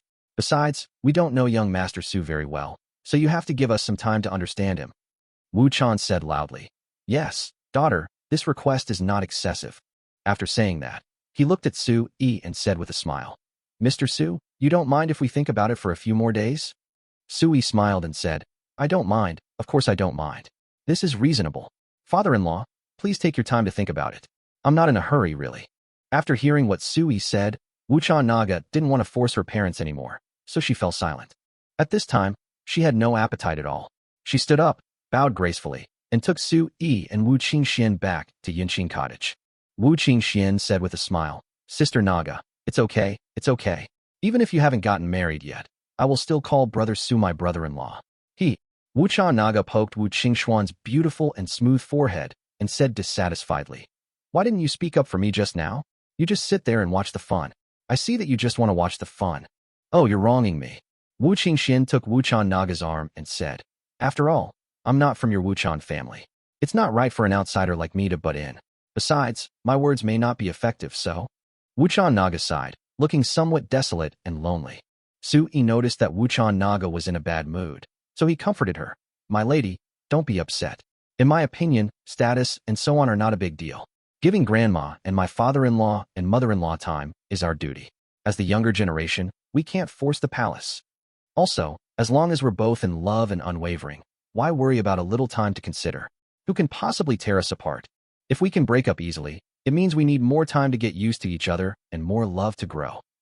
Su Yi told the story in a leisurely manner, and Wu Qingxian, who was listening beside him, was very excited. She was even a little confused when she heard the words, fermentation of love. Because when she saw Su Yi say these 4 words, Sister Naga's face suddenly turned red. Brother-in-law, what is fermentation of love? She couldn't help asking. Su Yi laughed and said, The fermentation of love is when a man and a woman are alone together, whispering to each other, sharing their true feelings, and making vows. Ah! Wu Qingxian was dumbfounded. She swallowed and said, This is too embarrassing. Su Yi said, Is it embarrassing? It's normal for couples to play poker every day, not to mention whispering in each other's ears and expressing their love with words.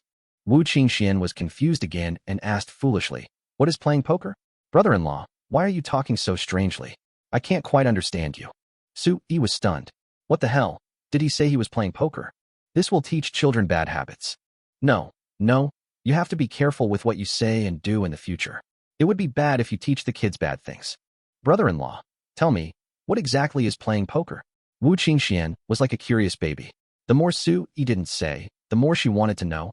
Does it mean hitting someone? Yes. Beating someone until they feel pain and scream with joy. You are right. Su Yi said with a smile. Humph, you're lying. Wu Qingxian knew from Su Yi's expression that he wasn't telling the truth and couldn't help but ask, Are you trying to flirt with me? Haha, that's right.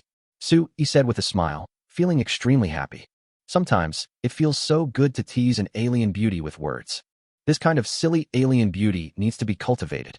Chapter 131 Brother-in-law, please. Back at Yinqing Cottage, Wuchan Naga said, My husband, I'm sorry to bother you for now. I'm going into seclusion soon. This time, I'm going to thoroughly consolidate my cultivation. Before in Lushan, my mind hadn't been able to settle down. I felt that my realm was rather superficial, so I had to consolidate it. Su Yi asked in surprise, Retreat? Does it mean locking yourself in the room and not being able to practice? Yes. Wuchan Naga said, You definitely can't come out to practice meditation. Luju will take care of your food and other things. But during the retreat, you only need to eat 1 meal every 2 to 3 days. That's not a big problem. I'm more worried about you. After all, you just arrived at the mansion, and I have to retreat. Su Yi asked, Are you going to stay in seclusion for a long time? Wuchan Naga shook her head and said, I don't know how long it will take. Maybe half a month, maybe a month. Su Yi smiled and said, That's okay. I thought it would take a long time. Old Man Wu also said that I would be in seclusion for a month. It's okay. I can take care of myself. Wuchan Naga nodded and looked at Wu Qingxian. Qingxian, my husband has just arrived at the mansion and doesn't know anything. I hope you can come over every now and then to help me look after him, okay? No problem. Wu Qingxian nodded hurriedly. I, Wu Qingxian, will definitely do my best to fulfill the task entrusted to me by Sister Naga. Wuchan Naga nodded.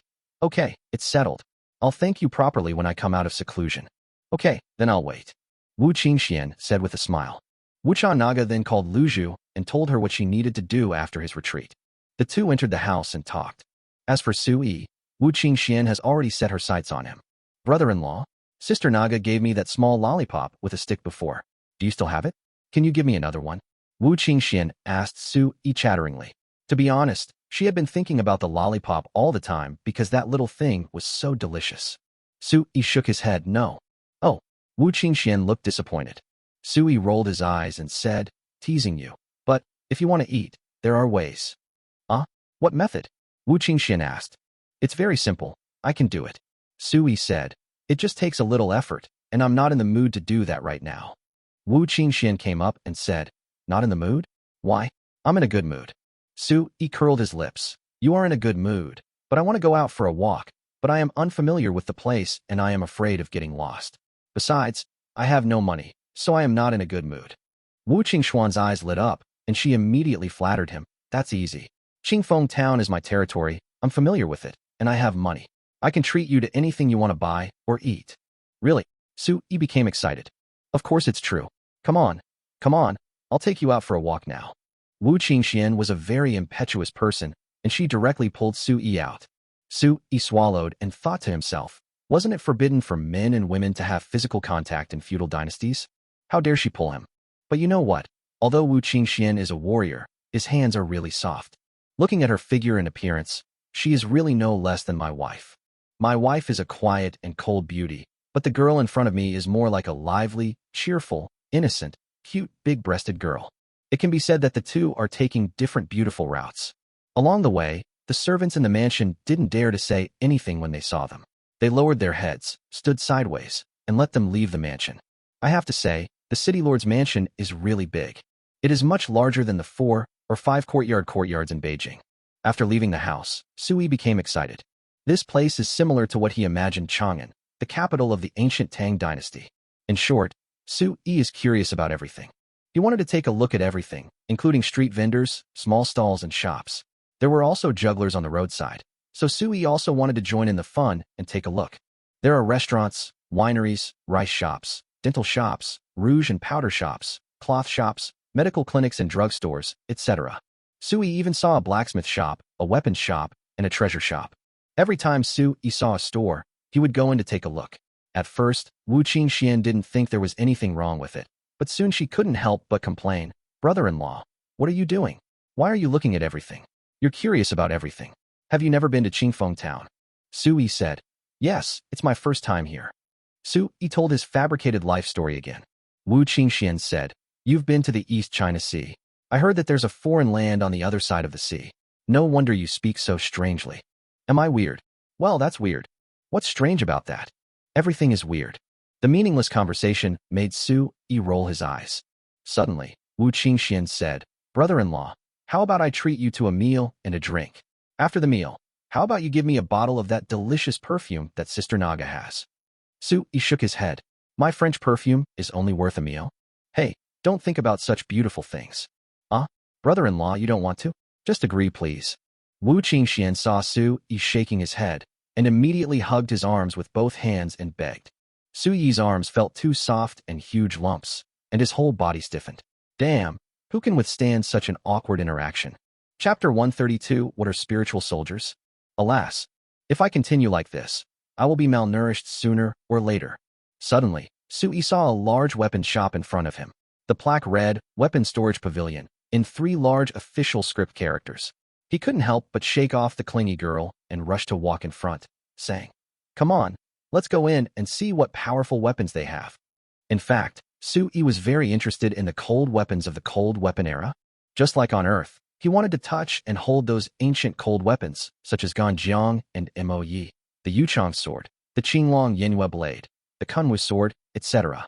Although forging technology has certainly become more advanced and stronger with the development of the times, and modern forged cold weapons are much stronger than before, sentiment has nothing to do with strength. Another example is the Sword of the Heavenly Sword and the Dragon-Slaying Sword in martial arts novels. He also wanted to play with it, to satisfy his hands and eyes. Of course, those who understand this feeling will naturally understand it, and those who don't understand will not understand it no matter how much you say. Entering the weapons shop, a cold and murderous atmosphere came over. Looking up, I saw that the shelves were filled with cold weapons. There are a wide variety of bows, guns, sticks, knives, swords, spears, shields, axes, hatchets, halberds, whips, maces, hammers, forks, palisons, daggers, etc. Of course, the most common types are knives and swords. These weapons are larger and heavier than those on Earth. Maybe it's because the people here are taller and more muscular. Moreover, the men here are very strong. Their weapons are not big enough, and they will not be able to fight without heavy hands. Wu Qingxian, who had followed, muttered, "They're just ordinary stuff. What's so good about them? Ordinary stuff?" Su Yi was surprised. "Are there no better weapons?" Wu Qingxian said, "Good weapons aren't displayed outside. I'm afraid that all the weapons in this shop can't compare to Sister Naga's flying feather sword. However, a weapons shop as large as this one must have one or two treasures. I guess only the museum's treasure can compete with Naga Sister's feather sword. Of course, these are just ordinary weapons. One level higher, there are also legendary spiritual weapons." When Su Yi heard this, his eyes suddenly lit up. Spiritual soldier? In short, Su Yi, whose name contains the word Ling, is very sensitive. He hurriedly asked what spiritual soldiers were. Just as Wu Qingxian was about to answer, the shop owner came over quickly and fawned over her, saying, "Miss Qingxian, what brings you here? What weapons do you want to see this time? By the way, there's a nice knife that just arrived in the store. Would you like to take a look at it?" After saying this, without waiting for Wu Qingxuan's response, he said to the waiter, "Quick, go get that tiger head knife." The two waiters went to the backyard and really brought over a big knife. It took two people to carry it. It seems that the sword is very heavy. When Wu Qingxian saw it, her eyes lit up slightly, and she couldn't help but grab the handle of the knife with one hand and picked it up directly. "Huh? It's really heavy." Wu Qingxian was born with supernatural powers, and with the help of practicing martial arts, his strength became incredible. Even if Wuchan Naga competed with her in a simple strength contest, she would lose. So, Wu Qingxian was a little surprised when she got this heavy sword. She danced twice, so vigorously that no one dared to approach. Wu Qingxian was just about to perform a set of sword techniques. A large group of warriors nearby cheered. "Stop, stop, stop! Miss Qingxian, please don't play with knives here. My little shop can't bear it. If it gets bumped or dented, it will collapse." The shopkeeper was shocked and tried to dissuade him. Wu Qingxian had no choice but to stop and slam the knife on the ground, shattering the bluestone slabs on the ground. Wu Qingxian said, "This knife is not bad, but unfortunately the raw material is still a little poor. It can't be made into a spiritual weapon." The shopkeeper said, "Miss Qingxian, you're joking. Weapon embryos that can be made into spiritual weapons are extremely rare. Generally, only famous smelting masters in the dynasty can forge them. How can my small shop possibly have them?" Wu Qingxian chuckled, knowing that he was telling the truth. But she couldn't help but sneer. "Boss, your shop may be small, but your weapon storage pavilion has branches in Anyang and other major capitals, making it one of the best weapon shops in Nanling. I've been asking you to find me a spiritual weapon. Have you found one yet?" The shopkeeper was in his 60s, with some gray hair on his temples. He said awkwardly, "Miss Qingxian, you're joking again. You're looking for a spiritual sword, not an ordinary weapon. There aren't many spiritual weapons in Nanling country. Aren't you trying to embarrass me, a lowly person?" Wu Qingxian snorted, "I'm not trying to embarrass you. Also, don't always say that I, Wu Qingxian, am joking. I'm not telling you a joke. As long as you can find the spiritual sword, my Wu family will raise the money to take it even if it means exhausting the entire clan's resources." Wu Qingxian said it so domineeringly. The shopkeeper was stunned for a moment, then blushed and said, "No, no. If there were any spiritual weapons, they would have long been bought by the royal families of various countries and the powerful families of the dynasties. It wouldn't be Qingfeng Town's turn." Wu Qingxian sighed when she heard this. She huffed, Okay, I know you're incompetent." After saying that, he pulled Su Yi away angrily. The shopkeeper also looked helpless. Outside the store, on the street, people come and go, and the place is bustling with noise. Su Yi pointed to a tea house and said, "Let's go have some tea, and then you can tell me what a spiritual weapon is." Wu Qingxian nodded, took Su Yi to the tea house, and ordered the best Tianxiang tea. There are many literati and poets in the tea house. Occasionally you'll run into one or two people carrying knives or swords. The waiter recognized Wu Qingxian and ran over to serve her. He said with a smile, "Miss Qingxian, you haven't been here for several days. What kind of tea would you like to drink today?" As he spoke, he secretly glanced at Su Yi and asked, "Who is this young man?" Chapter 133, Jade? Waystone? Create a new tea brand. Wu Qingxian said, "His name is Su Yi, and he's my brother-in-law. By the way, when he comes to drink tea with you in the future, please serve him well. I'll pay for the tea and everything else, okay?" I understand, I understand. The waiter smiled and nodded. When the tea came, Su-yi took a sip. It wasn't very tasty, but it wasn't unpalatable either. It could only be said to be very ordinary. Wu Qingxian took just one sip and spat it out. What kind of shitty water are you using to make tea? Change it now. Wu Qingxian was angry, and the waiter ran to change the tea. Soon the shopkeeper brought the tea personally and explained that the waiter accidentally brought the wrong tea and did not mean to be negligent, and asked Miss Qingxian to calm down. Sui sighed. It was obvious that Wu Qingxian was quite powerful in Qingfeng town. No matter how you looked at it, she looked like a local boss in Qingfeng town. Sui took another sip of tea, and his eyes lit up. Damn, this is good tea. What kind of tea is this? Sui asked. He felt that this kind of tea could easily beat the best tea on earth. For example, Longjing, Biluakun, Maojian, etc. are sold out instantly. After all, the tea here actually contains a hint of spiritual energy. Although the spiritual energy is extremely weak, as long as it exists, it is not an ordinary item and can kill all ordinary items in seconds. Tianxiang tea, Wu Qingxian said. The tea leaves are actually ordinary Tianxiang tea plants, but the water is different from ordinary well water. Oh, why is it different? Sui puzzled. After the well water is drawn up, jade stones containing spiritual energy are placed in the water. Only after the water becomes sweet can it be used to make tea, said Wu Qingxian. Sui was stunned when he heard this. What the hell is this? Use spiritual jade to blend well water? Jade is not alum, so why use jade to purify water? The next moment, Sui realized that they were not using jade to purify water, but to soak out the spiritual energy in the jade so that the water would contain spiritual energy. Damn, there are such methods. No wonder he could drink spiritual energy from tea. So complicated. Sui made a casual complaint. Wu Qingxian said, it's not complicated. This is already the dumbest and cheapest method. After all, there are very few spiritual wells in the entire Nanling Kingdom, and there aren't many in the Great Zhou dynasty either. Also, the Tianxiang tea plant itself contains a little bit of spiritual energy.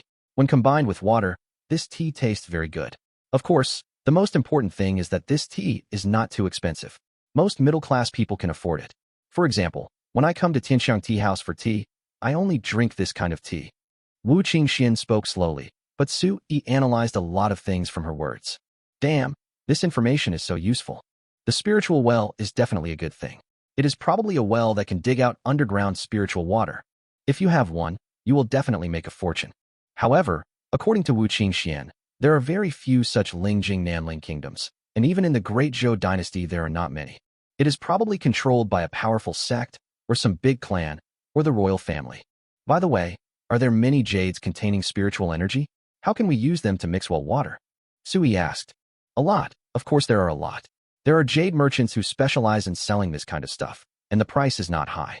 Jade is also very useful, so jade containing spiritual energy is very popular in Chongqing continent. Very useful? What are the uses? Sui was curious. How should I put it? It's basically used to extract spiritual energy, that's it. Wu Qingxian said. Sui took out a piece of the Wuchan family crest and handed it to Wu Qingxian, saying, is the jade you were talking about something like this? That's right, Wu Qingxian said. But this piece of yours is useless. The spiritual energy is almost gone. Sui's eyes lit up when he heard this. He asked, what do you do with the jade that has lost its spiritual energy? Wu Qingxian said, just throw it away. What else can we do with it? Jade without spiritual energy is just waste stone. Although it looks pretty, it's useless. Oh, yes, it can be carved into bowls, containers, etc. to hold things. Sui's face was full of black lines. Jade, which is very valuable on Earth, is treated as waste stone here? Damn it. What a waste of natural resources. What a waste of natural resources. If he doesn't sell these waste rocks back to Earth, he wouldn't be called a merchant between the two worlds. Perhaps, if I could get some spiritual jade back, I could sell it for a sky-high price. After all, everyone here can use it to mix drinking water, so it probably can't be that expensive. As long as there is a price difference between the two worlds, he can profit from it. Oh, and he also has to get this Tianxiang tea and Lingshui back to Earth. Perhaps he could create a tea brand on Earth called Chongqing Tianxiang tea or something like that. Then I thought, this tea name I chose is really low. Everything is linked to longevity, and the word longevity is used in everything. It's really tacky. Why don't I have any talent for naming? It's so confusing. Brother-in-law, what are you thinking about? Wu Qingxuan's voice came to my ears. Her two beautiful big eyes looked at Sui curiously. Sui smiled and said, I wasn't thinking about anything. I was just daydreaming. By the way, let's talk about spiritual weapons. What exactly are they? Chapter 134 Actually, I don't know either. Wu Qingxian smiled and said, Then, give me a lollipop and I'll tell you. Su Yi said, No problem. This tea plus the answering of questions by the spiritual soldier, I will give you 3 lollipops. How about it? Wu Qingxian smiled sweetly. Okay, brother-in-law, you are so nice. Su Yi also laughed. 3 lollipops cost him $1.50. 1 is 50 cents, and 3 are $1.50. It's nothing. Now I can exchange it for a nice cup of tea and have my questions answered. Wu Qingxian said, A spiritual weapon is one that has talismans or formations engraved on it, giving it spiritual power and attributes. That's a spiritual weapon. Hee, isn't it simple? Su Yi was surprised and said, Then not every weapon can be engraved with talismans and formations, right? Wu Qingxian nodded and said, Of course. Ordinary weapon embryos are not qualified to become spiritual weapons. They must be top-notch, peerless weapons. For example, the hardness and toughness of the weapon must reach top standards. And, most importantly, the weapon embryo must be pleasing to the Taoist. Su Yi was stunned and asked in confusion, Catch the Taoists, why what does this have to do with Taoists? Wu Qingxian smiled and said, Of course it is related, because only alchemists can make spiritual weapons. Su Yi was dumbfounded. Yes, how could he forget that spiritual weapons still need people to make them? How could ordinary people master talismans and formations? Only alchemists can make these strange things. If that's the case, then spiritual weapons are indeed rare. I heard from my wife before that there are not many alchemists on this continent. Compared with warriors, alchemists are considered a scarce commodity. Since alchemists are scarce, spiritual weapons must be scarce as well. Only alchemists. Warriors are not allowed. Su Yi asked again stubbornly. Wu Qingxian thought for a moment and said rigorously, I guess it's not just alchemists. This is just a general statement. Maybe wizards or something like that can also be considered, but that wizard must master talismans or formations. Su Yi's heart skipped a beat. What the hell, wizards can do that too. Then, isn't the old man following me a wizard? Moreover, he even extorted a witch talisman made of jade from him. This shows that old man Wu can make talismans. Damn, there's actually a rare item right next to me, and I didn't even realize it before. Damn it, I'm such a fool. Brother-in-law, what's wrong with you? Wu Qingxian asked suspiciously. She found Su Yi scratching his head a little funny. It's okay, just continue. Su Yi asked Wu Qingxian to continue. Wu Qingxian said, Martial artists cannot create spiritual weapons unless they have reached the level of Grand Master, surpassing the existence of ordinary martial artists. They can create spiritual weapons. But you should also know that all Grandmaster warriors in the world are national treasures and are very rare. How could they have so much free time to create spiritual weapons? Besides, making spiritual weapons consumes a lot of spiritual energy. Su Yi nodded. Indeed, Grandmaster warriors have surpassed the scope of warriors and reached the extraordinary realm. Even if they have extraordinary means to make spiritual weapons, they should not bother to make them, right? Unless you are making 1 or 2 for the younger generation, or giving them to someone with whom you have a special relationship, you should not spend your time and energy on doing such a thing. Wu Qingxian continued, My Wu family has been searching for spiritual weapons for years, but we still haven't found any. Hee, I guess it won't be easy in the future. Su Yi nodded. He was just a rookie now. It was enough for him to know about spiritual weapons. As for asking for a spiritual weapon, forget it. It would be a crime to possess a treasure. He is not stupid. He took a sip of tea and looked out the window, seeing people coming and going on the street. He was thinking, since he came here, should he set a higher goal for himself?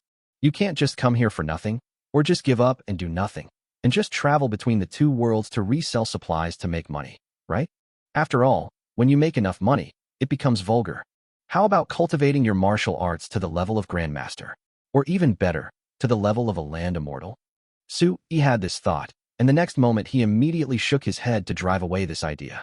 To be honest, he doesn't have the perseverance, and doesn't seem to have the talent. The idea is good, but if he actually does it, he will be embarrassed. He'd better not humiliate himself. Wu Qingxian suddenly asked, Brother-in-law, was it you who gave Sister Naga the Feiyu sword? Su Yi gathered his thoughts and looked at the extremely beautiful silly girl in front of him. He nodded and said, Yes, what? You also want a sword like this? Wu Qingxian nodded, then shook her head and said excitedly, What I want is not a sword, but a knife. My whole Wu family practices knife fighting. Oh, Su Yi suddenly realized that they were from a martial arts family that practiced swordsmanship.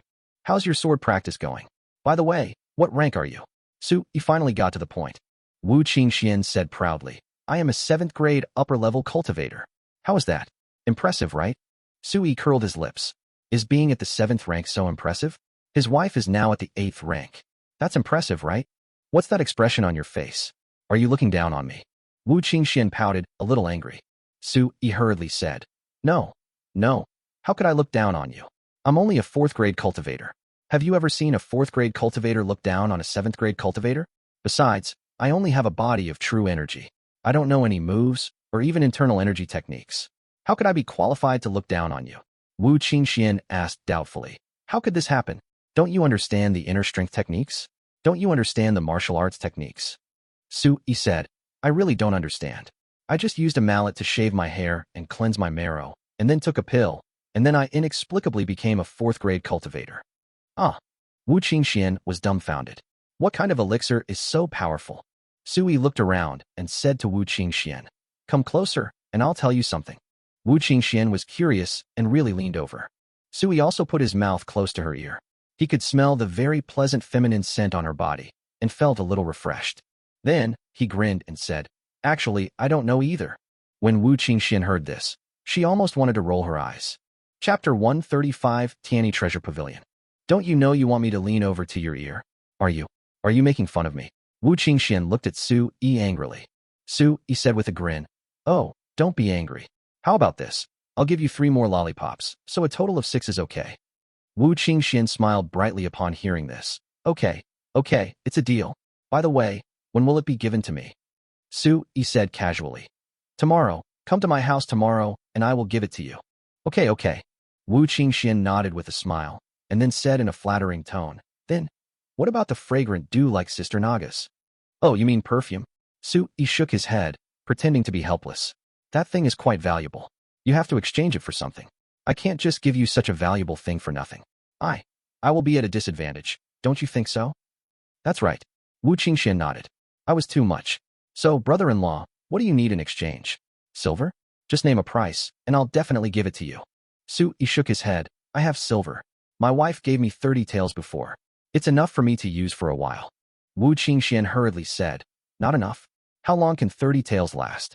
It's not enough, is it? Not enough. Su Yi was surprised. His wife said that even if she went out for sightseeing and shopping, it would last for more than a month. Of course it's not enough. Wu Qingxian shook her head. You're a man, and men's money will be gone after a few drinks. So, how can 30 taels be enough? Drinking prostitute wine? Su Yi's eyes lit up, and he shook his head casually. Forget it. I won't go to that kind of place. You don't want to drink wine? Wu Qingxian asked in surprise. That's not right. My father said that all men like to drink wine. Su Yi was very upset. He wanted to go, but he couldn't. A gentleman does what he should do and doesn't do what he shouldn't do. Do you understand? Humph, don't try to drag me into this. If my wife finds out, won't I end up kneeling on the washboard? No, I won't go. If I say I won't go, then I won't go, Su Yi said. Wu Qingxian frowned, thought for a moment, and could only ask, Then what do you want to exchange for your perfume, brother-in-law? Apart from silver, I can't think of anything else to exchange for your perfume. Su Yi rolled his eyes and said with a smile, How about you give me a kiss? Wu Qingxian was shocked. She stood up and pointed at Su Yi. Hey, you are such a pervert. I never thought you were such a person. Su Yi laughed. Calm down, I'm just kidding. I already have a wife. Don't worry, I won't have any thoughts about you. Wu Qingxian pouted, sat down with a suspicious look on her face, and said, Then brother-in-law, please stop joking. This kind of joke is not funny at all. Okay, let's get down to business. Su Yi said seriously, I like gold, as well as martial arts techniques, martial arts secrets, and so on. That's it. Wu Qingxian was stunned. Her Wu family was the #1 martial arts family in Qingfeng town. They didn't have much, but they had the most martial arts techniques and secret manuals. There's quite a lot of gold. Yes. Su Yi nodded. He suddenly remembered that he needed jade, whether it was spiritual or not. He immediately said, If you don't have gold, you can give me jade. Even those useless stones without spiritual energy. When Wu Qingxian heard this, she was dumbfounded. Waste stone? He actually wants to waste the stone? Waste stone is useless except for its beauty. Wu Qingxian asked in surprise. Brother-in-law, what are you doing with the waste stones? They are all useless stones. They look good, but are useless. Su Yi waved his hand. I just like them because they look good. How could Wu Qingxian understand the Chinese people's love for jade? Even without spiritual energy, jade is still very valuable, especially glass-type and ice-type jade, which are even more expensive than gold. Once he gets a large amount of jade back to Earth, he can open a jade material company. Specializing in jade wholesale, there's no need to worry about not making money. Hee hee, it's so cool to make a profit by reselling between the two worlds. Okay. Then I will take you to exchange for gold, jade, or martial arts techniques and secret manuals. Wu Qingxian was a little impatient. Sui thought for a moment and said, let's go tomorrow. I didn't bring what you wanted today. Come to the mansion to pick me up tomorrow, and I'll go with you. That's fine. Wu Qingxian nodded. Then I'll have time to go back and prepare these things. Sui drank all the tea in one gulp, then stood up and said, let's go. There's a treasure house over there. Let's go take a look. Sui is now interested in the rare treasures of the Chongqing continent, so when he saw the treasure pavilion, he was as nervous as a cat scratching. Hey, brother-in-law, don't be anxious, wait for me. Behind him, Wu Qingxian threw a small amount of silver on the table and hurriedly followed. Sui came to the treasure pavilion and saw the 5 big characters written on the plaque of the treasure pavilion. Tianyi Treasure Pavilion. The font is thick and majestic, with an extraordinary aura. Sui turned around and asked Wu Qingxian, is this treasure pavilion also a chain?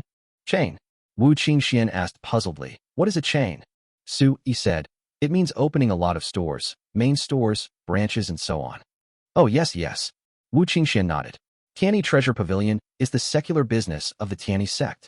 It's not only in Qingfeng town, but also in many large towns and even in other countries. What is Tianyi sect? Sui became more and more curious. He found that no matter what he asked, he would only reveal more ignorance. Wu Qingxian said, a martial arts sect, similar to Sister Naga's Yunqing sect, but it's much larger than the Yunqing sect. Much bigger? How much bigger? Sui rolled his eyes. Wu Qingxian thought for a moment and said, 10 times bigger, probably about 10 times. Yunqing sect has only female disciples, but Tianyi sect has both male and female disciples, and they're also rich and powerful. Chapter 136 Treasure Girl. The Tianyi sect is so awesome? Sui was extremely surprised. He had previously thought that the Yunqing sect was already very powerful, but he didn't expect that the Tianyi sect was so much more powerful than the Yunqing sect. Brother-in-law, what's so awesome about it? Wu Qingxian looked confused. Sui choked and said awkwardly, it means, very powerful. Oh, of course the Tianyi sect is powerful. They are good at business and have many industries in the secular world. Tianyi Treasure Pavilion is just one of them. Oh, was it evil that day? Sui asked the most important question. Evil? Wu Qingxian asked, how could it be evil? It's just a martial arts sect that teaches martial arts on the Chongqing continent. Its purpose of existence is to uphold justice. So how could it be evil? Brother-in-law, your thoughts are not right. Sui smiled awkwardly and said, I can't help it. I read too many novels by Gulong and Jin Yong when I was a kid. Now when I think about the dangers of the martial arts world, I have paranoia. Gulong? Jin Yong? Novels? Are you talking about a storybook? Who are Gulong and Jin Yong? And what is delusion of destruction? Why is this term so strange? Wu Qingxian was confused and finally pouted. Brother-in-law, I haven't heard a lot of what you said before. I don't understand anything. Can you please talk to me normally? Okay, I'll fix it, but it will take some time. Sui changed the subject. Come on, let's go in and take a look. Sui walked into the treasure pavilion first. Wu Qingxian pouted. It's just a broken treasure house. What's so good about it? Sui laughed in front and said, you said something bad about me, right? I heard it. Wu Qingxian muttered again. Who said bad things about you? I was saying bad things about the treasure pavilion. Is the treasure pavilion very bad? Didn't you say that the Tianyi sect is a good sect? Sui turned around and asked. Wu Qingxian said mysteriously, I say it's bad because they hide the good stuff and don't sell it. Or maybe it's like a lion opening its mouth to rob people. It's simply evil. When Sui heard this, he realized that this statement contained a lot of information. He immediately became interested and said with a roll of his eyes, what kind of good things are you talking about if you don't sell them? Wu Qingxian said, of course it's the store's treasure. Don't you understand? Sui shook his head. Wu Qingxian said, no matter what kind of store it is, it always has a treasure that is its most precious treasure. For example, the weapon storage pavilion we just visited has a spirit weapon embryo as its most precious treasure, but he just didn't take it out. Of course, the store's treasures are usually not for sale, so there's no need for them to take them out. Besides, ordinary people wouldn't buy a spirit weapon's embryo. I've already explained the reason. Sui nodded. He understood. Then, do you know what the treasure of the treasure pavilion is? Sui asked. I don't know. Wu Qingxian shook her head, then said casually. But, for such a big store, it must be dominated by spiritual objects. Otherwise it wouldn't make sense. Sui was shocked. Spiritual object? Oh shit. Come to think of it, it makes sense. With such a large treasure pavilion, the treasure must be of spiritual object level. Let's go, don't block the door. I'm in a good mood today, so I'll take you in to open your eyes. Wu Qingxian pulled Sui and walked inside. Sui felt so happy when she held his hand again. This girl must be someone who doesn't care about worldly etiquette, does what she wants, and dares to love and hate. Alas, the fate of girls like this is often either surprisingly good or surprisingly miserable. I don't know which one will come true in her life. When the waiter at the treasure pavilion saw Wu Qingxian walk in, he was startled and immediately turned around and called out to the shopkeeper, saying that Miss Qingxian had arrived. Sui was so upset that he felt like the waiter was a brothel owner, calling the young ladies to come out and receive customers. Soon, a chubby, greasy middle-aged uncle trotted out, bowed with a smile, and said, Miss Qingxian, you haven't been here for a while? Come, come, Uncle Wu will treat you to tea. It's definitely better than the Tianxiang tea house's Tianxiang tea. When Sui heard this, he wondered why this man who called himself Uncle Wu seemed so familiar with Wu Qingxian. Wu Qingxian waved her hand. Manager Wu, forget it. Wu Qingxian, don't want to owe you any favors. I've said it so many times, I don't like your son. It's useless for you to flatter me. Shopkeeper Wu smiled awkwardly and then assured, Don't worry, don't worry. Today we're definitely not talking about my son. I just want to catch up with you. Wu Qingxian smiled. Shopkeeper Wu, we don't have much to talk about in the past. We are a generation apart. Shopkeeper Wu smiled brightly. It's okay, it's okay. We can be friends regardless of age. Look, in Qingfeng town, you, Wu Qingxian, are the most generous and righteous. Wu Dalong, and you have similar personalities, don't we? After Shopkeeper Wu finished speaking, he noticed Sui beside Wu Qingxian. He couldn't help but say, Miss Qingxian, this is... Wu Qingxian smiled and said, Shopkeeper Wu, let me introduce him to you. He is my brother-in-law. You can just call him Master Sui. Shopkeeper Wu was surprised. When did you have a brother-in-law? Wu Qingxian said, Don't worry about that. My brother-in-law just came back from abroad and wants to come and see you. If you have anything rare, please introduce it to my brother-in-law and let him open his eyes. That's no problem. Shopkeeper Wu responded with a smile, patting his chest. He puts service first when it comes to guests. At this moment, Sui was really shocked by Wu Qingxuan's extensive network of contacts. It seemed that there was no one in Qingfeng town who didn't know her. This girl is simply a treasure girl. He smiled and said to Sui, Mr. Sui, please come in. Sui bowed and said, Thank you for troubling Shopkeeper Wu. Sui followed Manager Wu into the building, and what came into view was an ancient building with a corridor. Sui also saw many shelves, on which countless rare treasures were displayed. Some of them even glow, which is incredible. Of course, Sui couldn't recognize most of them. These things do not exist on Earth. Shopkeeper Wu said, Mr. Sui, my Tianyi treasure pavilion has countless rare treasures. Many of them are purchased by those with a good fortune. Some treasures are worthless to some people, but they are worth more than 1,000 gold to others.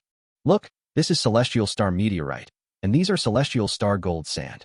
And over here, there's the remains of a spiritual weapon, only half of it. Look at this. It's said to be a treasure map wrapped in human skin. It records a mysterious and enormous treasure. It's a pity that no one understands the words on it, and no one has discovered the secret. Sui looked at the treasure map hidden in human skin and felt dizzy. Not only was the pattern on it very complicated, it also seemed to have the power to confuse people's minds. Master Sui, please don't stare at it too long. This piece of human skin is said to have been peeled off from an alchemist. It's very strange, and you'll be confused if you look at it for too long. Sui could only avoid it.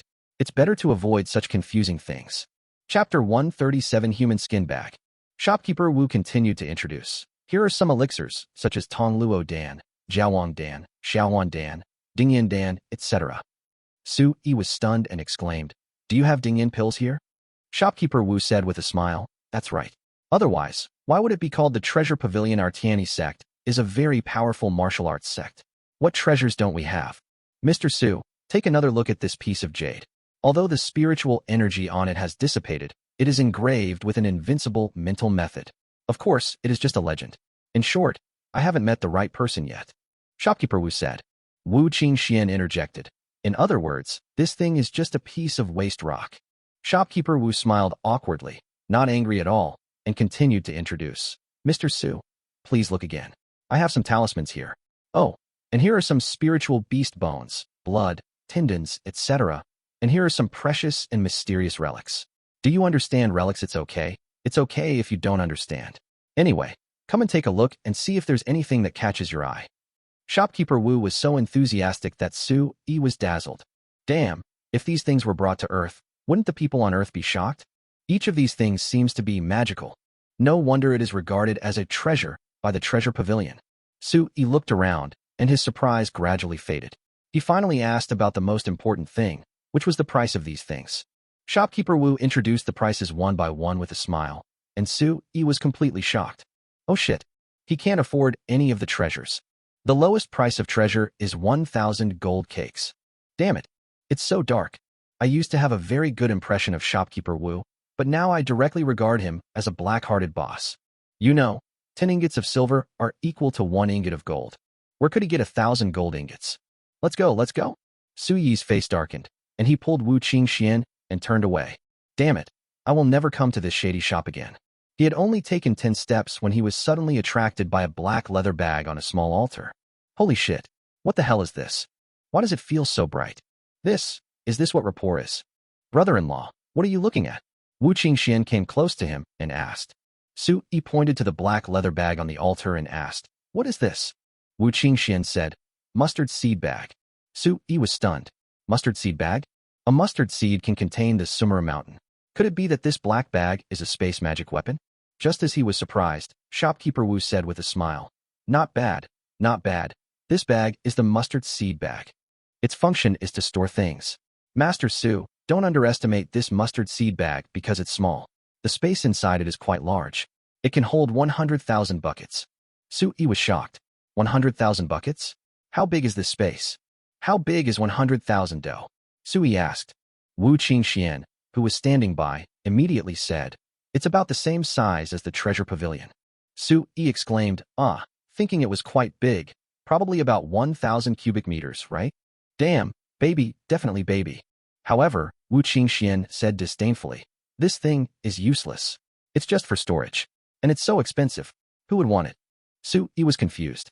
How could it be used to store things and yet be useless? So what is useful? For him, it is very inconvenient to carry supplies between the two worlds. If he had such a mustard bag, he would not have to rely on point-to-point teleportation.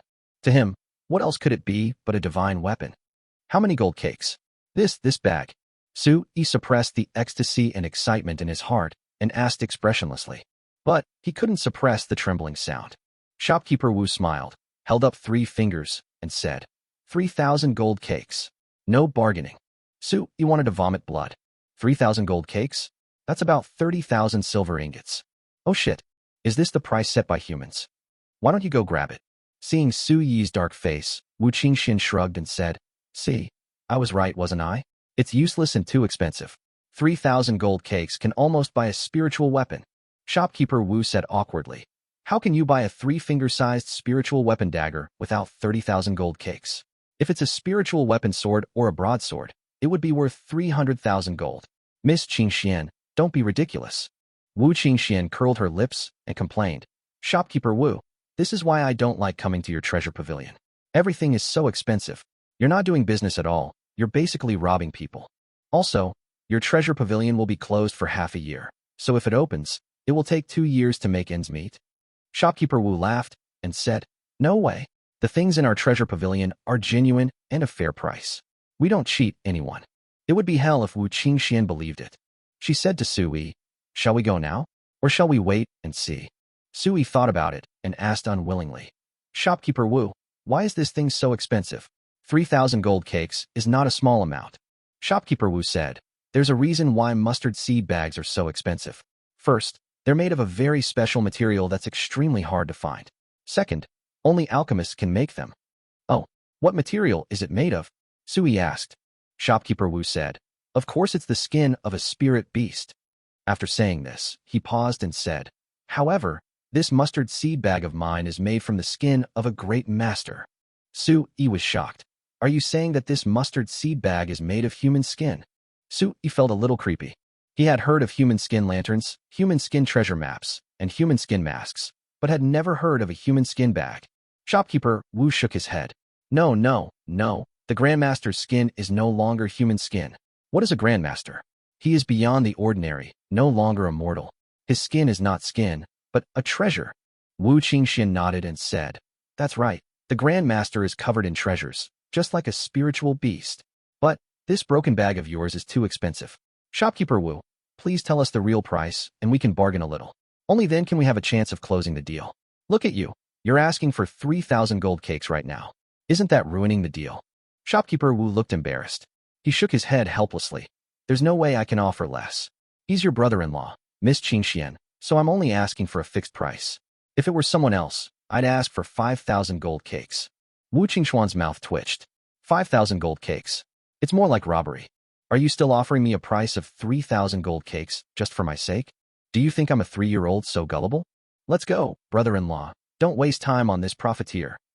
Wu Qingxian pulled Su-yi and walked out the door. Chapter 138 Going back and forth to the treasure pavilion. Su-yi was not as strong as Wu Qingxian, so she took him away hand in hand. It can be seen that Wu Qingxian is really angry. Su-yi suddenly felt that a penny could not kill a hero. He had never wanted to own something as much as he did now. Maybe the mustard bag is nothing to many people, but it is of great use to him. He couldn't help but turn around and say hello. Shopkeeper Wu, please keep the mustard seed bag for me. I've reserved it. When I go back and collect enough gold cakes, I'll come and take it away immediately. You are not allowed to sell it to anyone else. Before he could finish his words, Wu Qingxian interrupted him. Oh, brother-in-law, you're so stupid. That thing can only be used to store things. It's really not worth spending so much money on it. You might as well save money and buy something else. Buy other things? What? Su-yi asked. Spiritual weapons, spiritual herbs, or the bones, skins, blood, and inner elixirs of spiritual beasts, etc. Which of these things is not better than that broken storage bag? Su-yi was stunned for a moment. Then he said ecstatically, Are you serious? Is the blood of a spirit beast so precious? Of course, Wu Qingxian said. You should know that things that have become spiritual are no longer ordinary things. The blood of spirit beasts has special functions and is naturally very precious. Su-yi said, Where is the blood of the spirit tiger? Nonsense. The spirit tiger is one of the top spirit beasts. Every part of it is a treasure. Its blood is very expensive, isn't it? Wu Qingxian stared at Su-yi and said, Brother-in-law, don't tell me you have the blood of a spirit tiger, okay? Su-yi did not answer but asked, Can the spirit tiger blood be exchanged for the mustard seed bag? Wu Qingxian was stunned for a moment, then slapped her forehead.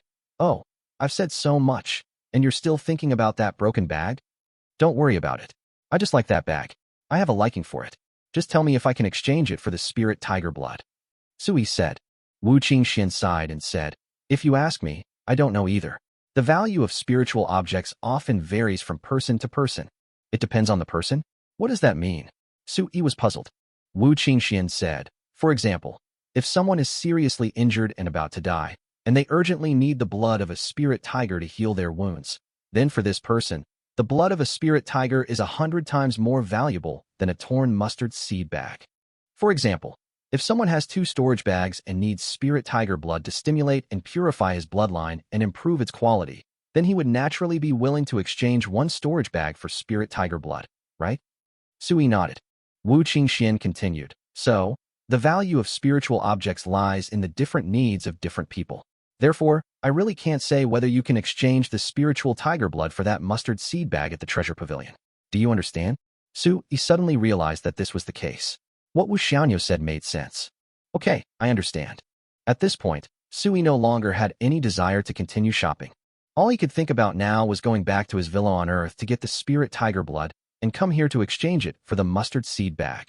Before, he picked up a lot of spirit tiger blood scabs in the Spirit Tiger Valley. That is all the precious blood from the Linghu and I. No more shopping, I'm going back first. Su-yi turned around and walked towards the city lord's mansion. In such a hurry? It's still early. Brother-in-law, why are you going back? Wu Qingxian caught up. Su-yi said, I don't have any gold cakes, I want to go back and raise some. Wu Qingxian was helpless, thinking that Su-yi was a little confused, so she said helplessly, Okay, then I'll take you back. Wu Qingxian sent Su Yi back to the city lord's mansion. After seeing Su Yi enter the mansion, she asked the doorman to bring her horse and was about to ride the horse back home. Unexpectedly, Su Yi turned around and said to her, "Wait for me. I'll be back soon. Let's go to Tianyi Treasure Pavilion again." Wu Qingxian was stunned, but Su Yi had already rushed straight to his room in Yunxing Cottage. Even when some servants greeted him and called him son-in-law, he didn't have time to pay attention. He returned to the room, closed the door, turned behind the screen, and disappeared with a whoosh. Villa. Su Yi appeared as expected, and he still turned off the alarm system first. Then he rushed to the basement and took out the largest piece of spirit tiger blood scab from the safe. This blood clot is the size of a basin, and it is red with light. There seems to be a spiritual energy surging in the blood clot, which is very magical. Su Yi returned to the living room, grabbed a handful of candy on the coffee table, and then returned to the Chongqing continent with a whoosh. He soon appeared behind the screen in the room and hurried out with a backpack full of blood scabs. He trotted all the way, leaving many servants completely confused. They think this son-in-law is really weird. What a weirdo. Mending saw Su Yi coming and going in a hurry, and scratched the back of his head in surprise. When Su Yi ran in front of him, he glanced at him subconsciously, thinking that he should establish a good relationship with him so that he could enter and leave the mansion easily in the future. So, he threw a candy from his hand to Mending, who took it and was surprised again. Su Yi didn't say anything. He walked down the stairs and said to Wu Qingxian hurriedly, "Take me to Tianyi Treasure Pavilion again." After saying that, he stuffed all the candies in his hand into the other person's hand. This bunch of candies is very diverse, including lollipops, white rabbit milk candies, chocolate candies, even crispy candies, mint candies, and so on. In short, there are more than 20 or 30 of them. When Wu Qingxian saw that she had received so many candies at once, she smiled widely. Haha, she felt like she didn't do anything, but she got so many delicious candies. Her brother-in-law is really generous. Hee hee, I must hang out with him more in the future so that I can have some candy. Chapter 139, The Mustard Seed Bag. No problem, no problem. Brother-in-law, where did you get so many strange candies? Wu Qingxian asked with satisfaction as she broke open a lollipop and put it in her mouth. Su Yi said, "I had them in my bag originally, but I forgot about them. I just went back and looked through them and found so many. Anyway, I'll give them all to you." Wu Qingxian smiled happily. She jumped on the horse and said, "Brother-in-law, you come on too. Sit behind me. I'll take you to the treasure pavilion." Su Yi was extremely embarrassed and said with a red face, "That is too high for me to climb." Wu Qingxian slapped his forehead and said, "I forgot you haven't learned the light body method." As she spoke, she stretched out her hand towards Su Yi. "Come, grab my hand, and I'll pull you up." Su Yi could only grab the other person's hand. Wu Qingxian lifted him lightly, and Su Yi felt that he flew onto the horse's back and sat right behind Wu Qingxian. "Hold my waist. I'm leaving," Wu Qingxian said. "Oh, okay." Su Yi immediately hugged the other person's waist to prevent himself from falling. The horses in this world are stronger and taller than those on Earth. If they fall, it will be no joke. The next moment, he felt himself and Wu Qingxian pressed tightly together. Damn, Wu Qingxuan's body is extremely soft and has a charming fragrance. Moreover, her waist is actually thinner than I imagined. Su Yi felt that he had done something shameful. Mending's eyes widened when he saw Su Yi and Wu Qingxian leaving on the same horse. Along the way, Wu Qingxian and Su Yi galloped on horseback, attracting many people's surprised gazes. Soon, the horse stopped at the door of Tianyi Treasure Pavilion. Wu Qingxian threw the reins to the waiter, and then followed Su Yi into the treasure pavilion again. "Shopkeeper Wu! Shopkeeper Wu!" Su Yi shouted as soon as he entered the room. Shopkeeper Wu came out quickly and said with a smile, "Mr. Su, you're here again? Welcome, welcome." To be honest, he likes guests like Su Yi the most. Go on the same day and come back on the same day. It shows that he really wants to buy something. These are potential customers. Su Yi didn't waste any words. He took off his backpack, took out the huge spiritual tiger blood scab, handed it to Shopkeeper Wu, and said, "Can this be exchanged for your mustard seed bag?" When Shopkeeper Wu saw the blood clot, he was stunned for a moment. Then his face changed slightly and he asked suspiciously, "Is this the blood of a spirit beast?" "Yes." Su Yi nodded. "Spirit tigers." Shopkeeper Wu's eyes lit up, and he quickly stretched out a finger, scratched the surface of the blood scab, scraped out a thin layer of blood scab flesh, and then took a sip with his mouth. The blood-crusted meat melts in your mouth. Although it was just a little ding, he still looked intoxicated and his face flushed. After a long moment, He opened his eyes and said in disbelief, "It really is spirit tiger blood. Oh my God, such a large piece of spirit tiger blood is so rare. It's a priceless treasure, absolutely priceless. It's definitely a top-notch treasure in my Tiani treasure pavilion."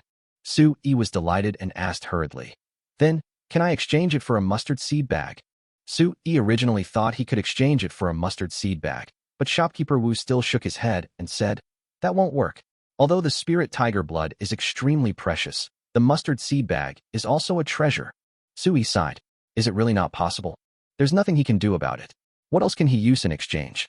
Alas, it is true that a penny can kill a hero. Wu Qingxian frowned and said, "Shopkeeper Wu, my brother-in-law really likes that little torn bag. How about you make an exception?" Shopkeeper Wu looked embarrassed.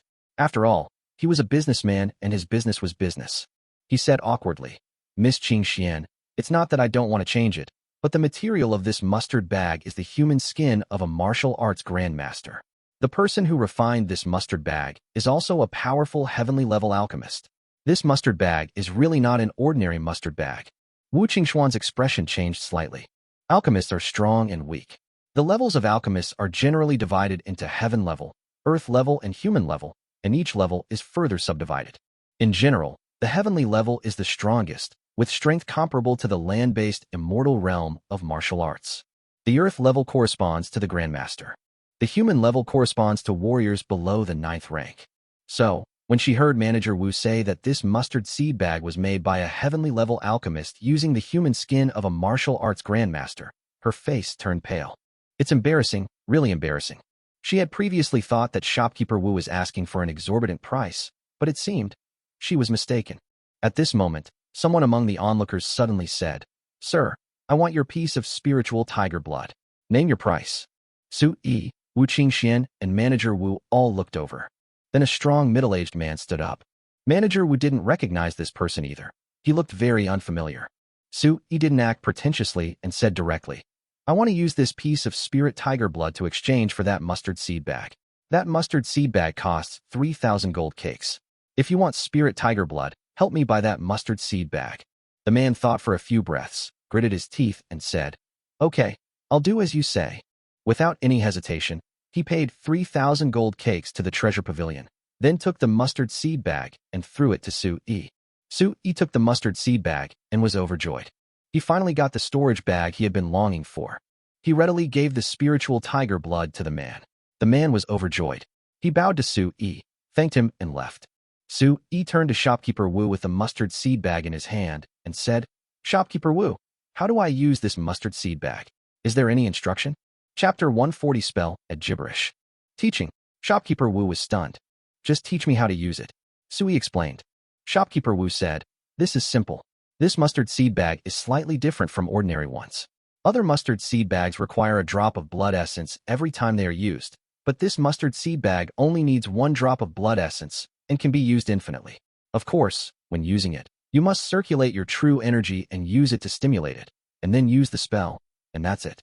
When Su-yi heard this, his scalp felt numb. Do other mustard bags require blood and essence to drip every time they are used? Holy shit, how much blood can one person give? Essence and blood are free. What is essence and blood? It is the blood of the heart. It's even more important than the protein thing down there. Fortunately, he doesn't need to drip this mustard bag every time. He only needs to shed blood once to acknowledge his master. Wu Qingxian said, "This is easy. I'll teach you. Just bleed now, and you'll know everything after you bleed." Su-yi gritted his teeth, bit his finger, and squeezed out a drop of blood onto the black human skin bag. Unexpectedly, the human skin bag absorbed the essence and blood, and immediately emitted a red light. Su-yi felt that a trace of his consciousness entered the mustard seed bag, which was very magical. Soon the mustard seed bag seemed to become a part of him, like his hands and feet. Moreover, Su-yi also sensed the spatial conditions in the mustard seed bag. This bag does hold a lot of space, with a gray border. Su-yi looked closely and saw that the space wall of the bag was covered with gold threads, countless gold threads running in all directions. Looking at it again, he found that these golden lines were actually the lines of a formation. Su-yi was extremely shocked. No wonder it is said that this mustard seed bag was refined by a heavenly-level alchemist. It is estimated that only such a powerful alchemist can embed a high-end formation in a human skin bag. Su Yi took a closer look and saw that every golden line of the formation was shining, and those shining things were actually words of a spell. What the hell? After discovering this secret, Su Yi felt that the workmanship of this bag was absolutely amazing. It is no exaggeration to describe it as exquisite craftsmanship. Su Yi couldn't imagine how the alchemist had made this thing. All of this was completely beyond his understanding. He originally thought that the technology and vast amount of knowledge on Earth would keep his cognitive level at a ceiling, especially compared to the ignorance of the feudal dynasty. However, now that he saw the alchemist's works, he realized that he was actually still far from it. When it comes to refining equipment and understanding alchemists, he knows absolutely nothing. He's even more clueless than a newbie. The world is full of mysteries, and people really need to be humble. Su Yi suddenly realized something. 3 short spells suddenly popped up in Su Yi's mind. The pronunciation of these 3 spells is very weird, sounding like Achilikava. Although it was the first time Su Yi heard it, it seemed to be imprinted in his mind for some reason, making him understand the effect of these 3 spells. One of them is the spell of collecting things. Another one is the release the item spell. There is also a spell that is used to bless the mustard seed bag. In other words, the last spell is actually to nourish the mustard seed bag. Su Yi was amazed. This mustard seed bag actually needs maintenance. It's so weird. Wu Qingxuan's voice came from my ears. Brother-in-law, how is it? Do you understand everything? Su Yi came to his senses and nodded. I understand. Su Yi soon left the treasure house with Wu Qingxian. On the street, Wu Qingxian led the horse and asked, Brother-in-law, I didn't expect you really have spirit tiger blood. Where did you get it? Su Yi shook his head. I can't say it. My wife won't let me say it. Why don't you wait for my wife to come out of confinement and ask her yourself? Okay. Wu Qingxian nodded and then said, I won't ask anymore, but can you give me some spirit tiger blood as well? You want it too? What are you going to do with it? Su Yi was curious. Of course it's for training, Wu Qingxian said. The spirit tiger's entire body is filled with rare treasures. Its blood can purify a person's bloodline and provide powerful spiritual power, allowing one to easily advance to a higher level. If I had spirit tiger blood, I would definitely be able to break through from the 7th rank to the 8th rank. Hey, how about I bring something to exchange with you? Su Yi's eyes lit up. What good things do you want to exchange for me? Wu Qingxian said, just tell me what you want. If I can find it, I will definitely find it for you. Su Yi thought for a moment and asked, Your Wu family is a martial arts family with a long history, right? Yes, it has been passed down for almost 1,000 years. What's wrong? Wu Qingxian said. Su Yi was a little excited when he heard this and said, Then, does your family have many top-notch training techniques? And also cultivation secrets? Yes, my Wu family has a scripture pavilion. In Nanling country, there are very few clans that have their own sutra pavilions. So, the top-level training techniques, cultivation secrets, and so on that you mentioned, my Wu family sutra pavilion has a lot of them. Wu Qingxian said. Su Yi said, Then let me exchange it for your family's top-notch training method. Wu Qingxian thought for a moment and said, My family's inheritance is not good, but there are some that are passed down for a very long time, and some of them can't even be identified which sect they belong to. Are these okay? Su Yi said, Of course it is possible, but it has to be suitable for my practice. Wu Qingxian shook her head and said, Then I'm not sure if it's suitable for you. Few people can comprehend and practice that kind of mental method anymore. No, I have to choose one that's suitable for my practice. Otherwise, can you take me to your sutra library to take a look? Su Yi tried. Okay. Wu Qingxian nodded. I'll take you in secretly tomorrow night, but we have a deal. If you choose, you must give me the spirit tiger blood. No problem. Su Yi nodded. Anyway, even if I don't give it to her, she will ask my wife for it. Instead of that, it would be better to exchange my own spiritual tiger blood for the training method I need most. By the way, jade, that kind of waste stone, gold, etc., the more you can get from me, the better. I will exchange some good things with you. Su Yi said. Wu Qingxian nodded and said she understood. Okay, send me back first. I have to go into seclusion for a day tomorrow. Come to me the day after tomorrow morning. I will give you the perfume you want then. Su Yi said. When Wu Qingxian heard this, she immediately smiled. Chapter 141, Immortality Wine, Fire. Escorted back to the city lord's mansion by Wu Qingxian, Su Yi quickly returned to his room in Yunxing Cottage. Just as he was about to get through the screen, Lu Zhu's voice rang out from outside the door. Sir, are you in there? Su Yi hurriedly said, Not here. Lu Zhu frowned and said, A pair of large white jade lions were lost in front of the second master's house next door. You just passed by there and saw who took them away. Sui thought, I took it, so what? A pair of large stone lions made of white jade, as tall as a person, are placed at the door like this. Isn't it a waste of natural resources? I collected it in a mustard bag and brought it back to Earth, making full use of it. Isn't that much better than leaving it here to gather dust? Therefore, he would never admit that he took it away, even if he was beaten to death.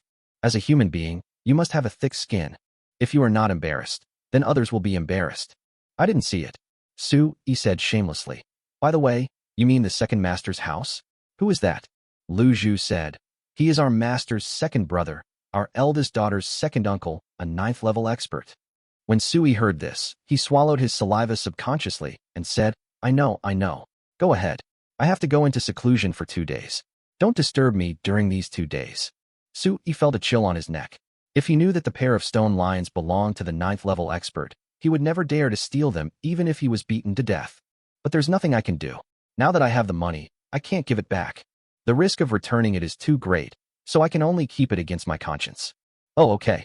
Lu Zhu nodded and left. Sui immediately turned behind the screen and disappeared with a whoosh. As soon as Sui appeared in the villa hall, he patted his chest and breathed a sigh of relief. Oh, luckily I ran away quickly. As the saying goes, if you catch a thief, you must seize the stolen goods.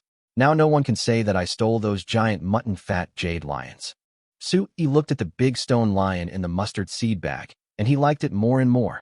I guess there is no such large piece of mutton-fat jade on Earth. These 2 huge stone lions weigh several tons. If they were put up for auction, they would definitely fetch a sky-high price.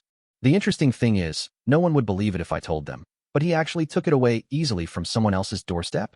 This kind of thing must be done often. The more you do it, the healthier you will be, especially if there is such a top-grade jade lion. Sui took off his clothes from another world and went into the bathroom to take a bath. While taking a bath, he drank champagne while picking up his phone and pressing the power button. At this time, he didn't know that the Chongqing wine had become famous. The advertising for Chongqing liquor was so aggressive that everyone in the province who liked to drink knew that there was an absurdly expensive liquor coming out. Chongqing liquor. When the wine first came out, a lot of test drink bottles were released, just like product trial bottles. It comes in a small glass bottle, only 8 cents, which is enough for 1 mouthful.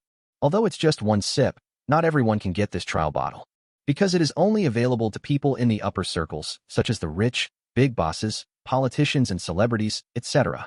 It also contains the most potent ginseng wine. I guarantee that once you take a sip, you will be unable to resist the temptation and will repurchase it. Unless the person who drinks doesn't understand wine. Chongqing liquor industry. Di Hong was on the phone. What you said 9,999 yuan a bottle is too expensive. Do you know this is a preferential price our winery offers for promotion? In 2 months, the price of this wine will increase. You actually think 9,999 yuan is too expensive? You are the big boss. Do you need this 9,999 yuan? Stop kidding. Okay, I'm hanging up. Chunling was also answering the phone in her office at this time. The sample bottles are sold out. If you want a drink, then buy the big bottle.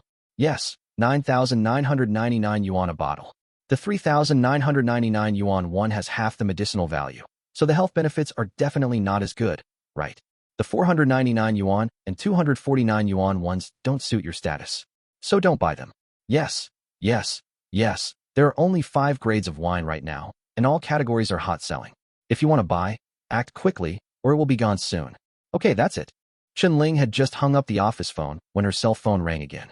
She picked it up and heard the other party say, Ling girl, this is Grandpa Zhou, the one from the retirement home. Remember him? When Chunling heard this, she immediately said, I remember, Grandpa Zhou. Is there anything I can help you with? Chunling remembered Zhou Qingkai. He was a celebrity in the retirement home. The retirement homes are places where retired cadres can retire. All of them were once powerful and awesome. Although these cadres have retired, they still have many disciples, and we must not neglect them in the slightest. Girl Ling, do you still have the wine you gave me when you came to the retirement home last time? Zhou Qing asked. Chunling said, Grandpa Zhou, this wine is already on the market. You can find it wherever you go to buy wine. Zhou Qingkai said, there are 5 models, so many.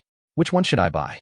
Chunling said, the one I gave you last time was the one that costs 3,999 yuan a bottle, but I recommend you buy the one that costs 9,999 yuan a bottle because it's better for your health and has a higher medicinal effect.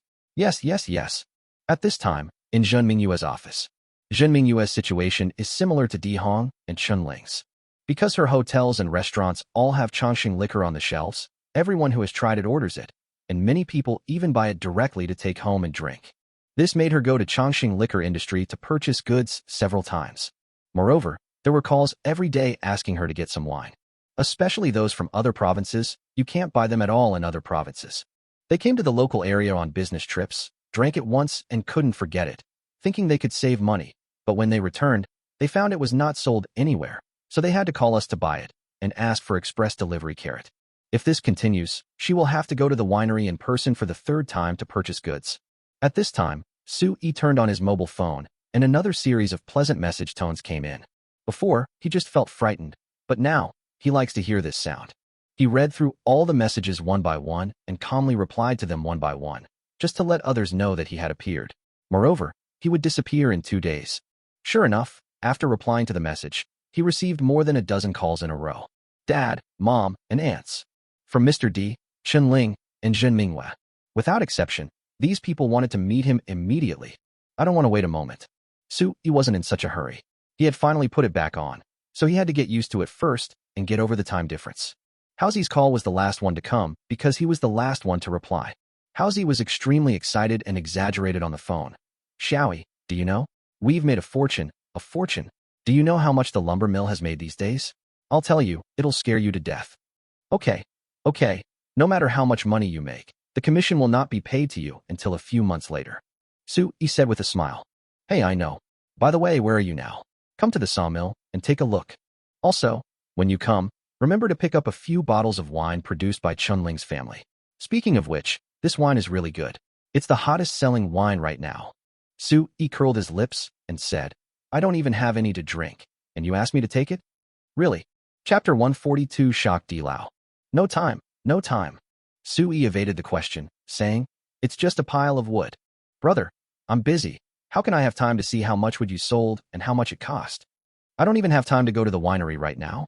Wouldn't it be nice to take a bath? After hanging up the phone, Su-yi threw the phone away and continued drinking his champagne. This day is so pleasant. Chongqing Winery. The sales manager, production supervisor, and finance manager report to Chunling. After a lengthy report, Chunling waved goodbye to them and told them to leave, while she sat in the office and fell into deep thought. The sales of Chongqing wine are so hot.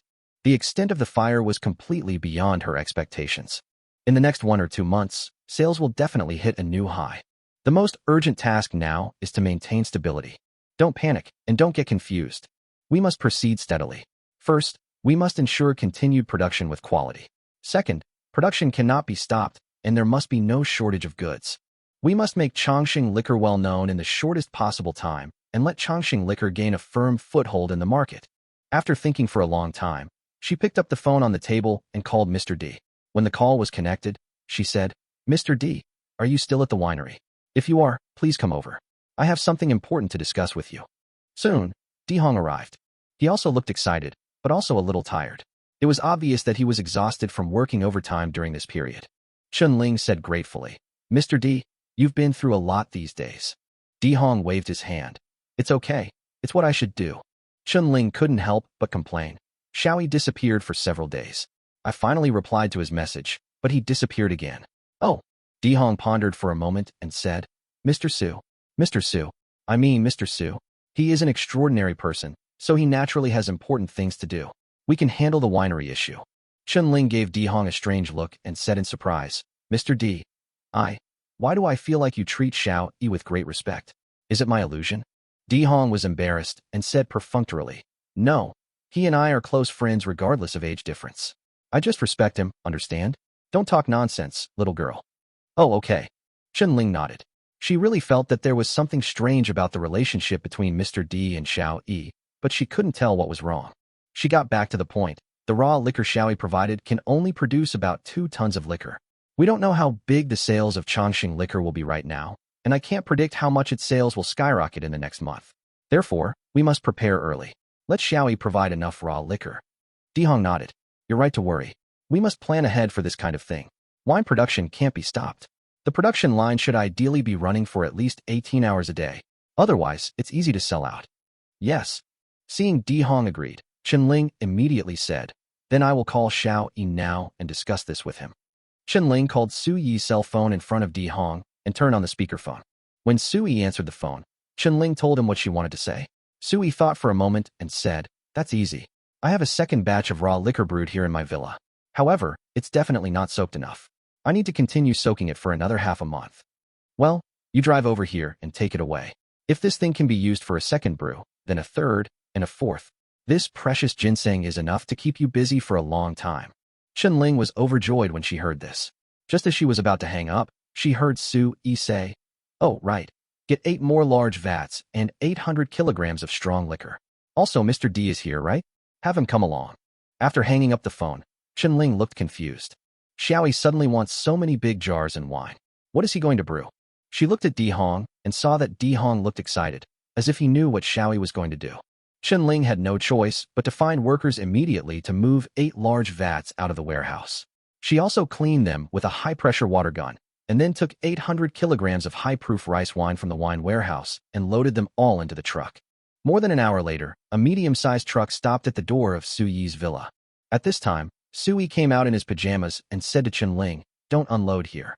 After that, he said to Di Hong, "Let them all go back to your house." Di Hong was stunned and immediately showed excitement as if he had guessed something. 10 minutes later, the three arrived at Di Hong's villa. Chen Ling was a little anxious and said, "I'm going to the bathroom first. Wait for me for a while." Su Yi smiled and said, go ahead, take your time, don't rush." While Chen Ling was in the toilet, Su Yi quickly sent 2 workers away, and then while Di Hong was not paying attention, he put all 8 large jars and 800 kilograms of wine into the mustard bag. At the same time, he took out the second batch of ginseng wine he had brewed from the mustard bag and placed it in the carriage. Di Hong walked out of the villa and saw that the carriage was empty except for a large wine jar. He was stunned. He subconsciously rubbed his eyes and looked twice before he was sure what he saw. He swallowed and looked at Su Yi. Su Yi said, "Old D, don't just stand there. Lead the way quickly and see where to put these jars and wine." Oh. Di Hong was shocked, but he didn't dare to think too much. He immediately led the way. "Follow me. It's in the basement." Di Hong walked quickly and brought Su Yi to the basement. Su Yi was not shy about Di Hong. He had shown his magical powers in front of him before in order to subdue Di Hong. So this time, he didn't avoid it and directly took out 8 large jars, 800 kilograms of wine, and 2 sacks of things from the mustard bag. Di Hong was shocked again when he saw Su Yi's mysterious and unpredictable methods. Su Yi said, "Mr. D, open these 2 sacks and take a look." Di Hong suppressed his shock, opened one of the sacks, and saw several purple dragon king ginseng inside. These ginsengs were very big. He swallowed and was so excited that he couldn't speak. He quickly opened the second sack and saw several huge tiger bones inside. He weighed them and found them very heavy, at least 40 or 50 kilograms. Purple Dragon King ginseng and tiger bones are here for you to soak in wine. Just watch over it. Su Yi said, "The raw material of the longevity wine must not be interrupted. In addition, I plan to add a few new wines, including this tiger bone wine. You can discuss with Chen Ling what name would be better, or name it according to its efficacy. Also the price." Di Hong was very excited after listening to Su Yi's words. Tiger bone wine is very effective. For example, it can dispel wind and dampness, strengthen muscles and bones, promote blood circulation and nourish qi, etc. To be more specific, tiger bone wine can treat numbness in the hands and feet, soreness in the waist and knees, rheumatoid arthritis, etc. In addition, tiger bone wine can strengthen sperm and kidneys. Insufficiency of essence and yang, deficiency of both qi and blood, etc. can be treated by nourishing the kidneys and strengthening yang. It can even treat injuries such as falls. If he could drink tiger bone wine and ginseng wine, he could definitely live 10 or 20 years longer. Just as he was shocked and excited, Chen Ling's complaining voice came from the door. "Why didn't you wait for me to come here? Oh, and how did you move those big vats and wine so quickly?" Chen Ling's voice arrived before she even showed up. Chapter 143, Another Big Purchase. When she entered the basement, she saw only Su Yi and Di Lao. She was surprised and said, "Huh? Why are there only 2 of you?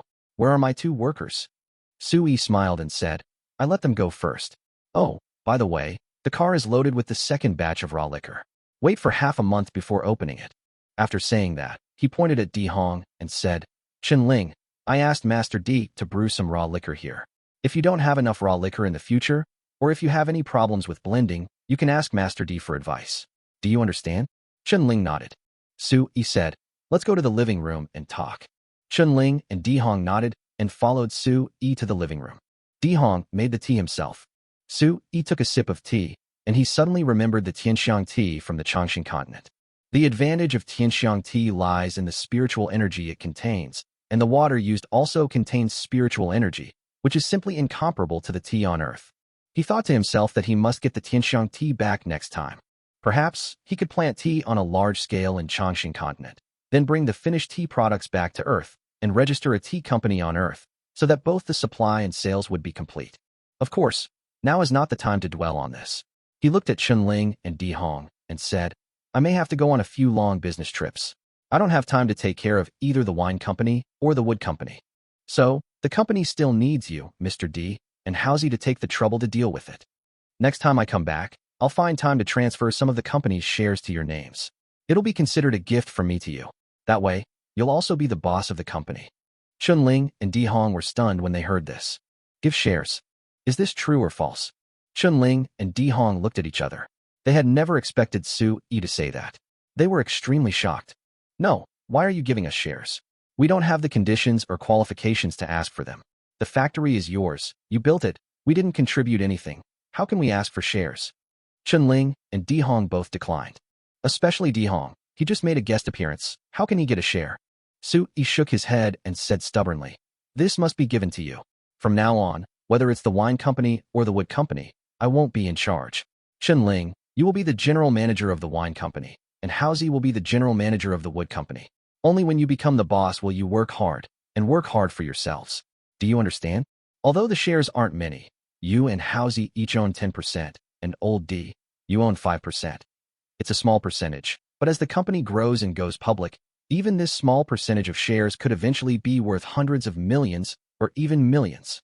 Listening to Su-Yi's words, Chun-Ling swallowed. She was completely stunned. It was like a big pie really fell from the sky and knocked her unconscious.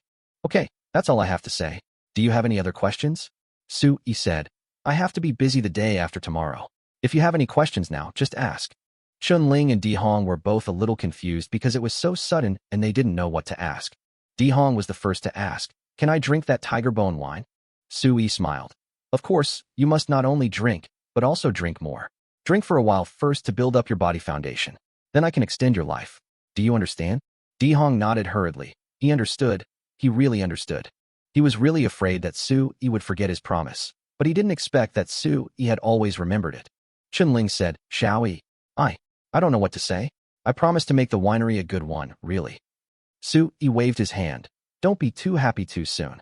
You have to pay for everything you gain. You will be busy in the future. By the way, when you have time, tell Haozi what I said. Just tell him that I don't have time to manage the company. From now on, I can only provide him with wood and provide you with raw liquor. That's all. Okay, Chun-Ling agreed. After Su-Yi saw that the matter was clear, he stood up and said, okay, if you have nothing to do, just send me back to the villa, and then you can take the jar of raw wine back. Soon, Chun-Ling drove Su-Yi back to the villa at the foot of the mountain. Chun-Ling couldn't help but say, Shao-Yi, I feel like I'm dreaming today. Are you really going to give me and Haozi shares? Su-Yi nodded. Of course. Only when you become the boss will you work hard to run the company well. If the company loses money, then you will lose money. So from now on we will be a community of shared destiny. Do you understand? Chun-Ling nodded. She understood. Night. Su-Yi sat cross-legged and began to circulate qi through his body. He found that after he gathered his true energy into his limbs, bones, and dantian, his true energy became much more solid, and the speed of his energy circulation was greatly accelerated. It's a pity my wife can't teach me the Yunqing sex mental method. Otherwise, my cultivation speed would definitely be much faster. The only solution now is to use the spirit tiger blood and some perfume to exchange with Wu Qing Xian for the inner strength and martial arts manuals that are suitable for my own cultivation. Soon, my wealth will skyrocket. Furthermore, in this alien world, the dangers are extremely high. I must quickly improve my cultivation to be able to protect myself. Otherwise, I'll be in danger one day and die. This is not fun. When Su-Yi thought about the fact that he didn't know any moves yet, he became a little worried. As the saying goes, if you don't plan for the future, you will have immediate worries. Damn, if only I had a gun. Su-Yi thought to himself. He felt that if he had a pistol to protect himself in the Chongqing continent, he would be much safer. How about covering your face at night and robbing the Public Security Bureau or the Armed Forces Department? They're definitely places with guns. After robbing them, immediately take them to Changshan continent. That way, no one can get away with the stolen goods. As this thought came to mind, Su-yi immediately suppressed it. What kind of messed up things are you thinking about?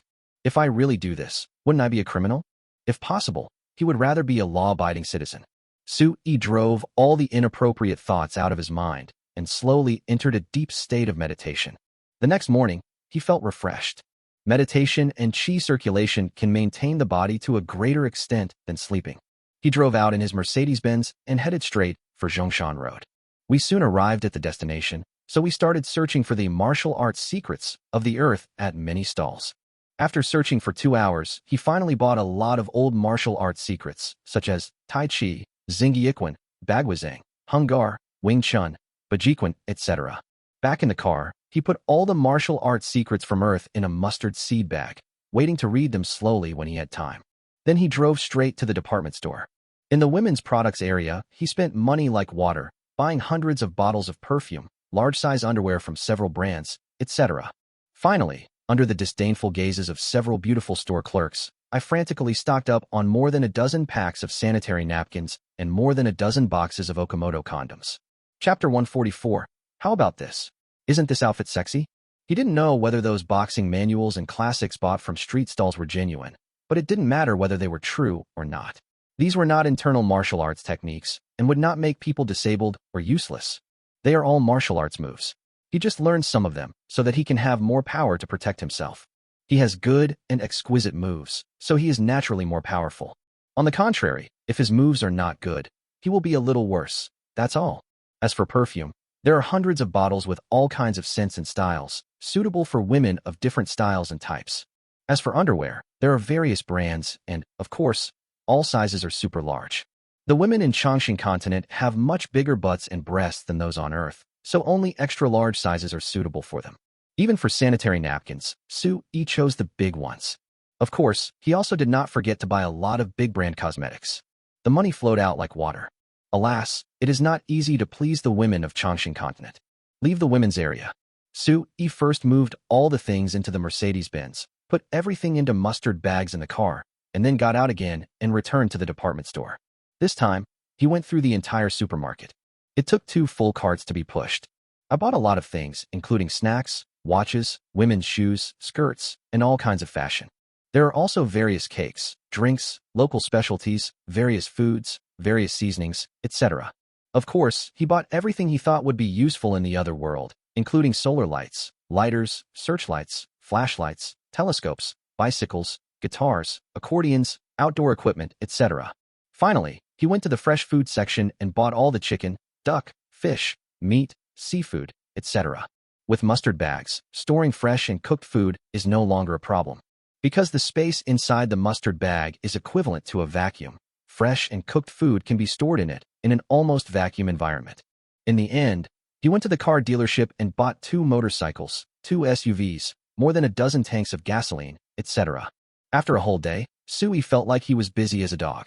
After much thought, I purchased almost everything, but finally realized that the only thing missing was medicines. In the Changshan continent, some medicines are quite useful, especially Western medicine. It works instantly. He called Di Hong and asked him to help him with the purchase. Not long after, Ztio Express arrived at the door of his villa with several large boxes. Su-yi took a look and saw that several large boxes were filled with the medicines he needed. The delivery person left the item, asked him to sign, and left. Su-yi moved the things into the villa and checked them one by one. Suddenly, he felt that it was a wise move to take Di Hong as his younger brother. This guy, who is both civil and military, is simply a treasure. There are many areas that can be developed and utilized. He must be kept alive and live a long time, so that he can be of use for a long time. Although it may be a bit disrespectful to say this, it seems to be the case. Just as he put all the medicines into the mustard bag, his cell phone rang again. He picked it up and saw that it was the eldest daughter of the Zhen family again. Su-yi was in a good mood and answered the phone playfully. Hello? Miss Zhen, do you have something to talk to me about? Let me guess. Do you want to treat me to dinner again? To be honest, after a busy day, Su-yi was really hungry. No problem, I'll treat you. Zhen Mingyue said. It's still the same place as last time. Come over now, I'm already here. Okay, I'm really hungry. By the way, you can order the food now, so I can start eating when I get there. Sui said. No problem. Jin Minghua said and hung up the phone. She had actually just passed by the restaurant and thought of Sui, so she called him. Unexpectedly, the other party answered the phone immediately. Since Sui wanted her to treat him to a meal, she naturally wouldn't refuse. Anyway, she also had something to ask her. She got out of her Porsche, walked into the restaurant, called the restaurant manager, and ordered a table full of dishes. She knew Suyi's appetite, so this time she ordered 10 dishes and 1 soup. When Sui arrived in his Mercedes-Benz, the dishes were just on the table. When Sui appeared at the door of the hotel, Jean Minghua stood up and waved to him. Sui saw the other person at once, and when he got closer, he was once again slightly stunned by Jean Minghua's beautiful and fashionable appearance. To be honest, this girl is quite changeable. Previously, she wore formal and intellectual styles, casual and passionate styles, and seductive styles with black stockings and long legs. But this time, she wore a sexy suspender and belly-bearing outfit. Damn, that tiny waist is so thin and sexy. Jean Minghua was very satisfied with the way Sui looked at her. That's right. Although there was surprise on his face before, there was no trace of desire. Now, she finally sensed the lust in his heart. She smiled sweetly and said generously, "How about it? Isn't this outfit sexy?" Sui nodded and admitted, "It is quite sexy." Jean Minghua smiled and said, "Actually, what I'm most satisfied with is my figure and appearance." Sui nodded again. Indeed, on Earth, she had a model's figure, which was really good. But even with such a figure, she cannot compare with Wu Chan Naga and Wu Qingxian from the Chongqing continent. Compared with them, Jean Minghua looks petite and delicate. Sui sat down and pointed to a large table of hot food and said, "I'm hungry. Do you mind if I eat first?" "Of course I don't mind." Jean Minghua shrugged and said with a smile. So, under her curious gaze, Sui started eating like crazy. Sui was really hungry. He ate without distraction, but he felt hungrier the more he ate. It was really strange.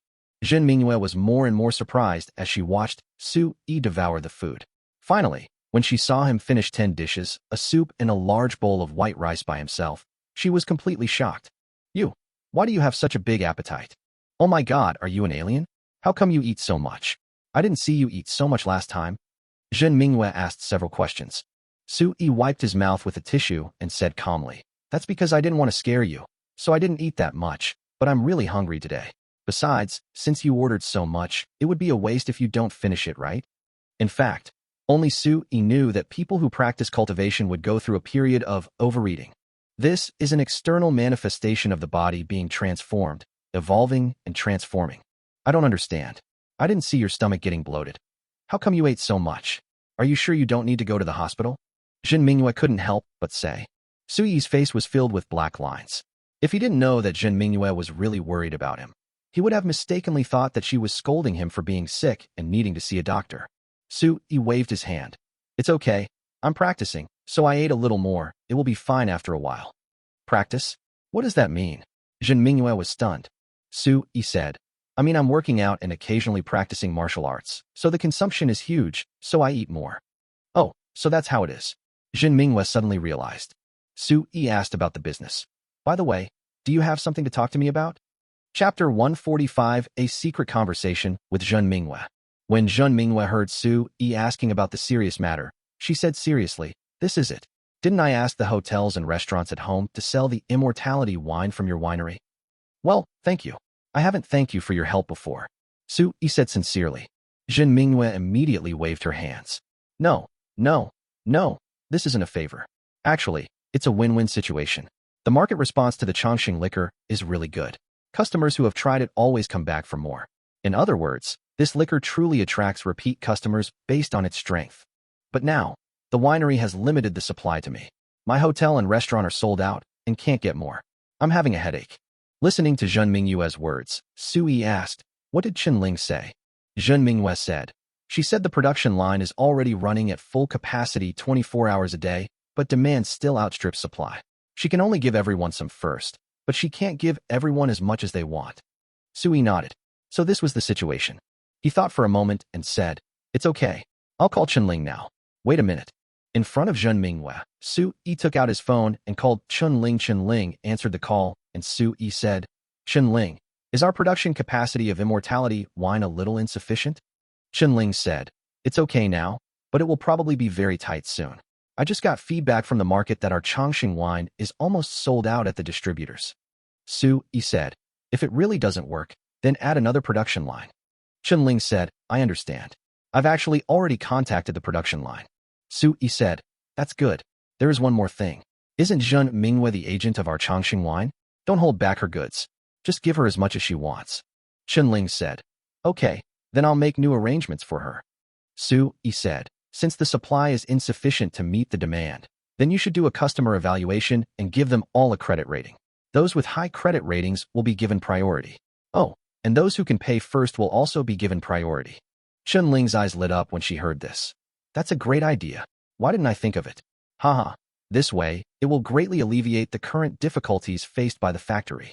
After hanging up the phone, Su Yi said to Zhen Minghua, okay, go find Ling when you have time. She will definitely not hold back your goods. Zhen Minghua smiled happily. Su Yi's words really solved her big problem. Zhen Minghua asked, by the way, the winery's production capacity is insufficient. If we add a production line, will that solve the problem?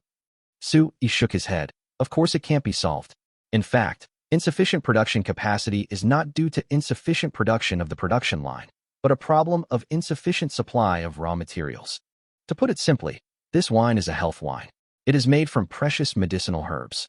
This kind of medicinal material is not something you can buy casually on the market. Therefore, the supply of raw materials is the biggest problem restricting production. Zhen Minghua was stunned for a moment. Then something occurred to her. She trembled and asked, could it be the precious medicinal herb you were talking about is the purple Yun Dragon King ginseng? Su Yi nodded. Zhen Minghua knew about the purple Dragon King ginseng. Old D had suggested that the Zhen family use the remaining purple Dragon King ginseng to make wine, but the Zhen family did not do so. After getting the confirmation, Zhen Minghua opened her mouth slightly in shock. Su Yi's thoughts were already diverging. He was thinking that if the elixir of immortality could really become popular across the country, the demand would definitely be an astronomical figure. The little bit of purple Dragon King ginseng he has now is definitely not enough. It can even be said that what is missing is not just a little bit. It seems that he has to go to Feisher village again to find a way to solve the problem of the supply of mallets. Perhaps, if there are not enough wild mallotus, then let the villagers grow it artificially. Although the medicinal properties of artificially cultivated ones are not as strong as those of wild ones, they can still be used. This should completely solve the long-term supply problem of mallets. By the way, there is also the issue of wood. I really have to make another trip to Feisher village. Thinking about her worries, Zhen Minghua had recovered and said, how did you get so many precious ginsengs? Only you would think of making health wine and selling it. Su Yi spread his hands. It's because there are too many, and there is no way to auction them in a high-profile manner, so I can only use them to soak in wine to cash in. This is also a stupid way to cash in, isn't it? Zhen Minghua nodded. She certainly knew what Su Yi meant. She tried to say, how about you sell another one to my Jin family? Su Yi shook his head. Forget it. Master Jin doesn't need so many precious ginsengs, and selling them to you is a low price. I will use them to make wine and sell them. One ginseng can be sold for at least several hundred million. Zhen Minghua nodded. She knew the price of the longevity wine, especially the top-end one, which sold for 9,999 yuan per bottle. The price was indeed not low, but it was still sought after by wealthy people. Of course, it was also great value for money. She couldn't help but sigh and said, that's right, my Zhen family can no longer afford this price. She looked a little gloomy. Su Yi thought for a moment and said, by the way, do you know anything about the tea and jade industries? Zhen Minghua was stunned for a moment, then replied, I understand. How do you know? Have you ever opened a tea shop or a jade shop? Su Yi asked. Zhen Minghua smiled. I've opened them all. Su Yi was dumbfounded. Why did the Zhen family do everything? Zhen Minghua smiled and said, don't be so surprised. Our Zhen family has opened hotels in major cities across the country. We have counters selling tea and jade in our hotels. It can be said that our tea and jade shipments are quite large. Hearing Zhen Minghua say this, Su Yi instantly understood. High-end hotels do have counters selling tea and jade. However, the tea and jade sold in big hotels are really expensive. Su Yi thought that if he brought Tianxiang tea from Chongqing continent, he could promote it in the Zhen family's hotel first. There is also jade, which can be displayed and sold in the Jinjia hotel, etc. What's wrong? What's your intention in asking this? Zhen Minghua asked. Su Yi did not hide it and smiled slightly and said, it's like this. I plan to develop a new kind of tea, a very high-end tea, just like the immortality wine. In a few days, I will ask someone to register a tea company. Also, I want to start a jade company someday, specializing in wholesale jade raw materials. Zhen Mingyue asked in astonishment, "Are you serious? High-end tea, like the immortality wine, and wholesale jade raw materials. Do you have a source of jade?" Su Yi smiled slightly and nodded. Chapter 146 Talking Business.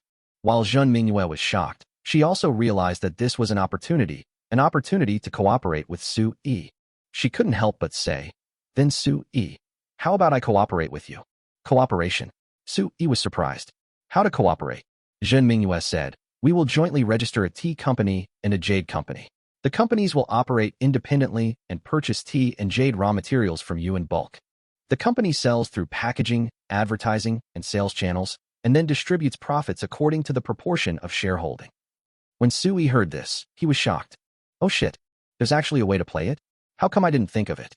First, the tea company and the jade company purchase raw materials such as tea, spiritual water, and jade from him, and he can get a large sum of money from it, and this money goes directly into his private pocket. Even if it is wholesale, this amount of money is definitely a big sum. Then, the company sells tea, jade, and other products at high prices through operations and makes a profit again. This money will be distributed according to the equity ratio. In other words, he can benefit twice. The advantage is that he can be a hands-off boss. He only needs to provide raw materials. He does not need to directly participate in the rest of the company operations, such as product packaging, processing, advertising, expanding sales channels, marketing, etc. He can push all of this to another shareholder, Zhen Mingyue. This is totally in his best interest. Because, for him who often has to travel between different worlds, he has no time to take care of the company's operations. Even if he can, he doesn't understand operations. And Zhen Mingyue happens to be extremely good at this. So this way of cooperation is tailor-made for him, taking advantage of his strengths and making up for his weaknesses. Thinking of this, he couldn't help but get excited. Because Chongqing Liquor Industry and Chongqing Wood Industry can also operate according to this model. In other words, Chongqing Liquor and Chongqing Wood now owe him a large sum of raw material money. For him, who had no business experience, Zhen Mingyue's words made him suddenly enlightened. How is the company's equity divided? Is it based on the investment ratio? Su Yi asked. The equity ratio of this company seems to be the key. Zhen Mingyue was about to say something when Su Yi said, "Wait, I'll make 2 calls first." As he spoke, he stood up and walked to the other side to make 2 phone calls. He made 2 calls to Chunling and Haozi respectively, telling them about the business model he had just realized. Unexpectedly, Chunling and Haozi looked at him like an idiot and said, "That's how it is. Didn't you promise to give us 10% of the shares?" This 10% equity is the equity after deducting the payment for raw materials and the gross profit generated by the company's operations. After hearing what Chunling and Haozi said, Su Yi realized that he was the only one who didn't understand and was a complete novice. Chunling and Haozi are both smart. Finally, Haozi continued, "So, the company's account has already set aside money for you to purchase raw materials. Originally, I asked you to come here today because I wanted to check your personal account and transfer the money to you, but you didn't come. By the way, where are you now? How about coming to the lumberyard now?" Su Yi shook his head and said, No, I'm busy now. I'll send my bank account number to you and Chunling later." Hang up. After Su Yi hung up the phone, Haozi couldn't help but curl his lips and complain. How can there be a boss in this world who doesn't care about his own company? Isn't Xiaoyi afraid that I will do something wrong? Really? Su Yi quickly sent his bank account information to Haozi and Chunling. Then, he sat back down opposite Zhen Mingyue. Zhen Mingyue stared at Su Yi and deliberately straightened her big, round weapon. "Su Yi, here's what I think. We'll invest in proportion, each with half of the shares. What do you think?" Su Yi frowned slightly. Half and half of the shares. This doesn't seem to work. No matter what, he must take control of the company. He has the qualifications to take the leading position because of what he provided. Are you not satisfied? Zhen Mingyue observed Su Yi's expression and immediately noticed his frown. She thought for a moment and then bargained again. "Speaking of which, with the same investment, you and I each owning 50% of the shares, I'm actually at a disadvantage. Think about it. You only provide the raw materials, and I'll take care of the company's operations, sales, etc. Furthermore, I will provide my Zhen family's existing tea sales, jade production, and sales channels to the company free of charge. This will save the company a lot of marketing costs and a lot of time in developing sales channels.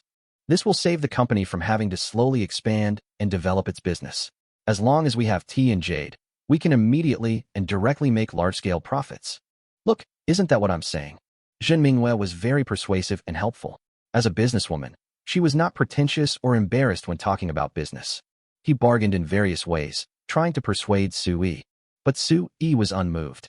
Although he knew nothing about business, he knew that he had a monopoly on the elixir of immortality, tea, and jade that he was about to get. Since it is a monopoly, he definitely has a say. If he can still be manipulated by others, then he is not stupid, but rather brainless. So, he shook his head and said, "No need to say, 30 to 70. I'll take 70 and you take 30. I guarantee that whether it's tea or jade, the business will definitely be as popular as the immortal wine and become popular throughout China. 37 won't work. 55 won't hurt you," Zhen Mingyue said. Su Yi chuckled, stood up, and looked like he was about to leave.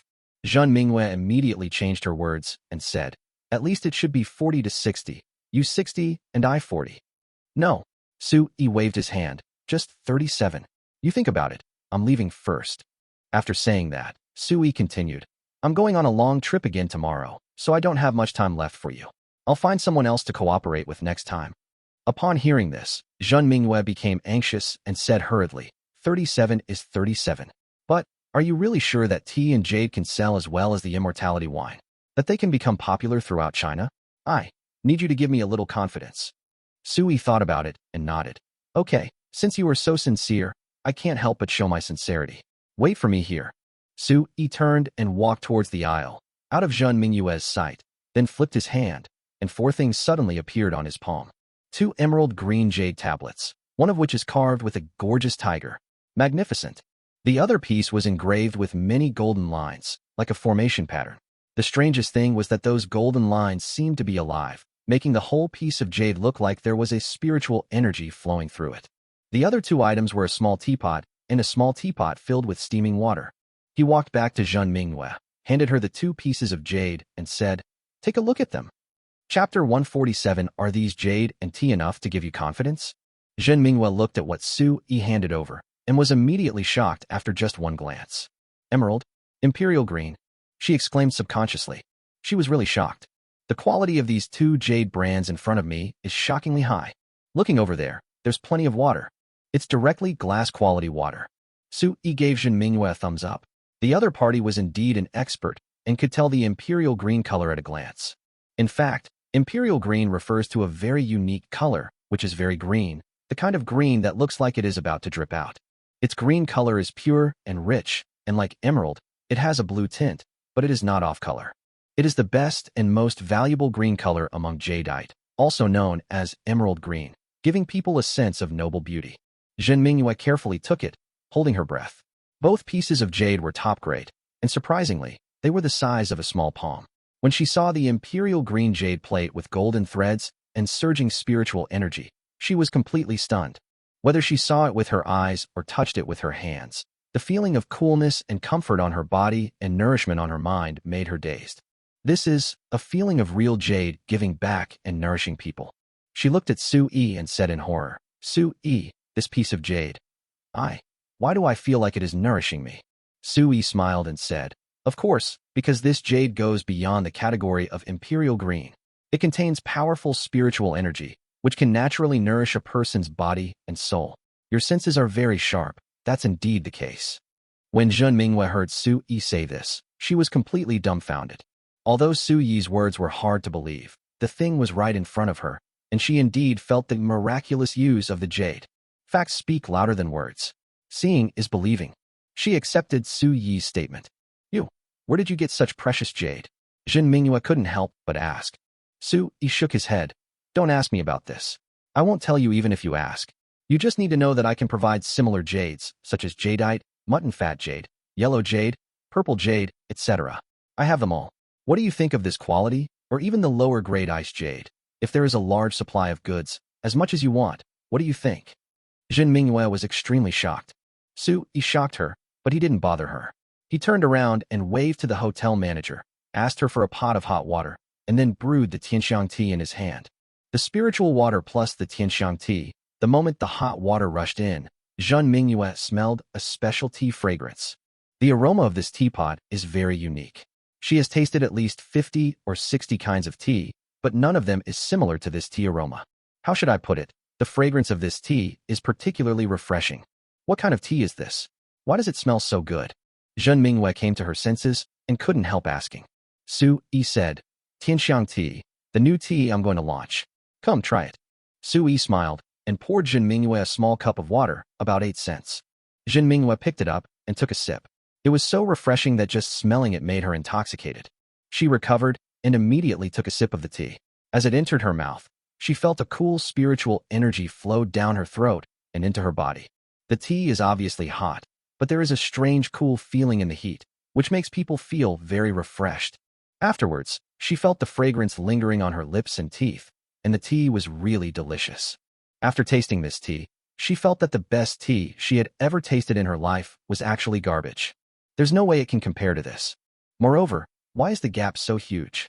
Tianxiang tea, it's incredible. Su Yi also poured himself a cup and took a sip, feeling that it was really delicious. Of course, he has never tasted high-end tea, such as Westlake Longjing, Xinyang Maojian, Bilyuakun, Dahongpo, etc., and he doesn't know if these are also so delicious. However, he was sure that even if these teas tasted good, they definitely did not contain any spiritual energy.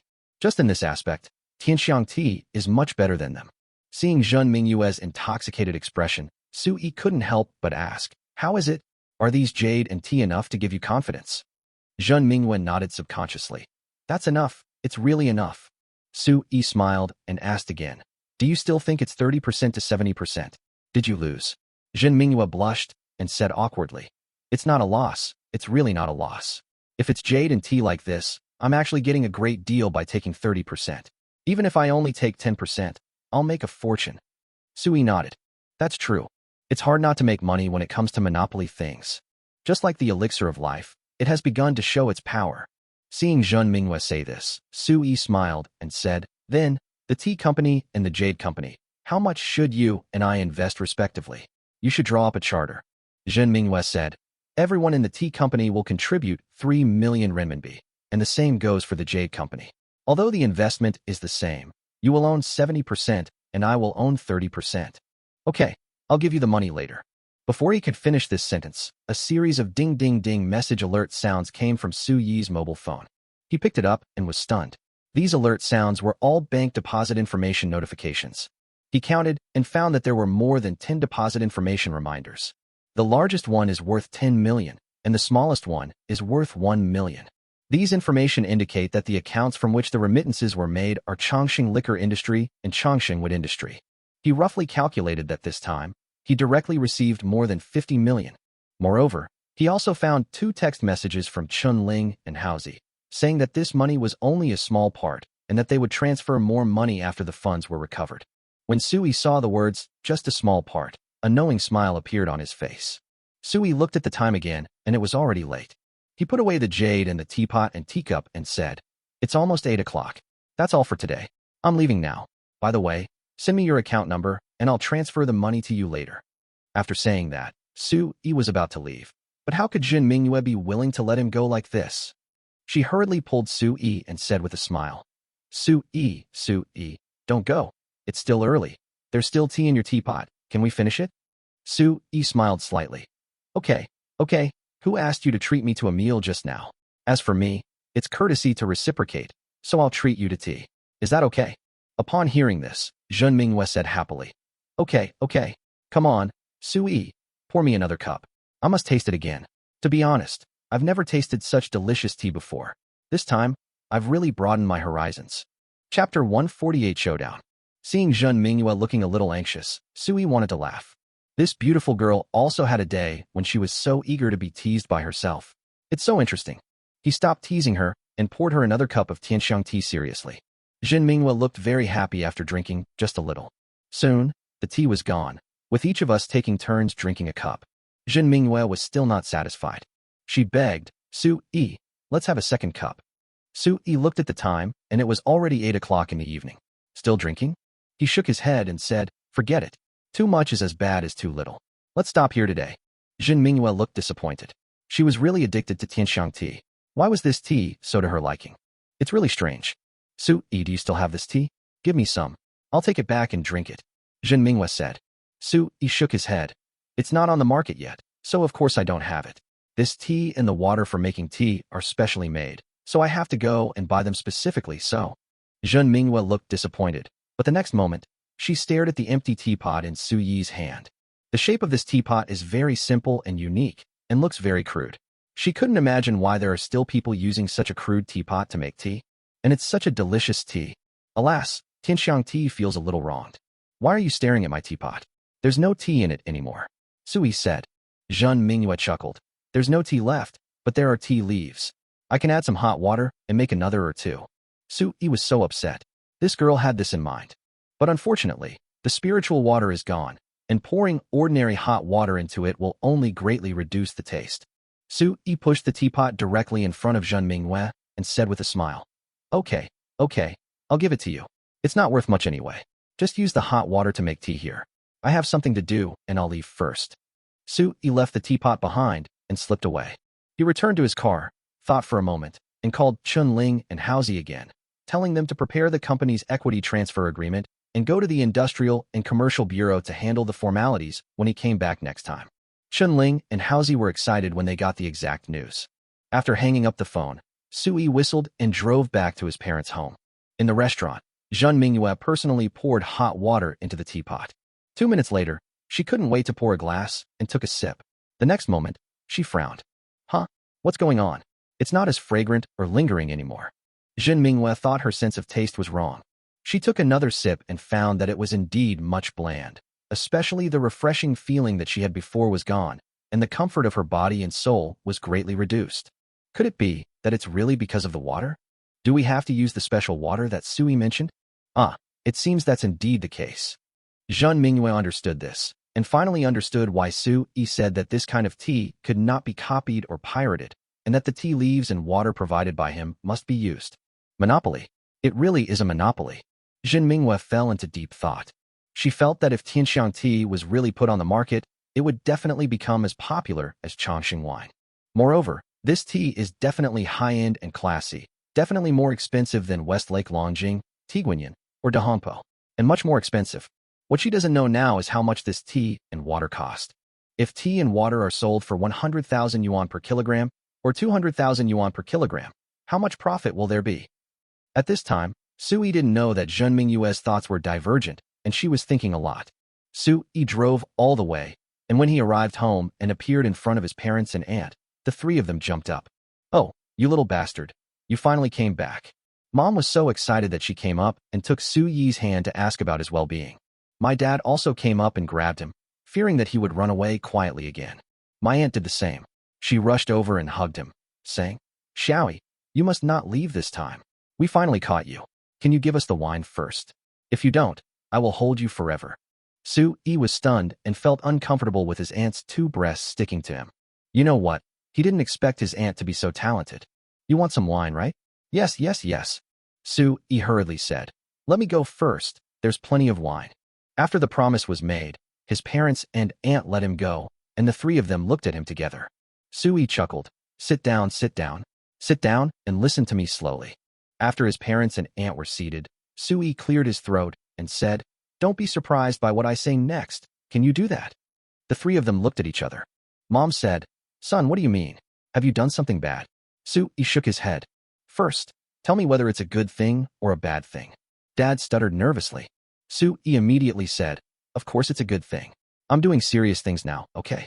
You can doubt my ability, but you can't doubt the character of your son. My aunt immediately said, Yes, Xiaoyi, you are a very good person. Tell us, we are all listening. Su-yi said seriously, It's like this. The wine I gave you to drink was produced by me and even put on the market.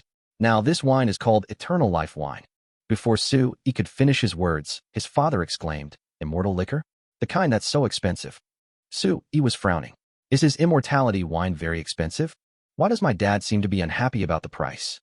It's in short supply right now, so it's not expensive enough, right? By the way, the immortality wine is not very friendly to the poor. Hee. I feel a little embarrassed. I am so rich, but my parents are still so poor. Hey, it's my fault that I have to run around all the time. It's a sin. Su-yi's thoughts ran through his mind, and he sighed. But let's not think about the past. Today he came clean. If you become rich and don't tell your family, Wouldn't that be like walking in the dark in fancy clothes? Yes. Sui nodded and said seriously, the Chongqing winery is the winery I opened, and Chunling is the factory director now. So, if you want a drink, I'll ask Chunling to send a box to your home tomorrow. Also, I made a lot of money running this winery. I came back today just to transfer some money to you. After talking about the most important thing, Sui felt much more relieved. It was like a huge stone fell to the ground. My parents and aunt were completely stunned. My aunt asked, the Chunling you're talking about is your childhood deskmate? The chubby girl with freckles when she was little? Sui rolled his eyes at her. I don't have freckles anymore, right? And I'm not fat now. I have a good figure. Auntie, don't judge me by the old calendar. Oh, okay. My aunt looked embarrassed. Dad swallowed hard and asked in a trembling voice, son, the most expensive kind of immortality wine is 9,999 yuan a bottle. Are you sure you're talking about this kind of wine? Chapter 149 Free Meat. Yes, it's this wine. Sui said, 9,999 yuan is what Chunling and I agreed on. In addition to this grade, there are also bottles priced at 3,999 yuan, for 199 yuan, 249 yuan, and 99 yuan. These are the prices I finally agreed to. Hearing Su Yi's words, his father Su Chongshan shouted, stood up, and walked back and forth excitedly, saying as he walked, it's amazing. I was wondering why this wine is so expensive. It turns out to be the same kind of wine we often drink. No wonder. Then, he gave Sui a thumbs up and praised, son, you are awesome. Dad is convinced. My mother was more concerned about money. She asked anxiously, son, are you going to transfer money to us? How much? Sui stretched out a finger. Mom tried 10,000. When Sui heard this, he almost stumbled and fell. My nanny, your son sells a bottle of wine for 10,000 yuan, and you want me to transfer only 10,000 yuan to you? Is that reasonable? My mother seemed to realize she had said the wrong thing, that she was too narrow-minded and stingy. She quickly asked, 100,000. Sui shook his head. Guess too much. 1 million. Mom finally got bold enough and guessed the highest possible number through gritted teeth. Sui shook his head, thinking that his parents' situation was like this. Hey, he said directly. I want to transfer 10 million to you. Dad and Mom, you each get 3.5 million, and Aunt, you get 3 million. Is that okay? My parents were stunned when they heard this. 10 million. 3.5 million each. 3 million for my aunt. This is like they want to divide 10 million among the three of them. I'm rich, really rich. My mother smiled so happily that a tear came out of the corner of her eye. She was so happy. Dad Su Chongshan was so excited that he wanted to smoke to relieve his emotions. Only my aunt remained dumbfounded. She swallowed hard and asked, Xiaoyi, are you sure I should get a share too? You're going to give me 3 million. Yes. Sui nodded. Before I had no job, you secretly gave me pocket money every month. I have always kept it in mind. Now that I, your nephew, have money, how could I not show any appreciation? Do you think I am that ignorant? No, absolutely not. Haha. Xiaoyi, you are the best and most promising. I, your aunt, was right about you. Aunt Zhang Yali complimented with a smile. Sui laughed. Although he knew that his aunt's praise was just a compliment, he was still very happy. By the way, when are you going to transfer it to us? Asked my mother.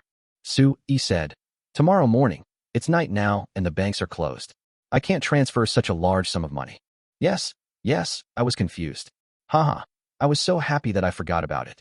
Mom laughed. After saying that, she couldn't help but ask, son, tell me honestly, how much money do you make now?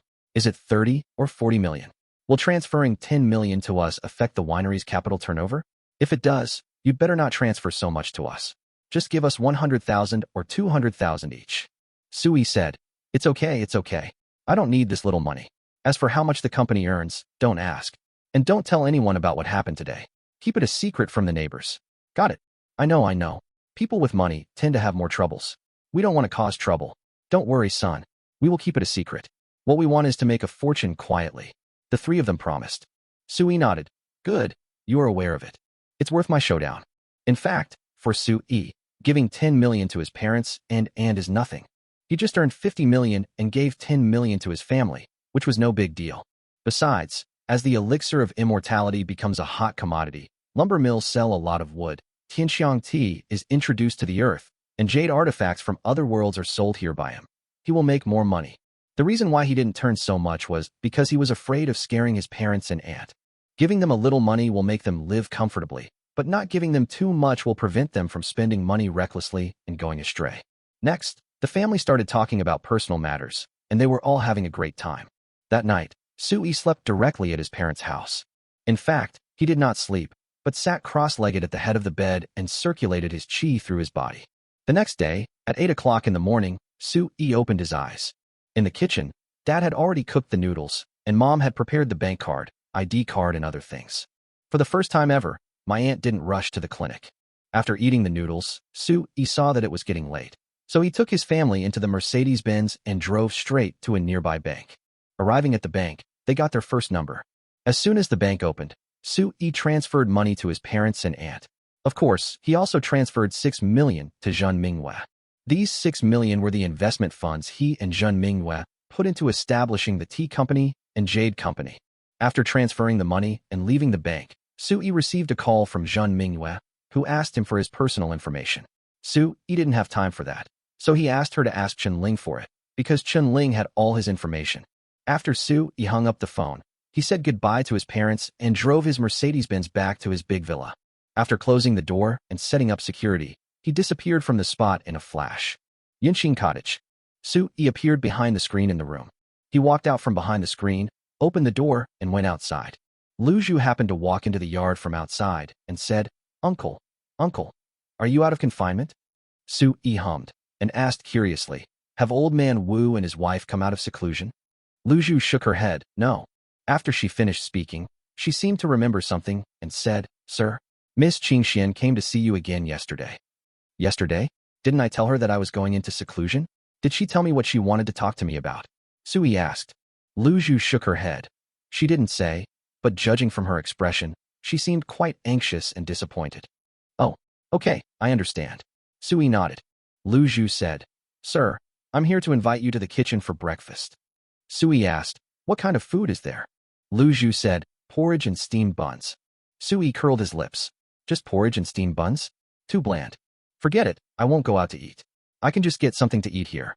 Sui said. Lu Zhu was puzzled. Although he didn't know what Sui meant by asking him to get some food, he had no choice but to go back and report. Dining room. Lu Zhu reported Sui's words to the grandmother, the master, and the lady. The three of them had different expressions on their faces, each with a different look. Grandma Zhu said, well, if Master Sui doesn't want to eat, then don't eat. Let's have our meal. Wu Chan Hongliang quickly drank a bowl of porridge, stood up, bowed, and left the kitchen very politely. After leaving the kitchen, he immediately quickened his pace and headed straight for Yinqing Cottage. If his guess was right, his eccentric son-in-law would definitely cook his own food again. Hey, he'd been craving it for days, and today he could finally have some free meat. Chapter 150. How about I call you son-in-law?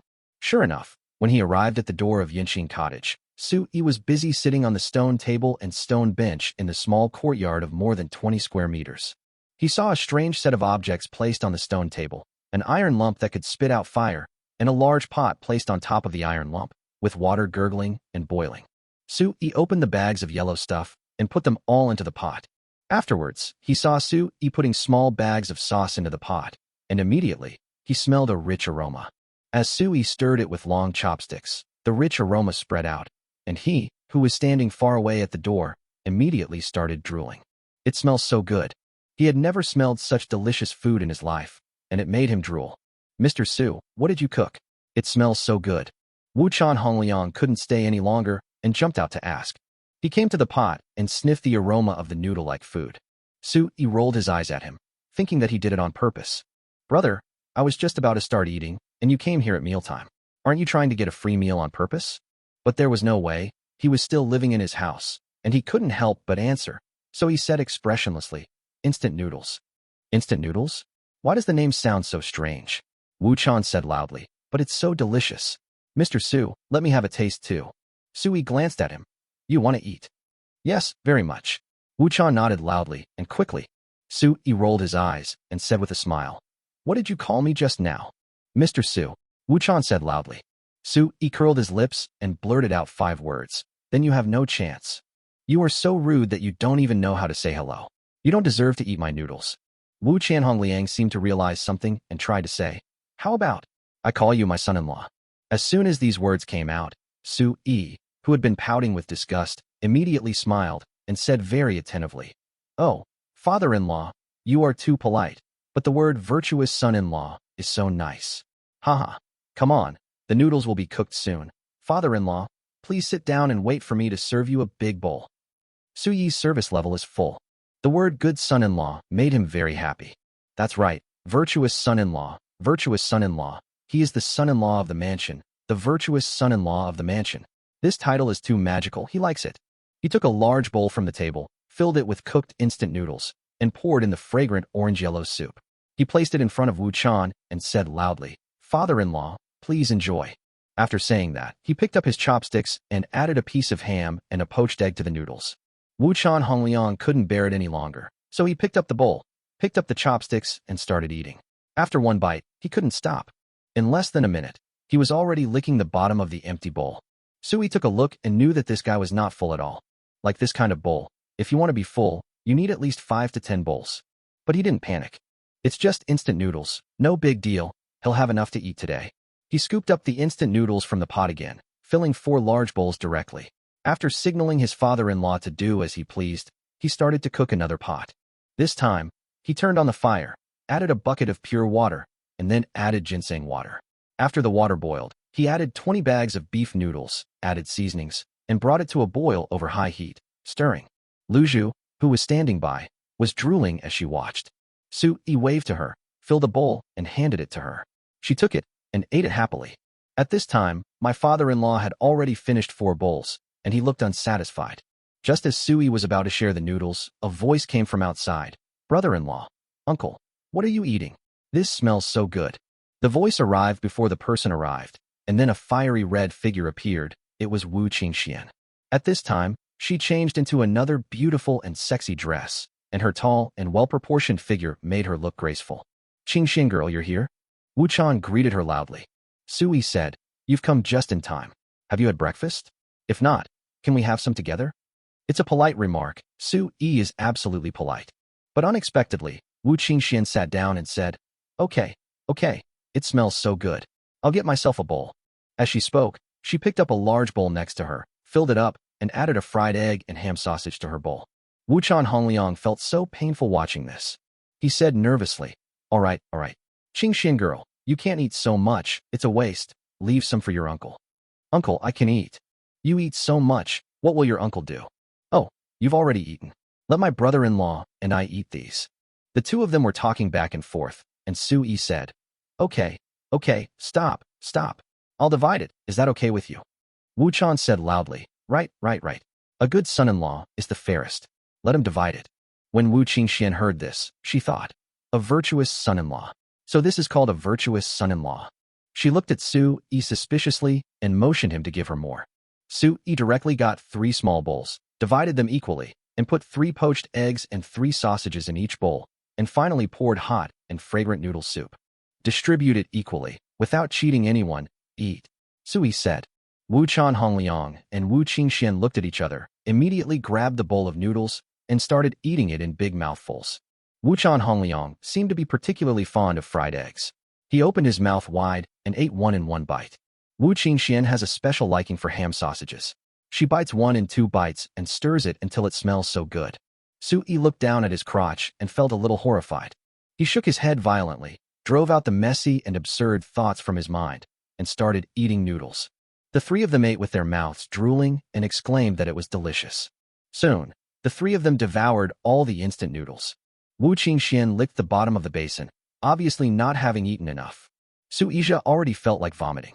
Wu Chan Hongliang patted his belly, burped, and said contentedly, "My dear son-in-law, you are really good. Last time I had a meal of meat from you, and this time I had a meal of noodles, both of which are rare delicacies in the world. Not bad, really good. Thank you for your compliment, father-in-law." Su-yi bowed modestly. Wu Chan couldn't help but continue, "My dear son-in-law, I'll have to come and bother you from time to time. I wonder if you'd welcome me." When Wu Qingxian heard this, the corners of her mouth twitched. This isn't called disturbing, right? It's obvious that they just want to come and eat for free often. Su-yi smiled awkwardly. Don't bother me. I can't wait to welcome you." "Haha, that's good then. It's settled, huh?" Wu Chan patted Su-yi's shoulder loudly and left with great satisfaction.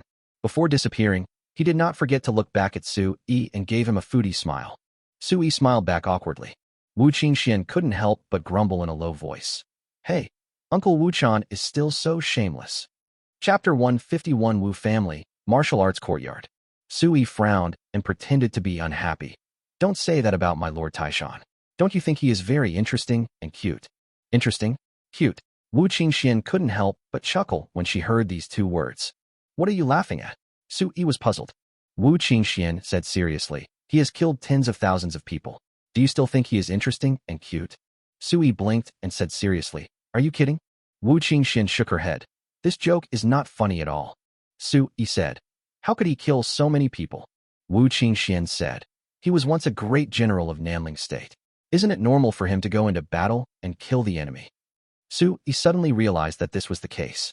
He changed the subject and said, by the way, Lu Zhu said you came to see me yesterday? Is there something? Wu Qingxian sighed and said, it's boring, so boring. I can only come to play with you, but you are in seclusion. It's really boring. So you came here today because you are bored? Su-yi asked. No. Wu Qingxian hurriedly shook her head. Today we have something important to do. Don't you want the secret manual of martial arts? I can take you to my scripture pavilion today, and you can choose it yourself then, okay? Okay, why not? Let's go now. Su-yi was overjoyed. He had been looking forward to this day for a long time. Wu Qingxian asked, did you bring the spiritual tiger blood I wanted? Su-yi said, I brought it, don't worry. Wu Qingxian nodded in satisfaction. Just as Su-yi was about to follow Wu Qingxian, he suddenly heard the voice of Wuchan Naga. Wuchan Naga whispered to him, my husband, if you go to the Wu family's scripture pavilion, you must choose the mysterious scripture of the North Sea first. Su-yi turned his head and looked towards Wu Qingxuan's room. She should still be in seclusion at this time.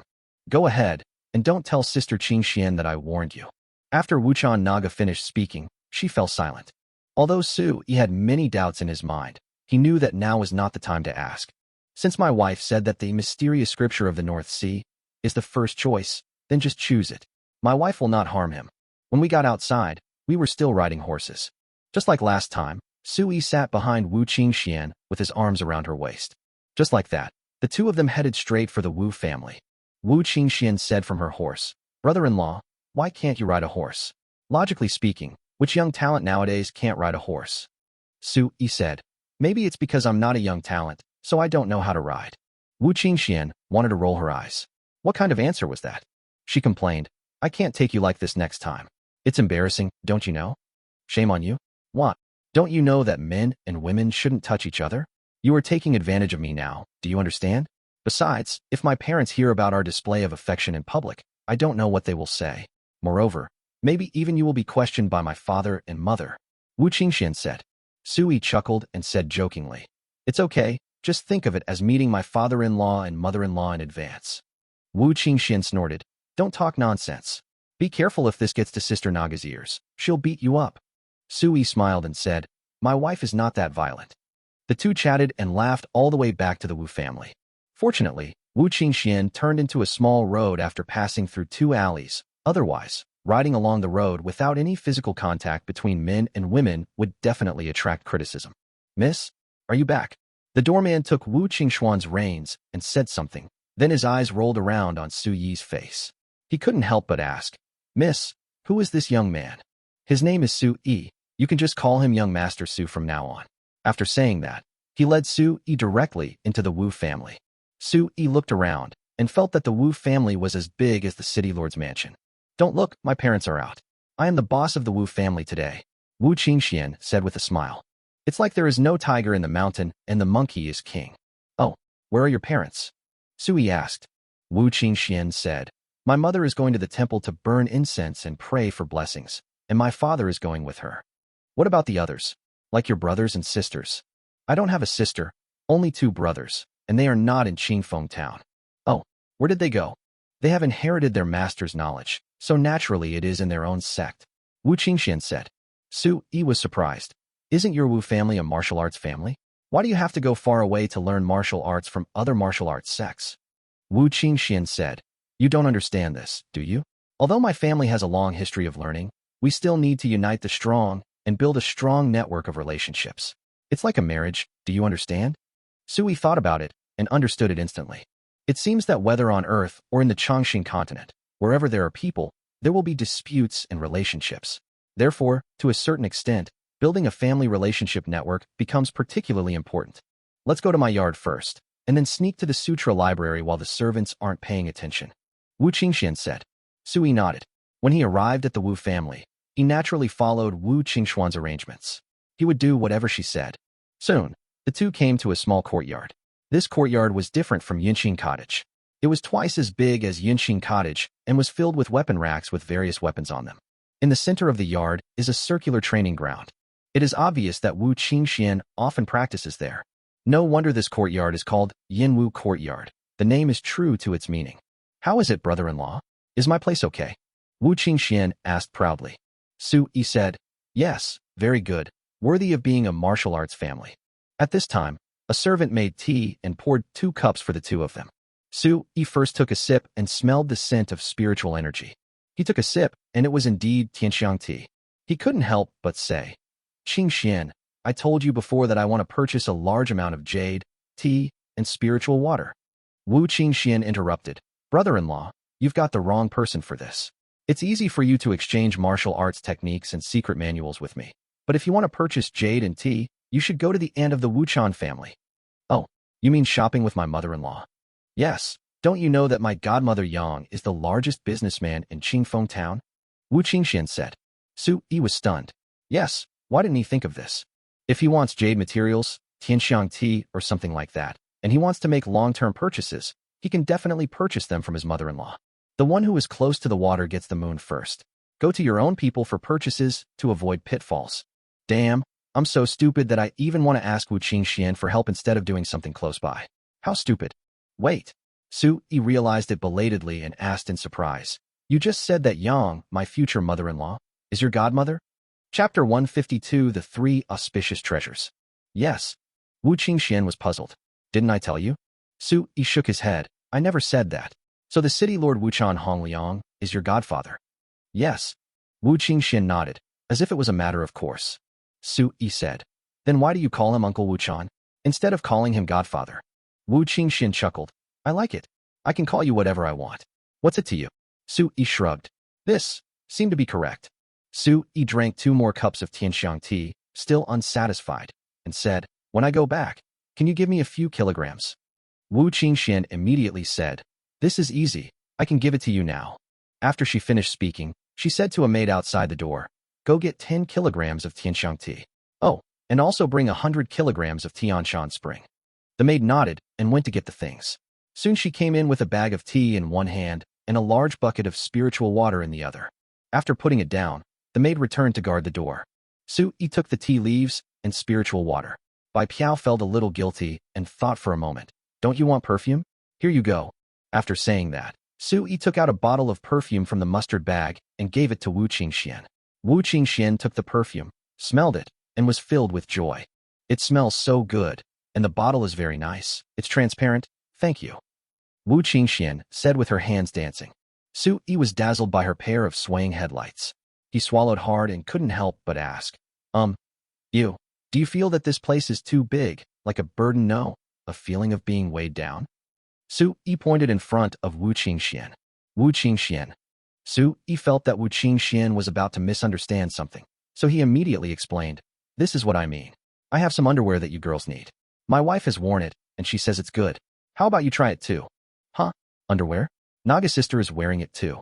Wu Qingxian looked suspicious. She thought for a moment and said, really? Then take it out and let me see. In order to care about women's health and enable them to afford bra tattoos, Su Yi flipped his hand, and a large lace bra tattoo appeared in his hand. He handed it to the other party and said, here you go. This is it. Try it. Wu Qingxian looked at the strange shape of the underwear and asked how to use it. Su Yi gestured awkwardly. Wu Qingxian suddenly realized and hid behind the screen in the room. But the next moment, she couldn't help but said, no, I can't put it on. It's too tight. Su Yi was extremely embarrassed. Was the other person's thing really that big? This is the largest size she has ever bought. Brother-in-law, can you come over and help me see how to do this? It seems to be adjustable, but I can't hook my hand. Wu Qingxian said. Su Yi swallowed his saliva. He was asked to go over and help. Is this really okay? Are you sure you want me to go over? Su Yi asked. Hey, just come over and help me, Wu Qingxian said. Su Yi had no choice but to walk in. 2 minutes later, Su Yi came out with a nosebleed. Alas, he would suffer from malnutrition sooner or later. Another 2 minutes later, Wu Qingxian came out happily, praising, "Not bad, not bad. It's wrapped very well. Haha, I won't be afraid of jumping around anymore. This underwear is really good, very good. I can't believe it. I can't believe it's designed so cleverly. I like it."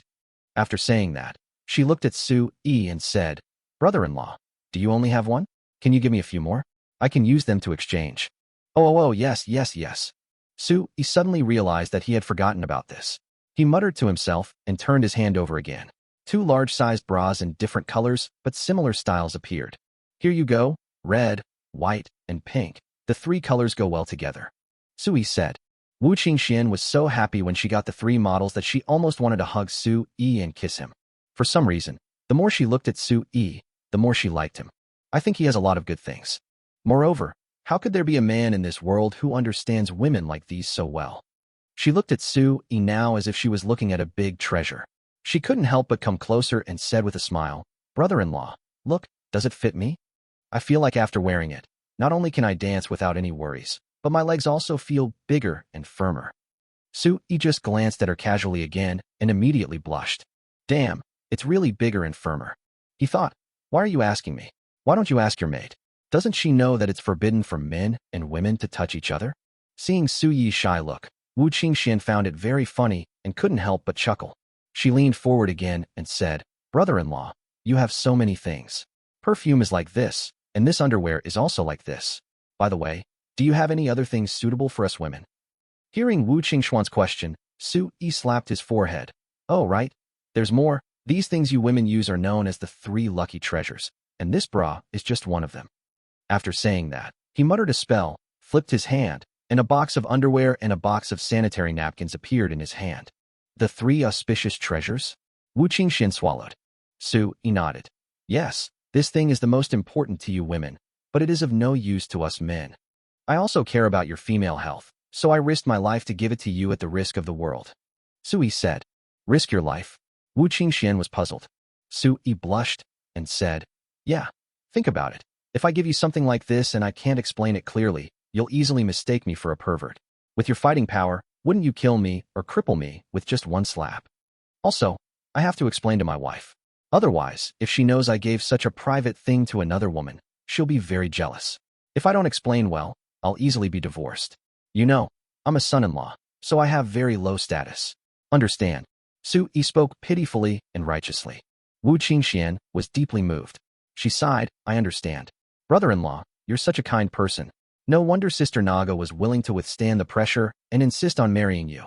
It's okay, I'll go explain to Sister Naga.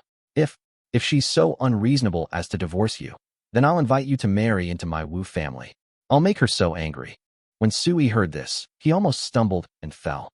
What the hell is this? Also, are they considered good sisters? The friendship boat can capsize at any time? Or is it that poaching is more popular here? Ahem.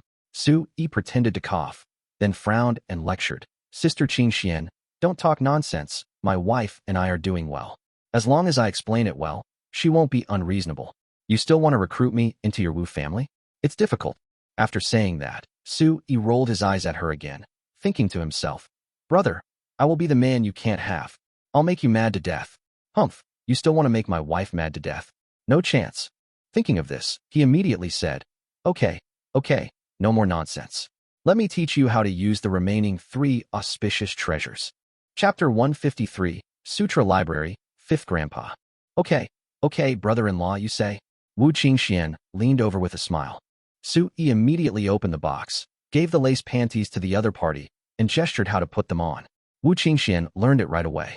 Afterwards, Su Yi opened the always box again. He was a little confused. He clearly bought 7th generation space, so how did it become always? Forget it, I guess I bought both. He tried to explain the function of Hushabou, but Wu Qingxian blushed when she heard it. How come my brother-in-law knows about such things as women? And is there a solution?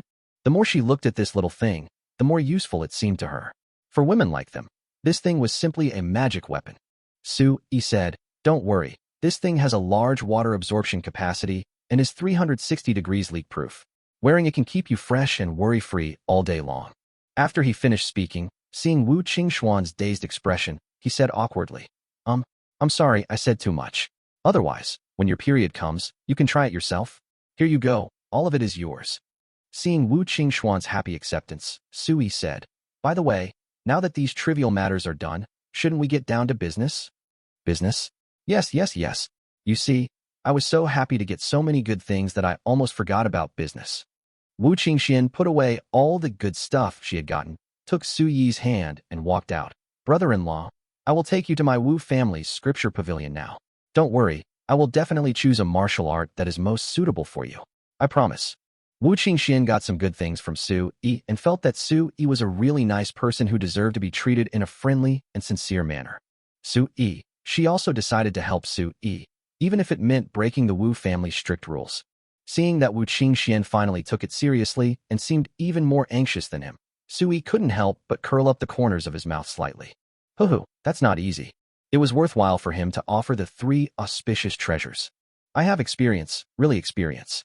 From now on, when dealing with girls from another world, just use the 3 lucky treasures. At the door, the maid was frightened when she saw the 3rd young lady holding the hand of a grown man and saying that she wanted to go to the sutra library. Miss, please pay attention to your appearance. Men and women should not touch each other. The maid followed and immediately reminded him. Oh, yes. This is at home. I have to be careful. Wu Qingxian was a little embarrassed. She let go of Su Yi's hand and said to him, the scripture pavilion is in the southeast corner. The one guarding the pavilion is a good friend of mine. Don't worry, I'll take you in. He won't dare to stop us. The maid said in embarrassment. Miss, you brought an outsider to the scripture library? If the master and the mistress knew about it, they would beat you with a stick. Wu Qingxian smiled and said, it's okay. They don't dare to hit me. If they do, you can take the beating for me. The maid's face suddenly fell and turned a little blue. Wu Qingxian pinched her chubby face and said with a smile, I was just trying to scare you. Look how scared you are. The maid patted her chest immediately. Wu Qingxian said, just keep your mouth shut about me taking Su Yi to the sutra library. Oh, and by the way, I asked you to get rid of those chattering servants. Have you done that? The maid nodded hurriedly. It's done. They have all been sent out of the mansion now. That's right. I'll share some delicious food with you next time. Wu Qingxian said. The maid hurriedly asked, Miss, are you talking about lollipops? Can you give me one now? Wu Qingxian said. Okay, but you have to promise not to tell my mother about what happened today, okay? The maid nodded hurriedly. Wu Qingxian smiled and took out a lollipop from her sleeve and gave it to the maid. The maid was filled with joy. Su Yi was dumbfounded. These girls from another world were too easy to please, weren't they? Girls on Earth can't compare at all. The girls in Changxing continent can be so happy with just a lollipop. Even a young lady like Wu Qingxian would open up to him directly if he just gave her a bottle of perfume, some underwear, and some sanitary napkins. If we were on Earth, could a lollipop make a girl happy? The answer is obvious. The girl will look at you in astonishment and say, are you stupid? Obviously, you will be despised to the point of wanting to commit suicide. To please them, you must have a 5-digit savings and the ability and action to buy them brand-name bags. In fact, you have to have a house and a car before you can touch their hands and breasts. Unless you are looking for an hour of love, in which case you can get it for 300 yuan. But how to say it? If you deal with this, you will only feel more and more empty and lonely, and eventually you will not believe in love and will not know how to talk about love. Oh, how sad. Soon, the 3 of them passed through several round arches and walked through several long corridors. Finally, next to a big tree, Su Yi saw a 4-story tower. Although the tower is not big, it is very solemn and ancient. The plaque on the tower is inscribed with 3 ancient seal characters, Sutra Repository. However, the 2 copper ring doors of the Sutra library were closed. Wu Qingxian stepped forward and knocked on the door vigorously. 5th Grandpa, open the door. I'm Qingxian. I'm here to bring you some delicious food. After she finished speaking, she turned to Su Yi and said, by the way, did you bring any delicious food? My 5th grandfather loves food. He's very greedy. Su Yi said. Is he even more greedy than Wu Chanhong Liang? Wu Qingxian thought for a moment and said awkwardly, it should be about the same.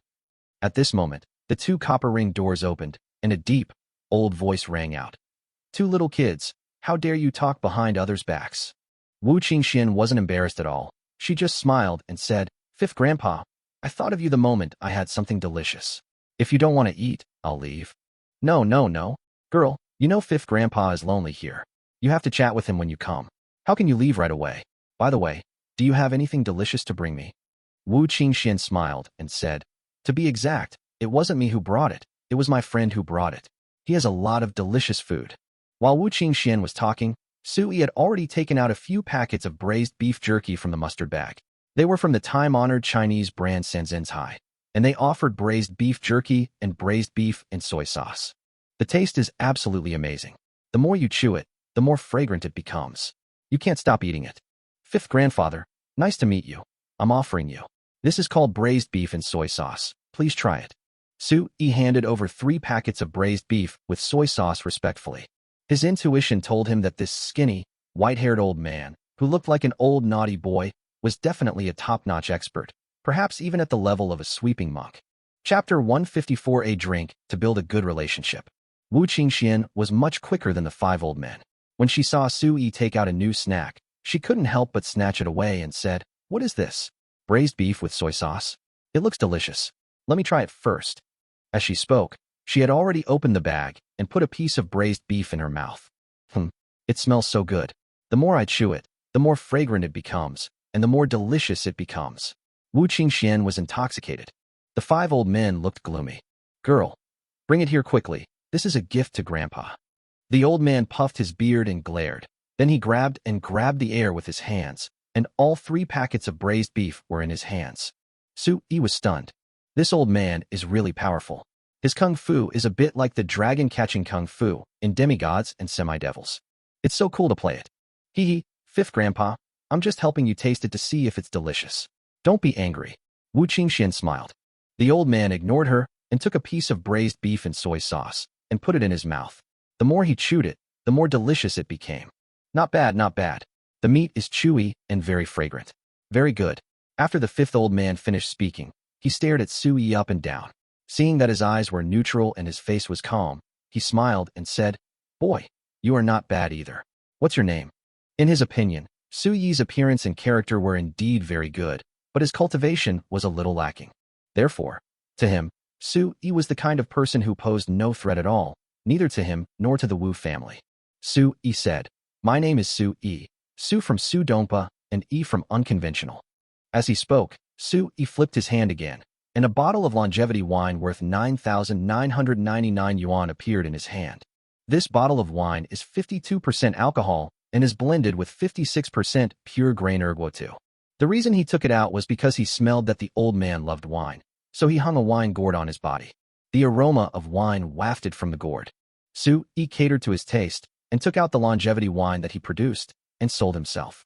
Senior, besides the braised beef, I also have some wine. How about we find a place to have a drink? Sui tried. Seeing the wine, the old man was completely captivated and his face was full of smiles. If he had a stern face just now, it was because he was putting on airs. But now that he saw there was wine to drink, his airs disappeared immediately. He smiled and said, okay, come in, let's have a drink inside. Entering the sutra library, Sui saw rows of large bookshelves. The bookshelves are filled with all kinds of books. There are so many books. There are books made of cowhide, sheepskin, and animal skins, books made of thick paper, books on bamboo slips, and even books carved on jade plates, etc. Sui was shocked after just one look.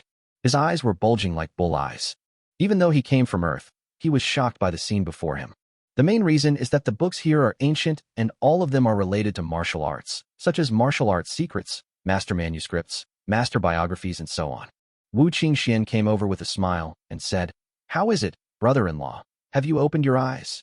Sui nodded hurriedly. His eyes were opened, really opened.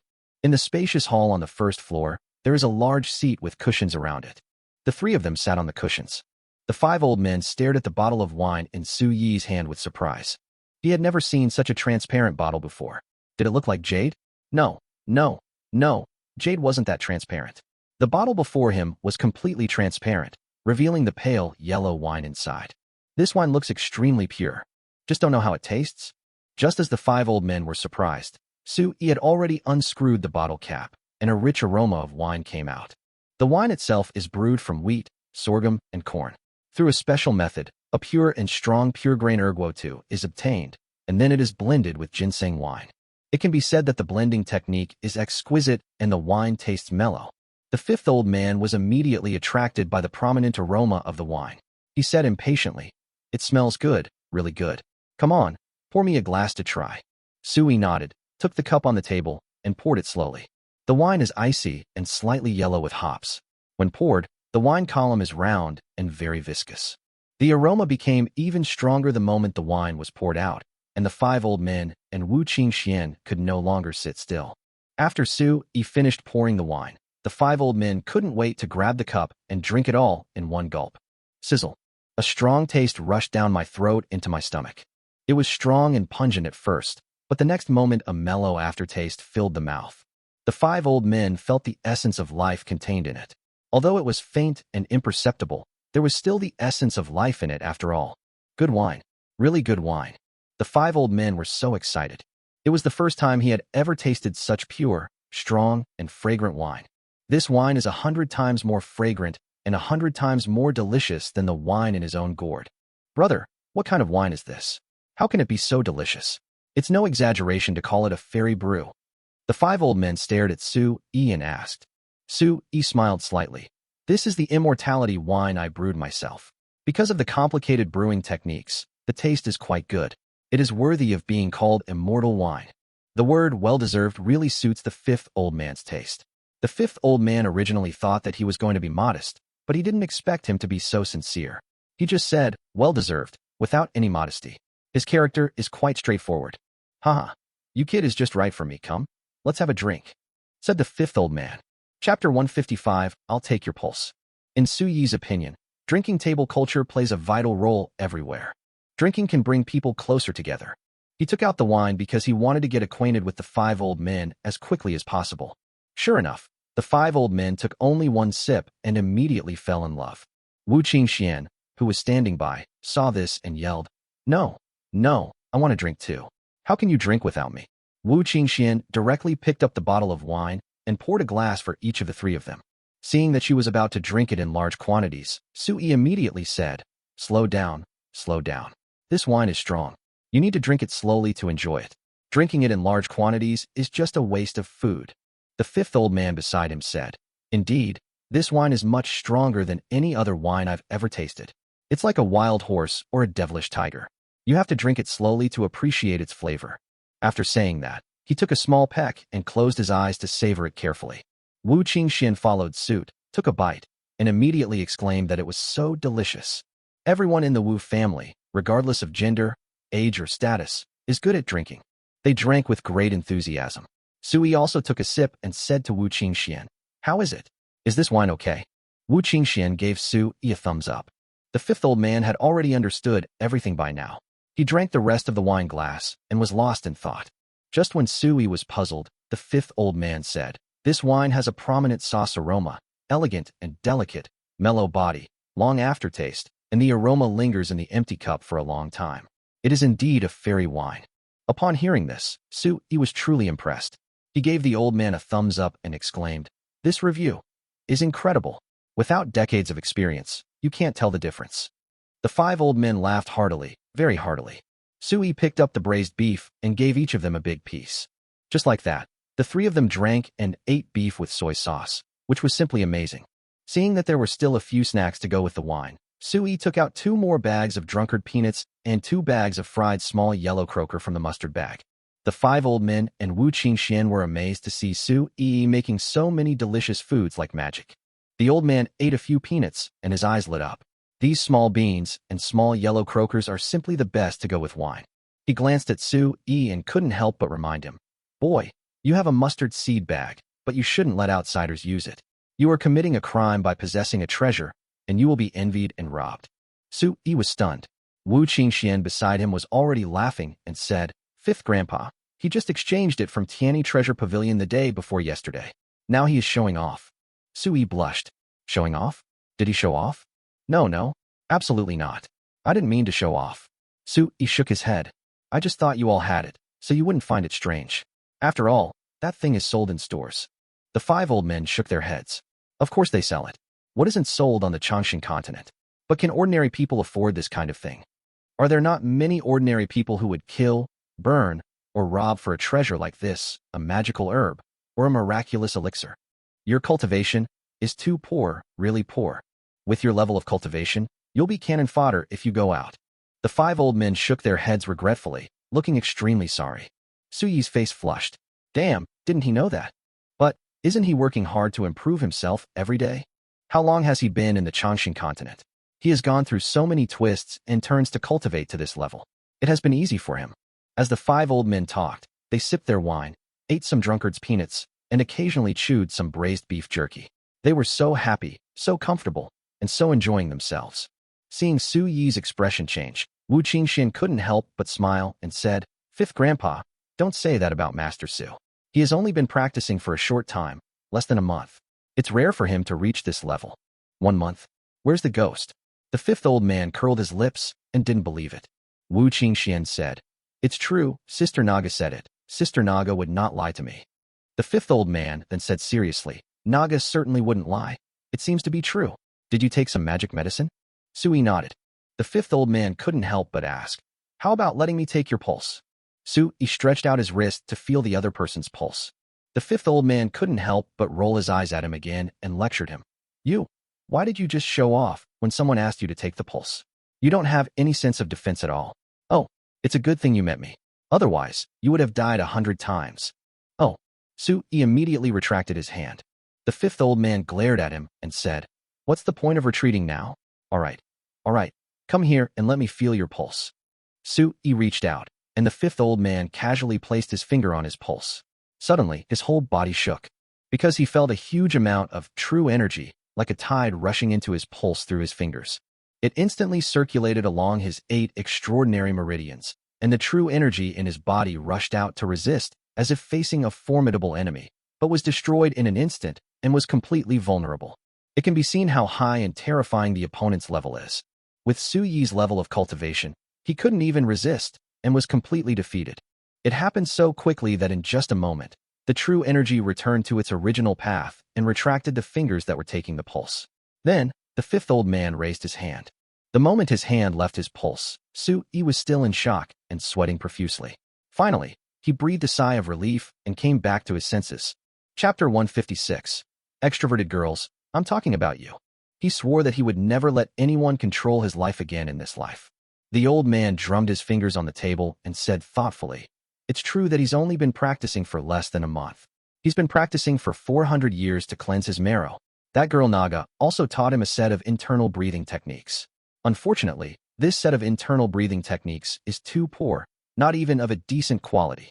Judging from your chaotic and incomplete true essence, I can tell that you took the Yuan gathering pill and forcibly raised the quality of your true essence. Well, there are a lot of benefits, but there are also a lot of hidden dangers. After all, if it's not achieved through hard work, the foundation will always be unstable. For those who practice martial arts, the foundation is of utmost importance. If the foundation is not stable, there will be a lot of trouble in the future." The 5 old men told the story slowly. Sui was shocked, knowing that his experience in martial arts learning had been completely seen through by the 5 old men. "Awesome, so awesome.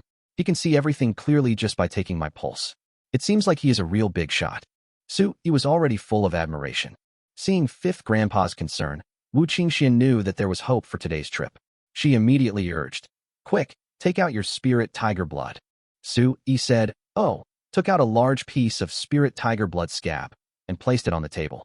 When the 5 old men saw the blood scab of the spirit tiger, their eyes suddenly lit up. This thing is a good thing. It can purify blood and forcibly raise the level of martial arts. Moreover, the blood of the spirit tiger is rare. Even a 9th-grade strongman would not be able to get any good results if he encounters a spirit tiger, let alone obtain its blood. Wu Qingxian said proudly, "5th Grandpa, I have already promised Sui that if he gives me this piece of spiritual tiger blood, I will make him a martial arts secret manual suitable for him. What do you think?" The 5 old men nodded and said one word, "Yes." Wu Qingxian was overjoyed when she heard this. Since 5th Grandpa said yes, then I agree.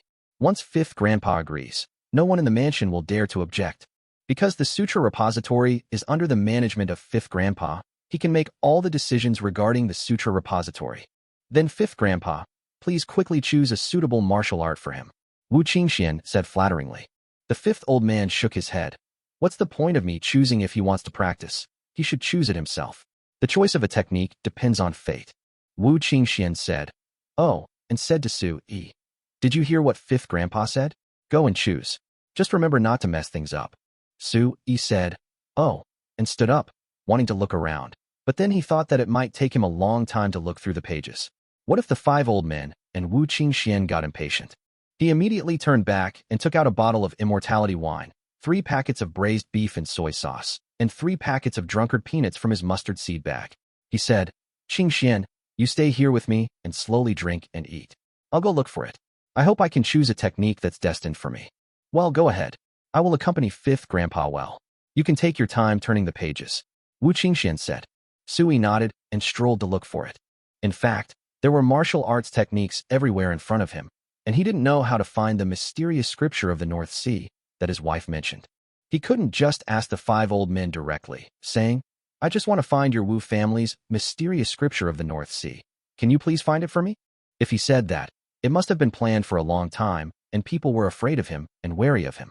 Maybe the next moment, he would be slapped away by someone. So, don't take any risks. Just search and look for it slowly by yourself. The 5th old man looked at Sue-yi touching this, flipping through that, looking at this, and glancing at that. He couldn't help but ask, Girl, what is your relationship with him? Is it worth bringing him to the sutra library? It's okay, Wu Qingxian said. The 5th old man shook his head. Nonsense, you clearly have an unclear relationship with him. 5th grandpa, please stop talking nonsense. He and I are innocent, Wu Qingxian said. Innocent? The 5th old man asked. But why do I feel like you don't treat him the same way as other men? Do you like that boy? Wu Qingxian was stunned and shook her head. Impossible? He's Sister Naga's fiancé. The 5th old man was stunned and asked in surprise. What did you say? He is Naga girl's fiancé? Yes. Wu Qingxian said. Didn't I tell you? No. The 5th old man thought for a moment and said in confusion. That's not right. Naga girl has very high standards. How could she be interested in such a silly boy? Besides, Naga's rank is the same as yours, right? How could she be interested in this boy who is only 4th rank? Weird, really weird. Wu Qingxian said bewilderedly. This? I don't know, but 5th grandpa. Why do you say Sui is stupid? I think he is quite smart. Besides, he has only been practicing for less than a month, so what's wrong with being a 4th grade cultivator? Give him some time, he will definitely be able to improve his rank. Hey, girls who are extroverted are talking about you. Girl, said the 5th old man. Wu Qingxuan's face flushed immediately, and she said angrily, I won't talk to you anymore. I'm going to help Sue-yi find a technique. After saying that, she made a face at the 5 old men and ran to help Sue-yi. Chapter 157 The Appearance of a Sun. At this time, the earth. A car stopped in front of Sue-yi's parents' house, and Ling got out of the car. Oh, long time no see. I almost couldn't find the door. Behind Ling was a girl who looked like a secretary, and next to her stood a driver, holding a box of longevity wine. The secretary girl went up and knocked on the door. Sue-yi's mother's voice came from inside. Who is it? Ling heard the voice and said, Auntie, I'm Ling, Sue-yi's classmate, and I'm Xiao Lingzi, who used to come to your house often. Ah, it's Xiao Lingzi. Sue-yi's mother immediately came out to open the door. After seeing Ling, she held her hand and said, It really is you. I was thinking of looking for you someday. Oh, by the way, I heard from Xiaoyi that you set up a winery that sells immortality wine, right? Yes, the winery belongs to Xiaoyi. I just manage it. Oh, and Xiaoyi asked me to deliver a box of wine to my uncle and aunt. So I came over and visited my uncle and aunt. Where's my uncle? He's gone to work in the hotel kitchen. Come in, and talk. Sue-yi's mother warmly welcomed the 3 of them into the house, and the room suddenly seemed a little cramped. Ling asked the driver to put down the wine and asked the driver and secretary to leave first. She sat down and said, Xiaoyi is making money now. Didn't he give you money? Sue-yi's mother hurriedly said, I gave it to you, but what good is too much money to us? I'm more concerned about when our Xiaoyi will get married and when I can have a grandson. By the way, you're often with our Xiaoyi. Do you know if he has a girlfriend? Ling was embarrassed. How should she say this? She can't talk nonsense. Seeing her embarrassment, Sue-yi's mother hurriedly said, Xiaoyi told me that he has a girlfriend named Zhen Mingyue or something. I've seen that girl. She's so beautiful. Xiao Lingzi, please help me persuade Xiaoyi to get married as soon as possible and give me a grandson. Ling was so embarrassed that she could only say, Okay, Auntie, I will definitely persuade him. However, he is very busy now and has been on business trips. I actually have limited time to meet with him. But don't worry, I will definitely persuade Xiaoyi when I see him. Sue-yi's mother asked in confusion. Even you don't see him often. This Xiaoyi is really getting more and more unreasonable. He turns his phone off and on all the time, and it's like he's disappeared from the face of the earth. What on earth is our Xiaoyi doing? He works for an international chaebol. He is the chaebol family's agent in Asia. Chunling brought out all the stupid things Su Yi had said before. Of course, no one believes this stupid statement. It's just a perfunctory excuse. However, Su Yi's mother actually believed it and said happily, "So that's how it is. Hee, our Xiaoyi is really lucky. He was appreciated by an international tycoon and opened his own winery in a short time." Su Yi's mother started to talk a lot. Chunling listened and felt a little overwhelmed. She made an excuse and finally slipped away. Back in the Mercedes-Benz commercial vehicle, she breathed a sigh of relief. The secretary looked at her and asked in surprise, "Sister Ling, why are the boss's parents still living in this shabby little house? The boss is so rich, why doesn't he buy his parents a decent house?" Chunling glared at her. "Don't talk nonsense. Uncle and aunt have lived here all their lives. This is their home. They won't go anywhere. This is a thought. Do you understand? Besides, how do you know the boss didn't give them any money, right? So, don't say things like that anymore. If the boss hears you, he'll fire you straight away. The boss isn't someone we employees should be secretly criticizing." "Got it. I understand, Sister Ling." The secretary nodded, feeling a little aggrieved. She thought for a moment and then said, "By the way, Sister Ling, I have prepared the equity transfer agreement you asked me to prepare. Will the boss really give you 10% and give Mr. D 5% of the shares?" Chunling glared at her again. "All right, don't ask about this again, and don't mention it to anyone. If I find out you're gossiping, I'll fire you immediately." "Oh, I know." The secretary stuck out her tongue and didn't dare to say anything more. The continent of eternal life. Su Yi wandered around the sutra library, which was filled with books, flipping through them here and there. What are Qingyang's secret method and Tianhe martial arts? What are Tianhua scroll and Wushu fragments? Things like Xian Yang Qi 2, Beast King Thunder Power, etc. What are One Yang sword technique and Shadow Moon Saber technique? Things like mysterious steps, Qingyan spear technique, etc. Su Yi turned around, and he was stunned and numb. Damn, he doesn't know anything. How can he choose? Moreover, I searched through the books again and again, but I didn't find the mysterious scripture of the North Sea that my wife mentioned. Su Yi was just worrying when he heard Wu Qingxuan's sweet laughter from behind him.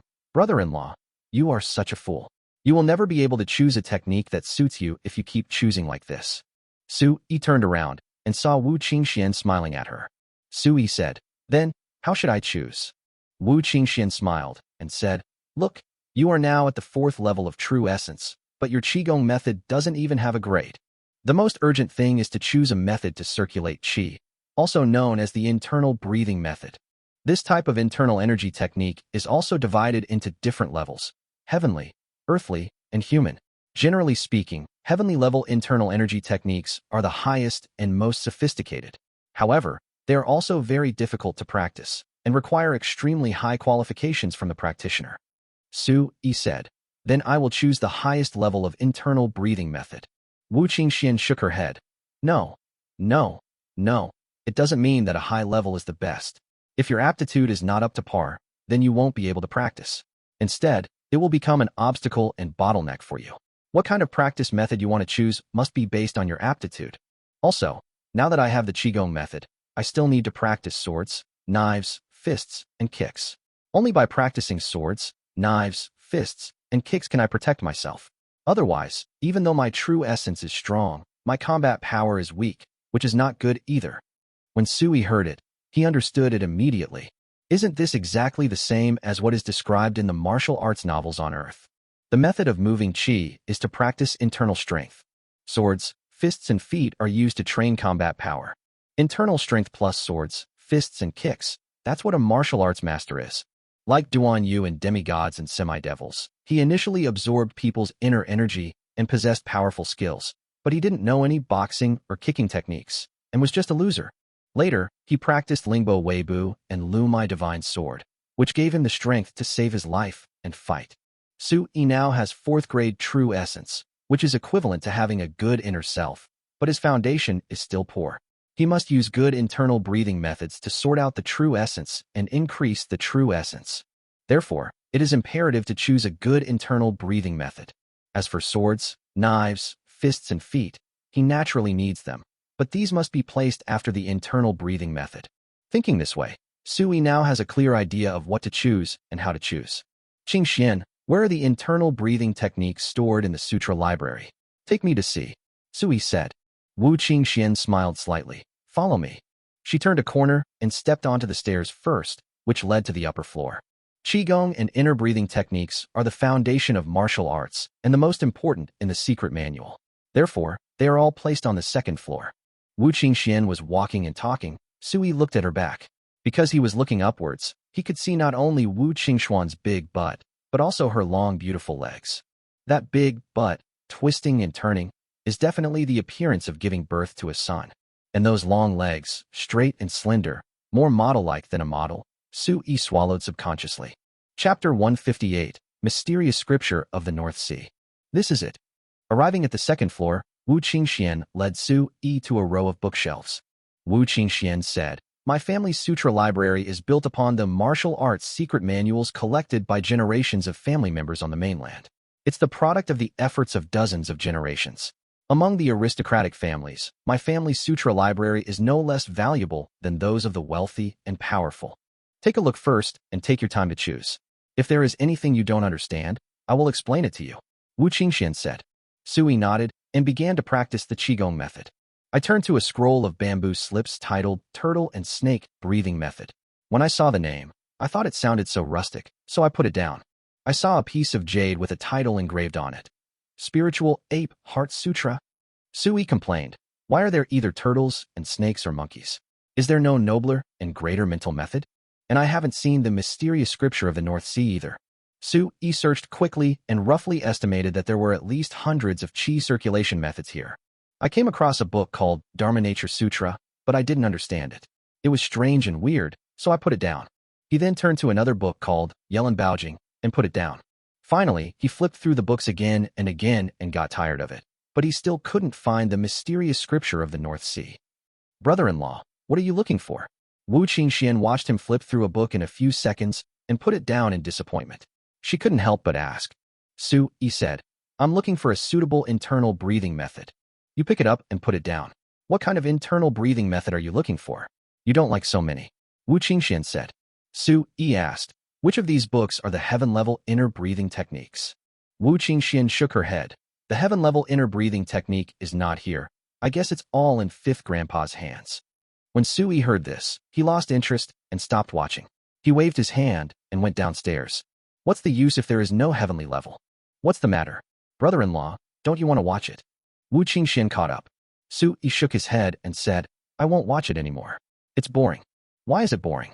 You can choose a local level inner breath method. Just pick one that can allow you to cultivate to the 9th level. Wu Qingxian said. The inner breath method I cultivate myself is local level. Sui shook his head.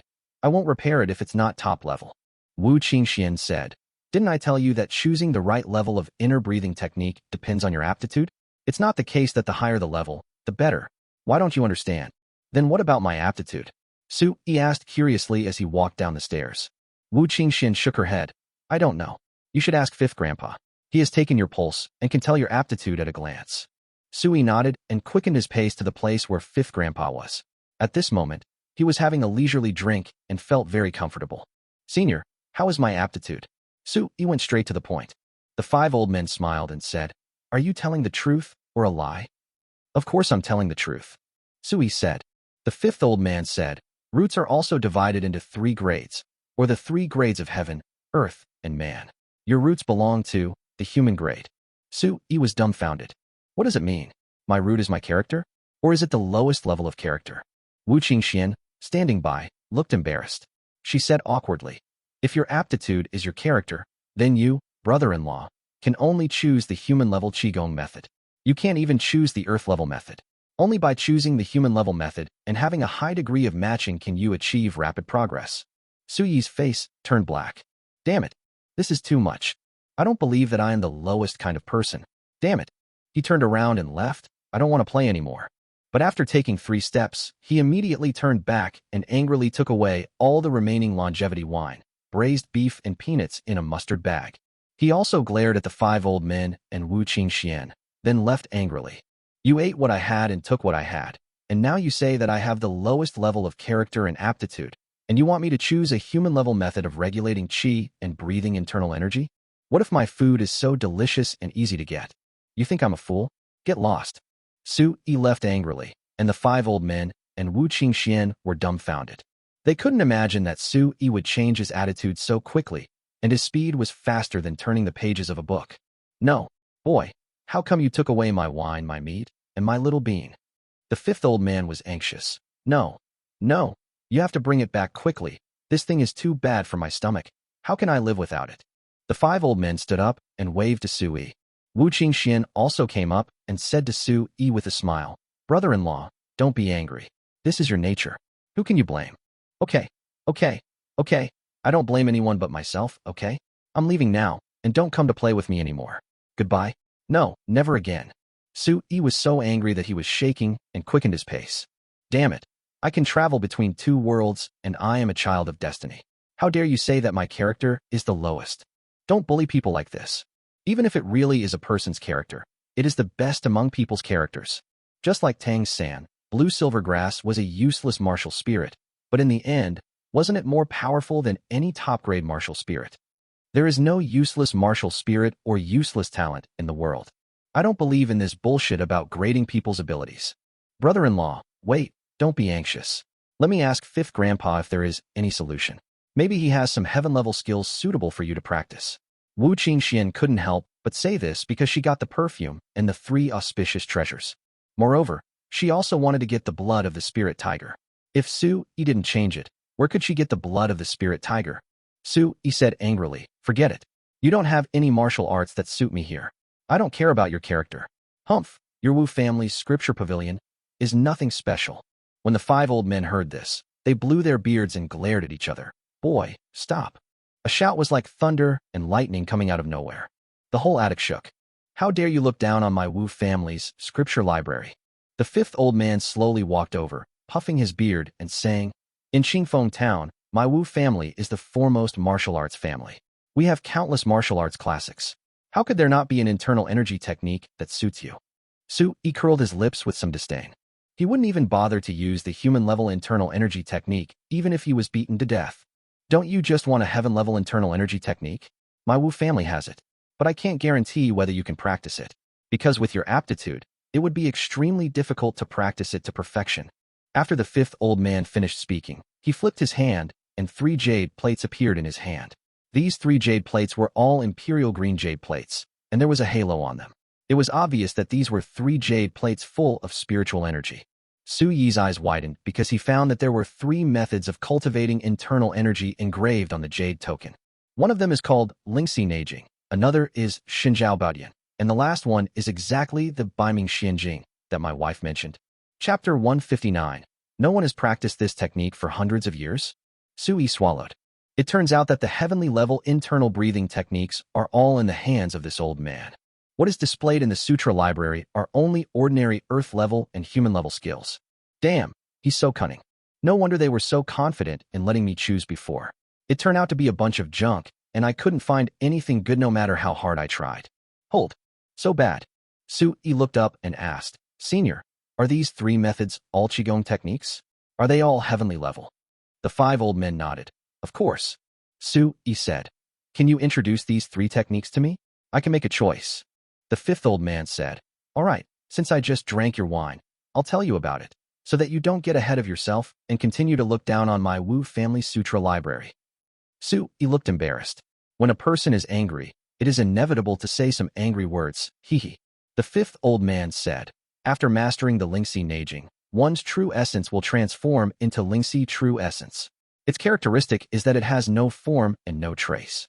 As long as one possesses this true essence and knows the moves of other martial arts, such as fists, palms, swords, fingers, body movements, internal energy, etc., one can drive and control them. It's like learning the Lingxi Neijing and knowing other martial arts moves. One can control any martial art in the world.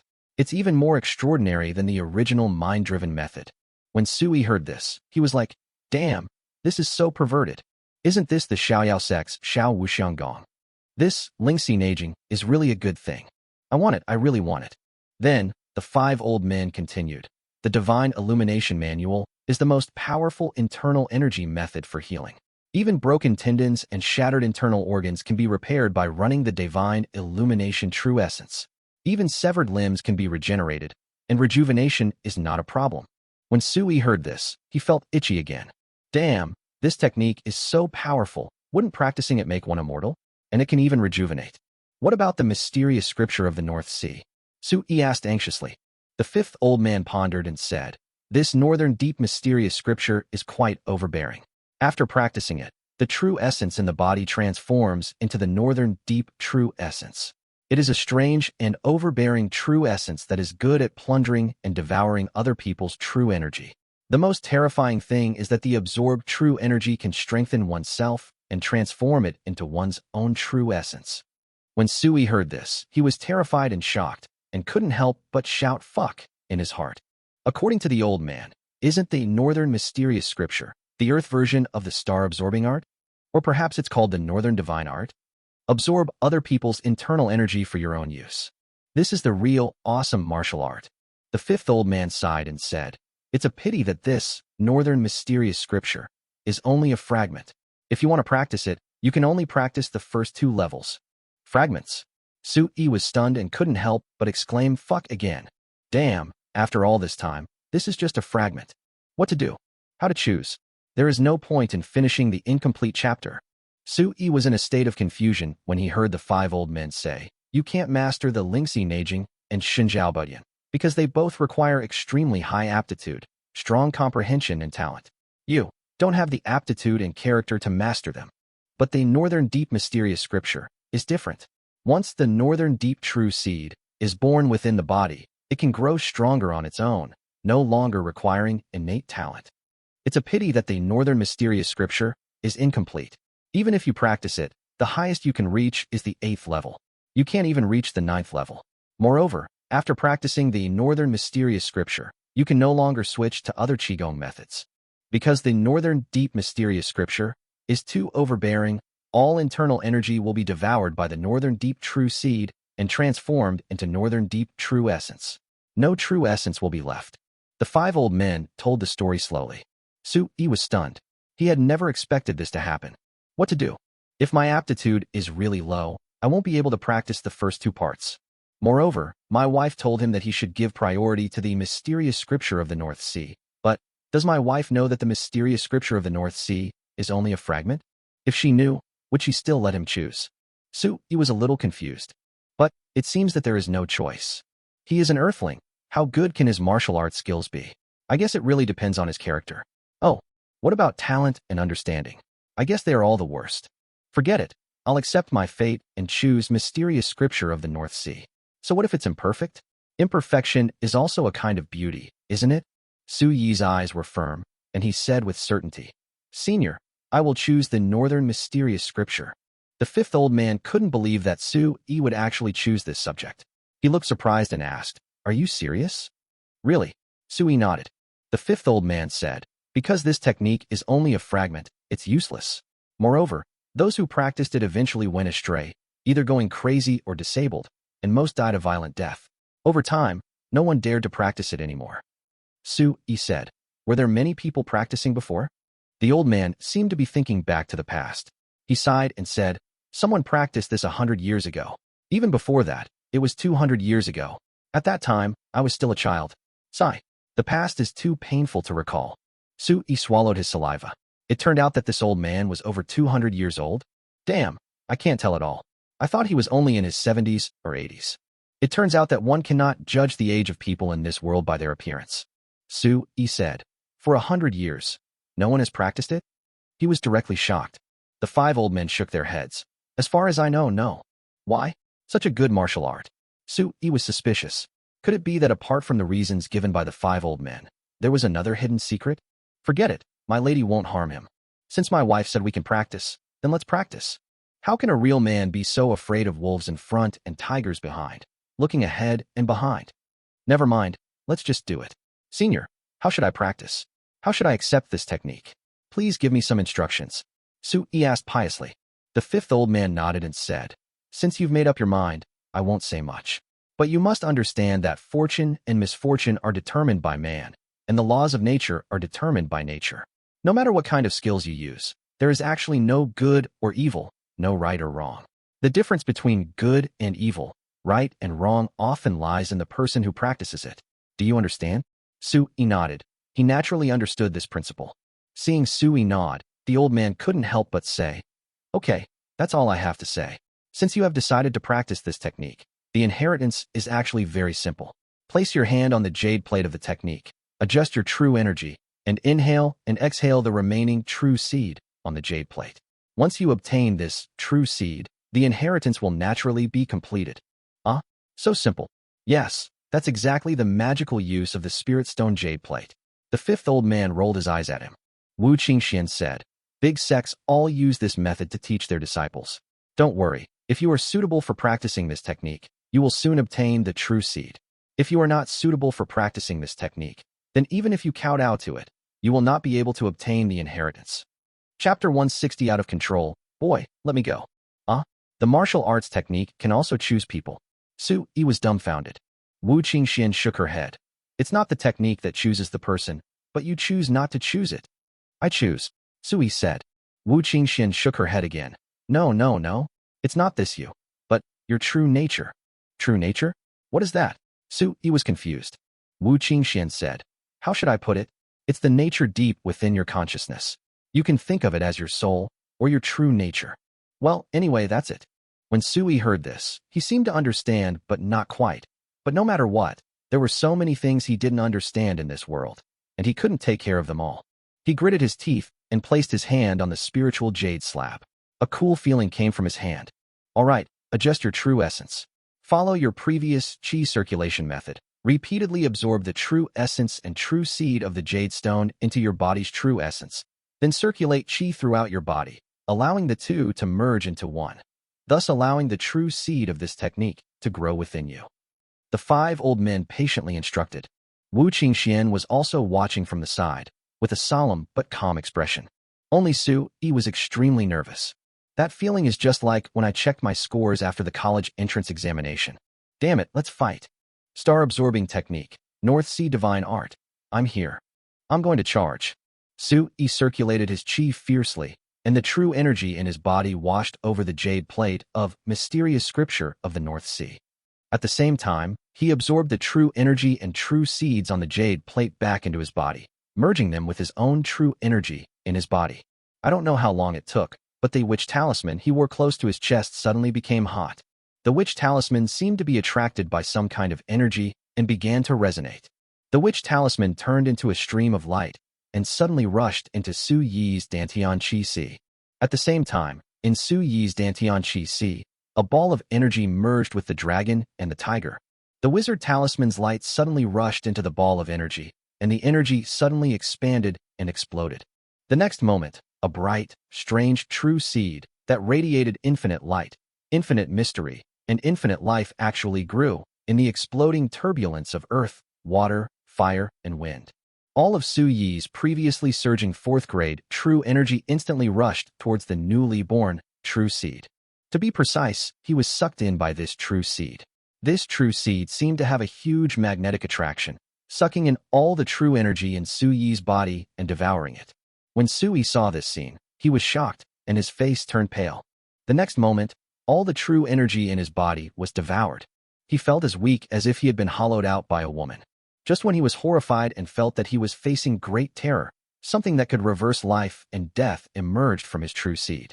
The swallowed true essence unexpectedly changed into another form and was spit out crazily. This true essence has some special properties, revealing infinite light, infinite mystery, and infinite life. Sui looked inward and was completely stunned. Oh shit. My whole body of true energy has become unrecognizable. Now the true essence is Biming true essence. Sui was shocked and looked down at his chest. The talisman had turned into powder. What a pity to waste such a large piece of imperial green. And in his palm, the large jade tablet of the northern mysterious scripture turned into powder just like the witch talisman. The five old men and Wu Qingxian looked at each other in shock. The fifth old man angrily said, "Boy, what did you do? How dare you destroy my Wu family's heavenly-level skills?" In fact, how could Sui know what had happened? He knew nothing except a confused and innocent look. At this time, the five old men had already grabbed Sui's shoulders, wanting to ask him why he destroyed the jade plate of martial arts. You know, This jade plate containing the mysterious scripture of the North Sea is extremely rare, and it is probably the last remaining piece in the entire continent. Now it's destroyed. This loss is too great. Just as he was trying to grab Su Yi's shoulders and capture him, suddenly, a strange and terrifying suction force came from the opponent's shoulders. In just a moment, the suction force was like a huge black hole covering him. His heart trembled violently. Alas, he instantly understood something and was shocked. His face turned pale. He tried to break free from Su Yi's shoulders, but his hands seemed to be sucked onto his shoulders, and he had no power to break free. What was even more terrifying was that the true energy in his body unexpectedly surged out of his hands, rushed into Su Yi's shoulders, and entered Su Yi's body. His heart immediately sank, knowing that Su Ishio's technique had robbed him of his true essence. "Boy, what are you doing? Let me go," he shouted anxiously, feeling sore all over, as if all his true energy had been forcibly extracted, and he was extremely weak. Su Yi was just the opposite. The Beiming true seed in his body seemed to have eaten something very tonic, and it was consuming it like crazy. Su Yi couldn't control it at all, and didn't know how to control it. Swallowing and nourishing seems to be the nature of the Northern Sea true seed. He had just obtained it, and had no idea how to control it. He could only complain bitterly. "Senior, I don't know how to let you go. I can't control the power in my body." When the 5 old men heard this, they became even more panicked. He had a sad face. "Then, what should I do? I will be sucked dry by you. Senior, I don't know what to do. I still want you to teach me," Su Yi said. When the 5 old men heard this, they wanted to cry. How can I teach you? I don't even know the mysterious Northern Ocean scripture. Now, it's up to you to control it." "No, Senior. I really can't control it. It just doesn't listen to me at all. What can I do?" The two of them chatted back and forth, which made Wu Qingxian, who was standing next to them in a daze, dumbfounded. She wanted to pull the old man away, but he hurriedly shouted, "Girl, don't move. You must not touch us." Wu Qingxian suddenly didn't dare to move. The 5th old man said, "That's right. Girl, use the heart-destroying palm to hit him, on the shoulder." Wu Qingxuan's eyes lit up, and she suddenly raised her palm, urged her true energy, and slapped Su Yi's shoulder hard. A huge force surged out from his palm, slapping Su Yi away. Strangely enough, external forces intervened, forcing Su Yi's frantic suction to stop. As he flew out, the 5 old men also pulled their hands away from him. "Don't move, don't move, don't move. Especially you. Don't get close to anyone." Seeing Su Yi stand up, the 5 old men panicked again and hurriedly warned him. Su Yi suddenly didn't dare to move. He rubbed his shoulders and found them just a little sore, not injured. Chapter 161 Naked Contempt. At the same time, Su Yi felt that his whole body was filled with true energy, and a huge amount of true energy was being fed back from the Beiming true seed. The fed-back true energy was like a big river, rolling endlessly. Su Yi was completely dumbfounded. The amount of true energy that is fed back is really too huge. It is even more powerful than the abundant true energy he possessed after being promoted to a 4th-grade warrior. He was shocked. He didn't feel how long he had been absorbing the 5 old men's true energy. Why did he receive so much true energy in return? So much so that he felt like he had turned into a fat man with true energy. He subconsciously burped. This scene was seen by the 5 old men and Wu Qingxian. They looked at each other, with shock unconcealed in their eyes. The 5 old men's faces turned ugly. Wu Qingxian said awkwardly, "5th grandfather. Did he eat all your true essence to his heart's content?" The old man had a dark face. He sat cross-legged, closed his eyes, and began to explore the true energy in his body. At this time, the 5 old men's faces were pale, their hair was disheveled, and they looked listless. Su Yi looked at the 5 old men who looked as miserable as beggars and felt really sorry for them. After more than 10 breaths, the 5th old man suddenly opened his eyes, his face completely black as the bottom of a pot. Wu Qingxian couldn't help but ask, "5th grandpa, how are you? Why don't you say something?" The 5th old man said with a gloomy face, "I have lost nearly 30 years of true energy." Su Yi swallowed and felt very embarrassed. In just a few moments, he swallowed up 30 years of other people's true essence. Am I really that awesome? Wu Qingxuan's face fell when she heard this. She cried to Su Yi, "Brother-in-law, it's all your fault. Hurry up and return the 30 years of power to 5th grandpa." Su Yi couldn't bear to see girls crying, so he hurriedly said, I still. The 5th old man sighed and said, "It's useless. The true essence in you is already your unique, beaming true essence. It's impossible to return the true essence to me. Since ancient times, I have never heard of anyone whose true essence was devoured by the northern mysterious scripture, being able to reverse the situation and recover their true essence. The fifth old man sighed helplessly. What happened today? I can only blame myself for my bad luck. After that, he said to Wu Qingxian and Su Yi in a serious tone, listen carefully, both of you. What happened here today must be hidden deep in your heart for the rest of your life. Don't tell anyone, and don't tell anyone. Wu Qingxian whispered, Fifth grandfather, why is this happening? The fifth old man sighed and said, this technique, the mysterious scripture of the North Sea, has not been practiced for hundreds of years. I thought this foolish boy would never be able to inherit it, but I didn't expect him to actually get it. Furthermore, he stole 30 years of my power. How could my Wu family let such a shameful thing be spread outside? Now that the jade tablet containing the northern mysterious scripture has been reduced to dust, I might as well let today's incident remain a secret forever. If this foolish boy wasn't Kana's fiancé, I would have killed him long ago. Alas, perhaps it's fate. Heaven intends for the northern mysterious scripture to be reborn. But the one who possesses the northern mysterious scripture isn't a descendant of my Wu family. What can I do? What can I do? Could it be that my Wu family has truly fallen on hard times? We can't even claim a spot as the chosen one. The five old men sighed to the sky. Wu Qingxian was stunned and whispered again, Fifth grandfather, what do you mean by chosen one? What are you talking about? The fifth old man glanced at Wu Qingxian and shook his head. You don't need to know. After saying that, the five old men looked at Su Yi with complicated expressions. After a long moment, he said seriously, boy, you're lucky this time. You've already inherited the northern mysterious scripture, so give me the spirit tiger blood. Su Yi was embarrassed and felt guilty, and quickly took out the huge blood scab of the spirit tiger and threw it to Wu Qingxian. Wu Qingxian took it and gave it to the fifth old man. The fifth old man looked at the blood scab of the spirit tiger and sighed. At least it's not all gone. With this piece of spirit tiger blood, I can recover 20 years of true essence and barely make up for some of my strength. After saying that, he looked at Wu Qingxian again.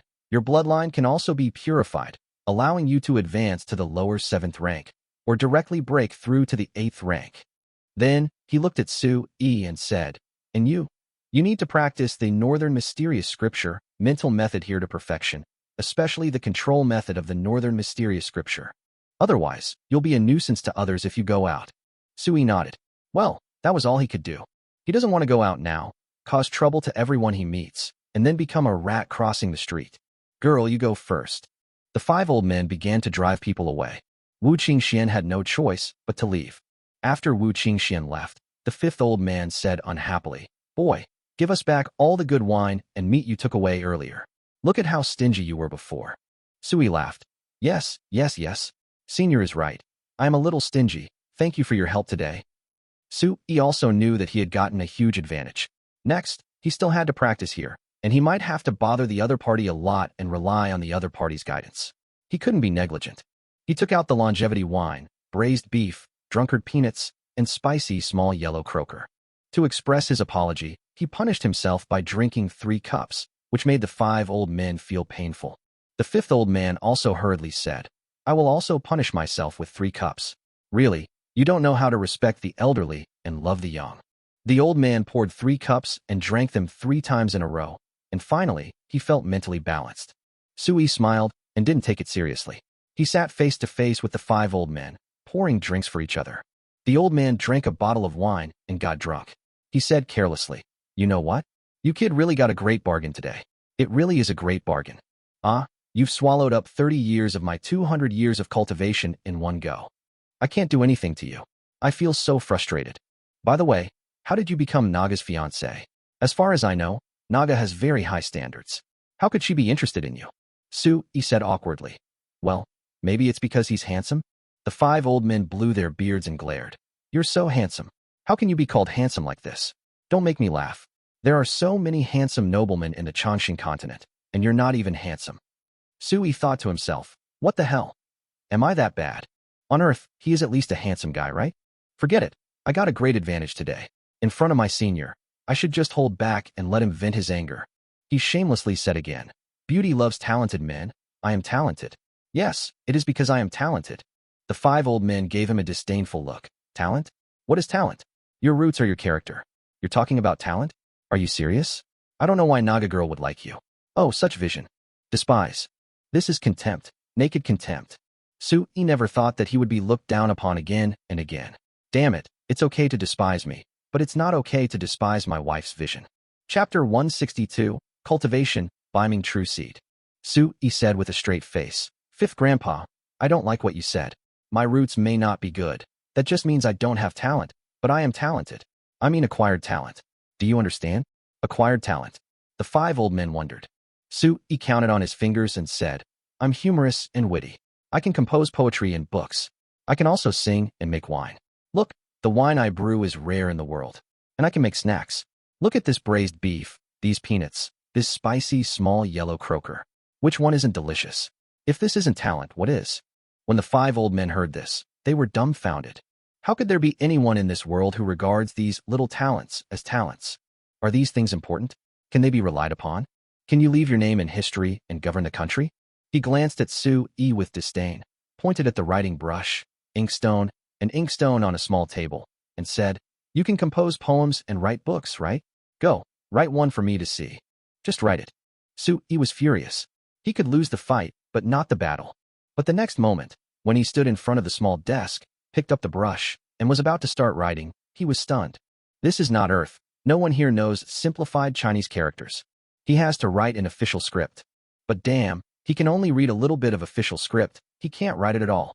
Seeing Sui standing there in a daze, the old man said disdainfully, What's wrong? Why don't you write? Are you so ignorant that you don't know how to write? Sui was so angry that he was shaking. He took the brush and wrote on the paper with his head held high. But before he finished writing the first character, Dog, the 5th old man sneered, This character is extremely ugly. You can write a character like this, and you still say you can write poetry and write books? It's really ridiculous. I'm laughing so hard that my teeth are falling off. Hurrah! After satirizing Sui, seeing him trembling with anger, the 5 old men felt surprisingly happy and couldn't help laughing. The frustration of having his true energy devoured was finally released a little. Sui glared at the old man, threw down his pen, and said, I won't write anymore. I'm not in the mood to write today. The 5th old man laughed and said, It's not that you don't feel like writing, it's that you simply can't write. You can't bring peace to the world with your pen, nor can you immediately decide the fate of the world with your martial arts.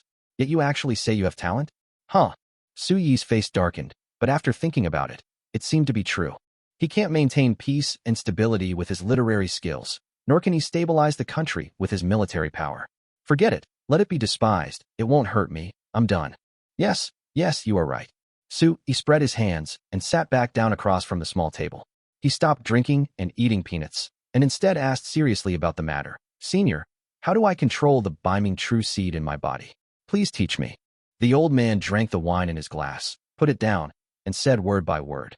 Of course, it starts with the Qigong method of the Northern Mysterious Scripture. The Northern Mysterious Classic contains a complete guide to the inner breathing and qi circulation. Just practice according to it.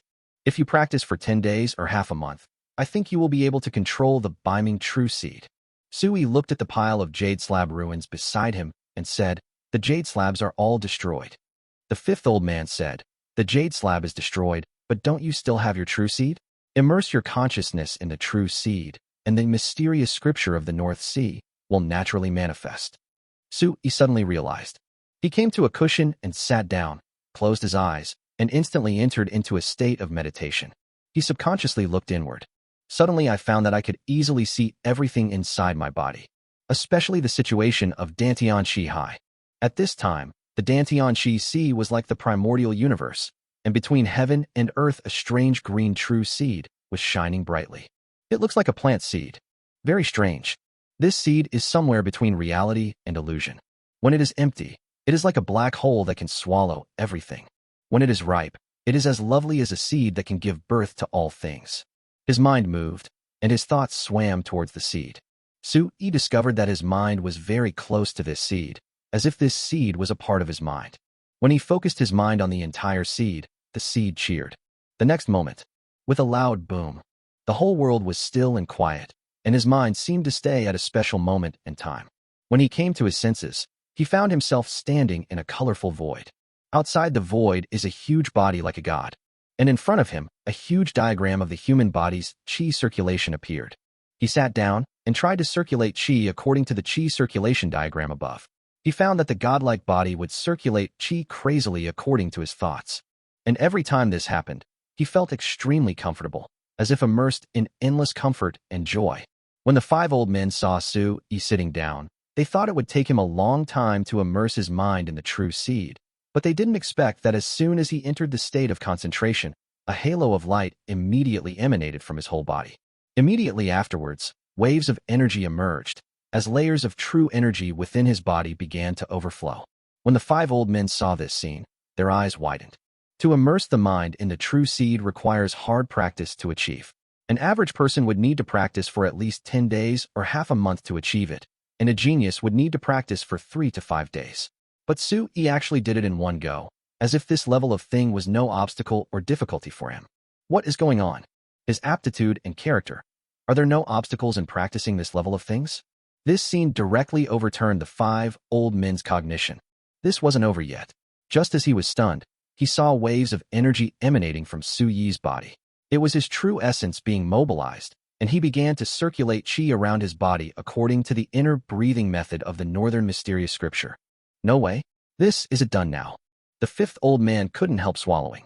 On the futon, the more Su-yi practiced qigong according to the qigong atlas, the more refreshed he felt, and the more he felt a sense of dharma joy in his heart.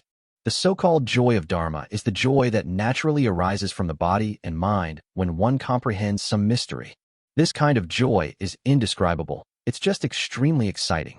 I don't know how long it took, but the disorganized and somewhat chaotic true energy was sorted out one by one, and all of it was integrated into the mainstream true energy that circulated around the body from the limbs and bones. Like a mother river, it embraces all rivers. At this moment, he seemed to have taken control of Bei Ming's true essence. And at this moment, the Bai Ming true seed in his Dantian Qi, C, actually formed an inexplicable connection with his consciousness. Chapter 163, 7th rank? What the hell? Su-yi's consciousness formed an inexplicable connection with the Bai Ming true seed in his Dantian Qi C. As soon as he thought about it, he immediately began to absorb the Bai Ming true seed frantically. The Bai Ming true energy in his body circulated madly along specific routes. On the cushion, Su-yi seemed to have transformed into an invisible black hole, devouring the surrounding energy, including the aura around him, the surrounding void spiritual energy, and so on. The five old men looked at each other and felt that Su-yi should not be approached. Once he got close, he would be sucked dry. He subconsciously felt a great fear. Su-yi's mind moved again, and the Bai Ming true seed madly fed back the Bai Ming true essence, circulating the qi through specific pathways, feeding back and nourishing Su-yi's 8 extraordinary meridians and the entire body. At this point, Su-yi actually mastered this terrifying star-absorbing technique. He finished his practice and slowly opened his eyes. He found that his mind was clear, his spirit was alert, and his body felt more comfortable than ever before. Most importantly, he felt that his whole body was filled with terrifying power. It is no longer the kind of power that is released outwards and cannot be restrained or controlled, but is truly restrained and hidden deep within. He looks like an ordinary person now, but he can punch out and kill a tiger in a moment. Unfortunately, the Qigong method belongs to the category of internal energy and is not a martial art for killing enemies. If he were to learn some martial arts now, he would definitely become a top martial arts master immediately. Because of the strong true energy, every move has great power and can turn decay into magic. Of course, this is just his understanding. As to whether it is true or not, you will only know after trying it. Huff. Su-yi stood up and ended his meditation. He looked outside the building and found that it was already night. He lamented that he had been practicing day and night, and now he finally had the character diligent in his heart. Kid, how do you feel? How much has your power increased? The voices of the five old men came to my ears. Su-yi tried to throw a punch, and his muscles and bones really vibrated. The air was shaken, and the power was terrifying. The strength of the steel-like posture and the power of the sky hammer cannon even scared himself. Well, Su-yi scratched his head and said awkwardly, Senior, I don't know how much it has increased. The fifth old man said, I dare not take your pulse. You have absorbed 30 years of my power. If you can transform 80% of it, that means you have 24 years of power. You were at the upper 4th level before, but now I conservatively estimate you have broken through to the 7th level. The 5th old man spoke eloquently about his 20 years of cultivation, having advanced 3 levels from the 4th rank, so it was natural for him to break through to the 7th rank. He was also shocked. He had broken through to the 7th rank. The 7th rank was broken so easily. As far as he knew, when he first met his wife, she was already at the 7th level. Was he already at that level? Just as he was surprised, he heard the 5th old man say, "Don't be too happy too soon. Although you have a high probability of reaching the 7th level, that is only the level of your true essence. When practicing martial arts, the quality of one's true essence is certainly important, but it's only one aspect. You also need to train your body in various ways, such as your tendons, bones, skin, membranes, internal organs, bone marrow, and chi and blood. Of course, this is only the inner self. The outer self is the sword, the knife, the fist, the kick, the body movement, etc. These all require diligent training. Otherwise, if you only have the inner self without the outer self, you will ultimately not be able to protect the Tao." When Sui heard this, he felt that what the old man said made a lot of sense.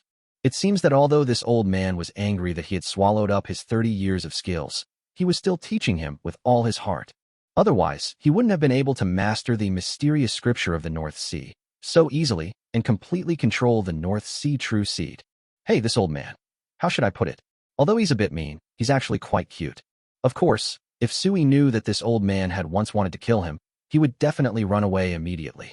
Sui stretched lazily, thinking that since he was already in the scripture library, it would be normal to take a look around and see if there were any secret manuals on swords, knives, fists, kicks, and body movements. However, after a round of meditation, his stomach was already rumbling. "Senior, is there any food here?" Sui asked. The 5th old man shook his head. "It's past dinner time. There's nothing left." Sui said, "Oh, okay. If there is nothing, then there is nothing. I can make my own living." He came to the side door of the sutra library and took out the outdoor gas tank and gas stove from the mustard bag, took out pots and pans, took out mineral water, and even took out a pressure cooker. Turn on the gas, light the gas stove, put the pressure cooker on, put in an old hen, lots of mineral water, a bowl of ginseng water, and a pair of kingbuling for high-pressure stewing. The 5 old men were confused by Su Yi's strange actions. Is this guy doing what a chef does? A gentleman should stay away from the kitchen. He had never seen a young man cook his own food. It seems that what he said before about being able to cook delicious food was true. Hey, such a clever trick. This guy is useless. He shook his head and returned to the building to meditate and practice. Half an hour later, a pot of high-pressure chicken soup came out hot. The moment the lid was opened, the aroma of the chicken soup filled the air. Sui set up another pot, filled half of it with chicken soup, then put in the noodles, beat in 5 eggs, 5 sausages, a handful of vegetables, and finally added seasonings. So a big pot of hot chicken noodle soup was ready. The 5th old man who was in meditation suddenly sniffed his nose, opened his eyes, and stood up. "It smells so good. What smells so good?" He walked to the side door and saw Sui squatting on the ground eating noodles with relish. The bowl of noodles was steaming hot, with white, red, and green ingredients, none of which he could name. However, this thing smells fragrant, and he can smell the aroma from far away. Next to a set of strange tableware, in a large pot, there was actually fragrant chicken soup. "Boy, what are you eating?" He let go of his reserve and asked with drool. Sui said, "Chicken noodle soup. You have never eaten it?" "No, I've never eaten it." The 5th old man shook his head. "Then what is this white thing with yellow in it?" "Poached eggs." "Where's this red strip of meat?" "Sausages." "It smells so good. This thing smells so good. By the way, what's that red thing on top of the soup?" "Chili oil," Sui said. The 5th old man swallowed his saliva and said flatteringly, "Well, young friend, can you give me a bowl to try too?" Sui said readily. "Okay, no problem. It's no big deal." Sui picked up another large bowl and poured all the noodles from the pot into it. He also shared 2 eggs and 2 sausages from his own bowl with the old man, sprinkled some chopped green onions, and poured a large spoonful of languid ma on top. Finally, he pulled a large chicken leg from the pot and gave it to the old man. "Say, eat it. It's really fragrant and delicious." Chapter 164. Kill the enemy, not perform. The 5 old men were already ravenous, so they took the big bowl and immediately started eating. He was beaming with joy, eating with great enthusiasm, saying as he ate, "Delicious, so delicious. This is the first time I've eaten such delicious noodles. Poached eggs, melt in your mouth. Sausage, the more you chew it, the more delicious it becomes. The chili oil is incredibly spicy. This flavor is truly unique in the world. And the soup base, it's rich and fragrant. Hey, how come this tastes so good? Why can't the chefs of my Wu family make such a delicacy? Humph, they all deserve to be dragged out and beaten. Su-yi was dumbfounded as he listened to the 5 old men eating and commenting on the food. This old guy, how come he looks so much like a food critic on Earth? The comments are very comprehensive, but there is a lot of nonsense. Senior, what kind of meals does your Wu family chef usually cook? Su-yi couldn't help but ask. To be honest, he had hardly ever eaten at this place, except for breakfast. There was porridge, pickles, and steamed buns, all bland and tasteless. Don't even know what to eat for dinner. I've never eaten out before, which is a bit of a pity. The 5th old man said, don't mention it. It's all stew. Ugh, it has no taste at all. It's just the same thing over and over again. My mouth is bland. Hee hee, your food is still the best. Today's noodles, braised beef, spicy small yellow croaker, drunkard peanuts. Oh, and that amazing wine. Oh, if only my Wu family chef could make these. After the 5th old man finished speaking, he sighed. He quickly finished a large bowl of noodles, but seemed still hungry and kept staring at the pot of chicken soup. Su-yi smiled slightly and divided the pot of chicken soup between the two of them, half each. Eating chicken and drinking chicken soup, feeling so happy. Is there any more wine? Asked the 5th old man. Su-yi smiled slightly. He had plenty of immortality wine. If he wanted to drink it, he would definitely have it. But after drinking my wine, you have to pay back a lot of things. Just like last time, I drank a few glasses of wine and lost 30 years of skills. What a loss. Yes, of course, we have as much as you want. Su-yi flipped his hand, and a bottle of elixir of immortality appeared in his hand. He unscrewed the bottle and poured 2 large cups, and then the two of them drank leisurely from a distance of 2 meters. When we finished a bottle of wine, Wu Qingxian came. Girl, you came just in time. Come into seclusion with me. Today we will refine the spirit tiger blood. Whether you can purify your bloodline and reach the next level depends on your luck. Whether I can recover 20 years of power depends on my luck. The 5th old man said to Wu Qingxian. Wu Qingxian nodded. She was also looking forward to it. Soon, the 5 old men brought Wu Qingxian to the attic hall, and the two began their retreat. Su-yi was bored, so he started looking through the secret manuals of swords, knives, fists, kicks, and body movements. I've read several books, but damn, I can't understand them at all. Maybe it was because he had no basic knowledge. He couldn't even understand the most basic 3-level boxing sutra. You should know that this 3-level boxing manual is the most basic boxing method in the entire sutra library. It is equivalent to the introductory boxing techniques on Earth, such as Arhut Fist and Wei Tua Palm. But Su-yi couldn't understand such a simple boxing technique and found it difficult to comprehend. He had no choice but to take out the boxing manuals and secret books he had collected from Earth and look through them, such as Tai Chi, Xingyiquan, Baguazhang, Hungar, Wing Chun, Bajiquan, etc. He flipped through these martial arts and found that he understood them at a glance. This surprised him. He is a little bit stupid. How could this happen? They were clearly all boxing techniques, so why could he understand them instantly from Earth, but he couldn't understand these secret manuals from another world? It was as if there was a layer of mystery between them. He flipped through Tai Chi and found something interesting. Tai Chi looks soft, but in fact, soft Tai Chi is a performance boxing. The real way to kill the enemy with Tai Chi is contrary to its soft appearance and is actually the most powerful. The whip and hammer techniques in Tai Chi are extremely powerful. Tai Chi Chuan has 18 hammer techniques, including the Banlan Shui and the Pai Shin Shui, and there are 24 whip techniques. The great generals in ancient times who wielded hammers were all fierce men, such as Li Yuanba of the Sui and Tang dynasties, who was invincible with his 2 hammers. One blow from the hammer shattered the stone slab, and a person hit by the hammer exploded directly. The lightest blow was to smash into a pulp. The same goes for the Tai Chi whip power. Once the whip hand is swung out, the stone tablet will be broken into pieces. The real Tai Chi fighting style is too brutal. It will either kill or injure the opponent. Su-yi looked at Xingyiquan and Bajiquan again and was shocked by their ferocious and brutal fighting styles. Xingyiquan has many moves that attack vital points, such as digging out eyes, ripping out hearts, digging out birds, and pulling out intestines. The same goes for Bajiquan. When fighting, you focus on attacking the vital points, causing either death or injury. Su-yi watched and imitated while learning, and he found that Bajiquan was just like Xingyiquan. It was simply a bad skill. All the movements are very powerful, simple and unpretentious, but with swift force. What about inch-by-inch grabbing? What about hard hitting and hard opening? What about hitting, supporting, squeezing, leaning, collapsing, and shaking? They are all fierce close-range fighting styles. Because the force is generated in the heels, flows through the waist, and penetrates the fingertips, every move has great explosive power, as if shaking the arms to knock the sky down, and stomping the feet to shake the 9 provinces.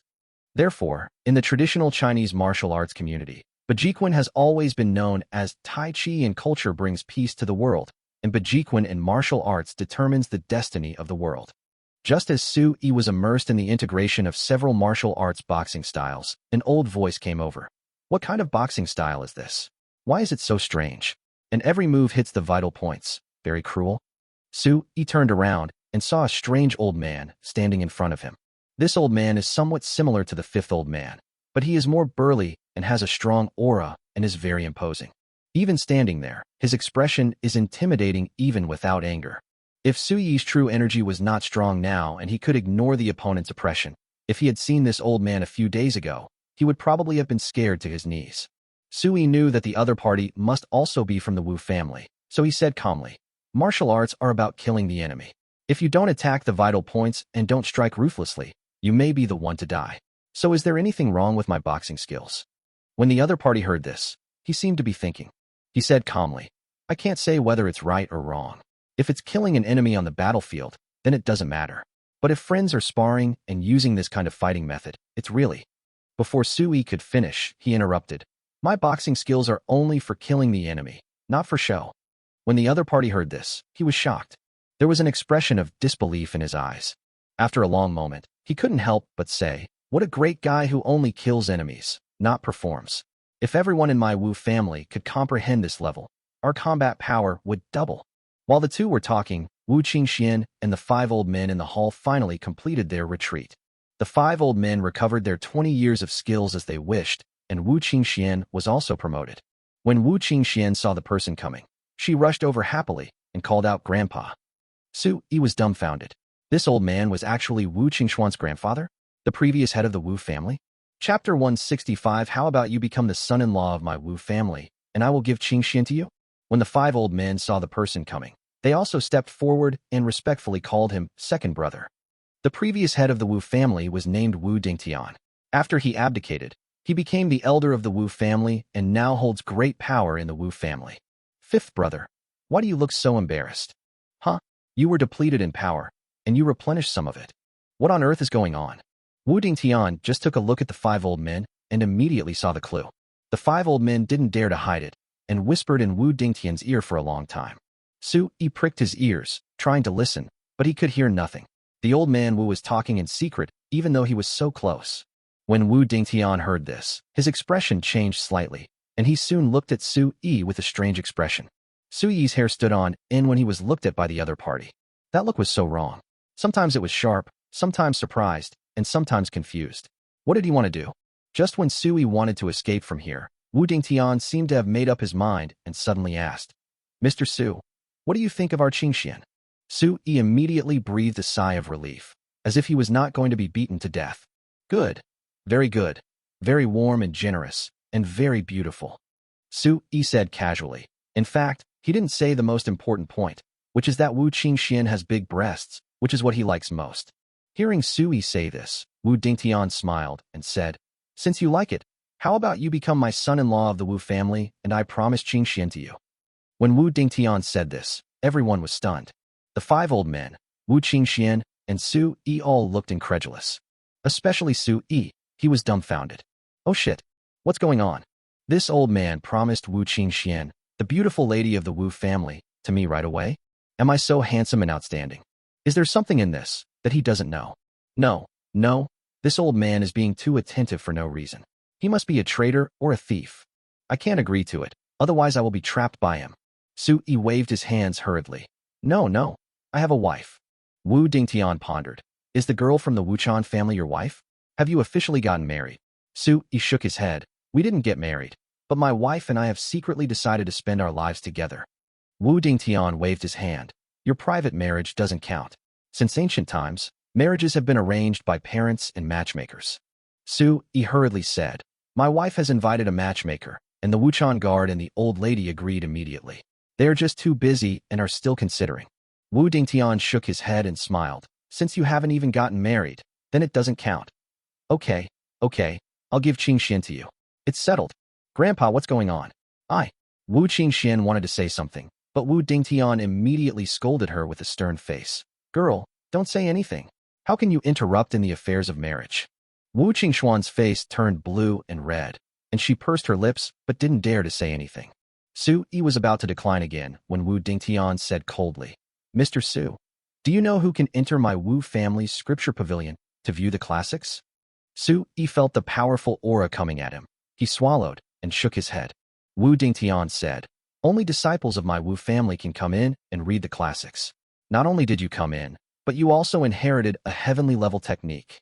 If you weren't a member of my Wu family, the consequences would be very serious. Su Yi choked instantly. He felt threatened. Yes, it's a threat. A naked threat. What are the serious consequences? Su Yi said angrily. Wu Dingtian smiled faintly. It's very simple. Just kill it with one palm and bury it in the back garden as fertile fertilizer. Su Yi swallowed and felt a chill on the top of his head. I don't know what will happen if I fight with this person. As soon as the thought came to mind, it was immediately extinguished. Although he has the star-absorbing art and his true essence is of a high quality, the gap between him and the person in front of him is probably of a constant magnitude. Let alone fighting, he probably can't even escape. Even if he could travel back to Earth, where was he when he came? He was still in the Sutra Library, on someone else's territory. Where could he escape to? Unless he never comes through. But this loss is too great, isn't it? He can't bear to part with Wuchan Naga. That was the first woman he met in another world, and for whom his heart was moved. A chaotic stream of thoughts raced through his mind when he heard Wu Dingtian say, think about it. I'll give you a moment to think. I hope you can make a decision that's beneficial to you. Su Yi was speechless. Is this giving him a choice? There is clearly no choice. Rather than being killed and buried as fertilizer, anyone would choose to marry Wu Qingxian. Don't talk about moral sense or low character, let alone saying that she would panic when threatened. There is no one here, so it's useless to show off these things. Only survival is the most real thing. No, I really do have a wife. How can I commit bigamy? How about this? I'll find another way to become a member of the Wu family. Su Yi tried to negotiate. As adults, what can't be solved through negotiation? Fighting and killing is so bad.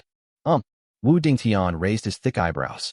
Su Yi felt that there was a chance and immediately said, I want to become your disciple. Yes, I want to become your disciple. I haven't had a master yet, and I haven't joined any sect or family. How about I become a disciple of the Wu family? Su Yi originally thought that his proposal was very good. It would be nice to become a member of the Wu family, no matter if he was a son-in-law or an apprentice. In this way, it would not be considered as trespassing into the sutra repository, and there would be no violation of regulations in inheriting the martial arts skills. But the next moment, Wu Dingtian said coldly, my Wu family only accepts members of the Wu family as disciples, and never outsiders. Su Yi wanted to say something else, but Wu Dingtian waved his hand and said sternly, this is the clan rule. Su Yi's face turned ugly. If it was a clan rule, then it would be difficult to deal with. It is impossible for such a rigid family to break or modify the family rules just because of an outsider like him. What to do? Damn, this is difficult. Just as he was pondering this, he heard Wu Dingtian angrily say, it seems that you are stubborn and refuse to change. Fine, I'll kill you with one palm. Before he could finish his words, he felt a murderous aura surge towards him. He looked up in horror and saw a huge hand descending from the sky, slapping his crown. Chapter 166, A Temporary Solution. Don't torture me, I agree. Second brother, he has practiced the mysterious scripture of the North Sea. Be careful that he might swallow your true essence. The fifth old man reminded. Wu Dingtian snorted and replied proudly, the Northern Dark Mysterious Scripture is powerful, but the huge difference in level cannot be overcome by the Northern Dark Mysterious Scripture. Su Yi was shocked. Damn it, you have no moral principles, old man. Su Yi was shocked and cursed in his heart. This old guy just starts fighting when he has a disagreement. Is there any trace of mastery left in you? Su Yi moved subconsciously. He had been fascinated by studying the Earth's boxing techniques, so naturally he used a sky-blasting cannon hammer. He stomped his foot on the ground, and a spiral of energy rebounded. As his mind moved, the Biming True seed in his Dantian Chi Si suddenly gushed out a large amount of Biming True essence, which drove all the huge True essence in his 8 extraordinary meridians to flow into his right fist. Boom! A punch was thrown, and the huge force was like a cannon that blasted towards the giant palm that was covering the sky. The giant palm covering the sky collapsed with a loud bang. Su-yi only felt a huge force surging back. His body felt so uncomfortable that it seemed to explode, and his bones made a crisp sound. Under my feet, the bluestone floor was cracking. Su-yi's legs were trembling. His face was full of fear, and he looked a little embarrassed. He felt his heart and body were suffocating and uncomfortable. His blood and qi were churning, and he wanted to vomit blood, but the next moment, Bai Ming Jinyuan circulated in his body, instantly swallowing up all the discomfort, and his internal injuries were healed instantly. Bai Ming Jinyuan actually has a powerful ability to repair internal injuries. This surprised Sui greatly. You're quite good at it. Wu Dingtian was slightly surprised. Although he only used 30% of his strength, he did not expect that Su-yi could actually resist. He shouted, "Take another punch from me. I want to see if you can handle it." Wu Dingtianyan had gathered 50% of his strength and was ready to throw another punch. Su-yi's eyes rolled rapidly, and he prepared to run back to Earth. In such a critical moment, saving life is the most important thing. As for secrets, what's the point of keeping them if you're going to lose your life? At this moment, a figure appeared and stood in front of him. Su-yi was shocked. It turned out to be Wu Qingxian. Wu Qingxian opened her arms, blocking him, and begged nervously, "Grandpa, stop. He is my Naga sister's fiancé. You can't kill him." Wu Dingtian stopped his fist abruptly. He said coldly, "I asked him to marry you and become my son-in-law, but he kept trying to resist. And you're actually protecting him." Wu Qingxian said, "I brought him here. I was wrong. I shouldn't have brought him into the sutra library. I'm willing to be punished, but please don't hurt him. Otherwise, I won't be able to face Sister Naga again. Besides, if anything happens to him, my Wu family and the Wuchan family will become enemies." Wu Dingtian was stunned for a moment, then sighed. "You're right. I actually forgot about this. If I really kill him, Naga will probably be heartbroken and might even fight me to the death. I am her elder after all. How can I do something disrespectful to her?" Wu Dingtian lowered his fist and said to Wu Qingxian seriously, "Girl, he must be a member of my Wu family. The rules of the Wu family cannot be broken. I don't care what method you use. You must make him agree. Otherwise, I will have to lock him up in the sutra library for the rest of his life. Moreover, you will be severely punished. Otherwise, I won't be able to explain to the Wu family elders council and everyone in the Wu family." Wu Qingxian nodded helplessly. She accepted the punishment and had nothing to say. After all, she had done something wrong. It would have been fine if the incident hadn't happened, but now that it has, she will definitely be punished. Su-yi couldn't help but ask quietly, "What are you going to be punished for?" Wu Qingxian said gloomily, "Be whipped for a month." "Flogging? 1 month?" Su-yi was stunned.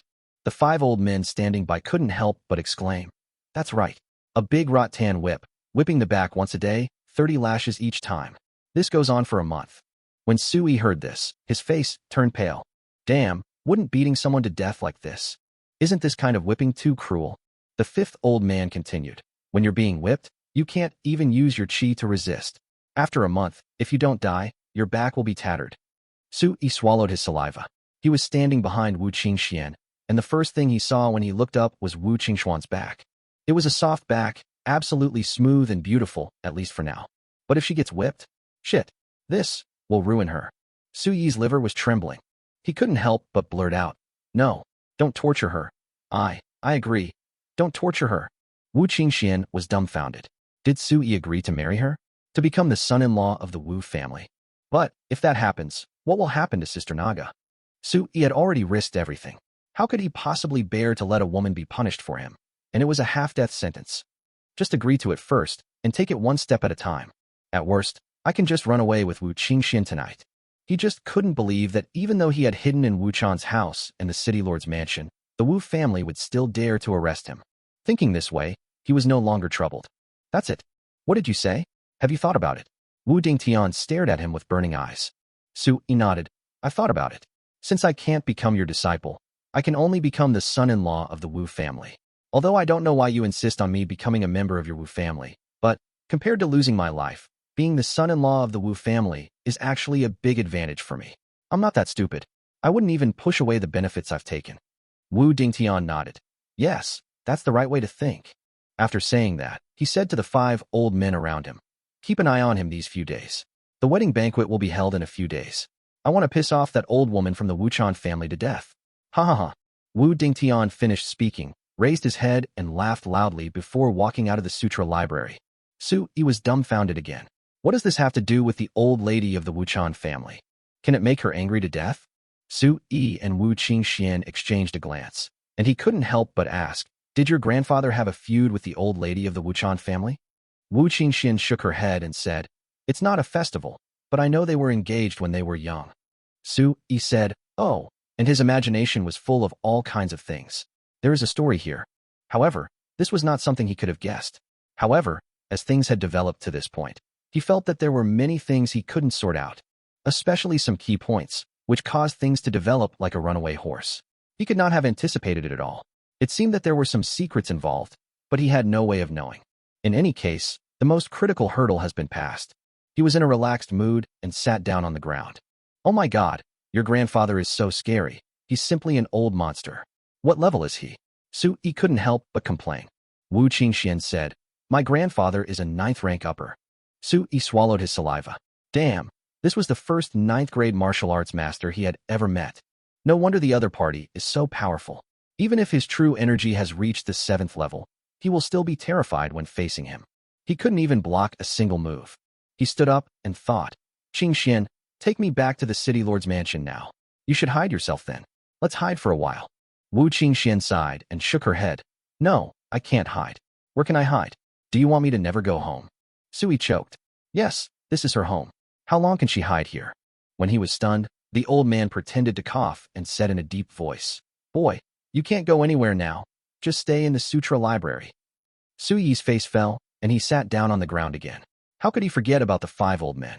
Alas, it seems that he is temporarily trapped in this birdcage. Chapter 167. Using boxing techniques to restore the boxing heart method.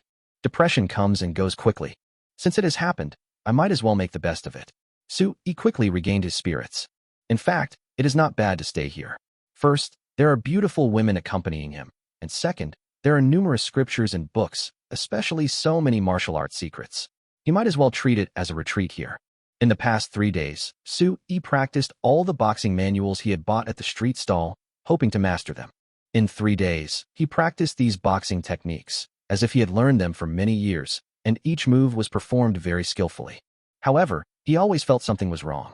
Every move in the boxing technique is correct, but why does it feel like the power is limited, cannot be enhanced, and cannot be integrated? Despite his doubts, he could only continue practicing, hoping to gain some insights. After practicing over and over again, even though every move and form was filled with surging true energy and seemed to have a tremendous force, I always felt like something was missing. Missing soul? Su-yi laughed in silence. Does boxing have a soul? He doesn't know. In short, the more he practiced, the more confused he felt. Wu Qingxian and the 5 old men were sitting at the table watching Su-yi performing strange boxing techniques, and they were all a little surprised. Wu Qingxian couldn't help but ask, 5th grandpa, what kind of punch is he using? Can you tell? The 5th old man shook his head. I can't tell. The boxing style is very strange, and the styles of the several sets of boxing are very different. I really don't know where this kid learned it from. In fact, what Su-yi was practicing was called Chinese martial arts, a real boxing style that existed on Earth. It's a pity that there is no Tathagata palm, no Lingbo Weibo, and even no 18 palms of the dragon subduing in the stall. If there were, he felt that he could learn them too. Next time I go back to Earth, I'll go plunder some more. He thought as he punched. Wu Qingxian and the 5th old man were still whispering.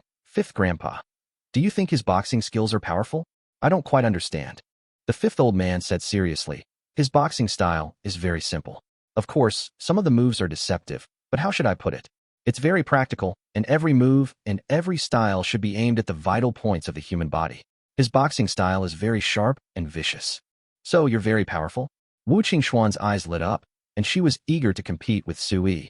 The 5th old man shook his head and said sternly, the moves are static, but people are alive. There is no boxing move in this world that is not powerful. It just depends on how to flexibly and skillfully use the moves when facing the enemy. Don't be fooled by his simple and unpretentious moves. However, when combined with his powerful true energy, they can break monuments and split rocks. Also, haven't you noticed? He hardly uses any routines, yet his moves are continuous and form a system of their own. It's just a pity that he doesn't have good luck. The flow of qi in many places is wrong. Obviously, these boxing techniques of his don't use the corresponding chi mental method to drive them.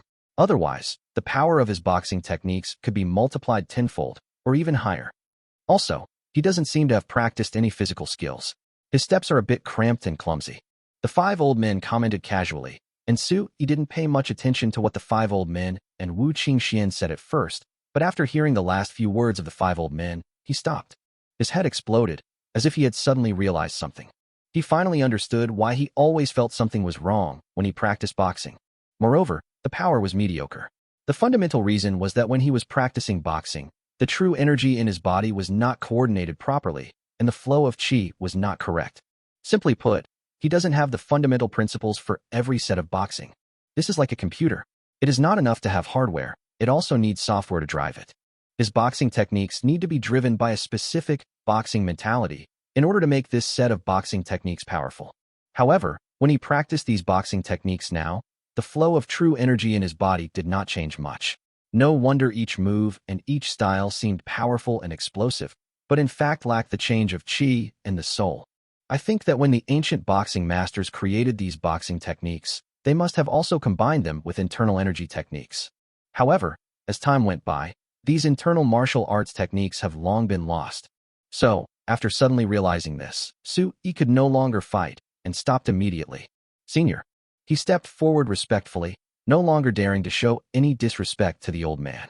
He respectfully asked, I only know these boxing techniques, and I can only practice them superficially. I wonder if you can use these techniques to restore a set of boxing skills that drive them. Su-yi went straight to the point and asked the key points.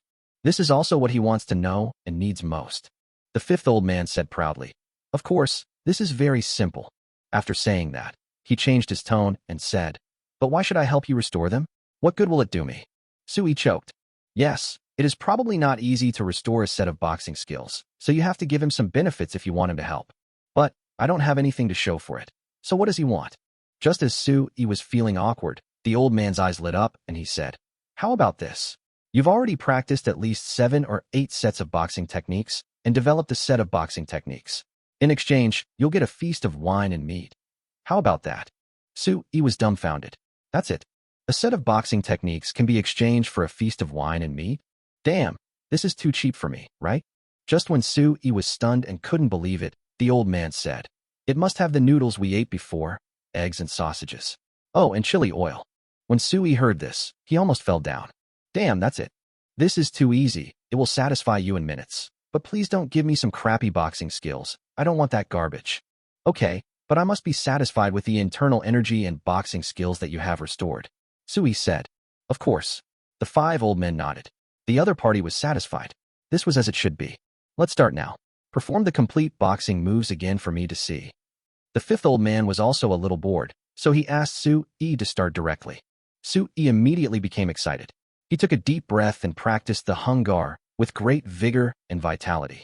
The 5th old man finished watching and said thoughtfully, This set of boxing you used has relatively few kicking techniques, but the steps are steady and powerful, with strong bridges and strong horses, and the sound is used to boost the power.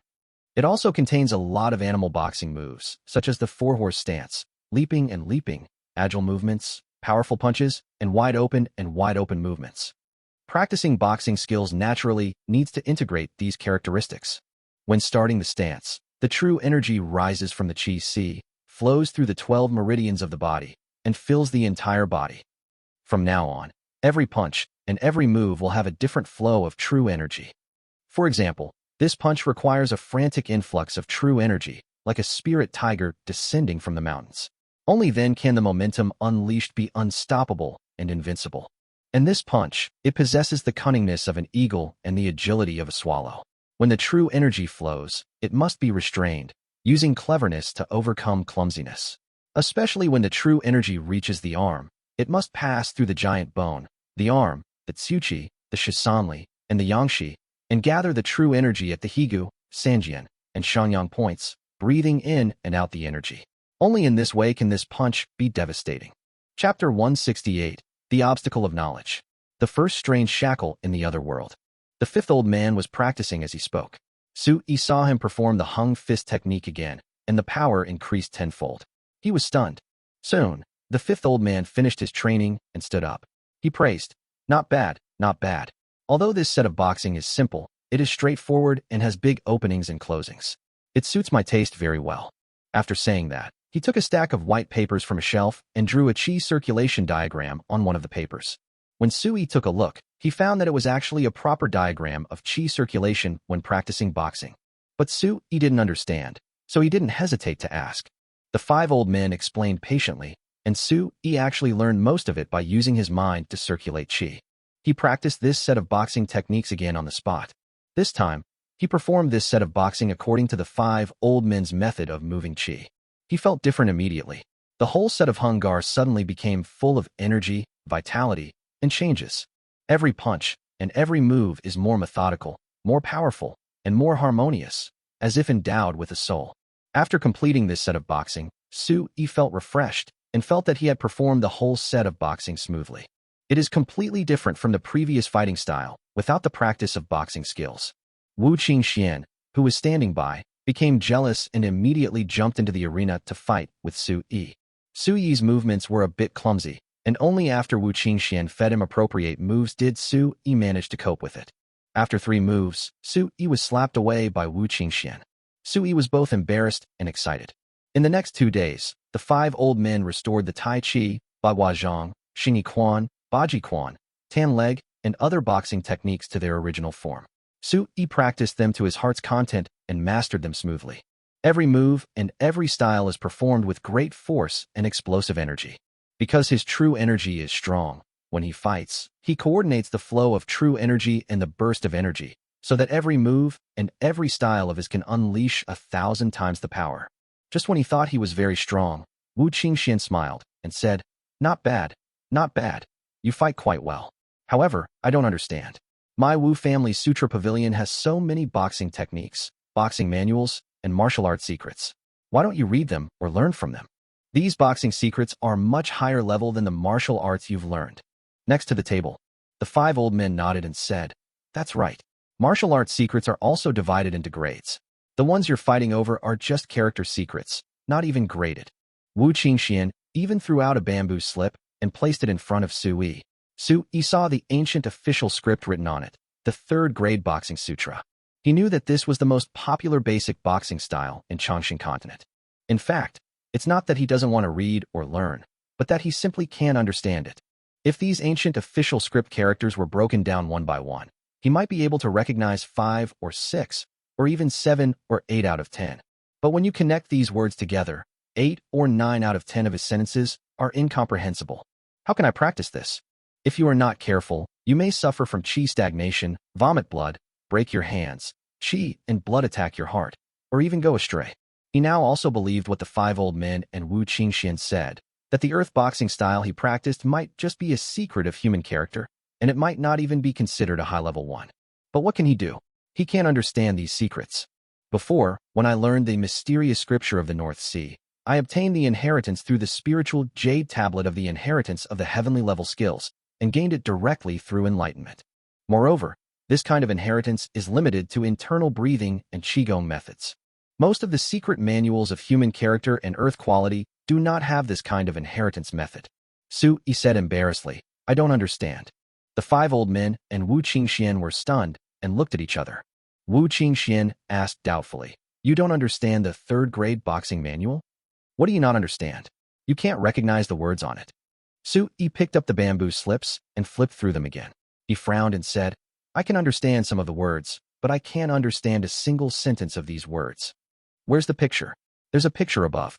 You can always understand it by looking at the picture, right?" Wu Qingxian said. Sui also looked at the 2 pictures and shook his head, saying, "I still don't quite understand it. I feel like something is deceiving me and interfering with me." Before Sui finished speaking, the 5 old men and Wu Qingxian looked at each other again and said in unison in astonishment, "The obstacle of knowledge and perception. You actually have the obstacle of knowledge and perception. The obstruction of knowledge and views? What is the obstruction of knowledge and views?" Sui was confused. Wu Qingxian was stunned and scratched her head. She really didn't know how to explain this obstacle to knowledge and understanding. She looked at the 5th old man awkwardly. "5th grandpa, can you please explain what the knowledge and view barrier is?" The 5 old men nodded, thought for a moment, and said, "It is said that when the Chongqing continent was first formed, there were gods and demons. The gods and demons are the masters, and humans are their slaves. To prevent human rebellion, the gods and demons cursed us. This curse is the so-called obstacle of knowledge and perception. The obstruction of knowledge and perception can hinder the development of wisdom and intelligence. Especially when humans want to practice martial arts, sorcery, and alchemy, the obstacles to knowledge and understanding inexplicably appear. Some say this is the gods and demons trying to prevent humanity from defying fate. Some people also say that this is a cognitive impairment of the person himself, a genetic disease, etc. 100 years ago, cognitive barriers were quite common, but as time went by, they've almost disappeared. Some say it's because the gods and demons' control and restrictions on humans have lost their power. But I didn't expect you to have this cognitive barrier. It's truly bizarre. Su-yi was stunned when he heard this. What the hell is this nonsense?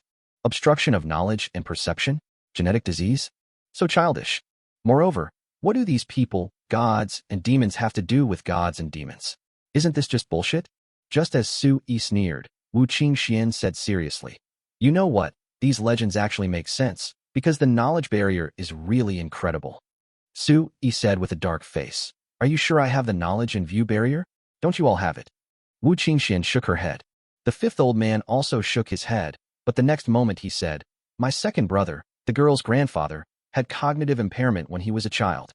Wu Qingxian was shocked and said, Grandpa has a cognitive barrier? Then how can he practice martial arts? The fifth old man said, of course, you can practice after you have broken through the obstacles of knowledge and understanding. Break it. How? Wu Qingxian asked. I've read in many classics that people with cognitive barriers cannot practice cultivation. Cognitive barriers are actually a lack of spiritual roots for cultivation. The five old men shook their heads. That's due to a lack of understanding of the obstacles to knowledge and understanding. Even though young Master Su has obstacles to knowledge and understanding, he still inherited the mysterious scripture of the North Sea, didn't he? Oh right. Wu Qingxian was confused. How could this happen? The fifth old man said, there are ways to break through the barrier of knowledge and perception. One is to break it with force. That is to find a martial arts master to mobilize the original force of heaven and earth to break it with force. Second, one must understand one's own mind and nature and use one's own great wisdom to break through it. The third one is, never mind, I can't tell you. I can't tell you. In short, breaking through the barrier of knowledge and understanding is not easy. It requires opportunity and wisdom. Otherwise, if you want to practice, you can only pass on the spiritual jade tablet. The five old men told the story slowly. Wu Qingxian said, inheriting through the spirit jade slab. Sounds good, but that's a method of inheritance only found in major sects and families. Furthermore, only some rare techniques have this kind of inheritance. How can other common techniques have this kind of inheritance?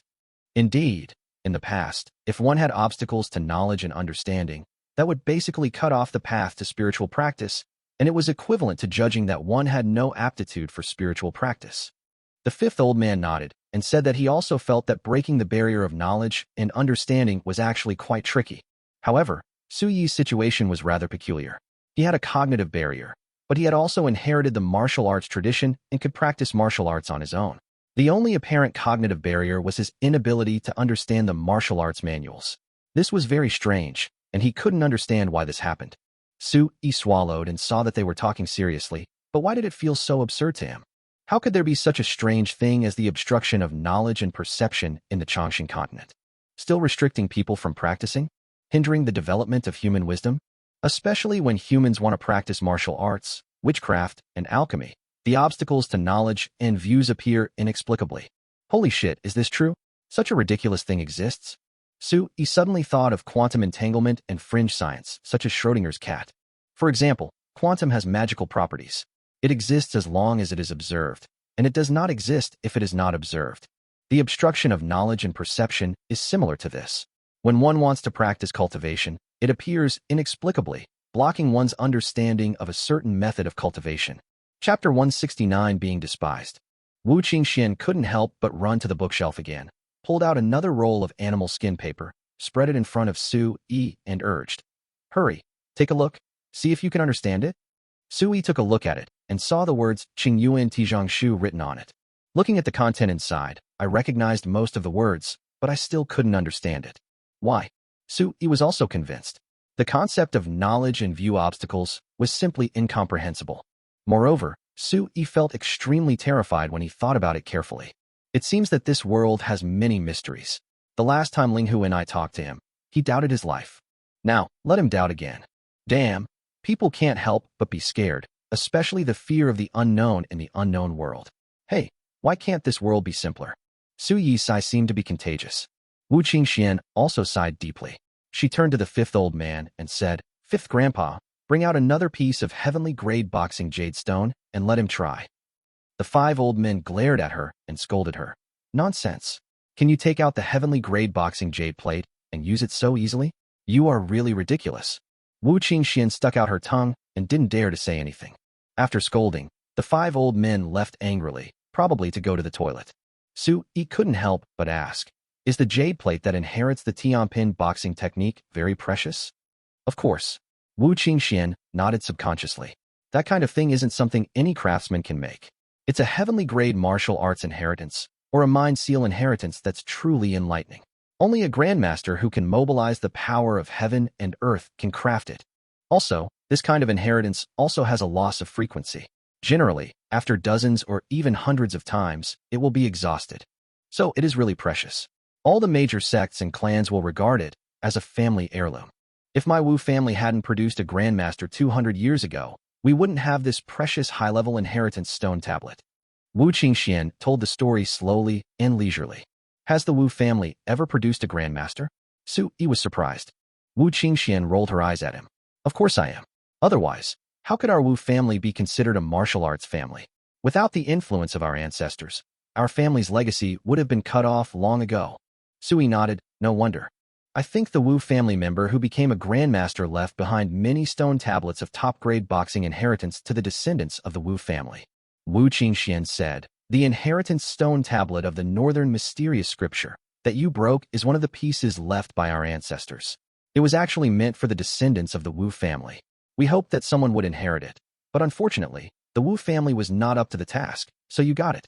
I should have guessed why my grandfather insisted on having you become a member of my Wu family. The Wu family's rules have been in place for hundreds of years. We can't break them just because of you. Wu Qingxian said awkwardly. But I don't know what to do next. The husband I have in mind is not like you. He should at least be better than me, at least a peerless hero. But you. Su-yi looked at Wu Qingxuan's disdainful eyes. He knew he was being despised. Holy crap. You little girl, you don't know how good I am. You've only met me a few times, and you already look down on me. You have such a short sight. Besides, if Sister Naga knew that I had snatched you away, she would definitely turn against me. I always feel it's not worth it to turn against Sister Naga for you. Wu Qingxian said softly. Su-yi's face was full of black lines. Then she thought, that's not right. I don't want to be your husband, okay? I agreed to this as a temporary solution. You want me, a grown man, to watch you get whipped until your skin is torn to pieces? I can't do that. So, you self-righteous girl, you're overthinking it. What should we do then? Su-yi rolled his eyes. Wu Qingxian looked around and whispered, just like you said, find a chance to run away and hide first. Su-yi's eyes lit up. This was good. So this was his plan. Do you have a solution? Su-yi asked. Wu Qingxian nodded. There will be an opportunity in 7 days. I will come to take you away then. Be mentally prepared. Su-yi nodded. This is good. This is good. He subconsciously looked at Wu Qingxuan's perfect figure and felt it was a pity. Wu Qingxian thought for a moment and said, you have a problem with your knowledge and understanding. It's a bit tricky. No one in Qingfeng town can help you solve it. If you want to break it, you have to find another way. We'll talk about this later. Don't worry too much. Su-yi nodded. To be honest, he was a little depressed, but not too worried.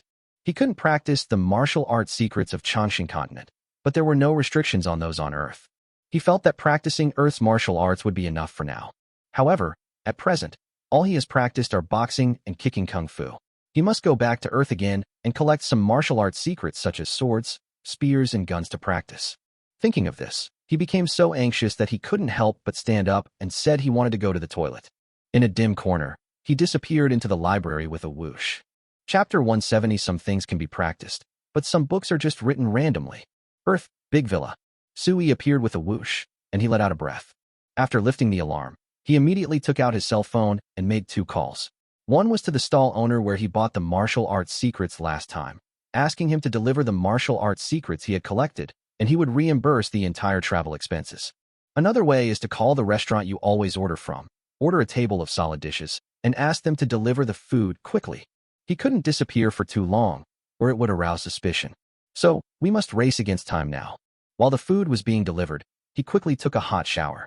After that, he took out a new mobile phone from the drawer. It was a new iPhone he had just bought, but had not had time to use. This iPhone had a very large memory, 1 terabyte. When I bought it, I also got a solar charger. He put his mobile phone and power bank into his pocket. At this time, the stall owner arrived. A security guard led him into the community and to the gate. When Sui went out, he saw a large sack on the back seat of the stall owner's motorcycle. The owner put the sack on the ground. Sui opened it and saw that it was indeed 70 or 80 martial arts secret manuals. The stall owner kept boasting. "Brother, you gave me a deposit last time and asked me to find these books. Oh, you don't know. I searched all the book markets in Nandu and finally collected 99 martial arts secret manuals. This time, they are all genuine. By the way, you have to pay enough for the errands, and you have to pay me some hard work too." At this time, Sui felt the benefits of being rich. Money can make the world go round. Sui flipped through dozens of books, most of which were genuine, and these martial arts secrets were actually published by reputable publishing houses. Sui was amazed. The security guard picked up a book at random. It was very thick, at least 1,000 pages. Seeing the words Shaolin 72 Secret Skills on it, he curled his lips, put it down, and picked up another one.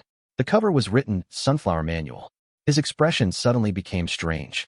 He couldn't help but stare at the owner Sui, because they had spread the word that the owner of this villa was a pervert who rarely went out and appeared and disappeared at random. Because he never saw anyone there all day long, and when he was patrolling, he would see the lights in the house were off, but the next moment the lights would come on, as if there was a ghost living in the house. Sometimes when he was on patrol, he would knock on the door only to see the security system working. For example, during this period of time, he thought that the perverted owner was not at home, but he didn't expect that he was there. He didn't see him come back. Unless he has been staying in this cold home all the time. But how could he still be alive after staying here for so long? It's so fucking weird. Now, I saw him coming out in his pajamas again, and he also bought a lot of martial arts secret manuals, especially the Sunflower Manual. He subconsciously looked at the crotch of the perverted owner.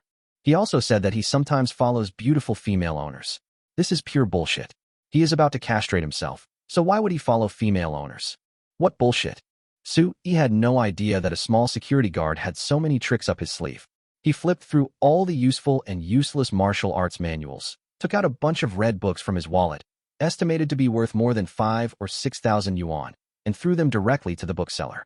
The man got such a thick stack of $100 bills, and he immediately smiled and said that he would come to him again if he needed anything in the future. Sui carried the bag and went straight into the villa. The security guard took the bookseller away. "Excuse me, why did that person just now buy so many random martial arts manuals?" The security guard asked curiously. The bookseller shook his head. "How should I know? Customers want books, I sell them, I don't care what they do with them." "Oh, are these books of yours real? I mean, can they be practiced?" The security guard asked again. The bookseller was embarrassed and said, "Some books can be mastered through practice, but some books are just written randomly." The security guard looked embarrassed. This bookseller was too honest and spoke too directly. He was about to say something sarcastic, asking how could you sell a book that deceives people into committing suicide, but now he couldn't bring himself to say anything. Sui walked in with a handbag and didn't have time to choose. He just threw everything into the mustard bag. At this time, the doorbell rang. He took a look at the camera image and saw that the takeaway he ordered had arrived. He opened the door, and the delivery guy nodded and bowed with a smile. "Brother Sui, I'm sorry I'm late." Sui said, "It's okay, the timing is just right. By the way, are all the things here? Don't miss anything." The young man immediately said, "Nothing will be missing, don't worry, Brother Sui. The boss and the supervisor personally checked the order, and everything is complete." "Okay," Sui said, "then you can go back. I have already paid for the meal when I ordered it." Yes, thank you, Brother Sui." The delivery guy was very polite. Sui couldn't help but ask, "You're a nice guy. What's your name?" "My name is Yang Xiaodian," the other party said. Sui nodded. "Okay, call me if you encounter any difficulties in the future." Yang Xiaodian immediately smiled and said, "Okay, Brother Sui, I'll be leaving first." Sui watched him leave. He returned to the house and immediately put all his things into a mustard bag. Then he put on his clothes, set up security, and disappeared without a trace with a whoosh. Chapter 171. Is there such a top-notch person in this world? Sutra Repository. Dinner is ready. Dinner is ready. Plenty of wine and meat. Su Yi looked at the table filled with delicious dishes and shouted towards the corridor inside the building. On the table, there were 3 hot dishes and a soup, and a large pot of white rice next to it. The 3 dishes and 1 soup are beef brisket stewed with potatoes, braised pork elbow, and boiled beef slices. The soup is black chicken and mushroom soup. All 3 dishes are served in stainless steel basins. One basin can hold about 5 normal-sized dishes, which shows how large the quantity of each dish is. After Su Yi finished shouting, he took out 4 bottles of longevity wine from the mustard bag and unscrewed the caps of all the bottles. The aroma of the food and wine spread out directly, and the entire sutra library was filled with fragrance. A voice came from far away. "It smells good. It smells so good. Boy, what did you make today?" A figure in a gray robe flashed a few times and appeared in front of the table. He looked at the table full of delicious food and couldn't help swallowing. At this time, Wu Qingxian also walked in from outside and said, "I can smell the aroma of wine from afar. Brother-in-law, what delicious food have you prepared today?" Su Yi waved his hand. Come on, sit down quickly. Today we have some delicious dishes. Look at this. Stewed beef brisket with potatoes. The aroma is so fragrant. It tastes even more spicy and flavorful. And this, braised pork elbow, fatty but not greasy, melts in your mouth. And this spicy boiled beef, it's so tender and smooth, leaving a lingering fragrance in your mouth. Su Yi said, pouring 4 glasses of wine. After pouring it, he turned to Wu Qingxian. "Where's your grandfather? Call him over." Wu Qingxian shook her head. "I don't want to shout. I'm still angry with him." Su Yi said, "If you don't call him, he will probably be angry if he knows that we are eating alone." The 5th old man said, Yes, I will call." After saying that, the 5th old man made a hand seal and blew towards the void. A whistling sound immediately went away and disappeared before their eyes. Su Yi was stunned. Su Yi was puzzled. Wu Qingxian said, "This is 5th Grandpa's 10-mile sound transmission technique." In less than 2 minutes, there was a wave at the door, as if a gust of wind blew, and Wu Dingtian appeared at the door. He sniffed, a look of surprise on his face. He took 1 step in and reached the table in 2 steps. When he saw the delicious meat dishes and smelled the delicious wine, he seemed a little excited. "Second grandfather, this is the wine and meat I'm treating you all to. Please take a seat." Su Yi was respectful. Wu Dingtian nodded and sat at the top. The 4 of them clinked glasses first. When Wu Dingtian drank the elixir of immortality, his eyes suddenly lit up. This wine is so fragrant and pure, and yet it is strong. Very, very strong. Good wine. Really good wine. He couldn't help but applaud. Su Yi felt relieved. He picked up a few pieces of boiled beef for Wu Dingtian and said, "Second grandfather, try these slices of meat. Although they are a bit spicy, they taste amazing." Wu Dingtian took a bite and was conquered. The fragrance, spiciness, and numbness, coupled with the fresh and rich flavor of the beef, immediately conquered Wu Dingtian. 5th Grandpa and Wu Qingxian were not polite and started eating. "Grandpa, don't just eat the spicy meat. Try the braised pork knuckle. It's delicious." Wu Qingxian picked up a piece of braised pork elbow for Wu Dingtian. She had already eaten 2 and was ready to eat the 3rd one. She didn't want to eat too much and wait for her grandfather to come to his senses and complain that he didn't have enough. 5th Grandpa said nothing at all. He has eaten many of Su Yi's delicacies, but every time he has a new understanding of the new food. He has eaten it several times, and each one is different. It seemed like Su Yi could make hundreds of different types of food, and he would fall for it every time. You must eat in silence and not talk too much. If you talk too much, you will eat less, and if you eat less, you will suffer a loss. He quickly devoured the stewed beef brisket with potatoes, nibbled on the braised pork knuckle, and drank the immortality wine with great relish. Soon, except Su Yi, the other 3 were addicted to these 3 exquisite dishes. I don't know how long it took, but the 3 large stainless steel basins of food were completely devoured. Even the marinade was used to pour over the rice, and not a drop was left. After the 3 of them had eaten and drunk their fill, they slumped down beside the table. The 5th old man said, "Master Su, do you have any martial arts that you would like me to teach you? Bring it all to me, the more the better." Su Yi nodded hurriedly. Yes, but forget it today. I'm full and don't want to move. Let's do it tomorrow." The 5th old man said, "All right." Wu Qingxian told Wu Dingtian that Su Yi had a knowledge barrier. Wu Dingtian was stunned for a moment and said, "I understand. The knowledge barrier can be broken. It's okay. I will keep this matter in mind, and I will find someone to help him break it when I have the chance." Only then did Wu Qingxian feel relieved. After talking for a while, Wu Dingtian left. Before leaving, He looked at Su-yi deeply, his eyes revealing a variety of extremely complicated emotions and a lot of disbelief about Su-yi. The obstacles of knowledge and views can indeed be removed, but even he can't do it. If you want to break it, you must wait for the opportunity. Maybe 1 year, maybe 2 years, you never know. Why? Okay, now that I've had enough to eat and drink, I need to go get some good sleep. The fifth old man stood up, patted his stomach, burped, and staggered upstairs with the remaining wine. Wu Qingxian also said, then I'll go back. I want to go back and take a medicinal bath. After she finished speaking, her face flushed. By the way, do you still have the 3 lucky treasures you gave me? I need to get a few more sets so I can wash them more often. Now I sometimes feel uncomfortable not wearing them. Su-yi said, yes, but I'll give it to you next time. Wu Qingxian nodded, blushing again, and said, can you give me more when you give it to me? I have a good sister who also needs these. Good sister? Who? Are you talking about my wife? She has it and doesn't need you to give it to her. Su-yi said, no. Wu Qingxian shook her head. It's another good sister, you don't know her. Su-yi rolled his eyes and asked, is she pretty? I mean, does she have a good figure? About the same as yours. Wu Qingxian said, she is taller than me, and this and that are also bigger than mine. The here and here that Wu Qingxian was talking about were actually breasts and buttocks. Su-yi was dumbfounded. What the hell? It's bigger than Wu Qingxuan's. Damn, is this true? Is there such a thing as this in this world? I have to see it someday. No, I have to get to know it. Soon, Wu Qingxian left with a red face. Su-yi looked at the empty sutra library and began to wander around alone.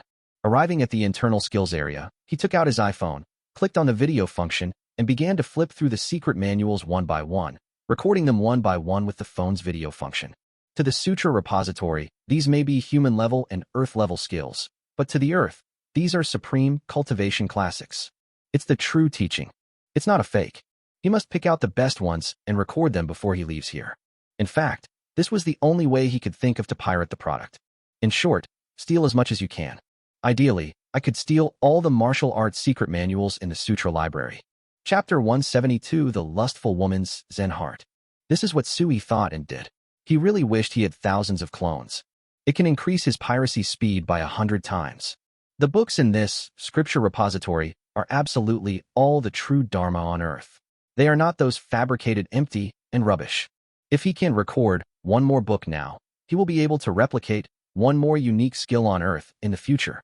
Of course, he doesn't know whether the earth needs these martial arts secrets now. Maybe it is necessary, maybe it is not. Because the decline of martial arts has its own reasons, there is no need for him to force anything to change it. It all depends on fate. So now he just does the best he can, that's all. I opened a volume of 9 Revolutions Sword Technique and recorded it carefully, then opened a volume of Great Compassion Finger Technique and recorded it as well, then opened a volume of Pure Yang Step. At this moment, the 5 old men were lying in the attic on the top floor, soundly sleeping. Because Su-yi has knowledge and perception barriers, he can sleep more peacefully. The next day, the 5 old men went out early, and Su-yi took the opportunity to continue his piracy business. In the Wu family ancestral hall, the 5 old men respectfully offered incense, then stepped aside and said to Wu Dingtian, "Second brother, young Master Su has a cognitive barrier. Should we really promise Qingxian to him?" The 5 old men were confused and worried. "Oh, I really can't think of it. Let me think about it again. Let's delay this matter for as long as possible," Wu Dingtian said. The 5 old men hesitated to speak. Wu Dingtian suddenly thought of something and said, "Oh right, doesn't he know how to make wine and cook delicious food? Do you think we can let him come to our winery to make some wine? Let him go to the kitchen and teach the chefs how to cook.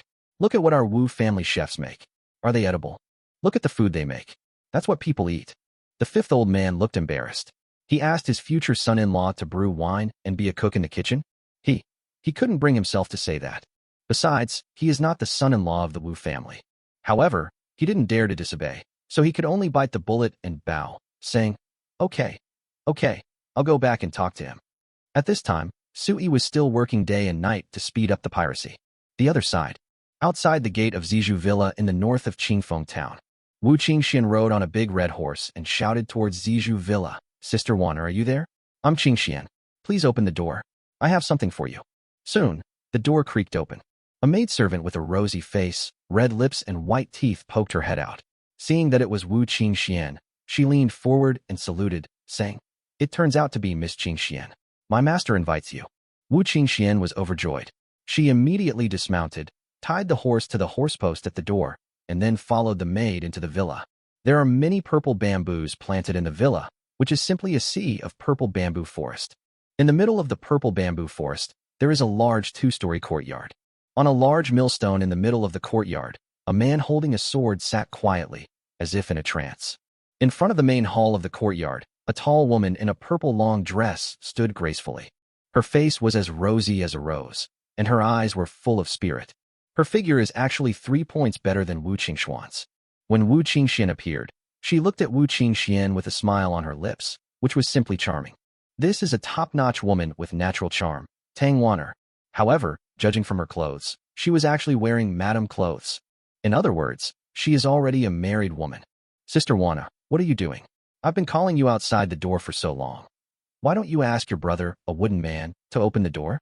Your maid Qian Duo walks too slowly. Wu Qingxian curled her lips and framed all 3 of them. Tang Wanner smiled slightly and said, My brother is practicing. I dare not disturb him. I am reading a book in the room, so I can only ask Duo to open the door.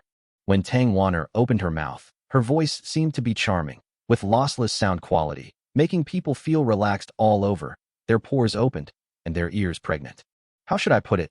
That voice is naturally charming, just like her looks. Wu Qingxian asked in confusion, Sister Wanner, I just don't understand.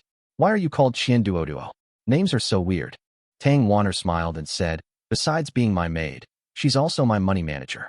What else can I call her if not Qian Duo? Qian Duo looked back at Wu Qingxian at the right time, snorted, and raised his proud head. Wu Qingxian couldn't help but roll her eyes. Every time she comes, she gets into trouble with this little girl. In short, everyone here with Tang Wanner is a weirdo. Of course, the strangest one is Tang Wanner's younger brother Tang Xiaobao. That is the young man sitting on the millstone in meditation. Tang Wanner said he was a martial arts fanatic.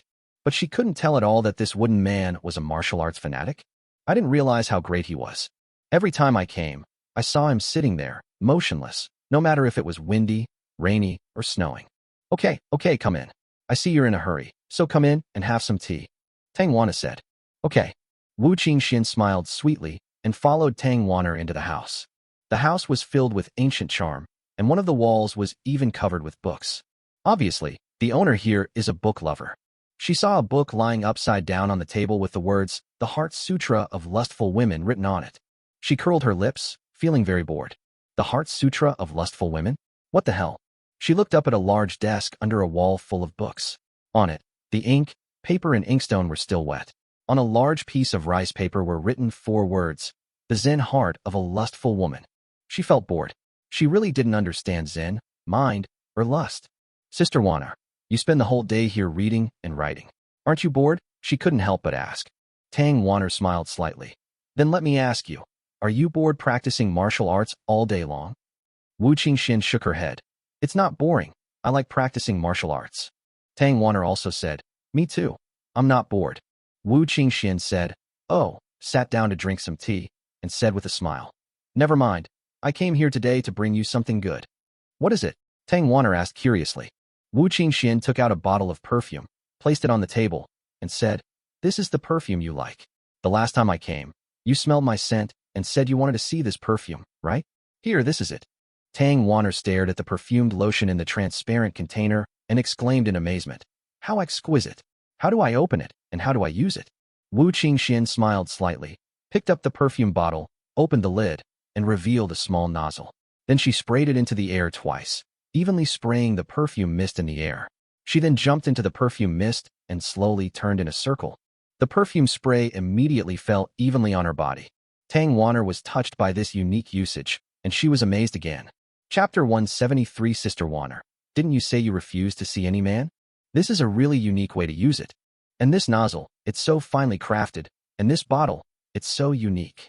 Sister Qingxian, was this little thing really made by a man? Are you really not lying to me? Tang Wanner asked again solemnly. Wu Qingxian said, Really, I didn't lie to you. Why would I lie to you? After saying that, she handed over a cloth bag and said, He also gave me the 3 auspicious treasures. I've got them all. Try them. If you like them, I'll bring them back to you next time. He has already promised to give me more. The 3 lucky treasures? Are they the things women use that you mentioned last time? Yeah. Wu Qingxian nodded. I used it, it's really good. Oh, why didn't I use it earlier? I used to have to hold a pair of big things, and it was really hard. Sister Wanner, yours is bigger than mine, so it must be harder than mine. You should try it. Wu Qingxian opened the cloth bag and taught Tang Wanner how to use it step by step. The maid Qian Duoduo looked at her curiously, her face as red as a big apple. After Wu Qingxian finished introducing the 3 auspicious treasures, she turned to Qian Duoduo and said, "Go and help your master put on the things." Qian Duoduo didn't dare to neglect it and followed Tang Wanner into the screen. After a few rustling noises, Tang Wanner came out again wearing a thin long gown. When Wu Qingxian saw it, her eyes suddenly lit up. So tall and majestic. Moreover, her graceful posture is 3 points better than before. How about walking a few steps or jumping a few steps and trying it? Wu Qingxian said impatiently. Because, after she puts it on, the biggest advantage is that no matter how she jumps, dances, or even practices martial arts vigorously, she will not have any concerns or feel out of control. This invisibly gave her a huge boost in confidence. Now, she has to wear them every day and feels like she can't live without them. Tang Wanner nodded, walked a dozen steps, exclaimed in surprise, and then couldn't help but take off her shoes and jogged. The maid Qian Duoduo was stunned. In the past, has the master ever dared to run away? I would only dare to run when I had restrained those things and put on my nightgown. Now, she not only saw her master running, but she also saw her master use the leaping technique to fly around the yard. She was dumbfounded. Soon, Tang Wanner flipped several times, spiraled down, and landed steadily in the yard. Even Tang Xiaobao, who had been practicing with his eyes closed, couldn't help but open his eyes, but he was only slightly surprised. He looked at them for a few seconds, and then closed his eyes again. Tang Wanner's face was filled with joy. She walked quickly into the house, took a sip of tea, and said, "It's really good, really incredible. The 3 auspicious treasures, right? It really is a blessing for us women." When Wu Qingxian heard Tang Wanner's satisfaction, she said proudly, "I told you, since I like these things, you will definitely like them too, because they not only shape our bodies, but also allow us to move freely." Tang Wanner nodded, feeling more satisfied the more she wore it. However, Wu Qingxian said that she only has enough clothes for herself now. "Sister Qingxian, whose underwear do you have?" Tang Wanner asked politely. Wu Qingxian naturally knew what she was asking, and said with a smile, "I haven't worn this set yet, so I'll give it to you, but I only have 1 bottle of perfume, so you can only spray it once. Next time, my brother-in-law and I will get more and share it with you." Tang Wanner asked, "Will he still give it to you?" Wu Qingxian said, "Yes," I told him. He agreed. "Whether it's perfume or the 3 lucky treasures, he will give me more." Tang Wanner nodded. She couldn't help but ask, "You said he is your brother-in-law?" Wu Qingxian said carelessly, "Yes, he is Sister Naga's husband, but they haven't officially married yet." Wu Qingxian told him about how Wuchan Naga had suddenly brought back a husband from Lushan, and also about how the old lady of the Wuchan family had been dragging her feet and not making any statement. Finally, she said, "My brother-in-law Su Yi is in a difficult situation too. He's stuck in the Wuchan family, so I took him to my Wu family to relax, but I didn't expect." She suddenly choked and didn't dare to continue. Tang Wanner asked, "What didn't you expect?" Nothing. This is a bit embarrassing. I'll tell you later." Wu Qingxian changed the subject and said, "By the way, Sister Wanner, aren't you the best at needlework? Can you see if you can sew the 3 lucky treasures?" Hearing Wu Qingxian say this, Tang Wanner's eyes lit up. How could she have forgotten this for a moment? She went back behind the screen, replaced the 3 treasures, and then held them in her hands to examine and scrutinize them. The more she looked, the more amazed she became. Because she found that the fabric and material were really excellent. The fabric could be said to be top-notch, and the stitching was even more top-notch. She even had some doubts that this was not something a man could sew by hand. Unless this man has been doing needlework for more than 10 or 20 years. But is this possible? She walked out from behind the screen, shook her head, and said to Wu Qingxian, "I can't sew this. The craftsmanship is too exquisite. Even if I do, the effect will be greatly reduced. I have never seen the fabric, the craftsmanship, or the small accessories before." "Sister Qingxian, are these things really sewn by your brother-in-law Su Yi himself?" Tang Wanner asked. Wu Qingxian shook her head. "I haven't seen him cook in person, but he's quite good at cooking. It wouldn't be a big deal if he could do some needlework, right?" Tang Wanner shook her head. No, it's not that simple. Although these 3 treasures look simple, they are actually not. They are filled with many ingenious details. They are not something that can be made by just some needlework. Especially the thing you mentioned, always. It's not a fabric at all. It's made of a very special material, very absorbent. I've never seen anything like it before. Wu Qingxian suddenly slapped her forehead and said, "Oh right. He told me that this thing is for use during menstruation, 1 piece a day, and thrown away after use, disposable." When Tang Wanner heard this, she was immediately shocked and swallowed her saliva. She thought about it, and all the doubts in her heart were finally resolved. As expected, this design was really too ingenious, too amazing. She felt more and more that these things could not have been made by a man. She couldn't help but think and said, Sister Qingxian, can you ask him out so that I can meet him?" Wu Qingxian was dumbfounded when she heard this. She was surprised and said, "Sister Wanner, didn't you say you refused to see any man?" Qian Duo, the maidservant beside her, said, "Yes, madam. Why do you suddenly want to meet an unrelated man?" Tang Wanner's face flushed instantly. She said awkwardly, "I never thought of him as a man at all, because I don't believe he is a man." Wu Qingxian and Qian Duo were a little confused. Chapter 174, See me? Why? He is a man. Wu Qingxian was very embarrassed. She had been with Su Yi for so long that she knew Su Yi's gender very well. Because when the man was riding a horse and sitting behind her, she also felt his hardness. If this is not a man, then what is a man? Tang Wanner smiled and said, "Then, how about you bring him here, so I can examine him myself?" Wu Qingxian blushed and said awkwardly, "Well, I don't know if he's willing to come. I'll go back and talk to him." Tang Wanner took out a sachet and handed it to Wu Qingxian, saying, "I feel a little embarrassed to have received his 3 auspicious treasures for nothing. This sachet is a return gift." Wu Qingxian said, "Sister Wanner, he really is a man. I swear he doesn't like sachets." "Oh, then what is he like?" Tang Wanner asked. Wu Qingxian said, "He likes jade, both those with spiritual energy and those without. He also likes tea. Oh, and he's currently training in martial arts, so he should also be interested in martial arts manuals and the like." Tang Wanner nodded, took out a white jade token from her waist and handed it over, saying, "Then, give him this token that I wear close to my body." Wu Qingxian hurriedly said, This is too valuable, isn't it? Sister Wanner's peaceful peace is probably a Taoist talisman, right?" Tang Wanner smiled and said, "It's a Taoist talisman, but it doesn't matter. A gift is always required. Tang Wanner, can't take advantage of others for no reason." Wu Qingxian pouted and said, "The 3 auspicious treasures were given by me, because he gave them to me before. I'm just giving them to you. Haven't you gotten enough benefits from me?" Tang Wanner poked the other person's forehead and said angrily, "Just go if I ask you to. And by the way, give him an invitation on my behalf. Doesn't he like tea? Then come to my purple bamboo courtyard and have some tea." Wu Qingxian took the Wushi card and liked it more and more the more she looked at it. She couldn't let it go. "When will Sister Wanner get me one like this?" She couldn't help but ask. Wu Qingxian shook her head. "You have no place. You have so many treasures in the Wu family, and you still want to take advantage of me. Go away. Go and do your work." Wu Qingxian pouted, but didn't dare to refuse to do her job. She stood up and left with a resentful look on her face. After riding back to the Wu family, she didn't go anywhere and went straight to the sutra library. After entering the sutra library, she didn't see Su Yi at the desk. She couldn't help but shout, "Brother-in-law, brother-in-law. Where are you?" The sound resounded throughout the sutra library. At this time, Su Yi was flipping through a dusty animal skin book, the title of which was The Book of the Amateur. This is the autobiography of a martial artist who became a great master of martial arts. This great master was a woman who called herself an amateur. What's strange is that her surname is also Wu, and her name is Wu Su Run.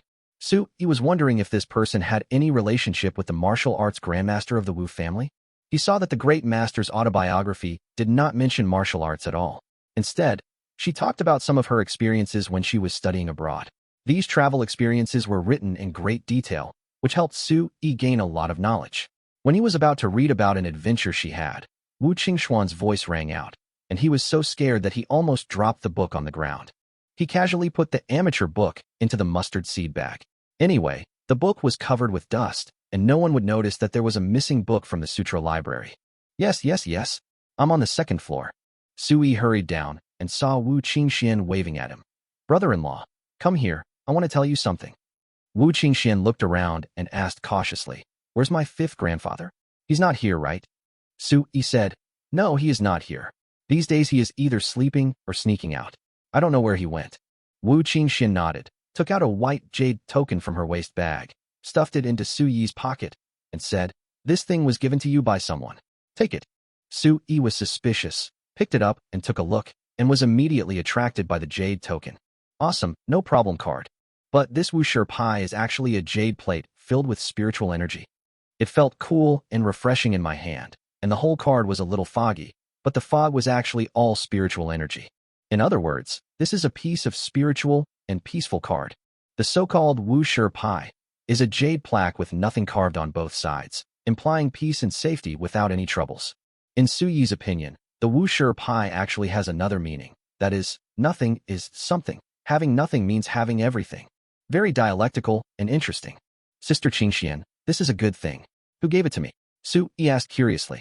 Wu Qingxian immediately told him about her visit to Zizhu Villa to deliver something and play, and finally said, My sister Warner really wants to see you. See me? What? Su Yi was even more surprised. Wu Qingxian shook her head. How should I know this? She never sees dirty men. Who knows why she wants to see you today? Really? Su Yi was embarrassed. I can't get out even if I want to see her. But who is she? Every time she makes a move, it's like a piece of mutton fat white jade full of spiritual energy. Wu Qingxuan's face twitched. Just some spiritual white jade? This is a Taoist talisman. Oh, forget it. If you want to treat it as white jade, then so be it. It's not mine anyway, she said slowly. Her real name is Tang Wanner, but many people call her Madame Wan. Wait, madam? You mean she got married? Su Yi curled his lips and suddenly felt uninterested. Wu Qingxian said, Yes, she is married, but her husband died a long time ago. When Su Yi heard this, his eyes suddenly lit up again. She's a widow? Hello, widow, hello, widow. Young people don't know the benefits of being a widow and mistakenly treat young girls as treasures. Su Yi smiled somewhat obscenely. Wu Qingxian said, Don't neglect her. She is not an ordinary person. Her husband was Liu Fei, the youngest prime minister of Nanling State. They lived in Anyang, but Liu Fei was a sickly person and died young a long time ago. Sister Wanner didn't like the intrigues in Anyang, so she returned to Qingfeng Town, her ancestral home. Actually, she's quite pitiful. Su Yi said, Is she beautiful? Of course. Wu Qingxian nodded hurriedly and said proudly, I, and Sister Naga are called the three beauties of Qingfeng by the Qingfeng talents. Do you think they are beautiful? You are also one of the three beauties of Qingfeng. Su Yi wanted to laugh. What? Am I not beautiful enough? Wu Qingxian glared at Su Yi and would immediately call him over if he dared to say no. Su Yi smiled awkwardly. Beautiful, beautiful, beautiful. You are very beautiful, right? No. What's that expression on your face? You clearly want to say that I'm not beautiful, right? Wu Qingxian reached out angrily and twisted Su Yi's ear. Su Yi screamed. It hurts, it hurts. You are very beautiful, and your breasts are very big. Really, I'm not lying to you. Men all like your type. What about you? Do you like it? Wu Qingxian continued to increase the strength of her hands. I like it, of course I like it. Nonsense. Does he dare to say he doesn't like it now? Humph, you scoundrel. Wu Qingxian let go of the other person's ear and kicked the other person in the butt. She couldn't understand why Sister Naga, such a serious person, liked him.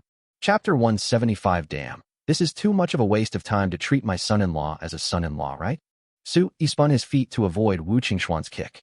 He found that Wu Qingxuan's shoes were not very good, much worse than the shoes Su Yi gave to his wife. Stop, stop, stop. Do you still want to eat delicious food? Do you still want perfume and the three lucky treasures? After Su Yi's kind reminder, Wu Qingxian immediately stopped playing around. She smiled and said, Haha, I forgot. I'm sorry, I didn't hurt you, did I? Su Yi rolled his eyes at her and said, It's only because I can control the mysterious Northern Ocean scripture now. Otherwise, I would have sucked your power dry. Wu Qingxian shrank her neck, feeling a little scared, and immediately jumped 1 meter away from Su Yi. Su Yi said, You'd better plan how to escape from here quickly. Those two big idiots are guarding the door every day. I can't run away even if I want to. Wu Qingxian whispered, Don't worry, I told you I have a way. Just wait here for my news. Su Yi said, How long do I have to wait? You have to give me an approximate time. I can't say, it's just these few days, you just need to be prepared. Wu Qingxian said. Su Yi was helpless. In fact, he was not in a hurry. He even wanted to stay for a few more days so that he would have more time to steal these secrets. He has acquired a lot of them in the past 2 days, all of which he carefully selected. But he discovered that in addition to martial arts secrets, there were also many classics about alchemists and their techniques, and he wanted to take the opportunity to pirate some of them. Su Yi suddenly asked, By the way, how big are your feet? Wu Qingxian blushed. You? Why do you always ask girls about such private matters? You can't ask or touch a girl's feet. Su-yi rolled his eyes at her. You misunderstood. I just wanted to buy you some nice shoes. Buy me shoes? I don't need shoes. I don't know if they're missing or not, but your shoes aren't good enough. Never mind, let me measure your feet. Su-yi produced a tape measure from his mustard seed bag and wanted to measure the other person's feet. Outside the door, the fifth old man walked in and said, Master Su, I have something to tell you. Hey, what are you doing? Su-yi was embarrassed and put the ruler back into the mustard bag. It's okay, fifth grandpa, what's wrong? Yes, that. I'm a little embarrassed to say it, but didn't you say before that you could make wine? How about you go to my Wu family's winery and help me make some wine? That immortal wine you gave us. By the way, you're a pretty good cook too. Why don't you go to the Wu family kitchen and teach us some cooking skills so that our Wu family chefs can learn some real skills? The fifth old man spoke slowly, and when Su-yi heard it, he really wanted to give this old man the middle finger. Damn, what do you think of me, your brother? Make wine for you. Cook for you. Just as he was about to start scolding, he heard the fifth old man say, Mr. Su, it wasn't my request, it was Qingshuan's grandfather who ordered it. Oh, I'm in a difficult situation too. Su-yi rolled his eyes at him and said, What are you doing? Wu Qingxian was already unhappy and said, Fifth grandpa? Is this what grandpa said? How could he arrange it like this? What does he think of Su-yi? The fifth old man said, No, since young Master Su is going to become the son-in-law of the Wu family anyway, he will definitely do these things in the future. So what's the difference between doing it now and doing it later? Su-yi was very upset. Is this what the son-in-law of the Wu family has to do? Damn, this is really not treating my son-in-law as my son-in-law, right? Is it true that being a son-in-law is so miserable? According to his imagination, a son-in-law can also live a carefree life of eating and waiting for death, isn't it? He quickly winked at Wu Qingxian. Damn it, I can't stay here for another day. Let me make wine. Let me go to the kitchen to cook. This is asking me to do hard labor. No, absolutely not. Then I might as well go back to my Yinqing cottage and live more comfortably. In Yinqing cottage, he doesn't have to do anything at all. Lu Zhu will deliver meals to him every day, and he doesn't have to wash the dishes after eating. He can drink tea when he is free, and when he is bored, he can just say he wants to go into seclusion and return to Earth. But here, restricted everywhere. Who wants to be the son-in-law of the Wu family? But it's such a pity for Wu Qingxian, the big-breasted girl. But forget it, if he wants freedom he can't have a woman. Between women and freedom, he will definitely choose the latter. Be a real man, there is always someone better out there. He was extremely resistant in his heart, but he smiled and patted his chest and said, No problem. But I have to wait 2 days before going, because I found that my control of the northern mysterious scripture is not good enough. I need to practice for another 2 days to stabilize it. What do you think, fifth grandpa? Of course, this requires you to practice to a stable level. It doesn't matter. Once you have practiced well, I will personally send you to the winemaking workshop in a few days, said the fifth old man. After the 5 old men finished their instructions, they went upstairs to practice. Su-yi leaned close to Wu Qingxuan's ear and said, You'd better hurry up. Run away tomorrow, at the latest. Otherwise, I won't care about you anymore. I will break out by myself. Wu Qingxian looked embarrassed. I know. Wait for me tonight. Su-yi waved his hand, sat down cross-legged, entered into meditation, and began to practice Qigong. After Wu Qingxian left, Su-yi came out of his trance. He stood up and went upstairs to continue his piracy business. Ever since the 5 old men knew that he had cognitive impairment, they had been completely confident in him and hardly paid any attention to him. This also made it easy for Su-yi to pirate these secret books and alchemy books. Soon, night fell. Su-yi was looking up at the bright moon and thinking of the girl. Suddenly, someone next door shouted that there was a fire, and soon, gongs and drums roared. Su-yi heard, Fire? Doesn't fire mean fire? He looked out the window and saw a huge fire in the wooden house next door. Wu Qingxian ran over like a rocket, sent the guards away, and told them to put out the fire. He also shouted to the upstairs, Fifth grandpa, put out the fire. If you don't put out the fire, it will burn down the sutra library. A figure flew from the sutra library towards the burning wooden building. Obviously, this figure is the 5 old men. Go, hurry up. Wu Qingxian pulled Su-yi and ran away immediately. Where to go? Su-yi didn't know the way. Back door, stupid, Wu Qingxian said disdainfully. All right, get on my back, I'll carry you. Oh sure. Su-yi didn't know how to jump, so he couldn't escape quickly, but Wu Qingxian did, so he could only climb onto her back. His arms were still around her front. Wu Qingxian said, Hey, where are you grabbing? Be quiet. Su-yi was so upset. Brother, I have always been an honest person, okay? How dare you accuse me of arresting people indiscriminately? Just as Su Yi rolled his eyes, Wu Qingxuan's feet suddenly stumbled, and she flew off the ground like an arrow. Su Yi felt like he was also rapidly leaping out, as if he was flying, a bit like the feeling of riding on the back of the spirit tiger, soaring through the clouds. Chapter 176, Good at Deceiving. Su Yi was truly shocked. He had no idea what kind of body movement Wu Qingxian had used to be so agile and swift. You have to know that the other person was carrying him on his back, and he weighed at least 150 kilograms. Carrying such a heavy load, yet running faster than a rabbit. This must be some kind of lifting technique. It's similar to some kind of lightweight body movement technique. It happened so quickly. In just a few minutes, Wu Qingxian sneaked into the night and took him directly to a side door. Su Yi had never been to this place before. It was dark everywhere and felt very remote. The sound of water extinguishing the fire was far away.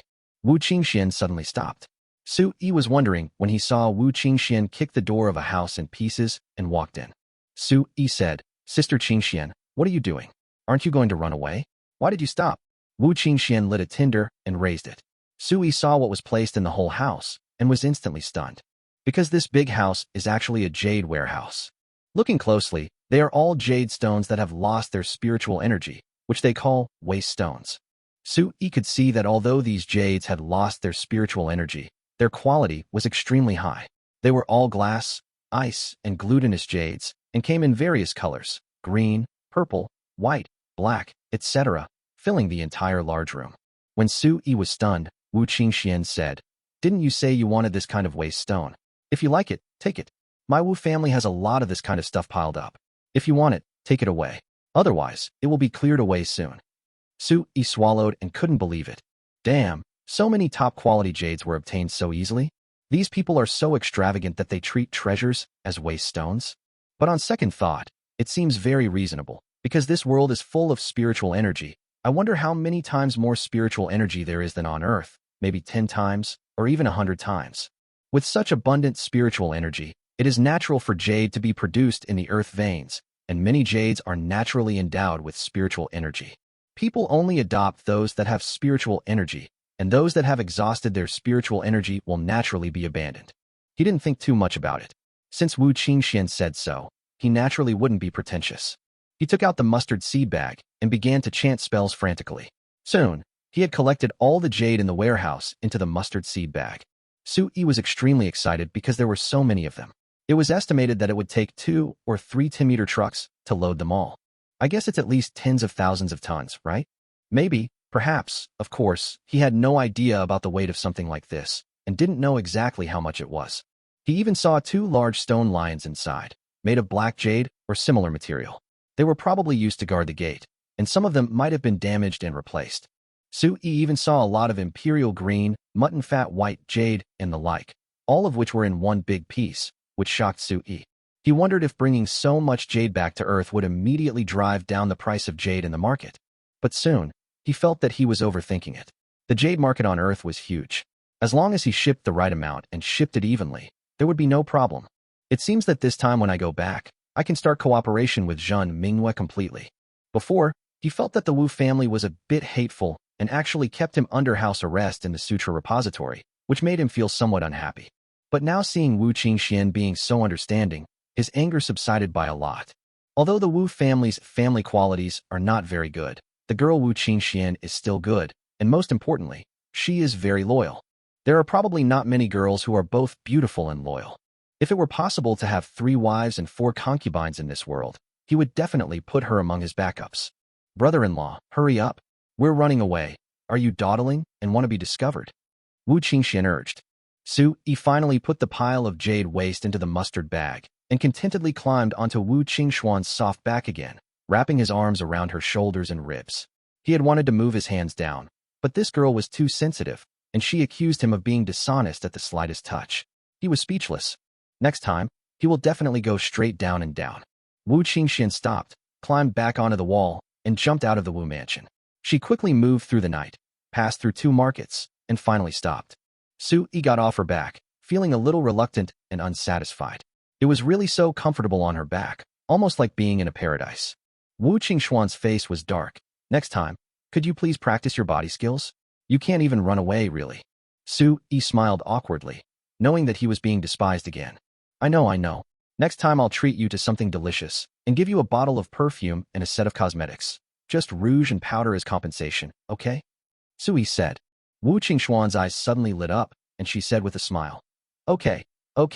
Hee, brother-in-law, you are the best. She smiled and gave a thumbs up, which was no exaggeration to say that she was flattering.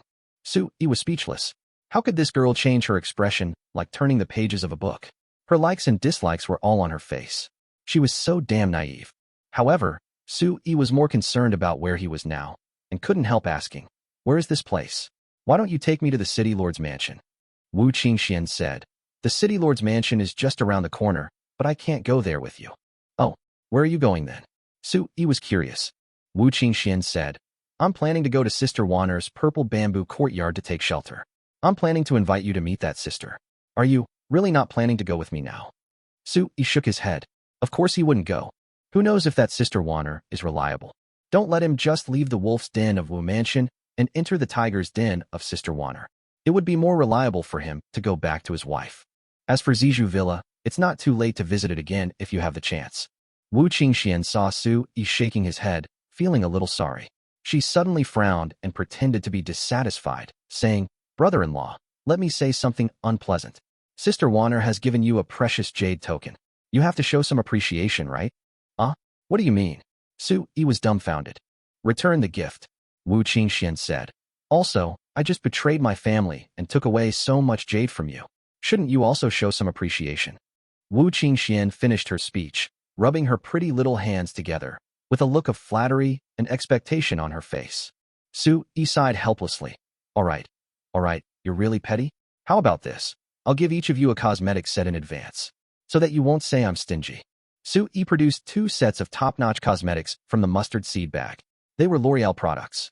The set contained a lot of stuff, such as facial cleanser, essence, eye cream, toner, moisturizer, essence, BB cream, primer, sunscreen, facial mask, eyebrow pencil, eyeliner, eyeshadow, mascara, setting powder, blush, lip gloss, etc. One set is a big bag. Su-yi had spent several $1,000s to buy it in a big shopping mall, which was very painful. Of course, it was also for this occasion. I got so many jades today that 2 sets of cosmetics actually seem insignificant, really insignificant. But he pretended to be in pain for Wu Qingxian, and Wu Qingxian was grateful and smiled like a flower. The more Su-yi looked at this girl, the more he thought she was really good. Easy to fool and deceive. Chapter 177. The young man takes action. Wu Qingxian is frightened. Su-yi waved his hand, turned a corner, and saw the city lord's mansion. He knocked hard on the door and quickly entered the city lord's mansion. Wu Qingxian watched Su-yi go in, and then she couldn't help but murmur. As expected, my brother-in-law is the most generous and the easiest to deceive. With a little deception, he got a set of good things. After mumbling, she suddenly thought of something and slapped her forehead in frustration. Oh, I forgot to ask him how to use it. After a change of heart, he murmured, forget it. He's a man, and he probably won't be able to use it. I'd better take it back and study it with Sister Wanner. Wu Qingxian turned around, used the technique of leaping, and instantly dived into the thick night. City Lord's mansion. Mincy said anxiously, Sir, why did you come back just now? You disappeared these few days and scared Sister Luzhu. The master and the mistress were also alarmed and asked where you had been. If you don't come back soon, the master will send someone to the Wu mansion to find out the news. Su-yi did not answer but asked, Has my wife come out of confinement? Mincy shook his head. No. What about the old man who came with me? Has he come out? Su-yi asked again. Mincy still shook his head. No. Su-yi was embarrassed. Why did these 2 people stay in seclusion for such a long time after returning? Isn't it boring? He felt that the days passed by so slowly in the Wu family's sutra library for so long that 3 years passed in a flash. Okay, then please help me report to the master and the mistress that I am back. By the way, find Luzhu. I have something to say to her. Su-yi said. Mincy nodded and immediately went to report the situation to Butler Chiu. After Butler Chiu received the report, he also immediately went to report to the master and the mistress. On the other side, Su-yi returned to Yunqing Cottage and saw that the room of Old Man Wu and his wife was still closed. He sat on the stone bench waiting for Luzhu. Soon, Luzhu came. Son-in-law, why did you take so long? By the way, have you eaten? Luzhu asked with concern. Su-yi nodded. I have eaten. Is there anything wrong at home? Lu Zhu shook her head. Everything is fine. Why do you ask this, uncle? Where are the master and the mistress? Have they asked me? Sui said. I asked, and both the master and the mistress are a little worried, said Lu Zhu. At this time, Wuchan Hongliang and Yang came over. Sui stood up and greeted the two men. They asked him about his situation these days, and he cleverly evaded the question. From the outside, Sui looks almost the same as before he left. In fact, he is the only one who knows that he is completely different from before he left.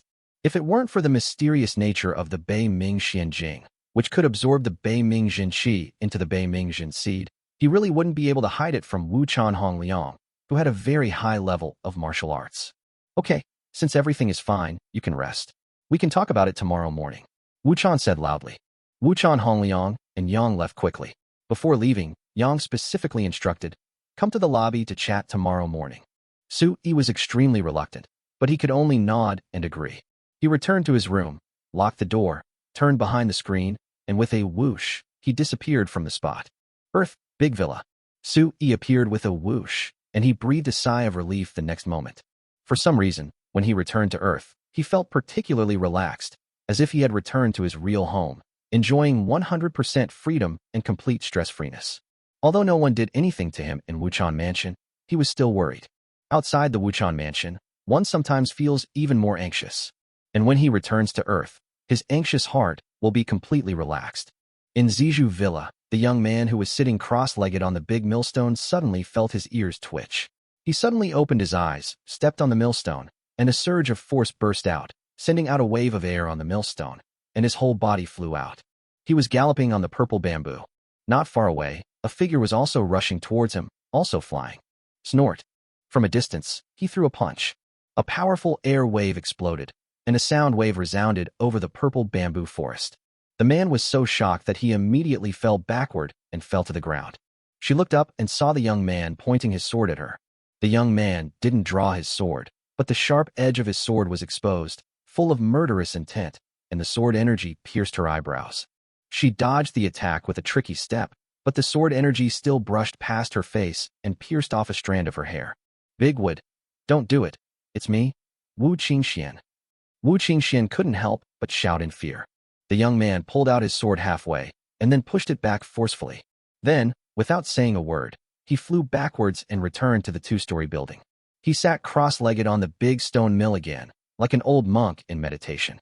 A lazy and charming voice came from the small building. Qingxian, stop making trouble. Come if you want. Wu Qingxian flew out from the purple bamboo forest. She glared at the young man sitting cross-legged on the big stone mill and blurted out angrily, stinking stone. Then she entered the small building carrying 2 bags of things. Sister Warner, I've brought you something again, Wu Qingxian said with a smile. But why did your stupid brother attack me without knowing right from wrong? Why don't you help me teach him a lesson? Tang Warner shook her head and said, would you have died if you had shouted before coming in? You had to sneak in. Who else would he hit if not you? Wu Qingxian said, I can't shout. I'm on the run. Escape? Who are you hiding from? Tang Warner was puzzled. Wu Qingxian sighed and said, I broke the family rules and am hiding from my family. So, Sister Warner, can I hide here with you for a few days? Tang Warner nodded. Of course, you can stay here as many days as you want, but if you want to spend the night, you can only stay in the side room. It's okay, I rarely sleep. It's fine if I can just have a cushion to meditate on, said Wu Qingxian. At this moment, Tang Warner was already looking at the 2 bags she had brought. Wu Qingxian suddenly realized, oh right, this is the rouge and powder my brother-in-law gave me. You give me one thing, I give me another. He said thank you for giving him the Wu Shi pie. This is his return gift. Return gift? I have already accepted the 3 auspicious treasures. Why is there a return gift? Tang Warner was surprised. Wu Qingxian said, never mind. He's already given it to me. Come on, let's see what good stuff it is. To be honest, I'm also very curious. I can never guess what my brother-in-law gave me. Anyway, it must be good stuff. Hee. I'm a little nervous. Chapter 178. Seizing the opportunity and returning to Earth. Wu Qingxian opened the box and saw many small things in grids and some very delicate and beautiful transparent bottles. There are even pen-like things and so on. Wu Qingxian and Tang Warner looked at each other with surprise on their faces. Because they immediately saw the purpose of these things, but they didn't know how to use them specifically. Tang Warner said happily, these things are so exquisite. Each piece is very finely crafted. It's very professional at first glance. By the way, how do you use these things? Are there any precautions or regulations? Wu Qingxian was stunned by the question. She said awkwardly, well, I left in a hurry and didn't have time to ask. I thought Sister Wana knew how to do it. Tang Wana shook her head. These are all new to me, and I don't know how to use them. Wu Qingxian said, how about we try everything? Tang Wana shook her head and tried to say, how about you find your brother-in-law and ask him? Wu Qingxian pouted. He's not coming. What? Tang Wana was surprised and puzzled. She asked, did you tell him that I invited him? I told you, Wu Qingxian said. I told you that you were one of the 3 beauties of Qingfeng, and that you were admired by the scholars of Qingfeng. I also told you that you invited him for tea, but he was too timid to come because he was afraid. Afraid? How can you say that? I, Tang Wana, am not a monster. Tang Wana was even more surprised. No, Sister Wana, don't misunderstand me. He's afraid that others will harm him. Wu Qingxian said awkwardly. Well, how should I put it? I took him to my house, but he ended up being imprisoned in the Sutra library by my grandfather. So now, he seems to be afraid to go anywhere. House arrest? Tang Wana was puzzled. Why did your grandfather put him under house arrest? Wu Qingxian waved her hand. Sister Wana, don't ask anymore. That's just the way it is. Don't ask anymore, okay? Tang Wana was extremely curious. Wu Qingxian violated the family rules, and her brother-in-law was placed under house arrest by the Wu family. There must be a story behind this. Well, I guess you have some unspeakable secrets. Okay, I won't ask. Tang Wana thought for a moment and said, then, let's try this set of rouge and powder ourselves. Okay, we can figure it out without him. It's just a set of rouge and powder. Wu Qingxian was still not convinced. She wanted to try it. Could it be that she didn't know how to use it? She picked up a bottle of facial cleanser, squeezed a little, and applied it to her hands. She found that the cleanser seemed to be able to clean away dirt, and the area where she rubbed it felt very cool. Tang Wana also picked up a small bottle of the stuff, squeezed a little out, and applied it to her hands. She was surprised to find that the stuff was difficult to dry. The area where it was applied was very moist and lasted a long time. She was a little delighted. She picked up another eyebrow pencil and drew on her eyebrows, discovering that it could actually be used to draw eyebrows, and it was very easy to use.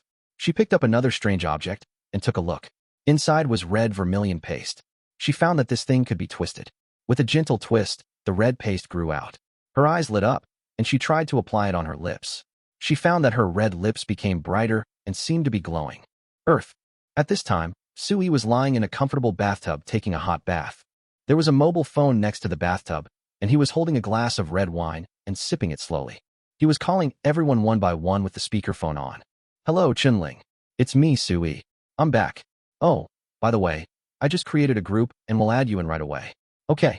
After hanging up the phone, Sui called Haozi, Zhen Mingyue, and Di Lao again, telling them that he was back. He also created a group and said that he would add them to the group immediately, asking them to pay attention. Soon, Chen Ling, Haozi, Zhen Mingyue, and Di Lao all joined the group. Several people spoke. Chen Ling said, Xiao Yi, you suddenly called me so late again. Did you know I was sleeping just now? It's already 1 in the morning. Haozi said, you're still complaining now that the boss is back? When he didn't contact you, you said he was a hands-off boss. Now that he's contacted you, you're still complaining? Chen Ling said, Haozi, you're the only one who talks too much. Zhen Mingyue said, haha, we finally have a small group. We should have created one a long time ago.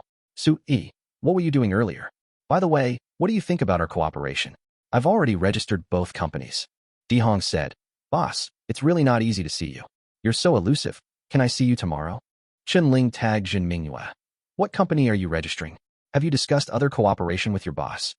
Zhen Mingyue replied to Chen Ling. Yes, didn't he tell you? The group was bustling with activity, and at this moment, Sui created another group, this time a family group. After it was set up, he added his parents and aunt to the group. However, none of the 3 made any movement. It was probably too late, and all 3 were asleep.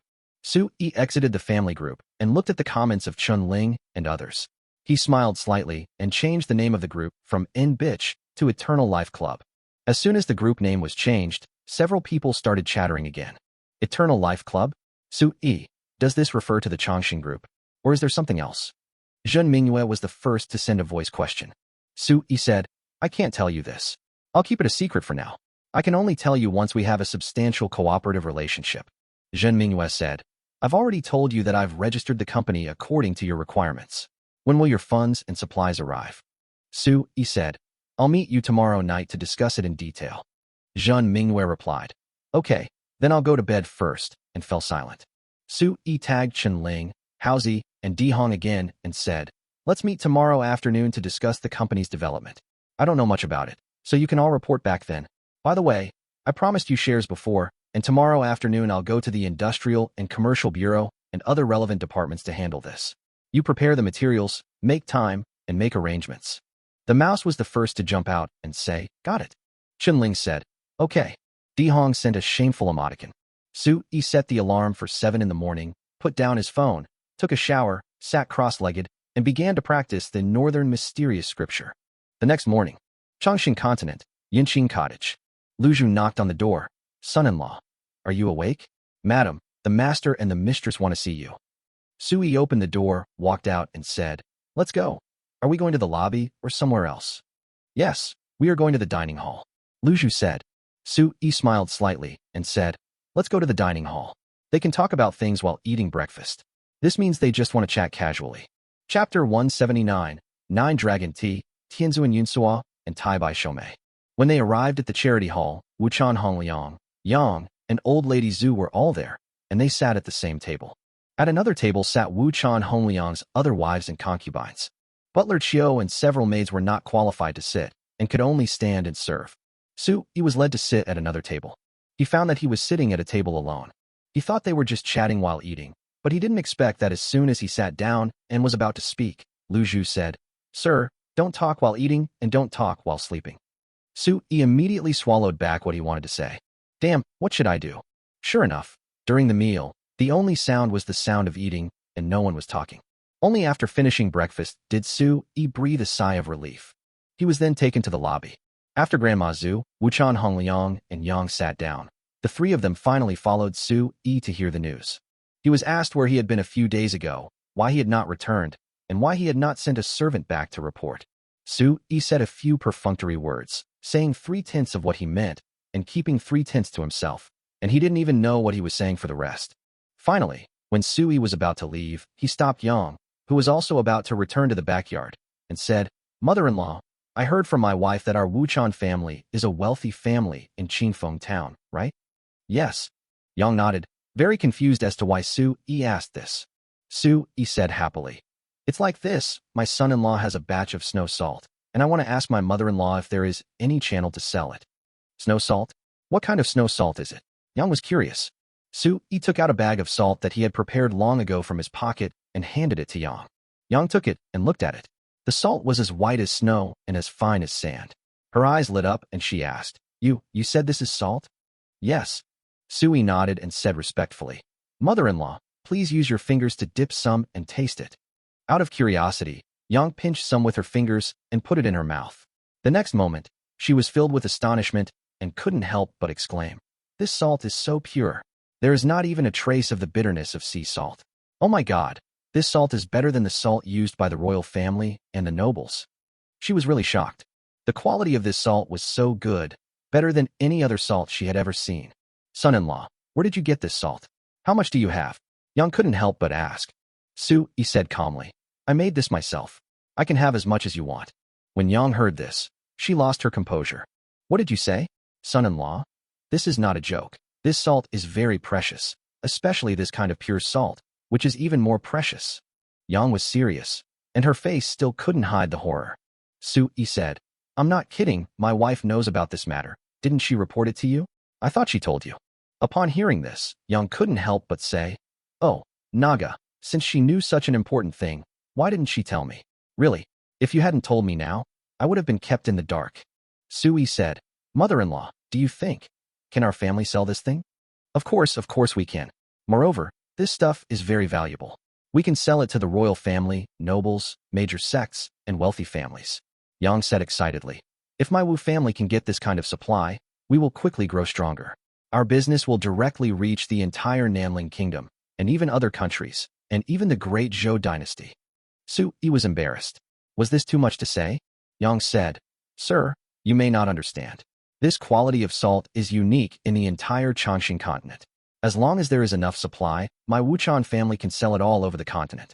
This is a monopoly business. So do you understand? Su-yi was stunned. Monopoly? This is a monopoly? Huh. I know. If you talk about monopoly, I naturally know. Su-yi said. Then how about this? I'll go back and get some for you. Oh, by the way, I like drinking tea. I heard that your family also sells tea leaves and spiritual springs for making tea. Can you give me some first? That's no problem. Son-in-law, is the snow salt you mentioned in the mansion? Young asked. Yes, when my wife and I came back, she brought back a batch of them. Now they are piled up in my temporary room. Su-yi said. How many? Young asked. Su-yi said, that maybe. I can't say for sure. You will know when you go and see it. Okay, let's go there now. Young said excitedly. Then mother-in-law, please. Su-yi led the way respectfully, and Butler Chiu and Lu Zhu followed closely. They all heard the conversation between Su-yi and his wife and knew that this was a big deal. Soon they arrived at Yinxing Cottage. Su-yi awkwardly bowed to Yang and said, Mother-in-law, please wait a moment. The room is messy. Let me clean it up. Yang nodded. Su-yi entered the room, closed the door, and immediately took out 1,000 kilograms of bags of iodized salt from his mustard bag and piled them in the corner. Then he opened the door and walked out. Mother-in-law, please come in. Su-yi made a gesture of invitation. Yang nodded and gave a wink to Butler Chiu, who immediately entered the house first. He saw the bags of snow salt piled up in the corner and swallowed his saliva. He shouted from inside, Madam, come in and see. Soon, Yang and Lu Zhu both went in, leaving Su-yi alone guarding outside the door. Not long after, Yang came out excitedly and said, It's really good, and the quantity is quite large. Su-yi was embarrassed. 1,000 kilograms was a lot. To be honest, 1,000 pounds is not a lot. Mother-in-law, could you please ask everyone to move out? I want to start a retreat soon. Su-yi said. No problem. Yang immediately ordered Butler Chiu to call the servants to start moving the snow salt. The 1,000 pounds were quickly moved away. Su-yi said. Then, can you give me some tea leaves and spiritual springs? Yang nodded and said, Sir, what kind of tea do you want? The Wu family has many varieties of tea. Oh, what kind of tea are available? Su-yi asked. Yang said, common ones include ruitzao tea, lotus heart tea, tianxiang tea, yunlin tea, etc. The better ones include jiulong tea, tianzuan yunsua, etc. So many. Su-yi couldn't imagine that there were so many varieties of tea here.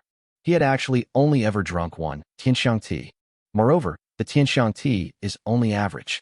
It can't even be considered good. Then, is there anything better? Su-yi asked curiously. Yang nodded. Of course there is. Tai Bai Shomei is better than jiulong tea and tianzuan yunsua. Su-yi swallowed his saliva. Tai Bai Shomei? Holy crap, this tea has an awesome name, Shomei. Could drinking this tea help you live longer? The names of jiulong tea and tianzuan yunsua are already very impressive, but I didn't expect there is an even more impressive name for a tea, Tai Bai Shomei.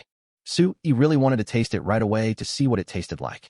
Was the tea as good as its name? He couldn't help but ask, Mother-in-law, I wonder if I can have a taste of 9 dragon tea, tianzuan yunsua, and Tai Bai Shomei now? Chapter 180 Shocked Mother-in-law. This. Yang was a little embarrassed. She was the only one in the family who liked tea. The old lady and the master only liked wine. So, all the tea was placed in her courtyard. Her courtyard has always been closed to outsiders, so why? There's none in the house. Su-yi asked doubtfully. Or is it that these teas are too precious and my mother-in-law is reluctant to give them away? Well, Yang was embarrassed. Lu Zhu beside her said, Sir, that's not the case. Tea is served in Madam's courtyard. No men are allowed there, except the master. Su-yi slapped his forehead. So that's it. In ancient feudal dynasties, the restrictions on physical contact between men and women were quite strict. My mother-in-law is trying to avoid suspicion. It seems that I was too reckless. He hurriedly said, I'm sorry. I won't drink today. I'll drink another day. After that, he continued. Then, my dear mother-in-law, can you give me 300 kilograms of tianxiang tea first? And 10,000 kilograms of languid. So many. Yang was surprised. A lot. Su-yi thought to himself. He said awkwardly, I am useful, but not in the mansion. Yang said, it's not that we don't have it. If we need so much, we have to get it from the warehouse. Su-yi said, that's fine. Please help me adjust the goods, mother-in-law. Yang nodded and gave a few instructions to Butler Chiu, who then hurried off to prepare the goods. Su-yi thought about it, went back to the room, and took out 3 bottles of perfume from the mustard bag, 3 with different scents. He took it out and handed it to Yang, saying, Mother-in-law, this is the perfume I developed. Take it back and try it out to see if the Wuchan family can also sell it. If so, we can discuss it in detail when we have time. Yang nodded and looked curiously at the 3 bottles of transparent perfume, which she subconsciously took. Seeing Yang take it, Sui couldn't help but briefly introduce the usage to her. Finally, he smiled and asked, "Mother-in-law, can you give me half a pound of each of the Ruate Sao tea, Lotus Heart tea, Yunlin tea, Jilong tea, Tianzun Yinsuo, and Taibai Shomei tea? I can brew them myself when I have time." Yang was helpless and could only give a few instructions to Lu Zhu, and Lu Zhu went to get the tea. Yang looked at Sui with a complicated look, wanting to say something but didn't say it, and finally left. Sui sat on the stone bench in the courtyard of Yinqing Cottage, wondering if he could get some other good stuff to sell besides salt and perfume. For example, lighters, solar lights, solar flashlights, etc., and also the 3 lucky items of sanitary napkins, women's bra tattoos and panties, etc. By the way, there are also magnifying glasses, telescopes, solar calculators, watches, water-based pens, A4 white paper, etc. Can they all be sold here? These things are all monopolies and subversive things. If he sells them, he will definitely make a lot of money. Take water-based pens, for example. Currently, the world uses brushes, which make handwriting very rough and waste ink, paper, etc., and writing is also slow. If he sells water-based pens and A4 white paper, it will definitely trigger a cultural change. But Sui thought about it and hesitated again. These things could trigger a series of reactions such as changes, but he had no way of predicting whether they would be good or bad, so he had to be cautious when selling these things. He felt that he had to formulate some principles. Things that could change the world on a large scale, such as some important inventions and tools, must be weighed and thoroughly researched before they could be sold. He could have chosen to sell things with less impact, such as the 3 auspicious treasures. Making money from women is more profitable than making money from anyone else. Moreover, selling the 3 auspicious treasures is definitely a blessing for women, benefiting women and bringing immeasurable merits. These things won't change the world structure, unlike some powerful and important inventions, so the impact won't be that big. His purpose in selling these things was to make money by reselling rare items from this world to Earth. That's all. Sui sat on the stone bench, gradually lost in thought. When Yang returned to her courtyard, she immediately picked up the perfume to study it. She was extremely curious. She followed the method that Master Su had just described, first pulling off the lid, then pressing it, and a cloud of spray instantly sprayed out of the small mouth. Immediately, she smelled a very pleasant fragrance. The fragrance was so good, so charming. She had never smelled anything so good. She stood up in shock, and once again felt the strong business opportunity. There were still 2 bottles, so she immediately picked up the other 2 bottles and sprayed them one after another. Sure enough, she smelled 2 different scents, and every flavor was surprisingly charming. She was completely stunned once again. These were all made by my uncle himself. Oh my God, snow salt is already shocking enough, and now it can be made into such a delicious perfume. Moreover, the bottles of these 3 bottles of perfume also appear to be very exquisite and high-end. Most importantly, there probably isn't any perfume in the entire dynasty that smells this good, right? If we can continuously produce these 3 perfumes, my Wuchan family will definitely be able to sell them throughout the Great Zhou dynasty. By then, my Wuchan family will definitely be promoted to a powerful family. The more Yang thought about it, the more excited she became. She saw Lu Zhu coming out of the small storehouse with some tea leaves in her hand. She couldn't help but ask how many kinds of tea were given, and how many kilograms of each. Lu Zhu said, "The 6 kinds that my uncle mentioned, half a caddy each." Yang thought for a moment and said, "Half a caddy isn't enough. Go get some more, and each of us can take 2 caddies." Lu Zhu nodded and had to go back to the small warehouse to pack it up. At the same time, I was also full of doubts, wondering why my wife suddenly became so generous. Outside the door, another maid, Lavlayu, came back from shopping. Yang called her and said, "Lavlayu, where's the master?" "The master just went out," replied Lavlayu. Yang said hurriedly, "Quick, go and ask the doorman to bring the master back. I have something to say to him, immediately." "Oh, okay." Lavlayu agreed and immediately ran out to do the work. Soon, Lu Zhu took out 6 large bamboo tubes of tea leaves from the small storeroom. Yang said, "Come on, I'll go with you to deliver them to your son-in-law." Lu Zhu was even more surprised. Not only did he give her so much tea, but he even delivered it personally. It seems that my uncle is very much loved by my wife. From now on, I must not neglect him. However, this son-in-law is really good. The food he makes is delicious, and he is not stingy in giving it to a servant like me. He is quite generous. No wonder the young lady likes him. As soon as the 2 of them went out, they saw the master hurry back at the door. Lu Zhu bowed, and Yang said to Wu Chan in a loud voice, "Master, let me tell you." She anxiously leaned over to Wu Chan Hongliang's ear and whispered for a while. The more Wu Chan Hongliang listened, the brighter his eyes became. Chapter 181 Top Quality Tea. Where are the things? Wu Chan asked loudly. Yang said hurriedly, "Inside the room." Wu Chan loudly entered the house immediately. Yang said to Lu Zhu outside the door, "Wait a moment. Guard the door. Don't let anyone in." Lu Zhu nodded and watched the master and the mistress enter the house. In the house, Wu Chan Hongliang tasted the snow salt, and his eyes widened. He was surprised and said, "Madam, he said he can refine this kind of salt? How much do you want?" Yang nodded. "Yes, that's what he said. I think it's true. He gave me 1,000 kilograms without blinking an eye. The snow salt is in the warehouse now." Wu Chan gasped loudly. He knew salt all too well. The salt produced in the entire Chongqing continent is sea salt. No matter how it is refined or purified, it has a faint bitter taste and is slightly yellow. There is no such salt as pure and fine as snow. Even the salt eaten by royal nobles is not as pure as this salt.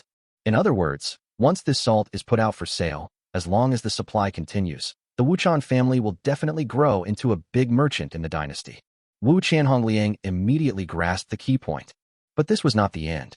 Yang immediately took out 3 more bottles of perfume and said, "Master, take a look at this." Yang sprayed the perfume, and Wu Chan Hongliang thought it smelled good, but he was a man and was careless, so he didn't realize anything. Yang explained, "The scent of these 3 perfumes is unique. There's no perfume with this scent in the entire dynasty. I don't know how he concocted it, how he could create such a rare scent. I dare say that as long as there are enough goods, my Wu Chan family can sell them to the women of the royal family and nobles throughout the dynasty and make a lot of money from them. Within 2 years, my Wu Chan family will become the dynasty's leading merchant family.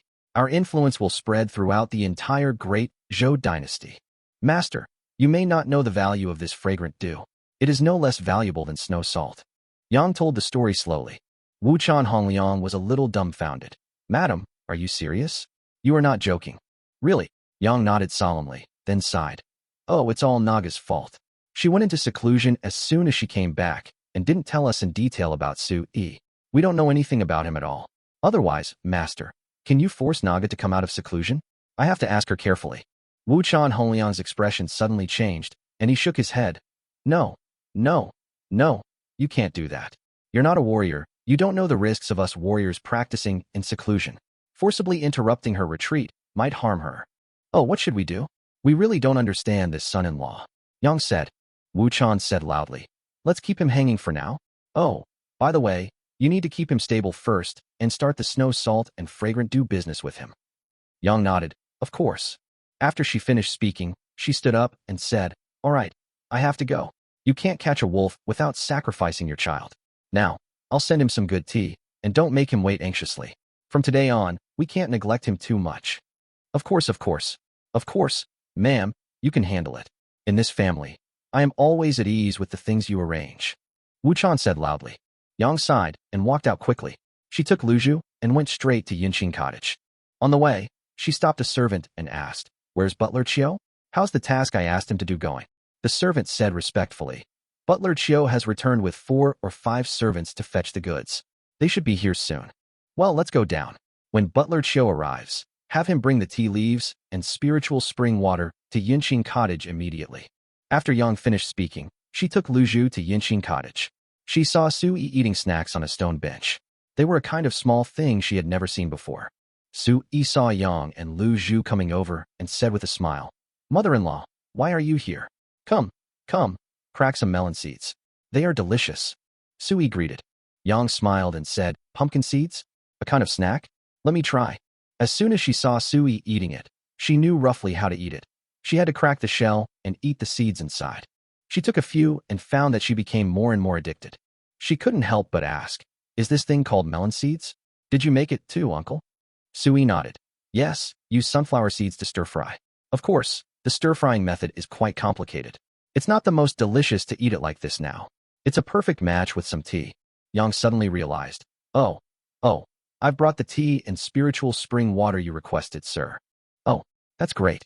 Then make it. I don't know how to make tea yet." Su Yi said embarrassedly. He even felt that he was a bit of a bumpkin. Yang smiled and said that he was indeed a bit unsophisticated and couldn't even make tea. But on the contrary, she became more and more satisfied with Su-yi. He was a little rustic, but he was a very simple person. He was indeed from the hunter village. Okay, let Luzhu soak in it too, Yang said tolerantly. Soon, Luzhu started to make tea. She first brewed Ruizao tea, Lianxin tea, and Yunlin tea of the same grade as Tianxiang tea. After Su-yi drank these three kinds of tea, they were surprisingly comparable to Tianxiang tea. Siocho tea has a unique taste and is somewhat addictive. Lotus heart tea calms the mind and has a zen-like flavor when you drink it. Lin Yun tea has a heavier taste and is the best for relieving greasiness. Soon, Luzhu started to brew Kowloon tea. Strangely enough, the preparation method of this tea is different from the previous ones. After the spiritual spring water boiled, a piece of nine-dragon tea was directly added. Instantly, the nine-dragon tea transformed into a green mist, swirling in the cup. From above, it looked like a small green dragon. Luzhu threw 9 small pieces of tea leaves into the bowl, and suddenly 9 green dragons appeared in the bowl of tea. It was very magical. Moreover, Su-yi realized that these 9 green dragons were actually 9 spiritual energies that could nourish one's health. Su-yi couldn't wait to take a sip, and he felt refreshed all over. All his illnesses were gone. It was the best refreshing and health-preserving tea. Holy crap, this Jilong tea is amazing. It's truly amazing. If this kind of tea were placed on Earth, it could only be described as spiritual tea. Then, Su-yi drank Tianzuan Yunsuo again and was also deeply shocked. The clear tea of Tianzuan Yunsuo contained a hint of red spiritual energy, like the red glow in the sky. People felt extremely excited and energetic after drinking it. Of course, this is due to the spiritual energy entering the body and the body being filled with energy. This tea is actually warming and nourishing. It replenishes qi, blood, and essence. And when Su-yi finally drank the Tai-bai Shomei tea, he was even more dumbfounded, because the entire tea was white, and white mist was emitted from the surface. It looked almost like fairy tea, and was very magical. After taking a sip, Su-yi understood that this tea can really prolong life. Drinking it regularly over the years can extend your lifespan by up to 60 years. Chapter 182 January. Good tea. Really good tea. Su-yi couldn't help but applaud. This world is rich in spiritual energy, which is why this kind of spiritual tea can be produced. When brewed with spiritual spring water, it becomes an extremely good tea. In fact, these teas have not undergone any complicated processing. At most they are just stir-fried. Everything is pure and natural. But this is enough. The more natural something is from another world, the more valuable it is on Earth. But things from Earth are different. Only those with technological content can be sold to this world. Purely natural things are almost worthless here. As long as my son-in-law likes it, I'll give him 2 kilograms of each of these teas for now. Don't think it's too little, said Yang. Su-yi laughed and said, 2 kilograms, it's indeed a little less. If each item weighed about 2,000 kilograms, it would be about the same. But he didn't dare say that since the other party extended an olive branch and showed goodwill, he couldn't take advantage of it. Once we become a real family, he will dare to ask for a lot of money. Finally, Butler Chiu came back, followed by several carriages, each carrying a lot of goods. Su-yi was jealous and stood up to check. He saw a lot of Tianxiang tea and a lot of spiritual springs. The spiritual springs were all packed in big wooden barrels. He counted them, and there were about 20 big wooden barrels. Butler Chiu stepped forward to report to Yang. Su-yi, who was standing by, heard that there were 500 kilograms of Tianxiang tea and 10,000 kilograms of Lingquan water, and his mood suddenly became very good. After Butler Chiu finished his report, Yang said, Sir, 300 kilograms of Tianxiang tea isn't much. I'll increase it to 500 kilograms and 10,000 kilograms of Lingquan water. After saying that, she waved her hand and all the servants left, leaving only Luzhu and the housekeeper at the scene. Yang said earnestly, I know you want this tea. You probably want to take it back to Lushan to sell to the villagers so they can get through the long winter there, right? Su-yi was dumbfounded. Is that so? How come he didn't know? However, this reason is really good. I have gained a reason to buy and sell tea for free. Yes. It's great that mother-in-law can understand me. Su-yi nodded hurriedly. Yang said, Son-in-law, I know you must have some spiritual tools for storage. Hurry up and put all these things away. Su-yi was embarrassed. It seemed that he couldn't hide it. He scratched his head, walked to the side of the carriage, and took a look around. He put all the tea leaves and spiritual spring water into the mustard bag. Son-in-law, come and sit down. I want to talk to you about snow salt and fragrant dew. Seeing that he put away the things, Yang immediately said in a friendly manner. Su-yi chuckled. He knew that he would definitely have such a negotiation with his mother-in-law, but he never expected that the negotiation would come so soon. After all, he just took out the snow salt and perfume today. He had to admire his mother-in-law's business acumen. He is so sharp, so perceptive, worthy of being one of the richest businessmen in Qingfeng town. Mother-in-law, you want more snow salt and fragrant dew, right? He came straight to the point. They were all family in the future anyway, so there was no need to hide things or make people guess. He doesn't have the time to grind his teeth. Yes, that's right, Yang said excitedly. Can you provide the Wuchan family with a large amount of snow salt and fragrant dew? Sui thought about it, pretended to be embarrassed, and said, of course, but... The next moment, Sui kept the secret again. Yang said anxiously, but what? Just tell me what difficulties you have, son-in-law. Sui said with a smile. Difficulties? No, absolutely not. We will be a family from now on. How could I have any difficulties? Mother-in-law, just tell me how much snow salt and fragrant do you need, and I will prepare it for you right away. Upon hearing this, Yang was overjoyed and immediately said, 100,000 kilograms of snow salt, 30,000 bottles of fragrant dew. Is that okay? Sui was stunned.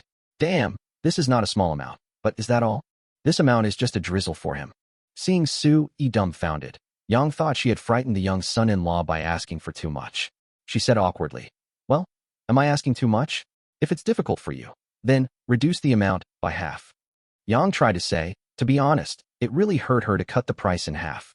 Sui came to his senses and immediately shook his head. Mother-in-law, it's not excessive. How can it be excessive? The quantity must not be reduced by half.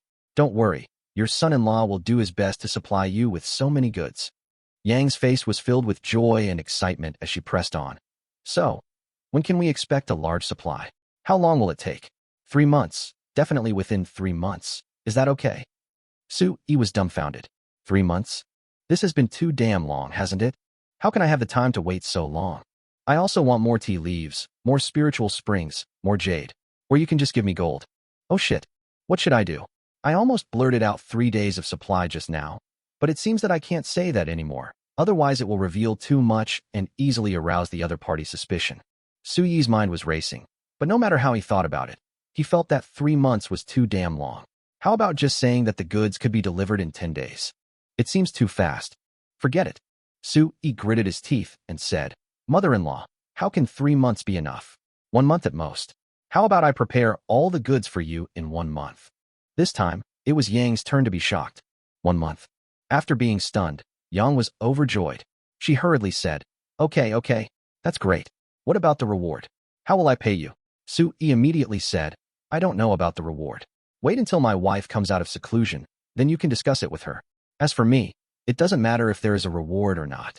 I just want to exchange it for some tea leaves, spiritual springs, and some jade. It doesn't matter if it has spiritual energy or not, but it would be best if it has spiritual energy. Yang thought he would ask for a huge reward, but she didn't expect that he just wanted to exchange it for tea leaves, spiritual springs, and jade. This is so easy. The Chongqing continent lacks many things, but the ones it lacks the most are tea, spiritual water, and jade. As the largest merchant in Qingfeng town, the Wuchan family can easily obtain these things. No problem. I will convert it into tea, spiritual spring water, and jade according to the market price, said Yang. Sui nodded in satisfaction and said with a smile, by the way, I also want some gold in the future. Sure, no problem, Yang said. Sui stood up and said, Is this your agreement? Mother-in-law, please go back. I will contact Lushan right now to prepare the goods for you. Okay. By the way, while I'm preparing the supplies, I'll also be in seclusion for a while. Mother-in-law, please don't worry. No, please do as you please, son-in-law, said Yang. Yang quickly left with the housekeeper and Luzhu. Sui returned to his cabin and locked the door. He didn't know when his wife would come out of seclusion, so he could only return to Earth first, just in time to go back to Earth to stock up. Chapter 183, When Can You Give Me the Goods? Earth, inside the villa. Sui appeared with a whoosh. He lifted the security and looked outside. It was already noon. He pulled his phone out of a drawer and sent a message to the Chongqing Club group. Who wants to find a private room in a hotel? Let's get together. Now, after sending it, he immediately changed his clothes and stood in front of the mirror with a brand new look. Looking in the mirror, he found that he was very handsome now. Height should be around 1.88 meters or 1.9 meters. Sui was not sure, But what he was sure of was that he was indeed very tall and had a great figure. The most terrifying thing is that his whole body is full of explosive power. Fortunately, he was practicing the Bei Ming Xian Jing, an extremely profound internal energy technique that could gather all the true energy in his body into the Bei Ming True Seed in his Dantian Qi Si, making him look no different from an ordinary person. If he hadn't acquired this skill by chance, he would be at risk of being exposed if he went out now. He grinned in the mirror, revealing his neat white teeth. He looked handsome, like a tall and handsome pretty boy. Hearing the ding of a group message, he picked it up and saw it was from Zhen Minghua. She said in the group, "Come to the Minghua Hotel. I'm in the hotel now. I've booked a presidential suite. You can just go straight to the presidential suite when you come." Su Yi saw the message, smiled slightly, and sent a message, "Order the dishes. I'll be there soon. Chen Ling, Haozi, Di Lao, you guys hurry up too. No matter what you are busy with, put it aside for now." After sending the message, Su Yi went out and drove his Mercedes-Benz SUV straight to Minghua Hotel. 20 minutes later, he walked into the presidential room of Minghua Hotel. In the private room, Zhen Minghua ordered a large table of delicious dishes. They are all big bowls of delicious dishes. He knew how much Su Yi ate, so he didn't order the usual small dishes, but asked the kitchen to cook a large portion. Northeastern cuisine, pork stewed with vermicelli, big pot of braised dompa pork, big pot of boiled beef, and more. When Su Yi saw these dishes, they were so damn delicious that his mouth started watering. "Su Yi, you're here?" Zhen Minghua saw Su Yi and greeted him with a smile. She found that Su Yi seemed more handsome and had a very charming temperament. Su Yi said, "Where are they? Haven't they arrived yet?" Zhen Minghua said, "It should be here soon. They say they're super busy." "Well, I'm the one with more free time." Su Yi rolled his eyes at her and said, "When the company gets up and running, you'll complain that you're busier than them." Zhen Minghua shrugged. "That's better than being idle. I have nothing to do right now, and I'm really going crazy." "Don't you run your family's hotel?" Su Yi said. Zhen Minghua shook her head. "I'm just the general manager. My parents are in charge of everything. I don't want to be too dependent on them right now, or they'll control me." "Huh? Is there a story here?"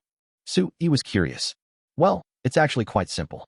My parents wanted me to marry someone stronger than them, but I didn't like that person, and they forced me. So you know, if I had my own career, I wouldn't be manipulated by them." Zhen Minghua said, spreading her hands, looking somewhat helpless. "What about your grandfather? Does he agree?" "He disagrees. He's still quite supportive of me. But last time my grandfather was critically ill, my parents acted recklessly. Now that my grandfather is a little better, they've become more restrained. But this has made me realize that I must become independent and have my own career. That way, I won't be manipulated or swayed by anyone." Su Yi suddenly realized, so that's how it is. As they were talking, Di Hong, Chen Ling, and Haozi walked in. The three of them looked exhausted. However, when they saw Su Yi, the three of them immediately became energetic again. "Boss, I finally see you. You always appear and disappear mysteriously," Chen Ling complained. "Yeah, if someone doesn't know you, they would think you've left the earth." Haozi joked. Di Hong was very calm. He just nodded to Su Yi as a greeting and sat down. Su Yi felt that Haozi's joke was not funny at all because unfortunately what he said came true. Okay, stop joking and let's eat first. After dinner, we'll go to the Industrial and Commercial Bureau to complete all the necessary procedures." Su Yi said. Haozi shouted, "Long live," and Chen Ling and Di Hong also smiled, obviously really happy.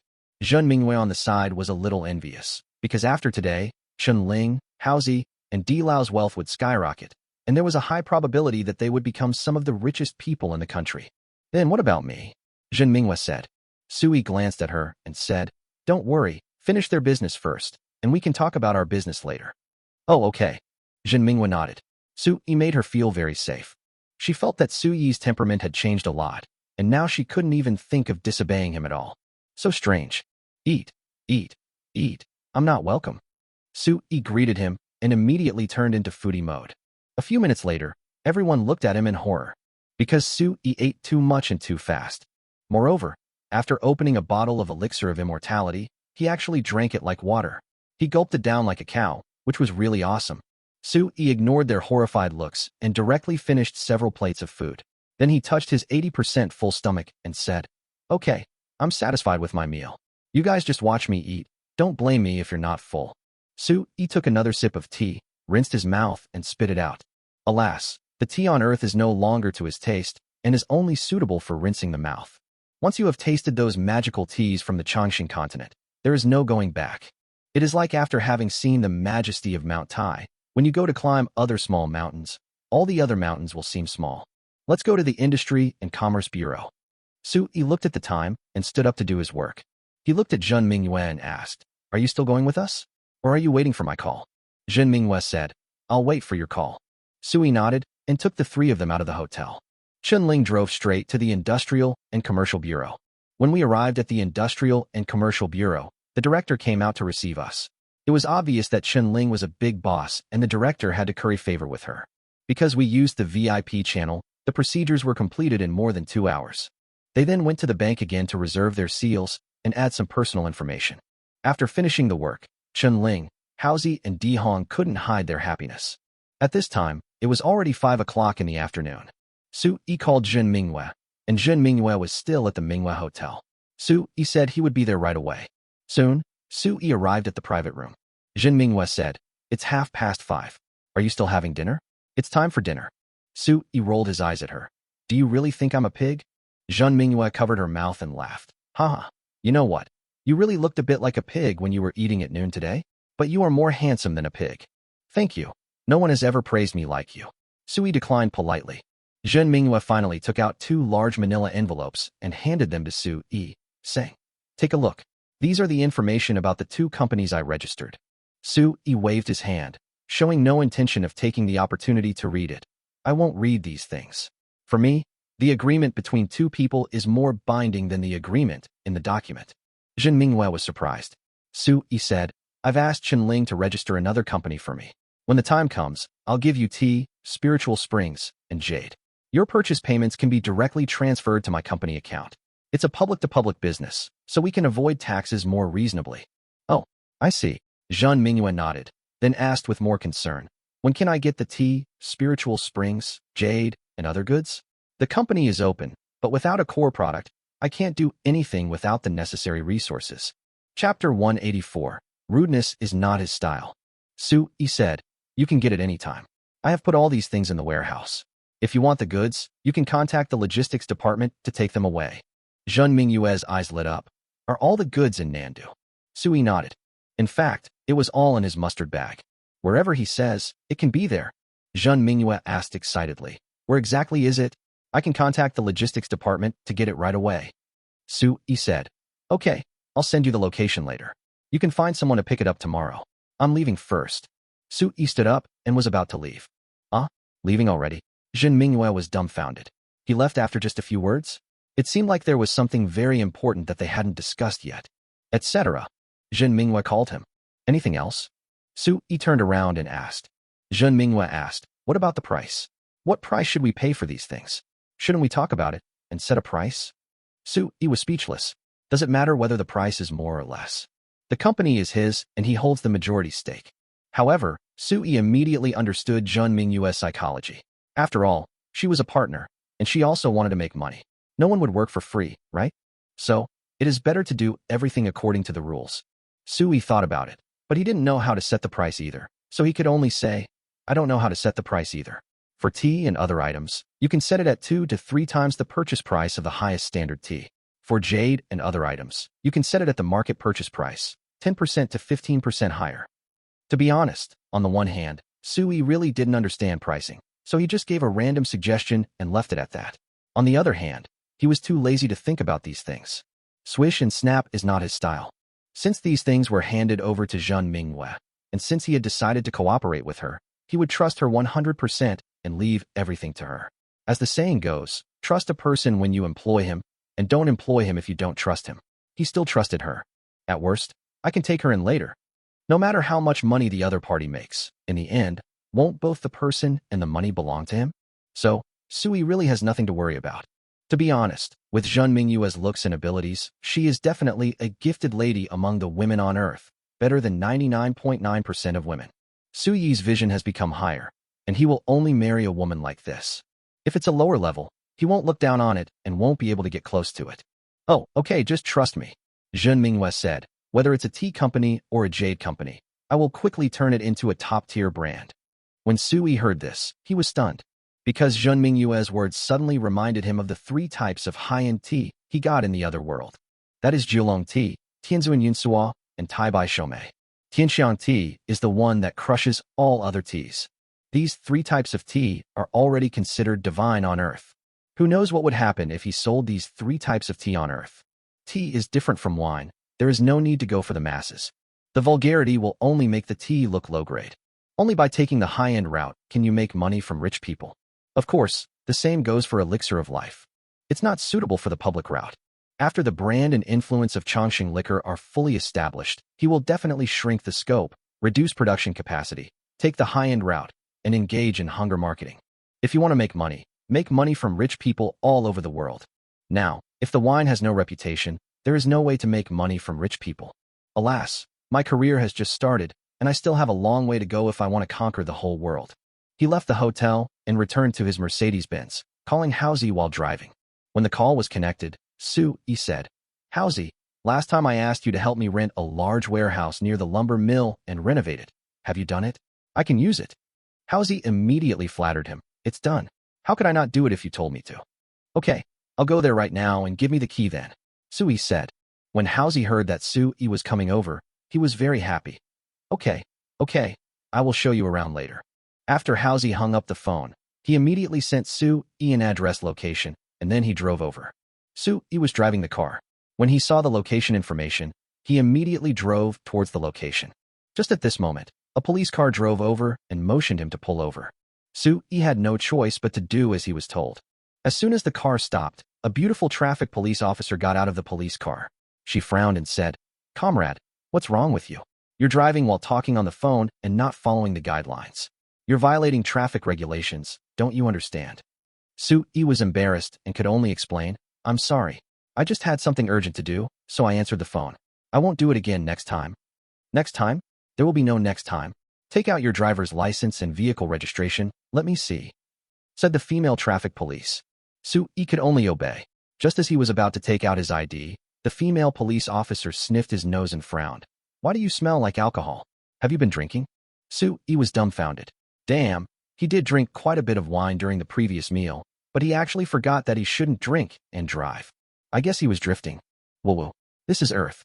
If you drink and drive on the road, you will get beaten. Chapter 185 Large Warehouse. I'm sorry. Before he could finish his words, the female traffic police officer quickly handed something over to him. Su Yi didn't know what it was, and was about to hide when he saw the thing turn red and make 2 humming sounds. The traffic policeman's expression immediately changed and he said, "You've been drinking? Get out of the car, get out immediately, and be inspected."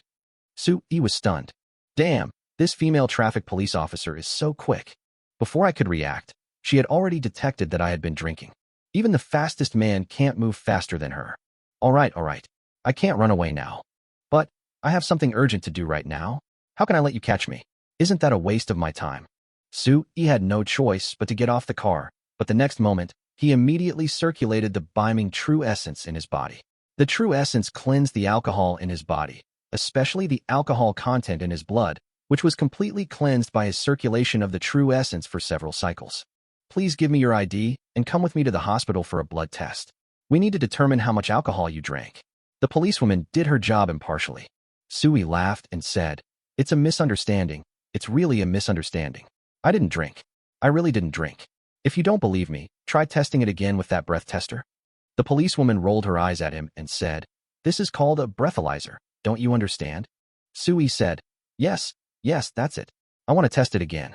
She did not refuse Su Yi's request, because he had the right to do so. The female traffic police officer put the breathalyzer to Su Yi's mouth, and Su Yi blew. The result is green. There was no red alarm that was wailing as before. Su Yi pretended to be innocent and said, "Beauty, did you see that? I said I didn't drink, right?" The female traffic police officer was surprised and couldn't help muttering, "No way. This thing rarely fails. Is it just a coincidence?" Su Yi smiled and said, "Electronic things are bound to malfunction easily. That's normal. Then can I go now?" The female traffic police checked Su Yi's ID and found nothing wrong. She nodded. "Okay, you can go." As she spoke, she continued to sniff at Su Yi's body, trying to smell the scent of alcohol from him. However, she was disappointed. The smell of alcohol on Su Yi disappeared without a trace, replaced by a very pleasant and refreshing masculine scent. No, more like the smell of a baby. Sui smiled and said, "It's useless for you to smell me. If I didn't drink it, I didn't drink it." The female police officer took a sip and listened to Su-Yi's words. Her face turned red. "Let's go." She waved her hand. "But next time don't make phone calls while driving." "Yes, madam." Su-Yi smiled. The female police officer rolled her eyes at him, thinking that although this man was handsome and unbelievably handsome, why was he so cheeky? Even a little glib. A man like this should be very popular with girls. Humph, he's either a sea king or a sea dog. The female police officer thought secretly. But he smells so good. I wonder what kind of perfume he uses. Su-Yi didn't have telepathy, so he naturally didn't know what the female police officer was thinking. He thanked the female police officer, stepped on the accelerator, and drove away. The female police officer couldn't help but shake her head helplessly when she saw that he was still driving so aggressively. Hey, why do young people nowadays drive so aggressively? Why don't you know how to control yourself? Why don't you take it easy? Soon, Sui arrived at the designated place, and Housie was already waiting there. "Boss, you're here. Come on. Come on. Let me show you the huge warehouse I've prepared. It's all built to your specifications, as big and as high as you want. I only have 2 keys. One is for you, and I'll keep the other temporarily. Oh, and there's a small suite inside, with 2 bedrooms, a living room, and a kitchen. We've also bought all the furniture and kitchenware. If you hire someone, it can easily accommodate 1 person." Su-Yi waved his hand. "How many square meters? Is it big enough?" Housie immediately patted his chest and said, "It must be big enough. It's huge and tall, a full 2,000 square meters. Do you think it's big? Hey, this is the suburbs. There's plenty of land. It would be boring if it were too small. Oh, and the warehouse is made of reinforced steel, very solid. Come on, I'll take you to see it. I'm sure you'll be satisfied." Su-Yi nodded and followed Housie for more than 100 meters. Sure enough, he saw a huge steel-structured warehouse standing in front of him. There was a yard in front of him, surrounded by an iron gate. Housie opened the gate and went in, then opened the door of the warehouse. Sui walked into the warehouse and was very satisfied. Because the warehouse was empty, it was a full 2,000 square meters, tall and spacious. On the right side of the warehouse, there is a suite, which is exactly the 2-bedroom, 1 living room that Housie mentioned. Sui also took a look at the 2-bedroom, 1 living room apartment. Everything was new and complete, and he felt very satisfied. This place can definitely be a temporary place. From now on, all deliveries between the other world and Earth can be placed in this large warehouse. Because this warehouse is not far from the sawmill, Housie can be asked to look after it temporarily, and even if something happens, he can respond quickly. Not bad, not bad. You did a great job. Sui said to Housie. Housie chuckled and said, "Xiaoyi, I will do whatever you tell me to do as if it were an imperial decree. How can I not do it well?" Sui said, "Give me the keys. Keep 1 as a spare key for you. Give 1 to Chunling and 1 to Zhen Minghua. You should lock the keys in the safe at ordinary times. Don't come here unless I call you to pick up the goods." Housie nodded and said, Okay. From now on, we'll pick up the goods from here, right? Well, don't reveal this place to anyone." Sui instructed solemnly. Housie nodded again, rubbing his hands together, and said somewhat flatteringly, "Xiaoyi, that would. When can you get me another batch?" Chapter 186 Advice and New Tea. Sui was surprised. "I gave you so much before, and you consumed it so quickly?" Housie chuckled and said, "The wood is so good. As soon as I advertised it, a lot of people came to buy it. I've received several large orders in the past few days, so the shipment volume is huge now." Sui frowned, feeling that this was not a good idea. The shipment was too fast and too conspicuous. It's easy to cause trouble, because these types of wood are rare species. It would be fine if there were formal sources of procedures, but nowadays these procedures are all obtained with money. If you really look into it, or if someone deliberately makes trouble, there will still be problems. Sui said, "Well, after these big orders, you should slow down the shipments. Also, don't advertise everywhere. It's too conspicuous. The bigger you advertise, the more people will be jealous. We'd rather take it slow and only sell to reliable customers, and not be too high profile." Housie said, "It's okay, Xiaoyi. My family has been dealing in timber for over 20 years. I understand the market. It's okay." Sui said, "It's better to be safe than sorry. I'm not doing a one-time deal now, but a long-term one. These timbers can only be sold to reliable customers. Don't sell them to new customers. You have to establish a customer rating system and strictly control it. Otherwise, neither you nor I will be able to handle the consequences." Housie sighed. "Okay, I'll do as you say. However, even if we don't find new customers, the wood will still be consumed quickly. So I asked you to control the shipment volume. Sui said. In 2 or 3 months, I'll see if I can get another batch of this kind of wood. When Halsey heard this, he smiled and said, Okay, 2 or 3 months will be no problem. Seeing that he looked a little nonchalant, Sui warned him again. You have to listen to me. These woods are too good. The more you make a fuss, the more likely it is that something will go wrong. So I would rather you keep a low profile, ship slowly, and let the market digest them slowly. Do you understand me? Halsey nodded. I know. Don't worry, I'm not foolish or bold. My family has been in the timber wholesale business for more than 20 years, so we really know our limits. Seeing him say this, Sui said helplessly, Okay, as long as you know your limits, you can go first. I will wait for Jean Minghua to come over. Halsey looked very happy. After walking a few steps, he turned back and asked, When are you going to check the company's accounts? Sui waved his hand. Wait a few days. Tell Chun Ling to prepare the bill, and then you two can bring it to me together. Yeah. Halsey nodded and couldn't help complaining. I thought you really didn't want to watch it anymore. It made Chun Ling and I have wild thoughts. The sooner you watch it, the sooner we can all feel at ease. Sui Sha smiled and said, All right, we'll see soon. You guys just work hard and don't tamper with the account books. Why are you imagining things? Halsey rolled his eyes at him. Oh, I don't know what to say. We feel uncomfortable when you don't look at the company's account books. We can't eat or sleep well. Sui didn't want to talk anymore, so he waved his hand and said, Go away, stop talking. After Halsey left, Sui took out his cell phone and called Jean Minghua and finally sent her the location. Sui returned to the warehouse and produced 10,000 kilograms of spiritual spring water and 500 kilograms of tianxiang tea from his mustard seed bag. 20 minutes later, Jean Minghua arrived. When Jean Minghua saw the 500 kilograms of tea leaves and 10,000 kilograms of spiritual spring water, and saw that Sui had already brewed tianxiang tea on the coffee table, she was a little stunned. You made it for me? Is it the tianxiang tea I drank before? She swallowed and felt a little thirsty. Yes, drink something. I know you must be thirsty after running here. Sui said. Jean Minghua nodded, took a sip, and closed her eyes, looking very enjoyable. She felt that after drinking a sip of tianxiang tea, most of her fatigue was gone. Take another sip and all the fatigue will be gone. It's this taste, this feeling, this experience, this tea is truly top-notch. It is much better than Tiguanyin, Longjing, and Dahongpo. After Jean Minghua finished drinking, Sui said, For now, we only have 500 kilograms of tea leaves and 10,000 kilograms of spiritual spring water. This tea requires tea leaves and spiritual spring water. Using water from other sources won't produce the same flavor. So, I suggest that the company not sell wholesale for the time being, but instead try to promote it in specific tea houses, hotels, tea restaurants, etc. Don't Yushin family have many hotels and tea houses? You can give it a try. Sui made a suggestion. When Jean Minghua heard this, her eyes lit up. Sure, that's easy, Jean Minghua said. In addition to the hotels and tea houses owned by the Jin family, I can also use the company's name to negotiate cooperation with more major hotels and tea houses, such as opening special areas for tianxiang tea in the hotels and tea houses.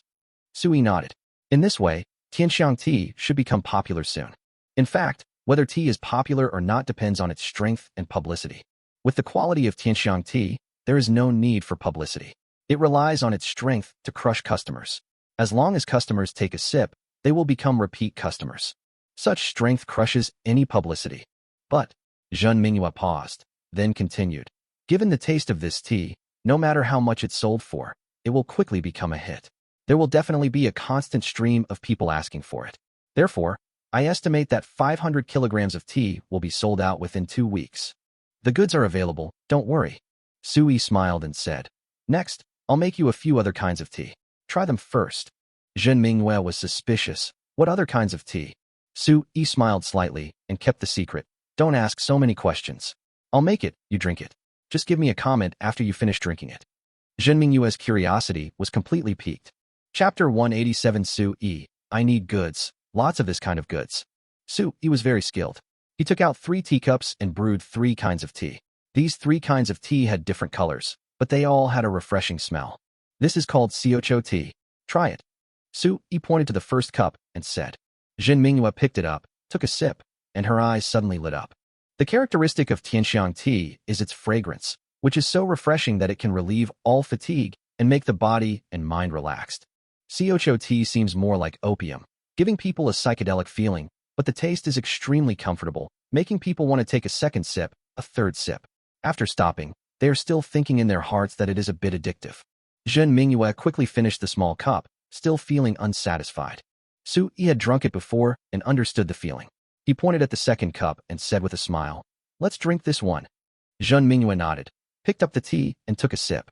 The desire for the auspicious herb tea in her heart immediately disappeared. Su Yi said, "This cup is called Lotus Heart Tea. It can calm your mind and calm your heart. When you are troubled, just drink a sip and it will relieve your worries and let you let go. It is most suitable for people with enlightenment or those who practice Buddhism or Taoism. This kind of tea will definitely be a hit if sold to people with many worries or those who practice Zen or Taoism." Zhen Mingyue was stunned. Su Yi pointed to the third cup and said with a smile, "Don't stand there, drink the third cup." Zhen Mingyue came to her senses and drank the third cup. This cup is called Yunlin tea. It has a rich and unique taste. Su Yi said with a smile, "Try savoring it slowly and you will be able to taste many different flavors. These three kinds of tea are really suitable for different people. The last one, Yunlin tea, is very suitable for young people. What do you think?" Originally, Su Yi wanted Zhen Mingyue to speak, but he started to talk too much without realizing it.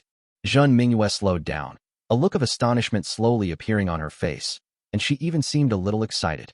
Because these three kinds of tea are surprisingly the same as Tianxiang tea, they are all of the best quality. She couldn't imagine that there was such tea in the world. She came from a wealthy family and had drunk at least 800 cups of tea. What kind of tea had she not tasted? The only thing is that she has never tasted Tianxiang tea, nor has she tasted the three other teas that are of comparable quality to Tianxiang tea: Ruizao tea, Linxing tea, and Yunlin tea. She was confused. She didn't know where Su Yi got these teas, but each one was so exquisite, right? Why has it never appeared before? To be honest, Tiguanyin, Dahongpo, and Longjing are not at the same level as these teas.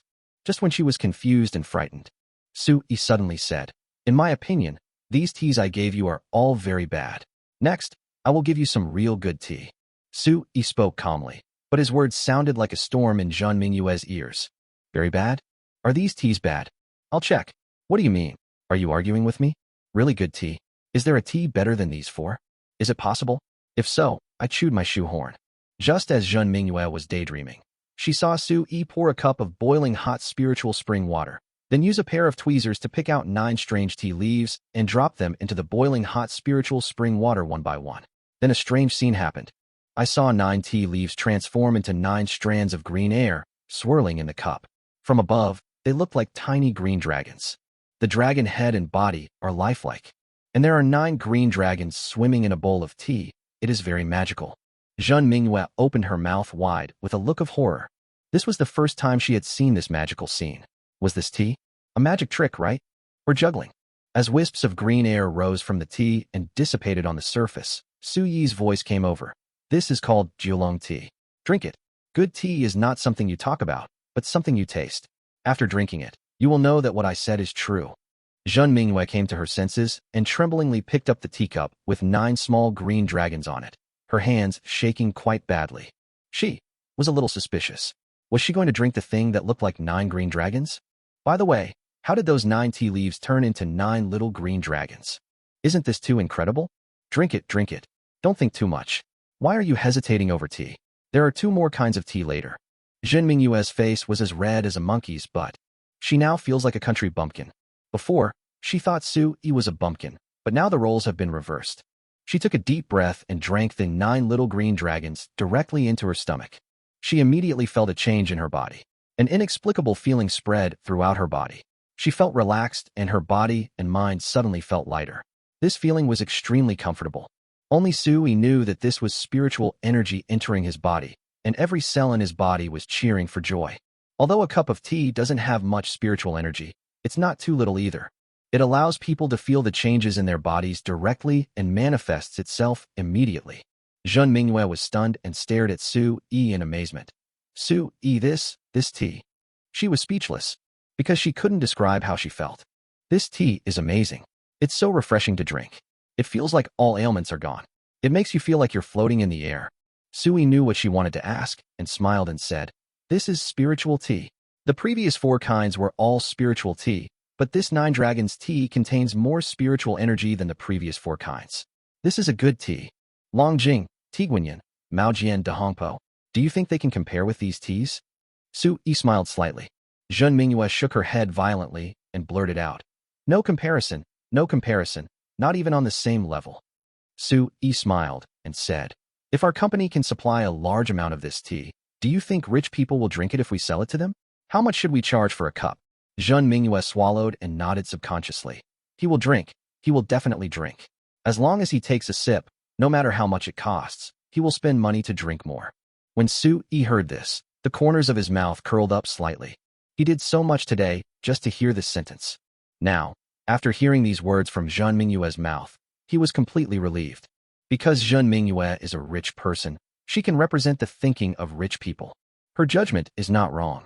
As for the pricing and the selling price, he actually doesn't care too much. Let Zhen Mingyue worry about this kind of thing. Zhen Mingyue suddenly clenched her fists. Her face flushed red as she said, Su Yi, I need goods, lots and lots of these goods. Can you give me more? Chapter 188 The Development of a Hands-Off Shopkeeper. Su Yi smiled. How much do you want? The more the better. I can sell as many as I want, and the price won't be low. Zhen Mingyue's eyes were firm, full of anticipation and enthusiasm. She said confidently, with these kinds of tea, I can crush all other teas and create the most influential and profitable tea company and brand. Really, I can do it. Trust me, I'll make you a ton of money. Su Yi looked into Zhen Mingyue's eyes, and he saw the extreme desire to fight and reach the top in her eyes. A woman like this is really suited for business, full of fighting spirit and full of desire. Compared with her, he feels ashamed of himself. Su Yi smiled and said, No problem, no problem. I can provide you with all this tea, plenty of it. I also believe that you can make your company the most influential and profitable. But before I give you the goods, can you do me a small favor? What help do you need? You tell me, and I will definitely help. Zhen Mingyue said, patting his chest. When he patted, a huge outline of that place appeared. Su Yi asked, Do you know anything about the perfume market? What perfume do you usually use? Zhen Mingyue was stunned by the question. Why did he suddenly ask about perfume? This is too big a jump. He was talking about tea leaves, so what does this have to do with perfume? Is he just too fond of the scent of my own perfume? Is he hinting at a desire for intimacy? Woo woo woo. Are you trying to take advantage of me? Zhen Mingyue's face turned red. This bad guy really knows how to manipulate me. What should I do? I really need this tea. I want to start my own business. I want to succeed.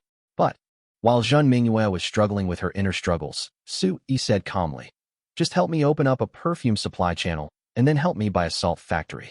That should be easy for you, right? Zhen Mingyue was stunned. Her face flushed again. It was obvious that she had misunderstood. Perfume? What perfume do you want? She asked awkwardly. Chanel. That's no problem. The Zhen family's hotel has a perfume counter, and that counter has a supply channel for Chanel. The Zhen family can directly purchase whatever model and quantity you want. I want a lot. No problem. Their manufacturer is in China. I can just buy from them. Okay. You want to buy a salt factory, right? That's even easier. We already have one in our city. I can just have someone spend the money to buy it. Zhen Mingyue was so domineering that Su Yi gave her a thumbs up. Okay, go ahead and do it. From now on, I'll just tell you how much perfume and salt you need, and you can ship it all here. Then, you can take the tea and spiritual spring away. Su Yi told her his arrangements and finally gave her a key to the warehouse. Zhen Mingyue seemed to recall something and said, You mentioned before that there are 2 more teas, right? 2 more varieties that are the same as Kowloon tea. Su Yi waved his hand.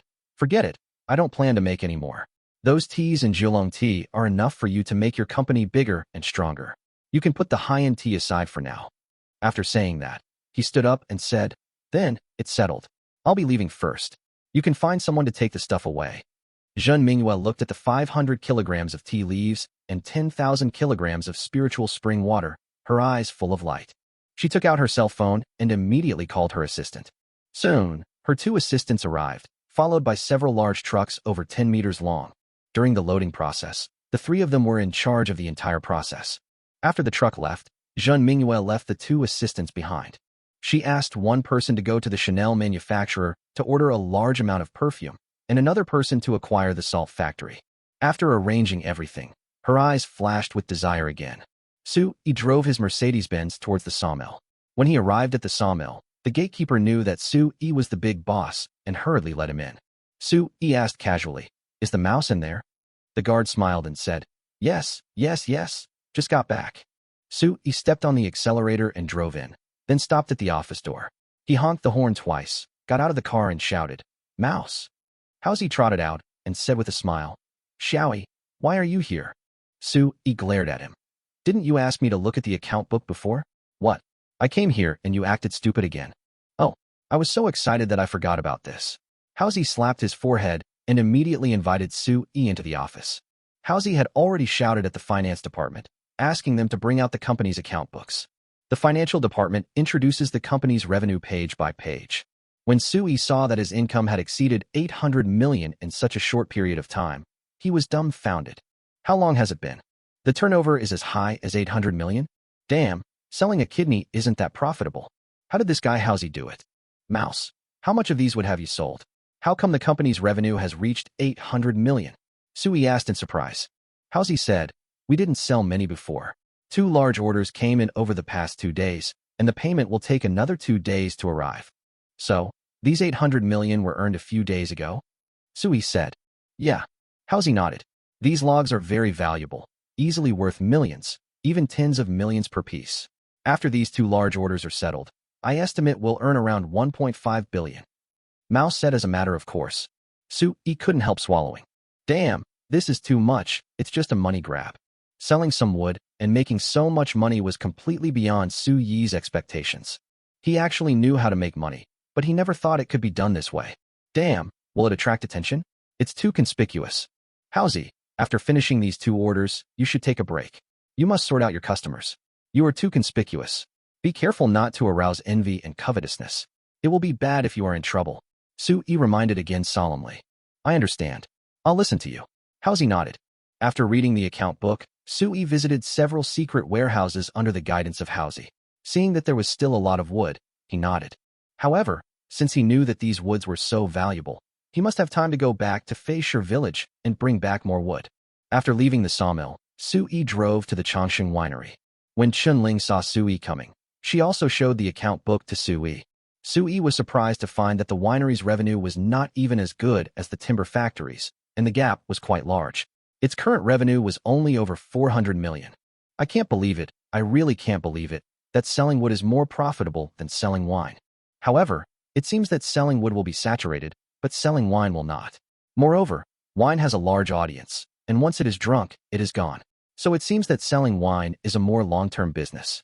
We can become a century-old enterprise and a century-old brand. Overall, Su-yi made a lot of money from selling wine and was satisfied. There is always a process to get started, and it will take some time to truly develop. Su-yi put down the account book and gave a bunch of warehouse keys to Chunling. Then I told him to slowly limit the production of wine and gradually increase the unit price of wine. The poor people's wine will be gradually cut down, and the high-end wine route will be gradually adopted to make money from the rich. Chunling agreed with Su-yi's opinion and felt that it coincided with her idea. The supply of Chongqing wine was too large now, and she could not accept many orders unless she added 4 or 5 more production lines. But that was impossible, because the production of wine is limited. There is only so much puree liquor. We can't provide it indefinitely. Therefore, after this period of market practice, optimal adjustments need to be made. The adjustment plan is what Su-yi said, which is to take the high-end route, increase the price of wine, make money from the rich, and cut off the popular wine. As the saying goes, practice makes perfect. The market sales and acceptance determine this adjustment. Chapter 189: The Birth of a Billionaire. Night falls. Su family. Su Chongshan's face darkened as he said unhappily, "This Xiaoyi added us to the WeChat group, but didn't say anything. What's the point? I can't wait any longer. Hurry up, who of you two is going to call him?" Mother Zhang Yiji and Aunt Zhang Yali looked at each other. Zhang Yali hurriedly said, I'll fight, seriously." She took out her cell phone and called Su-yi. Unexpectedly, the call that had not been connected for thousands of years was actually connected this time. "Hey, Xiaoyi, what's wrong with you? You invited us to join the group yesterday, but you didn't say anything all day today. You didn't even reply to our messages. We thought you were missing again." She couldn't help but complain. Su-yi was embarrassed and said, "Wait a minute."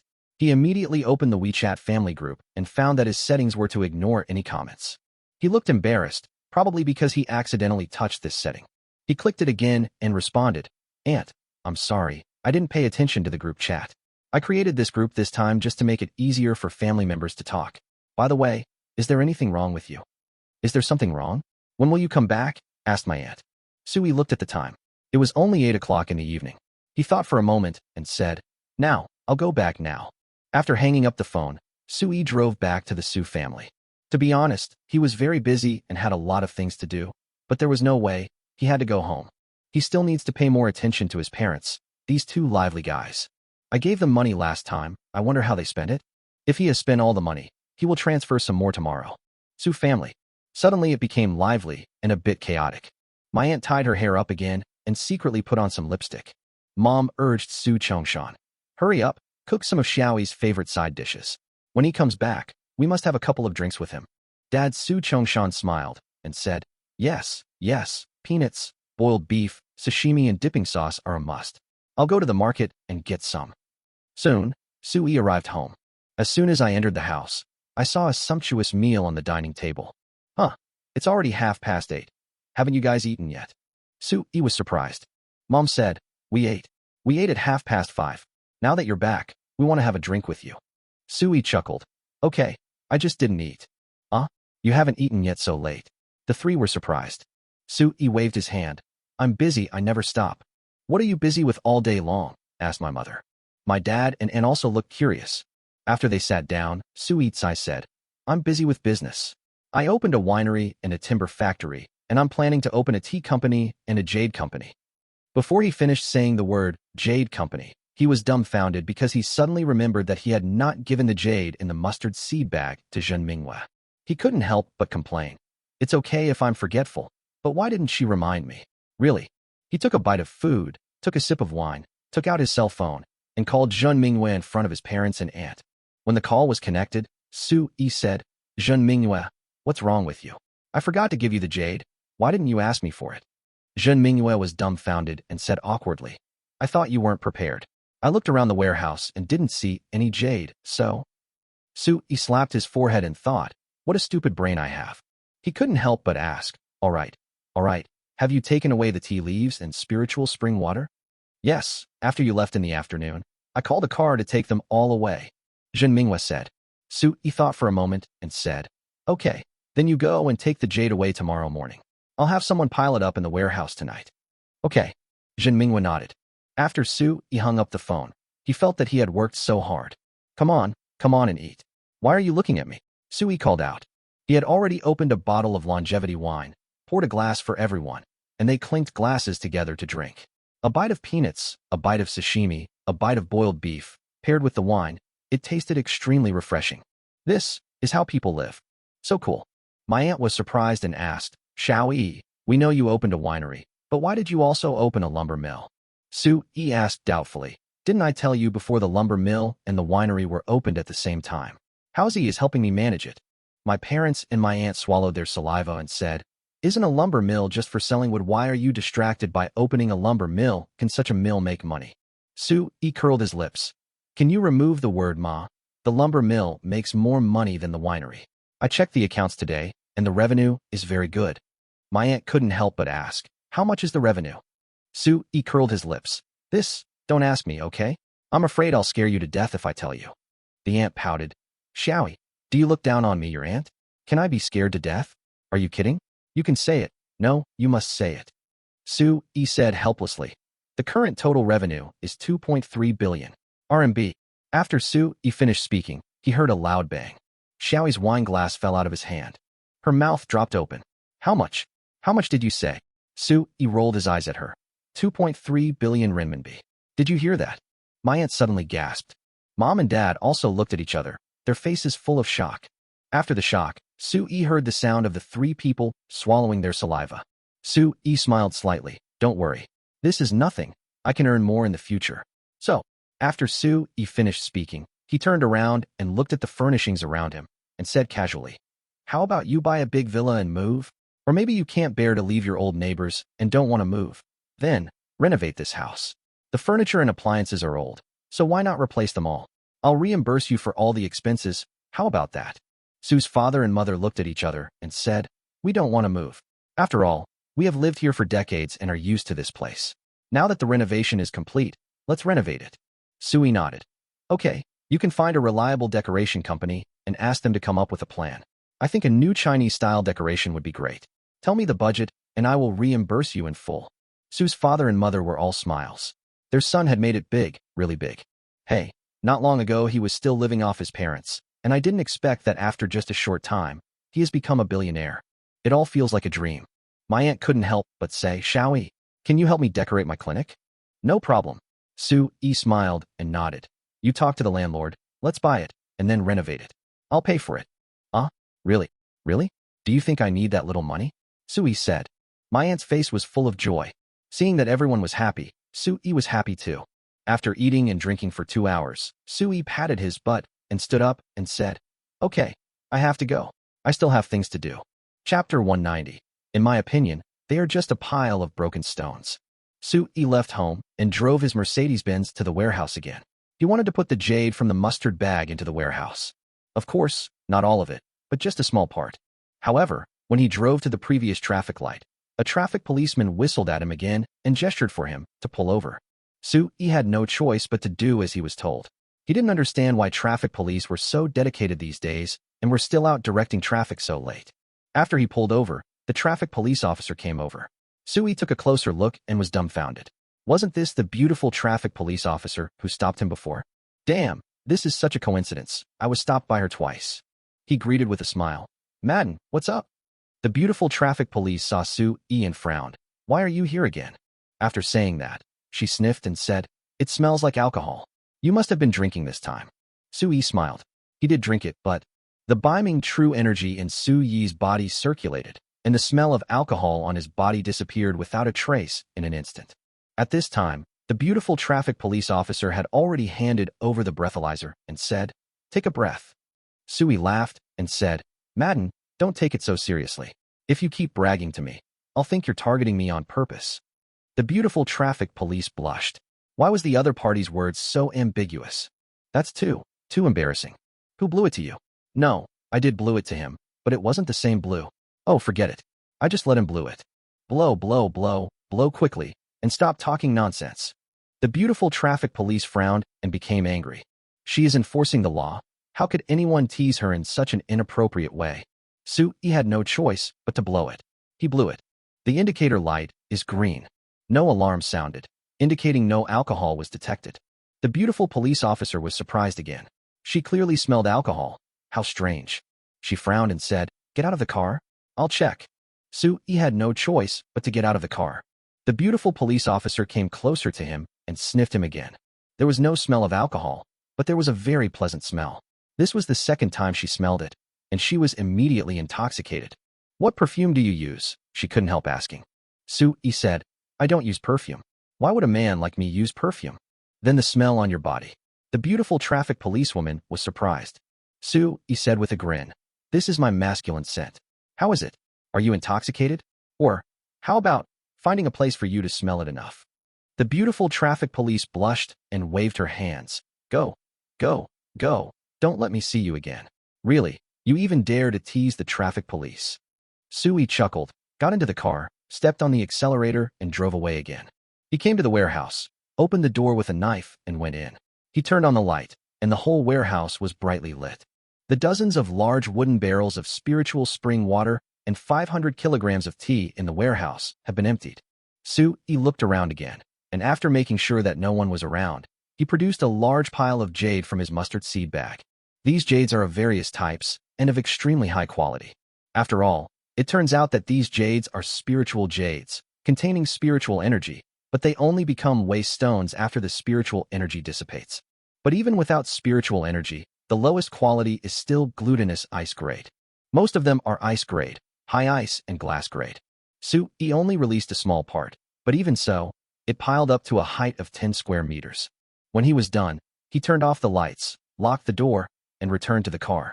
He called Zhen Minghua, and when the call was connected, he got straight to the point. The jade is already in the warehouse. Can you send someone to take it away now? I'm a little worried about leaving it here overnight. It would be best if you could come and take a look in person. Zhen Minghua said, Okay, I'll go with the truck right away. Well, please do it as soon as possible. I will try my best to wait here. Sue said and hung up the phone. He turned on the Burmester stereo in the car, listening to music while smoking a cigarette. After smoking 2 cigarettes, Zhen Minghua actually arrived with his assistant, a large truck and movers. When Jean Mingyue saw the jade, she trembled with excitement, her mouth opening into an O shape. She ran forward excitedly, flipping through the pages, looking here and there, becoming more and more excited. Imperial green. There are too many glass-type and high ice-type jadeite, and there are very few second-grade glutinous ice-type jadeite. In other words, the quality of these jades is already the pinnacle of high-quality jade. Most importantly, there are a lot of these jades. Too many. And they are not wool at all. It was jade that had already been mined. Pure jade, no scraps. This concept is terrifying. To be honest, with so much jade, the company simply can't afford to pay Sue. Even at the purchase price, the jade company can't afford it. It simply can't afford it.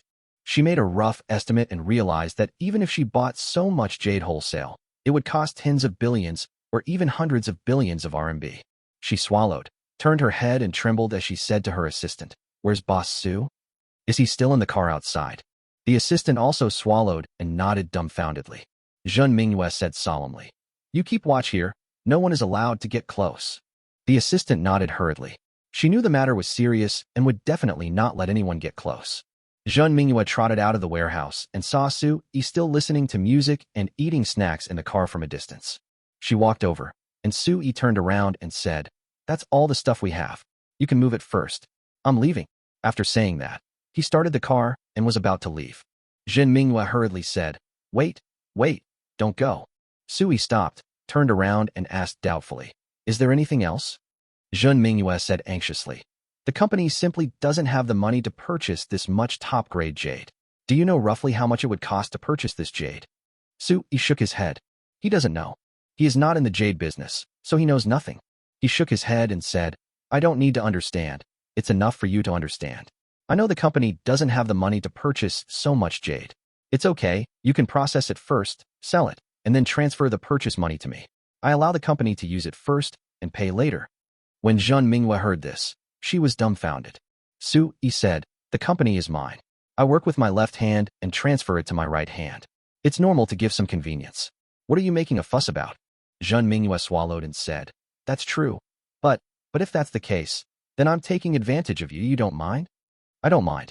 What is there for me to mind?" Sue shook his head. Jean Mingyue said, "You may not know the value of this batch of jade. If you really want to buy it at the market price, these jade raw materials will cost at least tens of billions, or even more." Sue said calmly, "In my opinion, they are just a pile of broken stones now. If you turn them into real gold and silver, that's money. It's okay, you can use them first, and you can slowly calculate the account later. If you don't have enough jade, tell me again and I will get it for you. That's it. I'm leaving first." After Sue finished speaking, he drove away without any reluctance. He looked completely open-minded, not caring about these jades or the hundreds of billions of dollars at all. Jean Mingyue was dumbfounded. Chapter 191. Official business done, personal matters. Jean Mingyue feels that today is her lucky day. Today, no one is luckier than her. To be precise, she has been lucky ever since she met Sue. It's strange, could it be that Sue is her lucky star? Jean Mingyue couldn't help but start to have wild thoughts. "Boss, what should we do? We have so many precious jades. Are we going to move them all away now?" "In my ear," the assistant asked. Jean Mingyue came to her senses and nodded.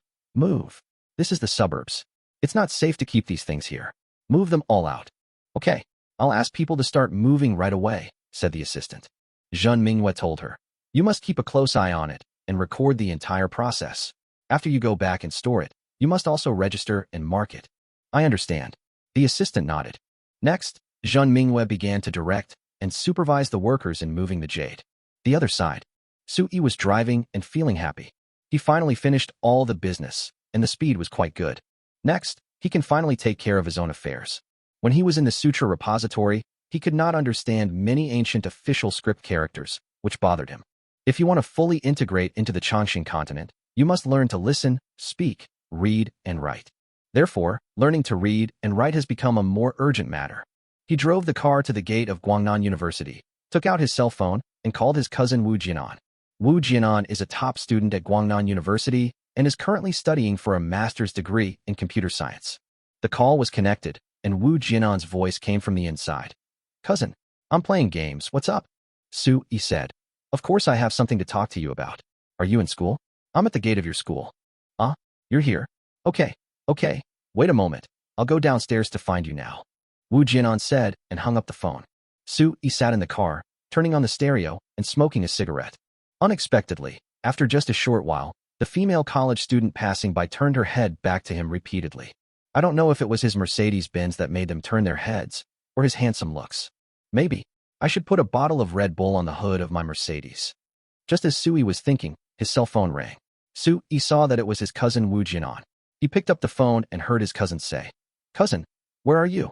I'm already at the gate, but I didn't see you." When Su-yi looked up, he saw a little fat boy wearing glasses looking around. Who else could this little fat boy be but his cousin Wu Jianan? Su-yi said, "I saw you. I was to your east at 3 o'clock. The one driving the Mercedes-Benz was me." "Oh, sorry to see you," hanging up. Wu Jianan said, hung up the phone, and trotted over. Su-yi saw him running out of breath and felt that he had gained a lot of weight. It seemed that college life really could nourish a person. In fact, among his cousins, he has a relatively good relationship with this cousin. We used to play together when we were young, and we played together until high school and then college. We only saw each other a few times a year, and then we gradually stopped playing together. But, since we are cousins, we don't feel awkward at all even though we haven't seen each other for a year or two. "Cousin, you're really good. You can even drive a Mercedes-Benz." When Wu Jianan came up, he was immediately attracted by Su-yi's Mercedes-Benz SUV. "How much does this car cost?" Wu Jianan asked. 700 or 800,000. I forgot. Su-yi's mind was not on this. He stared at Wu Jianan. "Jianan, why did you become so fat? Have you been exercising for a long time?" That's right. I've been addicted to games lately. I sit and play every day, eat and sleep a lot. So how can I not be fat?"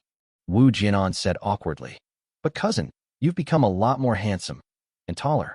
Oh my God, how did you change so much?" Su-yi smiled and said, "I've made some money from business. I'll definitely look handsome if I dress up. I'm not ugly to begin with." "That's right." Wu Jianan nodded. He remembered the important matter and asked, "Cousin, what is it that brought you here to see me?" Su-yi got straight to the point. "This is it. I'm working on a project now and need to translate some texts, so I came to you to help me see if there is any way." Su-yi told Wu Jianan that he had taken a lot of photos of ancient official script with his mobile phone and asked if there was any way to capture these characters, compare them with the current simplified characters, and translate them. On the one hand, it is a translation, and on the other hand, having a comparison will help you learn this font more quickly. Wu Jianan thought for a moment and said, "Did you just shoot it with your phone camera?" "Yes." Su-yi nodded. Wu Jianan shook his head and said, "Well, that's more difficult. The things I photographed aren't documents, so an ordinary scanner won't be able to extract them. However, there are ways. A scanner combined with specific software can do it. It just requires buying some equipment and related software, which costs some money. Money is no problem. I, your cousin, made some money from business, so I'm not short of money." Su-yi said, patting his chest. Wu Jianan gave Su-yi a thumbs up and said, "That's no problem. When do you want to do it?" Su-yi said, "Of course the sooner the better. I'm short on time, so if I can do it now, I'll do it now. It's quite late now, but it's okay, we can do it. But we have to go to the Technology and Computer Street," Wu Jianan said. Su-yi asked, "Where is it?" Wu Jianan smiled and said, "It's right at the back door of the school. This is University Town, where 7 or 8 colleges and universities gather. The biggest demand is for computer hardware and gaming equipment. Let's go there and buy some equipment now." "Okay, then get in the car and we'll drive over there," said Su-yi. Soon, the two arrived at the Technology and Computer Street, and Su-yi saw computer hardware and software stores of all sizes. Wu Jianan is a master of computer science and often hangs out here, so he is very familiar with this place. He listed everything. "We need 2 high-performance productivity computers, a good imaging scanner. Oh, and top-notch software. Top-notch software is most important. Of course, if you have the money, you can get a very high-tech AI. AI intelligence. What's the use of this thing?" Su-yi was puzzled. Wu Jianan said excitedly, "Of course it's useful. AI can free up your hands and save you a lot of translation work. The computing power of AI is incredibly powerful, beyond your imagination. You're not in this field, so you might not understand it, but I can predict that AI will replace many human jobs in the future, freeing up our hands and brains. However, a top-notch AI requires a lot of money." "How much?" Su-yi asked. Wu Jianan said, "That depends on your financial resources. If you just want ordinary AI services, then purchasing a license will be enough, which will cost around 300,000 renminbi. But if you want to buy a true AI intelligence with independent ownership, powerful computing power, top-level firewalls, and permanent upgrades, etc., then it will cost at least 1 million US dollars. Of course, if you're just translating a single language and doing a simple comparison, there's absolutely no need for AI. Wu Jianan talked freely. Chapter 192. Using modern technology to learn ancient texts from another world. Do they all need to be connected to the internet? Su Yi asked with a frown. Of course. Its advantages can only be demonstrated when it is connected to the internet. The huge internet database will make it very smart and powerful, said Wu Jianan. Su Yi hesitated. Just now, for a moment, he really wanted to buy a super AI, but now he hesitated, and the next moment he gave up the idea of buying a super AI. Because he really doesn't trust the internet. His skills from other worlds are too important and must not be lost. If it is connected to the internet, what will happen if the information is leaked? As the saying goes, one should be prepared for the worst, and he doesn't dare to take the risk. He would rather stay in his villa and translate and study in his own small piece of land, slowly as possible. He doesn't want to take shortcuts or risk any risks of leaks. Forget about AI, I don't need it for now. I'll talk about it when I need it, Su Yi said. Wu Jianan nodded and said, that's easy. Here, we can purchase all the equipment at once, and then take it home and install it. However, as for how to use it, I may need to teach you. Otherwise, you'll have to figure it out for a long time. I have to teach him, I definitely have to teach him. Su Yi said that his cousin Wu Jianan is his own family, so it's okay for him to reveal a little. He is relieved. Soon, Wu Jianan picked out the computer and equipment. One productivity computer costs 13,000 yuan, and two costs 26,000 yuan. There were also imaging scanners, laser printers, etc., which cost more than 50,000 yuan. In the end, Wu Jianan bought several genuine special software. After all the things were loaded into the car, Su Yi said, Jianan, you can come to my place tonight and help me get these things ready. Is that okay? Wu Jianan said, no problem. I'm pretty free these days anyway. I just play games in the dormitory all day long. Your business is my business. I will definitely help you with it first. Su Yi nodded and drove Wu Jianan back to Tianqi Mountain Villa. When Wu Jianan saw Su Yi's big villa, he was dumbfounded. He said in astonishment, Cousin, you actually live in such a big villa? Wow, what kind of business are you doing? Su Yi smiled and said, selling wine. Selling wine? What kind of wine? Wu Jianan asked. Su Yi smiled and said, longevity wine. You are a student. You should not understand if you don't drink. Before he could finish his words, Wu Jianan exclaimed in astonishment. Immortality wine? You mean immortality wine? Oh my God, are you the agent for immortality wine? This wine is amazing, the ads are everywhere, and it has a very good reputation. Su Yi was a little dumbfounded. How come you, a student who doesn't drink, know about the immortality wine? I know. This wine is from our Nandu company. It's a rising star, and the news media has reported on it. Wu Jianan said, it's considered a well-known company in our city. Su Yi said, oh, he didn't expect that it has become a famous company now? Cousin, are you an agent? I heard that this wine is very expensive and is in severe shortage now. Scalpers are hoarding the wine and keep raising the price, said Wu Jianan. Su Yi shook his head. I'm not an agent. I'm the owner of this winery. Su Yi didn't want to lie to his cousin. People should avoid lying if possible, especially with playmates who grew up together. Wu Jianan was stunned when he heard this and said in horror, you are the boss? Oh my God. Did I hear it wrong? Su Yi found it very interesting that this little fat boy was so shocked. Damn, no wonder you can afford a Mercedes-Benz and this big villa. You are actually the boss of Chongqing Liquor. Wu Jianan was stunned. Su Yi said, all right, stop making such a fuss. Hurry up, install the computer and equipment, and then teach me how to use these devices. Okay, it will be done quickly. Wu Jianan suppressed the surprise in his heart and started working. He is very familiar with hardware connections. The software installation was also very professional. An hour later, he began to teach Su Yi how to use the equipment. Su Yi used his mobile phone to take a picture of a page of a book in advance, and then asked Wu Jianan to demonstrate how to scan the text of the book into the computer and let the computer generate document text. After Su Yi listened to it once and asked some questions, he understood most of it. After tossing and turning for so long, Wu Jianan finally couldn't stand it anymore and went to the guest room to take a nap. Seeing his cousin sleeping like a pig, Su Yi closed the door of the guest room, then went to the study, took out his mobile phone, and began to use the machine to scan the various alien martial arts on the phone. Because it was difficult to scan with a mobile phone, Su Yi first transferred all the videos on his phone to a computer, then used the pause button to scan them page by page. To be honest, scanning is very boring. After scanning for several hours, it was already dawn, and he had only scanned 20 volumes of exercises, which was less than 1/10 of what he had recorded. It seems that there is still a long way to go. At noon, after scanning about 50 volumes of martial arts techniques, Wu Jinan woke up. Su-yi asked him to take out his mobile phone and transferred 100,000 yuan to him. When Wu Jinan saw how much money he had earned, he was dumbfounded. "No, cousin, why are you transferring so much money to me? I don't need it. I really don't need it." Wu Jinan was a little panicked.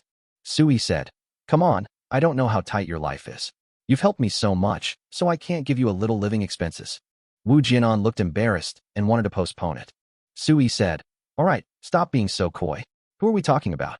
If you need money in the future, just tell me and I'll transfer it to you. That's it. I don't have breakfast here, so I won't keep you here. You can go eat outside and take a taxi back after eating." Wu Jinan got a great deal and was very grateful to Su-yi. How could he dare to let Su-yi send him off? He left happily. Su-yi calmed down and continued scanning. Hungry, he ordered takeout. Feeling tired, he sat cross-legged and circulated his qi for a few cycles, and then became full of energy again. 2 days later, hundreds of volumes of martial arts techniques he had carefully selected from other worlds were copied into his computer and turned into martial arts documents. After completing this step, Su-yi opened a mysterious software and began to extract the ancient official script from these documents.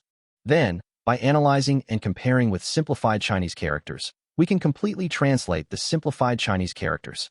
The productivity computer has amazing computing power, and with the support of top-level software, Su-yi easily translated 99% of the ancient official script into simplified Chinese. He can tell at a glance which simplified character corresponds to each ancient official script. In this way, he began to learn ancient official script. There were more than 100 rare Chinese characters in total, and he studied them one by one. Because the exercises developed the brain, he learned very quickly and had an amazing memory. Before long, he had mastered the ancient official script. When he retrieved the ancient official script technique to look at it, he recognized all the characters. But unfortunately, due to the existence of knowledge and view obstacles, he is temporarily unable to understand these exercises. He was not discouraged and decided to solve the problem slowly later. His main goal now is to learn the language of the other world, and he is already very satisfied with having achieved this goal. After staying in bed for a week, Zhun Mingyue finally called him and made him unable to stay awake anymore. Because Zhun Mingyue told him that the perfume and salt he wanted had already been purchased and transported to the warehouse by a large truck. Chapter 193. Airway Traditional Chinese Medicine and the Ineffectiveness of Perception. Su-yi drove to the warehouse. Sure enough, I saw boxes of perfume and bags of salt piled up in a corner of the warehouse. Upon inquiry, it was learned that Zhun Mingyue had purchased 20,000 bottles of perfume and 3 tons of salt. Su-yi smiled happily. Not bad, not bad. This efficiency is amazing. Calculating the time again, there are still 20 days left before the agreed 1-month deadline. Hoo-hoo, there is so much time, it's so hard to bear. Su-yi looked around, and after making sure that there was no one around, he quickly put the perfume and salt into the mustard bag. Bored, he returned to the villa and continued to compare the texts of the 2 worlds and study them in depth. He already knew a lot about ancient official script before he compared it with the translation. Now, after comparing it with the translation, he specifically selected more than 200 rare characters to study and memorize. Most of these rare characters are concentrated in the meridians and secret acupoints of the human body, as well as some proprietary terms such as traditional Chinese medicine and herbal medicine. These rare characters account for more than 95%. Su-yi really spent a lot of effort to understand these words. He chose a medical book with many rare characters to read, and tested his literacy level by reading medical books from another world. This book is called Airway Traditional Chinese Medicine.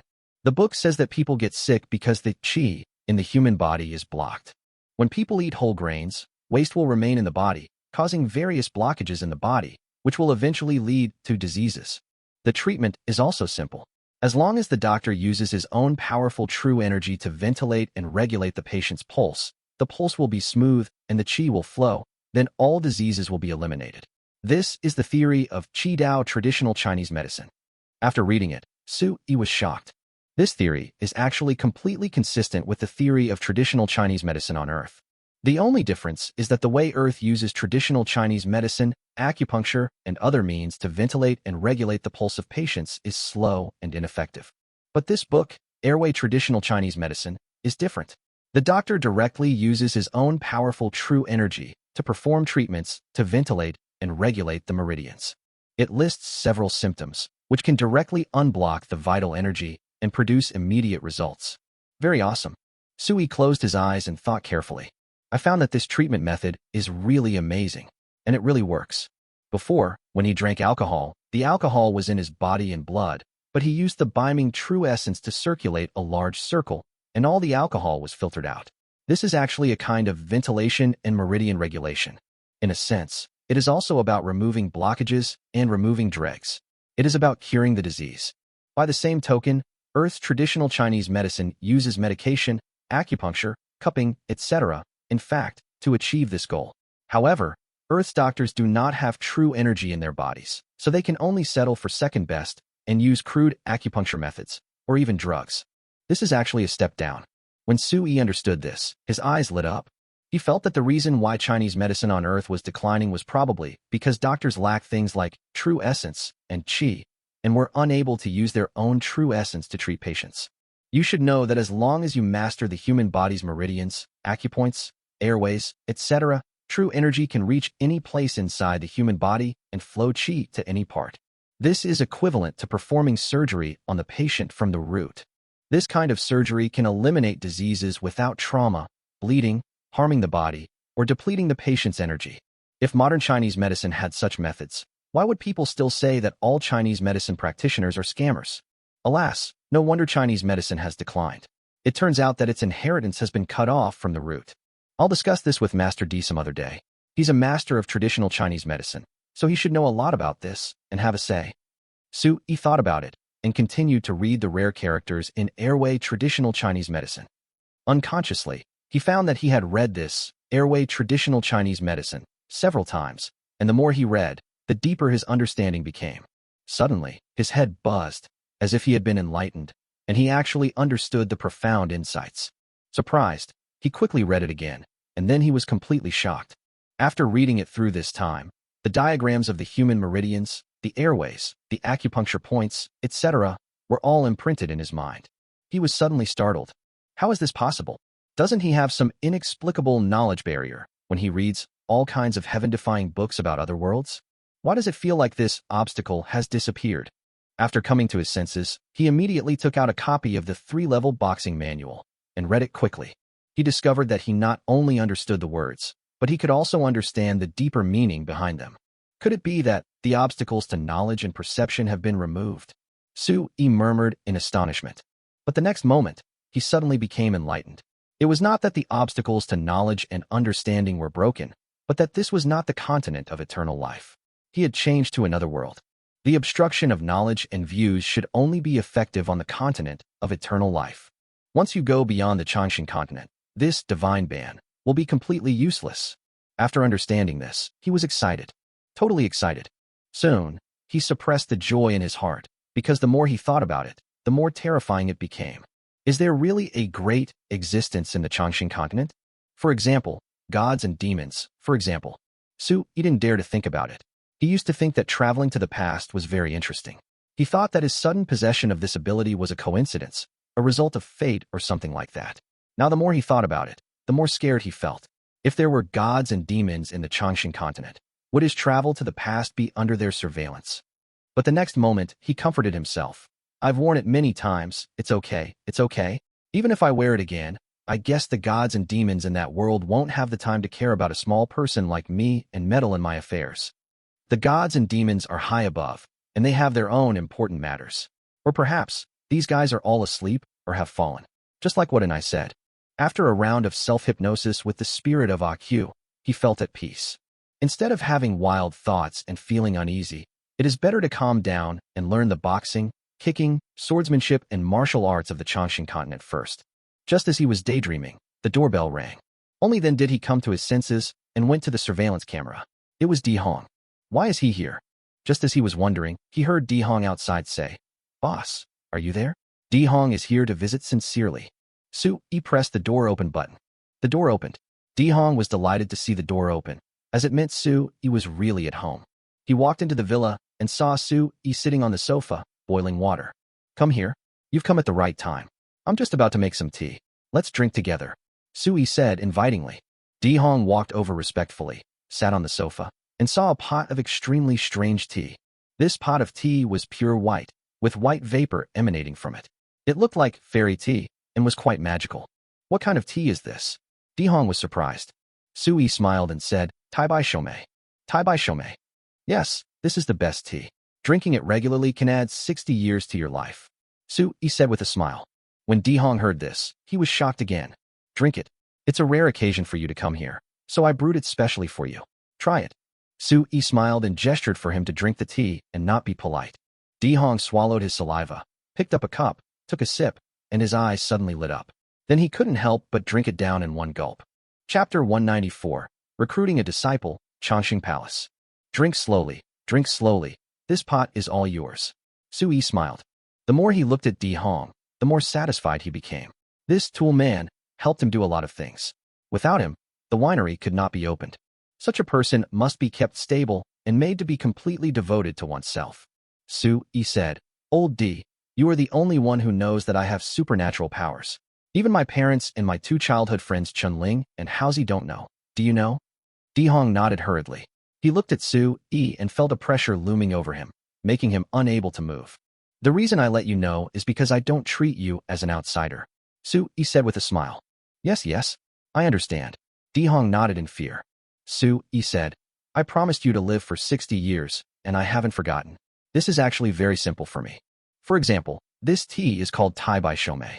If you drink it regularly, you can prolong your life by 60 years. Of course, longevity wine can also prolong life, especially the Purple Dragon King ginseng wine you brew at home. The effect is very good. Your complexion is now rosy, and the ends of your hair have turned black. You will soon have black hair. It's all because of this wine you drank. This wine is very healthy. However, just drinking ginseng wine and Tai Bai Shomei tea is not enough. They are good for health, but they can't strengthen muscles and bones. They can't solve the problem of aging. Sui was talking freely. Seeing Dihong sitting upright, he kept the topic a secret and asked, I'm sorry, I've taken the spotlight. I haven't asked you what you want from me this time.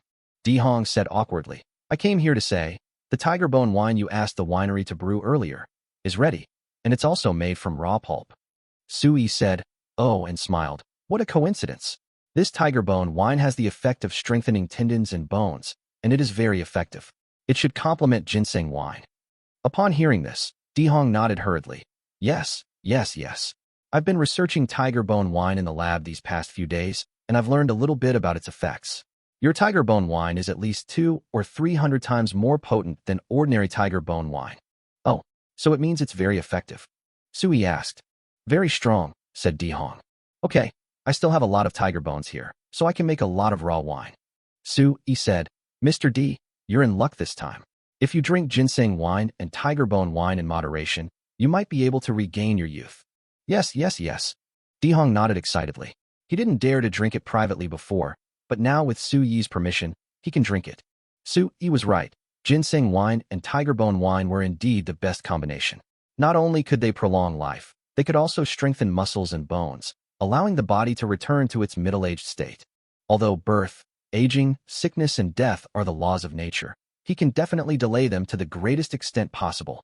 Just as he was pondering this, Sui's fingers rhythmically tapped the armrest of the sofa, and he said calmly and wisely, however, although ginseng wine and tiger bone wine can strengthen bones and muscles, their degree is very limited. If you want to break through another 60 years of lifespan or achieve immortality, drinking these alone is far from enough. You must use other means.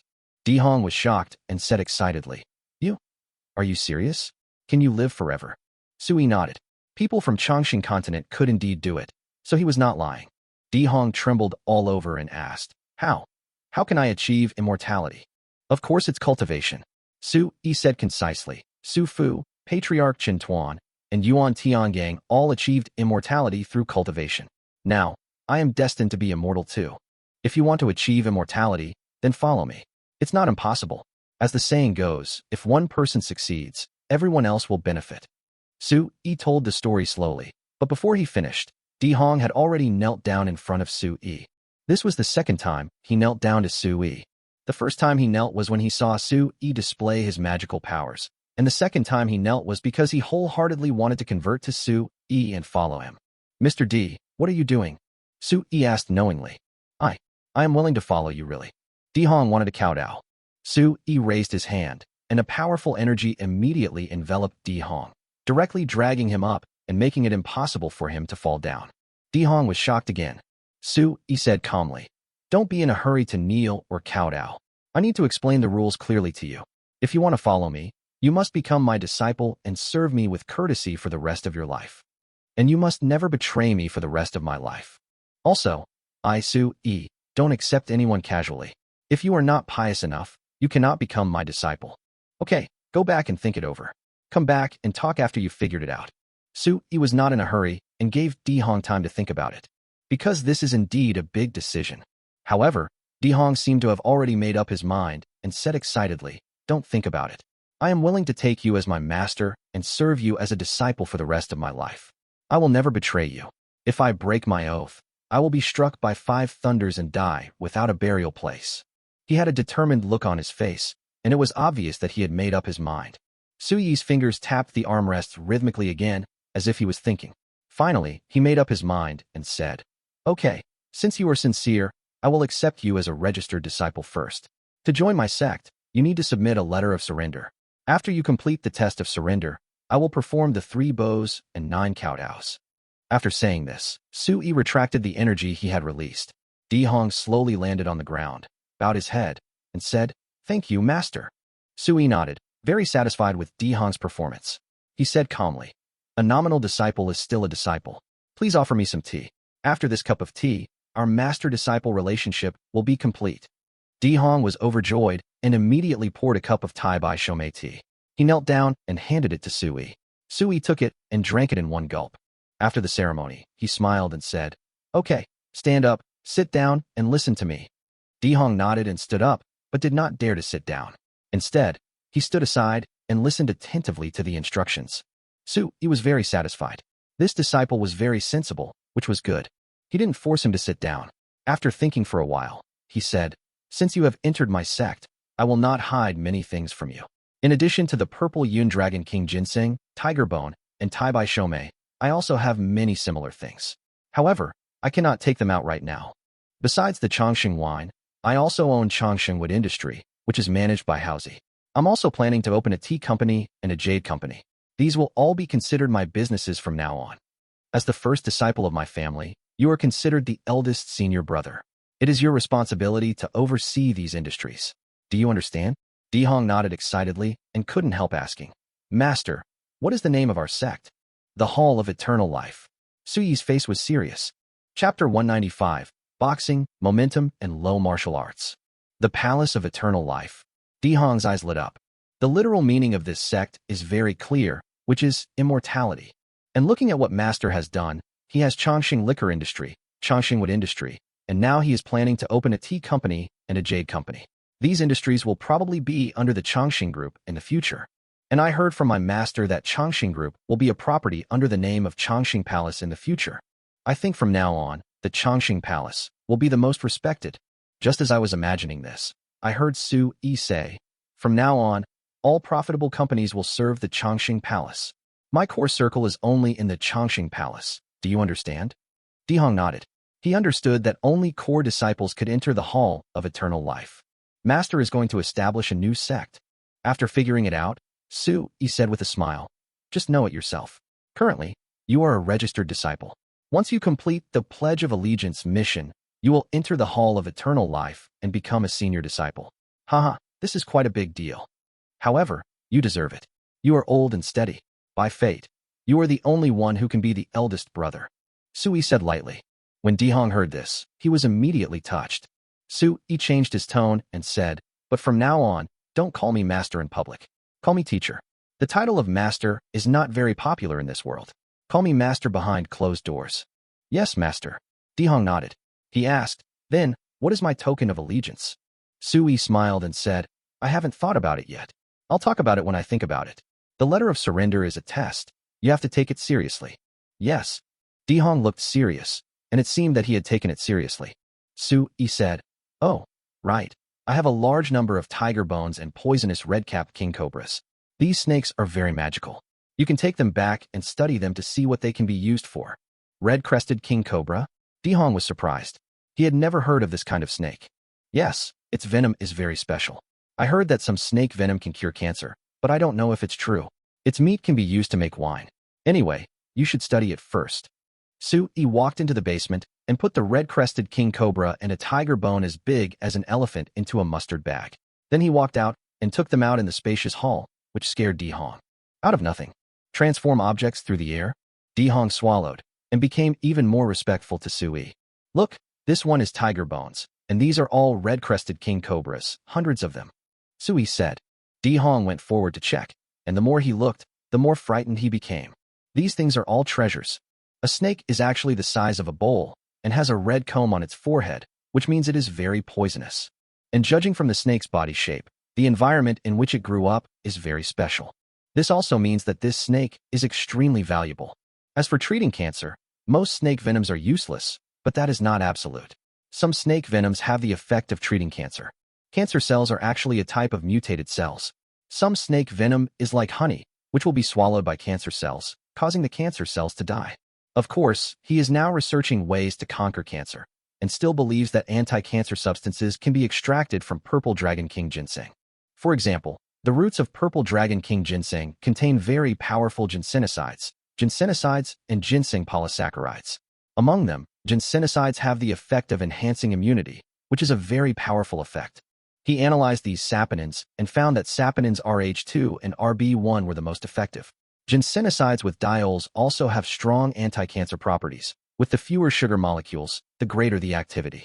However, the ginsenosides in purple dragon king ginseng can fight cancer, but this ingredient cannot be artificially synthesized at present. Alas, the road to fighting cancer is long and arduous. To be honest, conquering cancer has always been his long-cherished wish. Because his wife died of cancer, and he is very concerned about cancer. Since Master said that the venom of the red-crested king cobra might be able to cure cancer, he would definitely take it back for testing and give it a try. Let's go. You can't carry these things. I'll help you get them to your villa. After Su-yi finished speaking, he stuffed all the things back into the mustard bag and then went back to Di-hong's house with him. He put down the tiger bones and red-crowned king cobra in the mustard bag before he left. After returning home, he continued to comprehend the 3-level boxing sutra. Feeling that he had almost comprehended it, he began to set up his fists and practice the martial arts moves in the 3-rank fist sutra. What's more, because he has mastered the boxing techniques of the earth and integrated them into his understanding of boxing techniques can be considered to be at a high level. Now, for the first time, I am practicing martial arts from another world with my boxing stance, and I feel like everything is suddenly clear. The moves in 3-level boxing sutra are surprisingly exquisite, far surpassing the boxing moves on earth. He couldn't imagine that boxing could be used like that. Moreover, the martial arts boxing techniques in other worlds are much more powerful than those on Earth. The power of Earth's boxing relies on physical strength and internal energy. However, the boxing techniques in the other world rely on true energy and momentum to generate power. How to explain momentum? It is like a kind of qi, which uses the body's true energy, spirit, etc. to mobilize the yuan force of heaven and earth. This is a more advanced martial arts method of exerting force. Warriors above the 3rd rank can begin to come into contact with momentum. It can be said that from the 3rd rank to the 9th rank, they are all cultivating something called momentum. When they throw a punch, the elemental energy of heaven and earth appears and follows, with immense power. Breaking through the 9th level and becoming a grandmaster, he has mastered the use of momentum. Every move you make is powered by the power of heaven and earth. Some grandmasters have power beyond imagination. Break the mountain with one punch and break the river with one palm. This kind of boxing style absolutely does not exist on Earth. Therefore, it can also be seen that the martial arts on Earth belong to the low level. The martial arts of the Chongqing continent are similar to a kind of middle martial arts. However, he has not seen any powerful people use their full strength so far, and he doesn't know how powerful they are. Su-yi practiced martial arts from another world, and after only half a day, he actually condensed something called momentum and gained a preliminary understanding of this thing. It's a pity that no matter how he used his momentum, the energy of heaven and earth he mobilized was very small, and the force was only slightly greater than the punch he threw using his body's true energy. However, he also discovered something remarkable. That is, if one's true energy and momentum are used simultaneously in boxing, there will be a cumulative synergy of 1 + 1 is equal to 2. For example, if he punches with all his strength now, he can generate a surge of energy and extremely strong force. A pool or rockery can be completely blown up by his punch, with debris flying everywhere, just like a bomb being set off. He could easily smash a large millstone into pieces with just one slap. It wouldn't just crack, but break into pieces like gravel particles, completely broken into pieces. In other words, if he punched someone now, that person's bones would be broken and their internal organs would be shattered, just like being hit by a huge and heavy object. This is the power of his ordinary punch now. If he used all his strength, the man would probably explode and turn into a bloody mist, with no remains left.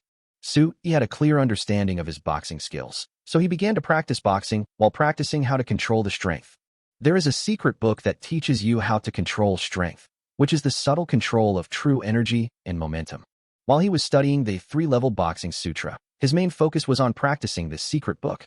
He didn't want to go out and fight with someone, then just raise his hand and beat someone to death. He is not that cruel and bloodthirsty. I don't want to cause trouble or disaster. Chapter 196. Wu Lao comes out of retreat.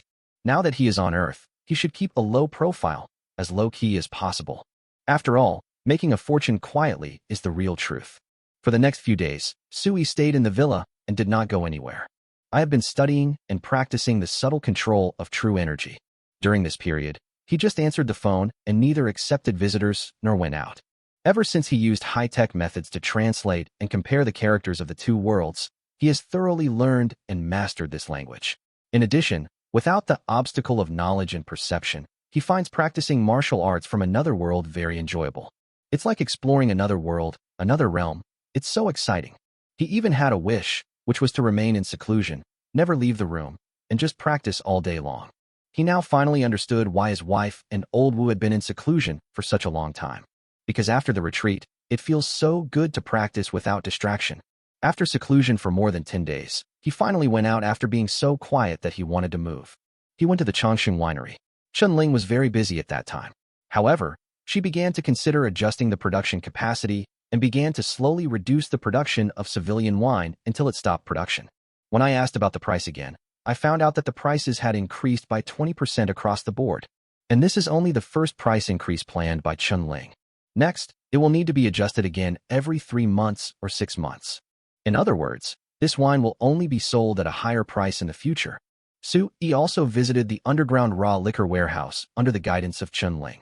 With the assistance of Di Hong, Chunling brewed 240 jars of raw liquor, each weighing 500 kilograms.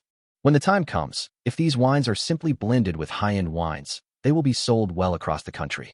On the other side, there is a large batch of wine ready for soaking, including tiger bone wine, red-capped king cobra wine, etc. Di Hong works very quickly and without any delay. He was also quite satisfied. After visiting the winery, he went to the lumber mill. At this time, the lumber mill had also begun to shrink its sales range. That is, it only sold to regular customers. As for those people selling it again, the sawmill can't do anything about it. He met Jin Mingyue again and visited the tea company and jade company. The offices of the tea company and the jade company are actually located in a luxurious office building. This building is called Jinyuan Building, and it belongs to the Zhen family. Several companies of the Zhen family are located here, and Zhen Mingyue works here. So placing the tea company and the jade company here makes it easier for her to manage them. When Sui visited the two companies, the companies had already hired a lot of people. The companies were busy and the phone was ringing nonstop. Zhen Mingyue introduced the company's operations and concluded with a bold statement. Sui, don't worry.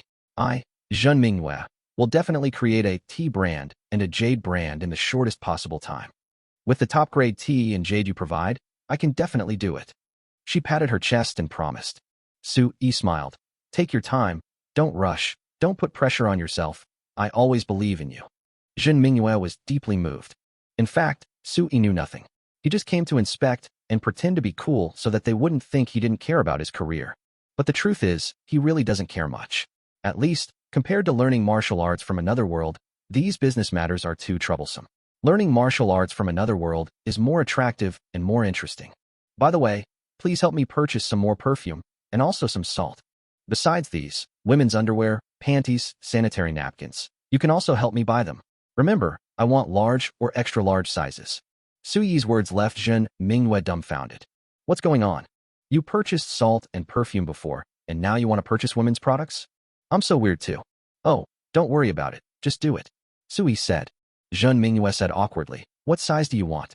I don't understand. Su-yi thought for a moment and said, look at those female volleyball stars. What size underwear do they wear? You can buy them accordingly. Finally, he called Chen Ling, Haozi, Zhen Mingyue, and Di Hong, and went to the big hotel for a meal. When they returned to Tianqi Mountain Villa after dinner, Su-yi said, I've thought of your pledge of allegiance, which is to build the headquarters of the Eternal Life Palace. Build a headquarters? Are there any specific regulations? What about the scale, location, etc.? Di Hong asked. Su-yi spread his hands. I don't have any rules. Just build it and make me satisfied. This is the standard, the rules. Di Hong was speechless. The most difficult thing is that there are no standards and no rules. Does he have to guess Su-yi's preferences? Su-yi said, don't be nervous. I'll give you a tip. The headquarters must be solemn and secretive. Not just anyone can visit. That is where our Chongqing Palace people will gather in the future. Di Hong understood. Su-yi said, let's limit it to half a year. Of course, the faster it is built, the better. As for the expenses, you have to raise them yourself. This is a token of your loyalty, but no one can help you. Di Hong nodded. He understood this. A test is a test, and if you only spend a little money and effort, it is the lightest and simplest test. Su-yi returned home and practiced cross-legged all night. The next morning, he changed into clothes from another world, set up security measures, and the next moment, he was directly in another world. Su-yi appeared behind the screen in the room of Yinqing Cottage. Breathing the air from another world, he felt refreshed all over. As his cultivation level improved, his sensitivity to air quality increased significantly. The air on Earth is seriously polluted, and sometimes there is an unpleasant smell in the air. The Chongqing continent is full of spiritual energy, and he feels that the air is full of fresh breath. When he pushed the door open and stretched, he felt very comfortable. He looked back at the other two huts and was shocked to find that the door of Wu Lao's hut was open, which meant that Wu Lao had come out of seclusion. The door of my wife's room was still locked, and it seemed that she was still practicing hard. Lu Zhu. He called out to the servant. Soon, Lu Zhu came trotting in from outside. When she saw Su-yi, she was immediately surprised and said, son-in-law, you are out of confinement? That's great. I will report to the lady right away. Before Su-yi had the chance to ask her where Wu Lao had gone, she ran away. At this time, Su-yi clearly sensed two aura fluctuations in the southeast corner, and he walked over out of curiosity. After passing through two corridors, he saw a pavilion. Inside the pavilion, Wu Chan Hongliang was actually playing chess with Wu Lao. Chapter 197 Yang's Rescue, Hand in Hand. When Su-yi appeared, they both turned around to look at him. Su-yi greeted the two of them. Wu Chan called him father-in-law in a loud voice, and called Wu Lao Elder Wu. Elder Wu, when did you come out of seclusion? Su-yi greeted with a smile. Elder Wu stared at Su-yi with his eyes lighting up, and then he waved. I came out of seclusion yesterday. Come and watch us play chess. Su-yi arrived at the pavilion and saw that they were indeed playing Go. It's strange that both worlds have something like Go. Moreover, the two worlds have many similarities, such as a day has 24 hours. Su-yi sometimes wondered if he had arrived in another parallel world that was in a feudal dynasty. My dear son-in-law, can you play Go? Wu Chan asked with a loud smile. Su-yi smiled awkwardly. I do know a little bit, but I won't take over the show now. Father-in-law and Elder Wu will leave. I'll just watch the fun from the side.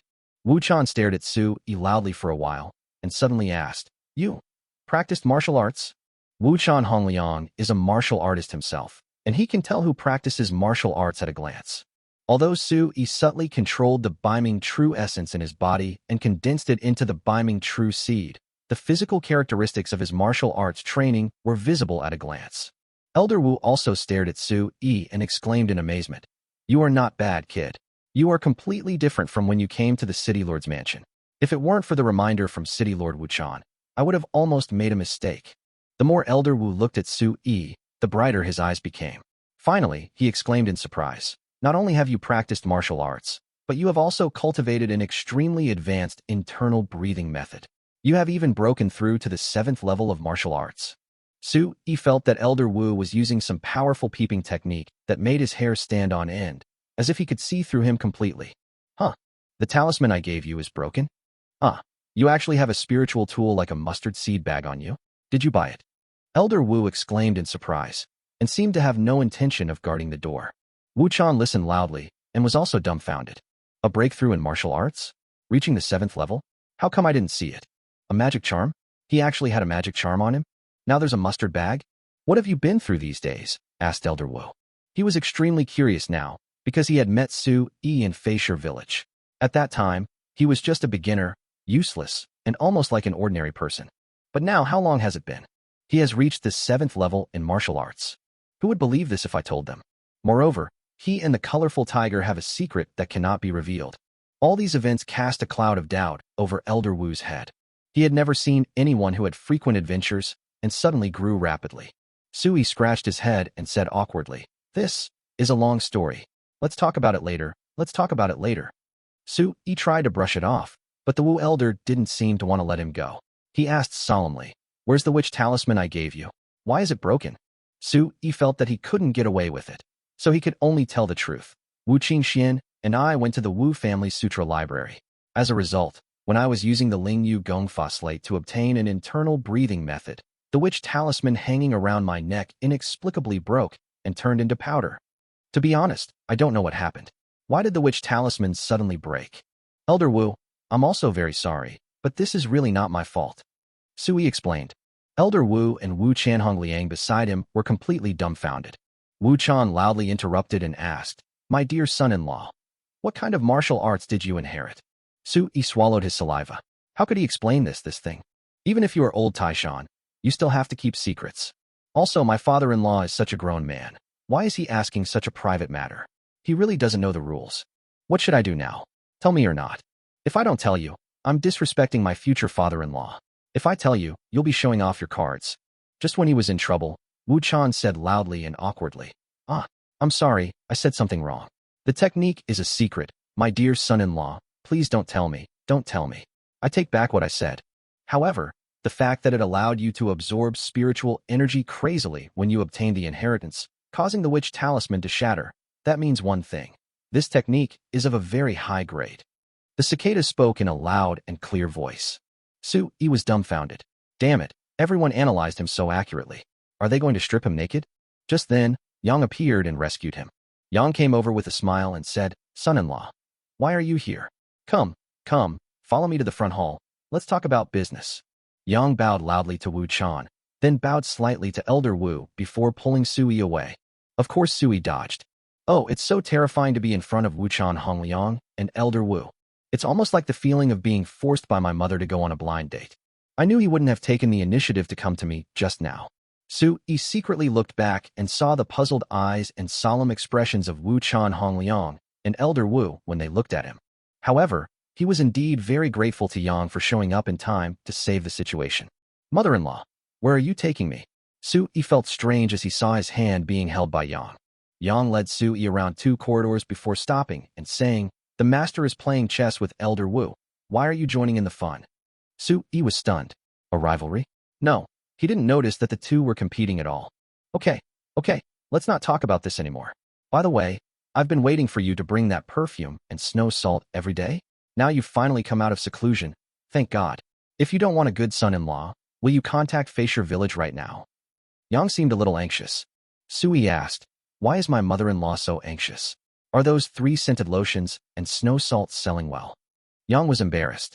Lu Zhu, standing by, said hurriedly, "Sir, it's more than just selling well. Many ladies are almost fighting over the scented dew. The snow salt is also being fought over by all the wealthy families. Our wife is so worried. She asked me to keep an eye on you every day to see if you've left the confinement. As soon as you leave, she has to contact Feisher village to arrange for the goods." Sui said, "Oh, twice. That's good. It's good if it can be sold out. Hey, don't worry. Why are you in such a hurry?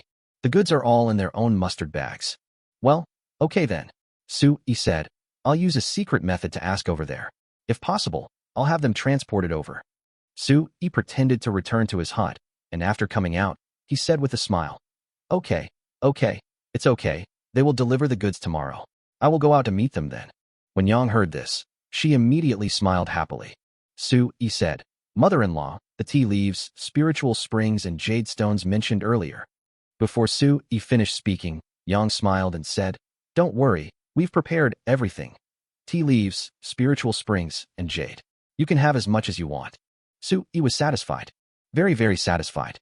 Chapter 198, I'll treat you to barbecue, and you'll take me to a brothel. "Oh, uncle, come with me." Yang smiled. She was now extremely satisfied with Sui. She waved to him and led the way. Mother-in-law, is there anything else? Su-yi was puzzled. The business was over. What else was there? Yang said, I see that the clothes you are wearing are a bit worn out, and they look like hunter's clothes, which is neither fish nor fowl. I have made 2 sets of clothes for you. Come with me. Su-yi understood that Yang wanted to give him clothes. Wow, this is so heartwarming. Okay, mother-in-law, please. Su-yi felt relieved. Who would refuse new clothes? Besides, this is the clothes given by my mother-in-law. What does this mean? It means that my mother-in-law has accepted him. In addition, Wuchan Hongliang himself had no objection to him. So it was a foregone conclusion that he would become the son-in-law of the Wuchan family. He was in an extremely good mood. When they arrived at the inner courtyard, Yang personally took out 2 sets of clothes for Su-yi and asked him to try them on to see if they fit him well. Su-yi looked at the 2 sets of gorgeous ancient costumes and was a little dumbfounded. He really doesn't know how to dress. Go ahead, go behind the screen and put it on. Luzhu will help you. Yang saw Su-yi's embarrassment and said with a smile. Luzhu smiled, took the clothes and took Su-yi behind the screen. Su-yi took off his clothes, revealing his slender figure with 8-pack abs. Luzhu's face turned slightly red, but as a servant, she pretended to be calm and changed Su-yi's clothes. Soon, when Su-yi came out from behind the screen, he had become a dashing and elegant gentleman. Yang nodded frequently as she looked at him. Not bad, not bad. Very handsome and elegant. This suit suits you very well. Su-yi looked at himself in the bronze mirror. Wearing ancient costume, he was indeed very handsome and dashing. Yang made him 2 sets of clothes with slightly different styles, one in white and the other in light green. Wearing 2 sets of long gowns made him look tall and elegant. After trying on the clothes, Yang also gave Su-yi a jade pendant. The jade pendant was glowing. Su-yi took a look and found that it was an imperial green jade the size of 3 fingers. Su-yi was jealous when he saw it. If this thing were taken to Earth for auction, it would definitely be sold at a sky-high price. Imperial green is already expensive, and with the abundant spiritual energy it contains, it is directly promoted to a priceless treasure. Because there is absolutely no such thing on Earth. I made a profit. Su-yi was delighted and kept playing with the Lingyu Wushi card. Seeing this, Yang smiled and said, No wonder you want so much jade. It seems you really like jade. Su-yi nodded hurriedly. Yes, I like it very much. Then I thought to myself, because they are all very valuable. By the way, son-in-law, I have another fan here. I'll give it to you. Yang took out a bamboo fan from the desk drawer and handed it to Su-yi. Su-yi unfolded it, and there were 4 characters written in ancient official script, Piampian gentleman. On the back is a picture of a graceful maid. Su-yi was dumbfounded. Yang said, Young people, being romantic and dashing is the best story. Su-yi was stunned. What was he talking about? I'm your daughter's husband, and you want me to be romantic? What did he mean? Su-yi frowned and couldn't help asking, Is the mother-in-law dissatisfied with her son-in-law? Yang was confused. Where did you get this from, sir? Su-yi said, My wife is Naga. I don't want to be romantic. I just want to be loyal to my wife. Upon hearing this, Yang exchanged a glance with Lu Zhu, who was standing beside her, and said suspiciously, Sir, being romantic and dashing is a good thing, but how does it have anything to do with being loyal or not? Let me ask you a question. Have you ever been to the Jiaofeng for fun? Su-yi shook his head. Never been there. Yang was stunned and asked in astonishment, Really? Of course it's true. Su-yi said. He had indeed never been there, although he really wanted to go. Although Yang was shocked, she nodded, waved her hand and said, Okay then, go ahead. We can talk about it another day. Su-yi was full of doubts, but still followed Lu Zhu back to Yinxin Cottage. At Yinxin Cottage, Su-yi couldn't help but ask, Lu Zhu, why is Madam so strange? Is it strange that I haven't been to the Jiaofeng? Lu Zhu nodded. It is a bit strange. Generally, boys of 14 have already been to the music school. It is surprising that you said you have never been there. In fact, Madam hates others going to the music school the most. Su-yi said, Oh, and couldn't help asking. Does the city lord often go to the music school? Does he have a lover there? Lu Zhu nodded. Yes, a lot. The master is a playboy and often ignores the lady in that aspect. The lady also has a lot of complaints about the master. Forget it. You won't understand even if I tell you this. Su-yi laughed and said, I understand. How could I not understand? However, I don't quite understand. Since Madam doesn't like others going to brothels, why did she encourage me to go to the music academy? Lu Zhu was embarrassed and whispered, I guess Madam wants to test you. Su-yi was filled with black lines on his head. This test was too unserious. What if I go? What if I don't go? If every scholar here goes, then I can only adapt to the local customs and follow their lead. As the saying goes, it's just a casual affair. I believe my wife won't mind too much, right? At this time, the witch elder walked in from outside. Seeing Su-yi, he hurriedly came forward and asked, Su-boy, you are here. Let me ask you, after the witch talisman was broken, did you obtain an extraordinary martial arts inheritance? Su-yi nodded. Elder Wu asked again, can you tell me what kind of technique it is? Su-yi shook his head, no. Elder Wu didn't mind and asked again, what grade of technique is it? Can you tell me? Heavenly level. As expected, as expected. Ha! Elder Wu was a little excited and laughed out loud. Su-yi was completely confused. The witch elder said, Boy Su, you are indeed blessed with great fortune. Did you know that? The witch talisman helped you. Without it, you might not have been able to obtain this heavenly inheritance. Is that so? Of course, but forget it, you won't understand even if I tell you. I'm a little hungry. How about you get me something delicious to eat? Elder Wu showed a wretched and hungry expression. Su-yi couldn't help but smile, nodded and asked, what do you want to eat? Of course it's meat. He lowered his voice and continued, you don't know, the food in the city lord's mansion is not very good. The meat cooked by their chef is far inferior to the meat you cook. Elder Wu complained. Su-yi rolled his eyes and said with a smile, okay, I'm a little hungry. I'll treat you to barbecue, human barbecue. But after eating the meat, you take me out to play in the evening. Go play? Where to play? Asked the witch elder. Brothel, Su-yi said. Chapter 199, Setting Up a Barbecue Stall, The Irresistible Temptation of Delicious Food. Su-yi really wanted to test Yang's bottom line. When doing business, you must know yourself and your enemy. She needs his help now. What can she do if he goes to a brothel? So we don't need perfume or salt. He doesn't believe it. Her husband likes to go to brothels. That's between her and her husband. And if he goes to a brothel, that's his business. What's the use of her hating it? If she wants to hate someone, she should hate the city lord. Is it possible to prevent him from going to Lichunyuan to look for Tsuohua? When he first arrived in Qingfeng town, he saw the Jiaofeng and wanted to experience it. How can I stop exploring the world now just because my mother-in-law doesn't like it? Lu Zhu, who was standing by, twitched when she heard Su-yi's words. She said awkwardly, son-in-law. You really want to go? Su-yi smiled and said, oh, it's not what you think. I just want to listen to some folk songs and experience the life of the talented scholars here. To understand life, you must experience life and experience the hardships of ordinary people. Elder Wu slapped his thigh and said, well said. When I was young, I also had this ambition, so I lingered in the willow alleys of the Jiaofeng. Haha, those days were happy. Lu Zhu's face turned red, and she thought to herself, what an old fool. Su-yi smiled. This was the true spirit of a hero. He was over 200 years old, and he must have been to many secret places and had many old lovers. But, after 200 years of playing, I've never been infected? That kind of disease? Su-yi couldn't help but look at the other person's lower body, and thought of genital warts and AIDS on Earth. He shuddered.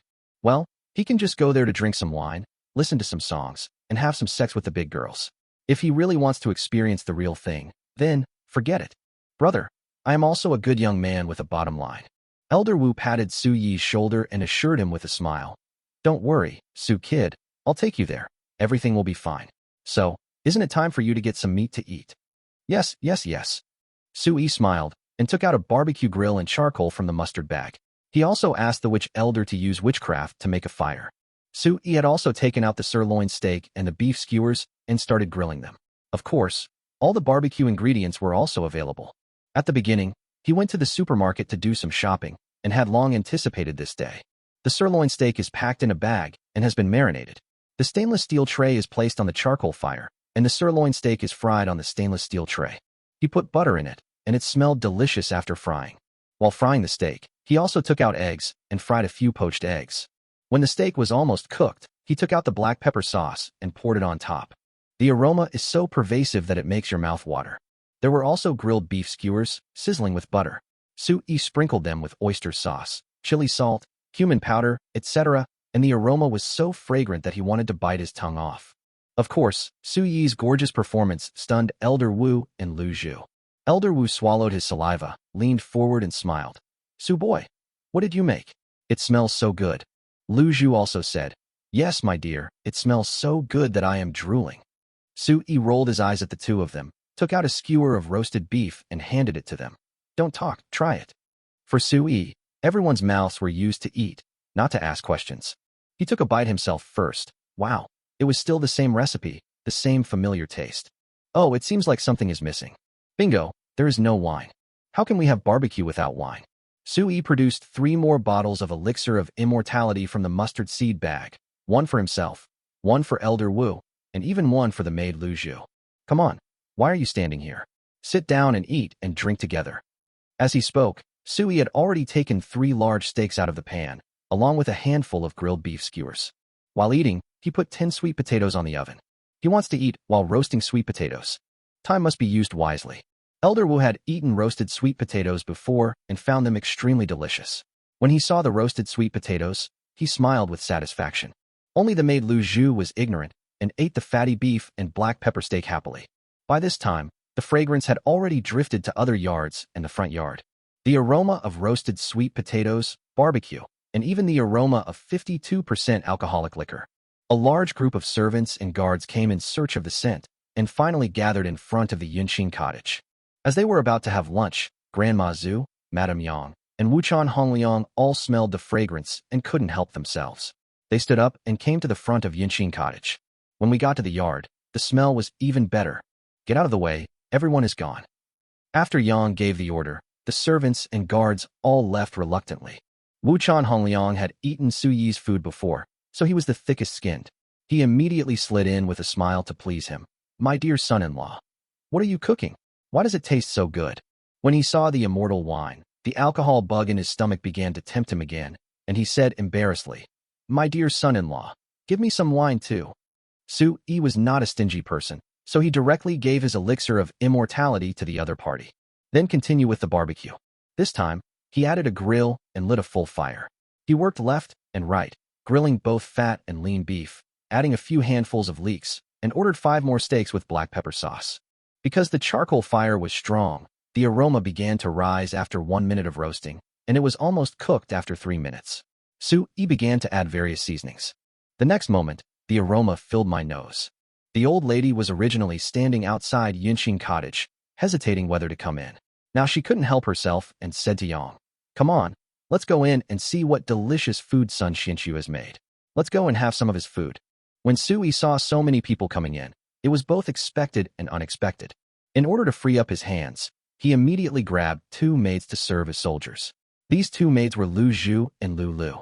Su Yi asked them to learn his method of roasting. As long as they were not burnt and added seasoning at the end, they would be fragrant. Su Yi even took out a bucket of braised beef noodles for each person and started making instant noodles for everyone. Because several people had big appetites, he even grilled some chicken from the purchased food. These chickens are all half-cut, marinated like steaks, and grilled directly on the charcoal grill. He also took out 5 or 6 bottles of longevity wine. He had already packed over 20 cases of these wines last time he went back, so he wasn't stingy in taking some out to drink this time. Because the longevity wine was blessed with the spiritual energy of the mallet and had an alcohol content of 52 degrees, it instantly stunned Yang and old lady Zhu, who had tasted it.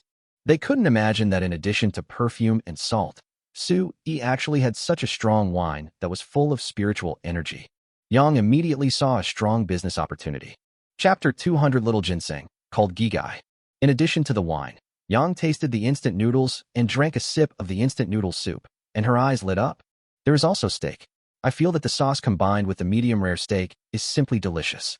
There is also roast chicken, which is also so fragrant that it makes people obsessed. Oh, and there are also grilled beef skewers. One bite and your mouth is full of oil, with a unique flavor. This flavor seems to be a special seasoning. My brother-in-law said it's called cumin. Anyway, each of these things has commercial potential. We had a barbecue at noon, and everyone was very satisfied. Even the maid Lu Zhu got to eat a lot of meat, and she became more and more fond of Su Yi, a generous son-in-law.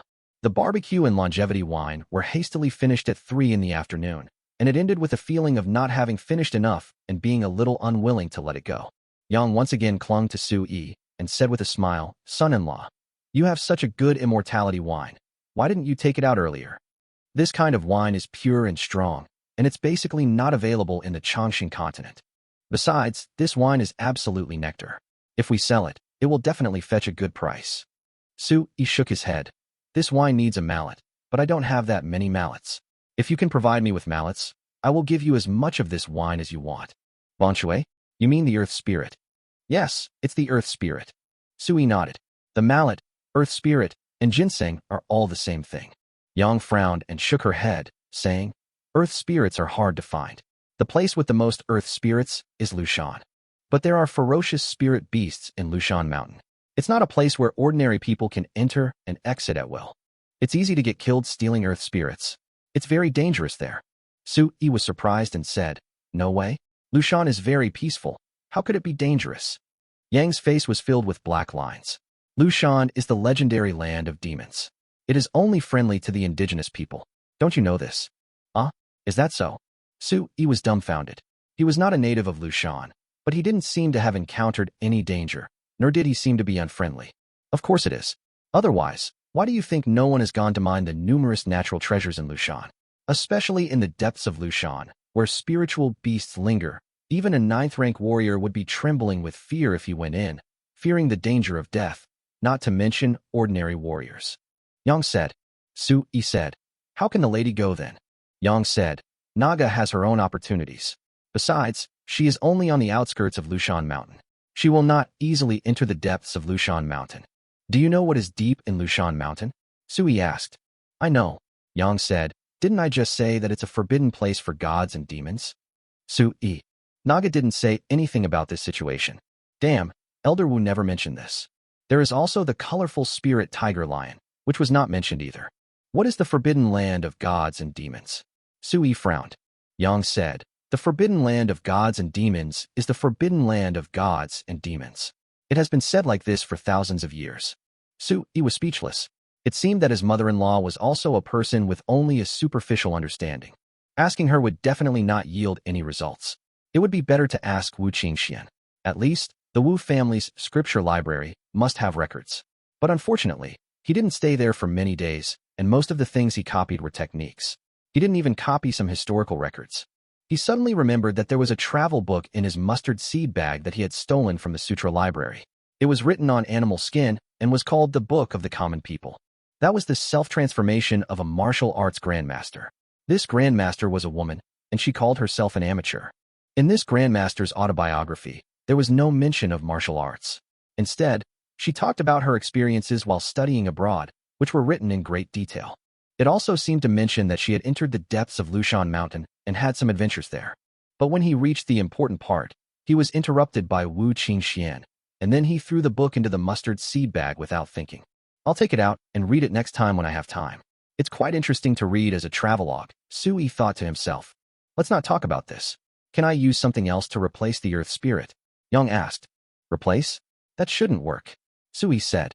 In fact, he didn't understand either. But on Earth, there was no plant that could replace ginseng. The essence of heaven and earth contained in ginseng itself could not be replaced by other plants. Yang said to Liu beside her, Bring me a ghost cap. Liu nodded, returned to the house, took out something shaped like Polygonum multiflorum, and handed it to Su-yi.